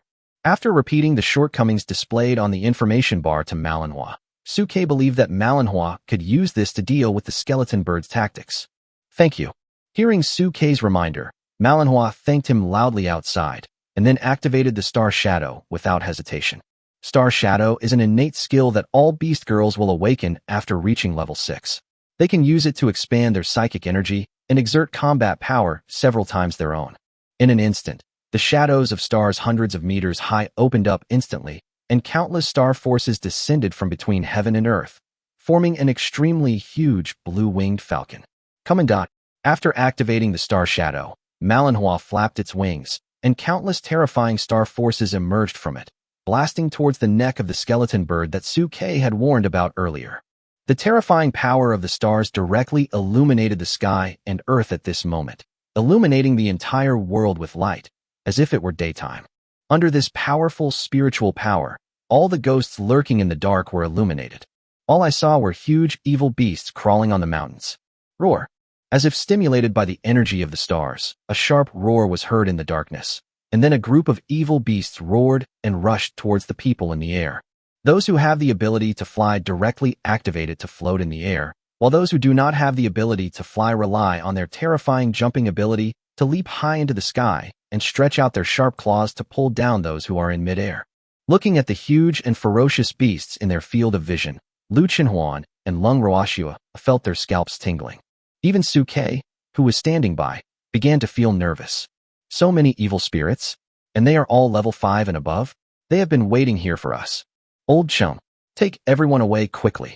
Manhwa, who was in midair, shouted loudly when she saw this. I'll come and stop them. At this time, Cheng Qiji knew that the situation was urgent and he no longer cared about any romance. He stepped on the accelerator and quickly fled out of the forbidden area with everyone. Perhaps because he was dissatisfied with the slowness of the plane, Cheng Qiji looked at the ferocious beasts rushing towards the plane below him, squinting his eyes and gritting his teeth. Never mind, just go. As he spoke, Cheng Qiji directly transformed into a giant spiritual hand and grabbed Suke and the others. The spiritual power in his body surged, and his 7th level cultivation burst out. He took the others and directly broke through the door of the plane and flew into the sky. Call. Under the huge inertia, everyone was carried by Cheng Qiji and quickly left the plane, rushing towards the forbidden area at an extremely terrifying speed. The plane under their feet fell into the group of ferocious beasts that pounced on them, causing a violent explosion instantly. You never expected that, you little beasts. Cheng Qiji threw the remote control in his hand away with an evil smile on his face. I'll give you a small gift before I leave. Hold on tight, little Suke. As he spoke, Cheng Qiji pulled up a few people and rushed madly out of the forbidden area. As Cheng Qiji flew at full speed, the exit of the forbidden area was getting closer and closer to everyone. Cheng Qiji saw hope again, his eyes full of contempt. A group of evil spirits that have lost their wisdom also want to harm us? When we get out and return to Kyoto, I'll report you to the principal and then I'll destroy your tiny forbidden land and shake the egg yolks apart. But before he could finish his words, Cheng Qiji's words got stuck in his throat. Because a huge monster that had never been seen before appeared in the field of vision. It was a gigantic creature that was a kilometer long, with long red horns on its head, green-brown fur all over its body, claws like a tiger, and 2 long tails hanging down to the ground. It stood at the exit of the forbidden area, looking down at everyone coldly. Its flesh had long since rotted away, and faint whitish bones could be seen within. A foul odor assaulted its face, and its dark green eyes were filled with an eerie light, filled with indifference to life. Seeing this huge and terrifying creature, Cheng Qiji's pupil shrank instantly. The beast is tiny. Seeing the evil spirit and the rotting corpse in front of him, Cheng Qiji's face instantly darkened. The rotten corpse in front of him also made intermittent sounds at this time. Wanna go? I don't agree. Chapter 137, The Fierce Power of Ghostly Light. Looking at the huge rotten corpse that was a kilometer long in front of them, everyone's eyes sank. Suke even quickly activated his divine insight pupil to look at the ferocious beast. Evil beast, Tying Yueying corpse form. Realm, Level 8. Talented skills: Tying Roar, Attracting Stars, Driving the Moon, Undead Infection, Yin and Yang Reversal, Undead Manipulation, Star Shadow. Disadvantages: It was originally a 9th rank beast. Because it was seriously injured, it activated the Guishu state forcibly, and its body dissipated. It attempted to reshape its immortal spirit body with the essence of all beasts. However, because its body was severely decayed and it was filled with resentment, its soul and body did not fit well, and its movements were a little clumsy. You can attack its soul and body separately, making it unable to take care of itself. Status: Contractable. Looking at the transformation information of Tying Yuing in front of him, Suke couldn't help but frown slightly. Another high-level beast that can be contracted? It seems that all ferocious beasts above level 9 have the potential to form a contract with him. But according to the logic of the contract between the beastmaster and the beast girl, could it be that this Yuing is also a female? After thinking about it, Suke quickly shook his head. It's better not to think about the contract. The Yuing in front of him is different from Chiaku. The yin energy around him is almost overflowing from the sky. It is obvious that he is not in a clear mind. It's good enough to be alive. We can talk about the contract later. What he could do now was to inform Qing Qiji of Yuing's shortcomings so as to find a way to survive for himself and others. Director Qing, this guy's soul and body don't fit together very well. He is only at the 8th level of cultivation, so his movements are not very flexible. We can attack his soul and body separately, making him unable to take care of himself. Hearing about Suke's size, Qing Qiji looked back at Suke in surprise. Qing Qiji knew before that Suke had the ability to see through other people's flaws, but he didn't expect that he could even see the flaws of an 8th level ferocious beast. The moment he learned about Yuing's flaw, Qing Qiji quickly came up with a way to deal with Yuing and spoke directly to Suke. This guy is so huge that we are more likely to be attacked by him when we are flying in the air. Let's go down together and take advantage of the mountains. If we act separately, it will be easier to escape. I will be in charge of the attack to divert its attention. Suke, you take Lu Qinhuan and Lang Ruoxue and find a way to leave quickly. As long as you manage to escape, with Lanhua and I's abilities, we will be able to catch up with you very quickly. It is impossible for Qing Qiji and Malinhua to defeat an 8th level evil spirit beast with their 7th level cultivation.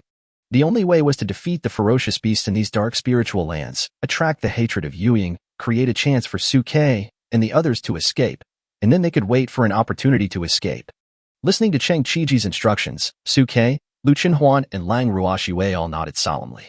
At this critical moment of life and death, the wisest choice is to follow Qing Qiji's arrangements. Fall. After discussing the battle plan, Qing Qiji led Suke and the other two to quickly descend to the ground in the night below. In an instant, the figures of the 4 people disappeared into the dark forest. The moment their figures fell into the woods, the ghosts in the nearby woods seemed to be awakened at this moment.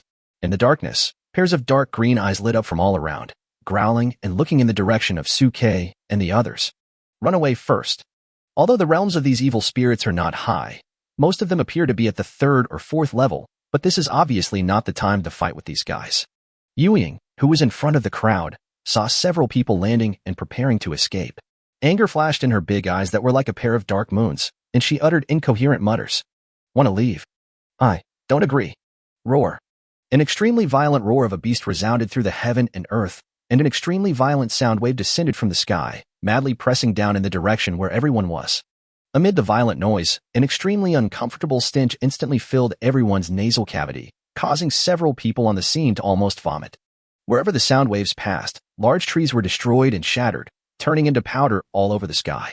Qing Qiji's speed suddenly increased, and he took the opportunity to pull a few people and rush quickly towards the gap near Yuing's feet. Seeing that Qing Qiji and others were trying to escape from under his feet, Yuing let out an angry roar, raised his rotten claws and stomped on everyone. Being on the ground, everyone had a more concrete perception of Yuing's figure. Those big claws were as huge as a hill in everyone's vision. If they were really stepped on, Suke and the others would be sent to see the grandmother on the spot because of their small bodies of only the 3rd level. Under the pressure of its absolute size, even if Suke and his companions tried their best to escape, they could still feel the shadow pressing down like a mountain. As the shadow fell, a terrifying sound of breaking air exploded, and the void was shaking wildly. Seeing this, Qing Qiji, who was leading Suke and the others to escape, showed a look of determination in his eyes. Suke, you guys go first. I'll cover you. As he spoke, Qing Qiji's spiritual energy vibrated throughout his body. The big hand made of spiritual energy grabbed Suke and the other two, and using all his strength, he threw the 3 of them directly behind Yuing like a cannonball. In an instant, Suke and the other two were lifted off the ground and flew backwards at a high speed. During the flight, in order to prevent themselves from falling behind, Suke, Lu Chenhuan, and Lang Ruoxue held each other's hands tightly to ensure that they could land together. Xia and Suke's arm stretched out her little claws and grabbed Suke's collar tightly, not letting go even though the cold night wind made her hair explode. After doing all this, Cheng Qiji shouted loudly, and a blue and white armor instantly appeared around his body. He stretched out his hand and pressed down on the ground. Several formation flags flew out, and a bottle of blood poured out from his sleeve and dripped directly into it. The moment the blood seeped into the ground, countless green array patterns spread wildly in all directions. A huge magic array suddenly emerged, illuminating the surrounding sky and earth with a green color. Between the array patterns, Cheng Qiji's figure suddenly grew in size and turned into a giant of 100 meters. He stretched out his hand and lifted up the huge beast claw that was stepping downwards from the sky. Boom! The dull sound of impact shook the whole world, and the hilltop where Cheng Qiji was located was directly collapsed by this kick. The rocks collapsed and countless ghosts were blown away by this terrifying airwave. The evil spirits that were at the center of the energy shock from Cheng Qiji and the Yueying beast's claws had their bodies shattered by this energy, and their spirits were annihilated. Fortunately, with the help of the beast girl's armor and formation, Cheng Qiji managed to block the attack and saved Suke and the others from further attack. Suke and the other two took the opportunity to flip over and land on the ground, then turned around and rushed madly out of the forbidden area. Chapter 138, All-Out Fight. Boom. The energy used by Cheng Qiji to fight against Yueying turned into a terrifying air wave that swept in all directions, directly destroying and uprooting the trees in the nearby mountains and forests. The huge energy almost blew Suke and the others away before they could stand firmly. Fortunately, Suke, Lu Chenhuan, and Lang Ruoxue quickly circulated their spiritual power, stabilized their bodies in an instant, and rushed out of the forest together. Seeing the three people were about to leave, the huge Yueying looked down at them coldly and wanted to raise his foot to step on them again. But how could Cheng Qiji let Yueying hurt Suke and the others at this moment? Gui Tain, your opponent is me.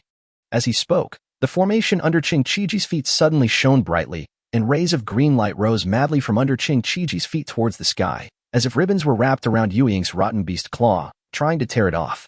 Cheng Qiji, the person involved, directly grabbed Yueying's claws and pulled them hard downwards. Roar! Yueying, whose claws were broken and deformed by Cheng Qiji, seemed to feel the pain between his fingers.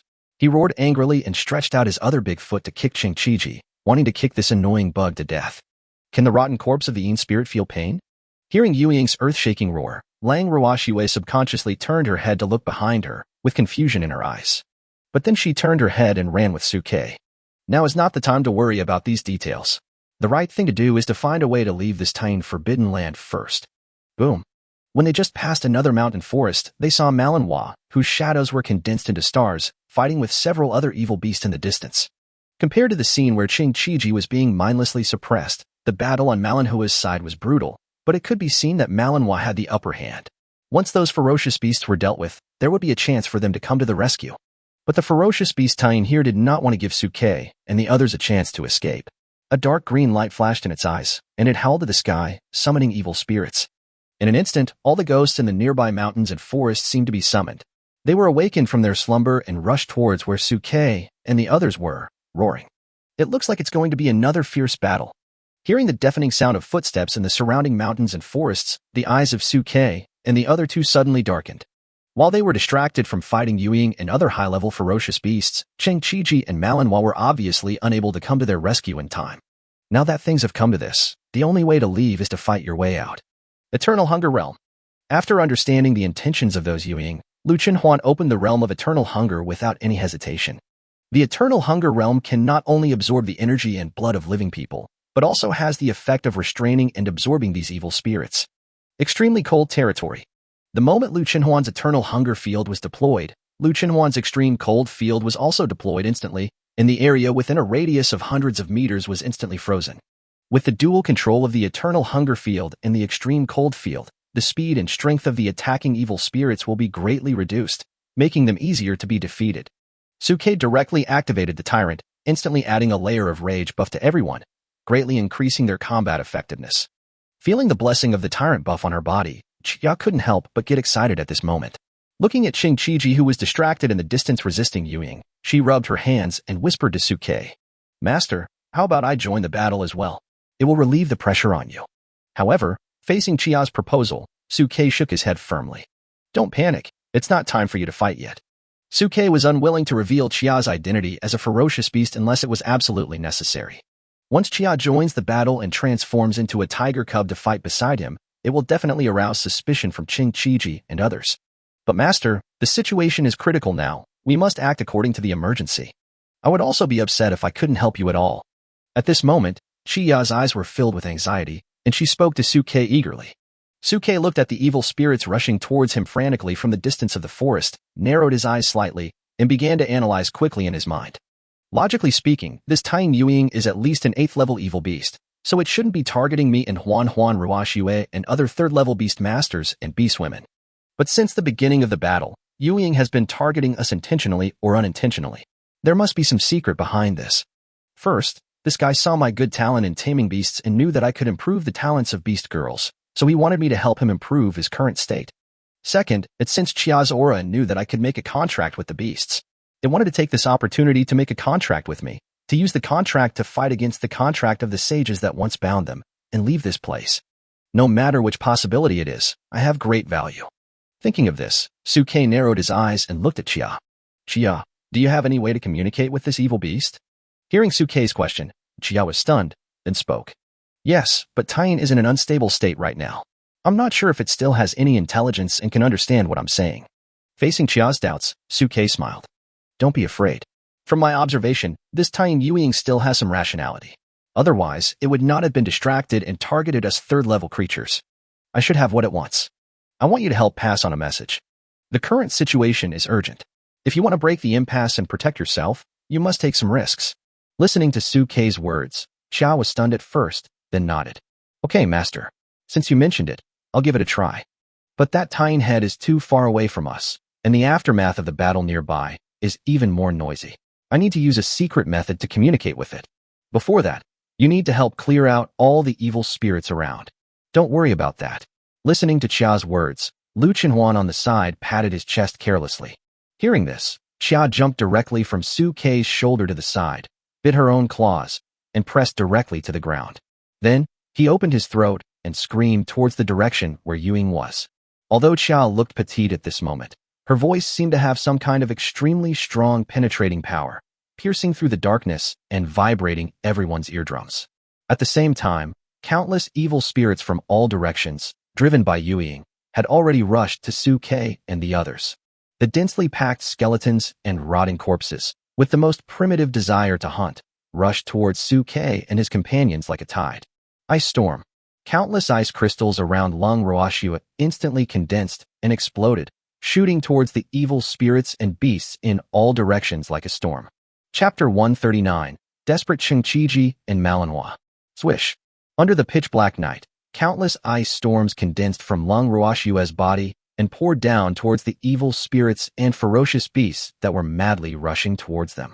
In an instant, terrifying ice crystals fell madly with a fierce momentum. The sharp ice tips directly pierced the bodies of the surrounding ghosts. As their souls were annihilated, they let out shrill wails. Lu Chenhuan controlled the eternal hunger field to continuously absorb the remaining life force and soul force of the surrounding Yin spirits, while at the same time protecting Chia to prevent being interrupted by the Yin spirit beasts that pounced on him. Chia is the main bridge for Suke to communicate with Tying Yueying. If her communication is interrupted, everyone will fall into an extremely passive situation.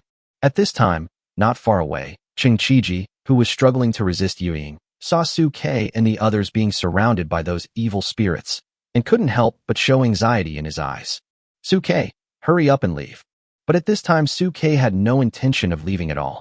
Instead, he and Lu Chenhuan were determined to get in touch with Yueying. Ooh! Xia's loud voice pierced the entire mountain forest and rang in the ears of all living beings.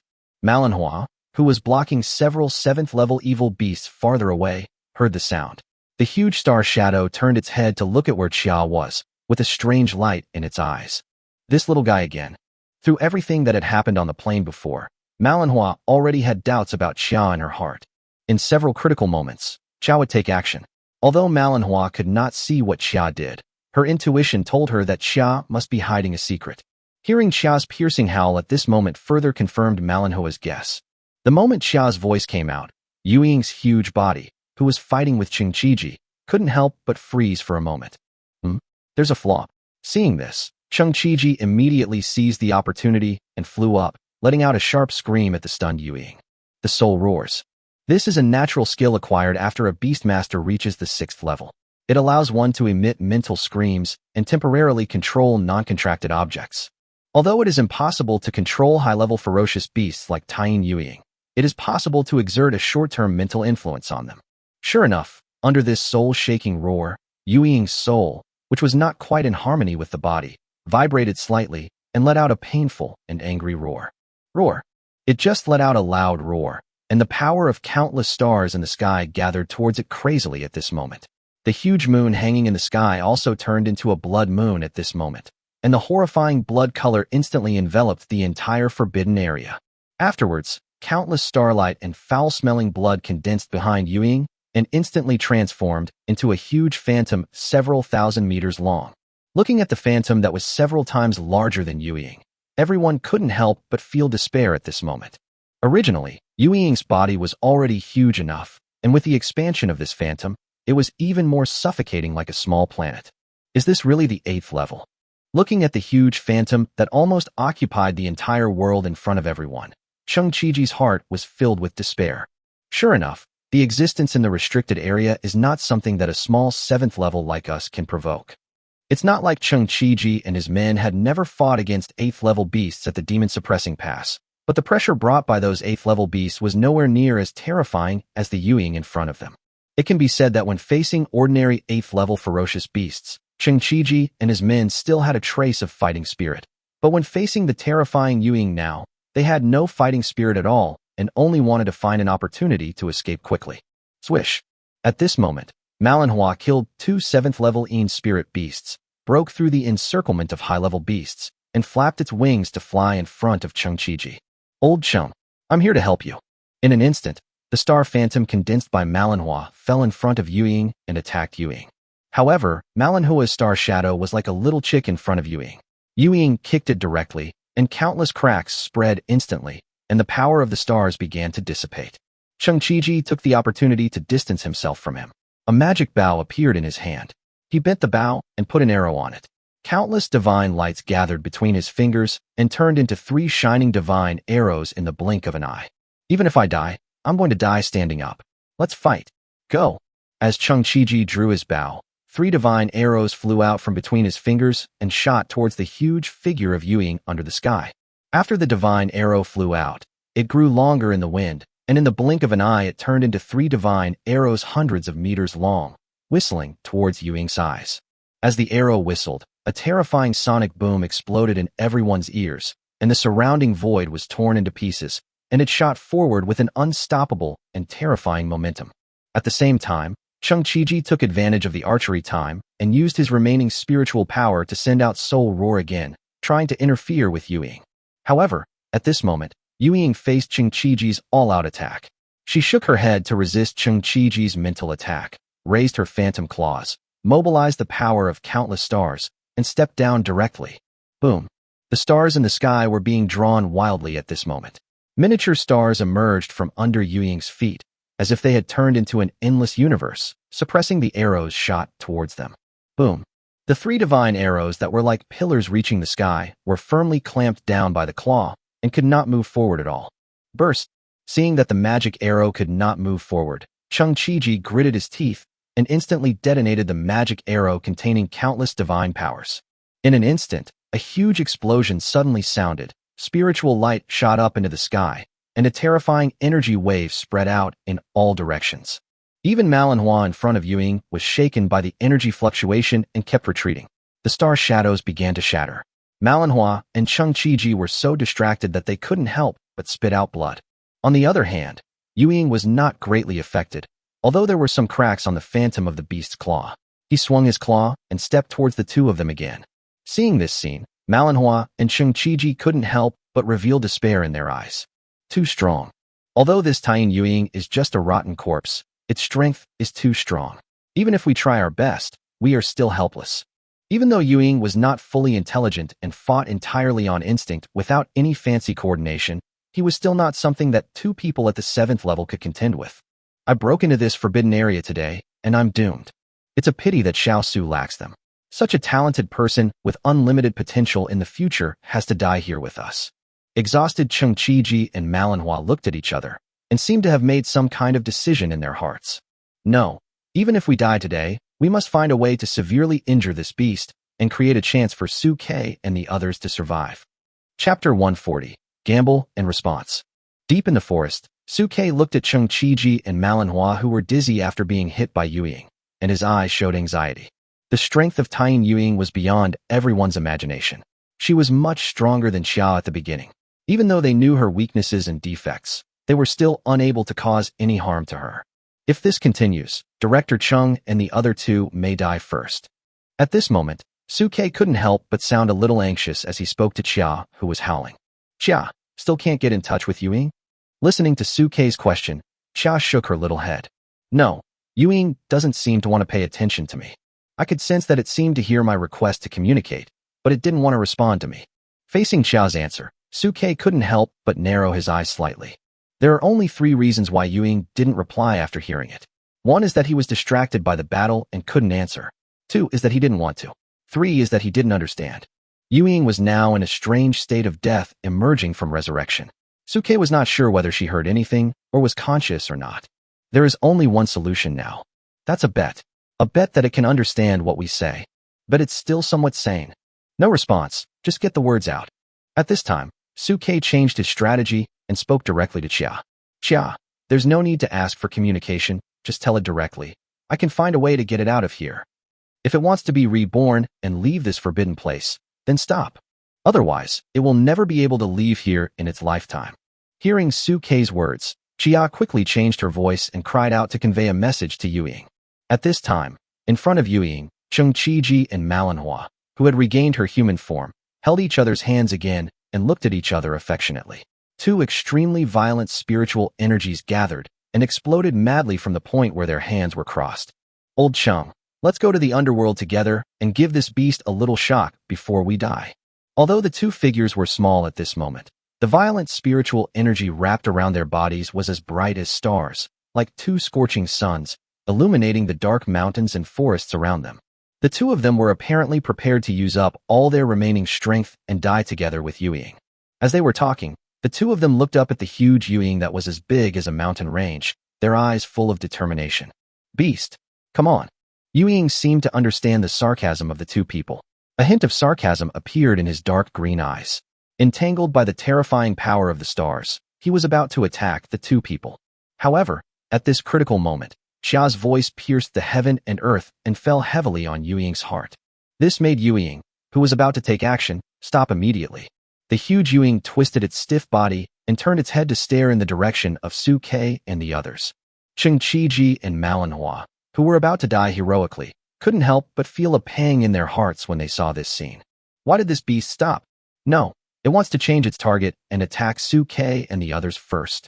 While they were thinking, they saw that Yuying's huge body actually gave up attacking the 2 of them and turned to walk towards the direction where Su Ke and the others were.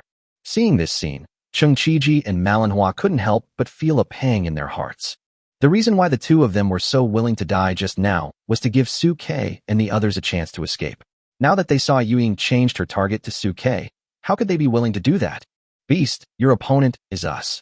At this moment, Cheng Qiji and Manhwa immediately opened fire at full power, flew up quickly, and blocked Yuying's huge body.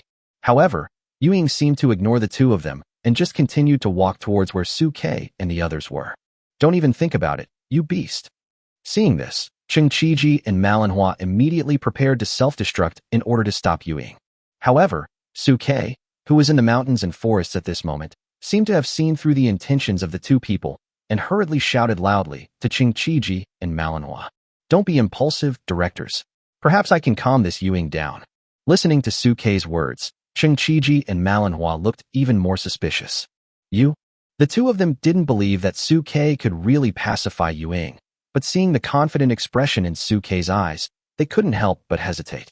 From their understanding of Su Ke, he didn't seem like the kind of person who would brag. At such a life-and-death situation, there is no room for jokes. Maybe this kid really has a solution? At this time, Cheng Qiji and Manhwa believed Su Ke with a half-believing and half-doubting attitude. But in order to prevent any accidents, they still flew quickly in the direction where Suke and the others were, hoping that if any accidents occurred later, they would have a chance to rush to help. In the field of vision, Ying was seen striding across the mountain towards the direction where Suke and the others were. Then, he stopped in the forest where Suke and the others were, and leaned over to look at Suke and the others in the forest. Ying's incomparably huge figure seemed to have become the world in front of Suke and the others, and his eyes were like a pair of dark green moons, looking down at everyone. Xia, who was in front of Suke, saw Ying coming and changed her voice. She kept howling at Ying, conveying the message that Suke had asked Xia to convey earlier. Seeing Ying's rotten head looking at everyone, Suke and the others couldn't help but feel nervous. If Ying attacked a few people at this moment, at such a close distance, most of them would die here. This is a big gamble. Cheng Qiji and Manhwa, who were rushing madly not far away, had their palms full of sweat. They didn't understand what Suke and the others were trying to do, and were ready to take action and die together with Ying at any time. But at this moment, Ying just lowered her head and stared at Suke, Xia, and the others, without taking any action or making any sound. Seeing this, Xia screamed even harder in the hope of getting a response from Ying. Ying looked at Xia, who was howling at her in a hoarse voice, and a hint of human emotion seemed to be revealed in her green eyes. All the evil spirits fell into a state of deathly silence at this moment, and no longer approached to attack Suke and the others. Seeing this, Cheng Qiji and Manhwa, who came over from the side, were even more afraid to take action, for fear of angering Ying and causing him to attack Suke and the others. After a moment, Ying lowered her head, opened her mouth with difficulty, and began to roar softly. The stench of decay and rot hit them in the face, instantly making Suke and Cheng Qiji almost vomit. But Kiana's joyful voice was heard at this time. "It's back! It's back! It said we can discuss it." Chapter 141. No risk, no gain. Can this kitten talk? Hearing the voice coming from Xia's throat, Cheng Qiji and Manhwa, who rushed over to protect Suke and the others, were stunned. Suke looked at the surprised expressions in the two people's eyes, but his expression was very calm. When Suke decided to let Xia pass the message to Ying, he had already expected that he and others would be exposed. However, Suke knew in his heart that now was not the time to explain this to Cheng Qiji and the others, so he asked Xia directly. "Xia, please ask how to discuss it." Xia is currently the only bridge that can communicate with Ying, but there are still many inconveniences in passing messages through Xia. As Ying was once a 9th-rank ferocious beast, he must have a way to communicate with me. Otherwise, the contract-enabled prompt would not pop up. After hearing Suke's request, Xia immediately raised her voice to communicate with Ying. Ying lowered his huge head and stared at the direction where Suke was. After looking at Suke carefully for a few times, he growled a few times in the direction of Suke. Who would have thought that after hearing Ying's low roar, Xia couldn't help but reveal hesitation in her eyes, and looked at Suke with some embarrassment. Seeing this, Suke couldn't help but frown slightly. "What do you mean, Xia? Why do I see you look so hesitant?" Lu Chenhuan and Lung Ruoxue on the side couldn't help but show confusion on their faces and looked at Xia. "Xia, what did Ying say?"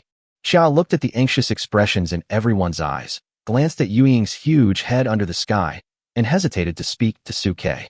"Master, this Ying said that it wants to take you to its cave." Upon hearing this, everyone's expressions changed. Entering Ying's cave, what's the difference between that and being a lamb to be slaughtered? Even Cheng Qiji and Manhwa, who had just landed, changed their expressions and spoke to Suke immediately. "Suke, don't agree to this beast." "That's right. Now that we are outside, we still have a chance to escape. If we follow this guy into its cave, once it has the killing intent, you will not be able to escape at all." The reason why Cheng Qiji and Manhwa tried their best was to protect Suke and the others. Now that Suke was about to fall into the tiger's den, how could he bear it? At this moment, the two of them even completely ignored the fact that Xia could speak, and hurriedly grabbed Suke's shoulders. "Suke, listen to us. Let's go now. Although we are only at the 7th level, we can still use up our last bit of strength to protect you." However, looking at the two anxious people, Suke gently shook his head. Through the previous battle, Suke had already realized that Cheng Qiji and Manhwa were no match for Ying. The two were already at the end of their strength when facing Ying. If they wanted to stop Ying completely and create a chance for themselves and others to escape, the only outcome would be death. Suke thought that he was not the kind of person who would be content to watch others die for him. "Forget it, directors. I, Suke, appreciate your kindness. I know very well what the outcome of the next battle will be. Besides, even if the two directors try their best, we may not be able to escape from here.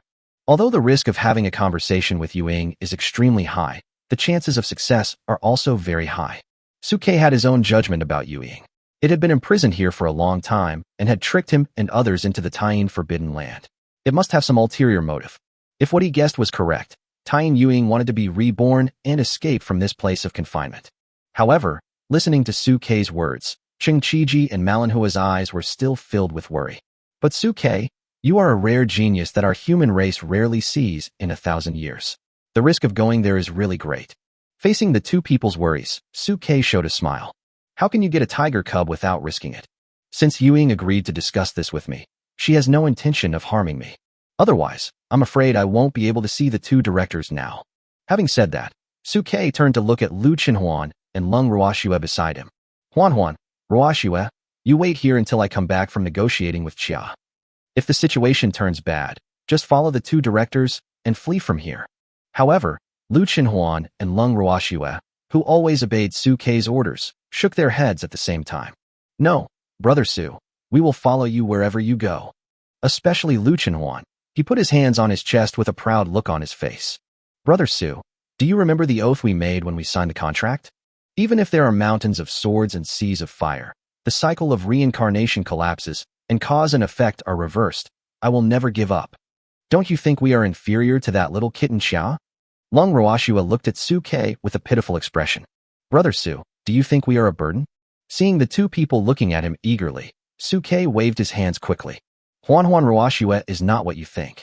This trip is extremely dangerous. If I didn't need an interpreter, I wouldn't even want to take Xiao with me.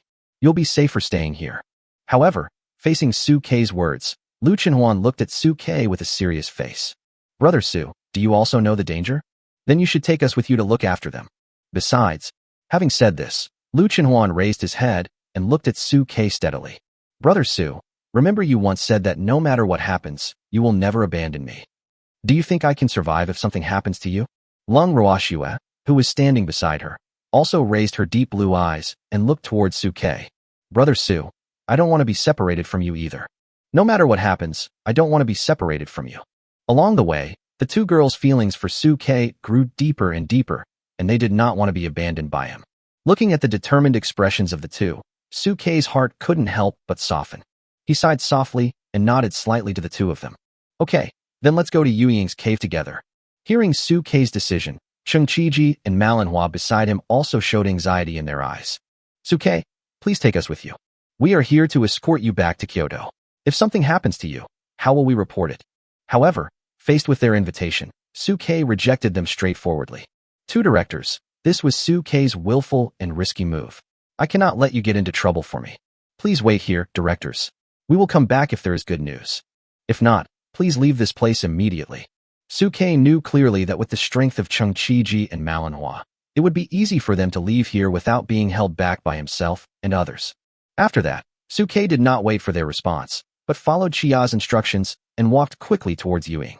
Chapter 142, The Real Yuying. Suke. Seeing Suke walking towards Yuying, Chengqiji and Manhwa couldn't help but reach out to stop him. But at this moment, Yuying directly blew out a breath, and the terrifying air wave instantly swept Chengqiji and Manhwa away. Then, he lowered his head towards Suke and the other two. Seeing this, Xia, who was in Suke's arms, spoke to Suke. It means for us to stand on it. Listening to Xia's explanation, Suke couldn't help but reveal a gleam of surprise in his eyes. Then he walked straight towards Yuying's head. A moment later, several people jumped onto Yuying's head along the top of the mountain. Then Yuying raised his head and strode into the depths of the night. Looking at the backs of Suke and the other two standing on Yuying's head, Chengqiji and Manhwa, who were in the mountains and forests, couldn't help but reveal a touch of emotion in their eyes. I didn't expect that this arrogant Yuying would actually personally take Suke and the others to his cave. Chengqiji looked at this scene and nodded secretly. From what we can see so far, it seems that Yuying really doesn't have much hostility towards Suke and the others. If Yuying had murderous intentions towards Suke and the others, she would never have carried Suke away. She would have attacked suddenly when Suke and the others approached, and the three of them would most likely have died. Maybe this kid can really create a miracle. All the way from Tianhai, Qingqiji and his companions have seen Su Ke create one miracle after another. Manhwa beside her also nodded slightly. I hope this kid can really negotiate successfully with Yuying, so that we can take them away smoothly. Otherwise, when Manhwa said this, a cold light flashed in her eyes. Then even if we die, we must inform the capital of our misfortune here. I believe the principal will be happy to come to this forbidden land of Tying in person and beat the beast to death. As they were talking, Yuying carrying Su Ke and the others had disappeared from the sight of Qingqiji and Manhwa. The evil spirits and beasts in the surrounding mountains and forests also fell into a deep sleep again as they lost Yuying's control.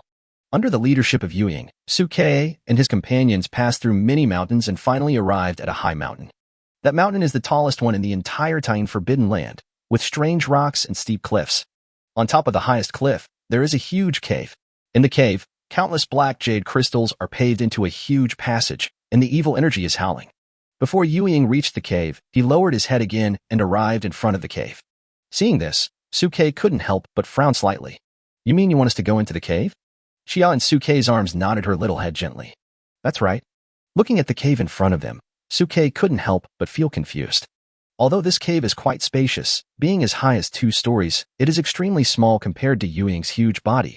Even from Su Ke's perspective, it looked more like a cage prepared for him and others. But now that we are here, let's make the best of it. Since we have chosen this path, we must give it a try no matter how many mountains of swords and seas of fire there are. Thinking of this, Su Ke turned around and looked at Lu Qinhuan and Lang Ruoxiwei behind him. Huan, Ruoxiwei, follow me closely. After saying that, Su Ke took the lead, walked in front, jumped off Yuying's head, and walked towards the cave. Behind him, Lu Qinhuan and Lang Ruoxiwei were also on high alert, guarding Su Ke cautiously on both sides and followed him into the cave. As the 3 people walked in, the whole picture of the cave appeared before their eyes. As far as the eye could see, the entire cave was inlaid with black jade, and the dim light looked even more strange and gorgeous under the night. Just after the 3 of them entered the cave, Yuying outside the cave seemed to have completed his mission at this moment. He lay down beside the mountain and closed his eyes. Glancing at Yuying, who closed her eyes outside from the corner of his eye, Su Ke became even more confused. Yuying is almost asleep. How can she discuss this with us? Is there another secret in this cave? As they thought about it, the 3 of them simply ignored the ghostly lights outside and walked quickly forward along the black jade passage in the mountain. After passing through the winding mountain road, soon a huge and empty cave appeared in front of the 3 people. The cave space in sight was very spacious, with black jade hanging everywhere. In the center, a black jade bed made of black jade appeared in front of everyone. And on the black jade bed, lying at this moment was a woman with pale skin, wearing a black gauze dress and her face covered with black gauze. The moment they saw the woman on the black jade bed, everyone's brows couldn't help but frown. Why is there a woman here? Did Yuying bring us here just to see this woman? The woman's skin was so white that it didn't look like that of a normal person. It was as if it was covered with several layers of putty, and there was absolutely no trace of blood in it. No matter how you look at it, it looks like a corpse. A body. I want to see who you are. When he saw the female corpse, Lu Qinhuan couldn't help but walk up quickly and wanted to tear off the black veil covering the corpse's face. But at this moment, the female corpse suddenly opened her eyes, and her dark green eyes stared at Lu Qinhuan in front of her. He's faked his corpse. Seeing the female corpse open her eyes, Lu Qinhuan couldn't help but shudder with fear and step back. Su Ke quickly stepped forward, blocked Lu Qinhuan and Lang Ruoxiwei, and looked at the female corpse. Sir, if my guess is correct, you should be the real Yuying, right? Listening to Su Ke's words, a gleam of surprise appeared in the eyes of the female corpse. She slowly sat up from the black jade bed, twisted her stiff body, and looked at Su Ke with interest. It seems that the description of the people from the demon god cult is correct. You, little guy, are a gifted beastmaster. How did you come to this conclusion? Facing the corpse's question, Su Ke spoke calmly. I guessed it when the corpse Yuying led us into the mountains. It is rumored that beasts above the 9th level can return to the abyss. Even if their physical bodies dissipate, they can still use the essences of all beasts to reshape their immortal spirit bodies.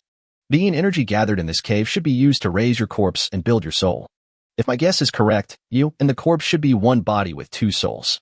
It is responsible for protecting your safety, and you are responsible for controlling its actions. Hearing Su Ke's inference, Yuying laughed.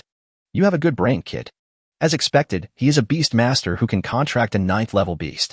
Hearing this, Su Ke frowned slightly and looked at Xia in his arms. You know her. Looking at Xia in Su Ke's arms, Yuying stood up and walked closer to Su Ke.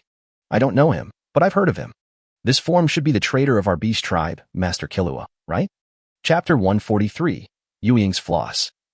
When Xia heard Yuying recognized her, her eyes couldn't help but flicker. She no longer concealed her breath and jumped out of Sukei's arms, revealing her form as a black and gold young tiger, and looked at Yuying. Since you have recognized me, I will not hide my figure anymore. Having said this, Xia looked at Yuying with a hint of arrogance in her eyes. Yuying, right? I seem to have some impression of you. It seems that you were just a 7th level demon back then. It's just that after the battle with the Fire Phoenix, I fell into a deep sleep. I never thought that you would break through to the 9th level and return to the ruins to scatter your spirit in this tiny forbidden land. It's really a trick of the world. Listening to Xia's words, Yuying revealed a sneer at the corner of his mouth. Yeah, who would have thought? Who would have thought that the half-step beast Shinchiyu, who was once so powerful, was actually a woman and became the contracted beast of a small beast master of the human race? Having said this, Yuying looked at Xia meaningfully. When the demon god cult member told me about this, I was a little bit unconvinced.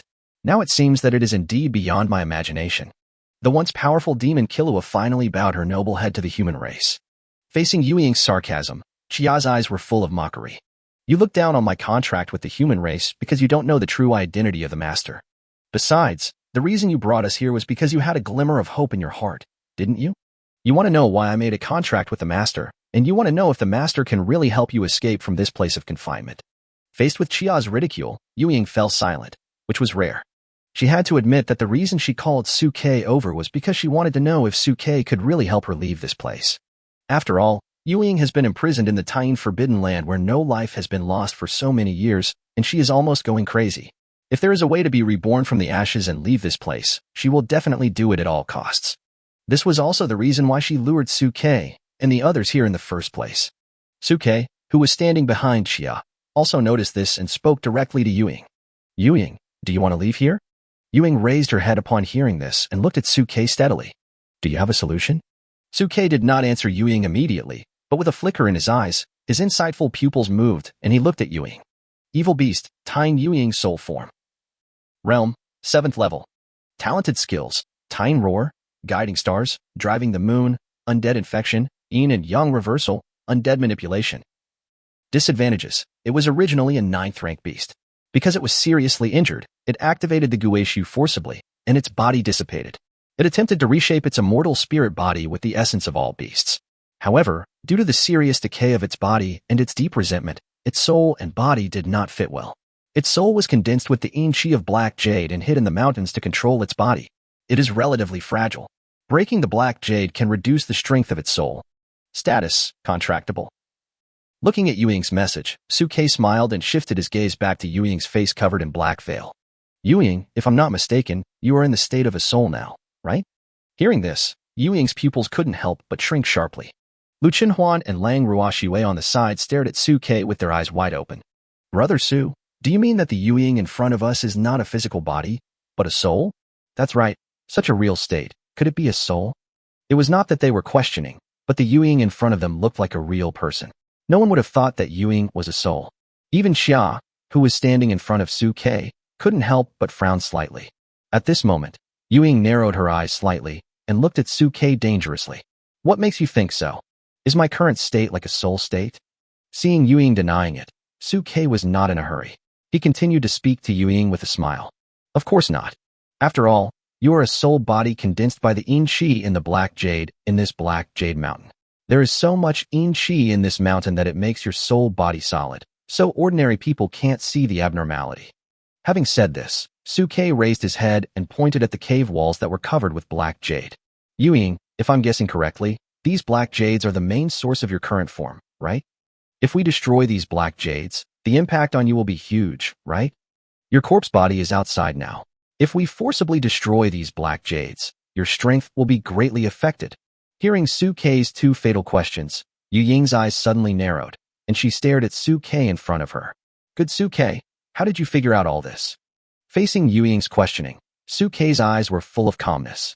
Yuying, the reason you stopped us must be that you got some information about me from the demon god cult in advance.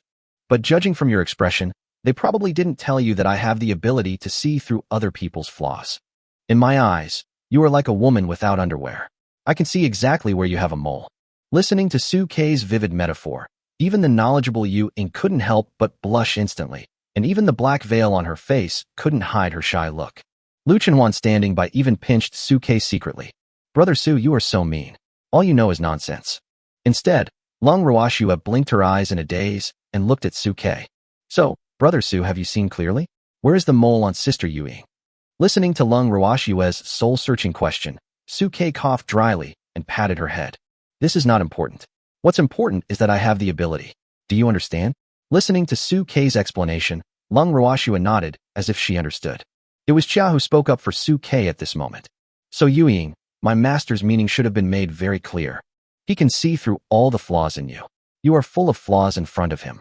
Facing Chia and Su Ke's remarks, Yuying's eyes flickered continuously. So what? You have this ability, then what? And you plan to use this ability against me? At this time, Yuying's tone was full of sarcasm.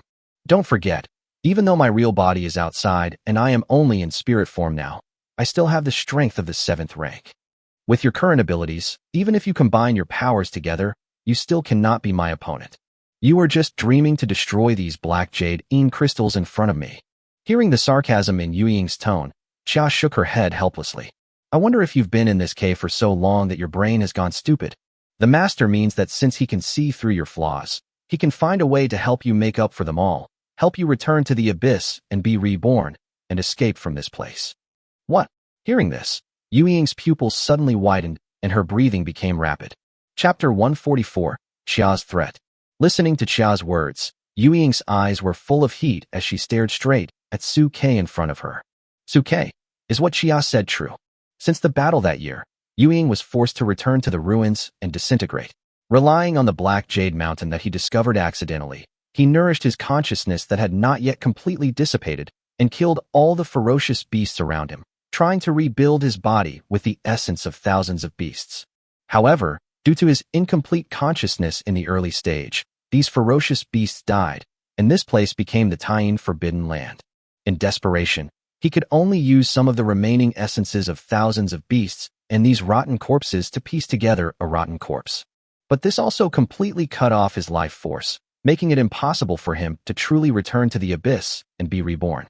Yuying's soul has been wandering in this desolate place for who knows how many years, imprisoned in the forbidden area like a cage, like a goldfish that can never break out of the fish tank.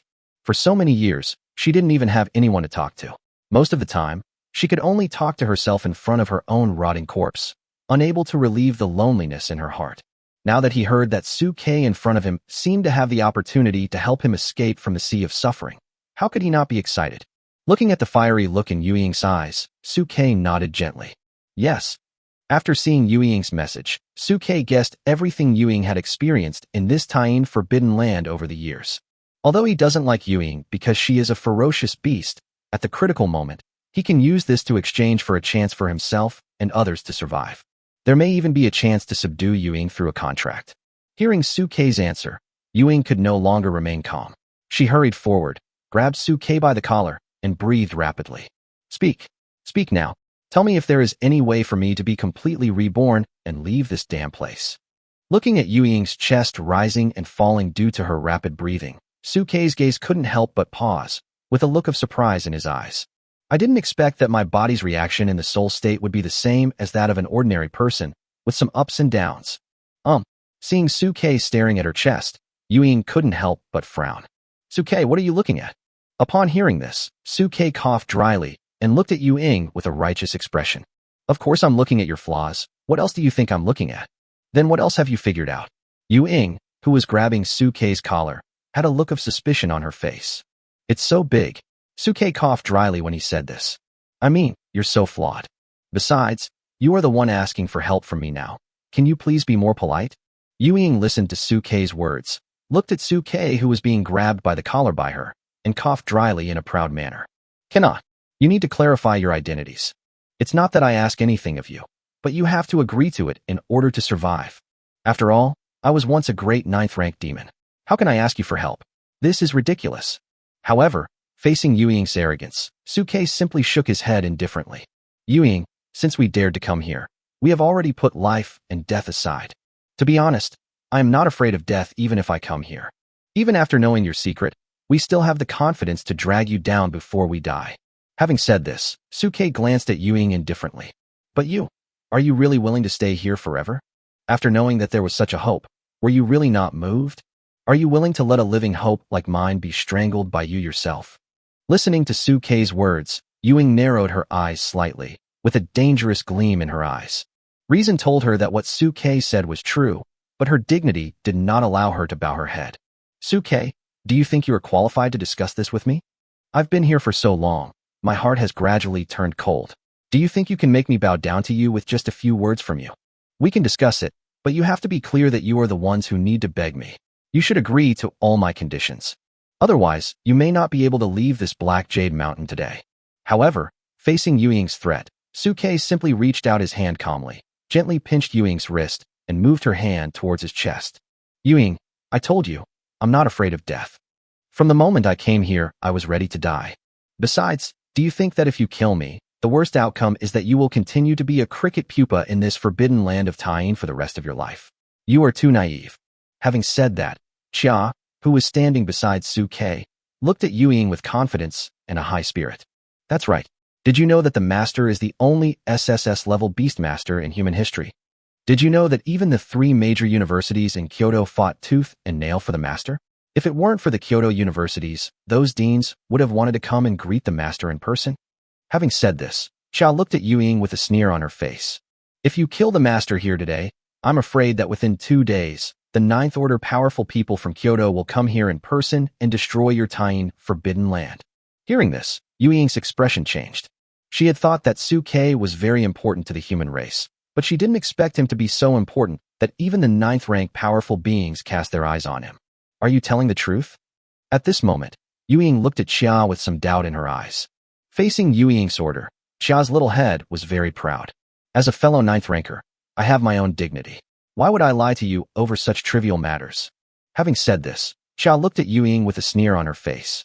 Besides, Ewing, you should know that my realm at that time was far beyond yours. I was only half a step away from reaching the threshold of the beast god.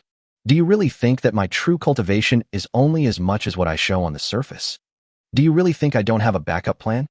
Listening to Chia's words, Ewing's expression became more complicated.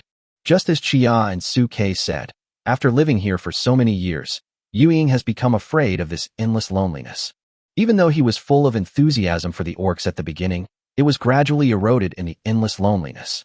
But at this moment, there was still a little bit of enthusiasm belonging to the beastmen in Ewing's eyes. Su Kei, since you are so important to the human race, if I kill you, wouldn't it be good for our beast race? Facing Ewing's threat, Su Kei's eyes were full of calmness. Then you can try it. Try to experience the feeling of strangling your own hopes in the cradle with your own hands. Although Ewing had been threatening him, Su Kei felt calmer. Because if Ewing really wanted to kill me, it would be impossible for her to keep negotiating with me. The reason why she did this was more because she wanted to take the initiative into her own hands. At times like this, the more I have to appear to be indifferent so as not to be controlled by Ewing. Seeing Su Kei's stubborn look, Ewing gritted her teeth, her eyes filled with anger. Chapter 145, The Temptation of the Contract. Looking at Su Kei's fearless appearance, Yu Ying's anger could be felt even through the black veil, and the spiritual energy around her body was vibrating. Su Kei, you are so confident. Do you really think I dare not kill you? Hearing Yu Ying's words, Lu Chenhuan and Lung Ruoxue beside Su Kei also activated their own spiritual power in an instant, causing the black jade in the cave to vibrate and hum. Even Xia's hair stood on end in an instant, and her spiritual energy soared into the sky. Then you can try it. In an instant, the atmosphere in the cave became tense and tense. Seeing this scene, Su Kei, the person involved, was the calmest. He calmly waved to Lu Chenhuan and Lung Ruoxue behind him. Don't worry, Yu Ying won't kill me. If she wanted to kill me, she wouldn't have brought us to Black Jade Mountain. Having said this, Su Kei looked at Yu Ying calmly. Yu Ying, at this point, there is no need for us to fall out with each other. If you want to leave here, the best way is to cooperate with me. Listening to Su Kei's words, Yu Ying's emotions gradually calmed down, and her eyes above the black veil looked fixedly at Su Kei. Can you really help me return to the abyss and escape from this place? Hearing this, Xia in front of Su Kei regained her senses and snorted coldly at Yu Ying. What else? Why would I make a contract with my master? If he couldn't help me, why would I be content with being a mere human? After listening to Xia's words, Yu Ying's eyes finally came back to her senses, and she stared at Xia. Have you really made a contract with this boy? Although Yu Ying had made some inferences before, When Xia actually admitted it, Yu Ying's eyes still showed disbelief. She also looked at Lu Qinhuan and Lung Ruoxue behind Suke. Then the two of them. Are they all your contract partners? Does that mean you can contract 3 people at the same time? Facing Yu Ying's look of disbelief, Suke's eyes were very calm. Yes. To be exact, there are more than 3. I can make unlimited contracts if I want. Hearing Suke's answer, Yu Ying's beautiful eyes widened in disbelief. Infinite contract? Although Yu Ying is not a human, he had many dealings with humans in the past. She knew very well in her heart how outrageous it was to be able to have multiple contracts. No wonder I heard from the demon god cult that you have only been awakened for a month, but your cultivation has broken through to the 3rd level. It turns out that there are multiple contracts. The contract partners can share practice, which is a secret shared by the entire human and beast races. It is also the biggest advantage that the beastmen envy the human race. The reason why the human race developed rapidly in a short period of time and produced many geniuses who could compete with the beastmen was because of the bond between the beastmaster and the beast girl. While spending the same amount of time practicing, the humans who have contracted partners practice more than twice as fast as the beastmen. How can they not be envious? Of course, the beastmen also have their own talents. They are born with thick skin and flesh, and high-level ferocious beasts with pure blood have many powerful innate skills, but these are still somewhat disadvantageous compared to the practice of humans. Of course, great monsters like Yu Ying who have been upgraded to level 9 can have the opportunity to make a contract with humans. But at the same time, there were several new problems before him. Putting aside the grudges between humans and beastmen, he was about to reach the 9th level. Who did he need to make a contract with? Contract with a high-level human beastmaster? But they usually have their own contracted beast mothers, so who would be willing to contract with an alien? But if I choose a low-level beastmaster, wouldn't that lower my own strength? An extra burden during a fight? That can't be possible. Therefore, for high-level ferocious beasts like Yu Ying, they can only feel envy. But at this moment, Suke looked at the envy in Chia's eyes and a smile appeared on the corner of his mouth. Are you envious? Actually, you can if you want to. I can do anything. Hearing Suke's words, Yu Ying couldn't help but frown at first, then her eyes widened instantly, revealing a hint of murderous intent. You mean, you want to make a contract with me? Do you know what you're talking about? Although Yu Ying's realm has dropped drastically now, and he has been forced to split into a soul state and a corpse state, he still has the pride of being a 9th level great demon beast. You are just a 3rd level human beastmaster, and you dare to try to contract with me, a 9th level monster?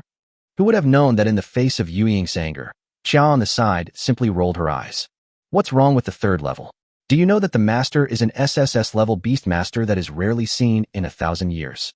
Besides, even I, a 9th level perfected master and a former half-step beast god, have made a contract with the master. Why are you, a mere 9th level master, so arrogant? However, after listening to Chia's words, Yu Ying retorted rudely. Who do you think you are? Are you willing to be a traitor to the beastman? Facing Yu Ying's ridicule, Xia was not polite at all. So you also think that all the beasts in the beast tribe are really good? If I hadn't been abandoned by the beastmen, how could I have given up on them? Besides, I am not on the side of the human race. On the contrary, my position has always been neutral. I despise the beastmen's ambitions towards humans, and I also hate the fact that humans keep beastmen in their territories and hunt them for fun. I also understand that this is a decision that both sides have to make for the benefit of their own race. But in my eyes, all things have spirits.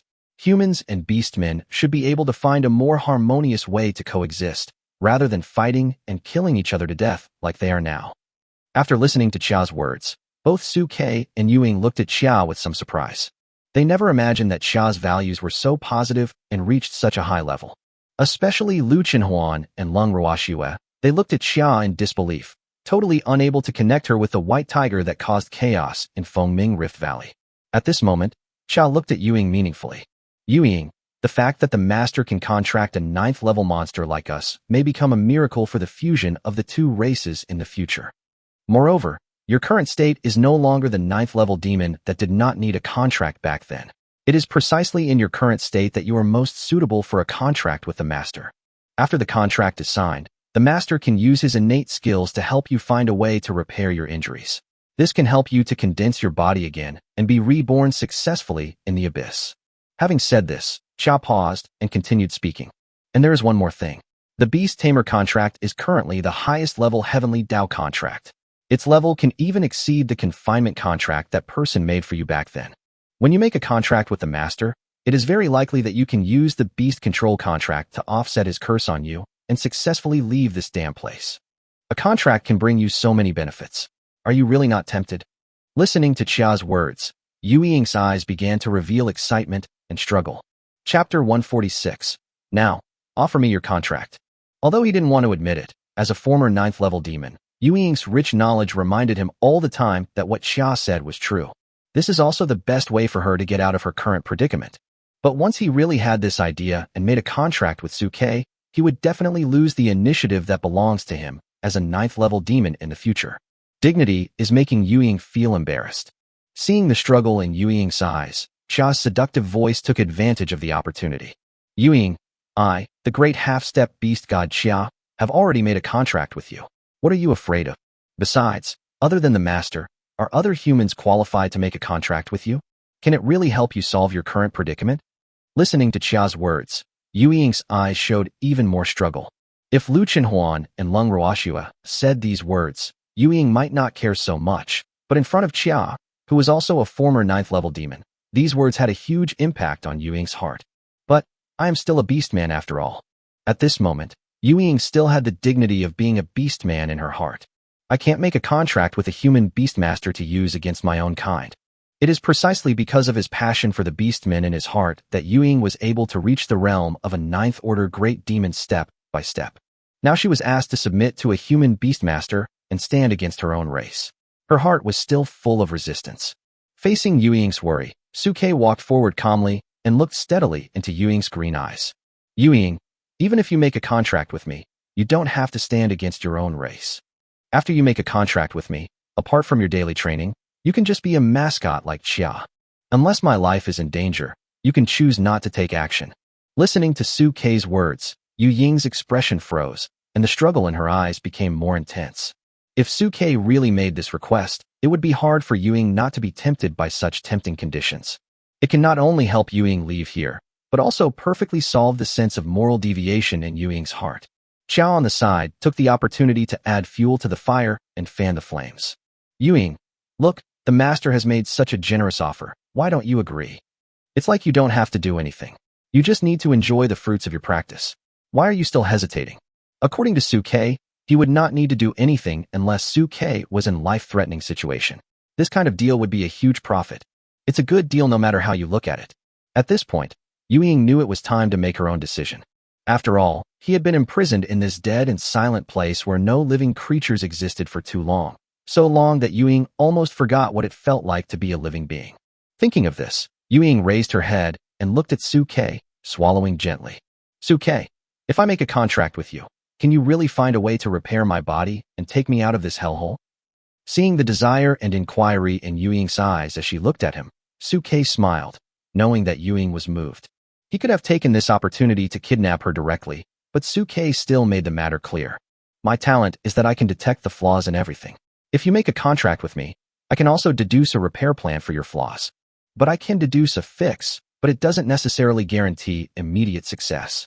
Having said this, Suke looked at Lu Chenhuan and Lung Ruoxua behind him. For example, Ruoxua and Huan. Even if I have deduced their aversion to promotion, it still takes time to collect materials or complete the conditions. Your current situation is more complicated than theirs. It is basically impossible to completely repair it in a short period of time. I can only promise to give you hope and try my best to help you find repair materials. Having said this, Suke glanced at Yu Ying and paused. Of course, since you are my contract partner, you don't have to worry that I won't try my best. After all, I would definitely be happy to have a high-level life-saving trump card around me that I can trust. Looking at the sincere expression on Suke's face, Yu Ying's eyes were complicated and even more hesitant. I need to think about this. Suke had no intention of forcing Yu Ying to make a decision. He just stood in front of her, quietly waiting for her decision. Lu Chenhuan and Lung Ruoxua, who were beside Suke, were cautiously on guard against Yu Ying in case she suddenly attacked. Chia, on the other hand, yawned out of boredom. She was not afraid of Yu Ying's sudden attack at all. Instead, she directly confronted Yu Ying. Yu Ying, after all, you have seen the 9th level scenery of a great demon. Why are you so slow in making a decision? This is clearly a piece of cake. Why would you hesitate? Having said this, Chia raised her little head and walked in front of Yu Ying, looking directly at Yu Ying. Yu Ying, You have to think carefully. If you miss your master, will you ever get another chance to get out in your life? What will be your ending? Wait until the human race wins completely, then come back to settle accounts and wipe you out. Or are you hoping to wait for the beastmen to occupy the human territory and help you recover? Having said this, Xiao looked at Ying meaningfully. Ying, you and I are both from the beast tribe. I believe you know better than me that even among the beast tribe, there are factions due to different races, and there are ruthless people. The essences and souls of the myriad beasts that you condensed in Goeishu are very delicious supplements for those high-level monsters. Are you really sure that what will come is revival, not destruction? Listening to Chia's heart-wrenching words, Yu Ying's psychological defenses gradually began to collapse.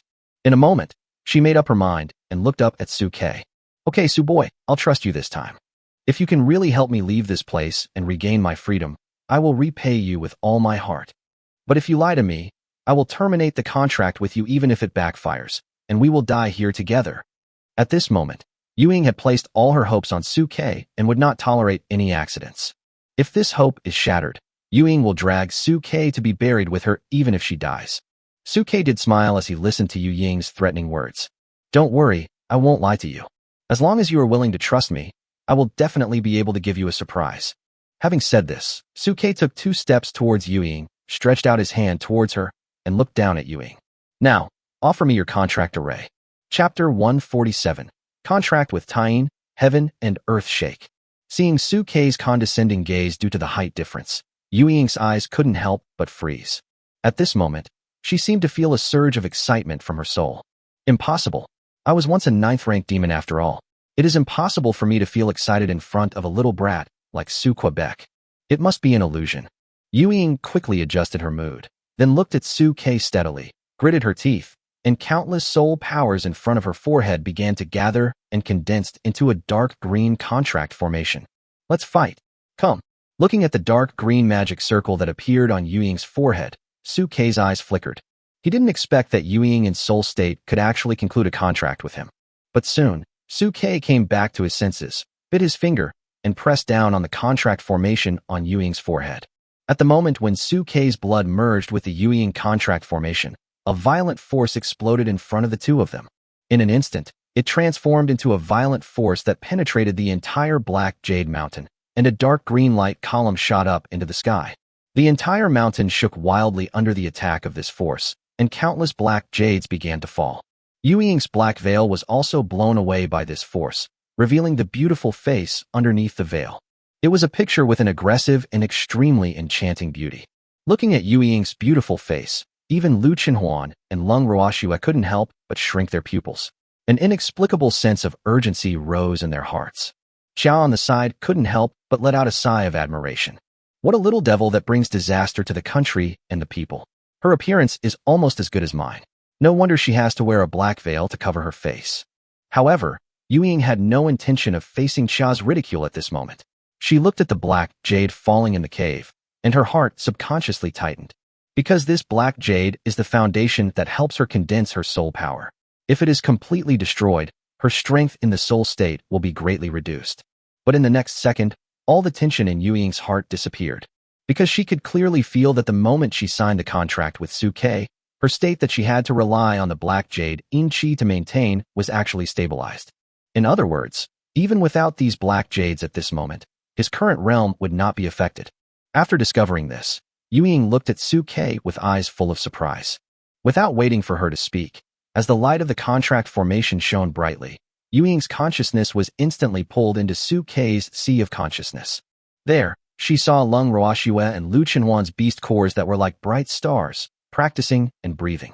She also saw Chia's huge beast core that was several times larger than the two girls, and she also saw Su Ke's huge soul crystal that was like the sun. The moment he entered Su Ke's sea of consciousness, a pressure from his bloodline enveloped Yu Ying's heart, causing a look of enlightenment to appear in Yu Ying's eyes. No wonder Xiao admires this kid so much. No wonder he can make unlimited contracts with ferocious beasts. He has the aura of the beast god worshipped by my beast tribe. After feeling this pressure, Yu Ying's previous strange thoughts towards Su Ke disappeared at this moment, and she willingly lowered her head to Su Ke. May this soul be forever united with you. I swear by the law of heaven, and the sun and the moon will bear witness to it. As Yu Ying finished speaking, The light above the contract formation became brighter, piercing through the dark sky and illuminating the nearby world. Heaven and earth resonate. At this moment, Cheng Qiji and Manhwa, who were waiting anxiously in the Forbidden Mountain area, were pacing back and forth. That kid Suke and his friends have been gone for so long, and there's still no news. Could something have happened? That's right. It was once a 9th-level monster. Even if it is now a battle-damaged version, even the two of us War Kings cannot deal with it. It would be easy for us to kill Suke and the other 3rd-level monsters. Although Suke's current cultivation level is far superior to that of his peers, it is still not enough compared to the forbidden monster like Taiyin Yuing. Especially since the Taiyin Forbidden Land is Yuing's home ground. Even if an 8th-level beastmaster or beast girl came, it might not be possible to please them. If the ancestors of the human race had not sealed Yuing's soul here, it would probably take a 9th-level beastmaster and beastwoman to have a chance to suppress this creature. The more Cheng Qiji thought of Suke's amazing performance along the way, the more anxious he became. The more brilliant Suke is, the more important he is to their war academy and even the entire human race. If they died while escorting someone, Cheng Qiji and Manhwa would feel guilty for the rest of their lives and would not be able to continue staying in the human race. Just as the two were anxious, a column of green light shot up into the sky from between the sky and the earth in the distance, illuminating the entire dark world of the Taiyin Forbidden Land at this moment. Boom. The horrifying noise shook the mountains and fields. The evil spirits and beasts lurking in the darkness opened their dark green eyes one after another and looked towards the direction of the black jade mountain where the beam of light came from. Perhaps they felt the pressure from the light column, as the evil spirits and beasts all prostrated themselves on the ground and knelt down in the direction of Black Jade Mountain. All the ferocious beasts knelt down and countless evil spirits howled. What's the noise? Seeing this scene, Cheng Qiji and Manhwa widened their eyes and their pupils trembled. What happened to Suke and the others in Yuing's cave? How did they cause such a commotion? Could it be that Yuing went berserk? Looking at the column of light rising into the sky, Cheng Qiji frowned tightly. But no matter how I look at it, it doesn't look like the energy generated by Rampage. On the other hand, Manhwa, who was standing aside, frowned slightly as she looked at the column of light rising into the sky and the shape of the green light reflected under the sky. Why do I feel that the image reflected by this light column seems to be a magic circle? Could it be a contract magic circle? Because of the interlaced light, Manhwa could roughly guess that the light column should be illuminating a magic array, but what kind of magic array it was, Manhwa was not very sure. She could only make a rough guess from the shape. Contract array? Hearing Manhwa's speculation, Cheng Qiji on the side couldn't help but shudder, then quickly shook his head. No, impossible. This kind of movement can't be a contract formation. Your speculation should be correct. This is some kind of magic circle, but it should not be a contract magic circle, but something else. It should be that Suke and his gang went into Yuing's cave and accidentally activated some mechanism that Yuing had set up in advance. After speculating like this, Cheng Qiji felt anxious. No, we can't just sit here and wait and do nothing. Now that we know where the Yuing cave is, we might as well sneak in and rescue Suke and the others from that beast. Having said this, Cheng Qiji and Manhwa looked at each other, then spread their green wings and flew towards Black Jade Mountain together. Chapter 148. Yuing's Rebirth Plan. In Black Jade Mountain, Yuing came back to her senses from the contract state, opened her eyes again, and looked at Suke in front of her. The contract formation in front of his forehead gradually dissipated, and a feeling of mind and spirit connection surged into his heart, causing a strange look to appear in Yuing's eyes. So this is what a contract feels like. As a former 9th-rank great demon, Yuing had never thought that he would actually make a contract with a human beastmaster. After the contract was signed, Yuing could clearly feel that she and Suke had become a family from then on. If she had the intention of hurting Suke, she would be severely punished by heaven. Looking at Yuing's slightly dazed and weird face, Suke couldn't help but smile. Since the contract is successful, from now on, you and I are considered a family. Lu Chenhuan and Lung Ruoxue, who were standing by, finally put their minds at ease when they saw Yuing successfully sign a contract with Suke. Xiao on the side smiled and shook her tiger tail, walking towards Yuing. Yuing, welcome to become a member of the Master's family.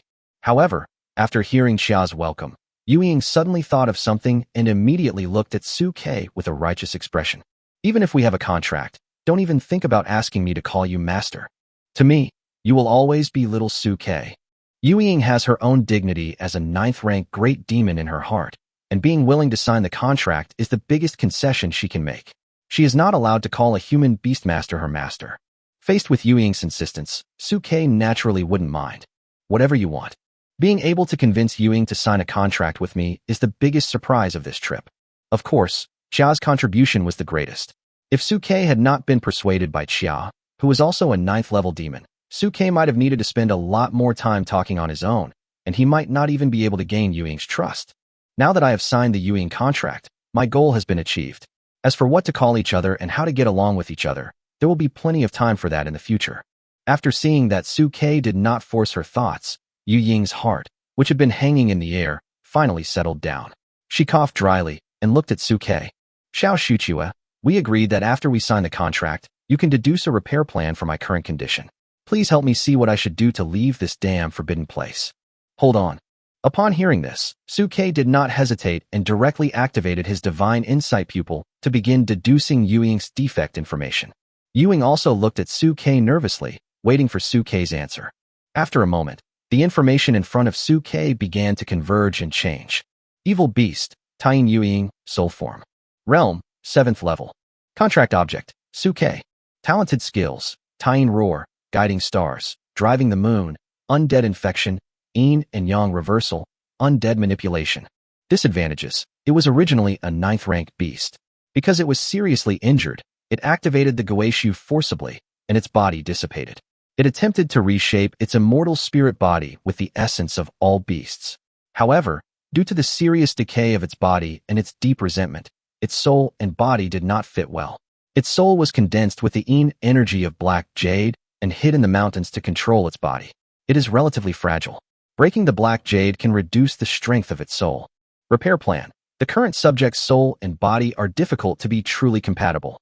They need to be repaired separately and then integrated. Soul Repair. Leave the land of Yin spirits. Eat more Yang energy. Absorb the essence of the sun and the moon normally. Set up the 9 Yin gathering evil formation on the night of the total lunar eclipse. Then find an ancient bronze tripod as a container.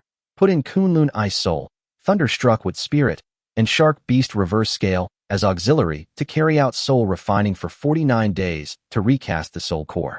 Repair of the Flesh. The nirvana of rotting flesh requires 3 disasters and 9 calamities. It requires the induction of the Earth's core lava and fire disaster to melt the rotting corpse skeleton, the use of the Taiyin wind disaster to peel off the remaining rotten flesh, and finally the induction of the 9 heavens divine thunder disaster to actively bombard the flesh, regenerating flesh and blood in the charred corpse. Each process needs to last for 49 days. Looking at the repair plan he deduced using his divine insight pupil, even Suke couldn't help but twitch the corners of his mouth. Compared with Lu Chenhuan, Lung Ruoxue, Xia and others, Yu Ying's repair plan is a bit cruel. Yu Ying's soul needs to be refined with a bronze tripod, and her body needs to go through 3 disasters, endure the pain of melting bones and peeling skin, and be reborn in nirvana from the scorched corpse of thunder. Each of these processes would need to last for 49 days, and the pain involved was so unbearable that Suke could hardly bear to think about it. At this moment, Yu Ying looked at Suke, who seemed to be hesitant to speak, and her heart skipped a beat. She looked at Suke with a frown. Xiao Shuchua, you seem to be hesitant to speak. Are you guys lying to me? Even you can't figure out my solution. Looking at Yu Ying's gloomy eyes, Suke sighed softly. It's not that there isn't a plan. There is a plan, but it requires you to endure some hardships.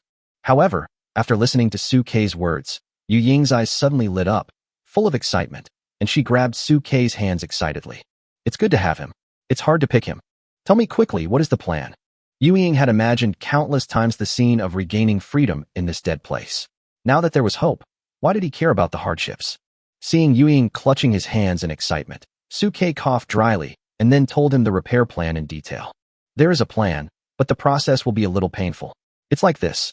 As Suke spoke, Yu Ying's eyes began to flicker, and Lung Ruoxue and Lu Chenhuan beside him couldn't help but twitch their lips. Is this a little hardship? If it weren't for their understanding of Suke, they would probably have thought that they were discussing how to torture Yu Ying. Even Xia showed some sympathy in her tiger eyes. Yu Ying, I'm afraid you'll have to endure a bit more pain during this repair process. Who would have thought that after listening to Suke's entire story, Yu Ying actually laughed out loud, contrary to her usual behavior? What did I think it was? It turns out to be just some minor tribulations that will force you to refine your soul and body. Don't worry, I've experienced both life and death, so this little ordeal is nothing to me.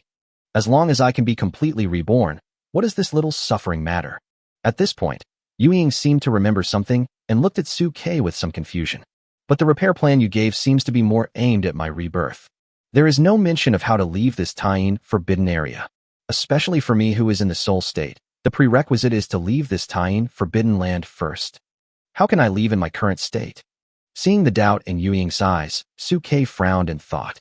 The repair plan did not mention this, but I think now that you and I have reached a contract, we can use this bond to try to leave this place. If that doesn't work, I have another plan. Chapter 149, Forbidden Land Boundary.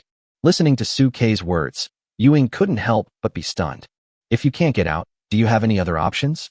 Yuying didn't believe that Su-Kei had the ability to fight against the imprisonment contract of that fierce human being. Looking at the doubtful expressions in Yuying and Chia's eyes, Su-Kei gently shook his head. I'm not completely sure. I can only give it a try. Listening to Su-Kei's words, Yuying couldn't help but remain silent. But she quickly accepted the reality. I've been in this hellhole for so long, and I never thought I'd be able to get out. It's good that you can give me hope. Let's try it first. What if it really works? Yuying seemed to sense something when she said this, and her brows couldn't help but frown slightly. It seems your two teachers are on their way here.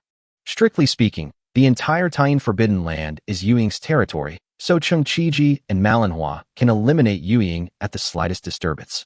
Listening to Yuying's words, Shikue couldn't help but feel fortunate. Fortunately, I took a gamble and came here to make a contract with Yuying. Otherwise, if I fought her to the death, there would be no chance for me to leave with only Chengqiji and his wife, and a few third-level little cares like myself. Feeling the actions of Chengqiji and manhwa, Yuying couldn't help but frown slightly. I am a fierce beast. The fact that I have signed a contract with you must not be known to other humans or beastmen. Otherwise, you will be in great trouble. Hearing this, Su-Kei also nodded slightly. In that case, let's try to see if we can leave this place before they come over. If I can leave, I will find a way to help you hide. Xia beside her also nodded, and the jade on her neck glowed slightly. If you need to conceal your breath, I can help you. Xia's magic stone has always been effective in concealing the breath, and can help Yuying conceal the breath of ferocious beasts. Let's talk about it later. Let's get out of here first. Listening to Su-Kei's words, Yuying's eyes flickered. She reached out and pulled Su-Kei up without any hesitation, and spoke to Chia, Lung Ruoxue, and the others. Hold me tight. I will take you away from here first. Upon hearing this, Lu Chenhuan and Lung Ruoxue did not hesitate at all. They walked over quickly and held each other's hands. Xia also took the opportunity to transform into a slender-tailed cat and jumped into Su-Kei's arms. Let's go. As Su-Kei finished speaking, a flash of light appeared in the black jade mountain, and the surrounding void vibrated like ripples in a pond. The next moment, the figures of the group disappeared instantly. In the perception of Su-Kei and the others, they only felt that the surrounding scenery was rapidly blurring and changing, and then in the blink of an eye, they appeared at the border of the Tying Forbidden Land where they came from. Seeing this scene, Lu Chenhuan couldn't help but open his mouth wide. You can teleport so far? Doesn't that mean that if you wanted to kill us before, we would have no chance to leave at all? The entire Tying Forbidden Land is actually my territory, in theory. Yuying narrowed his eyes slightly as he looked at the invisible barrier in front of the Forbidden Land. But this innate skill of teleportation can only be used by me in my soul form. In my soul form, I rely on the black jade's energy for nourishment, and I am afraid of revealing my true form and being plotted against by someone with ulterior motives, so I will not leave Black Jade Mountain easily. It's just that now that I have signed a contract with Xiao Shuchue, I no longer need the yin qi of Black Jade Mountain to maintain my condition, so I dare to take the risk and come out to give it a try. Having said this, Yuying looked back in the direction of Su-Kei. Su-Kei, your two teachers will arrive at Black Jade Mountain soon. Before they arrive, we should try to break through the barrier and leave as soon as possible. Otherwise, it will be even more difficult for us to leave without revealing any flaws in front of them later. Yeah. Su-Kei nodded slightly when he heard that, took Chia out of his arms and put her on the ground, then looked at Lu Chenhuan and Lung Ruoxue beside him. I don't know what will happen when we break through the barrier later, so please stay away to prevent any accidents. Lu Chenhuan and Lung Ruoxue nodded when they heard this, picked up Chia and retreated to the back. Su-Kei looked at Yuying and reached out to hold her hand tightly. Now, let's activate the power of the contract together and see if we can use it to break through the shackles of this barrier. Okay, upon hearing that, Ying tightened her grip on Su Kei's hand, and the two of them walked directly towards the direction of the barrier. However, just as the two were about to touch the barrier, countless ripples suddenly appeared in front of the forbidden area, which was originally empty, and golden lights quickly spread out like a barrier. The barrier separated the entire world from the Taiyin forbidden land, like a desperate cage wall. Seeing this scene, Lu Chenhuan and Lung Ruoxue in the distance couldn't help but shrink their pupils. Is this the imprisonment that the ancient sages used to suppress Ying? Yes, it didn't react at all when we came in, but once Ying got close, it revealed its full appearance. It's really magical. At this moment, looking at the barrier in front of him that kept buzzing as he approached, Ying couldn't help but swallow. She couldn't remember how many years it had been since she last tried to get close to this barrier. When he first transformed into Guoxiu, Ying tried countless times to break through the barrier, but failed every time. Later on, she would become stressed when seeing this barrier and would physiologically want to stay away from it. Now, when facing this barrier again, Ying was very nervous. It is a state of mind in which hope is in front of you, but you are extremely afraid of failure. At this moment, Su Kei also felt the tension in Ying's heart and gently held Ying's hand to encourage her. Come on, let's give it a try and see if we can get you out of here today. Hearing Su Kei's encouragement, Ying gritted her teeth, then nodded heavily, mustering up her courage and taking a step forward. But just when Ying just touched the barrier, a huge force suddenly rose from above, directly knocking Ying away. Su Kei was caught off guard and was also knocked away. The power of the contract between her and Su Kei was completely ignored by this barrier. Failed. As Ying stepped back, the hope in his eyes was instantly shattered and was replaced by a face full of anger. Seeing his hope fade away, Ying stared fiercely at the barrier in front of him and clenched his fists. Asshole, you still won't let me go even after being dead for so many years. You won't let me go out. I must go out today. Oh. Ying, who had lost her mind, stood up again and rushed towards the barrier frantically. Bang, bang, bang. The huge barrier was shaking continuously, and the ground of the entire forbidden area was shaking as well. But with every collision, Ying was ruthlessly blown away. The soul energy in his 7 orifices dissipated, and he retreated further and further away. Chapter 150. Brother Su has gone crazy? Boom, boom, boom. A huge golden barrier appeared between heaven and earth, and the entire earth was shaking wildly. Cheng Qiji and Manhwa, who were flying, couldn't help but widen their eyes when they saw this scene. Forbidden Land Barrier? It is rumored that this thing will only appear when the existence that is sealed in the forbidden area wants to forcibly break through the forbidden area. Could it be? Thinking of this, Cheng Qiji lowered his head and looked at Manhwa's huge falcon head. Could it be that Ying is forcibly breaking through the barrier and trying to get out? What happened to Xiao Shuchue and the others in the past? Why did they drive Taiyin Ying so crazy? At this time, Cheng Qiji and Manhwa only felt that their worries were growing stronger. Faster, faster, hurry up and go to Ying's cave to find out what happened. While they were thinking, their speed increased again, and they rushed madly towards the Black Jade Mountain. And at this moment, in front of the Forbidden Area's barrier. Oh my god, why are you playing tricks on me like this? I gave up the dignity of the Beastman clan and made a contract with a human junior. Why are you still unwilling to give me hope? Seeing that his hope of leaving the Forbidden Area was shattered, Ying fell completely into a state of rage, roaring madly at the barrier in front of him. But the barrier was inherently ruthless, and in the face of Ying's impotent rage, it still showed its cold and ruthless body to Ying.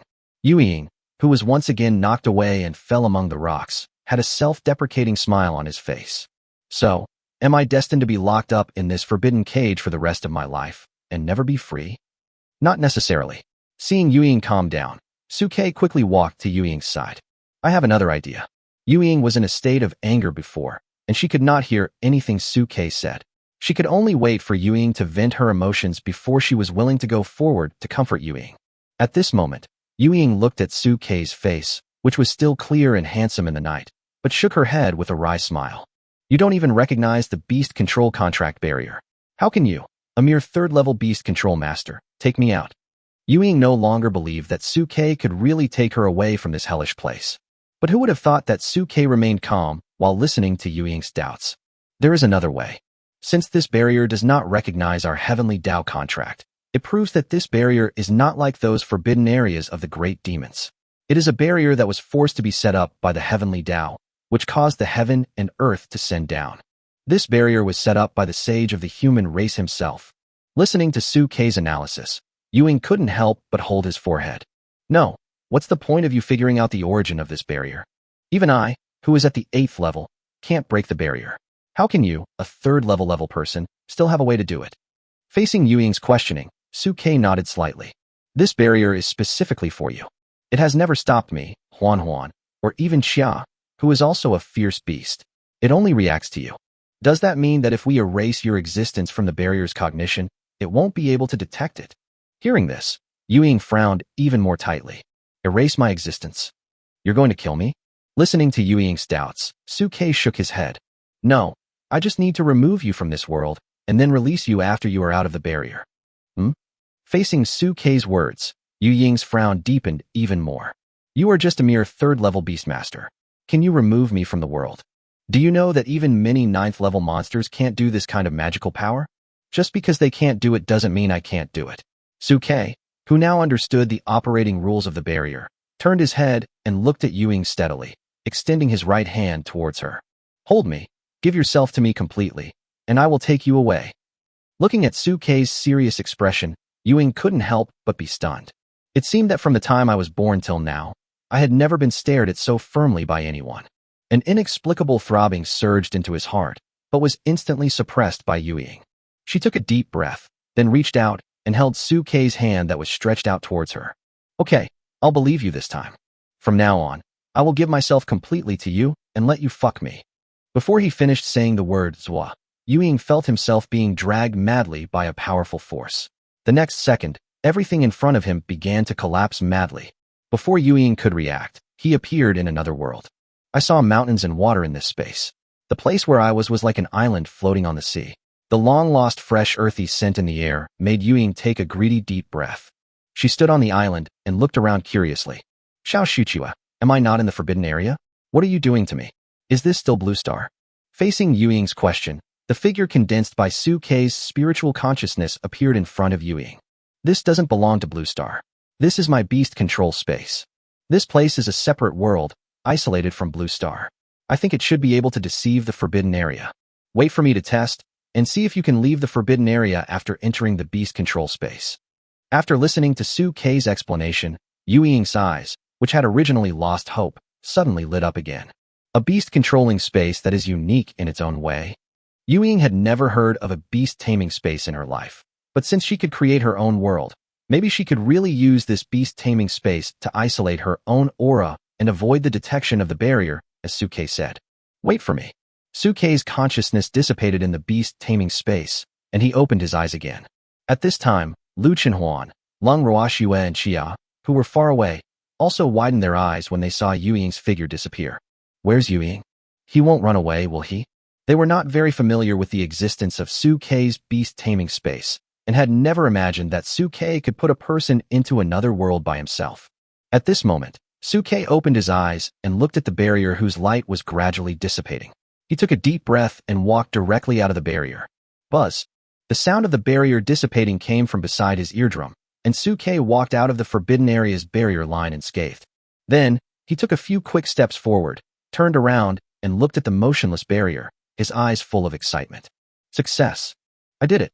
Inside the barrier, Lu Chenhuan, Lung Ruoxue, and Xia looked at Su Kei, who was dancing with excitement, and blinked their eyes continuously. That barrier can't stop anyone, so why is Brother Su so excited when he walks out? Is Brother Su going crazy? Chapter 151. Rebirth outside the world, telepathy. Huh? Did we forget something? Looking at Su Kei, who was looking excited outside the barrier, Lu Chenhuan, Lung Ruoxue, and Xia couldn't help but look at each other. Ewing is not here right now, so can't we take this opportunity to leave? Although they didn't know why Ewing disappeared, the few people at the moment didn't bother to think about it too much. They just grabbed Xia and ran out of the barrier. Lu Chenhuan, in particular, laughed out loud with excitement. I finally know why Brother Su laughed. I would laugh too.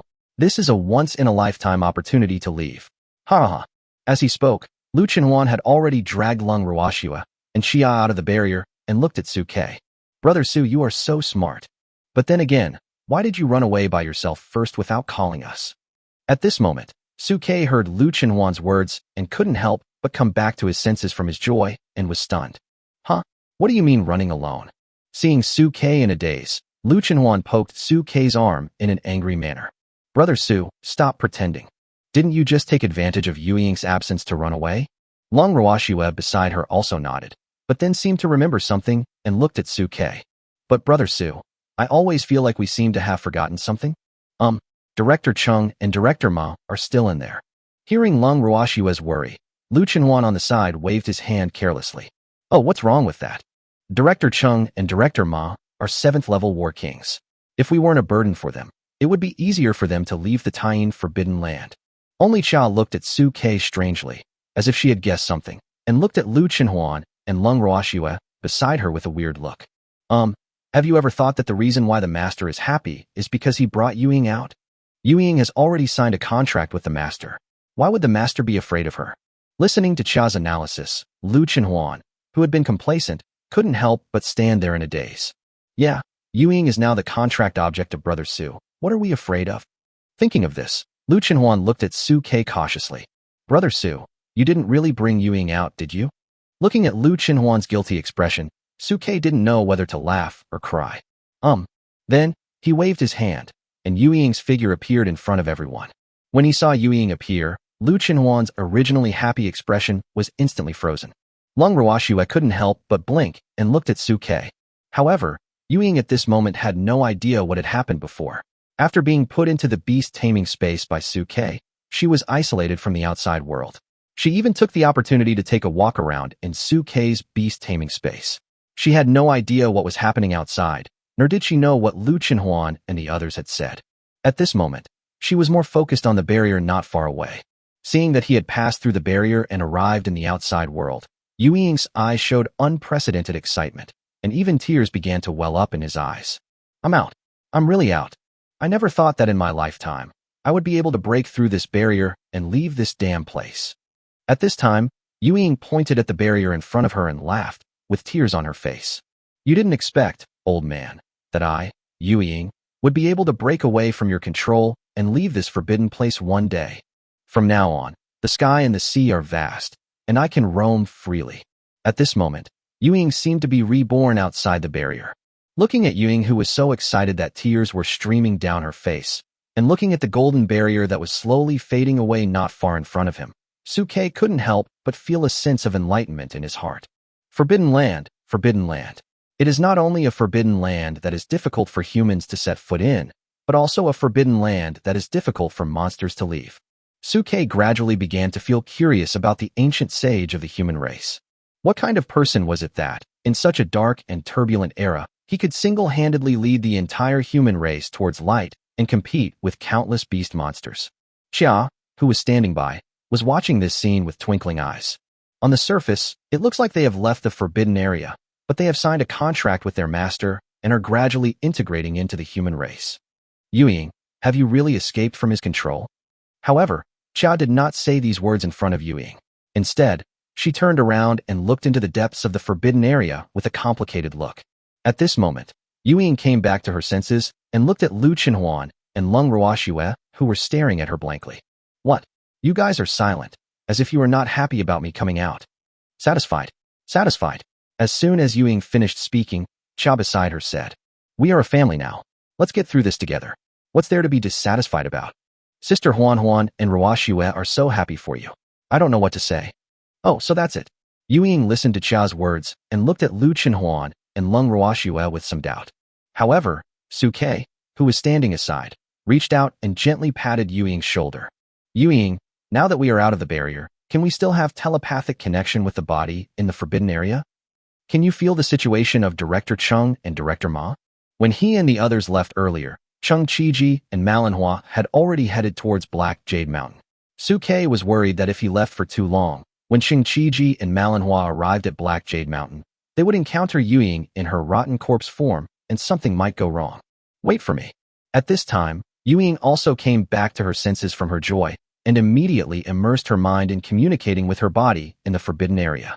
After all, once Chung Qiji and manhwa discovered the news that he had signed a contract with Su Kei, the matter would become a big deal. If a being that was imprisoned in a forbidden area by the ancestors of the human race escaped from the forbidden area, it would definitely cause an uproar no matter how you think about it. After a moment, Yu Ying opened his eyes full of excitement. Even if I leave the forbidden area, I can still grasp the situation in the forbidden area through my physical body in the forbidden area. I can also control my physical body through my spiritual consciousness. Seeing the excitement in Yuying's eyes, Suke smiled and nodded slightly. What about Director Chung and Director Ma? Yuying spoke to Suke through her spiritual sense. The two directors you mentioned are about to arrive at Black Jade Mountain. It's time for us to go back. Listening to Yuying's suggestion, Suke nodded slightly, and then his mind moved. Yuying, follow me into the beast control space, and I will take you back to the forbidden area, back to Black Jade Mountain. Good. Yuying's figure flashed, and she returned to the beast taming space, and was led by Suke back to the forbidden area. At this moment, in the forbidden area, Chung Chiji and Manhwa were less than a kilometer away from Heiyu Mountain. Chapter 152, White Lies. Isn't that figure lying in front of the mountain tying Yuying? Yuying is here, so where are Suke and the others? Yeah, didn't you say we were going to discuss this? Where are the people? At this time, Chung Chiji and Manhwa saw the Black Jade Mountain with only the faint light, and a terrible idea arose in their minds.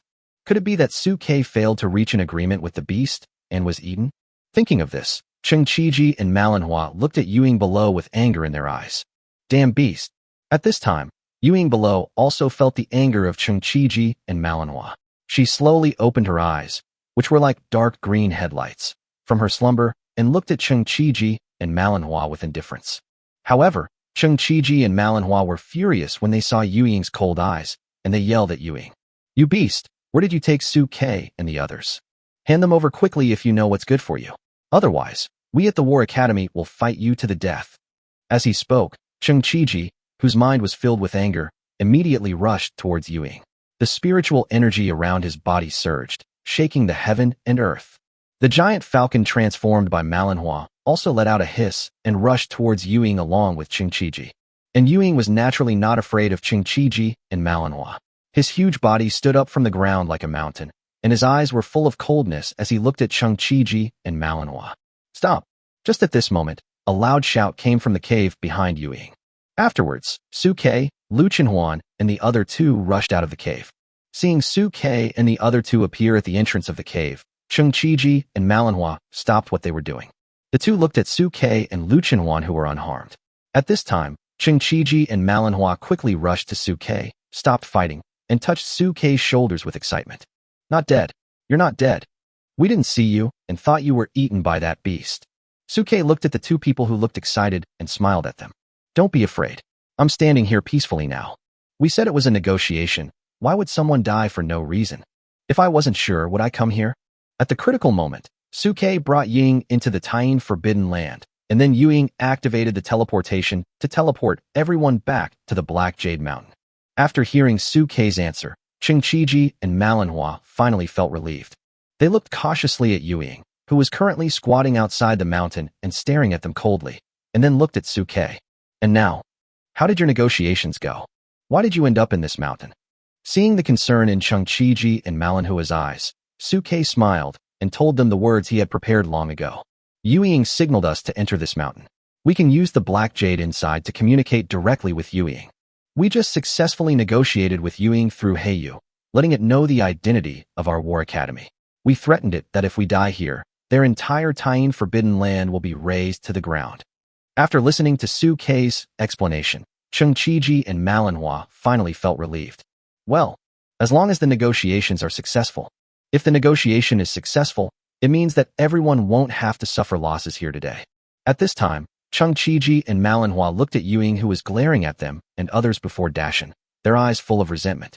What a pity, this beast must communicate with it through this Black Jade. Otherwise, why bother with all this?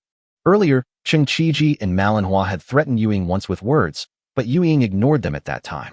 Now thinking about it, it was because there was a language barrier. Of course, the real truth is not like this. Yuying's soul and body are connected, so she can naturally sense what Chung Chiji and others mean. The reason why he didn't listen to them at that time was purely to see Suke. In other words, even if Suke had not asked Chia to communicate with Yuying at that time, Yuying would have brought them to her own cave. It's just that the status is that it was forced back.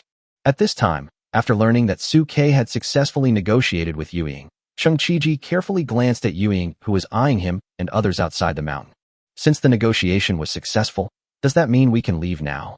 Suke nodded gently. That's right. It has just promised us that we can leave at any time. Hearing Suke's answer, Qingqiji and manhwa breathed a sigh of relief. It's okay. However, the two of them seemed to remember something and looked at Suke with frowns. By the way, Suke, what was that pillar of light that shot up into the sky from the Black Jade Mountain earlier? And what's the reason for the unusual movement of the barrier? Suke was stunned for a moment after hearing this. Then he blinked and spoke to the two of them. I don't know. We are negotiating with Yueying in this mountain. As for what happened in the outside world, we don't know.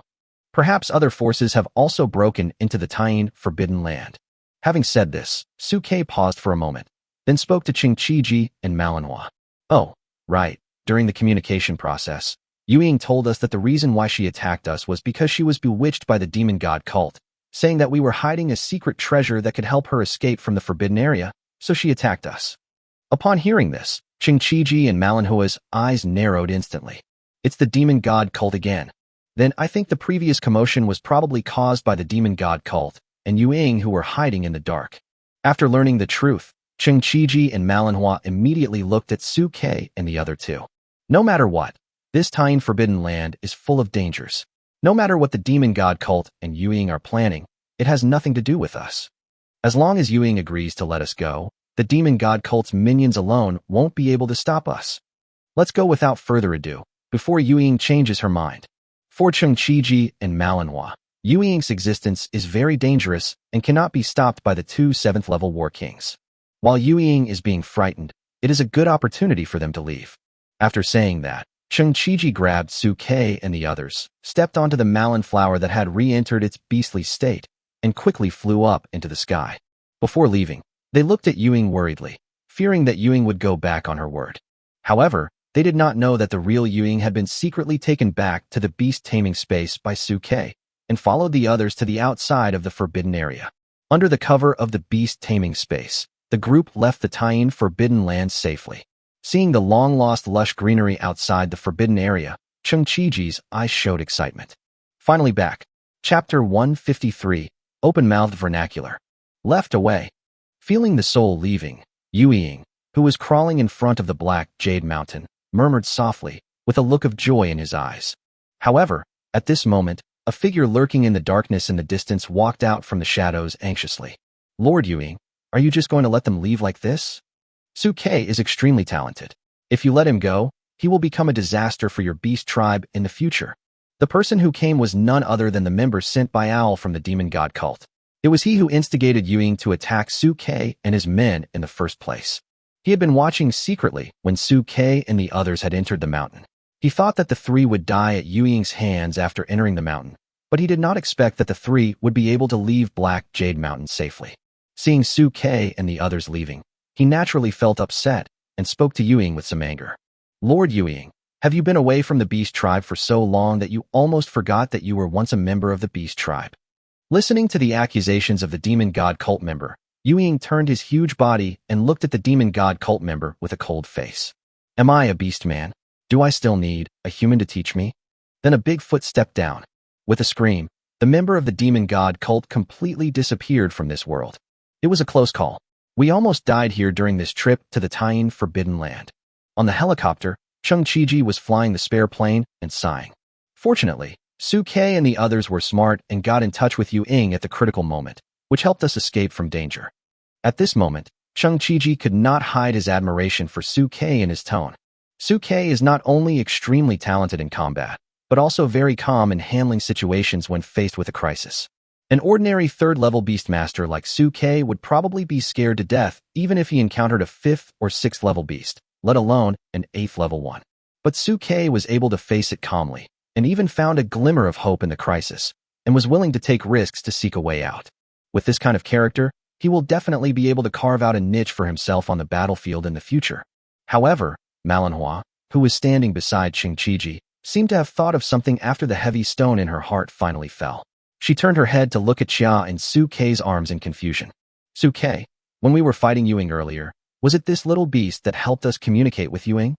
And if I remember correctly, this little guy seemed to speak, right? Hearing manhwa's doubt, Suke couldn't help but blink. Well, I did use this little guy to communicate with Yueying. This is also one of my innate skills. You can use the wild beasts around you to communicate with the fierce beasts. Listening to Su Kei's nonsense, Lu Chenhuan and Lung Ruoxue at the side couldn't help laughing, but then they adjusted their attitudes and looked at manhwa seriously. We can prove this. Brother Su can indeed communicate with the beasts through the beasts as a medium. Lu Chenhuan even added a sentence on the side. This is also the reason why Brother Su wanted to keep Xia as a pet. Listening to the three people's words, Malin nodded as if she understood something. Some truths can justify themselves. But what about talking? I heard the little kitty talking. How do you explain this? Facing Malin questioning, Su Kei blinked and coughed dryly. That's the magic of my natural skills. After I activate this innate skill, my pet will temporarily gain the ability to speak human language, which will facilitate my communication with the ferocious beast. Huh. Malin eyes widened when she heard Su Kei's explanation. Is it so exaggerated? You can let your pet speak human language. At this moment, Malin felt only disbelief in her heart and looked at Lu Chenhuan and Lung Ruoxue with surprise. Two little girls, is what Su Kei said true? Facing Malin question, Lung Ruoxue blinked her big eyes, while Lu Chenhuan spoke to Malin with a righteous look on his face. Of course it's true. Director Ma, don't forget that Brother Su is a rare SSS level genius beastmaster. In his case, any miracle can be explained. Having said that, Lu Chenhuan did not forget to bring Cheng Qiji up. You mean it, Director Cheng? Brother Su has brought you enough surprises along the way, right? This one extra thing doesn't seem so strange, right? Hearing Lu Chenhuan's words, Cheng Qiji, who was flying the plane, laughed out loud. Yes. Su Kei and you two girls have shown us so many miracles along the way. It's no problem to have one more. At this point, Cheng Qiji changed the subject and his tone gradually became serious. Su Kei, as someone who has experienced this, I would like to kindly remind you that whether your talent is real or fake, you must never let others know about it. Don't let anyone know that your pet Xia can talk. Malin beside her also nodded, with a serious look on her face that Su Kei and the others had never seen before. Yes, Lao Cheng is right. We must not reveal this matter to anyone else except us. This is a serious matter, so you must remember it. Listening to Malin and the others' words, Su Kei's eyes showed a hint of relief. In fact, Su Kei had already heard the hidden meaning in their words, but the two did not expose Su Kei and his group. Instead, they gave instructions to themselves and others. However, Su Kei did not expose their thoughts, but smiled and nodded in response. Don't worry, directors. We know what we are doing. Thank you for your concern. After hearing Su Kei's answer, Cheng Qiji and Malin looked relieved and continued to fly the plane towards Kyoto. Su Kei, sitting in the back row, looked at the two men's backs with flickering eyes and began to think about his next path. After passing the Tying Forbidden Land, there is basically no danger on the way to Kyoto. Along the way, the demon god cult caused a lot of obstruction, causing many of his secrets to be exposed to Cheng Qiji and Malin. Fortunately, the two of them wisely did not ask any further questions, and Su Kei felt much more relieved. After entering Kyoto, I was no longer so worried about my own safety. As for Yuying, I wonder if there is anything unusual about staying in her own beast-taming space. While thinking, Su Kei's mind instantly sank into the beast-taming space. Yuying, who was digging the soil in the beast-taming space, couldn't help but reveal joy in her eyes when she saw Su Kei's spiritual consciousness descend. Xiao Shuqiwei, you came to see me? Chapter 154 Kyoto. Kyoto. The sun rises and the sky begins to brighten. Everyone, pay attention, we're almost there. As Cheng Qiji finished speaking, everyone came back to their senses. Along the way, everyone's nerves were tense. Fortunately, after the turmoil in the Tying Forbidden Land, nothing unexpected happened in the second half of the night. The carefree Lu Chenhuan even leaned on Su Kei's shoulder and fell asleep. As for Lung Ruoxue, although she also dozed off with her head on Su Kei's shoulder, she was not completely asleep. She would open her eyes at the slightest movement and nervously grasp Su Kei's sleeve. As for Su Kei, he seemed to be dozing off, but in fact he was secretly sneaking into the beast-taming space with his spiritual consciousness to interact with Yuying. After hearing Cheng Qiji's call, Su Kei withdrew his consciousness from the beast-controlling space and looked at the world in front of him. In the field of vision, the sky light broke through the clouds, and a huge tall city appeared in front of the helicopter. It was a huge steel city that was like a giant black dragon hovering over the earth. There were patrolling guards everywhere around it. A huge barrier enveloped the entire city, and the city walls were covered with various city defense mechanisms. Tianhai's city defense is not enough in front of Kyoto. Looking at this scene, Su Kei finally understood what Cheng Qiji and the others had said. He would be safe as long as he arrived in Kyoto. Indeed, just from the outside, the sense of security that Kyoto gives people is incomparable to the small Tianhai. Even among the clouds in the sky, he could vaguely see the city guards patrolling in an orderly manner below. Lu Chenhuan and Lung Ruoxue, who had just woken up, watched all this and opened their mouths wide, curiously looking at this holy city in the hearts of beastmasters and beast girls. In order to avoid unnecessary trouble, flying over Kyoto is prohibited. At this time, Cheng Qiji was maneuvering the plane to descend while introducing them to Su Ke and the others. Man Lanhua on the side echoed. So, we have to go down and pass the city defense review before we can enter Kyoto. As he spoke, the plane slowly landed on the open space prepared in front of Kyoto City. Then Cheng Qiji wiped his hands, put the plane back into his storage space, and led Su Ke and the others towards the city gate. After everyone landed, Su Ke stood on the ground and looked up at the huge city, and once again felt his own insignificance. Lu Chenhuan and Lung Ruoxue, who were beside Su Ke, also held Su Ke's hands and looked at everything in front of them in surprise, with their mouths wide open. Kyoto is so magnificent. That's right. The lowest level of the soldiers patrolling here is level 4 or above, and there are even many level 5 non-commissioned officers. The 2 non-commissioned officers leading the team at the front are actually at the 6th level. Feeling the patrol team's strength, Lu Chenhuan and the others couldn't help but admire them again and again. In a small place like Tianhai, a 4th level beastmaster is already a relatively rare one, and those at the 5th level are generally people who can live in the city lord's mansion. But in Kyoto, level 4s are everywhere, and level 5s are just team leaders. Even Xia, who was curled up in Su Ke's arms, couldn't help but secretly turn her head to look at all this, her big eyes full of curiosity. Brother Su, it seems that our safety will be guaranteed after we arrive in Kyoto. Seeing this powerful patrol team, Lu Chenhuan felt a full sense of security in his heart. Lung Ruoxue held Su Ke's hand curiously and looked at the people entering the city. In his sight, he saw people waiting to enter the city lined up in a long, dense queue. It was crowded, completely different from the scene he and others saw when they left the city in Tianhai. On the Tianhai side, there are very few people entering and leaving the city every day. It is extremely sparse. Seeing this scene, Su Ke's eyes sparkled. Are there so many people entering and leaving Kyoto every day? Facing Su Ke's question, Cheng Qiji nodded slightly. Kyoto is not only the country's academic center, but also a trade center. Every day, countless goods and resources need to be transferred from Kyoto for trade. Of course, there are many beastmasters and beast girls traveling back and forth for business, or going out for training. Having said this, Cheng Qiji smiled and looked at Su Ke. Of course, since there are abundant supplies, it's easier for you to find materials to help the beast girls advance here. Listening to Cheng Qiji's explanation, Su Ke suddenly understood. When my father-in-law Lung Qinxiu helped me and others find supplies, I think it was through Kyoto. While they were thinking, everyone followed the team and slowly approached the city gate. Not only is there a city wall guarding the city gate, but there is also a barrier outside the city as a second barrier to prevent surprise attacks. Outside the barrier, teams of guards were arranged in 5 rows, standing beside 5 metal gates, watching the people passing by. The metal gate was just like the plus version of the inspection gate that Su Ke used to go to the train station in his previous life. When everyone passed through the metal gate, a wave of light would sweep by, and with the green light flashing, compatriots were led into the city one by one. Looking at these high-tech means, Su Ke couldn't help but feel emotional. The gap between Tianhai and Kyoto is really too big. In Tianhai, the search is basically done by human eyes, which is simply a rural search compared to Kyoto. When he was in Tianhai before, Su Ke had never experienced any high technology and thought that this era had abandoned technology. Now that he had just arrived in Kyoto, he felt the difference.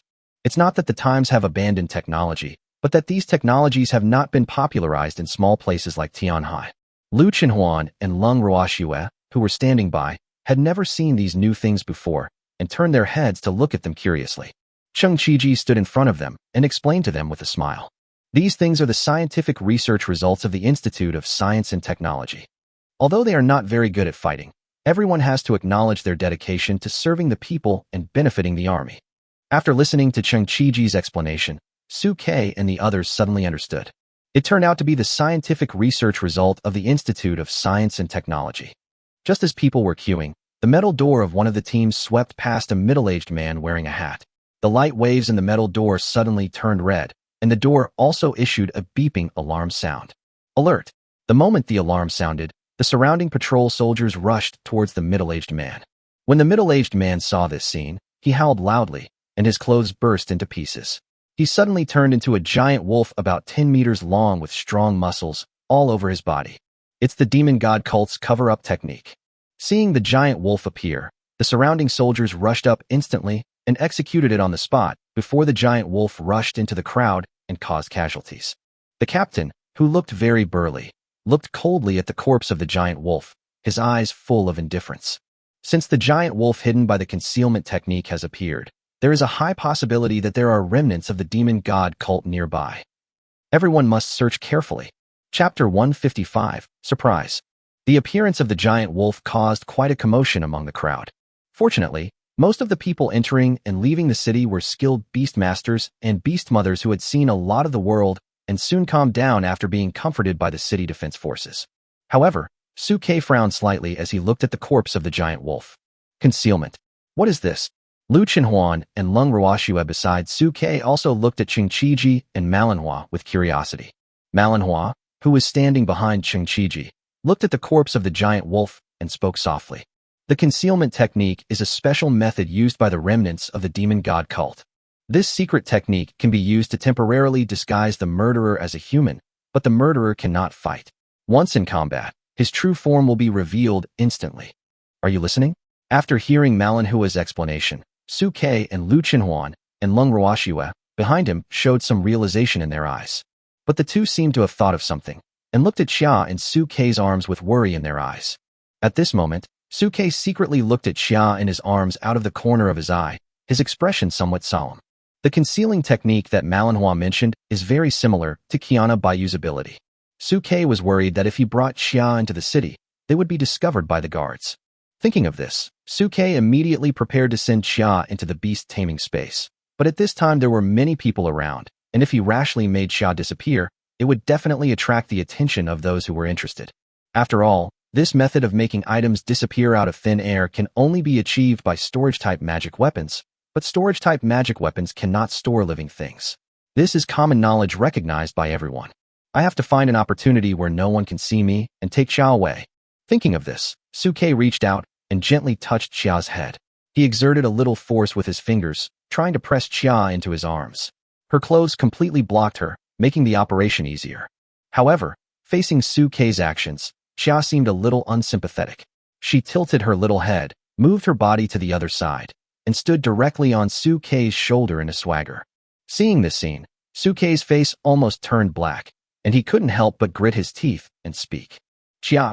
But Xia was only curiously observing the surrounding scenery, completely ignoring the threat in Suke's tone. Forget it, love to death. Looking at Xia's actions, Suke had a vague guess in his mind that Xia was probably relying on the white jade and would not be discovered by the metal door. But Suke did not like this kind of risky move. After all, it was a serious matter.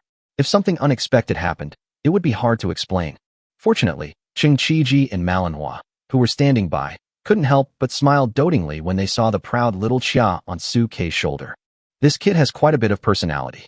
Having said this, Chengqiji looked at Suke meaningfully and then patted Suke on the shoulder. Don't worry, Xiaoxichua. I'm the director of the War College. Many of these city defense troops came from our War College. I'll ask them to open some back doors later. There's no need to check anything deliberately. As he was speaking, the metal door not far away rang again. A team of patrolling soldiers directly held down the man and searched out some prohibited items from his storage space. Seeing this scene, Lu Chenhuan's eyes widened. So cool. Even the things in the storage space can be detected? The methods used by this Institute of Technology are still a bit too drastic. Seeing this scene, Suke frowned even more tightly. The peculiarity of this metal door was beyond my imagination. I just don't know whether Yueying in my beast taming space will be affected. Although Suke did not believe from the bottom of his heart that this thing could surpass the barriers set up by the human sage. But necessary precautions must be taken and some preparation must be made in mind. Chengqiji, who was standing by, saw Suke's eyes flickering, exchanged a glance with Manhwa beside him, and nodded slightly. By the way, directors, I would like to ask, can this metal door detect the members of the demon god cult? At this moment, Lung Ruoxue behind Suke hesitated and asked. Hearing Lung Ruoxue's question, Chengqiji shook his head with regret. No. After all, at their root, The members of the demon god cult are human beings just like us. As long as humans don't carry any contraband, they can definitely pass the inspection of this metal door. The members of the demon god cult were originally some human beastmasters and beast girls who defected. Some of them were even high-ranking human officials. They usually hid very well, and it was basically difficult to find their traces as long as you didn't take the initiative to attack. This is also the reason why, despite having suffered from the demon cult for so long, the people of Daxia have never been able to completely eradicate it. Hearing this, Suke narrowed his eyes slightly and subconsciously looked at the people around him. After all, the people of the demon god cult had targeted him many times along the way, and no one dared to say whether they would suddenly attack at the gate of Kyoto. Fortunately, the people of the demon god cult did not seem to make such a brave decision. They knew that Suke and his companions were approaching the metal detection gate, but there was no movement from him. Looking at the metal detection door that was so close, Suke was about to take action, but he saw Chung Chi-ji in front of him suddenly step forward, stretched out his hand, and patted the leading captain. "Old Yu, long time no see." Upon hearing this, the captain named Lao Yu looked up in disbelief and looked at Chung Chi-ji and manhwa in front of him. "Director Chung? Director Ma? Why did the two directors leave the city today? Is there any unusual movement at the Demon Suppression Pass?" At this time, when the other people around heard the conversation between the few people, they also turned their eyes over. Aren't these the two War King directors of the War College? Why did they come out? Generally speaking, War Kings like Chung Chi-ji would spend most of their time in the academy, shouldering the responsibilities of guarding and caring for the academy. Facing everyone's questions, Chung Chi-ji turned his gaze towards Suke and the others behind him. "It was the dean who personally asked us to go to Tianhai to pick up the third boy and bring him to Kyoto." Oh. After hearing what Chung Chi-ji and the others said, everyone around them showed surprise in their eyes. They actually asked two directors Zhan Wang to pick them up personally? Who are these three people? Some traveling merchants laughed out loud at this time. "We do have some news. We heard that there is a new SSS level genius beastmaster from Tianhai. This is why the two directors were alerted and they had to go there to pick him up. I heard that the deans of the three major colleges have all gone there. In the end, this kid landed at the War College, which made the deans of the other two colleges furious." Chapter 156 Metropolis. After hearing the identities of Suke and the other two, many people in the team couldn't help but cast their eyes towards Suke and the others. A genius beastmaster of SSS rank. Before this kid showed up, the most talented person in the entire Daxia was only SS, right? Isn't this kid too powerful? SSS beast tamer? Then what level of beast girl did he contract? It has to be at least S, right?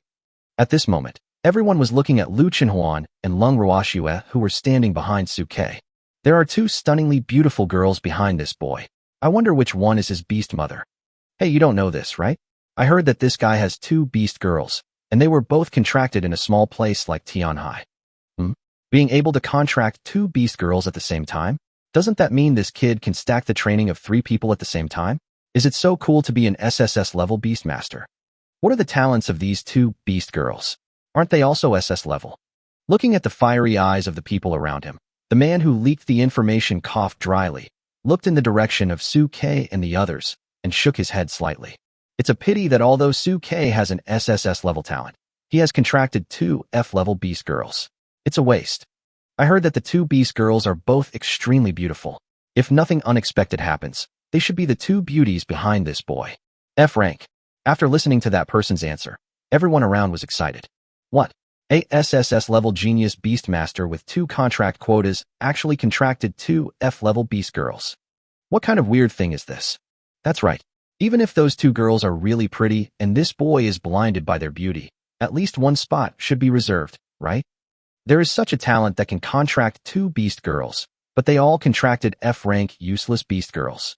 That is, what potential does an F-rank beast girl have? If I remember correctly, F-class, whether it's a beastmaster or a beast girl, 2 levels is the maximum, right? Hey, this kid is blinded by lard and has made 2 decisions in a row that go against his ancestors. The ancestral tomb finally had a little smoke coming out, but it was put out by this kid. At this moment, everyone looked at Suke with sighs in their eyes. Old Yu listened to the discussions around him, and when he looked at Suke, there was a hint of pity in his eyes. Director Chung, is this the talented trio you personally led? Although he was envious of Suke's SSS level talent, after hearing that he had contracted 2 F-level beast girls, Lao Yu could only sigh. After hearing these rumors, Lu Chenhuan and Lung Ruoxue behind Suke no longer had the weakness and lack of confidence in their eyes. Ever since they learned that their true talents were at the SSS level, Lu Chenhuan and Lung Ruoxue had become extremely confident. Especially after their talents were improved by Suke, they became even more confident. As for Suke, he had long been accustomed to these rumors and didn't care at all. After learning the truth, Cheng Qiji and manhwa, who lived before Suke's death, of course did not comment on these rumors. It was unnecessary for him and others to expose Suke's talent too early just to fight for their own loyalty.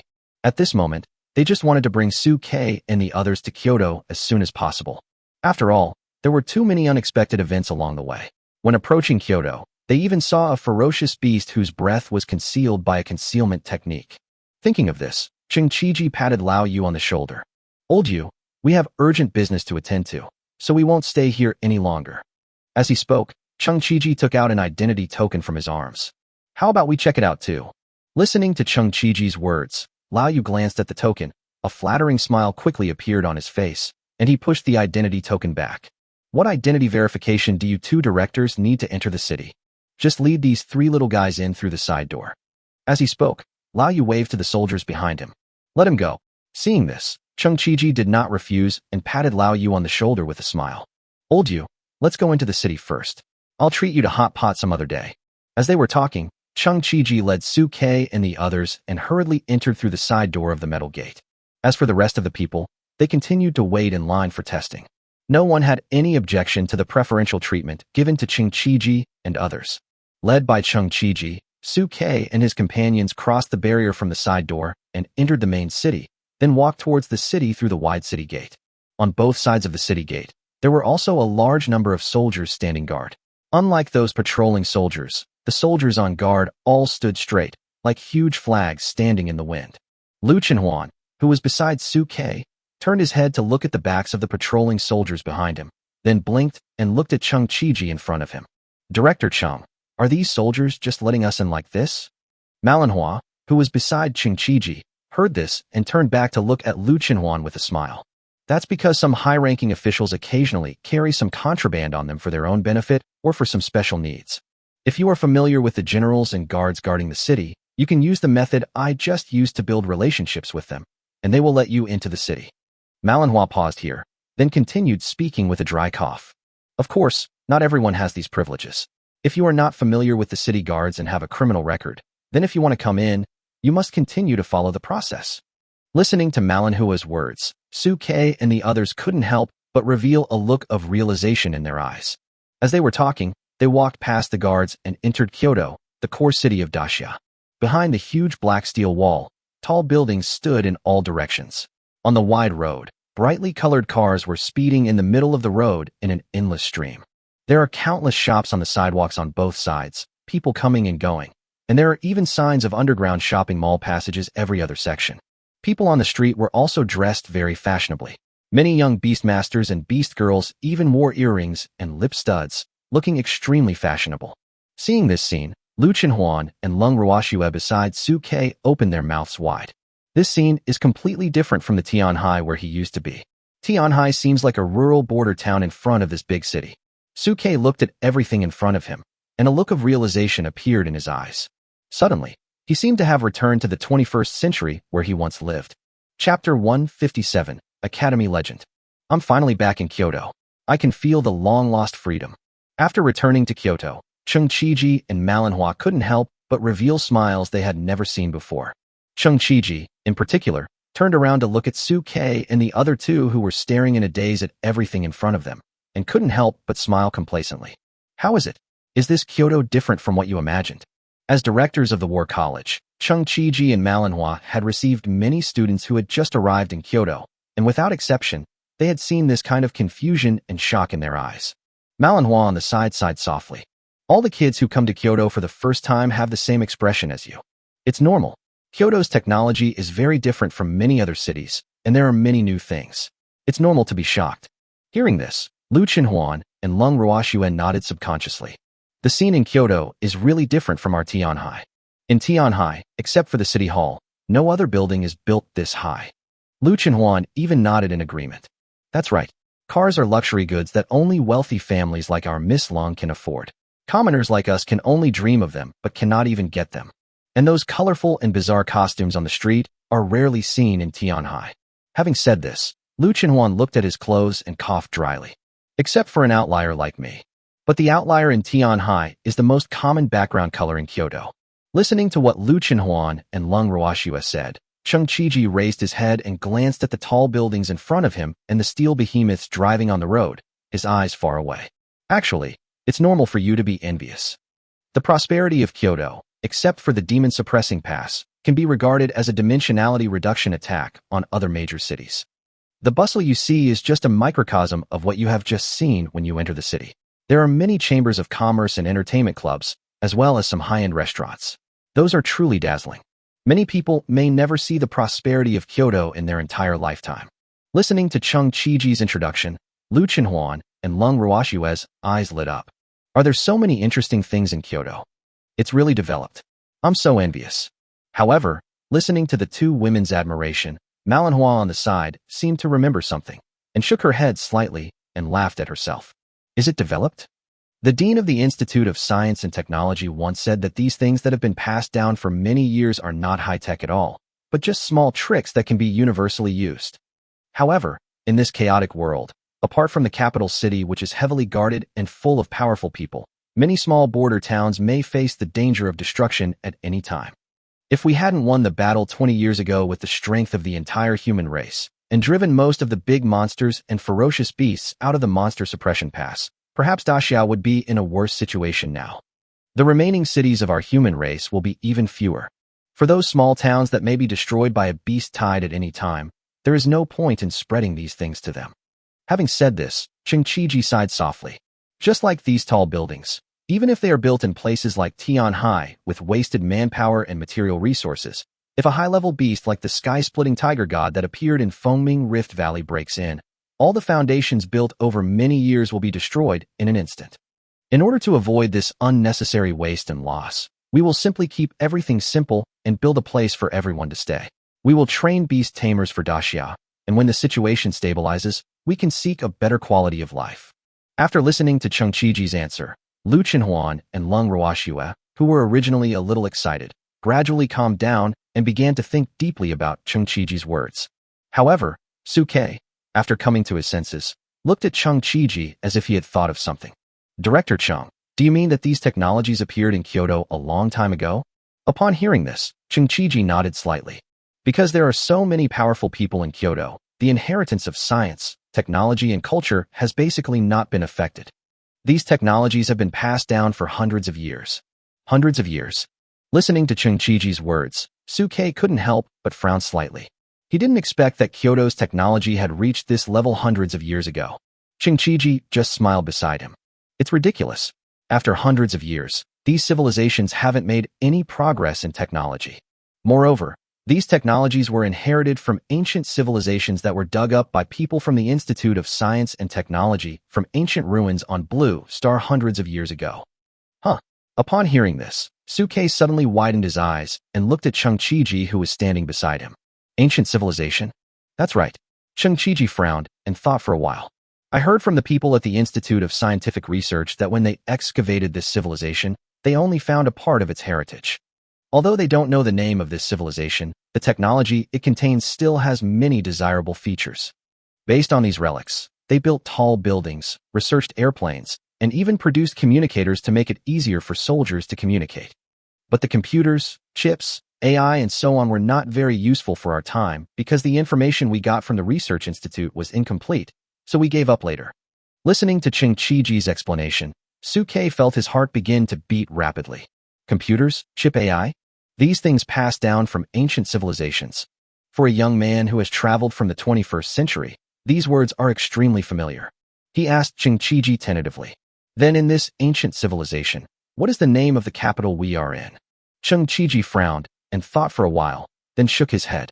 I forgot. I should ask those old-timers from the Institute of Technology about these things. But in their civilization, they seem to call our blue planet something like Ball. Earth? Hearing Suke's question, Cheng Qiji slapped his thigh. Yes, it's called Earth. How did you know that? Suke laughed awkwardly. Well, we are standing on the Earth, so isn't it normal to call the Earth the globe? At this moment, Suke seemed somewhat relaxed on the surface, but in fact, his heart was filled with shock. Because in Suke's mind, an extremely bold speculation arose.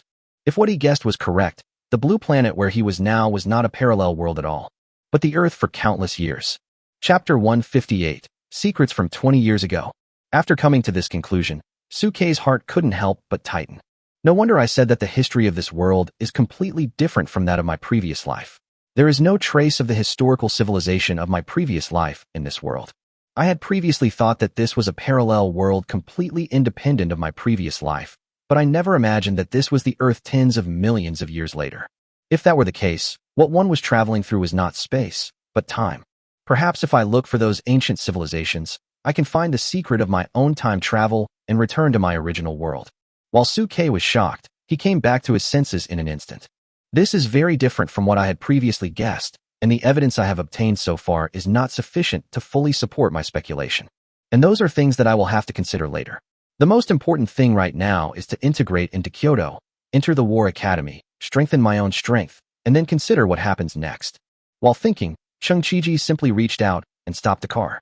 Master, War College. The taxi driver's eyes lit up when he saw Chung Chiji and manhwa. Isn't this Director Chung and Director Ma? Get in the car. Suke's eyes flickered when he saw this. It seems that the two directors are quite famous in Kyoto. Of course, don't you want to think about who we are? At this time, Chung Chiji and manhwa's eyes were full of pride, and they directly pulled Suke and the others into the car. After picking up a few people, the master stepped on the accelerator and drove towards the War Academy. As the group sat in the car, Suke spoke to Chung Chiji with some confusion. Director Chung, why don't you drive yourself? Lu Chenhuan on the side also blinked and looked at Chung Chiji curiously. Yes. If you can fly a plane, it shouldn't be a problem for you to take out a car from the storage space and drive it, right? Even Lung Ruoxue, who was standing beside him, cast a curious look over here. Looking at everyone's curious eyes, Chung Chiji couldn't help but cough awkwardly. Manhwa, who was sitting next to them, laughed out loud. That's because Lao Qing doesn't have a driver's license. Driving license? Hearing manhwa's words, everyone was stunned. Suke, who had heard of a driver's license, was stunned. Lung Ruoxue and Lu Chenhuan, who had never heard of it, were even more stunned. Because in a small place like Tianhai, anyone with a car can drive, with or without a driver's license. There are no restrictions at all. Chung Chiji laughed awkwardly. Yes, Kyoto is not like Tianhai. You need a driver's license to drive here. I think I am too busy with work and don't have time to get a driver's license, so I can't drive casually, otherwise it will be considered driving without a license. Listening to Chung Chiji's explanation, everyone couldn't help but reveal a strange look in their eyes. Driving without a license seems to be extremely out of touch with this era. Suke, on the other hand, had a completely new understanding of Kyoto. The more attention you pay to these small details, the more it proves how safe Kyoto is. While Suke was lost in thought, Lu Chenhuan and Lung Ruoxue's attention was quickly attracted by the prosperous scenery outside the car window. As the car sped along, they excitedly looked at the passing shops outside. What is that? A hot pot restaurant. And milk tea? What is milk tea? Is it tea squeezed out of milk? Electronic toy store? There are still electronic toys in Kyoto. Huh? Adult products? What kind of new term is that? Compared to the barren Tianhai, the things in Kyoto are simply beyond the cognition of Lu Chenhuan, Lung Ruoxue, and others. On the other hand, Suke, looking at these familiar scenes, felt as if his memory was pulled back to the 21st century. Suddenly, it seemed as if he had never traveled through time. Soon, with the driver speeding along, the vehicle passed through the busy road, and everyone arrived at the War College. The moment they got off the car, everyone was instantly attracted by the gate of the War College. From what we could see, the gate of the academy was not foldable and stretchable as everyone imagined, but two extremely thick and heavy iron doors. There was a small door on one side of the iron door that was big enough for two people to enter and exit. On both sides of the gate stood a statue of a mythical beast. It was a huge snake with a horn on its forehead, for claws on its belly, and its body covered with scales. It coiled on a stone pillar, staring coldly at passers-by. Jiao. When seeing the statue of the mythical beast, Suke couldn't help but frown and look at Chung Chiji standing beside him. Director Chung, this statue is... Oh. Chung Chiji spoke quickly after hearing Suke's question. This is the former dean's wife. At this point, Chung Chiji seemed to feel that his statement was not accurate enough, and quickly added, this is the gifted form of the former dean's wife. In order to commemorate her, the dean specially built a statue in front of the college, in memory of the former dean's wife. Hearing Chung Chi-ji's words, Suke couldn't help but frown slightly. Could it be that the dean's wife? Yes. Before Suke finished speaking, Manhwa beside him sighed softly. The great battle at the Demon Suppression Pass in 2000 almost consumed half of the human race's elites. Although the human race won a great victory in that battle, the dean's wife was left outside the pass forever. I even heard that the reason why the dean's wife died was that when the dean was in a desperate situation, she sacrificed herself as a lure, dragging 3 beast monsters to die together with her, and forcibly opened a way for the dean to survive. Listening to Chung Chi-ji's description, Lung Ruoxue and Lu Chenhuan on the side couldn't help but show emotions of being moved and yearning in their eyes. This love is so sincere that heaven and earth can bear witness to it. No wonder the dean placed a statue of his wife at the entrance of the college. I guess he is thinking about her and can't bear to part with her. It is also a warning to future generations of students to not forget the hard-won and short-lived peace of the human race. Suke, Lu Chenhuan, and the others had all heard about the great battle 20 years ago. Although there had been occasional conflicts of varying sizes between the two tribes at Jinyao Pass before, most of the attacks by both sides were exploratory. Only the Great War 20 years ago directly ignited the real fire. Both the human and beast races lost nearly half of their elites in this war. The beastmen, who had always been arrogant and wanted to invade the human race, had their spirits completely shattered in that battle, and have not dared to invade the border of the Demon Suppression Pass for more than 10 years. However, Suke still had many doubts in his mind when he looked at the statue of the dragon standing in front of him. The dean and his wife have such a good relationship. Why did he only sculpt the statue of the gifted beast and not the statue of his wife herself? Are the two really as close as the rumors say? Is the real secret of that battle the same as the rumors outside? Chapter 159, Scandal in the Land of Sakura. Well, now that we have seen the dean's wife, let's go in. Chung Chi-ji stood beside Suke and the others, speaking to them with a smile, forcing their minds back to reality. After coming back to their senses, Suke and the other two nodded gently to Chung Chi-ji and walked towards the small door. In front of the small door, there is a simple security room, in which a security guard is sleeping soundly with his hat covering his face. The snoring was as loud as thunder, shaking the glass around the security room, and people were afraid that it would be shattered if they were not careful. Chung Chi-ji and the others seemed to be accustomed to all this. They walked forward and gently knocked on the glass window of the security room. Old Wu, open the door for us. Who is it? You won't even let me sleep peacefully. Old Wu, who seemed to be suspected of dereliction of duty, pulled the brim of his hat away from his face, rubbed his sleepy eyes, and looked in the direction of the few people impatiently. The moment he saw Chung Chi-ji and Manhwa, the impatience on the security guard's face instantly turned into flattery. It turns out that the two directors are back. Oh, look at me. I almost bumped into you too. As he spoke, Old Wu, holding his security hat, looked at Suke and the other two standing behind Chung Chi-ji and Manhwa, and was stunned for a moment. These three are. It was the person that the dean personally asked us to pick up. Oh. Listening to Manhwa's introduction, Old Wu's face became even more reserved. He hurriedly walked out of the security booth, opened the small door, and spoke while nodding and bowing. Since the principal has specifically asked the two deans to pick you up personally, please come in. At this moment, Old Wu's face was full of simplicity and reserve, which formed a sharp contrast with his previous image of being sleepy and having a bad temper, as if the previous person was dead. Chung Chi-ji and Manhwa seemed to be accustomed to all this and gave orders directly to Suke and the others. Come on, follow us in. Afterwards, the two men led the three people through the side iron gate, stepped over the threshold, and entered the War College. Different from the solemn and eerie atmosphere imagined, the moment you step into the courtyard, you will see a long passage in front of you, with small shrubs and flowers planted on both sides. There is a cherry tree every few steps, and the delicate petals are blown to the ground by the breeze, making the originally lifeless passage full of vitality. As the breeze blew, countless flowers fell under some cherry trees, which was magnificent.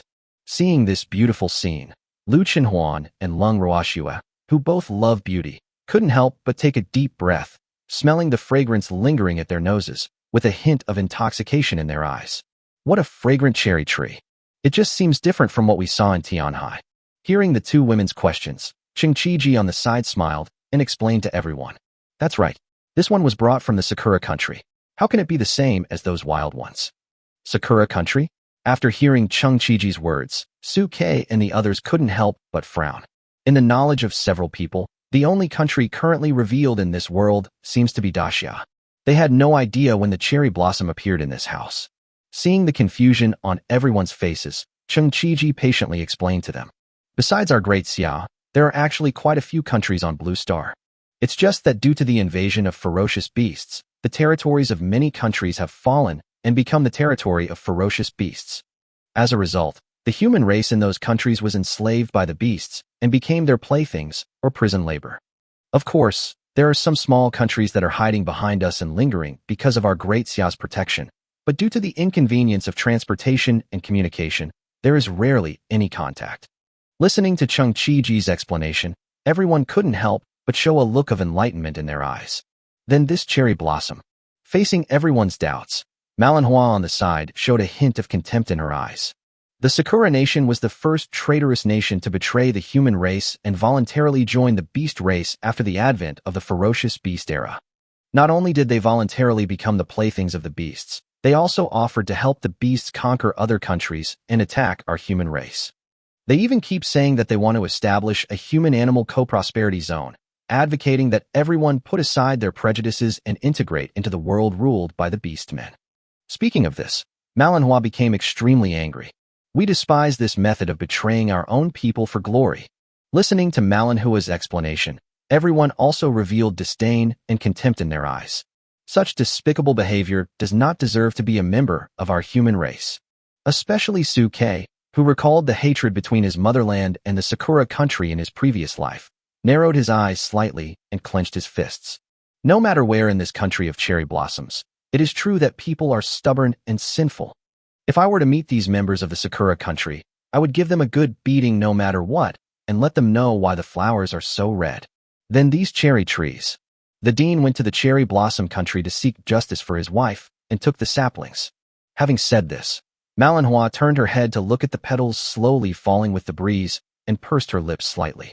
Although the cherry blossoms here are not very good, the cherry blossoms that grow from their land are quite beautiful. Chung Chiji on the side nodded. The girl is not bad. She is pretty, gentle, and good at managing the household. Before Chung Chiji finished his words, manhwa's big-faced face came over from the side and looked at Chung Chiji with wide eyes. Have you ever been in contact with it?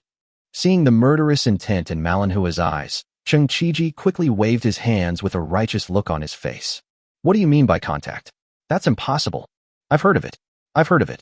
As he spoke, seeing the suspicious look in manhwa's eyes, Chung Chiji quickly coughed and changed the subject, then looked at Su Ke and the others. Let's not talk about these trivial things for now. Now that we have brought you safely to Kyoto, let's go and pay our respects to the dean first. Since he heard about you, the dean has been eager to see you and asked us to bring you back to the academy safely. Now that the mission is accomplished, it's time to go back and report to the dean. Go, go, go. As he spoke, Chung Chiji did not wait for Su Ke and the others to react, and hurriedly pulled Su Ke towards the principal's office inside the school. Seeing this, Lu Chenhuan and Lung Ruoxue behind Su Ke hurriedly followed. Not long after, as everyone moved forward, a somewhat dilapidated teaching building appeared in front of them. In front of the building, an old man with gray hair, but full of energy, was standing downstairs with a smile on his face, looking at everyone. Little guys, you are finally here. Chapter 160. Leave it to me. Dean. Seeing the person coming, Chung Chiji hurriedly trotted over with an excited look on his face. Finally, I see you, Dean. At this moment, Chung Chiji no longer looked like the calm director in front of the old man. With a tearful look on his face, he was ready to step forward and hold the old man's hand. The old man was Wu Guanru, the dean of the War College. But before Chung Chiji could get close to Wu Guanru kicked him in the chest. Don't give me that mushy feeling. Wu Guanru was kicked more than 3 meters away, and a clear shoe sole mark was left on his chest. Looking at this scene, Su Ke and Lu Chenhuan behind them couldn't help but curl their lips. The meeting between the director and the principal always felt a little informal. As one of the 3 major colleges in Kyoto, the atmosphere was not as serious as I had imagined. After being kicked by Wu Guanru, Chung Chiji was not angry. Instead, he sat on the ground and looked at Wu Guanru with a face full of grievance. Principal, we haven't seen each other for a long time. Is this how you treat your warrior? Long? How long? Wu Guanru rolled his eyes when he heard that. I remember I sent you out for only a few days, right? You make it seem like a long separation. Facing Wu Guanru's contempt, Cheng Qiji sighed softly. It wasn't long, but the separation of life and death was real. We almost couldn't come back, Dean. Listening to Cheng Qiji's words, Wu Guanru's originally somewhat frivolous expression suddenly became serious, and he looked at Cheng Qiji with a frown. What's going on? At this moment, Manhwa, who was standing next to Suke and the others, spoke. It's nothing, Dean. We were on our way back to Kyoto from Tianhai and passed by the Taiyin Forbidden Land. The Een spirit Taiyin in the Forbidden Land used some tricks to pull us into the Forbidden Land, and we had a battle with it. What? After hearing Manhwa's explanation, Wu Guanru hurriedly stepped forward and walked in front of Manhwa and Su Quebec. He spread his spiritual sense to check if they had any injuries. But then Wu Guanru frowned. That's not right. I know that Yuing is a 9th-level demon that was reborn from the ruins. Although his current cultivation is only at the 8th level, you are far from being its opponent. How did you survive her clutches? At this time, Wu Guanru looked at Cheng Qiji with some suspicion in his eyes. Orchid, you speak.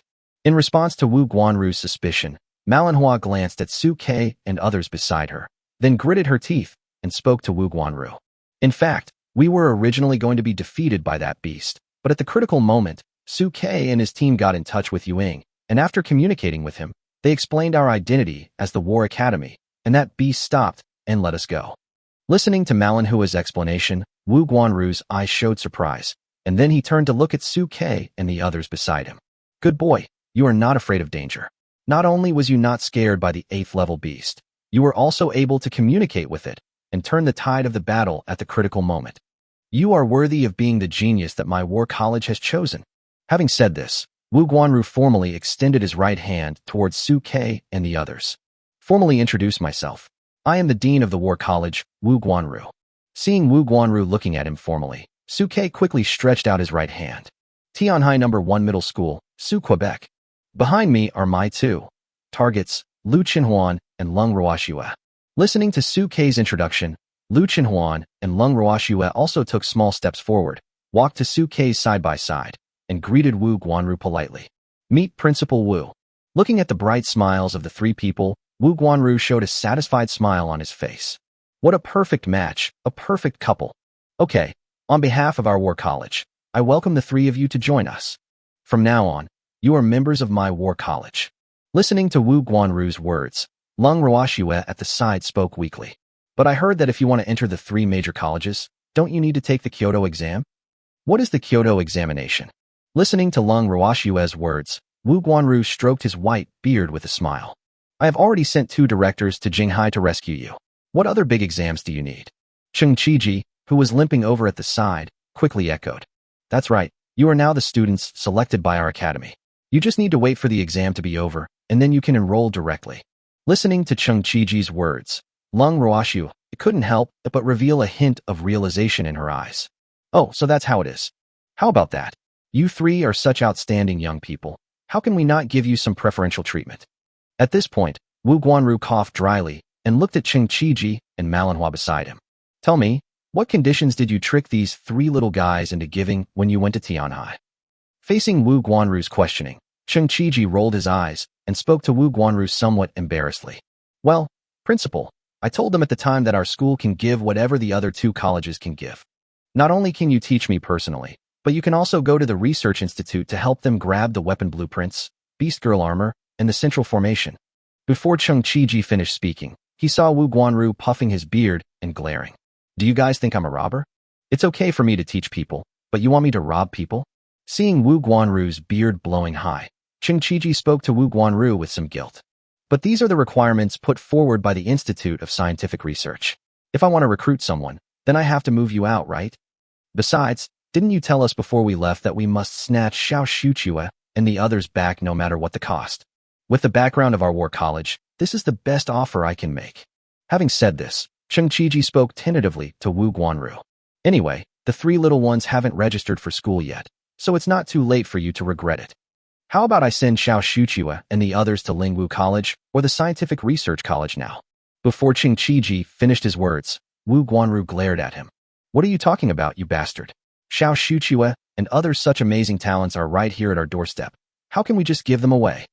At this point, Wu Guanru stroked his white beard, twisted his neck, and said with a serious face. Isn't it just some blueprint of the armor formation center or something? You three little guys can practice without worry. I will take care of the rest. Chapter 161. This is simply amazing. I knew it would be a good idea to mention our principal when something happens outside. Looking at Wu Guanru with a proud look on his face, Ching Qiji on the side hurriedly flattered him. Wu Guanru was obviously very pleased with Ching Qiji's flattery and waved his hand proudly. No, this is what I should do as the principal. Since you have already opened the door in front of the little guy, I will have to fill these holes. Let others know that once our war college speaks, it is a promise that cannot be reversed. When Ching Qiji heard what Wu Guanru said, he clapped his hands and cheered. Good. As expected of the president of our war college, so generous. Su Ke and Lung Ruoxue on the side watched this scene and blinked their eyes, with indescribable emotions in their eyes. I always feel that the principal and Ching Qiji are a pair of funny people together, and they are totally unlike the dreaded leader of the War Academy, as rumored by the outside world. While Wu Guanru was enjoying Ching Qiji's flattery, he seemed to have thought of something and looked at Su Ke, Lu Chenhuan, and the others with a serious face. You narrowly escaped death on this trip. How dare that Yuying from the Taiyin Forbidden Land set his sights on you? He simply doesn't take our War Academy seriously. I will help you vent your anger. Let the world know that we at the War College are not to be trifled with. Anyone who dares to offend our War Academy will be punished no matter how far away they are. After I have arranged the food and lodging for you little guys, I will go to the Taiyin Forbidden Land and bring back Yuying's head to atone for your sins. As he spoke, Wu Guanru couldn't help but roll up his sleeves. No. Seeing this, Ching Qiji, Su Ke, and others spoke out at the same time to stop them. Oh. Seeing the reactions of Ching Qiji and Su Ke, Wu Guanru couldn't help but frown slightly. Why are you stopping me? Su Ke blinked his eyes when he heard that, but Ching Qiji in front of him coughed dryly. Principal, I know you are invincible, but you are the pillar of our war college. You cannot leave Kyoto easily. Besides, these forbidden areas within our human territory have already agreed on 3 rules and do not interfere with each other. If you forcibly disrupt this peace, then these major forbidden areas within the human territory may be in chaos. Besides, although we had some minor friction with Yuying, we are still healthy now, so there is no need to cause trouble for them again. Su Ke also quickly echoed. That's right. Actually, this is all just a misunderstanding. After we communicated with Yuying, we found out that he was bewitched by the followers of the demon god cult, and that's why he attacked us. After she found out we were from the war college, she let us go. She has a very good attitude. Dean, please be magnanimous and bypass her. Just kidding. Yuying is lying in her own beast-taming space now. It would be funny if she was lying there peacefully and her house was robbed. After the contract, Yuying is already on my side, and I still have to stand by her side.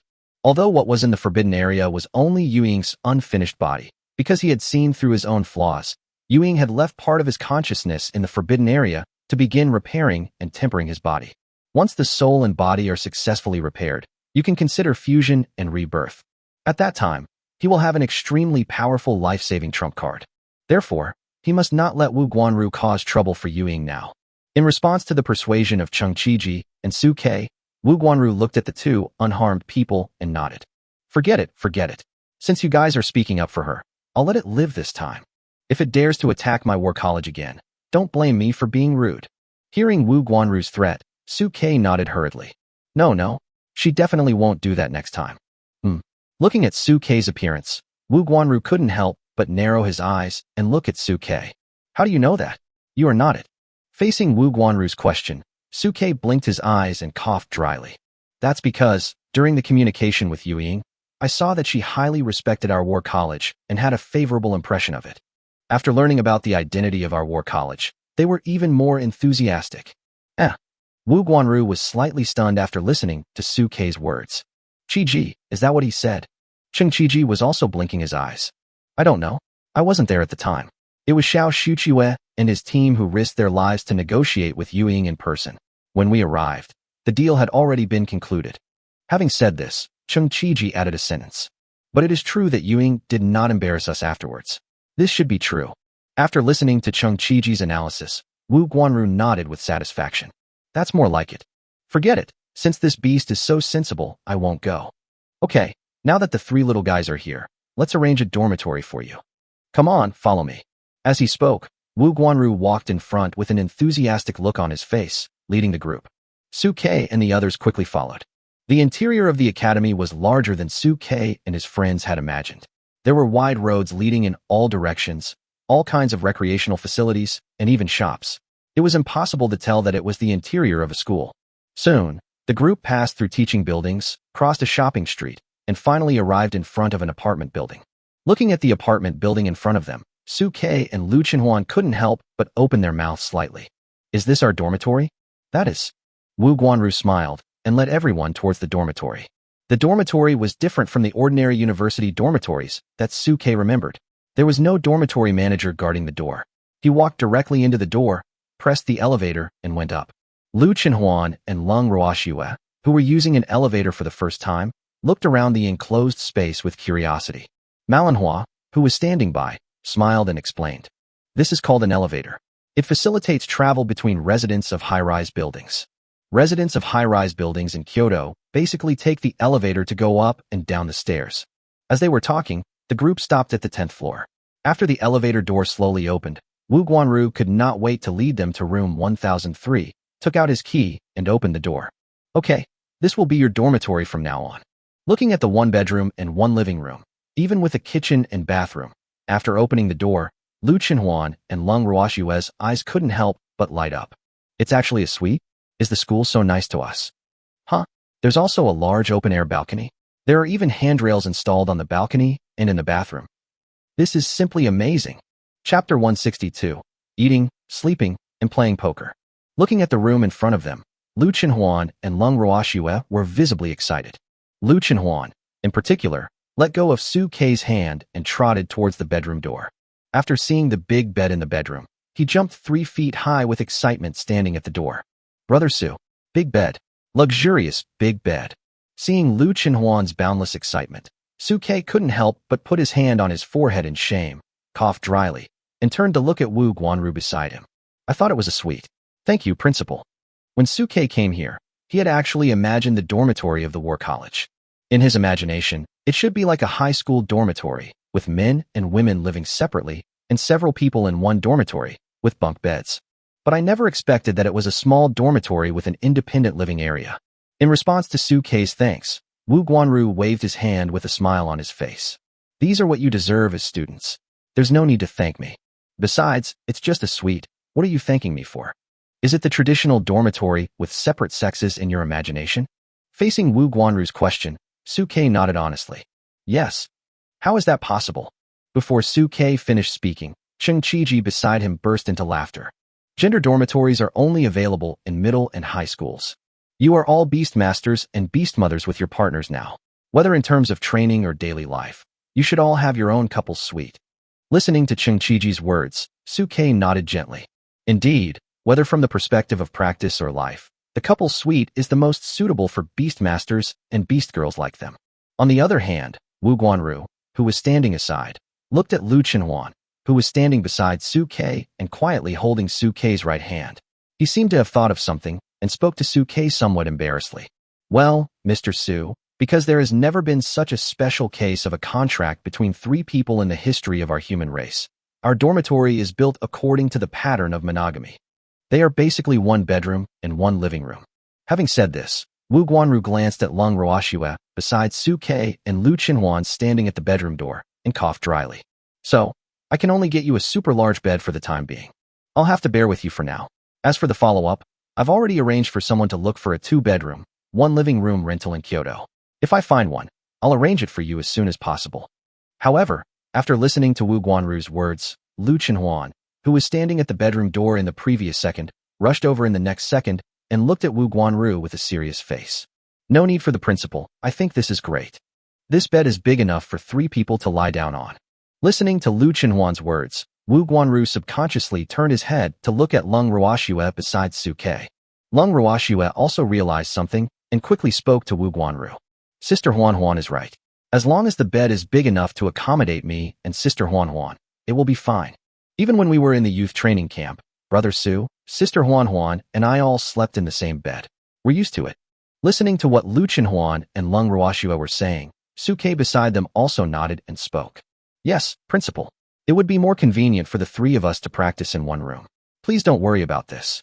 We are already very satisfied to be able to arrange this suite for us. Suke didn't care that much about these details of life. As long as Lu Chenhuan and Lung Ruoxua liked it, he would let them do what they wanted. Seeing that Suke and the other two had reached a consensus, Wu Guanru no longer insisted and nodded gently to them. That's fine. Since you all don't mind this dormitory, then you can just stay here for the time being. We built this dormitory area near a spiritual spring, which will also be beneficial to your cultivation. Having said this, Wu Guanru waved at Suke and the others. Okay, you've come all the way from Tianhai, and it must be tiring. Take a rest first. If you get hungry later, there's a snack street near the dormitory, you can go there for a walk. At this point, Cheng Qiji on the side laughed out loud. Of course, if you are not familiar with Xiao Su and need us to be your tour guide, I would be happy to introduce you. Faced with Cheng Qiji's kindness, Suke simply waved his hand and refused. No need for that. Director Cheng, you guys have worked hard escorting us all the way here. You should go and have a rest first. I will contact you if I need anything later. Lu Chenhuan beside him also nodded. Yes.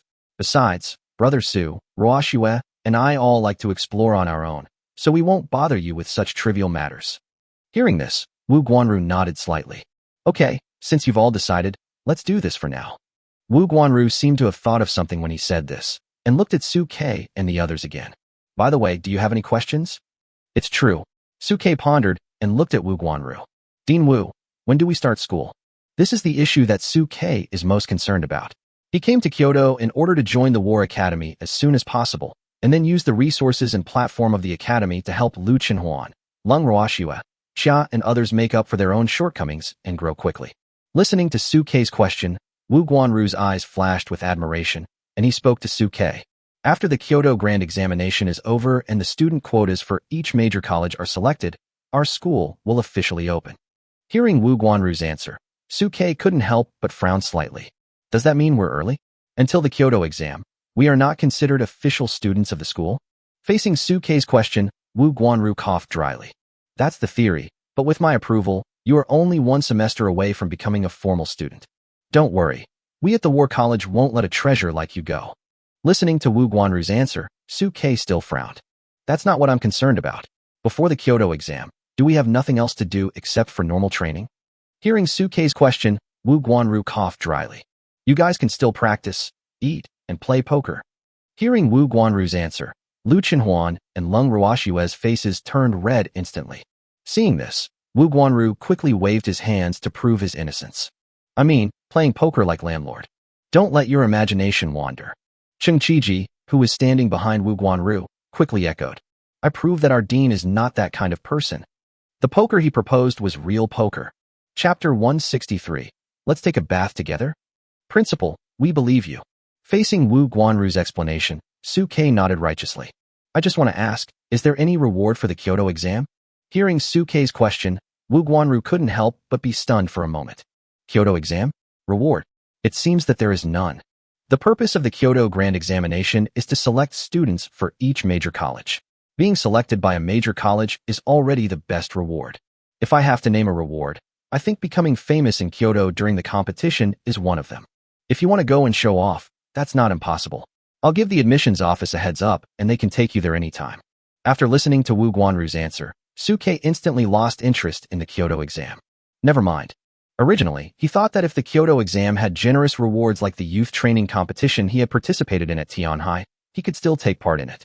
Looking at it now, since there is no reward, there is nothing worthy of my attention. Suke has always been a person who would not do anything without benefits. For him, it would be better to practice more to improve himself, or take Lu Chenhuan and Lung Ruoxua out for dinner and shopping to cultivate their relationship, which is just a waste of time for the sake of showing off. Hearing that Suke had lost interest in this competition, Wu Guanru had no intention of persuading Suke. Okay, since you have no interest in becoming famous through this exam, you can arrange your schedule for the next period of time. If you need anything, feel free to ask me, Director Cheng and Director Ma. Wu Guanru seemed to remember something when he said this. He took out 3 communicators from his storage ring and handed them to Suke and the others. This is the communicator. If you need anything, feel free to call me and the 2 directors. Then he took out a gold card from his pocket. This is a gold card from a nearby store. It has a credit limit of about 2 million. You can use it whether you want to eat or buy things. Just use it for now. If it's not enough, call me and I'll arrange for someone to top it up for you anytime. Faced with Wu Guanru's enthusiasm, Suke couldn't help but be moved. Wu Guanru was really nice. He took care of all the worries about life for himself and others when they came to Kyoto. In this way, he and others can practice with peace of mind and wait for admission. Thank you, President Wu. Facing Wu Guanru's concern, Suke bowed to him seriously from the bottom of his heart. Although he also won some bonuses in the youth training competition, Wu Guanru was also very generous, which completely solved his worries in life. In this way, it would be much more convenient for him to buy repair materials for Lu Chenhuan and Lung Ruoxue.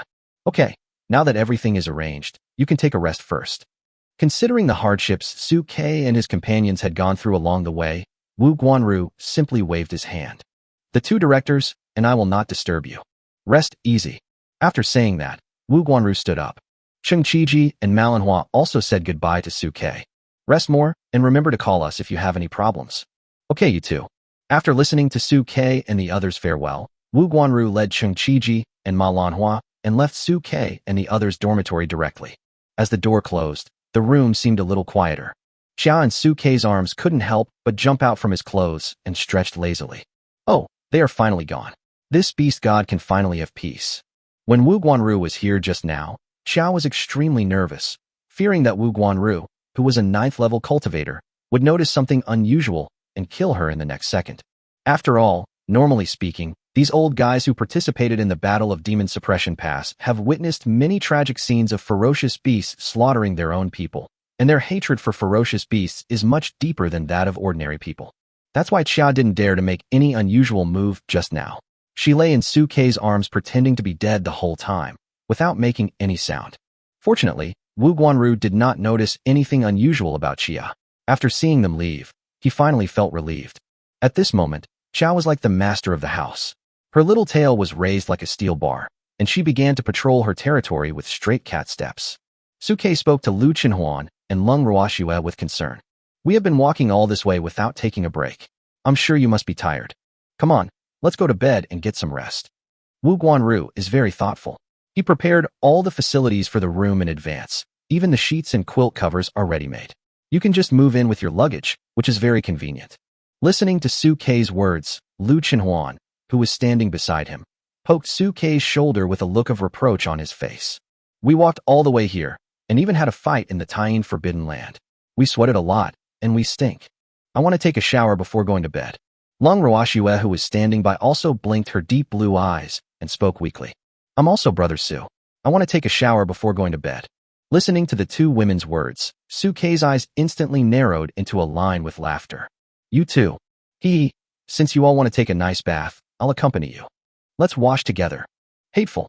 As soon as Suke finished speaking, Lu Chenhuan on the side stretched out her pink fist and punched Suke twice. Who wants to take a shower with you? You stink. Suke approached with a sly smile on his face and chuckled. What's wrong with taking a bath with me? I can also give you a scrub. I have such strong hands. Wouldn't it be a waste if I don't give you a bath? Lecture. Before Suke finished speaking, Lu Chenhuan's face turned red. This Ruoxue is still here. Instead, Lung Ruoxue, who was standing beside her, spoke weakly. Actually, I think it's not impossible. Upon hearing this, Lu Chenhuan's eyebrows instantly raised. Well, Lung Ruoxue, you betrayed our steadfast alliance and sisterhood. Tell me, do you want to take advantage of this opportunity to eat Brother Su's meal first? Facing Lu Chenhuan's questioning, Lung Ruoxue weakly stretched out 2 fingers and poked them in front of her chest. I didn't. Humph. Lu Chenhuan looked disbelieving as he listened to Lung Ruoxue's explanation. I don't believe it. You may look innocent, but you actually have the biggest ambition. In order to keep an eye on you, I decided that we should take a shower together. Having said that, Lung Ruoxue picked up 2 pairs of slippers and pulled Lung Ruoxue directly towards the bathroom. Fortunately, the bathroom is large enough to accommodate 2 people bathing at the same time. Afterwards, Suke watched through the blurry frosted glass as the 2 people took off their clothes and turned on the faucet. Well, little girl, you really hit it so well. To punish you, look at the claws. Sister Huan, stop scratching, it's itchy. A laughter as sweet as a silver bell came out from inside, blending with the sound of running water, making Suke feel itchy inside. Chapter 164. I'm sleepy. I want to sleep. Sharaputra, form is not different from emptiness. Emptiness is form. I am form. Outside the bathroom, Suke looked through the frosted glass at the 2 people's curved figures reflected in his eyes. Listening to the silver bell-like laughter coming from inside, Suke kept chanting scriptures to calm his heart. The sound of the rushing water stirred Suke's heartstrings like a demon. Chia paced back and forth around Suke's feet in a cat-like manner, then raised her little head and looked at him with a sly smile. Master, you seem a little uneasy. Suke glared at Xiao upon hearing this. You are not me. How do you know that I am unstable? Xiao smiled at Suke. You are not me. So how do you know I don't know that you are unsettled? Xia, who had said this, looked at Suke's frown and spoke quickly. Okay, I'm just kidding. Master, if you want to see it, I'll be able to change into human form and let you see enough. You can touch anything you want when you are bored every day. Listening to Chia's words, Suke's mind inexplicably emerged with the image of Chia's graceful figure that flashed by when he first made the contract with her. Just then, Lu Chenhuan's voice rang out from the bathroom. Brother Su, please help me. Hearing this, Suke frowned and looked at the graceful figure looming in the bathroom door. What's wrong, Huan? Brother Su, we just came in a hurry and forgot to bring bath towels. Can you help us get them? Hearing this, Suke couldn't help but feel a little amused. Okay, wait a minute. As he spoke, Suke stood up and began to look for bath towels. Soon, he found 2 unopened bath towels in the closet. No wonder Huan and the others didn't prepare bath towels in the bathroom. It turns out they haven't opened the package yet. Suke unpacked the bath towel, took it in his hand, and knocked on the bathroom door. Okay, Huan, but how should I get these bath towels to you? Hearing Suke's question, Lu Chen's laughing voice came from the bathroom. Brother Su, just push the door open and hand it to us. There are no outsiders here anyway. Hearing this, Suke felt his heart beat faster and his mouth became dry. But soon, Suke calmed down. I'm going to do great things in the future. How can I not have this little self-control and control? Sleeping together every day, don't you have immunity yet? Thinking of this, Suke directly opened the bathroom door handle, opened a gap as thick as his arm, and then handed 2 towels in with one hand. Here, for you. Hey, Brother Su, you're too far away, we can't reach you.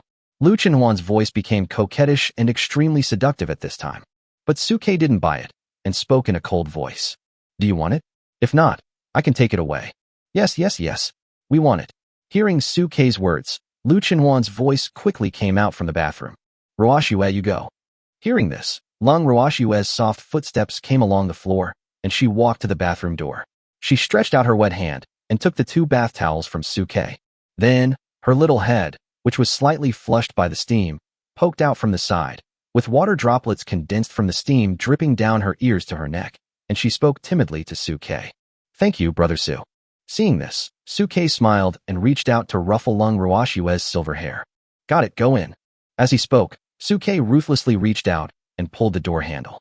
Xiao walked around Suke's trouser legs in a cat-like manner and glanced at Suke with some surprise.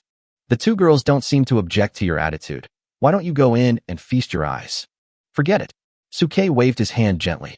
I'm afraid if I go in, it won't just be a feast for the eyes. Some things can be done later, but now is not the time. Although Lu Chenhuan and Lung Ruoxue have a very good relationship, it is not yet close enough for them to be intimate with him at the same time. Forcing them to do something that they resist when their feelings have not yet developed to that level may destroy the relationship between the 2 women in the future. Take your time. You can't eat hot tofu in a hurry. While they were thinking, Lu Chenhuan and Lung Ruoxue had already dried themselves, casually put on bath towels, opened the bathroom door, and walked out in slippers. Lu Chenhuan's half-wet blonde hair was lazily draped over her shoulders, her snow-white skin faintly visible under the large bath towel, and she spoke to Suke with a smile on her face. We've finished washing, Brother Su, you can go in and wash too. Suke smiled and nodded, put on his slippers, picked up the bath towel, and walked into the bathroom. When he passed by Lung Ruoxue, who was standing next to Lu Chenhuan and timidly holding the hem of her bath towel, he reached out again and gently rubbed her little head. Unlike Lu Chenhuan and the others, Suke turned on the shower and finished his bath in no time. He casually wrapped the bath towel around his waist, opened the door, and walked into the bedroom. At this moment in the bedroom, Lu Chenhuan and Lung Ruoxue seemed to be very sleepy. They had fallen asleep with their eyes closed without knowing when. For convenience, their bath towels had been taken off and neatly stacked at the head of the bed. At this moment, they were wearing the t-shirts that Suke usually wore. The loose t-shirts just covered their thighs, obscuring the vague scenery and revealing 2 pairs of flawless white legs. As if she sensed Suke's arrival, Lung Ruoxue squinted one eye and tried to sneak a peek at Suke with the other eye. On the other side, Lu Chenhuan turned sideways and waved at Su Ke with a smile on his face. Uncle Su, come and play. Naughty. Su Ke watched this scene and walked to the bed with a bath towel wrapped around him. He stretched his legs over Lung Roashua and squeezed in between the two of them. Seeing Su Ke walking around in a bath towel, Lung Roashua, who was pretending to be asleep, couldn't help but blush and raised her hands to cover her eyes. I saw something I shouldn't have seen. I'm going to get a sty. I have a needle? What, I have a needle? Silly girl, what did you see? Looking at the smirk on Su Ke's face, Lung Roashua bit her lower lip gently. I don't know. I'm sleepy. I want to sleep. But Lu Chenhuan on the side couldn't help but burst out laughing. Roashua is still as shameless as ever. How can we practice together with Brother Su in the future? Don't mention training. We have all worked hard along the way. Let's take a rest first. Take a rest, and you can do whatever you want when you wake up. As he spoke, Su Ke stretched out his arms to hold the two women's slender waists, and with a strong hug, he pulled them both into his arms, then closed his eyes. The two girls felt the warmth of Su Ke's big hands, and their cheeks blushed. Then they hugged Su Ke and closed their eyes. Outside the door, Xia's figure rushed in like lightning and got into Su Ke's chest. Chapter 165, Little Hooligan. When Su Ke woke up, it was already evening. The afterglow of the setting sun shone through the half-open window onto the bed, like a golden quilt gently covering the three people. Su Ke was lying on the bed, looking at Lu Chenhuan and Lung Roashua, who were sleeping soundly with their arms around him on either side, and a smile appeared on the corner of his mouth. Although Lu Chenhuan is usually careless, her sleeping posture is quite well behaved. She hugs her arms quietly and puts one of her legs lazily on her body. Lung Roashua hugged him a little tighter, the drool from the corner of her mouth almost dripping onto her shoulders, her legs tightly clamped around her numb thigh. On his chest, Xia was sleeping, her body curled up and making snoring sounds. Looking at this peaceful scene, Su Ke felt for a moment that this was pretty good. But reason quickly brought Su Ke's mind back to reality. He looked at the two women and one cat snuggling beside him, and his thoughts began to wander. Now that I have come to Kyoto, the threat I faced in Tianhai has been temporarily resolved and security has been greatly improved. Then, he could focus on improving the talents of Lu Chenhuan and the others, increase his own cultivation speed again, and improve the strength of his group as soon as possible. Thinking of this, Su Ke activated his insight pupils and looked at the information column of Lu Chenhuan and the others. Beast Mother, Lung Roashua. Realm, Level 3 Burning Blood. Talent, B-Level Frost Dragon. Beastmaster, Su Ke. Talent skills, Beast Transformation, Ice Storm, Extreme Cold Field, Frost Freezing, Ice Defense. Disadvantage, the body contains SSS level Frost Dragon energy, but because the Dragon Crystal core is corroded by Time Erosion Poison, the energy leaks out by 60, and it cannot show the posture of a dragon. Beast Mother, Lu Chenhuan. Realm, Level 3 Burning Blood. Talent, B-Level Predator, Taotai Prototype. Beastmaster, Su Ke. Talent skills, Beast Transformation, Gold Devouring Claw, Metal Defense, Eternal Hunger Field, Chain Blade Attack, Burning Blood. Disadvantage, the body contains SSS level Heaven Devouring Taotai energy, but due to insufficient energy intake from long-term eating, it is unable to truly stimulate the SSS level talent. After this period of practice, the two women's realms have stabilized at the third level. The difference is that compared to Lu Chenhuan, Lung Roashua's innate skill lacks the blood-burning skill. She only has the title of third level, but is unable to burn blood and fully transform into a beast at the critical moment. Although complete beast transformation consumes energy and blood, it can be very effective at critical moments. Especially after seeing Lu Chenhuan completely transformed into a beast, Su Ke had a deeper understanding of this. But the two women took different routes. Lung Roashua was a capable team control mage in her own team, while Lu Chenhuan was an elite vanguard soldier. One controls the situation and the other one decapitates. However, at present, Lung Roashua's advancement materials have been prepared. The 9 nether cold iron has been integrated into Lung Roashua's body. As for the Millennium Snow Lotus, she will be able to prepare for the next stage of evolution after taking it, after Lung Roashua wakes up. As for Lu Chenhuan's advancement materials, she has not yet found one, so she can only maintain her current plan of consuming the moonlight every day. After finding fresh blood essence of a 4th level ferocious beast, she can engrave the Taotai pattern on her back and activate the Taotai moon for her. Kyoto is rich in resources and opportunities. The academy also has many trial opportunities. It shouldn't be difficult to find some 4th level beasts for Huan Huan. Thinking of this, Suke lowered his head and glanced at Xia, who was sleeping soundly on his chest. Ferocious beast, black gold tiger cub. Realm, level 3. Talent skills, Beast King's roar, power attack, fight more courageously, sky-splitting impact. Disadvantages, originally a 9th level beast, the sky-splitting tiger god. Due to being seriously injured, his strength has not recovered, and he has experienced a great battle that has caused him to suffer a great loss of vitality, degenerating into a primitive 3rd level state. Status, contracted. After taking the nourishing potion last time, Xia's injuries recovered a little, and her cultivation level was promoted from the 2nd level to the 3rd level, and she recovered into the form of a black gold young tiger. Now, let me see, what is Xia's new repair plan? While thinking, Suke's divine eyes of insight started to work, and he began to deduce Xia's talent flaws. After a while, Suke found a corresponding solution for Xia's talent defects. Repair plan, find the tiger soul to restore its injured soul. Tiger soul. Looking at the other repair plans, Suke couldn't help but frown slightly. Compared with Lu Chenhuan and Lung Ruoxue, Xia's description of the repair plan this time was unusually simple. But the simpler something is, the harder it is to find. Compared to items with obvious target standards, he had never heard of this tiger soul and had no idea at all. Forget it, let's not dwell on it. Wait until Xia wakes up and ask her. She should have a better idea. Xia herself was once a 9th-ranked tiger-type beast, so she should be familiar with this tiger soul. At least he has more clues than I do. We have finished reviewing the repair plans for Huan Huan, Ruoxue, and Xia. Now it's Yu Ying's turn. Compared with Lu Chenhuan and Lung Ruoxue, Yu Ying, who only exists in the form of soul in Suke's beast-controlling space, cannot appear in Suke's life at will, and she has not been released until now. Thinking of this, Suke's consciousness became solemn, and he instantly appeared in the beast-taming space. Yu Ying, who was lying and sleeping bored in the beast-taming space at the moment, couldn't help but brighten her eyes when she sensed Suke's appearance. Xiao Shuchue, you're here. Although the contract with Suke was successful, Yu Ying still couldn't change the way he addressed Suke, calling him Little Suke. Suke looked at Yu Ying, who was excited, smiled and nodded at her. I am coming. It took us some time to enter Kyoto, and we just took a break. As soon as I finished my break, I came to find you. Listening to Suke's explanation, Yu Ying waved her hand indifferently. I understand. It's my fault. I made things difficult for you in the Taiyin Forbidden Land. You consumed a lot of energy, and the 2 directors also suffered minor injuries. It's okay, just take a good rest. Anyway, I've been in the Taiyin Forbidden Land for so many years, so a little while won't hurt. Although Yu Ying said this, her toes kicking the mud beneath her feet betrayed her inner feelings. Suke looked at this scene, and a knowing smile appeared on the corner of his mouth. With a thought, he came directly in front of Yu Ying and looked at her seriously.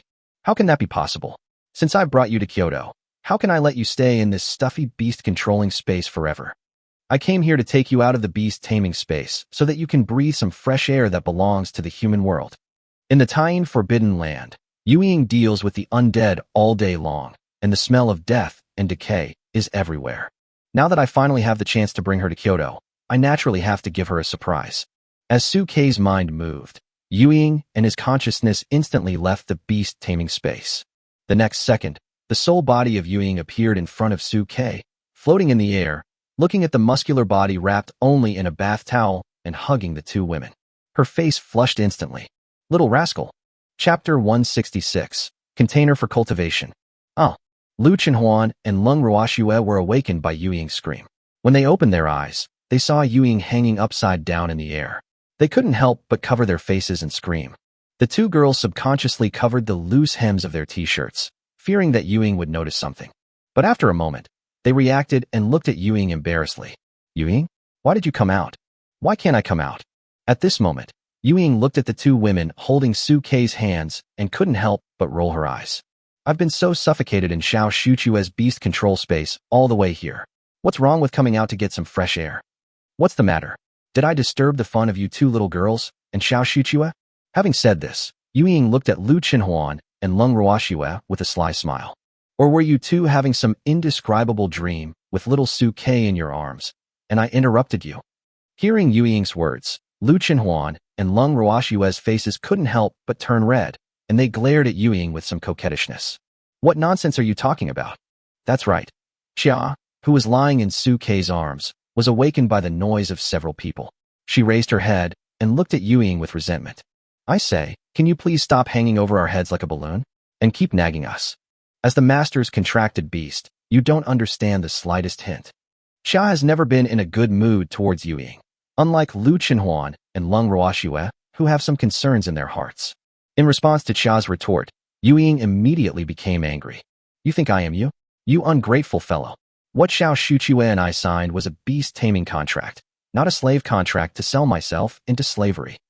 I'm not as shameless as you. You keep saying master. Have you forgotten that you were once a 9th-rank beast? Hearing Yu Ying's retort, Lu Chenhuan and Lung Ruoxue, who were holding Su Kei's arms, suddenly changed their expressions and quickly looked at Xia. What Yu Ying said was heartbreaking to Xia. To be fair, if it were her, she would definitely have lost control of herself. Even Su Kei frowned slightly, with displeasure in his eyes. Who would have thought that Xia didn't care about Yu Ying's ridicule at all, but instead raised her little head proudly? So what? I'd love to. It is my great honor to be able to make a contract with the master.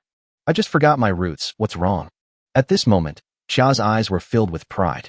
You don't forget your roots. You didn't make a contract with humans. You are both a hypocrite and a scoundrel. I can't stand green tea people like you. UTM. Hearing Xia's reply, Yu Ying immediately became angry and started rolling up his sleeves. But Xia was not afraid at all. She stiffened her neck and stretched it towards Yu Ying. Hit me. Hit me. Do you dare to move if I ask you to? This is Kyoto, the center of the Daxia human territory. Once we start a fight here and make a big noise, it will attract the attention of the Daxia human leaders, and we will both be finished. Xia looked fearless when she said this. Have you stayed in that damn tiny forbidden place for so long and still haven't had enough? Are you ready to be suppressed back again? Or do you want to simply give up the hope of survival this time and be annihilated into nothingness again? Faced with Xia's threat, Yu Ying remained silent. She admitted that she was indeed scared of the dark life in the tiny forbidden land. Su Kei was lying on the bed and saw this scene. He immediately let go of Lu Chenhuan and Lung Ruoxue's arms, sat up from the bed, and spoke out to stop the quarrel between the two beasts. Stop arguing. We have now entered into a contract with each other. We are of one mind, and we are all one family. Xia herself has a neutral attitude in the conflict between the two tribes. It's not a question of whether she has forgotten her roots or not. Yu Ying is the same. We have lived together for so many years. She is older than me, so it is normal for her to address me as such. We are all family. There is no need to quarrel over these trivial matters. Having said this, Su Kei spoke calmly. After all, for us now, it is most important to speed up our training and improve our strength as soon as possible. Fortunately, we have our own survival in this chaotic world. Listening to Su Kei's words, Lung Ruoxue and Lu Chenhuan beside them also sat up and expressed their agreement with Su Kei's words. Yes, both us and you who have greatly reduced your strength need to be repaired and improved. Listening to the words of the three people, the anger in Yu Ying and Xia's hearts slowly dissipated. Xia rubbed her little head against Su Kei's chest. Master, they are right. I won't bother with you anymore. But just when Yu Ying was about to say something, her figure began to shake and blur, and a painful expression appeared on her face. Seeing this, Su Kei couldn't help but frown slightly. What's wrong? Yu Ying quickly steadied herself and then spoke. Perhaps it's because my soul was originally reconstructed through Goetiu. After leaving Taiyin Forbidden Land and being away from my physical body, I can't stay outside for too long in the form of a soul, otherwise my spiritual consciousness will begin to dissipate. Hearing this, Su Kei couldn't help but frown slightly. Isn't there any in the beast taming space? Yu Ying shook her head. Your beast control space is very magical. I will not be affected by it. But in this outside world, I cannot appear in the spirit state for a long time. Listening to Yu Ying's words, Su Kei's brows furrowed even more tightly. Then how can you absorb the essence of the sun and the moon normally if you are like this? If Yu Ying wants to fully recover in her soul state, she needs to absorb the essence of the sun and the moon as a prerequisite. If she cannot appear normally in the outside world, this condition will definitely not be met. This is also my first time to be reborn in Goetiu. I don't have much experience, so I don't know. Rebirth in Goetiu is a low probability event, and everyone's experience is different, so it is difficult to pass on any experience. It was Xia who jumped onto Su Kei's shoulders again and spoke at this time. I have heard of a method for this situation. You need to find a soul crystal to serve as a container for your soul. Just place it in any corpse or container, and it can be used as your temporary body. Listening to Xia's words, Su Kei's eyes lit up. Then are there any conditions for this soul crystal and corpse? Whether Yu Ying can practice normally is very important to him and others. After all, The more people practice, the faster their cultivation will improve. Moreover, Yu is currently the strongest fighting force on his side. If he can summon her perfectly by his side, he will have the confidence to face any danger in the future. Facing Sukei's question, Xia frowned and thought. As for soul crystals, it would be best if they were the same as Yu, level 7 or above. As for the physical container that holds the soul crystal, if it is only for cultivation, there are basically no requirements. But if a battle is necessary, it would be best if the realm of the body can match the soul crystal. Chapter 167. Look back. Don't believe that your eyes are empty. After hearing Chia's suggestion, Sukei's brows relaxed slightly. Once you have a goal, things become much simpler. Although I can't support it with my current financial resources and savings, I can go to Chengqiji and others to get some gold coins. I believe they should have a way. As for the favors and money that need to be paid, just owe them first. A lot of debt is no burden. While thinking about it, seeing Yuing's slightly painful expression, Sukei's heart moved. Okay, since you can't stay outside for a long time, go back to the beast taming space and suffer for a while. Wait until I find your soul crystal and body, then come out. Facing Sukei's proposal, Yuing also knew that this was the best way to deal with the situation at the moment, and could only take a deep breath of the fresh air outside reluctantly. Okay, then I'll go back to your beast control space. However, when she was about to go back, Yuing seemed to have thought of something and spoke to Sukei. Although your beast control space is very large, I feel that it seems a little empty. Hearing this, Sukei glanced at Yuing in surprise. Do you have any suggestions? Facing Sukei's question, Yuing coughed dryly and spoke a little embarrassedly. I mean, your space is empty anyway, and you have soil and stuff, so you can build your own ecosystem in it. Sukei couldn't help but raise his brows slightly after listening to Yuing's suggestion. Looking at Sukei's puzzled expression, Yuing coughed dryly. Then I'll just say it straight. I think we can plant some flowers and plants in your beast control space. I'm just sitting around in there anyway, so I can just treat it as a bit of fun. If there's any magical medicine or something, I can make some extra income. Listening to Yuing's words, Sukei instantly understood Yuing's thoughts. So you want to farm? No problem. We'll take some time tomorrow to go to the nearby gardening market and get some for you. It's just the right time to make up for your boredom and emptiness during this period. Listening to Sukei's promise, Yuing nodded slightly. Okay, I'm leaving now. Then, under Sukei's mental control, his figure flashed and disappeared from the spot in an instant. Seeing Yuing disappear, Xia couldn't help but twist her neck. This tactless woman has finally left. It's finally time for me to have some peace and quiet again. Upon hearing this, Sukei reached out and hit Xia on the forehead. Don't always target her. Even though she targeted us a bit in the Taiyin Forbidden Land, at least there weren't any casualties, right? Now she is also a contracted beast like you, so we must live in peace from now on. Listening to Sukei's earnest teachings, Xia nodded her head hurriedly. I understand. I will listen to whatever the master says. Just as Xia nodded, Lu Chenhuan beside her gently pulled Sukei's arm. Okay. It's all right now. Let's go eat first. I've been sleeping all day, and I'm almost hallucinating from hunger. Lung Ruoxue beside her also nodded. Yes, Brother Su, let's go eat first. I haven't tried the food in Kyoto yet. Hearing Lu Chenhuan's words, Sukei laughed. Okay, then let's go eat and fill our stomachs first. Come back to practice after dinner. Good. As they were talking, Lu Chenhuan and Lung Ruoxue jumped up from the bed, and Sukei pulled them and prepared to go out. Brother Su, don't be anxious. We haven't even put on our clothes yet. Lu Chenhuan spoke to Sukei somewhat embarrassedly. Turn your head away first. Hearing this, Sukei laughed and decisively loosened his hands. He turned his back to the two women and watched their hearts. Hearing the rustling sound coming from behind, Xiao on Sukei's shoulder grinned evilly. Master, are you really not going to look back? I don't believe that if you look back, you will see nothing in your eyes. Listening to Xiao's instigation, Sukei gave Xiao another slap on the head from behind. Don't mess with my mood. Xiao covered her head and pouted. What are you messing about? You are not Tang Monk. You don't see it, but I do. As she spoke, Xiao turned her head and watched Lu Chenhuan and Lung Ruoxue changing clothes unscrupulously. Then he kicked the cat in the face. You rascal cat. Close your eyes. Xia, who was kicked directly under the bed, looked aggrieved. What rogue cat? I'm a woman too. As a woman, what's wrong with me feasting my eyes? Besides, your little scenery is not as big as my human form. Listening to Xiao resisting and arguing like a living treasure, Sukei couldn't help but reveal an indulgent smile at the corner of his mouth. Compared to Yuing, Xiao seems to always stand on his side unconditionally. It is a little bit arrogant, but it seems more dependent on itself. But as he laughed, Suke seemed to have thought of something and frowned slightly. What are you messing about? You are not Tang Monk.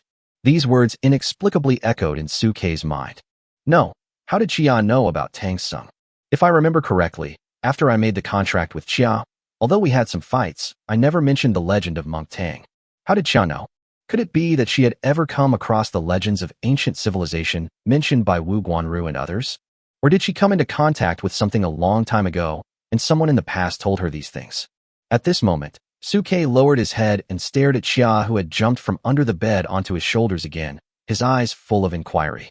Seeing Suke's inquiring eyes, Chia couldn't help but feel a chill in her heart.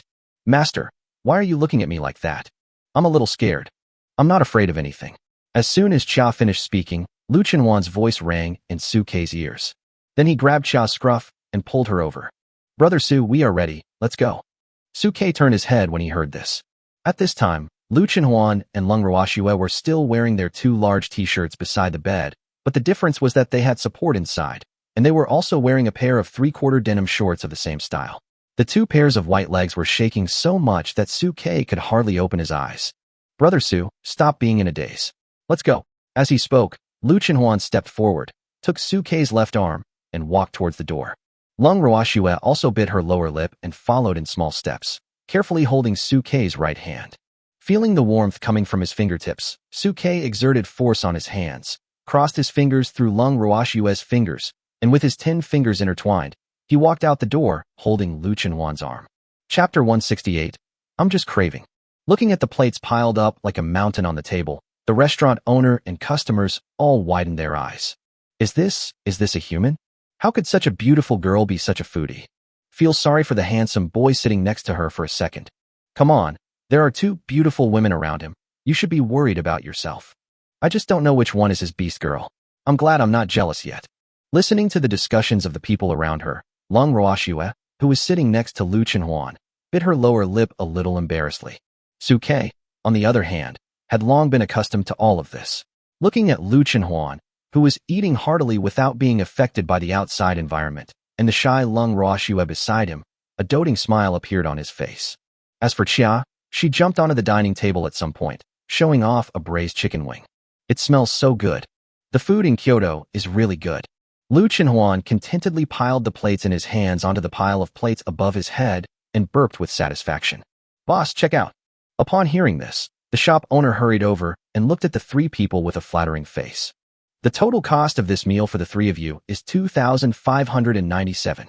I'll round off the amount for the three of you, so 2,500 will be enough.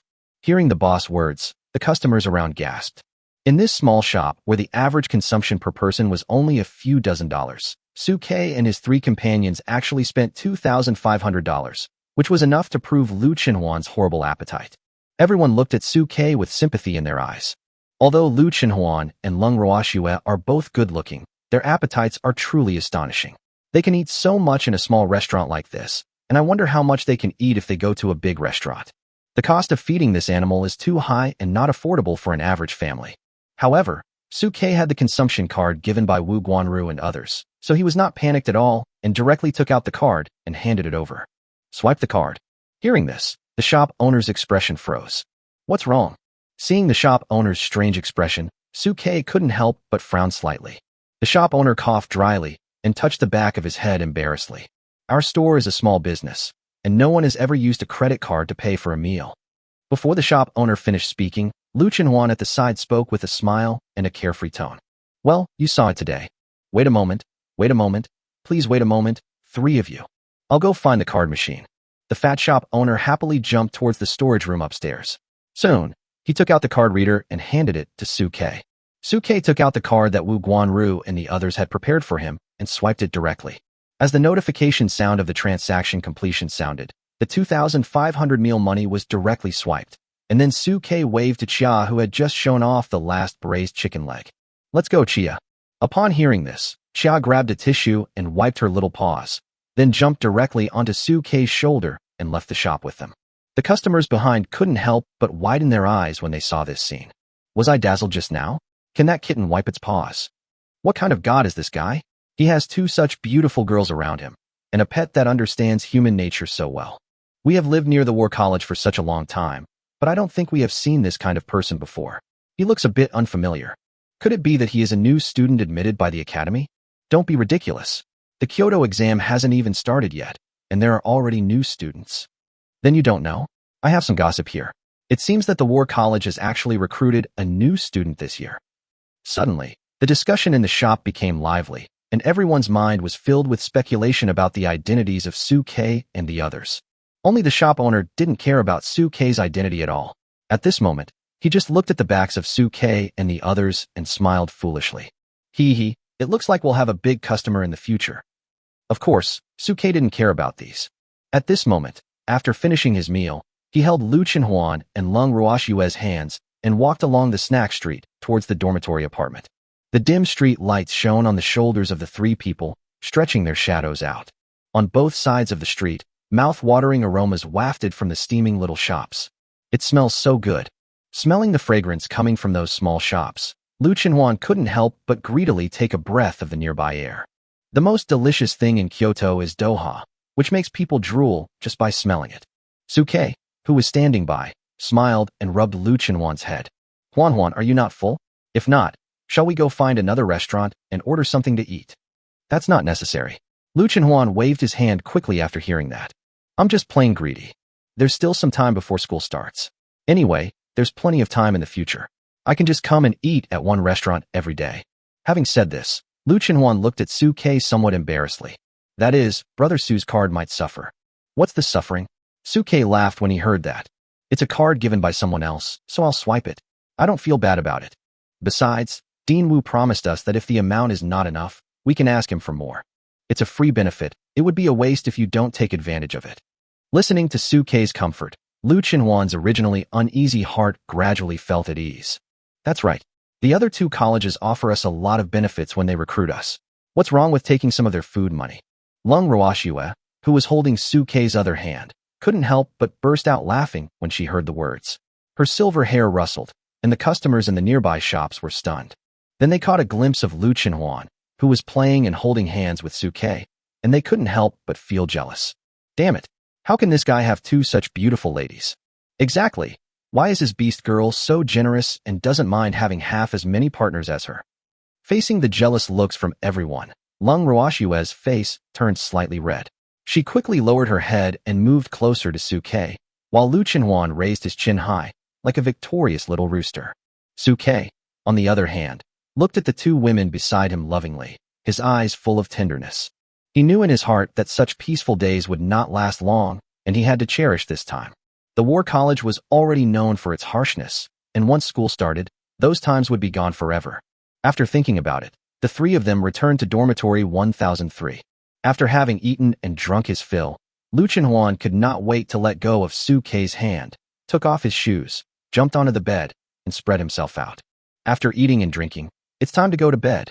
However, before Lu Chenhuan could finish his words, Xia moved directly to Lu Chenhuan's stomach and raised her claws arrogantly. Fuck you, get up and practice. It's only been a few days, and you're already slacking off? Chapter 169, The Secret of Tiger Soul. On the balcony, Su-Kei and the other two held each other's hands, and at the same time as Xia on their shoulders, they entered a state of cultivation, absorbing the spiritual energy of heaven and earth, and began to practice. They had no time to practice at all on the day they came to Kyoto from Tianhai, which wasted a day of practice time. At this moment, under the cover of the bright moonlight, the spiritual energy around the three people kept whistling, entering their bodies along the beast cores and soul crystals. The balcony is a large one with staggered layout and spacious area, which can fully absorb the essence of the sun and the moon, just meeting the conditions for Lu Chenhuan to advance by absorbing and devouring the moon's essence.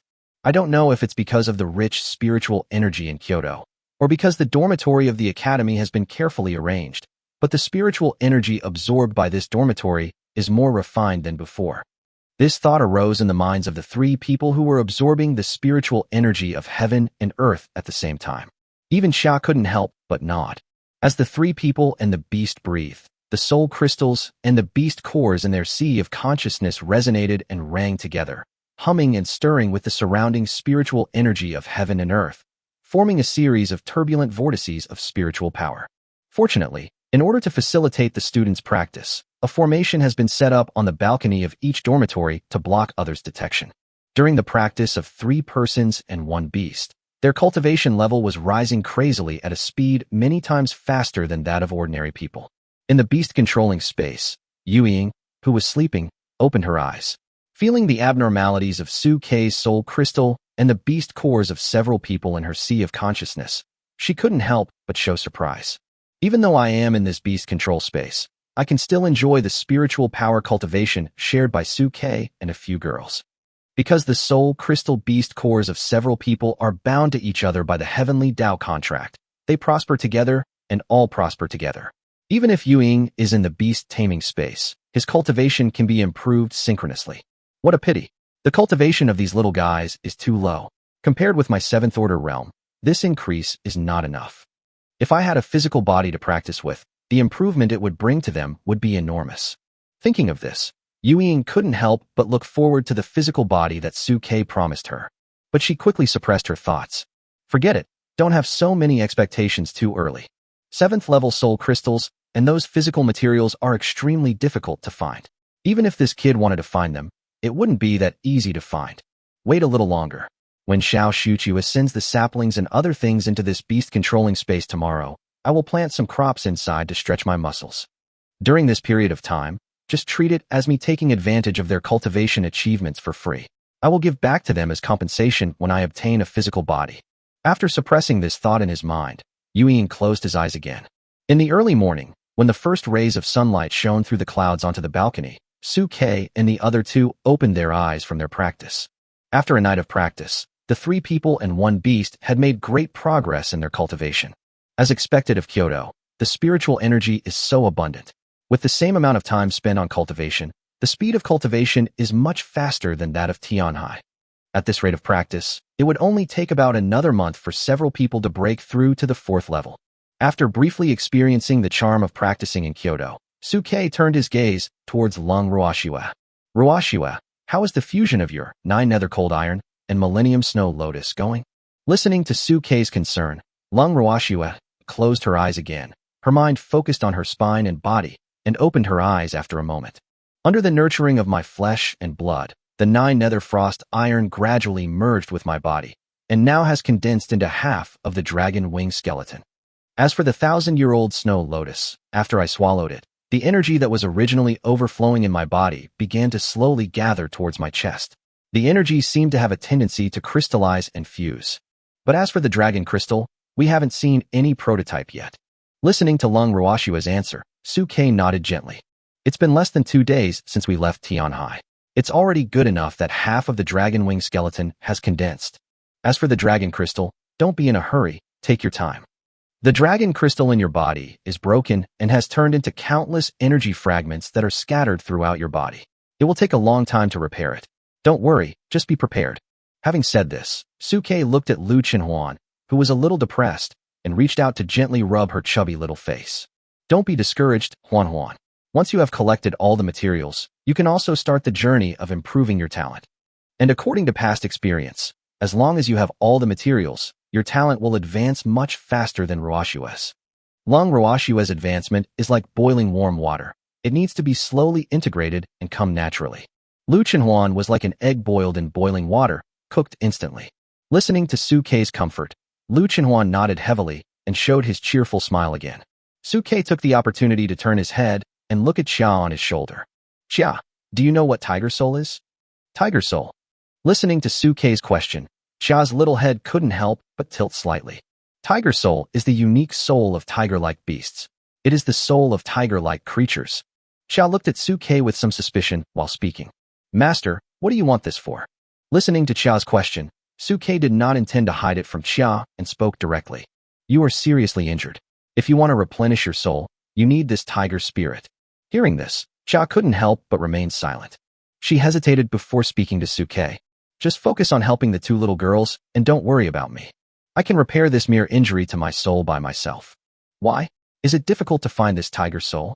Seeing Xia's condition, Su Kei couldn't help but frown slightly. Don't need me to find it? Facing Su Kei's questioning, Xia took a deep breath and then spoke to Su Kei. No need, I can fix it slowly by myself. Master, don't worry about me.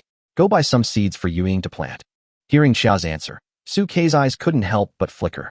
Judging from Xiao's performance, she must be aware of the existence of Tiger Soul and that it can heal the injuries to her soul. But it seemed that she had some concerns, which caused Xia to refuse to accept my help in finding the Tiger Soul. Faced with this situation, Suke's mind was racing. No matter what, judging from Xiao's description, this Tiger Soul seems to have some unspeakable secrets. Since Xia refuses to tell me, I will go find Dean Wu. As we are both 9th level masters, he should know the secret of Tiger Soul. I will ask Dean Wu about the materials Yuying needs and see if he has any connections so that I can give Yuying a body as soon as possible and let her join our army of practitioners. Chapter 170, I just said it casually. After making up his mind, Suke took Lu Qinhuan and Lung Ruoxue and took the reluctant Xiao with him and went out. The three of them did not go to find Wu Guanru and the others first, but went to the flower and gardening market first and bought a lot of plant seeds, some half-grown plants and many flowers and plants. Then he was sent directly into the beast taming space by Suke. In the beast taming space, Yuying, who was bored, couldn't help but light up her eyes when she saw Suke sending so many plants and seeds. She patted her chest and promised Suke, "Xiao Shuchue, don't worry. Just hand over these plants and seeds to me. I will definitely return you a paradise-like beast-controlling space when the time comes." Seeing Yuying's eager look, Suke couldn't help but smile and nodded. "It seems like you really enjoyed farming when you were alive. I can hardly contain my excitement. Okay, I'll wait for your good news. I'll come to see all this often." After finishing speaking, Suke left the beast-taming space again. "How's it going, Brother Su?" When he came to his senses, he looked at Lu Qinhuan and Lang Ruoxue who were looking at him with concern. Yuying is quite satisfied. Next, let's go directly to see Dean Wu. After saying that, Suke, holding the Kia, led the two girls towards the school office building. Of course, before leaving the office building, Suke still called Cheng Qiji and Wu Guanru. After receiving the call, Cheng Qiji hurried down from upstairs. "Xiao Shuchue, you're here?" Suke took the two girls and followed Cheng Qiji upstairs. In Cheng Qiji's office upstairs, Wu Guanru was waiting on the sofa with a smile on his face. "Xiao Shuchue, why did you suddenly think of looking for us? Is there anything you need to consult us about?" Suke did not hide anything from Wu Guanru and Cheng Qiji's questions and looked directly at the sofa where the two were sitting. "To be honest, the reason I came here is that I have a problem that I need the dean and director to solve." Looking at Suke's serious expression, Wu Guanru was stunned for a moment, then laughed. "It's okay, go ahead." Suke did not hide anything and immediately asked for the information he needed to know for this trip. "I came here to ask two questions. First of all, I want to ask the director and the dean, do you know what Tiger Soul is?" "Tiger Soul?" Since Yuying refuses to say, I will take the initiative to find the answer. At this moment, Yuying and Suke's arms trembled slightly when she heard Suke's question, and she was obviously a little uneasy. Facing Suke's question, Wu Guanru and Cheng Qiji couldn't help but frown slightly. Cheng Qiji pondered and spoke. "Tiger Soul is an extremely rare essence of heaven and earth. It requires a tiger beast to be on the verge of death and to voluntarily use the Tiger Clan's secret method to condense its own essence and send it out. Only then can the Tiger Soul be condensed. But generally, when fierce beasts fight with our human race, they fight to the death. Especially the arrogant tiger tribe, they would rather die than perish with us, so this Tiger Soul is extremely difficult to find." "Why, little Su, do you need this Tiger Soul?" Hearing Cheng Qiji's answer, Suke, Lang Ruoxue and Lu Qinhuan beside him couldn't help but reveal a look of realization in their eyes. They finally understood why Xiao was unwilling to mention the origin of the Tiger Soul. It seemed that she was concerned about the death of other ferocious beasts of the same kind because of her, and was unwilling to accept this kindness. Compared to Yuying, Xia is a more saintly and neutral person. It is understandable that she doesn't want her own people to be harmed because of her. After knowing the origin of Hupa, Suke stopped worrying about it. "I am not the kind of person who forces others to do things. Since Xia has some concerns in her heart, I will not look for that fresh Tiger Soul. But if there is one available, I will never let it go. You came to us specially, don't you want to ask about this Tiger Soul?" As Suke was thinking, the words of Cheng Qiji and the others echoed in his ears, bringing his thoughts back to reality. Suke coughed dryly upon hearing this, then looked at the two of them. "There's just one small problem. I just want to ask, are there any relatively safe places near Kyoto where there are clusters of ferocious beasts? It would be best if the level of the beast were concentrated around level 4. Now that Lang Ruoxue's advanced materials are ready, she wants to know information about Lu Qinhuan's advanced materials so that she can prepare for the next plan. A cluster of ferocious beasts, 4th level?" Hearing Suke's question, both Cheng Qiji and Wu Guanru looked at Suke meaningfully. Suke's condition was so precise that the two of them guessed Suke's thoughts in an instant. Xiao Shuqiue, are you planning to take down a 4th-level beast? Facing the two people's questions, Suke did not deny it and nodded directly.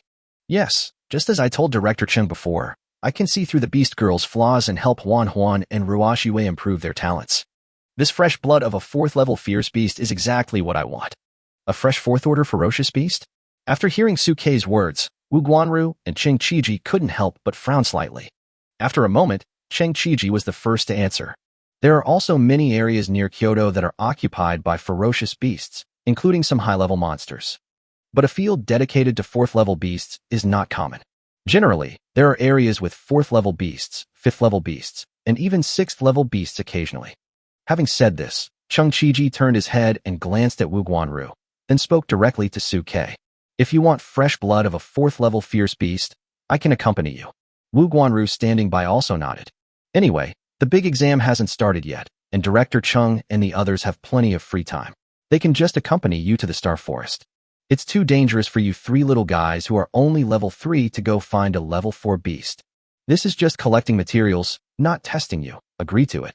After listening to Wu Guanru and Cheng Qiji's words, Suke agreed without even thinking about it. Okay, then I'll listen to Dean Wu and Director Cheng. Please ask Director Cheng to accompany us. I had been considering how to obtain the essence and blood of this 4th-level ferocious beast without putting myself in danger. Now that Cheng Qiji and Wu Guanru have taken the initiative to agree to accompany me, I am truly happy to do so. Hearing that Suke agreed to his request without even saying no, Cheng Qiji's face instantly turned bitter. I just said it casually. We just agreed casually. Before Cheng Qiji finished speaking, Lu Chenhuan instigated Suke from beside him.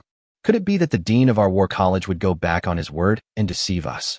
Before Lu Chenhuan finished speaking, he saw Cheng Qiji proudly tilting his head back like a swan's neck. That's definitely not possible. Chapter 171 Star Forest. You kid. Sitting in the taxi, Cheng Qiji looked at Suke and the other two with a somewhat amused look. He finally boarded the 3 men's pirate ship and helped them subdue the 4th-level ferocious beast. When Suke got on the bus to Kyoto again, he couldn't help but sigh as he looked at the scenery outside the window. It's so fast, a day has passed in the blink of an eye. But before Suke could finish his words, Lu Chenhuan slapped him on the neck. Brother Su, what nonsense are you talking about? We've only been here for a day, and we've been eating, drinking, and sleeping, so of course time is passing quickly. Hearing this, Cheng Qiji on the side couldn't help but burst out laughing. That's right. I never knew you were such a sunny boy who values old friendships. It's only been a day, and you're already missing the past? It's only one day, what are you thinking about? Suke coughed dryly. This day feels like a year. As they were talking, Suke and his 3 companions arrived at the East City Gate, which was at a different location than the last time. There are 4 major city gates in Kyoto, and each of them has guards on duty. It was not as thorough as the last investigation, or perhaps there was no need for access control checks when leaving the city. Anyway, when Suke and the other 2 passed by, they had a smooth journey. Even when they were leaving the city gate, someone spoke in broken Kyoto dialect to Cheng Qiji, who was behind Suke and the others. Director Cheng, take care. Seeing how Cheng Qiji and his men were welcomed no matter which city gate they entered, Lu Chenhuan beside Suke couldn't help but show curiosity in his eyes. Director Cheng, why do you seem to be able to get along well and eat well wherever you go? Is it because you have been deep into the territory of fierce beasts before? Is it because of that war king? Of course. Before Lu Chenhuan finished speaking, manhwa beside him tilted her head to the sky, like a proud little rooster. For ordinary people like us, the only things they respect are our strength and faith. Old Cheng and I are both 7th-level war kings. It's normal for us to be well-known and admired by everyone. Having said this, Cheng Qiji looked at Suke and the others meaningfully. Let's go. Today I'll take you to the famous Star Forest nearby. There are many high-level beasts in the Stardow Forest, which can just meet your needs. I just don't know how much blood I need to collect to help you. Suke's answer and conditions were very vague, so vague that Cheng Qiji and manhwa had no confidence in their hearts, and they didn't know how much help Suke would need this time. Of course, that was because Suke himself didn't have a plan in mind. The repair plan said to devour the moonlight every day for a month, collect fresh blood of 4th level and above ferocious beasts, engrave the Taotai pattern on his back, and activate the Taotai eyes. But that is just a method. The specific amount of demand will depend on how much you can use at the time. More or less, you will know when you practice it. After getting off the taxi and leaving the city, under the leadership of Cheng Qiji, the group quickly headed towards the Star Forest, which was famous throughout Kyoto. Soon, as everyone was walking out of the city gate, a huge forest appeared in everyone's sight in the distance. This is the most dangerous place where beasts are imprisoned near Kyoto, the Star Forest. Chung Chi-ji looked at the green tides swaying in the wind in the distance, took a deep breath, and spoke to Su-kei and the others with his eyes narrowed. This Star Forest is, in a sense, a cage that imprisons and confines the ferocious beasts within. Although human students have to come to this Star Forest for trials every once in a while, it is still full of dangers. When you enter the Star Forest later, don't act alone. Follow us closely. This way, we can take care of your safety in case of emergencies. In response to Chung Chi-ji and Manhwa's instructions, Su-kei and the others nodded heavily. Afterwards, Manhwa's body changed and turned into the huge blue-winged peregrine falcon. Stand on me, and I'll take you flying. Faced with Manhwa's invitation, everyone naturally would not refuse, especially Lu Chenhuan and Lung Ruoxue, who hurried over with excitement on their faces. Afterwards, he followed Su-kei's back and stepped onto Manhwa's falcon's back, and at Chung Chi-ji's urging, he quickly flew towards the Star Forest. Unlike Lu Chenhuan and Lung Ruoxue, who were curiously touching things left and right, Su-kei sat upright on Manhwa's falcon's back, looking at the scenery below him that was getting farther and farther away from the ground with deep eyes, and an idea suddenly popped up in his mind. I don't know when I will be able to ride my wife to the battlefield like Chung Chi-ji did. Judging from the image, the beast girl state transformed by Lung Ruoxue seems to be more suitable for riding. Looking at Su-kei's deep eyes, Lu Chenhuan on the side couldn't help but chuckle and poked Su-kei's elbow with his elbow. Brother Su, what are you thinking about? Why are you sitting there alone grinning? No smirk. You're seeing things. At this moment, Su-kei was so confident and righteous. With Manhwa hurrying forward at full speed, the scene in the woods soon appeared before Su-kei's eyes. I saw dense bushes taking root nearby, and the trees in the forest were not very tall. Groups of second-level ferocious beasts were wandering around the rolling logs. At this time, Chung Chi-ji, who was standing next to the crowd, also began to speak. This location is at the outermost edge. The strength of the beasts here is generally level 2, with only a few level 3 and the occasional level for that escapes outside. It is a trial site specially set aside for some students. It is the best place for those who have just entered the colleges to take the trial. The risk is minimal, and the reward is minimal. If you want to come here to collect fresh blood essence of 4th level beasts in the future, this is not a good place. If you want to hunt a 4th level beast, you need to go a little deeper. Listening to Chung Chi-ji's description, Su-kei nodded gently. Soon, as Manhwa flew, everyone went deeper into the center of the forest. As we got closer to the center of the forest, the trees in the Star Forest gradually grew taller, covering the sky above with lush greenery, like a suffocating giant net. From the dense forest below, horrifying roars of ferocious beasts could be heard. The powerful pressure contained in them was chilling enough to make people shudder. Through the perception of Su-kei and the others, they could roughly sense that there were quite a few powerful 4th order and even 5th order beings among them. If a few of us come here alone, the risk factor will undoubtedly increase greatly. Arrive.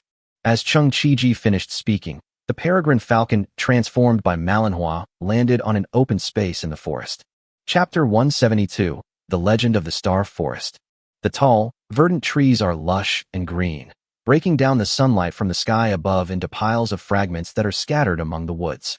It's a bit dim. Looking at the slightly dim woods around him, Su-kei couldn't help but narrow his eyes slightly. This scene reminded him of the Fengming Great Rift Valley in Tianhai. The Rift Valley was once so gloomy and dark that even the sunlight could not penetrate it, giving people the illusion of coldness and danger. Lung Ruoxue and Lu Chenhuan beside him also moved towards Su-kei at the same time and looked around cautiously. Chung Chi-ji, on the other hand, patted Su-kei's shoulder lightly with a relaxed look on his face. What are you afraid of? You 3 are not the only ones here. We are here to protect you. That's right. Manhwa, who was standing nearby, had already recovered from her beastly state and regained her human form. She spoke to Su-kei and the others with a smile. We may not be able to do anything in this deep forest, but we think we can still keep you safe in this outer enclosure. Listening to what Chung Chi-ji and Manhwa said, Su-kei and the other 2 not only did not relax their brows, but instead slightly frowned. Even the 2 directors who are 7th level war kings have concerns in this Star Do forest. When he and others were in Tianhai, let alone the 7th level, the 5th level of combat power was the limit. In everyone's impression, a 7th level war king was the limit. It was difficult to even see him, let alone talk to him. But unexpectedly, Qingqiji and Manhwa still had concerns in this starry forest. Hearing Su Ke and the others' questions, Qingqiji and Manhwa couldn't help but hesitate. Then Qingqiji told Su Ke the news directly. This star forest, on the surface, is a place where ferocious beasts are raised to test human race members, but in reality, it is a forbidden area. Forbidden area? Hearing Qingqiji's words, Su Ke, Lu Qinhuan, and others couldn't help but widen their eyes. The three of them had heard the word forbidden area too many times along the way and knew exactly what it meant. Could it be that this Taiyin forbidden land is like the Taichu forbidden land, where some ninth-level beast is imprisoned? There are two kinds of forbidden areas.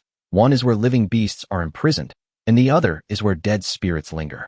Although this star forest is densely covered with trees that block out the sun, it is, in a sense, full of life, and there are no signs of any evil spirits lurking in it. Looking at the inquiring looks in the eyes of Su Ke and the other two, Qingqiji nodded slightly. Yes, there is indeed a living ninth-level monster in this star forest. It's just that this monster is docile and never attacks people. It's also good at hiding its aura, so no one has ever seen its true face. Hearing Qingqiji's answer, Xia, who was sleeping curled up in Su Ke's arms, couldn't help but tremble slightly, and then pretended nothing happened and continued to sleep in Su Ke's arms. As if sensing Xia's actions, Lung Ruoxue on the side frowned slightly and looked at the two of them. Then we in Kyoto don't have to worry about it suddenly erupting. Do you know how large the range of her activities is? If the entire Stardow forest is covered, it will be a huge danger to the human race training in it. Facing Lung Ruoxue's question, Manhwa squinted her eyes and recalled. If we remember correctly, this ninth-level beast seems to have never been confined to the ground, and we don't know its range of activities. I don't even know whether it was forbidden by the ancient sages. Hearing Manhwa's answer, Su Ke narrowed his eyes even more tightly. In this case, this ninth-level beast is a very uncertain and unstable factor. That's right. As soon as Su Ke finished speaking, Qingqiji on the side nodded in agreement. The human leaders at the time might have thought the same way, so the star forest was considered a forbidden area in the beginning. We even deployed a large number of heavy troops to guard the surrounding areas of the forest to prevent those inside from rioting. But after a long period of observation, I found that the person in the star forest did not have any malicious intentions. After the initial cautious exploration, and after confirming that the star forest had no reaction at all, everyone gradually became bolder. After the dean was promoted to the 9th level, he went deep into the center of the forest and wanted to negotiate with the unknown monster. Having said this, Qingqiji paused. But the strange thing is that the big demon was not found in the forest. Some people even speculated that the big demon might have already left the Stardow forest and returned to the beast tribe's territory, or went to some other place. After listening to Qingqiji's description, everyone finally felt relieved. So that's how it is. Yes. Manhwa nodded slightly, but then looked at Su Ke and the other two with a serious face. But having said that, these are just speculations. We still can't take it lightly.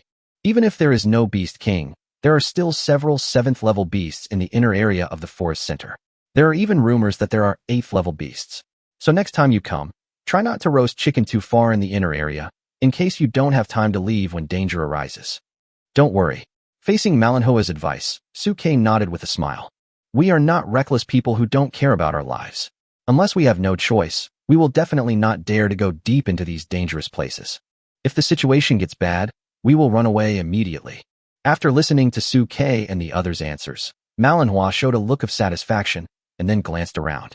Now that I've given you all the instructions, let's take action. Old Chung, you stay here to protect them. I'll go find those beasts that are around level 4 in strength. As soon as the words fell, the wings on Manhwa's back vibrated, and it instantly transformed into a beast. It flapped its wings and let out a long cry, then flew towards the place where the beast roar came from in the distant dense forest. Qingqiji, with a smile on his face, was leaning against a big tree and waiting for Su Ke and the others. Just wait, it's just a 4th-level beast. Manhwa will catch it for you soon. With the support of the 7th-level strength, Qingqiji and his men have absolute confidence. Not long after, a cry was heard from the dense forest in the distance, and Manhwa, a 4th-level ferocious beast that looked like 2 sick deer, appeared in front of Su Ke and the others. After ending her beastly state, Manhwa threw the 2 sick deer to the feet of Su Ke and the others. Here, I killed it right away. It's still hot. Eat it while it's hot. Hearing this, Suke did not hesitate and waved to Lu Chenhuan. Huan, come here. Chapter 173, Engraving Taotai Patterns. Chapter 173, Engraving. In order to advance Lu Chenhuan's talent this time, he needs to collect fresh blood essence of ferocious beasts above level 4 to engrave the Taotai pattern on his back, so as to activate the Taotai eyes. But there is a prerequisite, which is that you need to devour the moonlight every day for 1 month. Now, more than half a month has passed since Lu Chenhuan was promoted to the 3rd level, and nearly 20 days have passed. Originally, Suke thought that he should go to the school to ask Cheng Qiji and others so that he could get the information in advance. But since Wu Guanru had already asked Cheng Qiji and his group to come over in advance, this opportunity could not be missed.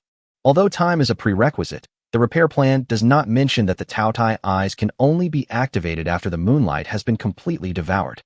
Engraving the Taotai pattern in advance shouldn't have much of an impact. Thinking of this, Suke looked at Lu Chenhuan who was walking in front of him, and then glanced at Cheng Qiji who was not far away. Director Cheng, can you step aside for a moment? We need a little privacy. Listening to Suke's words, Cheng Qiji couldn't help but be stunned for a moment. Avoid? How can I protect you if I avoid you? Before Cheng Qiji could finish his words, he was kicked by manhwa beside him. Can't we just set up a formation to block it? Watch me. Hearing this, Cheng Qiji's eyes showed a look of realization, and then he quickly spoke to Suke. That's what manhwa said. Just wait. As he spoke, Cheng Qiji immersed his mind into the storage space. He then took out a set of formation flags, bit his finger, and activated them directly. The formation flags were inserted into the surrounding land, enveloping Suke, Lu Chenhuan, Lung Ruoxue, and the others. As the formation flag was inserted, a milky white barrier rose up, covering Suke and his companions as well as the bodies of the 2 ferocious beasts. The vision of the outside world and the inner world was completely cut off, and it was impossible to see clearly what the other side was doing. Seeing this scene, Suke nodded with satisfaction and spoke directly to Lu Chenhuan. Huan, relax and sit down. I will help you take off the clothes on your back. Lu Chenhuan listened to Suke's words, then walked obediently to Suke and sat down with his back to Suke. Lung Ruoxue stood aside and was responsible for looking after the 2 of them, acting as a second layer of security. Seeing Lu Chenhuan sitting down, Suke also sat down. He reached out and gently took off the clothes on Lu Chenhuan's back, revealing her beautiful white back like jade. Such a beautiful back, what a shame. When Suke thought about tattooing Lu Chenhuan's pure and flawless back, he felt a little regretful. However, he also knew in his heart that this was for Lu Chenhuan's future. What's more, if nothing goes wrong, this tattoo should not be one of those bad tattoos that are permanently engraved on the body in a tattoo shop. Thinking of this, Suke immersed himself again and focused his consciousness on Lu Chenhuan's back. Engrave. Ruoxue, get the beast. Upon hearing this, Lung Ruoxue quickly dragged the corpse of one of the ferocious beasts from the side and placed it in front of Suke. Suke used a secret method to gather the spiritual power in his body and drew the essence and blood from the deer's body. He used his fingers as a pen and the blood as ink to begin to engrave on Lu Chenhuan's back. Since he had some basic knowledge of painting in his previous life, Suke was barely able to engrave the Taotai pattern that he had seen before based on the image that appeared in his mind. As Suke's fingertips guided the beast's blood to engrave on Lu Chenhuan's back, the beast's blood essence actually began to condense and dry, seeping into Lu Chenhuan's skin. Then a faint pattern appeared on Lu Chenhuan's back. There's a template. Looking at the scene in front of him, Suke couldn't help but hold his forehead. If you had known there was a template earlier, I wouldn't have had to work so hard to search my memory. Afterwards, Suke drew some blood from the beasts and imitated it on Lu Chenhuan's back. But the Taotai pattern on Lu Chenhuan's back seemed to be half alive, greedily devouring the essence and blood that was constantly being drawn in. Only after it had been fully devoured did it begin to fully manifest itself, coming back to life little by little. Until Suke drained all the blood from an entire Sika deer, only 1/10 of the blood marks on Lu Chenhuan's back were visible. Sure enough, the essence and blood of only 2 beasts is not enough. Watching this scene, Suke shouted loudly towards the outside of the formation. Director Ma, please help me find about 8 more 4th-level beasts, so that we can completely visualize the pattern on Huan's back. Good. Hearing Suke and the others' request, manhwa outside the formation responded, followed by the sound of flapping wings and flying away. Cheng Qiji didn't even move, but stayed nearby to protect Suke and the others, ready to deal with any sudden situation at any time. Feeling this, Suke did not hesitate and immediately asked Lung Ruoxue, to bring the second corpse of the ferocious beast and continue to extract its essence and blood to engrave the Taotai pattern on Lu Chenhuan's back. As the blood seeped in, the Taotai pattern on Lu Chenhuan's back gradually turned bright red, making him look creepy. Soon, under Su Kei's engraving, the second beast's blood and essence were also drained, and it fell to the ground like a dead tree. At this moment, the sound of manhwa flapping its wings was heard, and finally a small crack was torn in the barrier, and the corpses of 7 or 8 ferocious beasts of different kinds were thrown in. All right, Xiao Shuchua, they are freshly killed. Use as much as you can. If it's not enough, call me anytime. Listening to Manhua's words, Su Kei nodded with gratitude. Thank you, Director. With the help of Manhwa and Chengqiji, this trip saved a lot of trouble. Otherwise, he would need to engrave the formation patterns while guarding against the attacks of ferocious beasts, which would definitely be much slower than it is now. Unlike now, all I have to do is to give Lu Chenhuan a beautiful back. While thinking, Su Kei continued to draw blood to copy the Taotai pattern on Lu Chenhuan's back. The more Su Kei copied it, the more he felt the magic of the Taotai pattern. As the color of the Taotai patterns deepened, the Taotai on it seemed to come alive and began to actively absorb the blood essence of the ferocious beast that Su Kei had extracted. It is more like feeding than copying and engraving. It's a bit too weird. Su Kei couldn't help but mutter to himself as he watched this scene. But it is in line with the nature of gluttony. As the corpses of the ferocious beasts on the ground dried up one after another, the Taotai pattern behind Lu Chenhuan became more and more vivid. Finally, at a certain moment, the Taotai on Lu Chenhuan's back couldn't help but stand up, raised his head, and let out a long howl. Lu Chenhuan, who was sitting in front of Su Kei and had been quietly accepting the blood pattern engraved by Su Kei, also opened his eyes at this moment, his eyes full of red blood, and then he let out a long roar towards the sky. Chapter 174. The Taotai pattern is alive. Roar. As a terrifying long howl pierced the sky, the entire star forest shook and overturned, and countless birds and beasts were startled. The ferocious beasts lurking in the darkness opened their eyes at this moment and looked towards the direction of Lu Shuchua and the others with bloodthirsty eyes. A series of terrifying auras began to rush towards where Su Kei and the others were. The whole forest was in turmoil at this moment. Feeling this scene, the faces of Chengqiji and Manhwa, who were guarding Su Kei and the others, suddenly turned gloomy. I didn't expect that this beast roar would alarm the entire star forest. At this moment, the two of them looked at each other and saw the solemnity in each other's eyes. I hope this is because the roar is special and it won't attract some high-level beasts to watch. The two were extremely nervous at this moment, and they just hoped that there wouldn't be any unexpected problems with Lu Chenhuan's talent advancement this time. Otherwise, if something happened to Su Kei and the others near the base camp in Kyoto, I would have no way to explain to Wu Guanru when I returned. It shouldn't happen. Xiao Shuchua and Lu Chenhuan are only at the 3rd level. It's just a talent advancement. They shouldn't be noticed by those beings in the depths of the Stardo forest. After all, the gap in cultivation base is there. But before the two of them finished speaking, their expressions changed. Something's wrong. There is an extremely powerful beast approaching us. It seems to be level 7. More than one.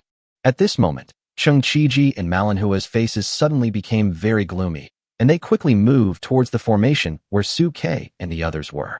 The two knew clearly that since Su Kei was so serious this time, Lu Chenhuan's talent advancement ceremony must not be easily interrupted. At this critical moment, we must not let those ferocious beasts come and interrupt them. At this moment, Chengqiji snorted coldly, and all his original laziness disappeared, and an unprecedented kingly domineering aura emerged from his body. I hope these beasts are just curious. If they really dare to touch Xiao Shuchua and the others, I will make sure they know what cruelty is today. At this time, Chengqiji was full of fighting spirit and indifference. Manhwa on the side was not as heroic as Chengqiji. She just protected Su Kei and the others' formation, looking at the milky white barrier behind her with a worried look on her face. Inside the barrier, at this moment, Lu Chenhuan let out a long roar towards the sky, and the Taotai pattern on his back squirmed wildly, as if it had come alive. To be precise, he has come back to life. More. I need more. Maybe it was because of the influence of the Taotai pattern, but Lu Chenhuan's eyes were filled with bloodthirstiness. He turned his head and stared straight at the bloody corpse of the ferocious beast behind Su Kei. As Lu Chenhuan turned around suddenly, a piece of white instantly caught Su Kei's eyes, which made Su Kei stunned. But the blood and energy surging around Lu Chenhuan at this moment instantly brought Su Kei's thoughts back to reality. He looked up at Lu Chenhuan's bloodthirsty eyes, his eyes full of solemnity. Lu Chenhuan's rationality seemed to be about to be affected by the violent, gluttonous nature in his body. He lowered his voice and let out a vague growl with ambiguous meanings. Blood. Blood. Seeing this, Suke did not hesitate. He immediately mobilized his spiritual energy to draw the blood of the ferocious beast and wanted to continue to engrave and infuse it into the Taotai pattern on Lu Chenhuan's back. But at this moment, Lu Chenhua suddenly stood up, and the Taotai pattern on her back began to grow wildly in the wind, and in the blink of an eye it turned into a Taotai shadow that was more than 10 meters high. Seeing this scene, Suke's brows instantly furrowed, and even Lung Ruoxiue behind him couldn't help but cover her mouth and exclaim, "Alive! The Taotai pattern on Sister Huanhuan's back is alive." No one expected that the Taotai formation pattern that was originally engraved on the back like a dead object would come alive and become a phantom at this moment. What was even more terrifying was that, without Suke's help, the Taotai phantom turned around and pounced on the blood corpse closest to Su Quebec. It grabbed the blood corpse with its claws and stuffed it into its mouth. As the blood food entered its mouth, it was instantly torn into blood mist. And then he was eaten by the Taotai phantom. Looking at this scene, Lung Ruoxiue behind Suke felt her scalp tingling. Will tattoos eat ferocious beasts? Even Suke, who had prepared himself mentally early on, couldn't help but narrow his eyes slightly. He began to concentrate and looked carefully at the Taotai shadow behind Lu Chenhuan, trying to find anything unusual. Suke didn't believe that a shadow had its own digestive system. As expected, as Suke paid close attention, he soon discovered something unusual about the shadow.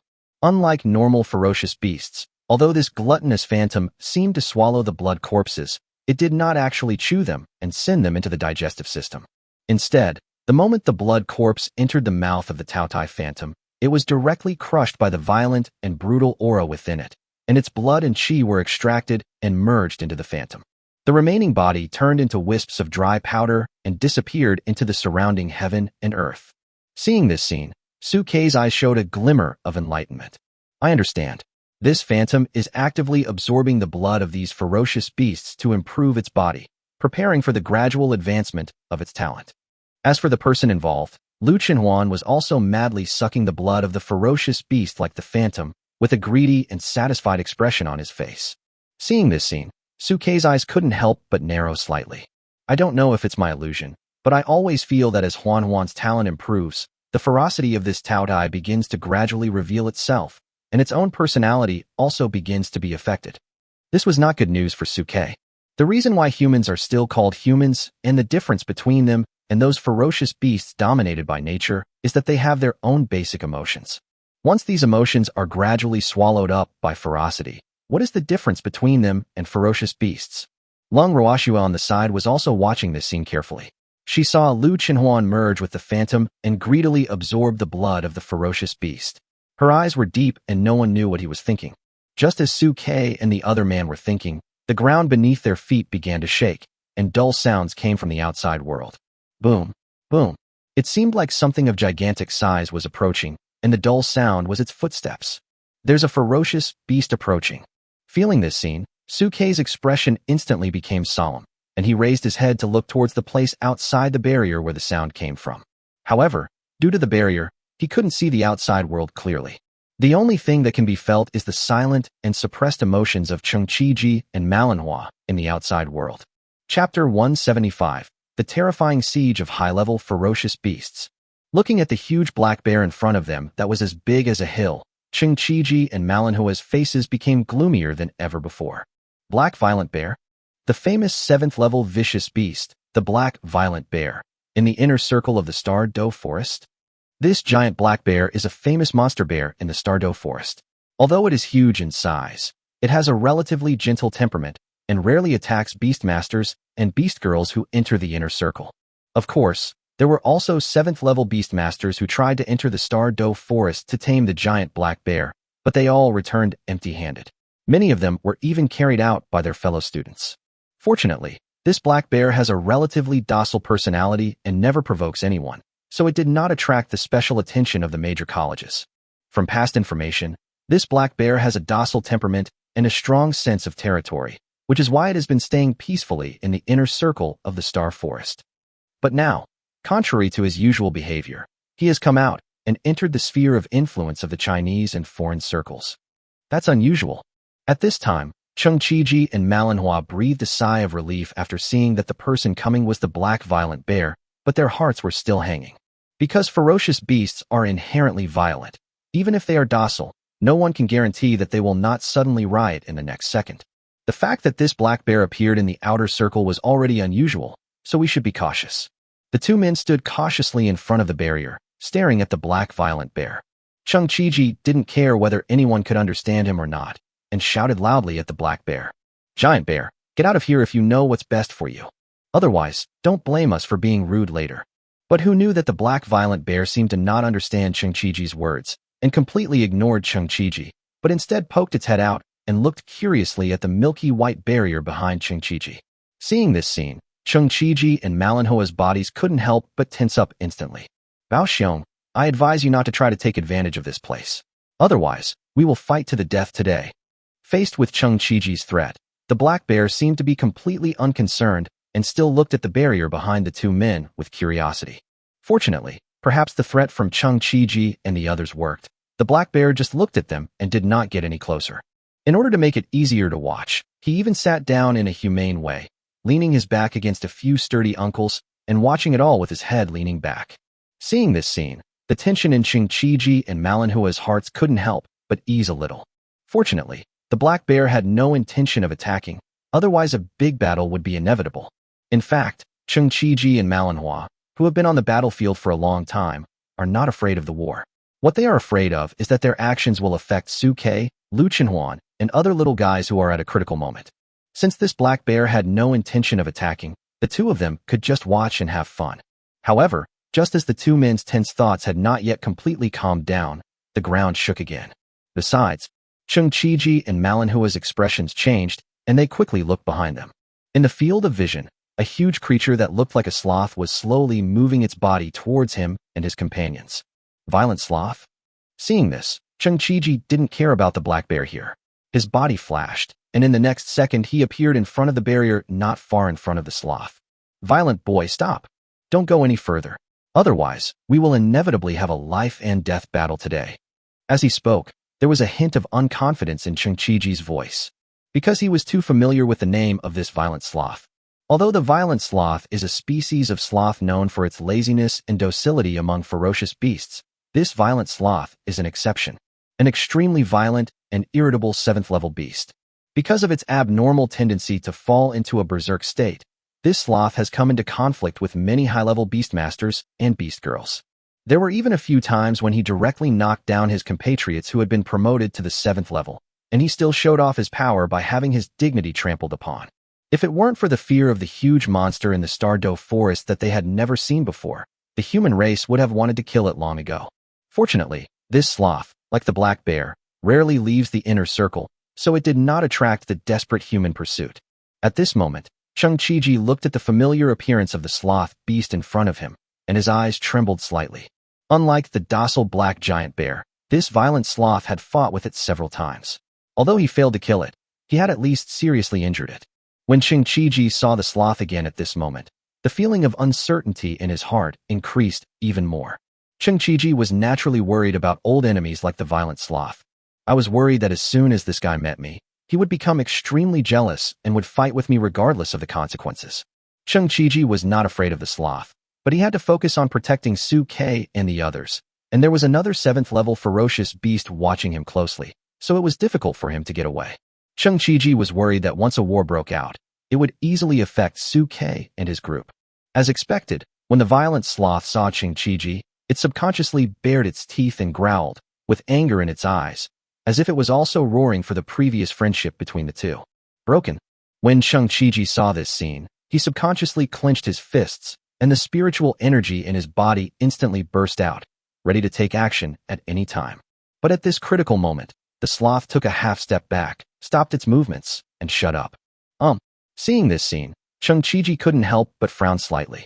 "This is different from the image I have of a violent sloth that will do anything it wants. Why are you so scared?"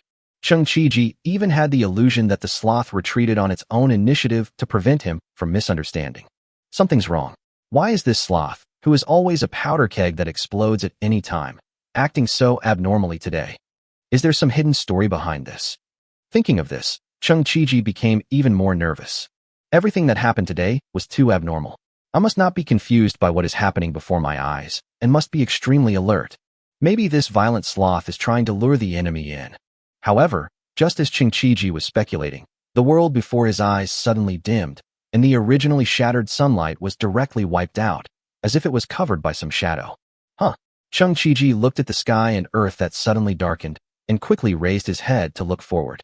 Before his eyes, a huge figure that was dozens of times larger than the violent sloth and the black giant bear appeared in Chung Chi-ji's field of vision, as if a mountain had fallen from the sky, covering the entire world. Chapter 176, Thor the Giant Ape. 8th level. 8th level Fierce Beast Demon. Thor Gigantopithecus. Looking at the giant ape appearing in front of him, even Chung Chi-ji, who was used to the world and usually calm, widened his eyes and exclaimed in surprise. Even manhwa, who was standing next to her, had her pupils shrank sharply, her whole body tensed up, and even her breathing became a little rapid. An 8th level ferocious beast, let alone in the human territory within the pass. Even if it is placed outside the demon-suppressing pass, an 8th level beast is already considered a relatively famous monster among the ferocious beasts. From the 8th level onwards, they can be called great demons, and their intelligence is no less than that of humans. Of course, its threat is also quite large. As the deans of the Daxiao War Academy, Chung Chi-ji and manhwa had always heard that there were 8th level ferocious beasts in the Stardow Forest, but they had never seen one. The ferocious beast that had fought with them was also a 7th level violent sloth. Now, seeing an 8th level ferocious beast appearing before his eyes, he could no longer hold back. 2 level 7 ferocious beasts, plus 1 level 8 ferocious beast. If they really start fighting, will they use their heads to hit each other? At this moment, the two of them looked at the barrier behind them where Su-Kei and the others were with shock on their faces, their eyes filled with bitterness. These little guys have only advanced one talent. How could they attract the attention of a terrifying being like the Thor giant ape? Did these beasts just happen to pass by, or were they attracted here by Su-Kei and the other little guys? At this moment, the two people's thoughts were racing, and they were frantically thinking about a way out. If these ferocious beasts are just passing by, there is still a glimmer of hope. Just wait for them to pass by.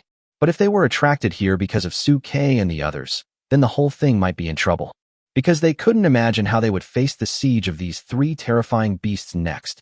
manhwa subconsciously took out her communicator and wanted to contact the outside world, but found that there was no signal at all on the communicator at the moment. Damn it, this giant ape is an 8th level thunder-attributed beast. It can affect the magnetic field and interfere with the communicator. Once the communicator is interfered with, those people's contact with the outside world will be cut off directly. At this moment, manhwa's eyes showed unprecedented despair. After listening to what manhwa said, Chung Chi-ji, who was standing by, also showed a look of despair in his eyes. 1 level 8 ferocious beast plus 2 level 7 ferocious beasts. There is no hope of victory, no matter how you think about it. If Su-Kei and the others were not there, Chung Chi-ji and manhwa could still find a way to break out. I can't say that I will definitely be able to escape, but at least there is a glimmer of hope. But judging from the current situation, it seems difficult to leave. The giant ape not far in front of them, whose body was like a mountain covering the world, seemed to have seen through what Chung Chi-ji and the others were thinking, and an anthropomorphic, sarcastic smile appeared at the corner of his mouth. Looking at the sarcastic smile on the giant ape's mouth, Chung Chi-ji narrowed his eyes slightly, reached out, and gently touched his chest, with a look of determination in his eyes. It was an extremely rare teleportation talisman. The teleportation talisman is a product left over from ancient civilization. It cannot be copied and is extremely rare. It can be used to teleport away directly without regard to space restrictions. One less talisman is used. Even as the directors of the War College, Chung Chi-ji and manhwa each had only one. This was also the reason why the two were not afraid at all even when facing the 8th level Yueying in the Taiyin Forbidden Land. For the two, protecting Su-Kei and the others was the most important thing. As long as Su-Kei and the others could leave safely, the two could rely on the teleportation talisman to leave at the critical moment of life and death. Now in the Star Forest, we are facing the same situation, even worse. Because this giant ape Thor can cut off communications with the outside world, and his magical powers of thunder are even more intimidating. There are even rumors that this Thor giant ape once fought with a 9th level beastmaster and is still alive and well today, which is enough to prove the strength of this Thor giant ape. There is no need to consider who is stronger, a rotten corpse of a ghost firefly that was barely pieced together through Goeishu reconstruction or an 8th-level giant ape in its prime. The two of them had such a hard time facing the corpse fireflies, not to mention the giant ape 4 years ago. Not only Chung Chi-ji and Manhwa, but also Su-Kei and Lung Roashue, who were in the barrier at the moment, their expressions instantly became gloomy after hearing the exclamations of Chung Chi-ji and the others outside. Su-Kei, in particular, turned to look at Lu Chenhuan, who was frantically sucking blood because of the influence of the Taotai blood pattern phantom, and his face became even more serious. According to the current situation, Huan will soon finish sucking blood food, but now an 8th-level beast has arrived, and the situation is extremely bad. Su-Kei was not sure whether these 8th-level beasts were attracted by the release of Lu Chenhuan's advanced talent aura. If it is true that they intend to obstruct, then this short period of time will be full of danger. At this time, Su-Kei could only place all his hopes on Chung Chi-ji and Manhwa, who were guarding him from the outside. But at the same time, Su-Kei also made plans for the worst. His spiritual energy surged throughout his body, and his consciousness communicated with the beast-taming space, ready to deal with any emergency at any time. Lung Roashue, standing by, was also tense and ready to take action at any time. Even Xia and Su-Kei's arms opened her eyes and jumped onto Su-Kei's shoulders, staring outside the barrier like a little tiger. In principle, Xia cannot take action, but in the face of such a life-and-death crisis, all principles are no longer principles. The most important thing is to survive. Xia, do you know those ferocious beasts in the outside world? Looking at Xia, who was on guard, Su-Kei looked at her in a calm voice. Xia shook her head slightly and answered in a low voice. I don't have much impression of this kind of low-level beast. But it is precisely because of this lack of impression that the danger is even greater. Listening to Xia's answer, Su-Kei had a general understanding in his mind. No matter if it's dangerous or not, just charge forward. If a conflict occurs, I will temporarily put Huan, who is still in a state of dementia, into the beast-taming space, and then we will find a way to rush out. This was Su-Kei's first plan. If that doesn't work, Su-Kei has a second plan, which is to send everyone into the beast-taming space, including himself. However, I have never tried whether the beast-controlling space can accommodate me as its owner. Therefore, this method is extremely risky, and Su-Kei does not want to try it unless it is absolutely necessary. But for now, this is the only solution. Just as Su-Kei and his men were ready for battle, the mountain-like body of the Thor giant ape outside began to move, swallowing up everyone like an endless shadow. Thor Gigantopithecus, do you dare? Seeing the giant ape Thor approaching, Chung Chi-ji gritted his teeth and shouted coldly at the giant ape Thor. We are from the Daxiao War Academy. If anything goes wrong here, our 9th-ranked Dean Wu Guanru will definitely not let you go. It's even possible to massacre the entire Star Forest. However, facing Chung Chi-ji's threat, the giant ape sneered in disdain. What Wu Guanru? You want to suppress me just by using a name? As the voices spoke, shadows spread rapidly. Chapter 177, Battle of the Giant Apes. Looking at the dark shadows pressing towards them, both Chung Chi-ji and Manhwa felt their hearts rise to their throats in an instant. Only now did they understand why the two 7th-level ferocious beasts had been lying in wait and not daring to move forward. It turned out that this 8th-level ferocious beast was also planning to target their group. But at this time, Chung Chi-ji and Manhwa still stepped forward, showed their ID cards, and once again gave a verbal warning to the giant ape Thor. Thor Gigantic Ape, let me say it again, we are the directors of the Daxiao War Academy. If you are determined to fight us, Dean Wu will not let you go. Under the premise of this life-and-death crisis, the two could only pin all their hopes on the giant ape Thor, who had heard of Wu Guanru's name and was afraid of him. After all, this giant ape Thor has reached the 8th level and is able to communicate with humans. He has the wisdom to weigh the pros and cons. If they really let everyone go because they were afraid of Wu Guanru's reputation, then everyone would be happy. But who would have known that this giant ape looked completely indifferent when faced with Wu Guanru's threat? So what if it's Wu Guanru? Do you really think I'm afraid of him? He's just a 9th-level beastmaster who lost his beast mother. What is there to be afraid of? But I am very interested in these little guys you are protecting. No matter what, I'm going to take a look today. As he spoke, the giant ape Thor stretched out his huge hand and grabbed the barrier where Su-Kei and the others were. Seeing this scene, Chung Chi-ji instantly became furious. Beast, don't even think about it. The spiritual power around Chung Chi-ji suddenly exploded at this moment, and his 7th-level peak cultivation exploded. The terrifying pressure instantly enveloped all the ferocious beasts nearby. Manhwa beside Chengqiji also burst into power at this moment and instantly entered the beast state. Green spiritual light shot up into the sky, shining with Chengqiji like two rays of hope in the forest. The green-winged falcon transformed by Manhwa flapped its wings and came directly to Chengqiji's side, standing beside him and glaring at the front. These three little guys are students of our war college. As the director, we would rather die than let you touch a hair on their head. Listening to the words of Manhwa and Chengqiji, and feeling the aura of cultivation emanating from them, the giant ape Thor was not only not afraid, but instead showed a hint of sarcasm in his eyes. Two mere 7th-level humans, can they stop me? I'm going to take care of these three little guys today. As he spoke, the giant ape Thor's huge hand had already covered us like a small mountain. Wherever the giant hand passed, countless towering trees were crushed from the tops, wood chips flew everywhere, and the horrifying sonic boom pierced everyone's eardrums like a huge wave. Seeing this scene, Chengqiji and Manhwa's eyes showed an unprecedented solemnity. It seems that this beast is determined to take action. Let's fight. The two of them no longer held back and unleashed all their skills as they rushed towards the giant ape Thor together. At this moment, Chengqiji's eyes were full of determination. He reached into his arms, took out the teleportation talisman he always had in his arms, and handed it directly to Manhwa's claws. Manhwa, if anything happens to me, you must protect Suke and the other kids from me. When we really can't make a decision, try our best to save Suke and get him out of the Star-Do forest. To Chengqiji, Suke is far more important than Lu Chenhuan and Lung Ruoxue. The potential shown by Suke is amazing. As long as we save him, we will save the hope for the future of the entire human race. At this time, Manhwa saw that Chengqiji took out the teleportation talisman that saved her life, and she knew that Chengqiji was determined to die. Tears welled up in her huge eyes, and she nodded gently at Chengqiji. Don't worry, old chum. I will definitely help Suke and the other kids get out of here. But if you die, I will not be alone.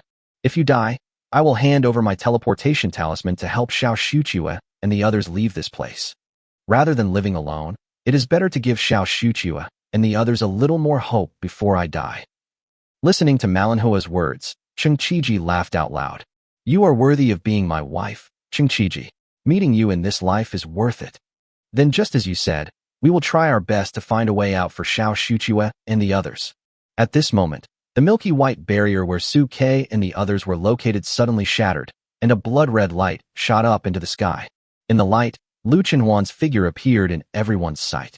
At this time, Lu Chenhuan had completely fallen into the beast state.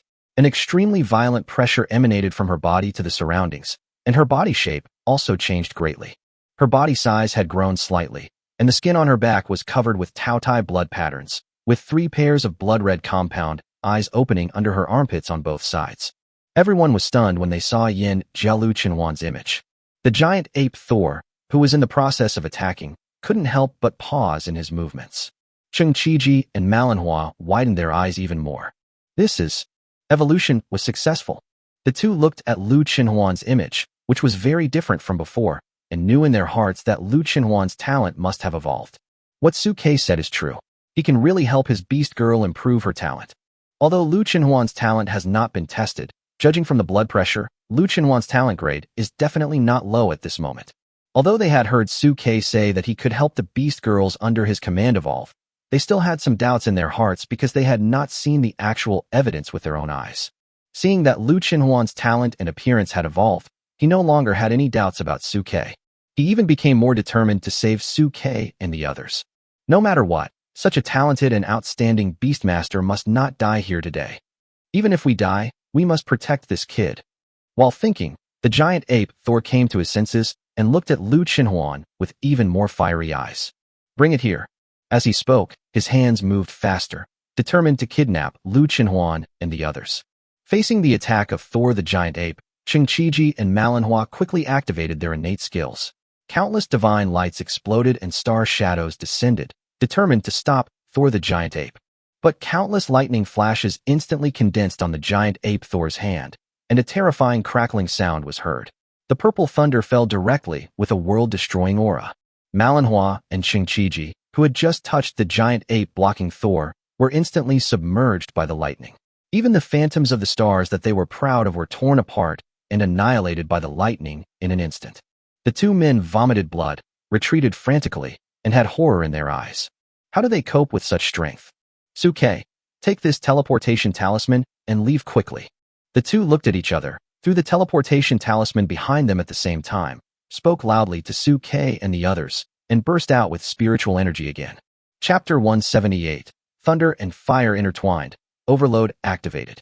Ferocious Beast, Thor Giant Ape. Realm, Level 8.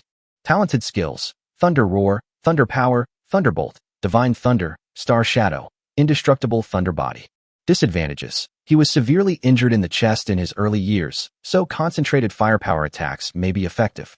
In addition, you can use fire element skills to counter his skills, causing an overload reaction and triggering a chain explosion. The moment Suke came out of the barrier, the information of the Thor Giant Ape instantly appeared in front of him. It is indeed an 8th level beast. The moment he saw the information about the Thor Gigantic Ape, Suke's pupils couldn't help but shrink sharply. And at this moment he discovered that there was not only the Thor Giant Ape, but also two 7th level ferocious beasts in front and behind, forming a pincer attack. It's not just these 3 high-level ferocious beasts. There seemed to be many 5th and 6th level ferocious beasts lurking in the surrounding jungle, hiding in the dark and watching with eager eyes. But before Suke could think more, Cheng Qiji and Lu Chenhuan, who were repelled by the giant ape Thor, threw the teleportation talismans in their hands towards Suke and his group, blocking the crowd again. At this moment, Cheng Qiji and Manhwa's eyes were filled with unprecedented determination, and they shouted at Suke and the others. Suke, this teleportation talisman can take you out, crush it. As he spoke, 2 teleportation talismans fell in front of Suke at lightning speed and were grabbed by Suke. Just as Suke grabbed the teleportation talisman, Manhwa's voice followed. Suke, this teleportation talisman can take 1 person out. Make a decision quickly. We will help you stop this beast. I know it's hard for you to make a decision, but now is not the time to hesitate. You must make a decision quickly. As he spoke, the giant ape Thor swung his fist again, and purple thunder roared and crackled on the tip of his fist. Hundreds of square meters of thunder continued to fall like a seal of destruction.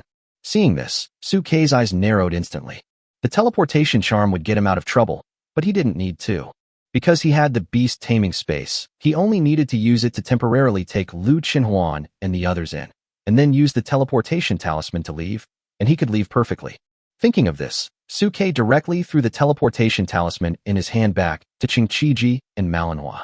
At the same time, he shouted coldly, Directors, I only need 1 piece. I have a way to get everyone away with just 1 piece. One of you stays and takes 1 piece, and the other one comes with me. The beast taming space can not only accommodate one's own beasts, but also living creatures like humans.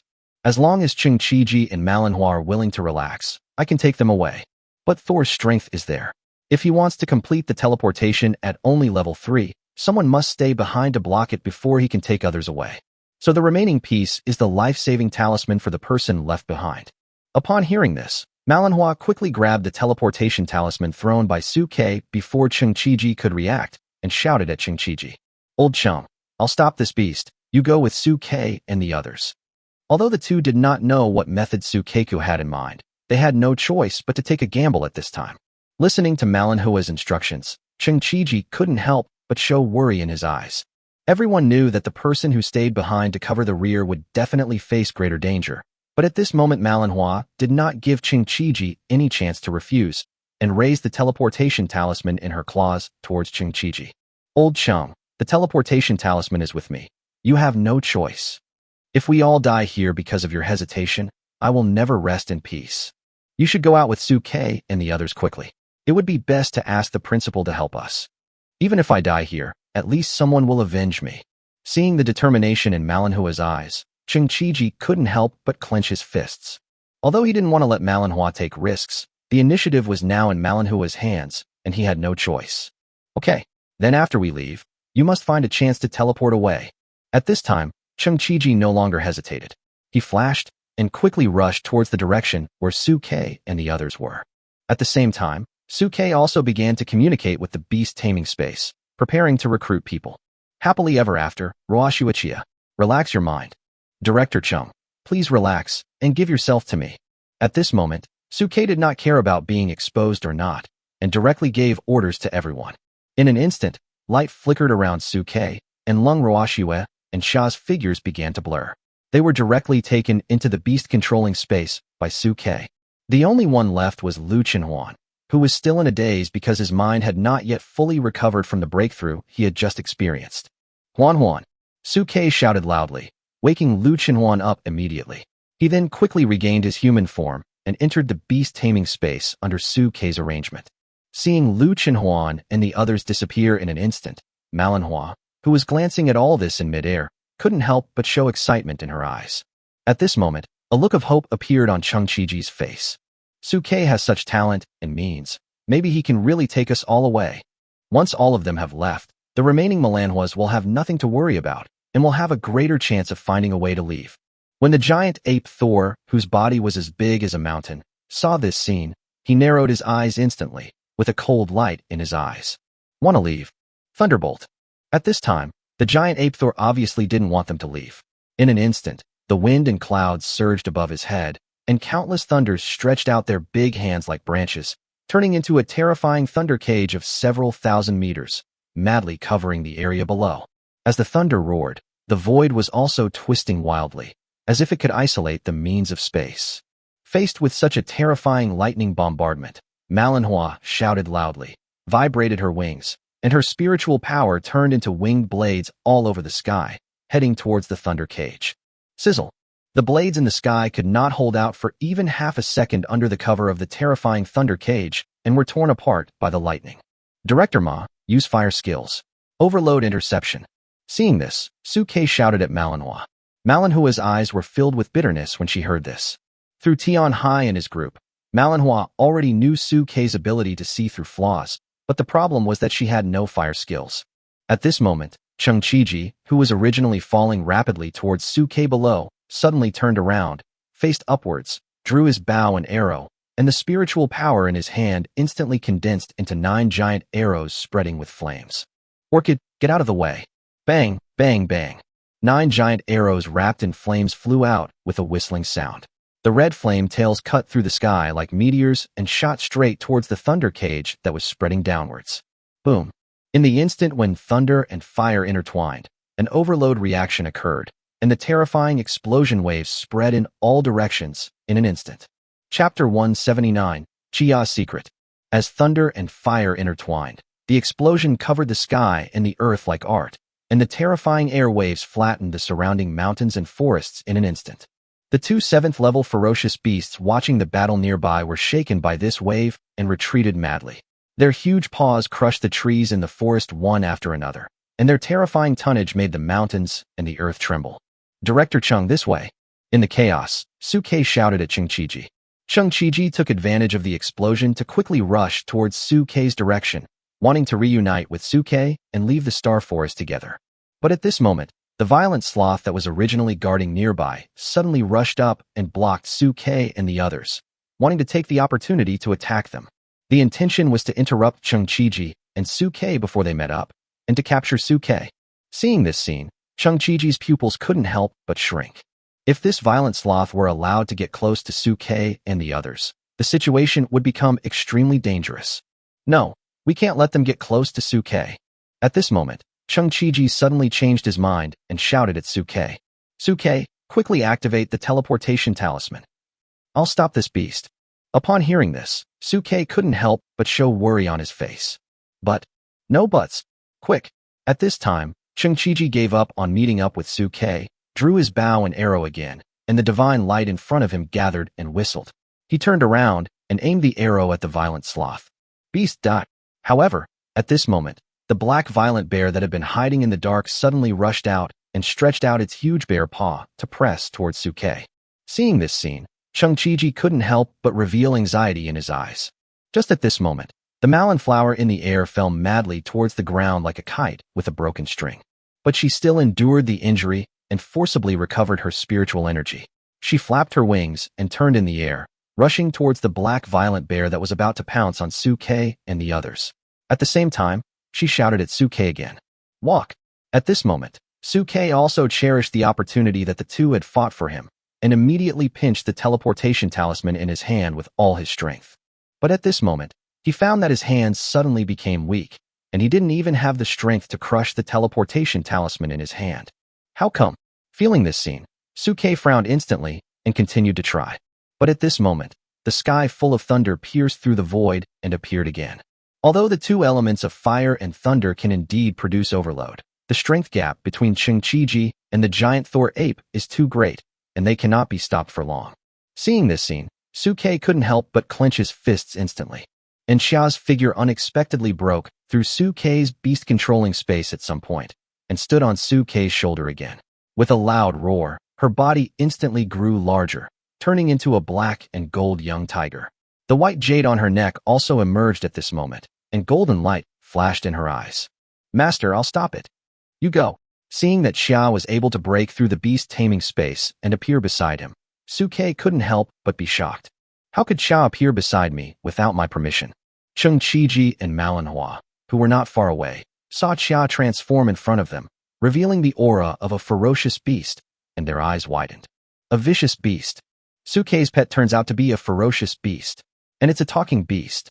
However, at this moment, Xia completely ignored the fact that her identity was exposed and shouted at Suke. Master, go. As she spoke, Xia's spiritual energy gathered madly, and the white jade light from her neck shot up into the sky. Her figure began to change wildly, and between her slender limbs, her jade-white face was revealed in front of everyone.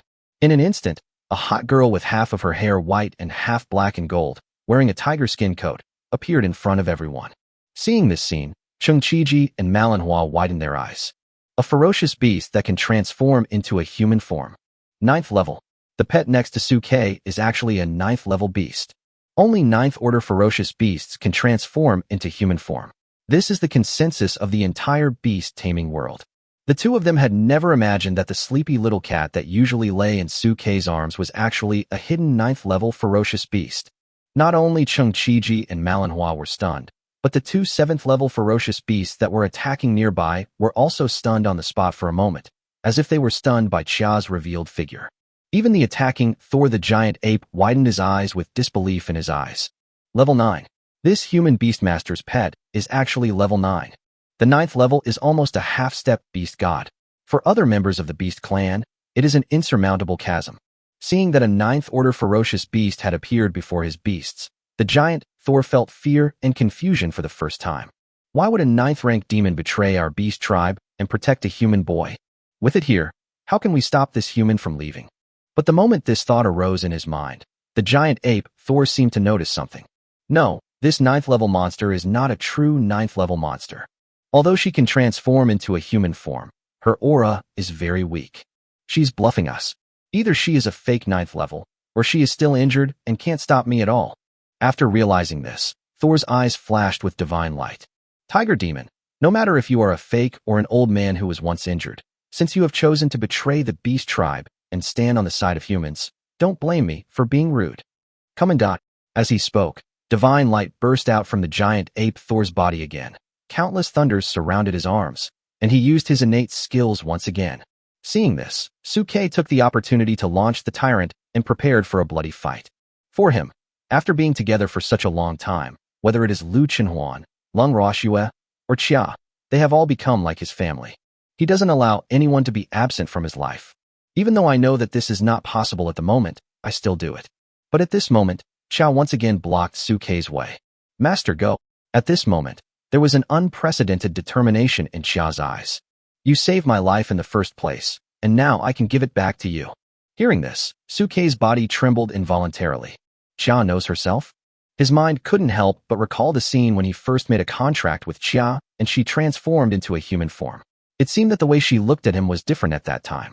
During the Foaming Rift Valley, he appeared to be attacking me, but in fact, he didn't really hurt me at all. Suke remembered the affectionate confession before the contract for a long time. Master Suke, I can finally follow you.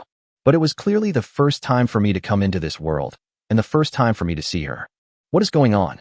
Without waiting for Suke to think carefully, Xia's body glowed with spiritual light, and she took a step towards the giant ape Thor. The next moment, her figure disappeared from the spot and appeared in front of the giant ape 1,000 meters in the air. Chapter 180. What evil taste do you have, old man? In front of the huge body of Thor the giant ape, Xia's figure seemed so weak and frail. But at this moment, the giant ape Thor was facing a formidable enemy. The pupils in his huge eyes shrank, and he stared at Xia in front of him. He actually felt a hint of life and death threat from Xia. How come? The aura emanating from this girl in front of me is only at the 3rd level. Why do I feel a hint of life-threatening? The giant ape Thor once followed that adult in his battles and developed an extremely keen premonition. This sixth sense helped him escape many life and death crises. Therefore, at this moment, Thor looked at Xia in front of him with extreme caution. But it glanced downward out of the corner of its eye, then gritted its teeth and made a decision. Never mind. I must take these humans away today. No matter what means you have, I don't believe you can really hurt me. As he spoke, the giant ape Thor's spiritual energy vibrated throughout his body, and countless arcs of electricity crackled on his arms. He punched directly at Xia in front of him. Sizzle! The terrifying lightning tore through the void and blasted towards Xia with an unstoppable momentum. When Xia faced this attack, a look of determination appeared in her eyes. Her spiritual energy burst out from her body, attracting countless stars in the sky to converge towards her. Suke, who was below, saw this scene and couldn't help but feel very anxious. Xia. But at this moment, Xia completely ignored Suke's call. The terrifying star shadows condensed frantically from behind her and rushed towards the giant ape Thor. Seeing this scene, Chengqiji and manhwa below couldn't help but look shocked. Star Shadow? This is a talent skill that can only be used after reaching the 6th level of Starfall. How can a girl who is only at the 3rd level use it? And to their surprise, the star shadow condensed behind Xia at this time was not in the form of an animal, but in the form of a human like her. What a pity. The gap in cultivation is too big. Even if I use special means to condense the phantom of the stars, there is no possibility of defeating this Thor giant ape. The strength of the Thor giant ape is too strong, even far exceeding the average 8th level ferocious beast.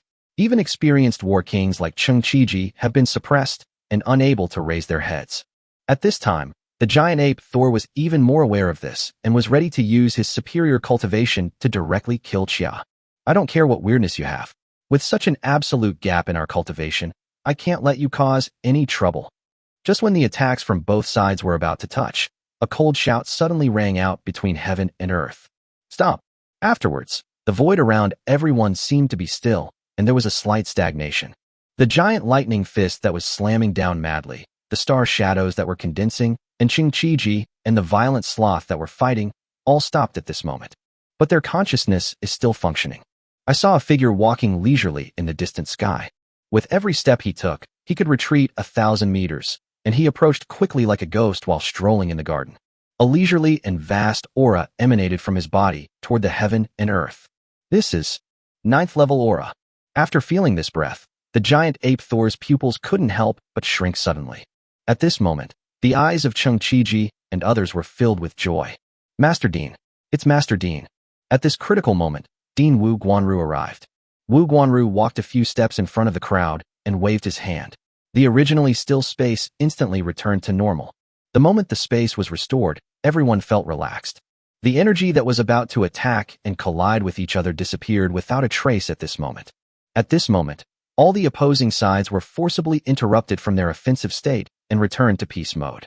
Seeing this scene, Thor's eyes were filled with fear. The two 7th-level ferocious beasts in front of Chengqiji and manhwa quickly found an opportunity to quietly retreat backwards. But their bodies were too huge, and they directly knocked down several large trees while retreating.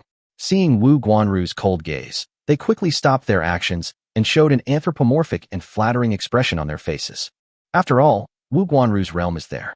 If he really wants to kill them, no ferocious beast will be able to escape.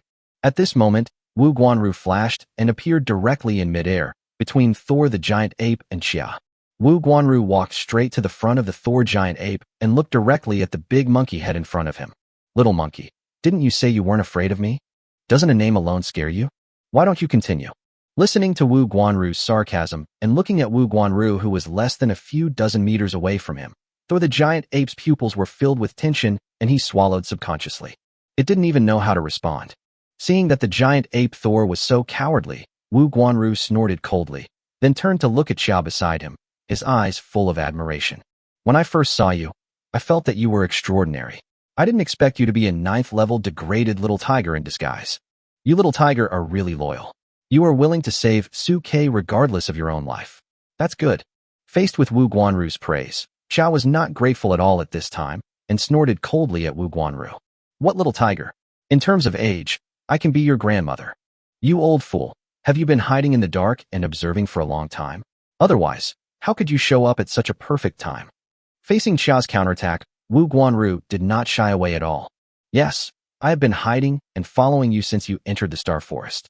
After all, this Star Forest is full of dangers, so it's always a good idea to take some precautions in advance. After hearing Wu Guanru's answer, Wu Guanru and Su Ke below all widened their eyes. It turned out that Wu Guanru had been following everyone all along, and it seemed that everyone's fearless attitude just now was in vain. Especially Cheng Qiji and Manhwa. Their faces turned red when they remembered that Wu Guanru had seen everything they did and said. Principal Yu. Why? But unlike Cheng Qiji and Manhwa, Xia's face became even colder when she learned that Wu Guanru had been hiding in the dark. TSK, you still dare to say that? We were in danger just now, and you had the nerve to hide and watch like this? Are you deliberately trying to make fun of us? Or do you have any evil hobbies, old man? Do you know that someone almost died just now? The teleportation talisman is about to take effect. The moment her identity was exposed, Xia completely ignored whether it would offend Wu Guanru and started to criticize him directly. In response to Xia's accusations, Wu Guanru just laughed. Having experienced the life and death crisis just now, I can understand the mentality of a little tiger like you. Having said this, Wu Guanru changed the subject and looked at a few people. But without this, how can we intuitively analyze how you handle the crisis? Chapter 181, Evil Moon Fairy. If you knew I was here, you would always have something to rely on in your heart and would not be able to activate your greatest potential to deal with this battle. It also doesn't allow me to analyze how likely it is that you will survive if you encounter danger in the future. Facing Xia's accusation, Wu Guanru said calmly. Not to mention that if I hadn't gone through this, I might still not have a clear understanding of your identity. Am I right, the former sky-splitting tiger Miraculous Ya? Listening to Wu Guanru's words, Xia's expression couldn't help but pause slightly, and she looked at Wu Guanru. How did you figure out my identity, old man? Even after I advanced to the 9th realm, I never showed my true human form to anyone. How did you come to this conclusion? Facing Xia's question, Wu Guanru still had a smile on his face. Back then, you did not easily show your human face to the world. Not to mention what you look like. No one even knows whether you are a man or a woman. The number of humans you've come into contact with is even smaller. Wu Guanru paused when he said this. But it is worth mentioning that I once followed the sages to Tianhai and participated in reinforcing the barrier above Fengming Canyon in Tianhai. There, I smelled a trace of the remnant of your battle with Huofeng. And this breath is very similar to the one I came into contact with at the beginning. But because you have almost no cultivation, I was not very sure. Until just now, you attacked the giant ape Thor at the cost of exposing your aura, and then I was 99% sure. After listening to Wu Guanru's words, Xia's eyes suddenly showed a look of realization. I didn't expect you to be so scheming that you risked the future of your new students and the dean to rashly test us. Okay, you're so cruel. As she spoke, Xia flew angrily towards the direction where Su Ke and the others were below. After a moment, he landed on Su Ke's shoulder again and scolded him in a low voice with an unhappy look on his face. Damn old man. Bad old man. He has exposed Master Benkia's identity once again. But who knew that before Xia could finish her words, Wu Guanru, with a smile on his face, smiled at Xia and Su Ke. Don't worry, with this dean here, no one can hurt you. Although it seemed dangerous just now, everything is actually under my control. You will definitely not be truly harmed. Having said this, Wu Guanru glanced at Su Ke and Xia meaningfully. Besides, if you don't do this, I can't judge your ability to protect yourself when you face danger in the future. After all, your talents are rare in the entire human race. I need to make a judgment in my heart.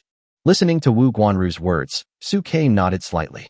He could understand Wu Guanru's approach and thought it was a responsible behavior on Wu Guanru's part.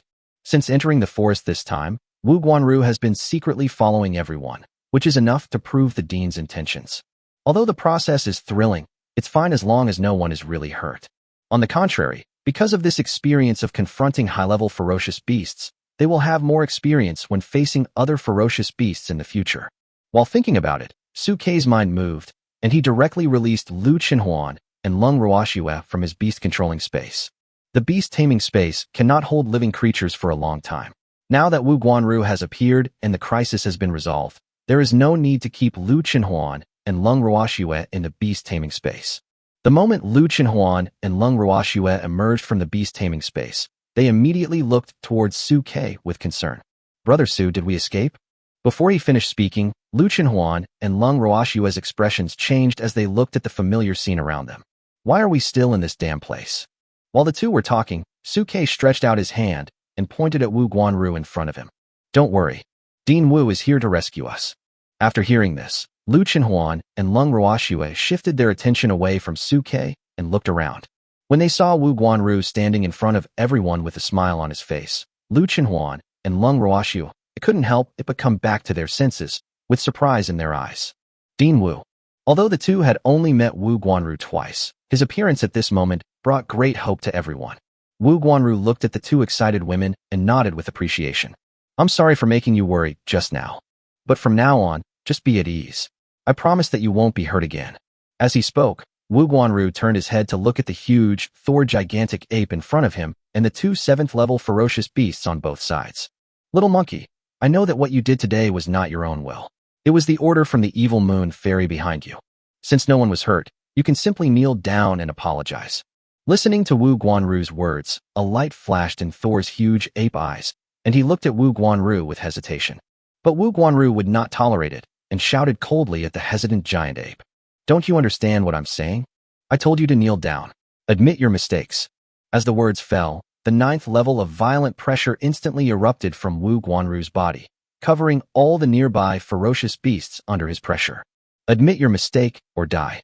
Hearing Wu Guanru's emotionless and cold rebuke, the two 7th-level beasts no longer cared about their face and quickly knelt down and kowtowed to Wu Guanru. Their bodies as big as mountains crawled on the ground, and they kowtowed with their heads, causing the ground to shake continuously. Thor, an 8th-level ferocious beast, seemed to have realized the reality at this moment. He knelt down reluctantly and kowtowed heavily in the direction of Wu Guanru. But when Wu Guanru saw this, he snorted coldly. The person you need to admit your mistake to is not me, but the two directors of my academy and the new student Su Quebec. Upon hearing this, the three ferocious beasts quickly turned around and kowtowed to Qingqiji, Manhwa, and Su Ke. As for the low-level ferocious beasts that were watching the scene nearby, they did not dare to make a sound and crawled on the ground under the pressure of Wu Guanru. Seeing this, Wu Guanru couldn't help but frown slightly. Xie Wessian, why don't you come out like this? You really don't care at all when I slap your beast tribe in the face like this? Listening to Wu Guanru's words, Su Ke at the side couldn't help but frown slightly. Evil Moon Fairy. Yes, Qingqiji, who had come to his senses, nodded slightly. It is rumored that the owner of this star forest is this evil moon fairy.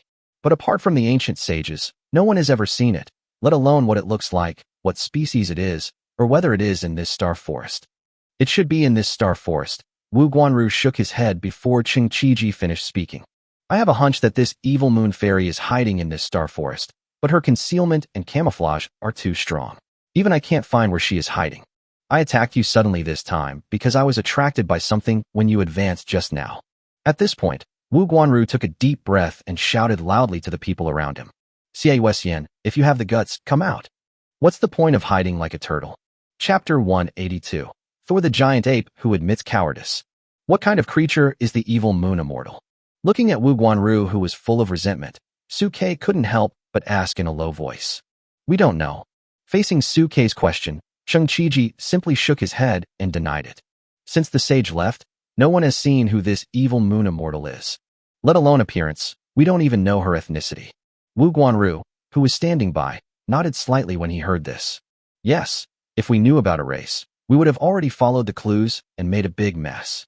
It's just that this evil moon immortal is too cautious in his actions, and he even has a secret method to pursue his body.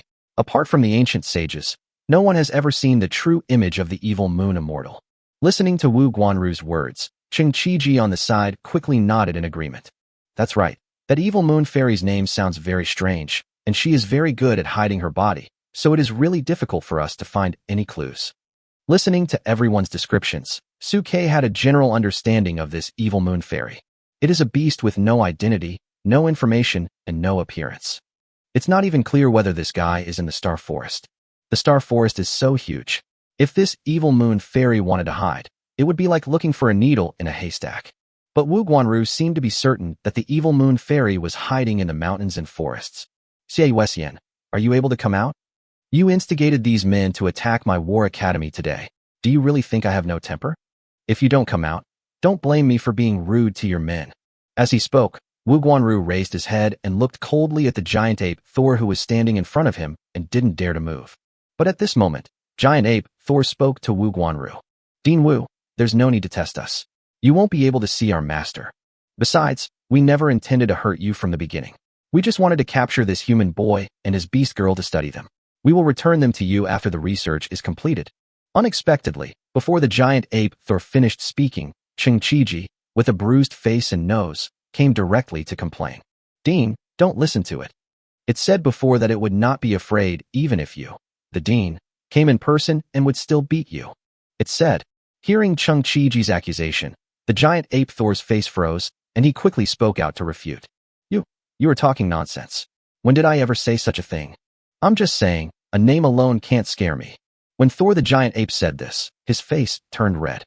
"Besides, I was just joking with you guys. Now that the Dean is here in person, I will naturally not say anything similar again." At this moment, the giant ape Thor's face was full of embarrassment, and he had completely lost the arrogance and unruliness he had as an 8th-level ferocious beast. "Come on, don't explain to me." Wu Guanru listened to what Cheng Chi-ji and Thor the giant ape said and spoke coldly. "I just said that I have been following Su-Kei and the other kids since the beginning.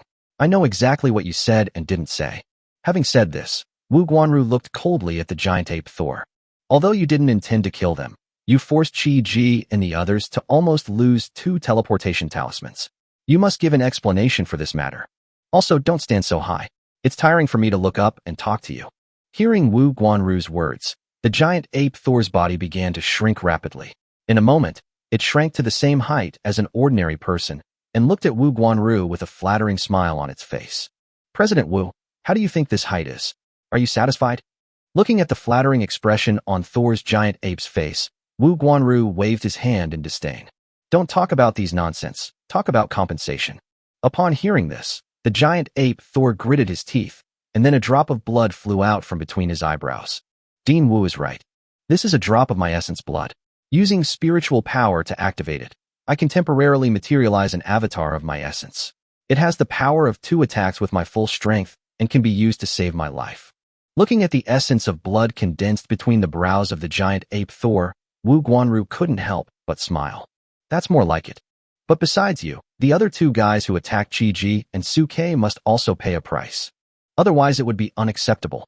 Hearing this, the giant ape Thor gritted his teeth lightly, then let out a low roar directly at the 2 7th-level ferocious beasts to communicate with them. The 2 7th-order ferocious beasts have not yet reached that realm and cannot speak human language like the Thor giant ape, so they can only communicate with them through the prophecies of their beast tribe. A moment later, the 2 7th-level beasts opened their mouths, and a drop of blood flew out of their mouths. The giant ape Thor collected it in his palm and handed it to Wu Guanru. "This is the precious blood of my 2 brothers. Although it cannot be used for fighting like my own essence and blood, it is also an extremely rare material. Not only can it be taken for a short period of time to increase cultivation, it can also be used for refining or other purposes." Looking at the 2 drops of blood held in the palm of Thor the giant ape, Wu Guanru nodded with satisfaction. "Considering that you didn't really cause any harm and paid the price, today's incident will be put to rest." Having said this, Wu Guanru paused and looked at the giant ape Thor meaningfully. "But you still have to advise your master when you go back. If you don't plan to meet him directly, you'd better think twice before you attack my war college in the future." After listening to Wu Guanru's words, the giant ape Thor paused, then nodded to Wu Guanru. "I'll pass it on." After saying that, the giant ape Thor turned around and growled at the beasts that were watching from behind, then led the beasts away along the side of Su-Kei and the others. However, due to their fear of Wu Guanru, all the beasts subconsciously avoided Su-Kei and his companions, fearing that if they got too close they would upset Wu Guanru. The 2 7th-level ferocious beasts even imitated Thor's giant ape and shrunk their bodies to the size of ordinary humans, following Thor's giant ape carefully. Watching the group of ferocious beasts leaving in a mighty manner, Cheng Chi-ji couldn't help but sneer. "Why are you calling so many of our kind? If you don't know, you might think we're having a fight. What's the use of having so many beasts? To keep the place under control? Or are they staying here to block us? To prevent us from escaping?" Hearing Cheng Chi-ji's sarcasm, Manhwa, who had relaxed at the side, also laughed out loud. I think these beasts are probably just enjoying the fun, or they were attracted by the aura of Xiao Shuqiue and the other's breakthrough. However, Suke frowned slightly as he listened to the two people's teasing. Although their speculations made sense, Suke always felt that something was wrong. Why are there so many ferocious beasts coming to watch? It is understandable that Lu Qinhuan's talent breakthrough attracted some special high-level ferocious beasts, but the appearance of so many low-level ferocious beasts is a bit strange. It seems like he is covering up something. Cover. Thinking of this, Suke quickly activated his divine insight pupils and looked at the herd of beasts passing by. After a moment, Suke seemed to have discovered something, and his pupils widened instantly. Chapter 183, 9th Level Ferocious Beast, Evil Moon Rabbit. Evil Beast, Evil Moon Rabbit. Realm, 9th Level. Talented Skills, Evil Moon Attraction, Blood Coil, Scarlet Eyes, Soft Wrestling, 8th-Section Overlord Fist, Concealment, Golden Body, Voice Transmission. Disadvantages, extremely dependent on melee bursts. Try to distance yourself from it, and consume it from a distance. Its hearing is very sensitive, and it can make loud noises to disrupt its movements. Status, Contractable. Looking at the information bar that appeared in his field of vision, Suke was stunned on the spot.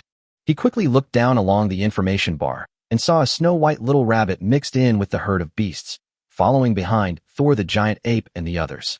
Judging from its aura, this rabbit is only at the 4th level. No one would have thought that such an ordinary-looking rabbit beast could actually be the legendary 9th level beast Xieyuxian. Evil Moon.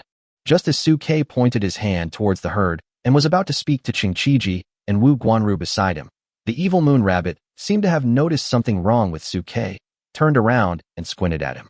Then, a cold female voice sounded from Suke's heart. Little guy, I advise you not to reveal my identity. Otherwise, I can't guarantee that I won't fuck you.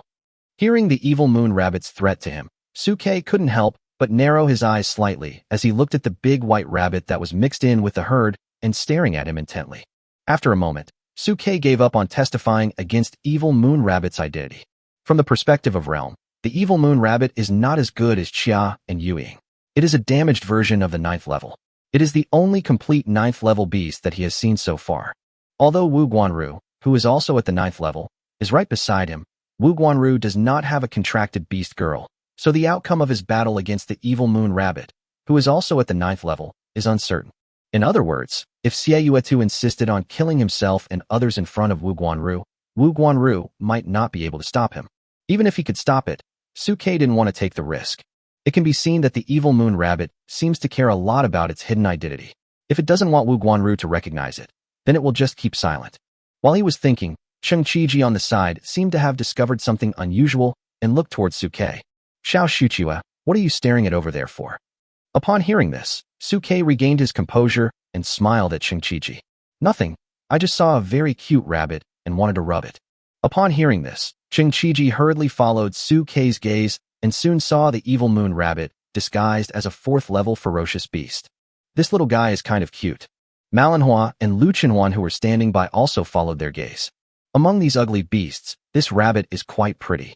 As she spoke, Manhwa actually flew directly towards the Evil Moon Rabbit and reached out to take it. Come here.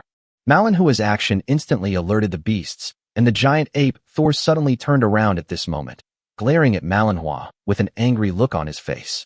Human, what do you want to do? Are you going to go back on your word and attack us? Looking at the unusually alert Thor the giant ape, Manhwa coughed dryly. Nothing, I just wanted to take a rabbit out for a rub. Why? You, an 8th level beast, care so much about this rabbit? Listening to Manhwa's words, giant ape Thor was stunned for a moment, then seemed to have thought of something and spoke while suppressing his emotions. All the fierce beasts in this star forest are our people, and I care about every one of them. But you guys clearly promised to let us go. Are you suddenly going to go back on your word? Facing the somewhat angry face of the Thor giant ape, Wu Guanru glanced at Suke and the others out of the corner of his eye, then quickly stepped forward and walked in front of the Thor giant ape. Don't worry, since I promised to let you go, I will definitely keep my word. It's just that now, these little guys have taken a fancy to this big white rabbit and want to touch it. I wonder if they can. After all, such a cute and rare beast is very rare.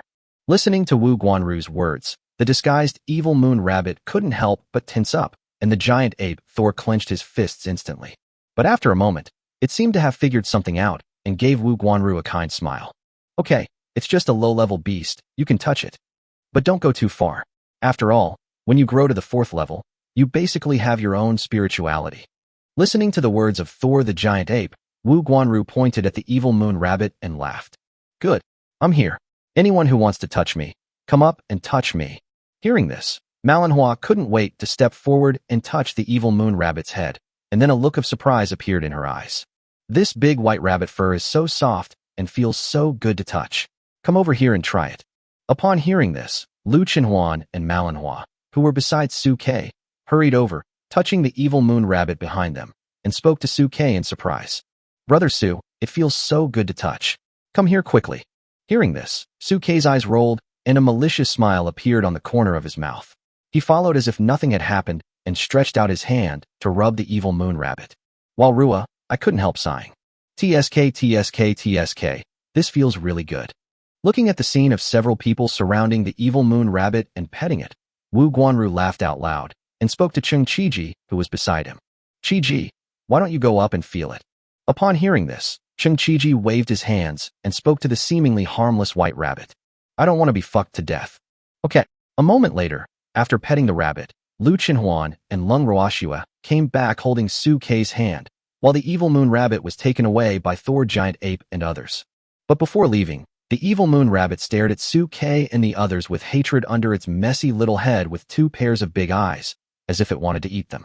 Fortunately, after taking a glance at Wu Guanru, it chose to leave silently. Looking at the ferocious beasts disappearing from his sight, Lu Chenhuan squeezed his palms with some nostalgia. I didn't expect that among this group of fierce beasts, there would be such a harmless white rabbit. Its fur is soft and smooth to the touch. It is really a beauty among beasts. Of course she's a beauty. Before Lu Chenhuan finished speaking, Wu Guanru spoke meaningfully. How can the fur of a 9th-level beast not be soft and smooth? Having said this, Wu Guanru turned to look at Su Ke with a smile on his face. I'm right, Xiao Shuchua. Unlike Evil Moon Rabbit who knew nothing about Su Ke, Wu Guanru and Cheng Qiji knew very well that Su Ke had the ability to see through all flaws, so when Su Ke was in a daze just now, Cheng Qiji and Wu Guanru had some doubts in their hearts. Later, he even used the excuse of touching the beasts to test a few of them. Although no flaws were revealed at the time, from the reactions of Thor, Evil Moon Rabbit, and Su Ke, he had already roughly confirmed it. Listening to Wu Guanru's words, Su Ke smiled and nodded. As expected, nothing can be hidden from the 2 directors and the dean. The big white rabbit just now is indeed the 9th-level vicious beast, the Evil Moon Rabbit. Chapter 184 Wu Guanru's request. That harmless white rabbit is a 9th-level vicious beast. After hearing Su Ke's answer, Lu Chenhuan couldn't help but widen his eyes. Even Lung Roashue, who was standing by, opened her mouth wide and looked at her hands in disbelief. You mean I just rubbed the head of a 9th-level beast? No one could have imagined that a seemingly ordinary rabbit was actually the mysterious and elusive beast Xie Yuxian in the legend. This kind of experience is enough to brag about for the rest of your life. Yes. Su Ke nodded gently beside him. It's just that the Evil Moon Rabbit didn't let me reveal its identity. I see. Before Su Ke finished speaking, Wu Guanru beside him nodded slightly. In fact, the reason why I let Qiji come forward just now was to prove the identity of this 9th-level beast. I didn't expect that in order to avoid exposing itself, it would be willing to be touched on the head by you little guys. Manhwa on the side nodded slightly. If it weren't for Xiao Shuchua's abnormality, we might not have noticed this big white rabbit. It may not have thought that Xiao Shuchua's talent can see through all flaws, and his identity has already been exposed. Listening to Manhwa's words, Wu Guanru beside her shook his head slightly. Another possibility is that it has become aware of our speculation about its identity. Even if it knows it's a test, it won't turn hostile as long as it's not exposed on the spot.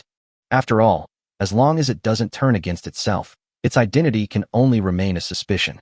Without definite evidence, it still cannot be proved to the outside world that this is it. After listening to everyone's analysis, Wu Guanru simply waved his hand. Don't dwell on these meaningless topics.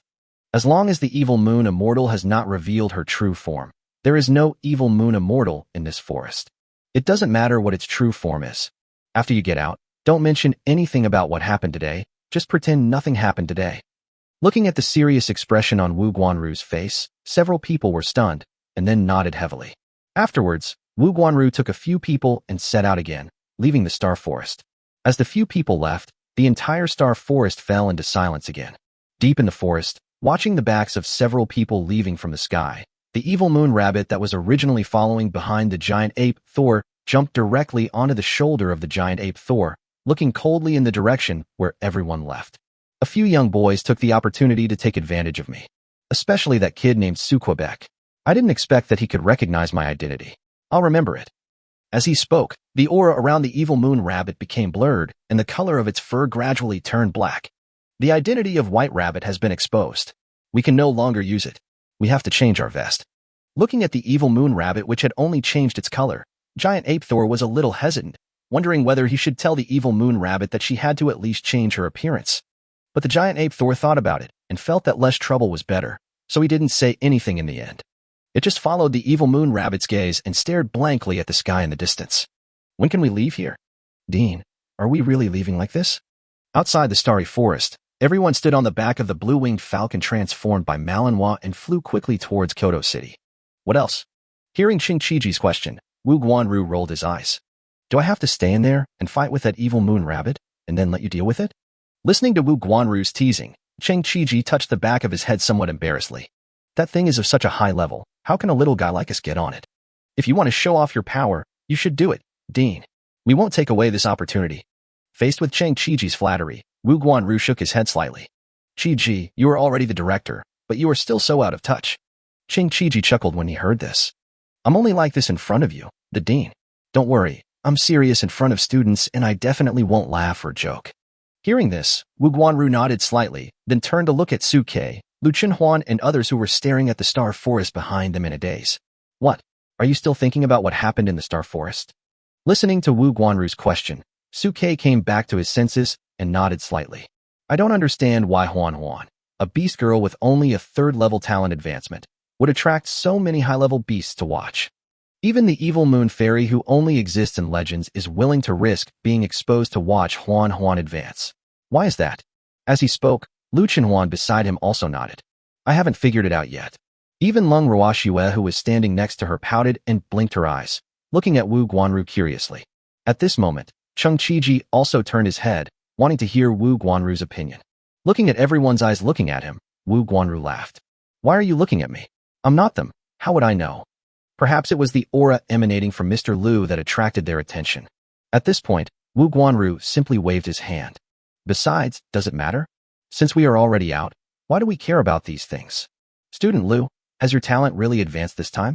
While speaking, Wu Guanru turned his head and looked at Lu Chenhuan beside him. Although Wu Guanru had previously known from Qingqiji and others that Suke had the ability to help Lu Chenhuan advance his talent, he still found it a little unbelievable after actually seeing it. At this time, Lu Chenhuan nodded slightly in response to Wu Guanru's questioning. Yes, although the breakthrough process just now was a bit difficult, I have indeed advanced. Then can you show me your current beastly form? Listening to Wu Guanru's words, Lu Chenhuan hesitated. Is it showing on Sister Lanhua now? Looking at Lu Chenhuan's hesitant expression, Wu Guanru laughed. Of course not. If you agree, we can go back to the school training ground and test it. There happens to be a talent testing machine there, which can be used to test your and classmate Lung's current talent levels. Hearing this, Lu Chenhuan couldn't help but reveal a hint of hesitation on his face, and looked at Suke beside him. Brother Su. Seeing this, Suke knew what Lu Chenhuan was worried about, and laughed and waved his hand. Huan, don't worry. The two directors and the principal already know the secret of our talent advancement, so there's no need to hide it from them. In a few days, we will be members of the War College. Since we know each other well, there is no need to hide anything. After listening to Suke's answer, Lu Chenhuan nodded to Wu Guanru. Good. Seeing this, Wu Guanru burst into laughter. Chapter 185. Why didn't you tell me about this earlier? Everyone quickly entered the city. When the soldiers guarding the city saw Wu Guanru, they not only did not check him, but even lined up to welcome him into the city. Welcome Dean Wu back to the city.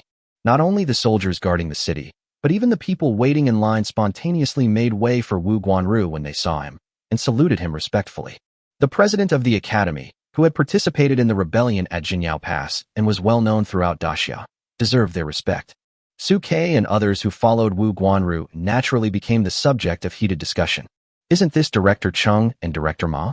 Who are those three little guys following them? Who could be the one that Dean Wu could personally pick up outside the city? Isn't it the one that was hotly discussed a few days ago, the genius boy from the small city of Tianhai and his stupid beast girl? What's the matter with the genius boy and the stupid boy? You don't understand this. Suddenly, rumors about Suke and the others spread again. But Suke and the others had already gotten used to this. Wu Guanru looked at Suke and the others, who were not surprised by the rumors, and a hint of admiration appeared in his eyes. These three boys are not easily shocked by praise or criticism, and their character is very rare. They will become great men in the future. While they were thinking, everyone entered Kyoto. Then Wu Guanru took out a 7-seater car from his storage ring and invited everyone to get in. Looking at the SUV in front of them, Lung Ruoxue beside Su Ke couldn't help but blink and look at Wu Guanru, speaking weakly. President Wu, don't you say that we need to obey traffic rules in Kyoto? Have you taken your driver's license test? Upon hearing this, Wu Guanru burst into laughter. Do you think I'm a loser like Chi-Ji? I haven't gotten a driver's license in all these years in Kyoto. Who is this Dean? Just a driver's license, and I'm in control. Hearing Wu Guanru's ridicule, Cheng Chi-Ji got angry on the spot. Hey Lao Deng, can this be ridiculed?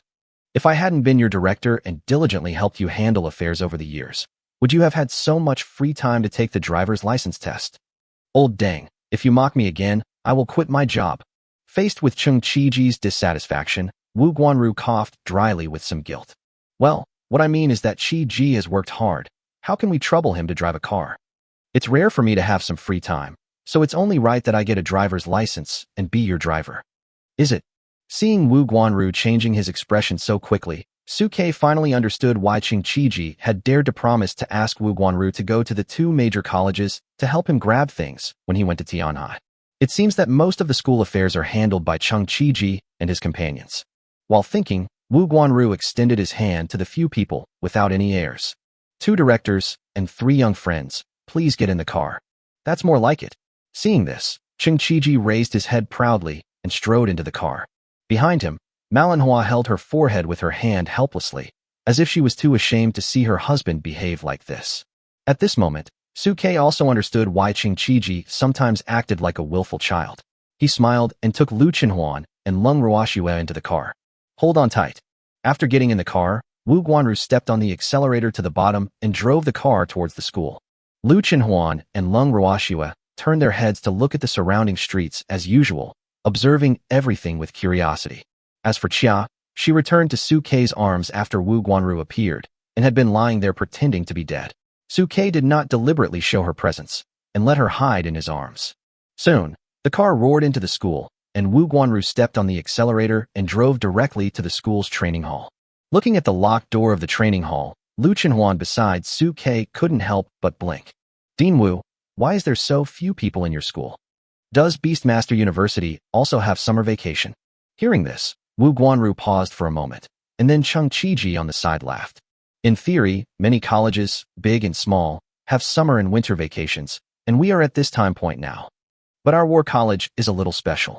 Many seniors are accumulating merit points on the front lines right now. Accumulate merit points? Listening to Cheng Chi-Ji's explanation, Suke couldn't help but frown slightly. Yes. Manhwa, who was beside Cheng Chi-Ji, echoed the voice. This is a special exchange point in our academy. It can be used to exchange for various resources and magical tools, and even some extremely rare skill scrolls. It is the main way for students to become stronger. If you want to grow and advance in the future, you will also need to do this. Huh. Hearing Manhwa's words, Lu Chenhuan beside Suke immediately widened his eyes. Hey, didn't you promise us that all resources would be provided to us after we entered the academy? Why do we still need to earn them ourselves? Even Lung Ruoxue frowned a little, sitting next to Suke and looking at Cheng Chi-Ji and the others. Hearing this, Cheng Chi-Ji nodded guiltily. I said, all the resources are available, but I didn't say it's all-inclusive. You can get the armor design drawings, Beast Girl armor, and central formations you mentioned earlier. And you can also get the magic weapon that I promised Xiao Shuqiue to have tailor-made for him by Dean Wu. What magic weapon? Wu Guanru, who was standing aside, couldn't help but frowned. What do you mean by a magic weapon that I tailor-made for you? Why didn't you mention it to me? Looking at Wu Guanru's expression, Suke couldn't help but hold his forehead. This principal and director are too unreliable. Cheng Chi-Ji on the side hurriedly explained. Dean, didn't you tell me to make any offer to win over Xiao Su? A mere magical instrument. Is it a problem for you in your old age? If we lose a group of talented elites like Su, it would be a loss. Having said this, Cheng Chi-Ji quickly winked at Wu Guanru, and secretly tilted his head in the direction of Su-Kei. Wu Guanru saw Su-Kei's speechless look and quickly coughed. What the dean means is, why didn't you tell me about this earlier? A genius like Su is definitely worthy of me personally making a magic weapon for him. How could I feel bad about that? You should have told me earlier so that I could prepare earlier and type it out for classmate Su earlier, understand? Facing Wu Guanru's rebuke, Cheng Qiji nodded hurriedly. I understand. This is my problem. Having said this, Cheng Qiji coughed dryly and looked at Su-Kei. Student Su, don't worry, I will not reduce any of the conditions I promised you before. But later on, if you need resources to advance, you will have to earn them yourself. Hearing this, Lu Chenhuan's little mouth couldn't help but pout instantly. You are digging a hole for us to fall into. Chapter 186, shocked Wu Guanru and Cheng Qiji. Squeak. The dusty door of the training hall was pushed open by Wu Guanru. Then, one platform after another appeared in everyone's sight. Looking at these platforms, Su-Kei, Lu Chenhuan, and Lung Ruoxue beside him could not help but widen their eyes with curiosity. Cheng Qiji, who was standing aside, looked at the curious eyes of the crowd and explained with a smile. These are training tables. Each training platform uses technological means and formations to materialize opponents of different realms for combat. Opponents of different realms. After hearing Cheng Qiji's answer, Su-Kei and the others showed curiosity in their eyes. So what image does this opponent usually appear in? Seeing the curiosity in the eyes of several people, Wu Guanru on the side couldn't help but chuckle. Of course it's the old man. The projections of each realm here are all copied from the realms that I was in back then. If you fight it, it's the same as fighting me back then. Surpassing him means surpassing me. Listening to Wu Guanru's words, Su-Kei couldn't help but hold his forehead. This principal style of doing things is really unexpected. He gradually understood why the War College was considered too unorthodox by the other two academies. Judging from the principal style of doing things, the teaching style after enrollment will definitely be very different from that of other schools. Let's not talk about this anymore. Let's go to the test bench and test the current qualifications of Lu and Long. At this time, Wu Guanru was full of curiosity about the talents of Lu Chenhuan and Lung Ruoxue, and he was eager to know whether their talents had really changed. Faced with Wu Guanru's request, several people did not hesitate, and quickly followed Wu Guanru's footsteps and walked onto the testing bench. Cheng Qiji, who was standing aside, spoke to Su-Kei in a low voice. Xiao Shuqiue, you must remember this in the future. The free use time of this training table is limited every month. After the free time is exceeded, the remaining time must be exchanged for merit points. Merit points again. Listening to Cheng Qiji's words, Su-Kei couldn't help but frown slightly. Lu Chenhuan standing by was even pouting in displeasure. Why does it feel like we have to fight for everything on our own in our school? I always feel like I've been ripped off. Isn't there a charge for using this test bench? Hearing Lu Chenhuan's displeasure, Wu Guanru glared at Cheng Qiji and immediately spoke to Su-Kei and the others. Don't listen to Director Cheng's instigation and think that everything in our school is charged.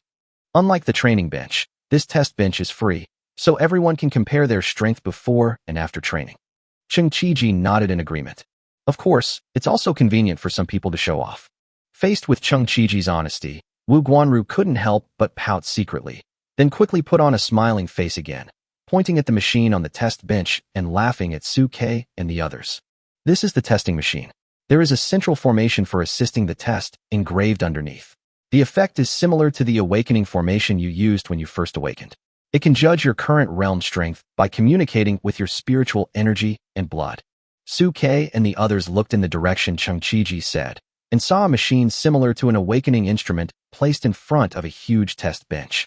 There was also a huge formation below that connected to it, exuding an ancient atmosphere.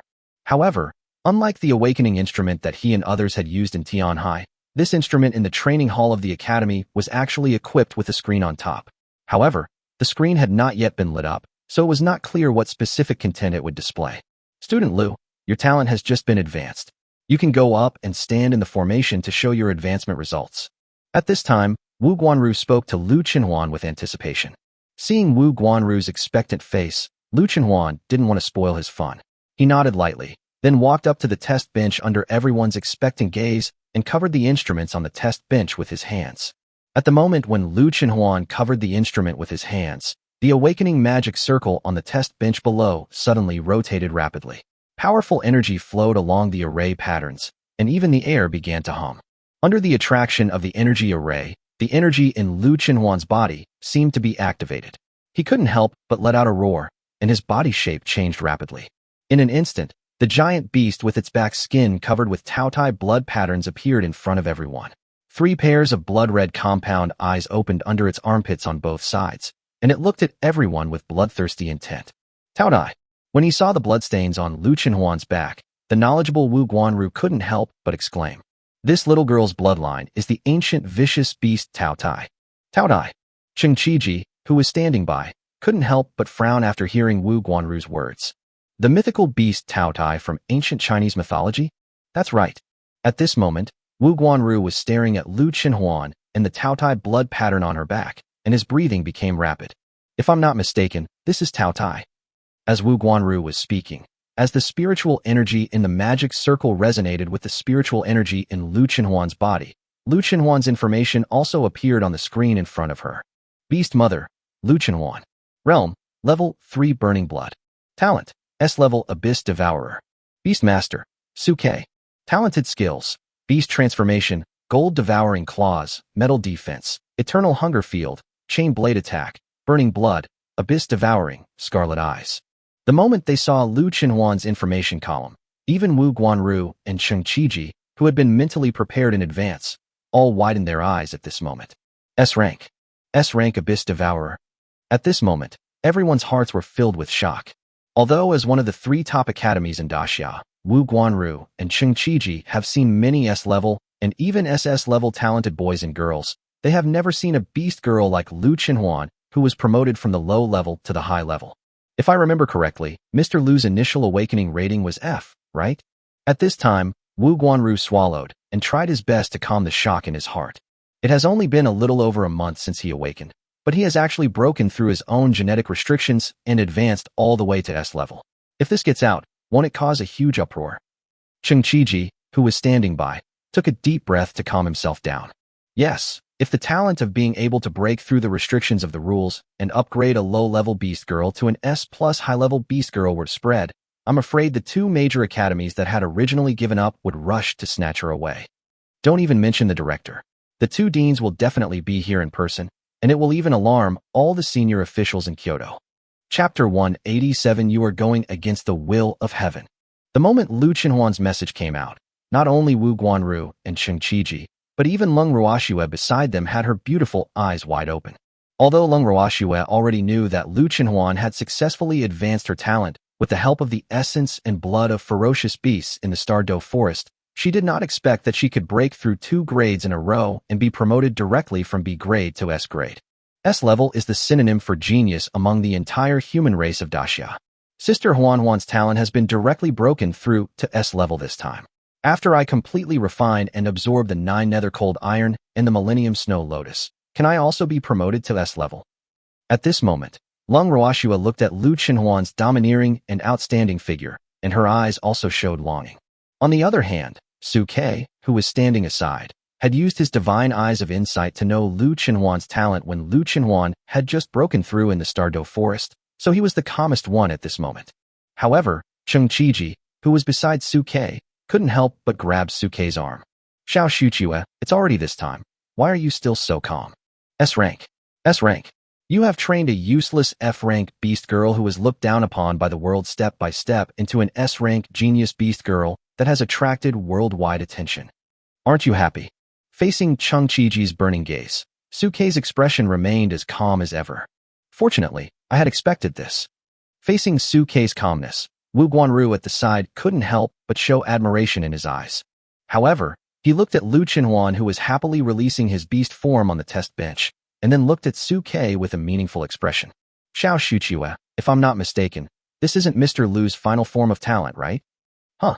Upon hearing this, Cheng Qiji on the side couldn't help but widen his eyes. How is that possible? Didn't Xiao Shuchue tell us that the upper limit of Lu and Lung Ruoxue's talents is S? Just because he said S, you believe it? Before Cheng Qiji finished speaking, Wu Guanru glared at him. Did you see the blood pattern on Lu Qinhuan's back just now? That's the Taotai blood pattern. Although she now looks somewhat like the Taotai, I can sense that this is not her final evolutionary form. Having said this, Wu Guanru turned around and looked at Suke with a determined expression. Xiao Shuchue, if my guess is correct, then Mr. Lu's final destination must be related to that Tao Tai, right? If not for this, you wouldn't have this expression. Hearing this, Suke turned his head to look at Wu Guanru and nodded slightly. Since Dean Wu has seen it, I won't hide it. S level is indeed not the final evolution direction of Huan Huan and the others.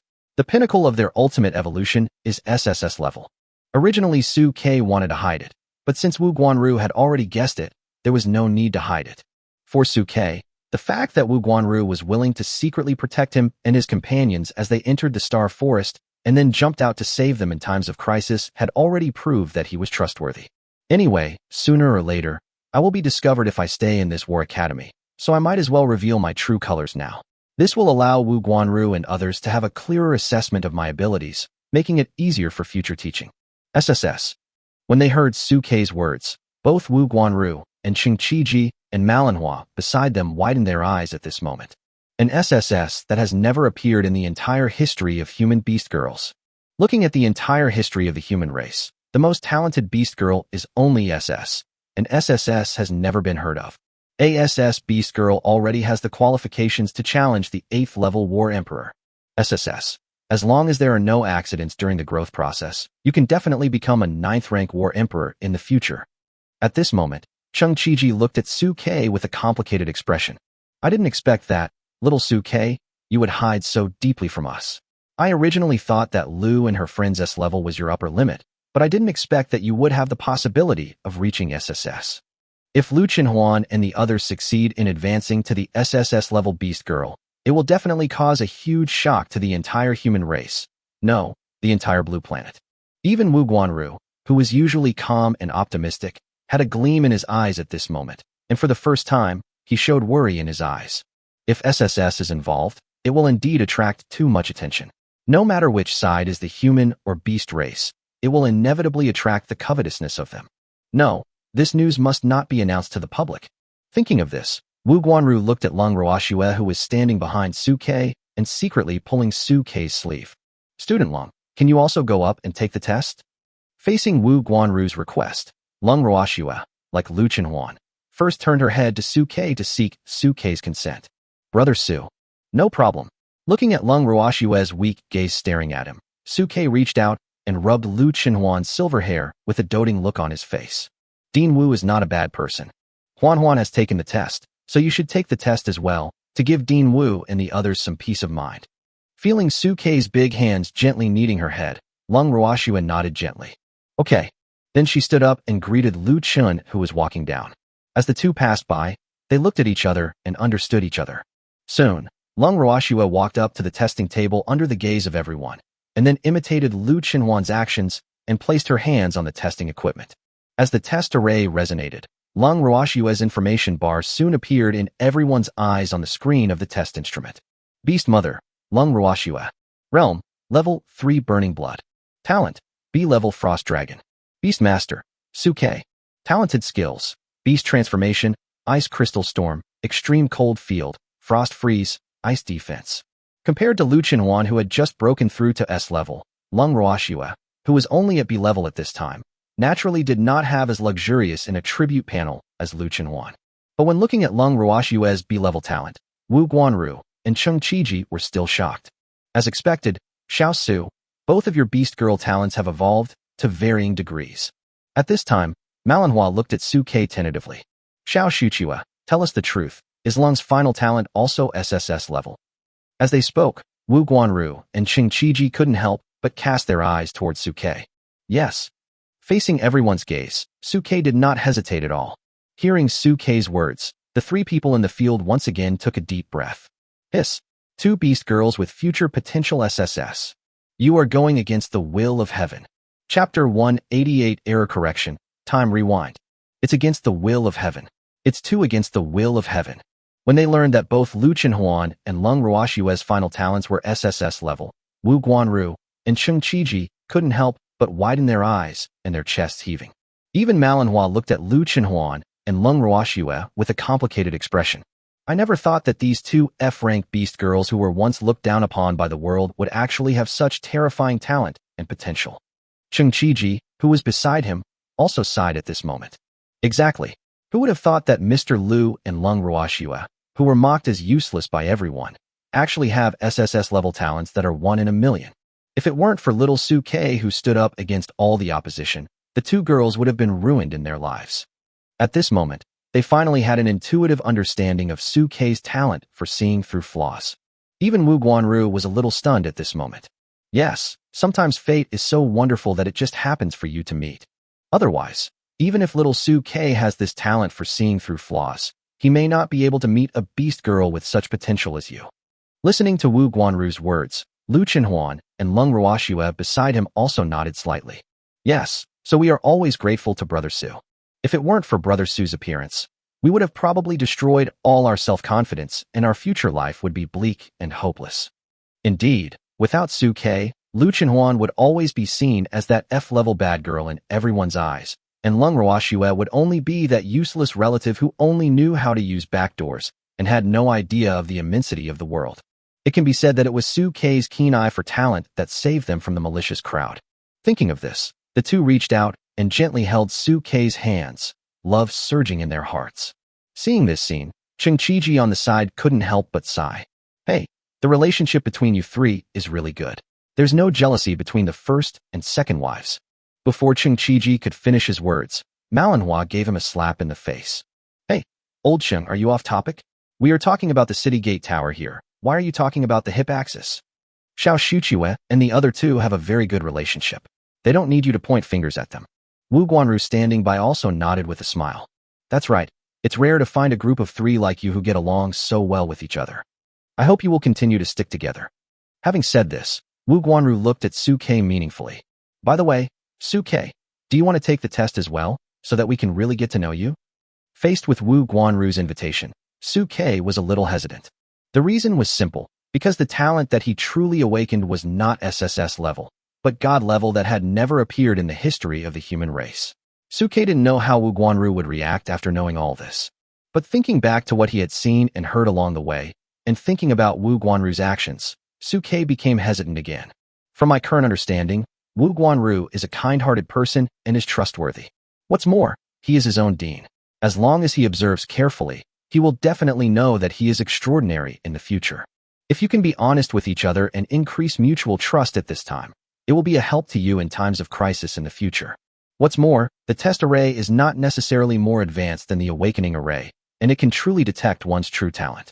Thinking of this, Suke laughed. Why not? Since the dean wants to see it, I'll show it to you so that you can update the information. As he spoke, Suke quickly walked onto the testing array and placed his hands over the testing equipment in front of him. As he put his hands together, the surrounding magic circle lit up with dazzling light at this moment, and the five-colored light kept spinning around him. In an instant, the light bloomed brightly, illuminating the entire training hall. Seeing this scene, Wu Guanru and Cheng Qiji couldn't help but frown slightly. Student Su's test made such a commotion. How could a mere test cause the magic circle to resonate so much? Under the gazes of the crowd, the light around Suke rushed madly into the instrument in front of him. At this moment, Suke's mind seemed to have returned to the vast space when he had just awakened. There was a thin layer of fog between heaven and earth. The vast land was covered with gullies and gushing magma. Ferocious beasts with terrifying auras were prostrating themselves in the direction where they were. Subtitles also began to appear on the screen of the test instrument in front of him. Test successful. Beast Tamer, Suke. Realm, Level 3 Soul Feeding. Talent, God Level. Contracted Beast. But when the subtitles were halfway through appearing, the screen began to vibrate. Error. Error. Unknown interference detected. Error. Are you giving me a rich woman to start with? That's a good start. Qi Tian, seeing this, the pupils of Wu Guanru and Cheng Qiji who were standing in front of the test bench widened instantly, and they all revealed expressions of disbelief. Wrong? How could it be wrong? That's right. This test array was left by a sage, and the equipment was set up by the Dean of the Institute of Science and Technology himself. How could there be an error? Also, this God level. Is this kid Suke a God level? As they were talking, Wu Guanru and Cheng Qiji quickly came forward, wanting to find out what was going on. Seeing this, Suke couldn't help but frown. But at this moment, the red light on the screen in front of Suke dissipated, and a line of subtitles appeared in front of Suke. Unknown factors detected. Error correction in progress. Error corrected successfully. The next second, Wu Guanru and Cheng Qiji, who were originally close to Suke's formation, quickly retreated, and even the expressions on their faces showed a retreat. It's like going back in time. In the blink of an eye, Chung Chiji and Wu Guanru returned to where they had originally stood, and the shock in their eyes reappeared. SSS level, really SSS level. The information is not wrong like Lu Chenhuan and the others. Suke is really a genuine SSS level. Hearing this, Suke couldn't help but frown and quickly looked at the screen in front of him. In his field of vision, he saw that the information that had originally exposed his god-level status had changed silently. Beast Tamer, Suke. Realm, level 3 soul feeding. Talent, SSS level. Contracted beasts, Abyss Devourer, Frost Flower Dragon, Slender-Tailed Cat, Tying Yueying. Talented skills, Insightful Eyes, Source of Evolution, God of all beasts, Heart Contract, Tyrant, Soul Binding.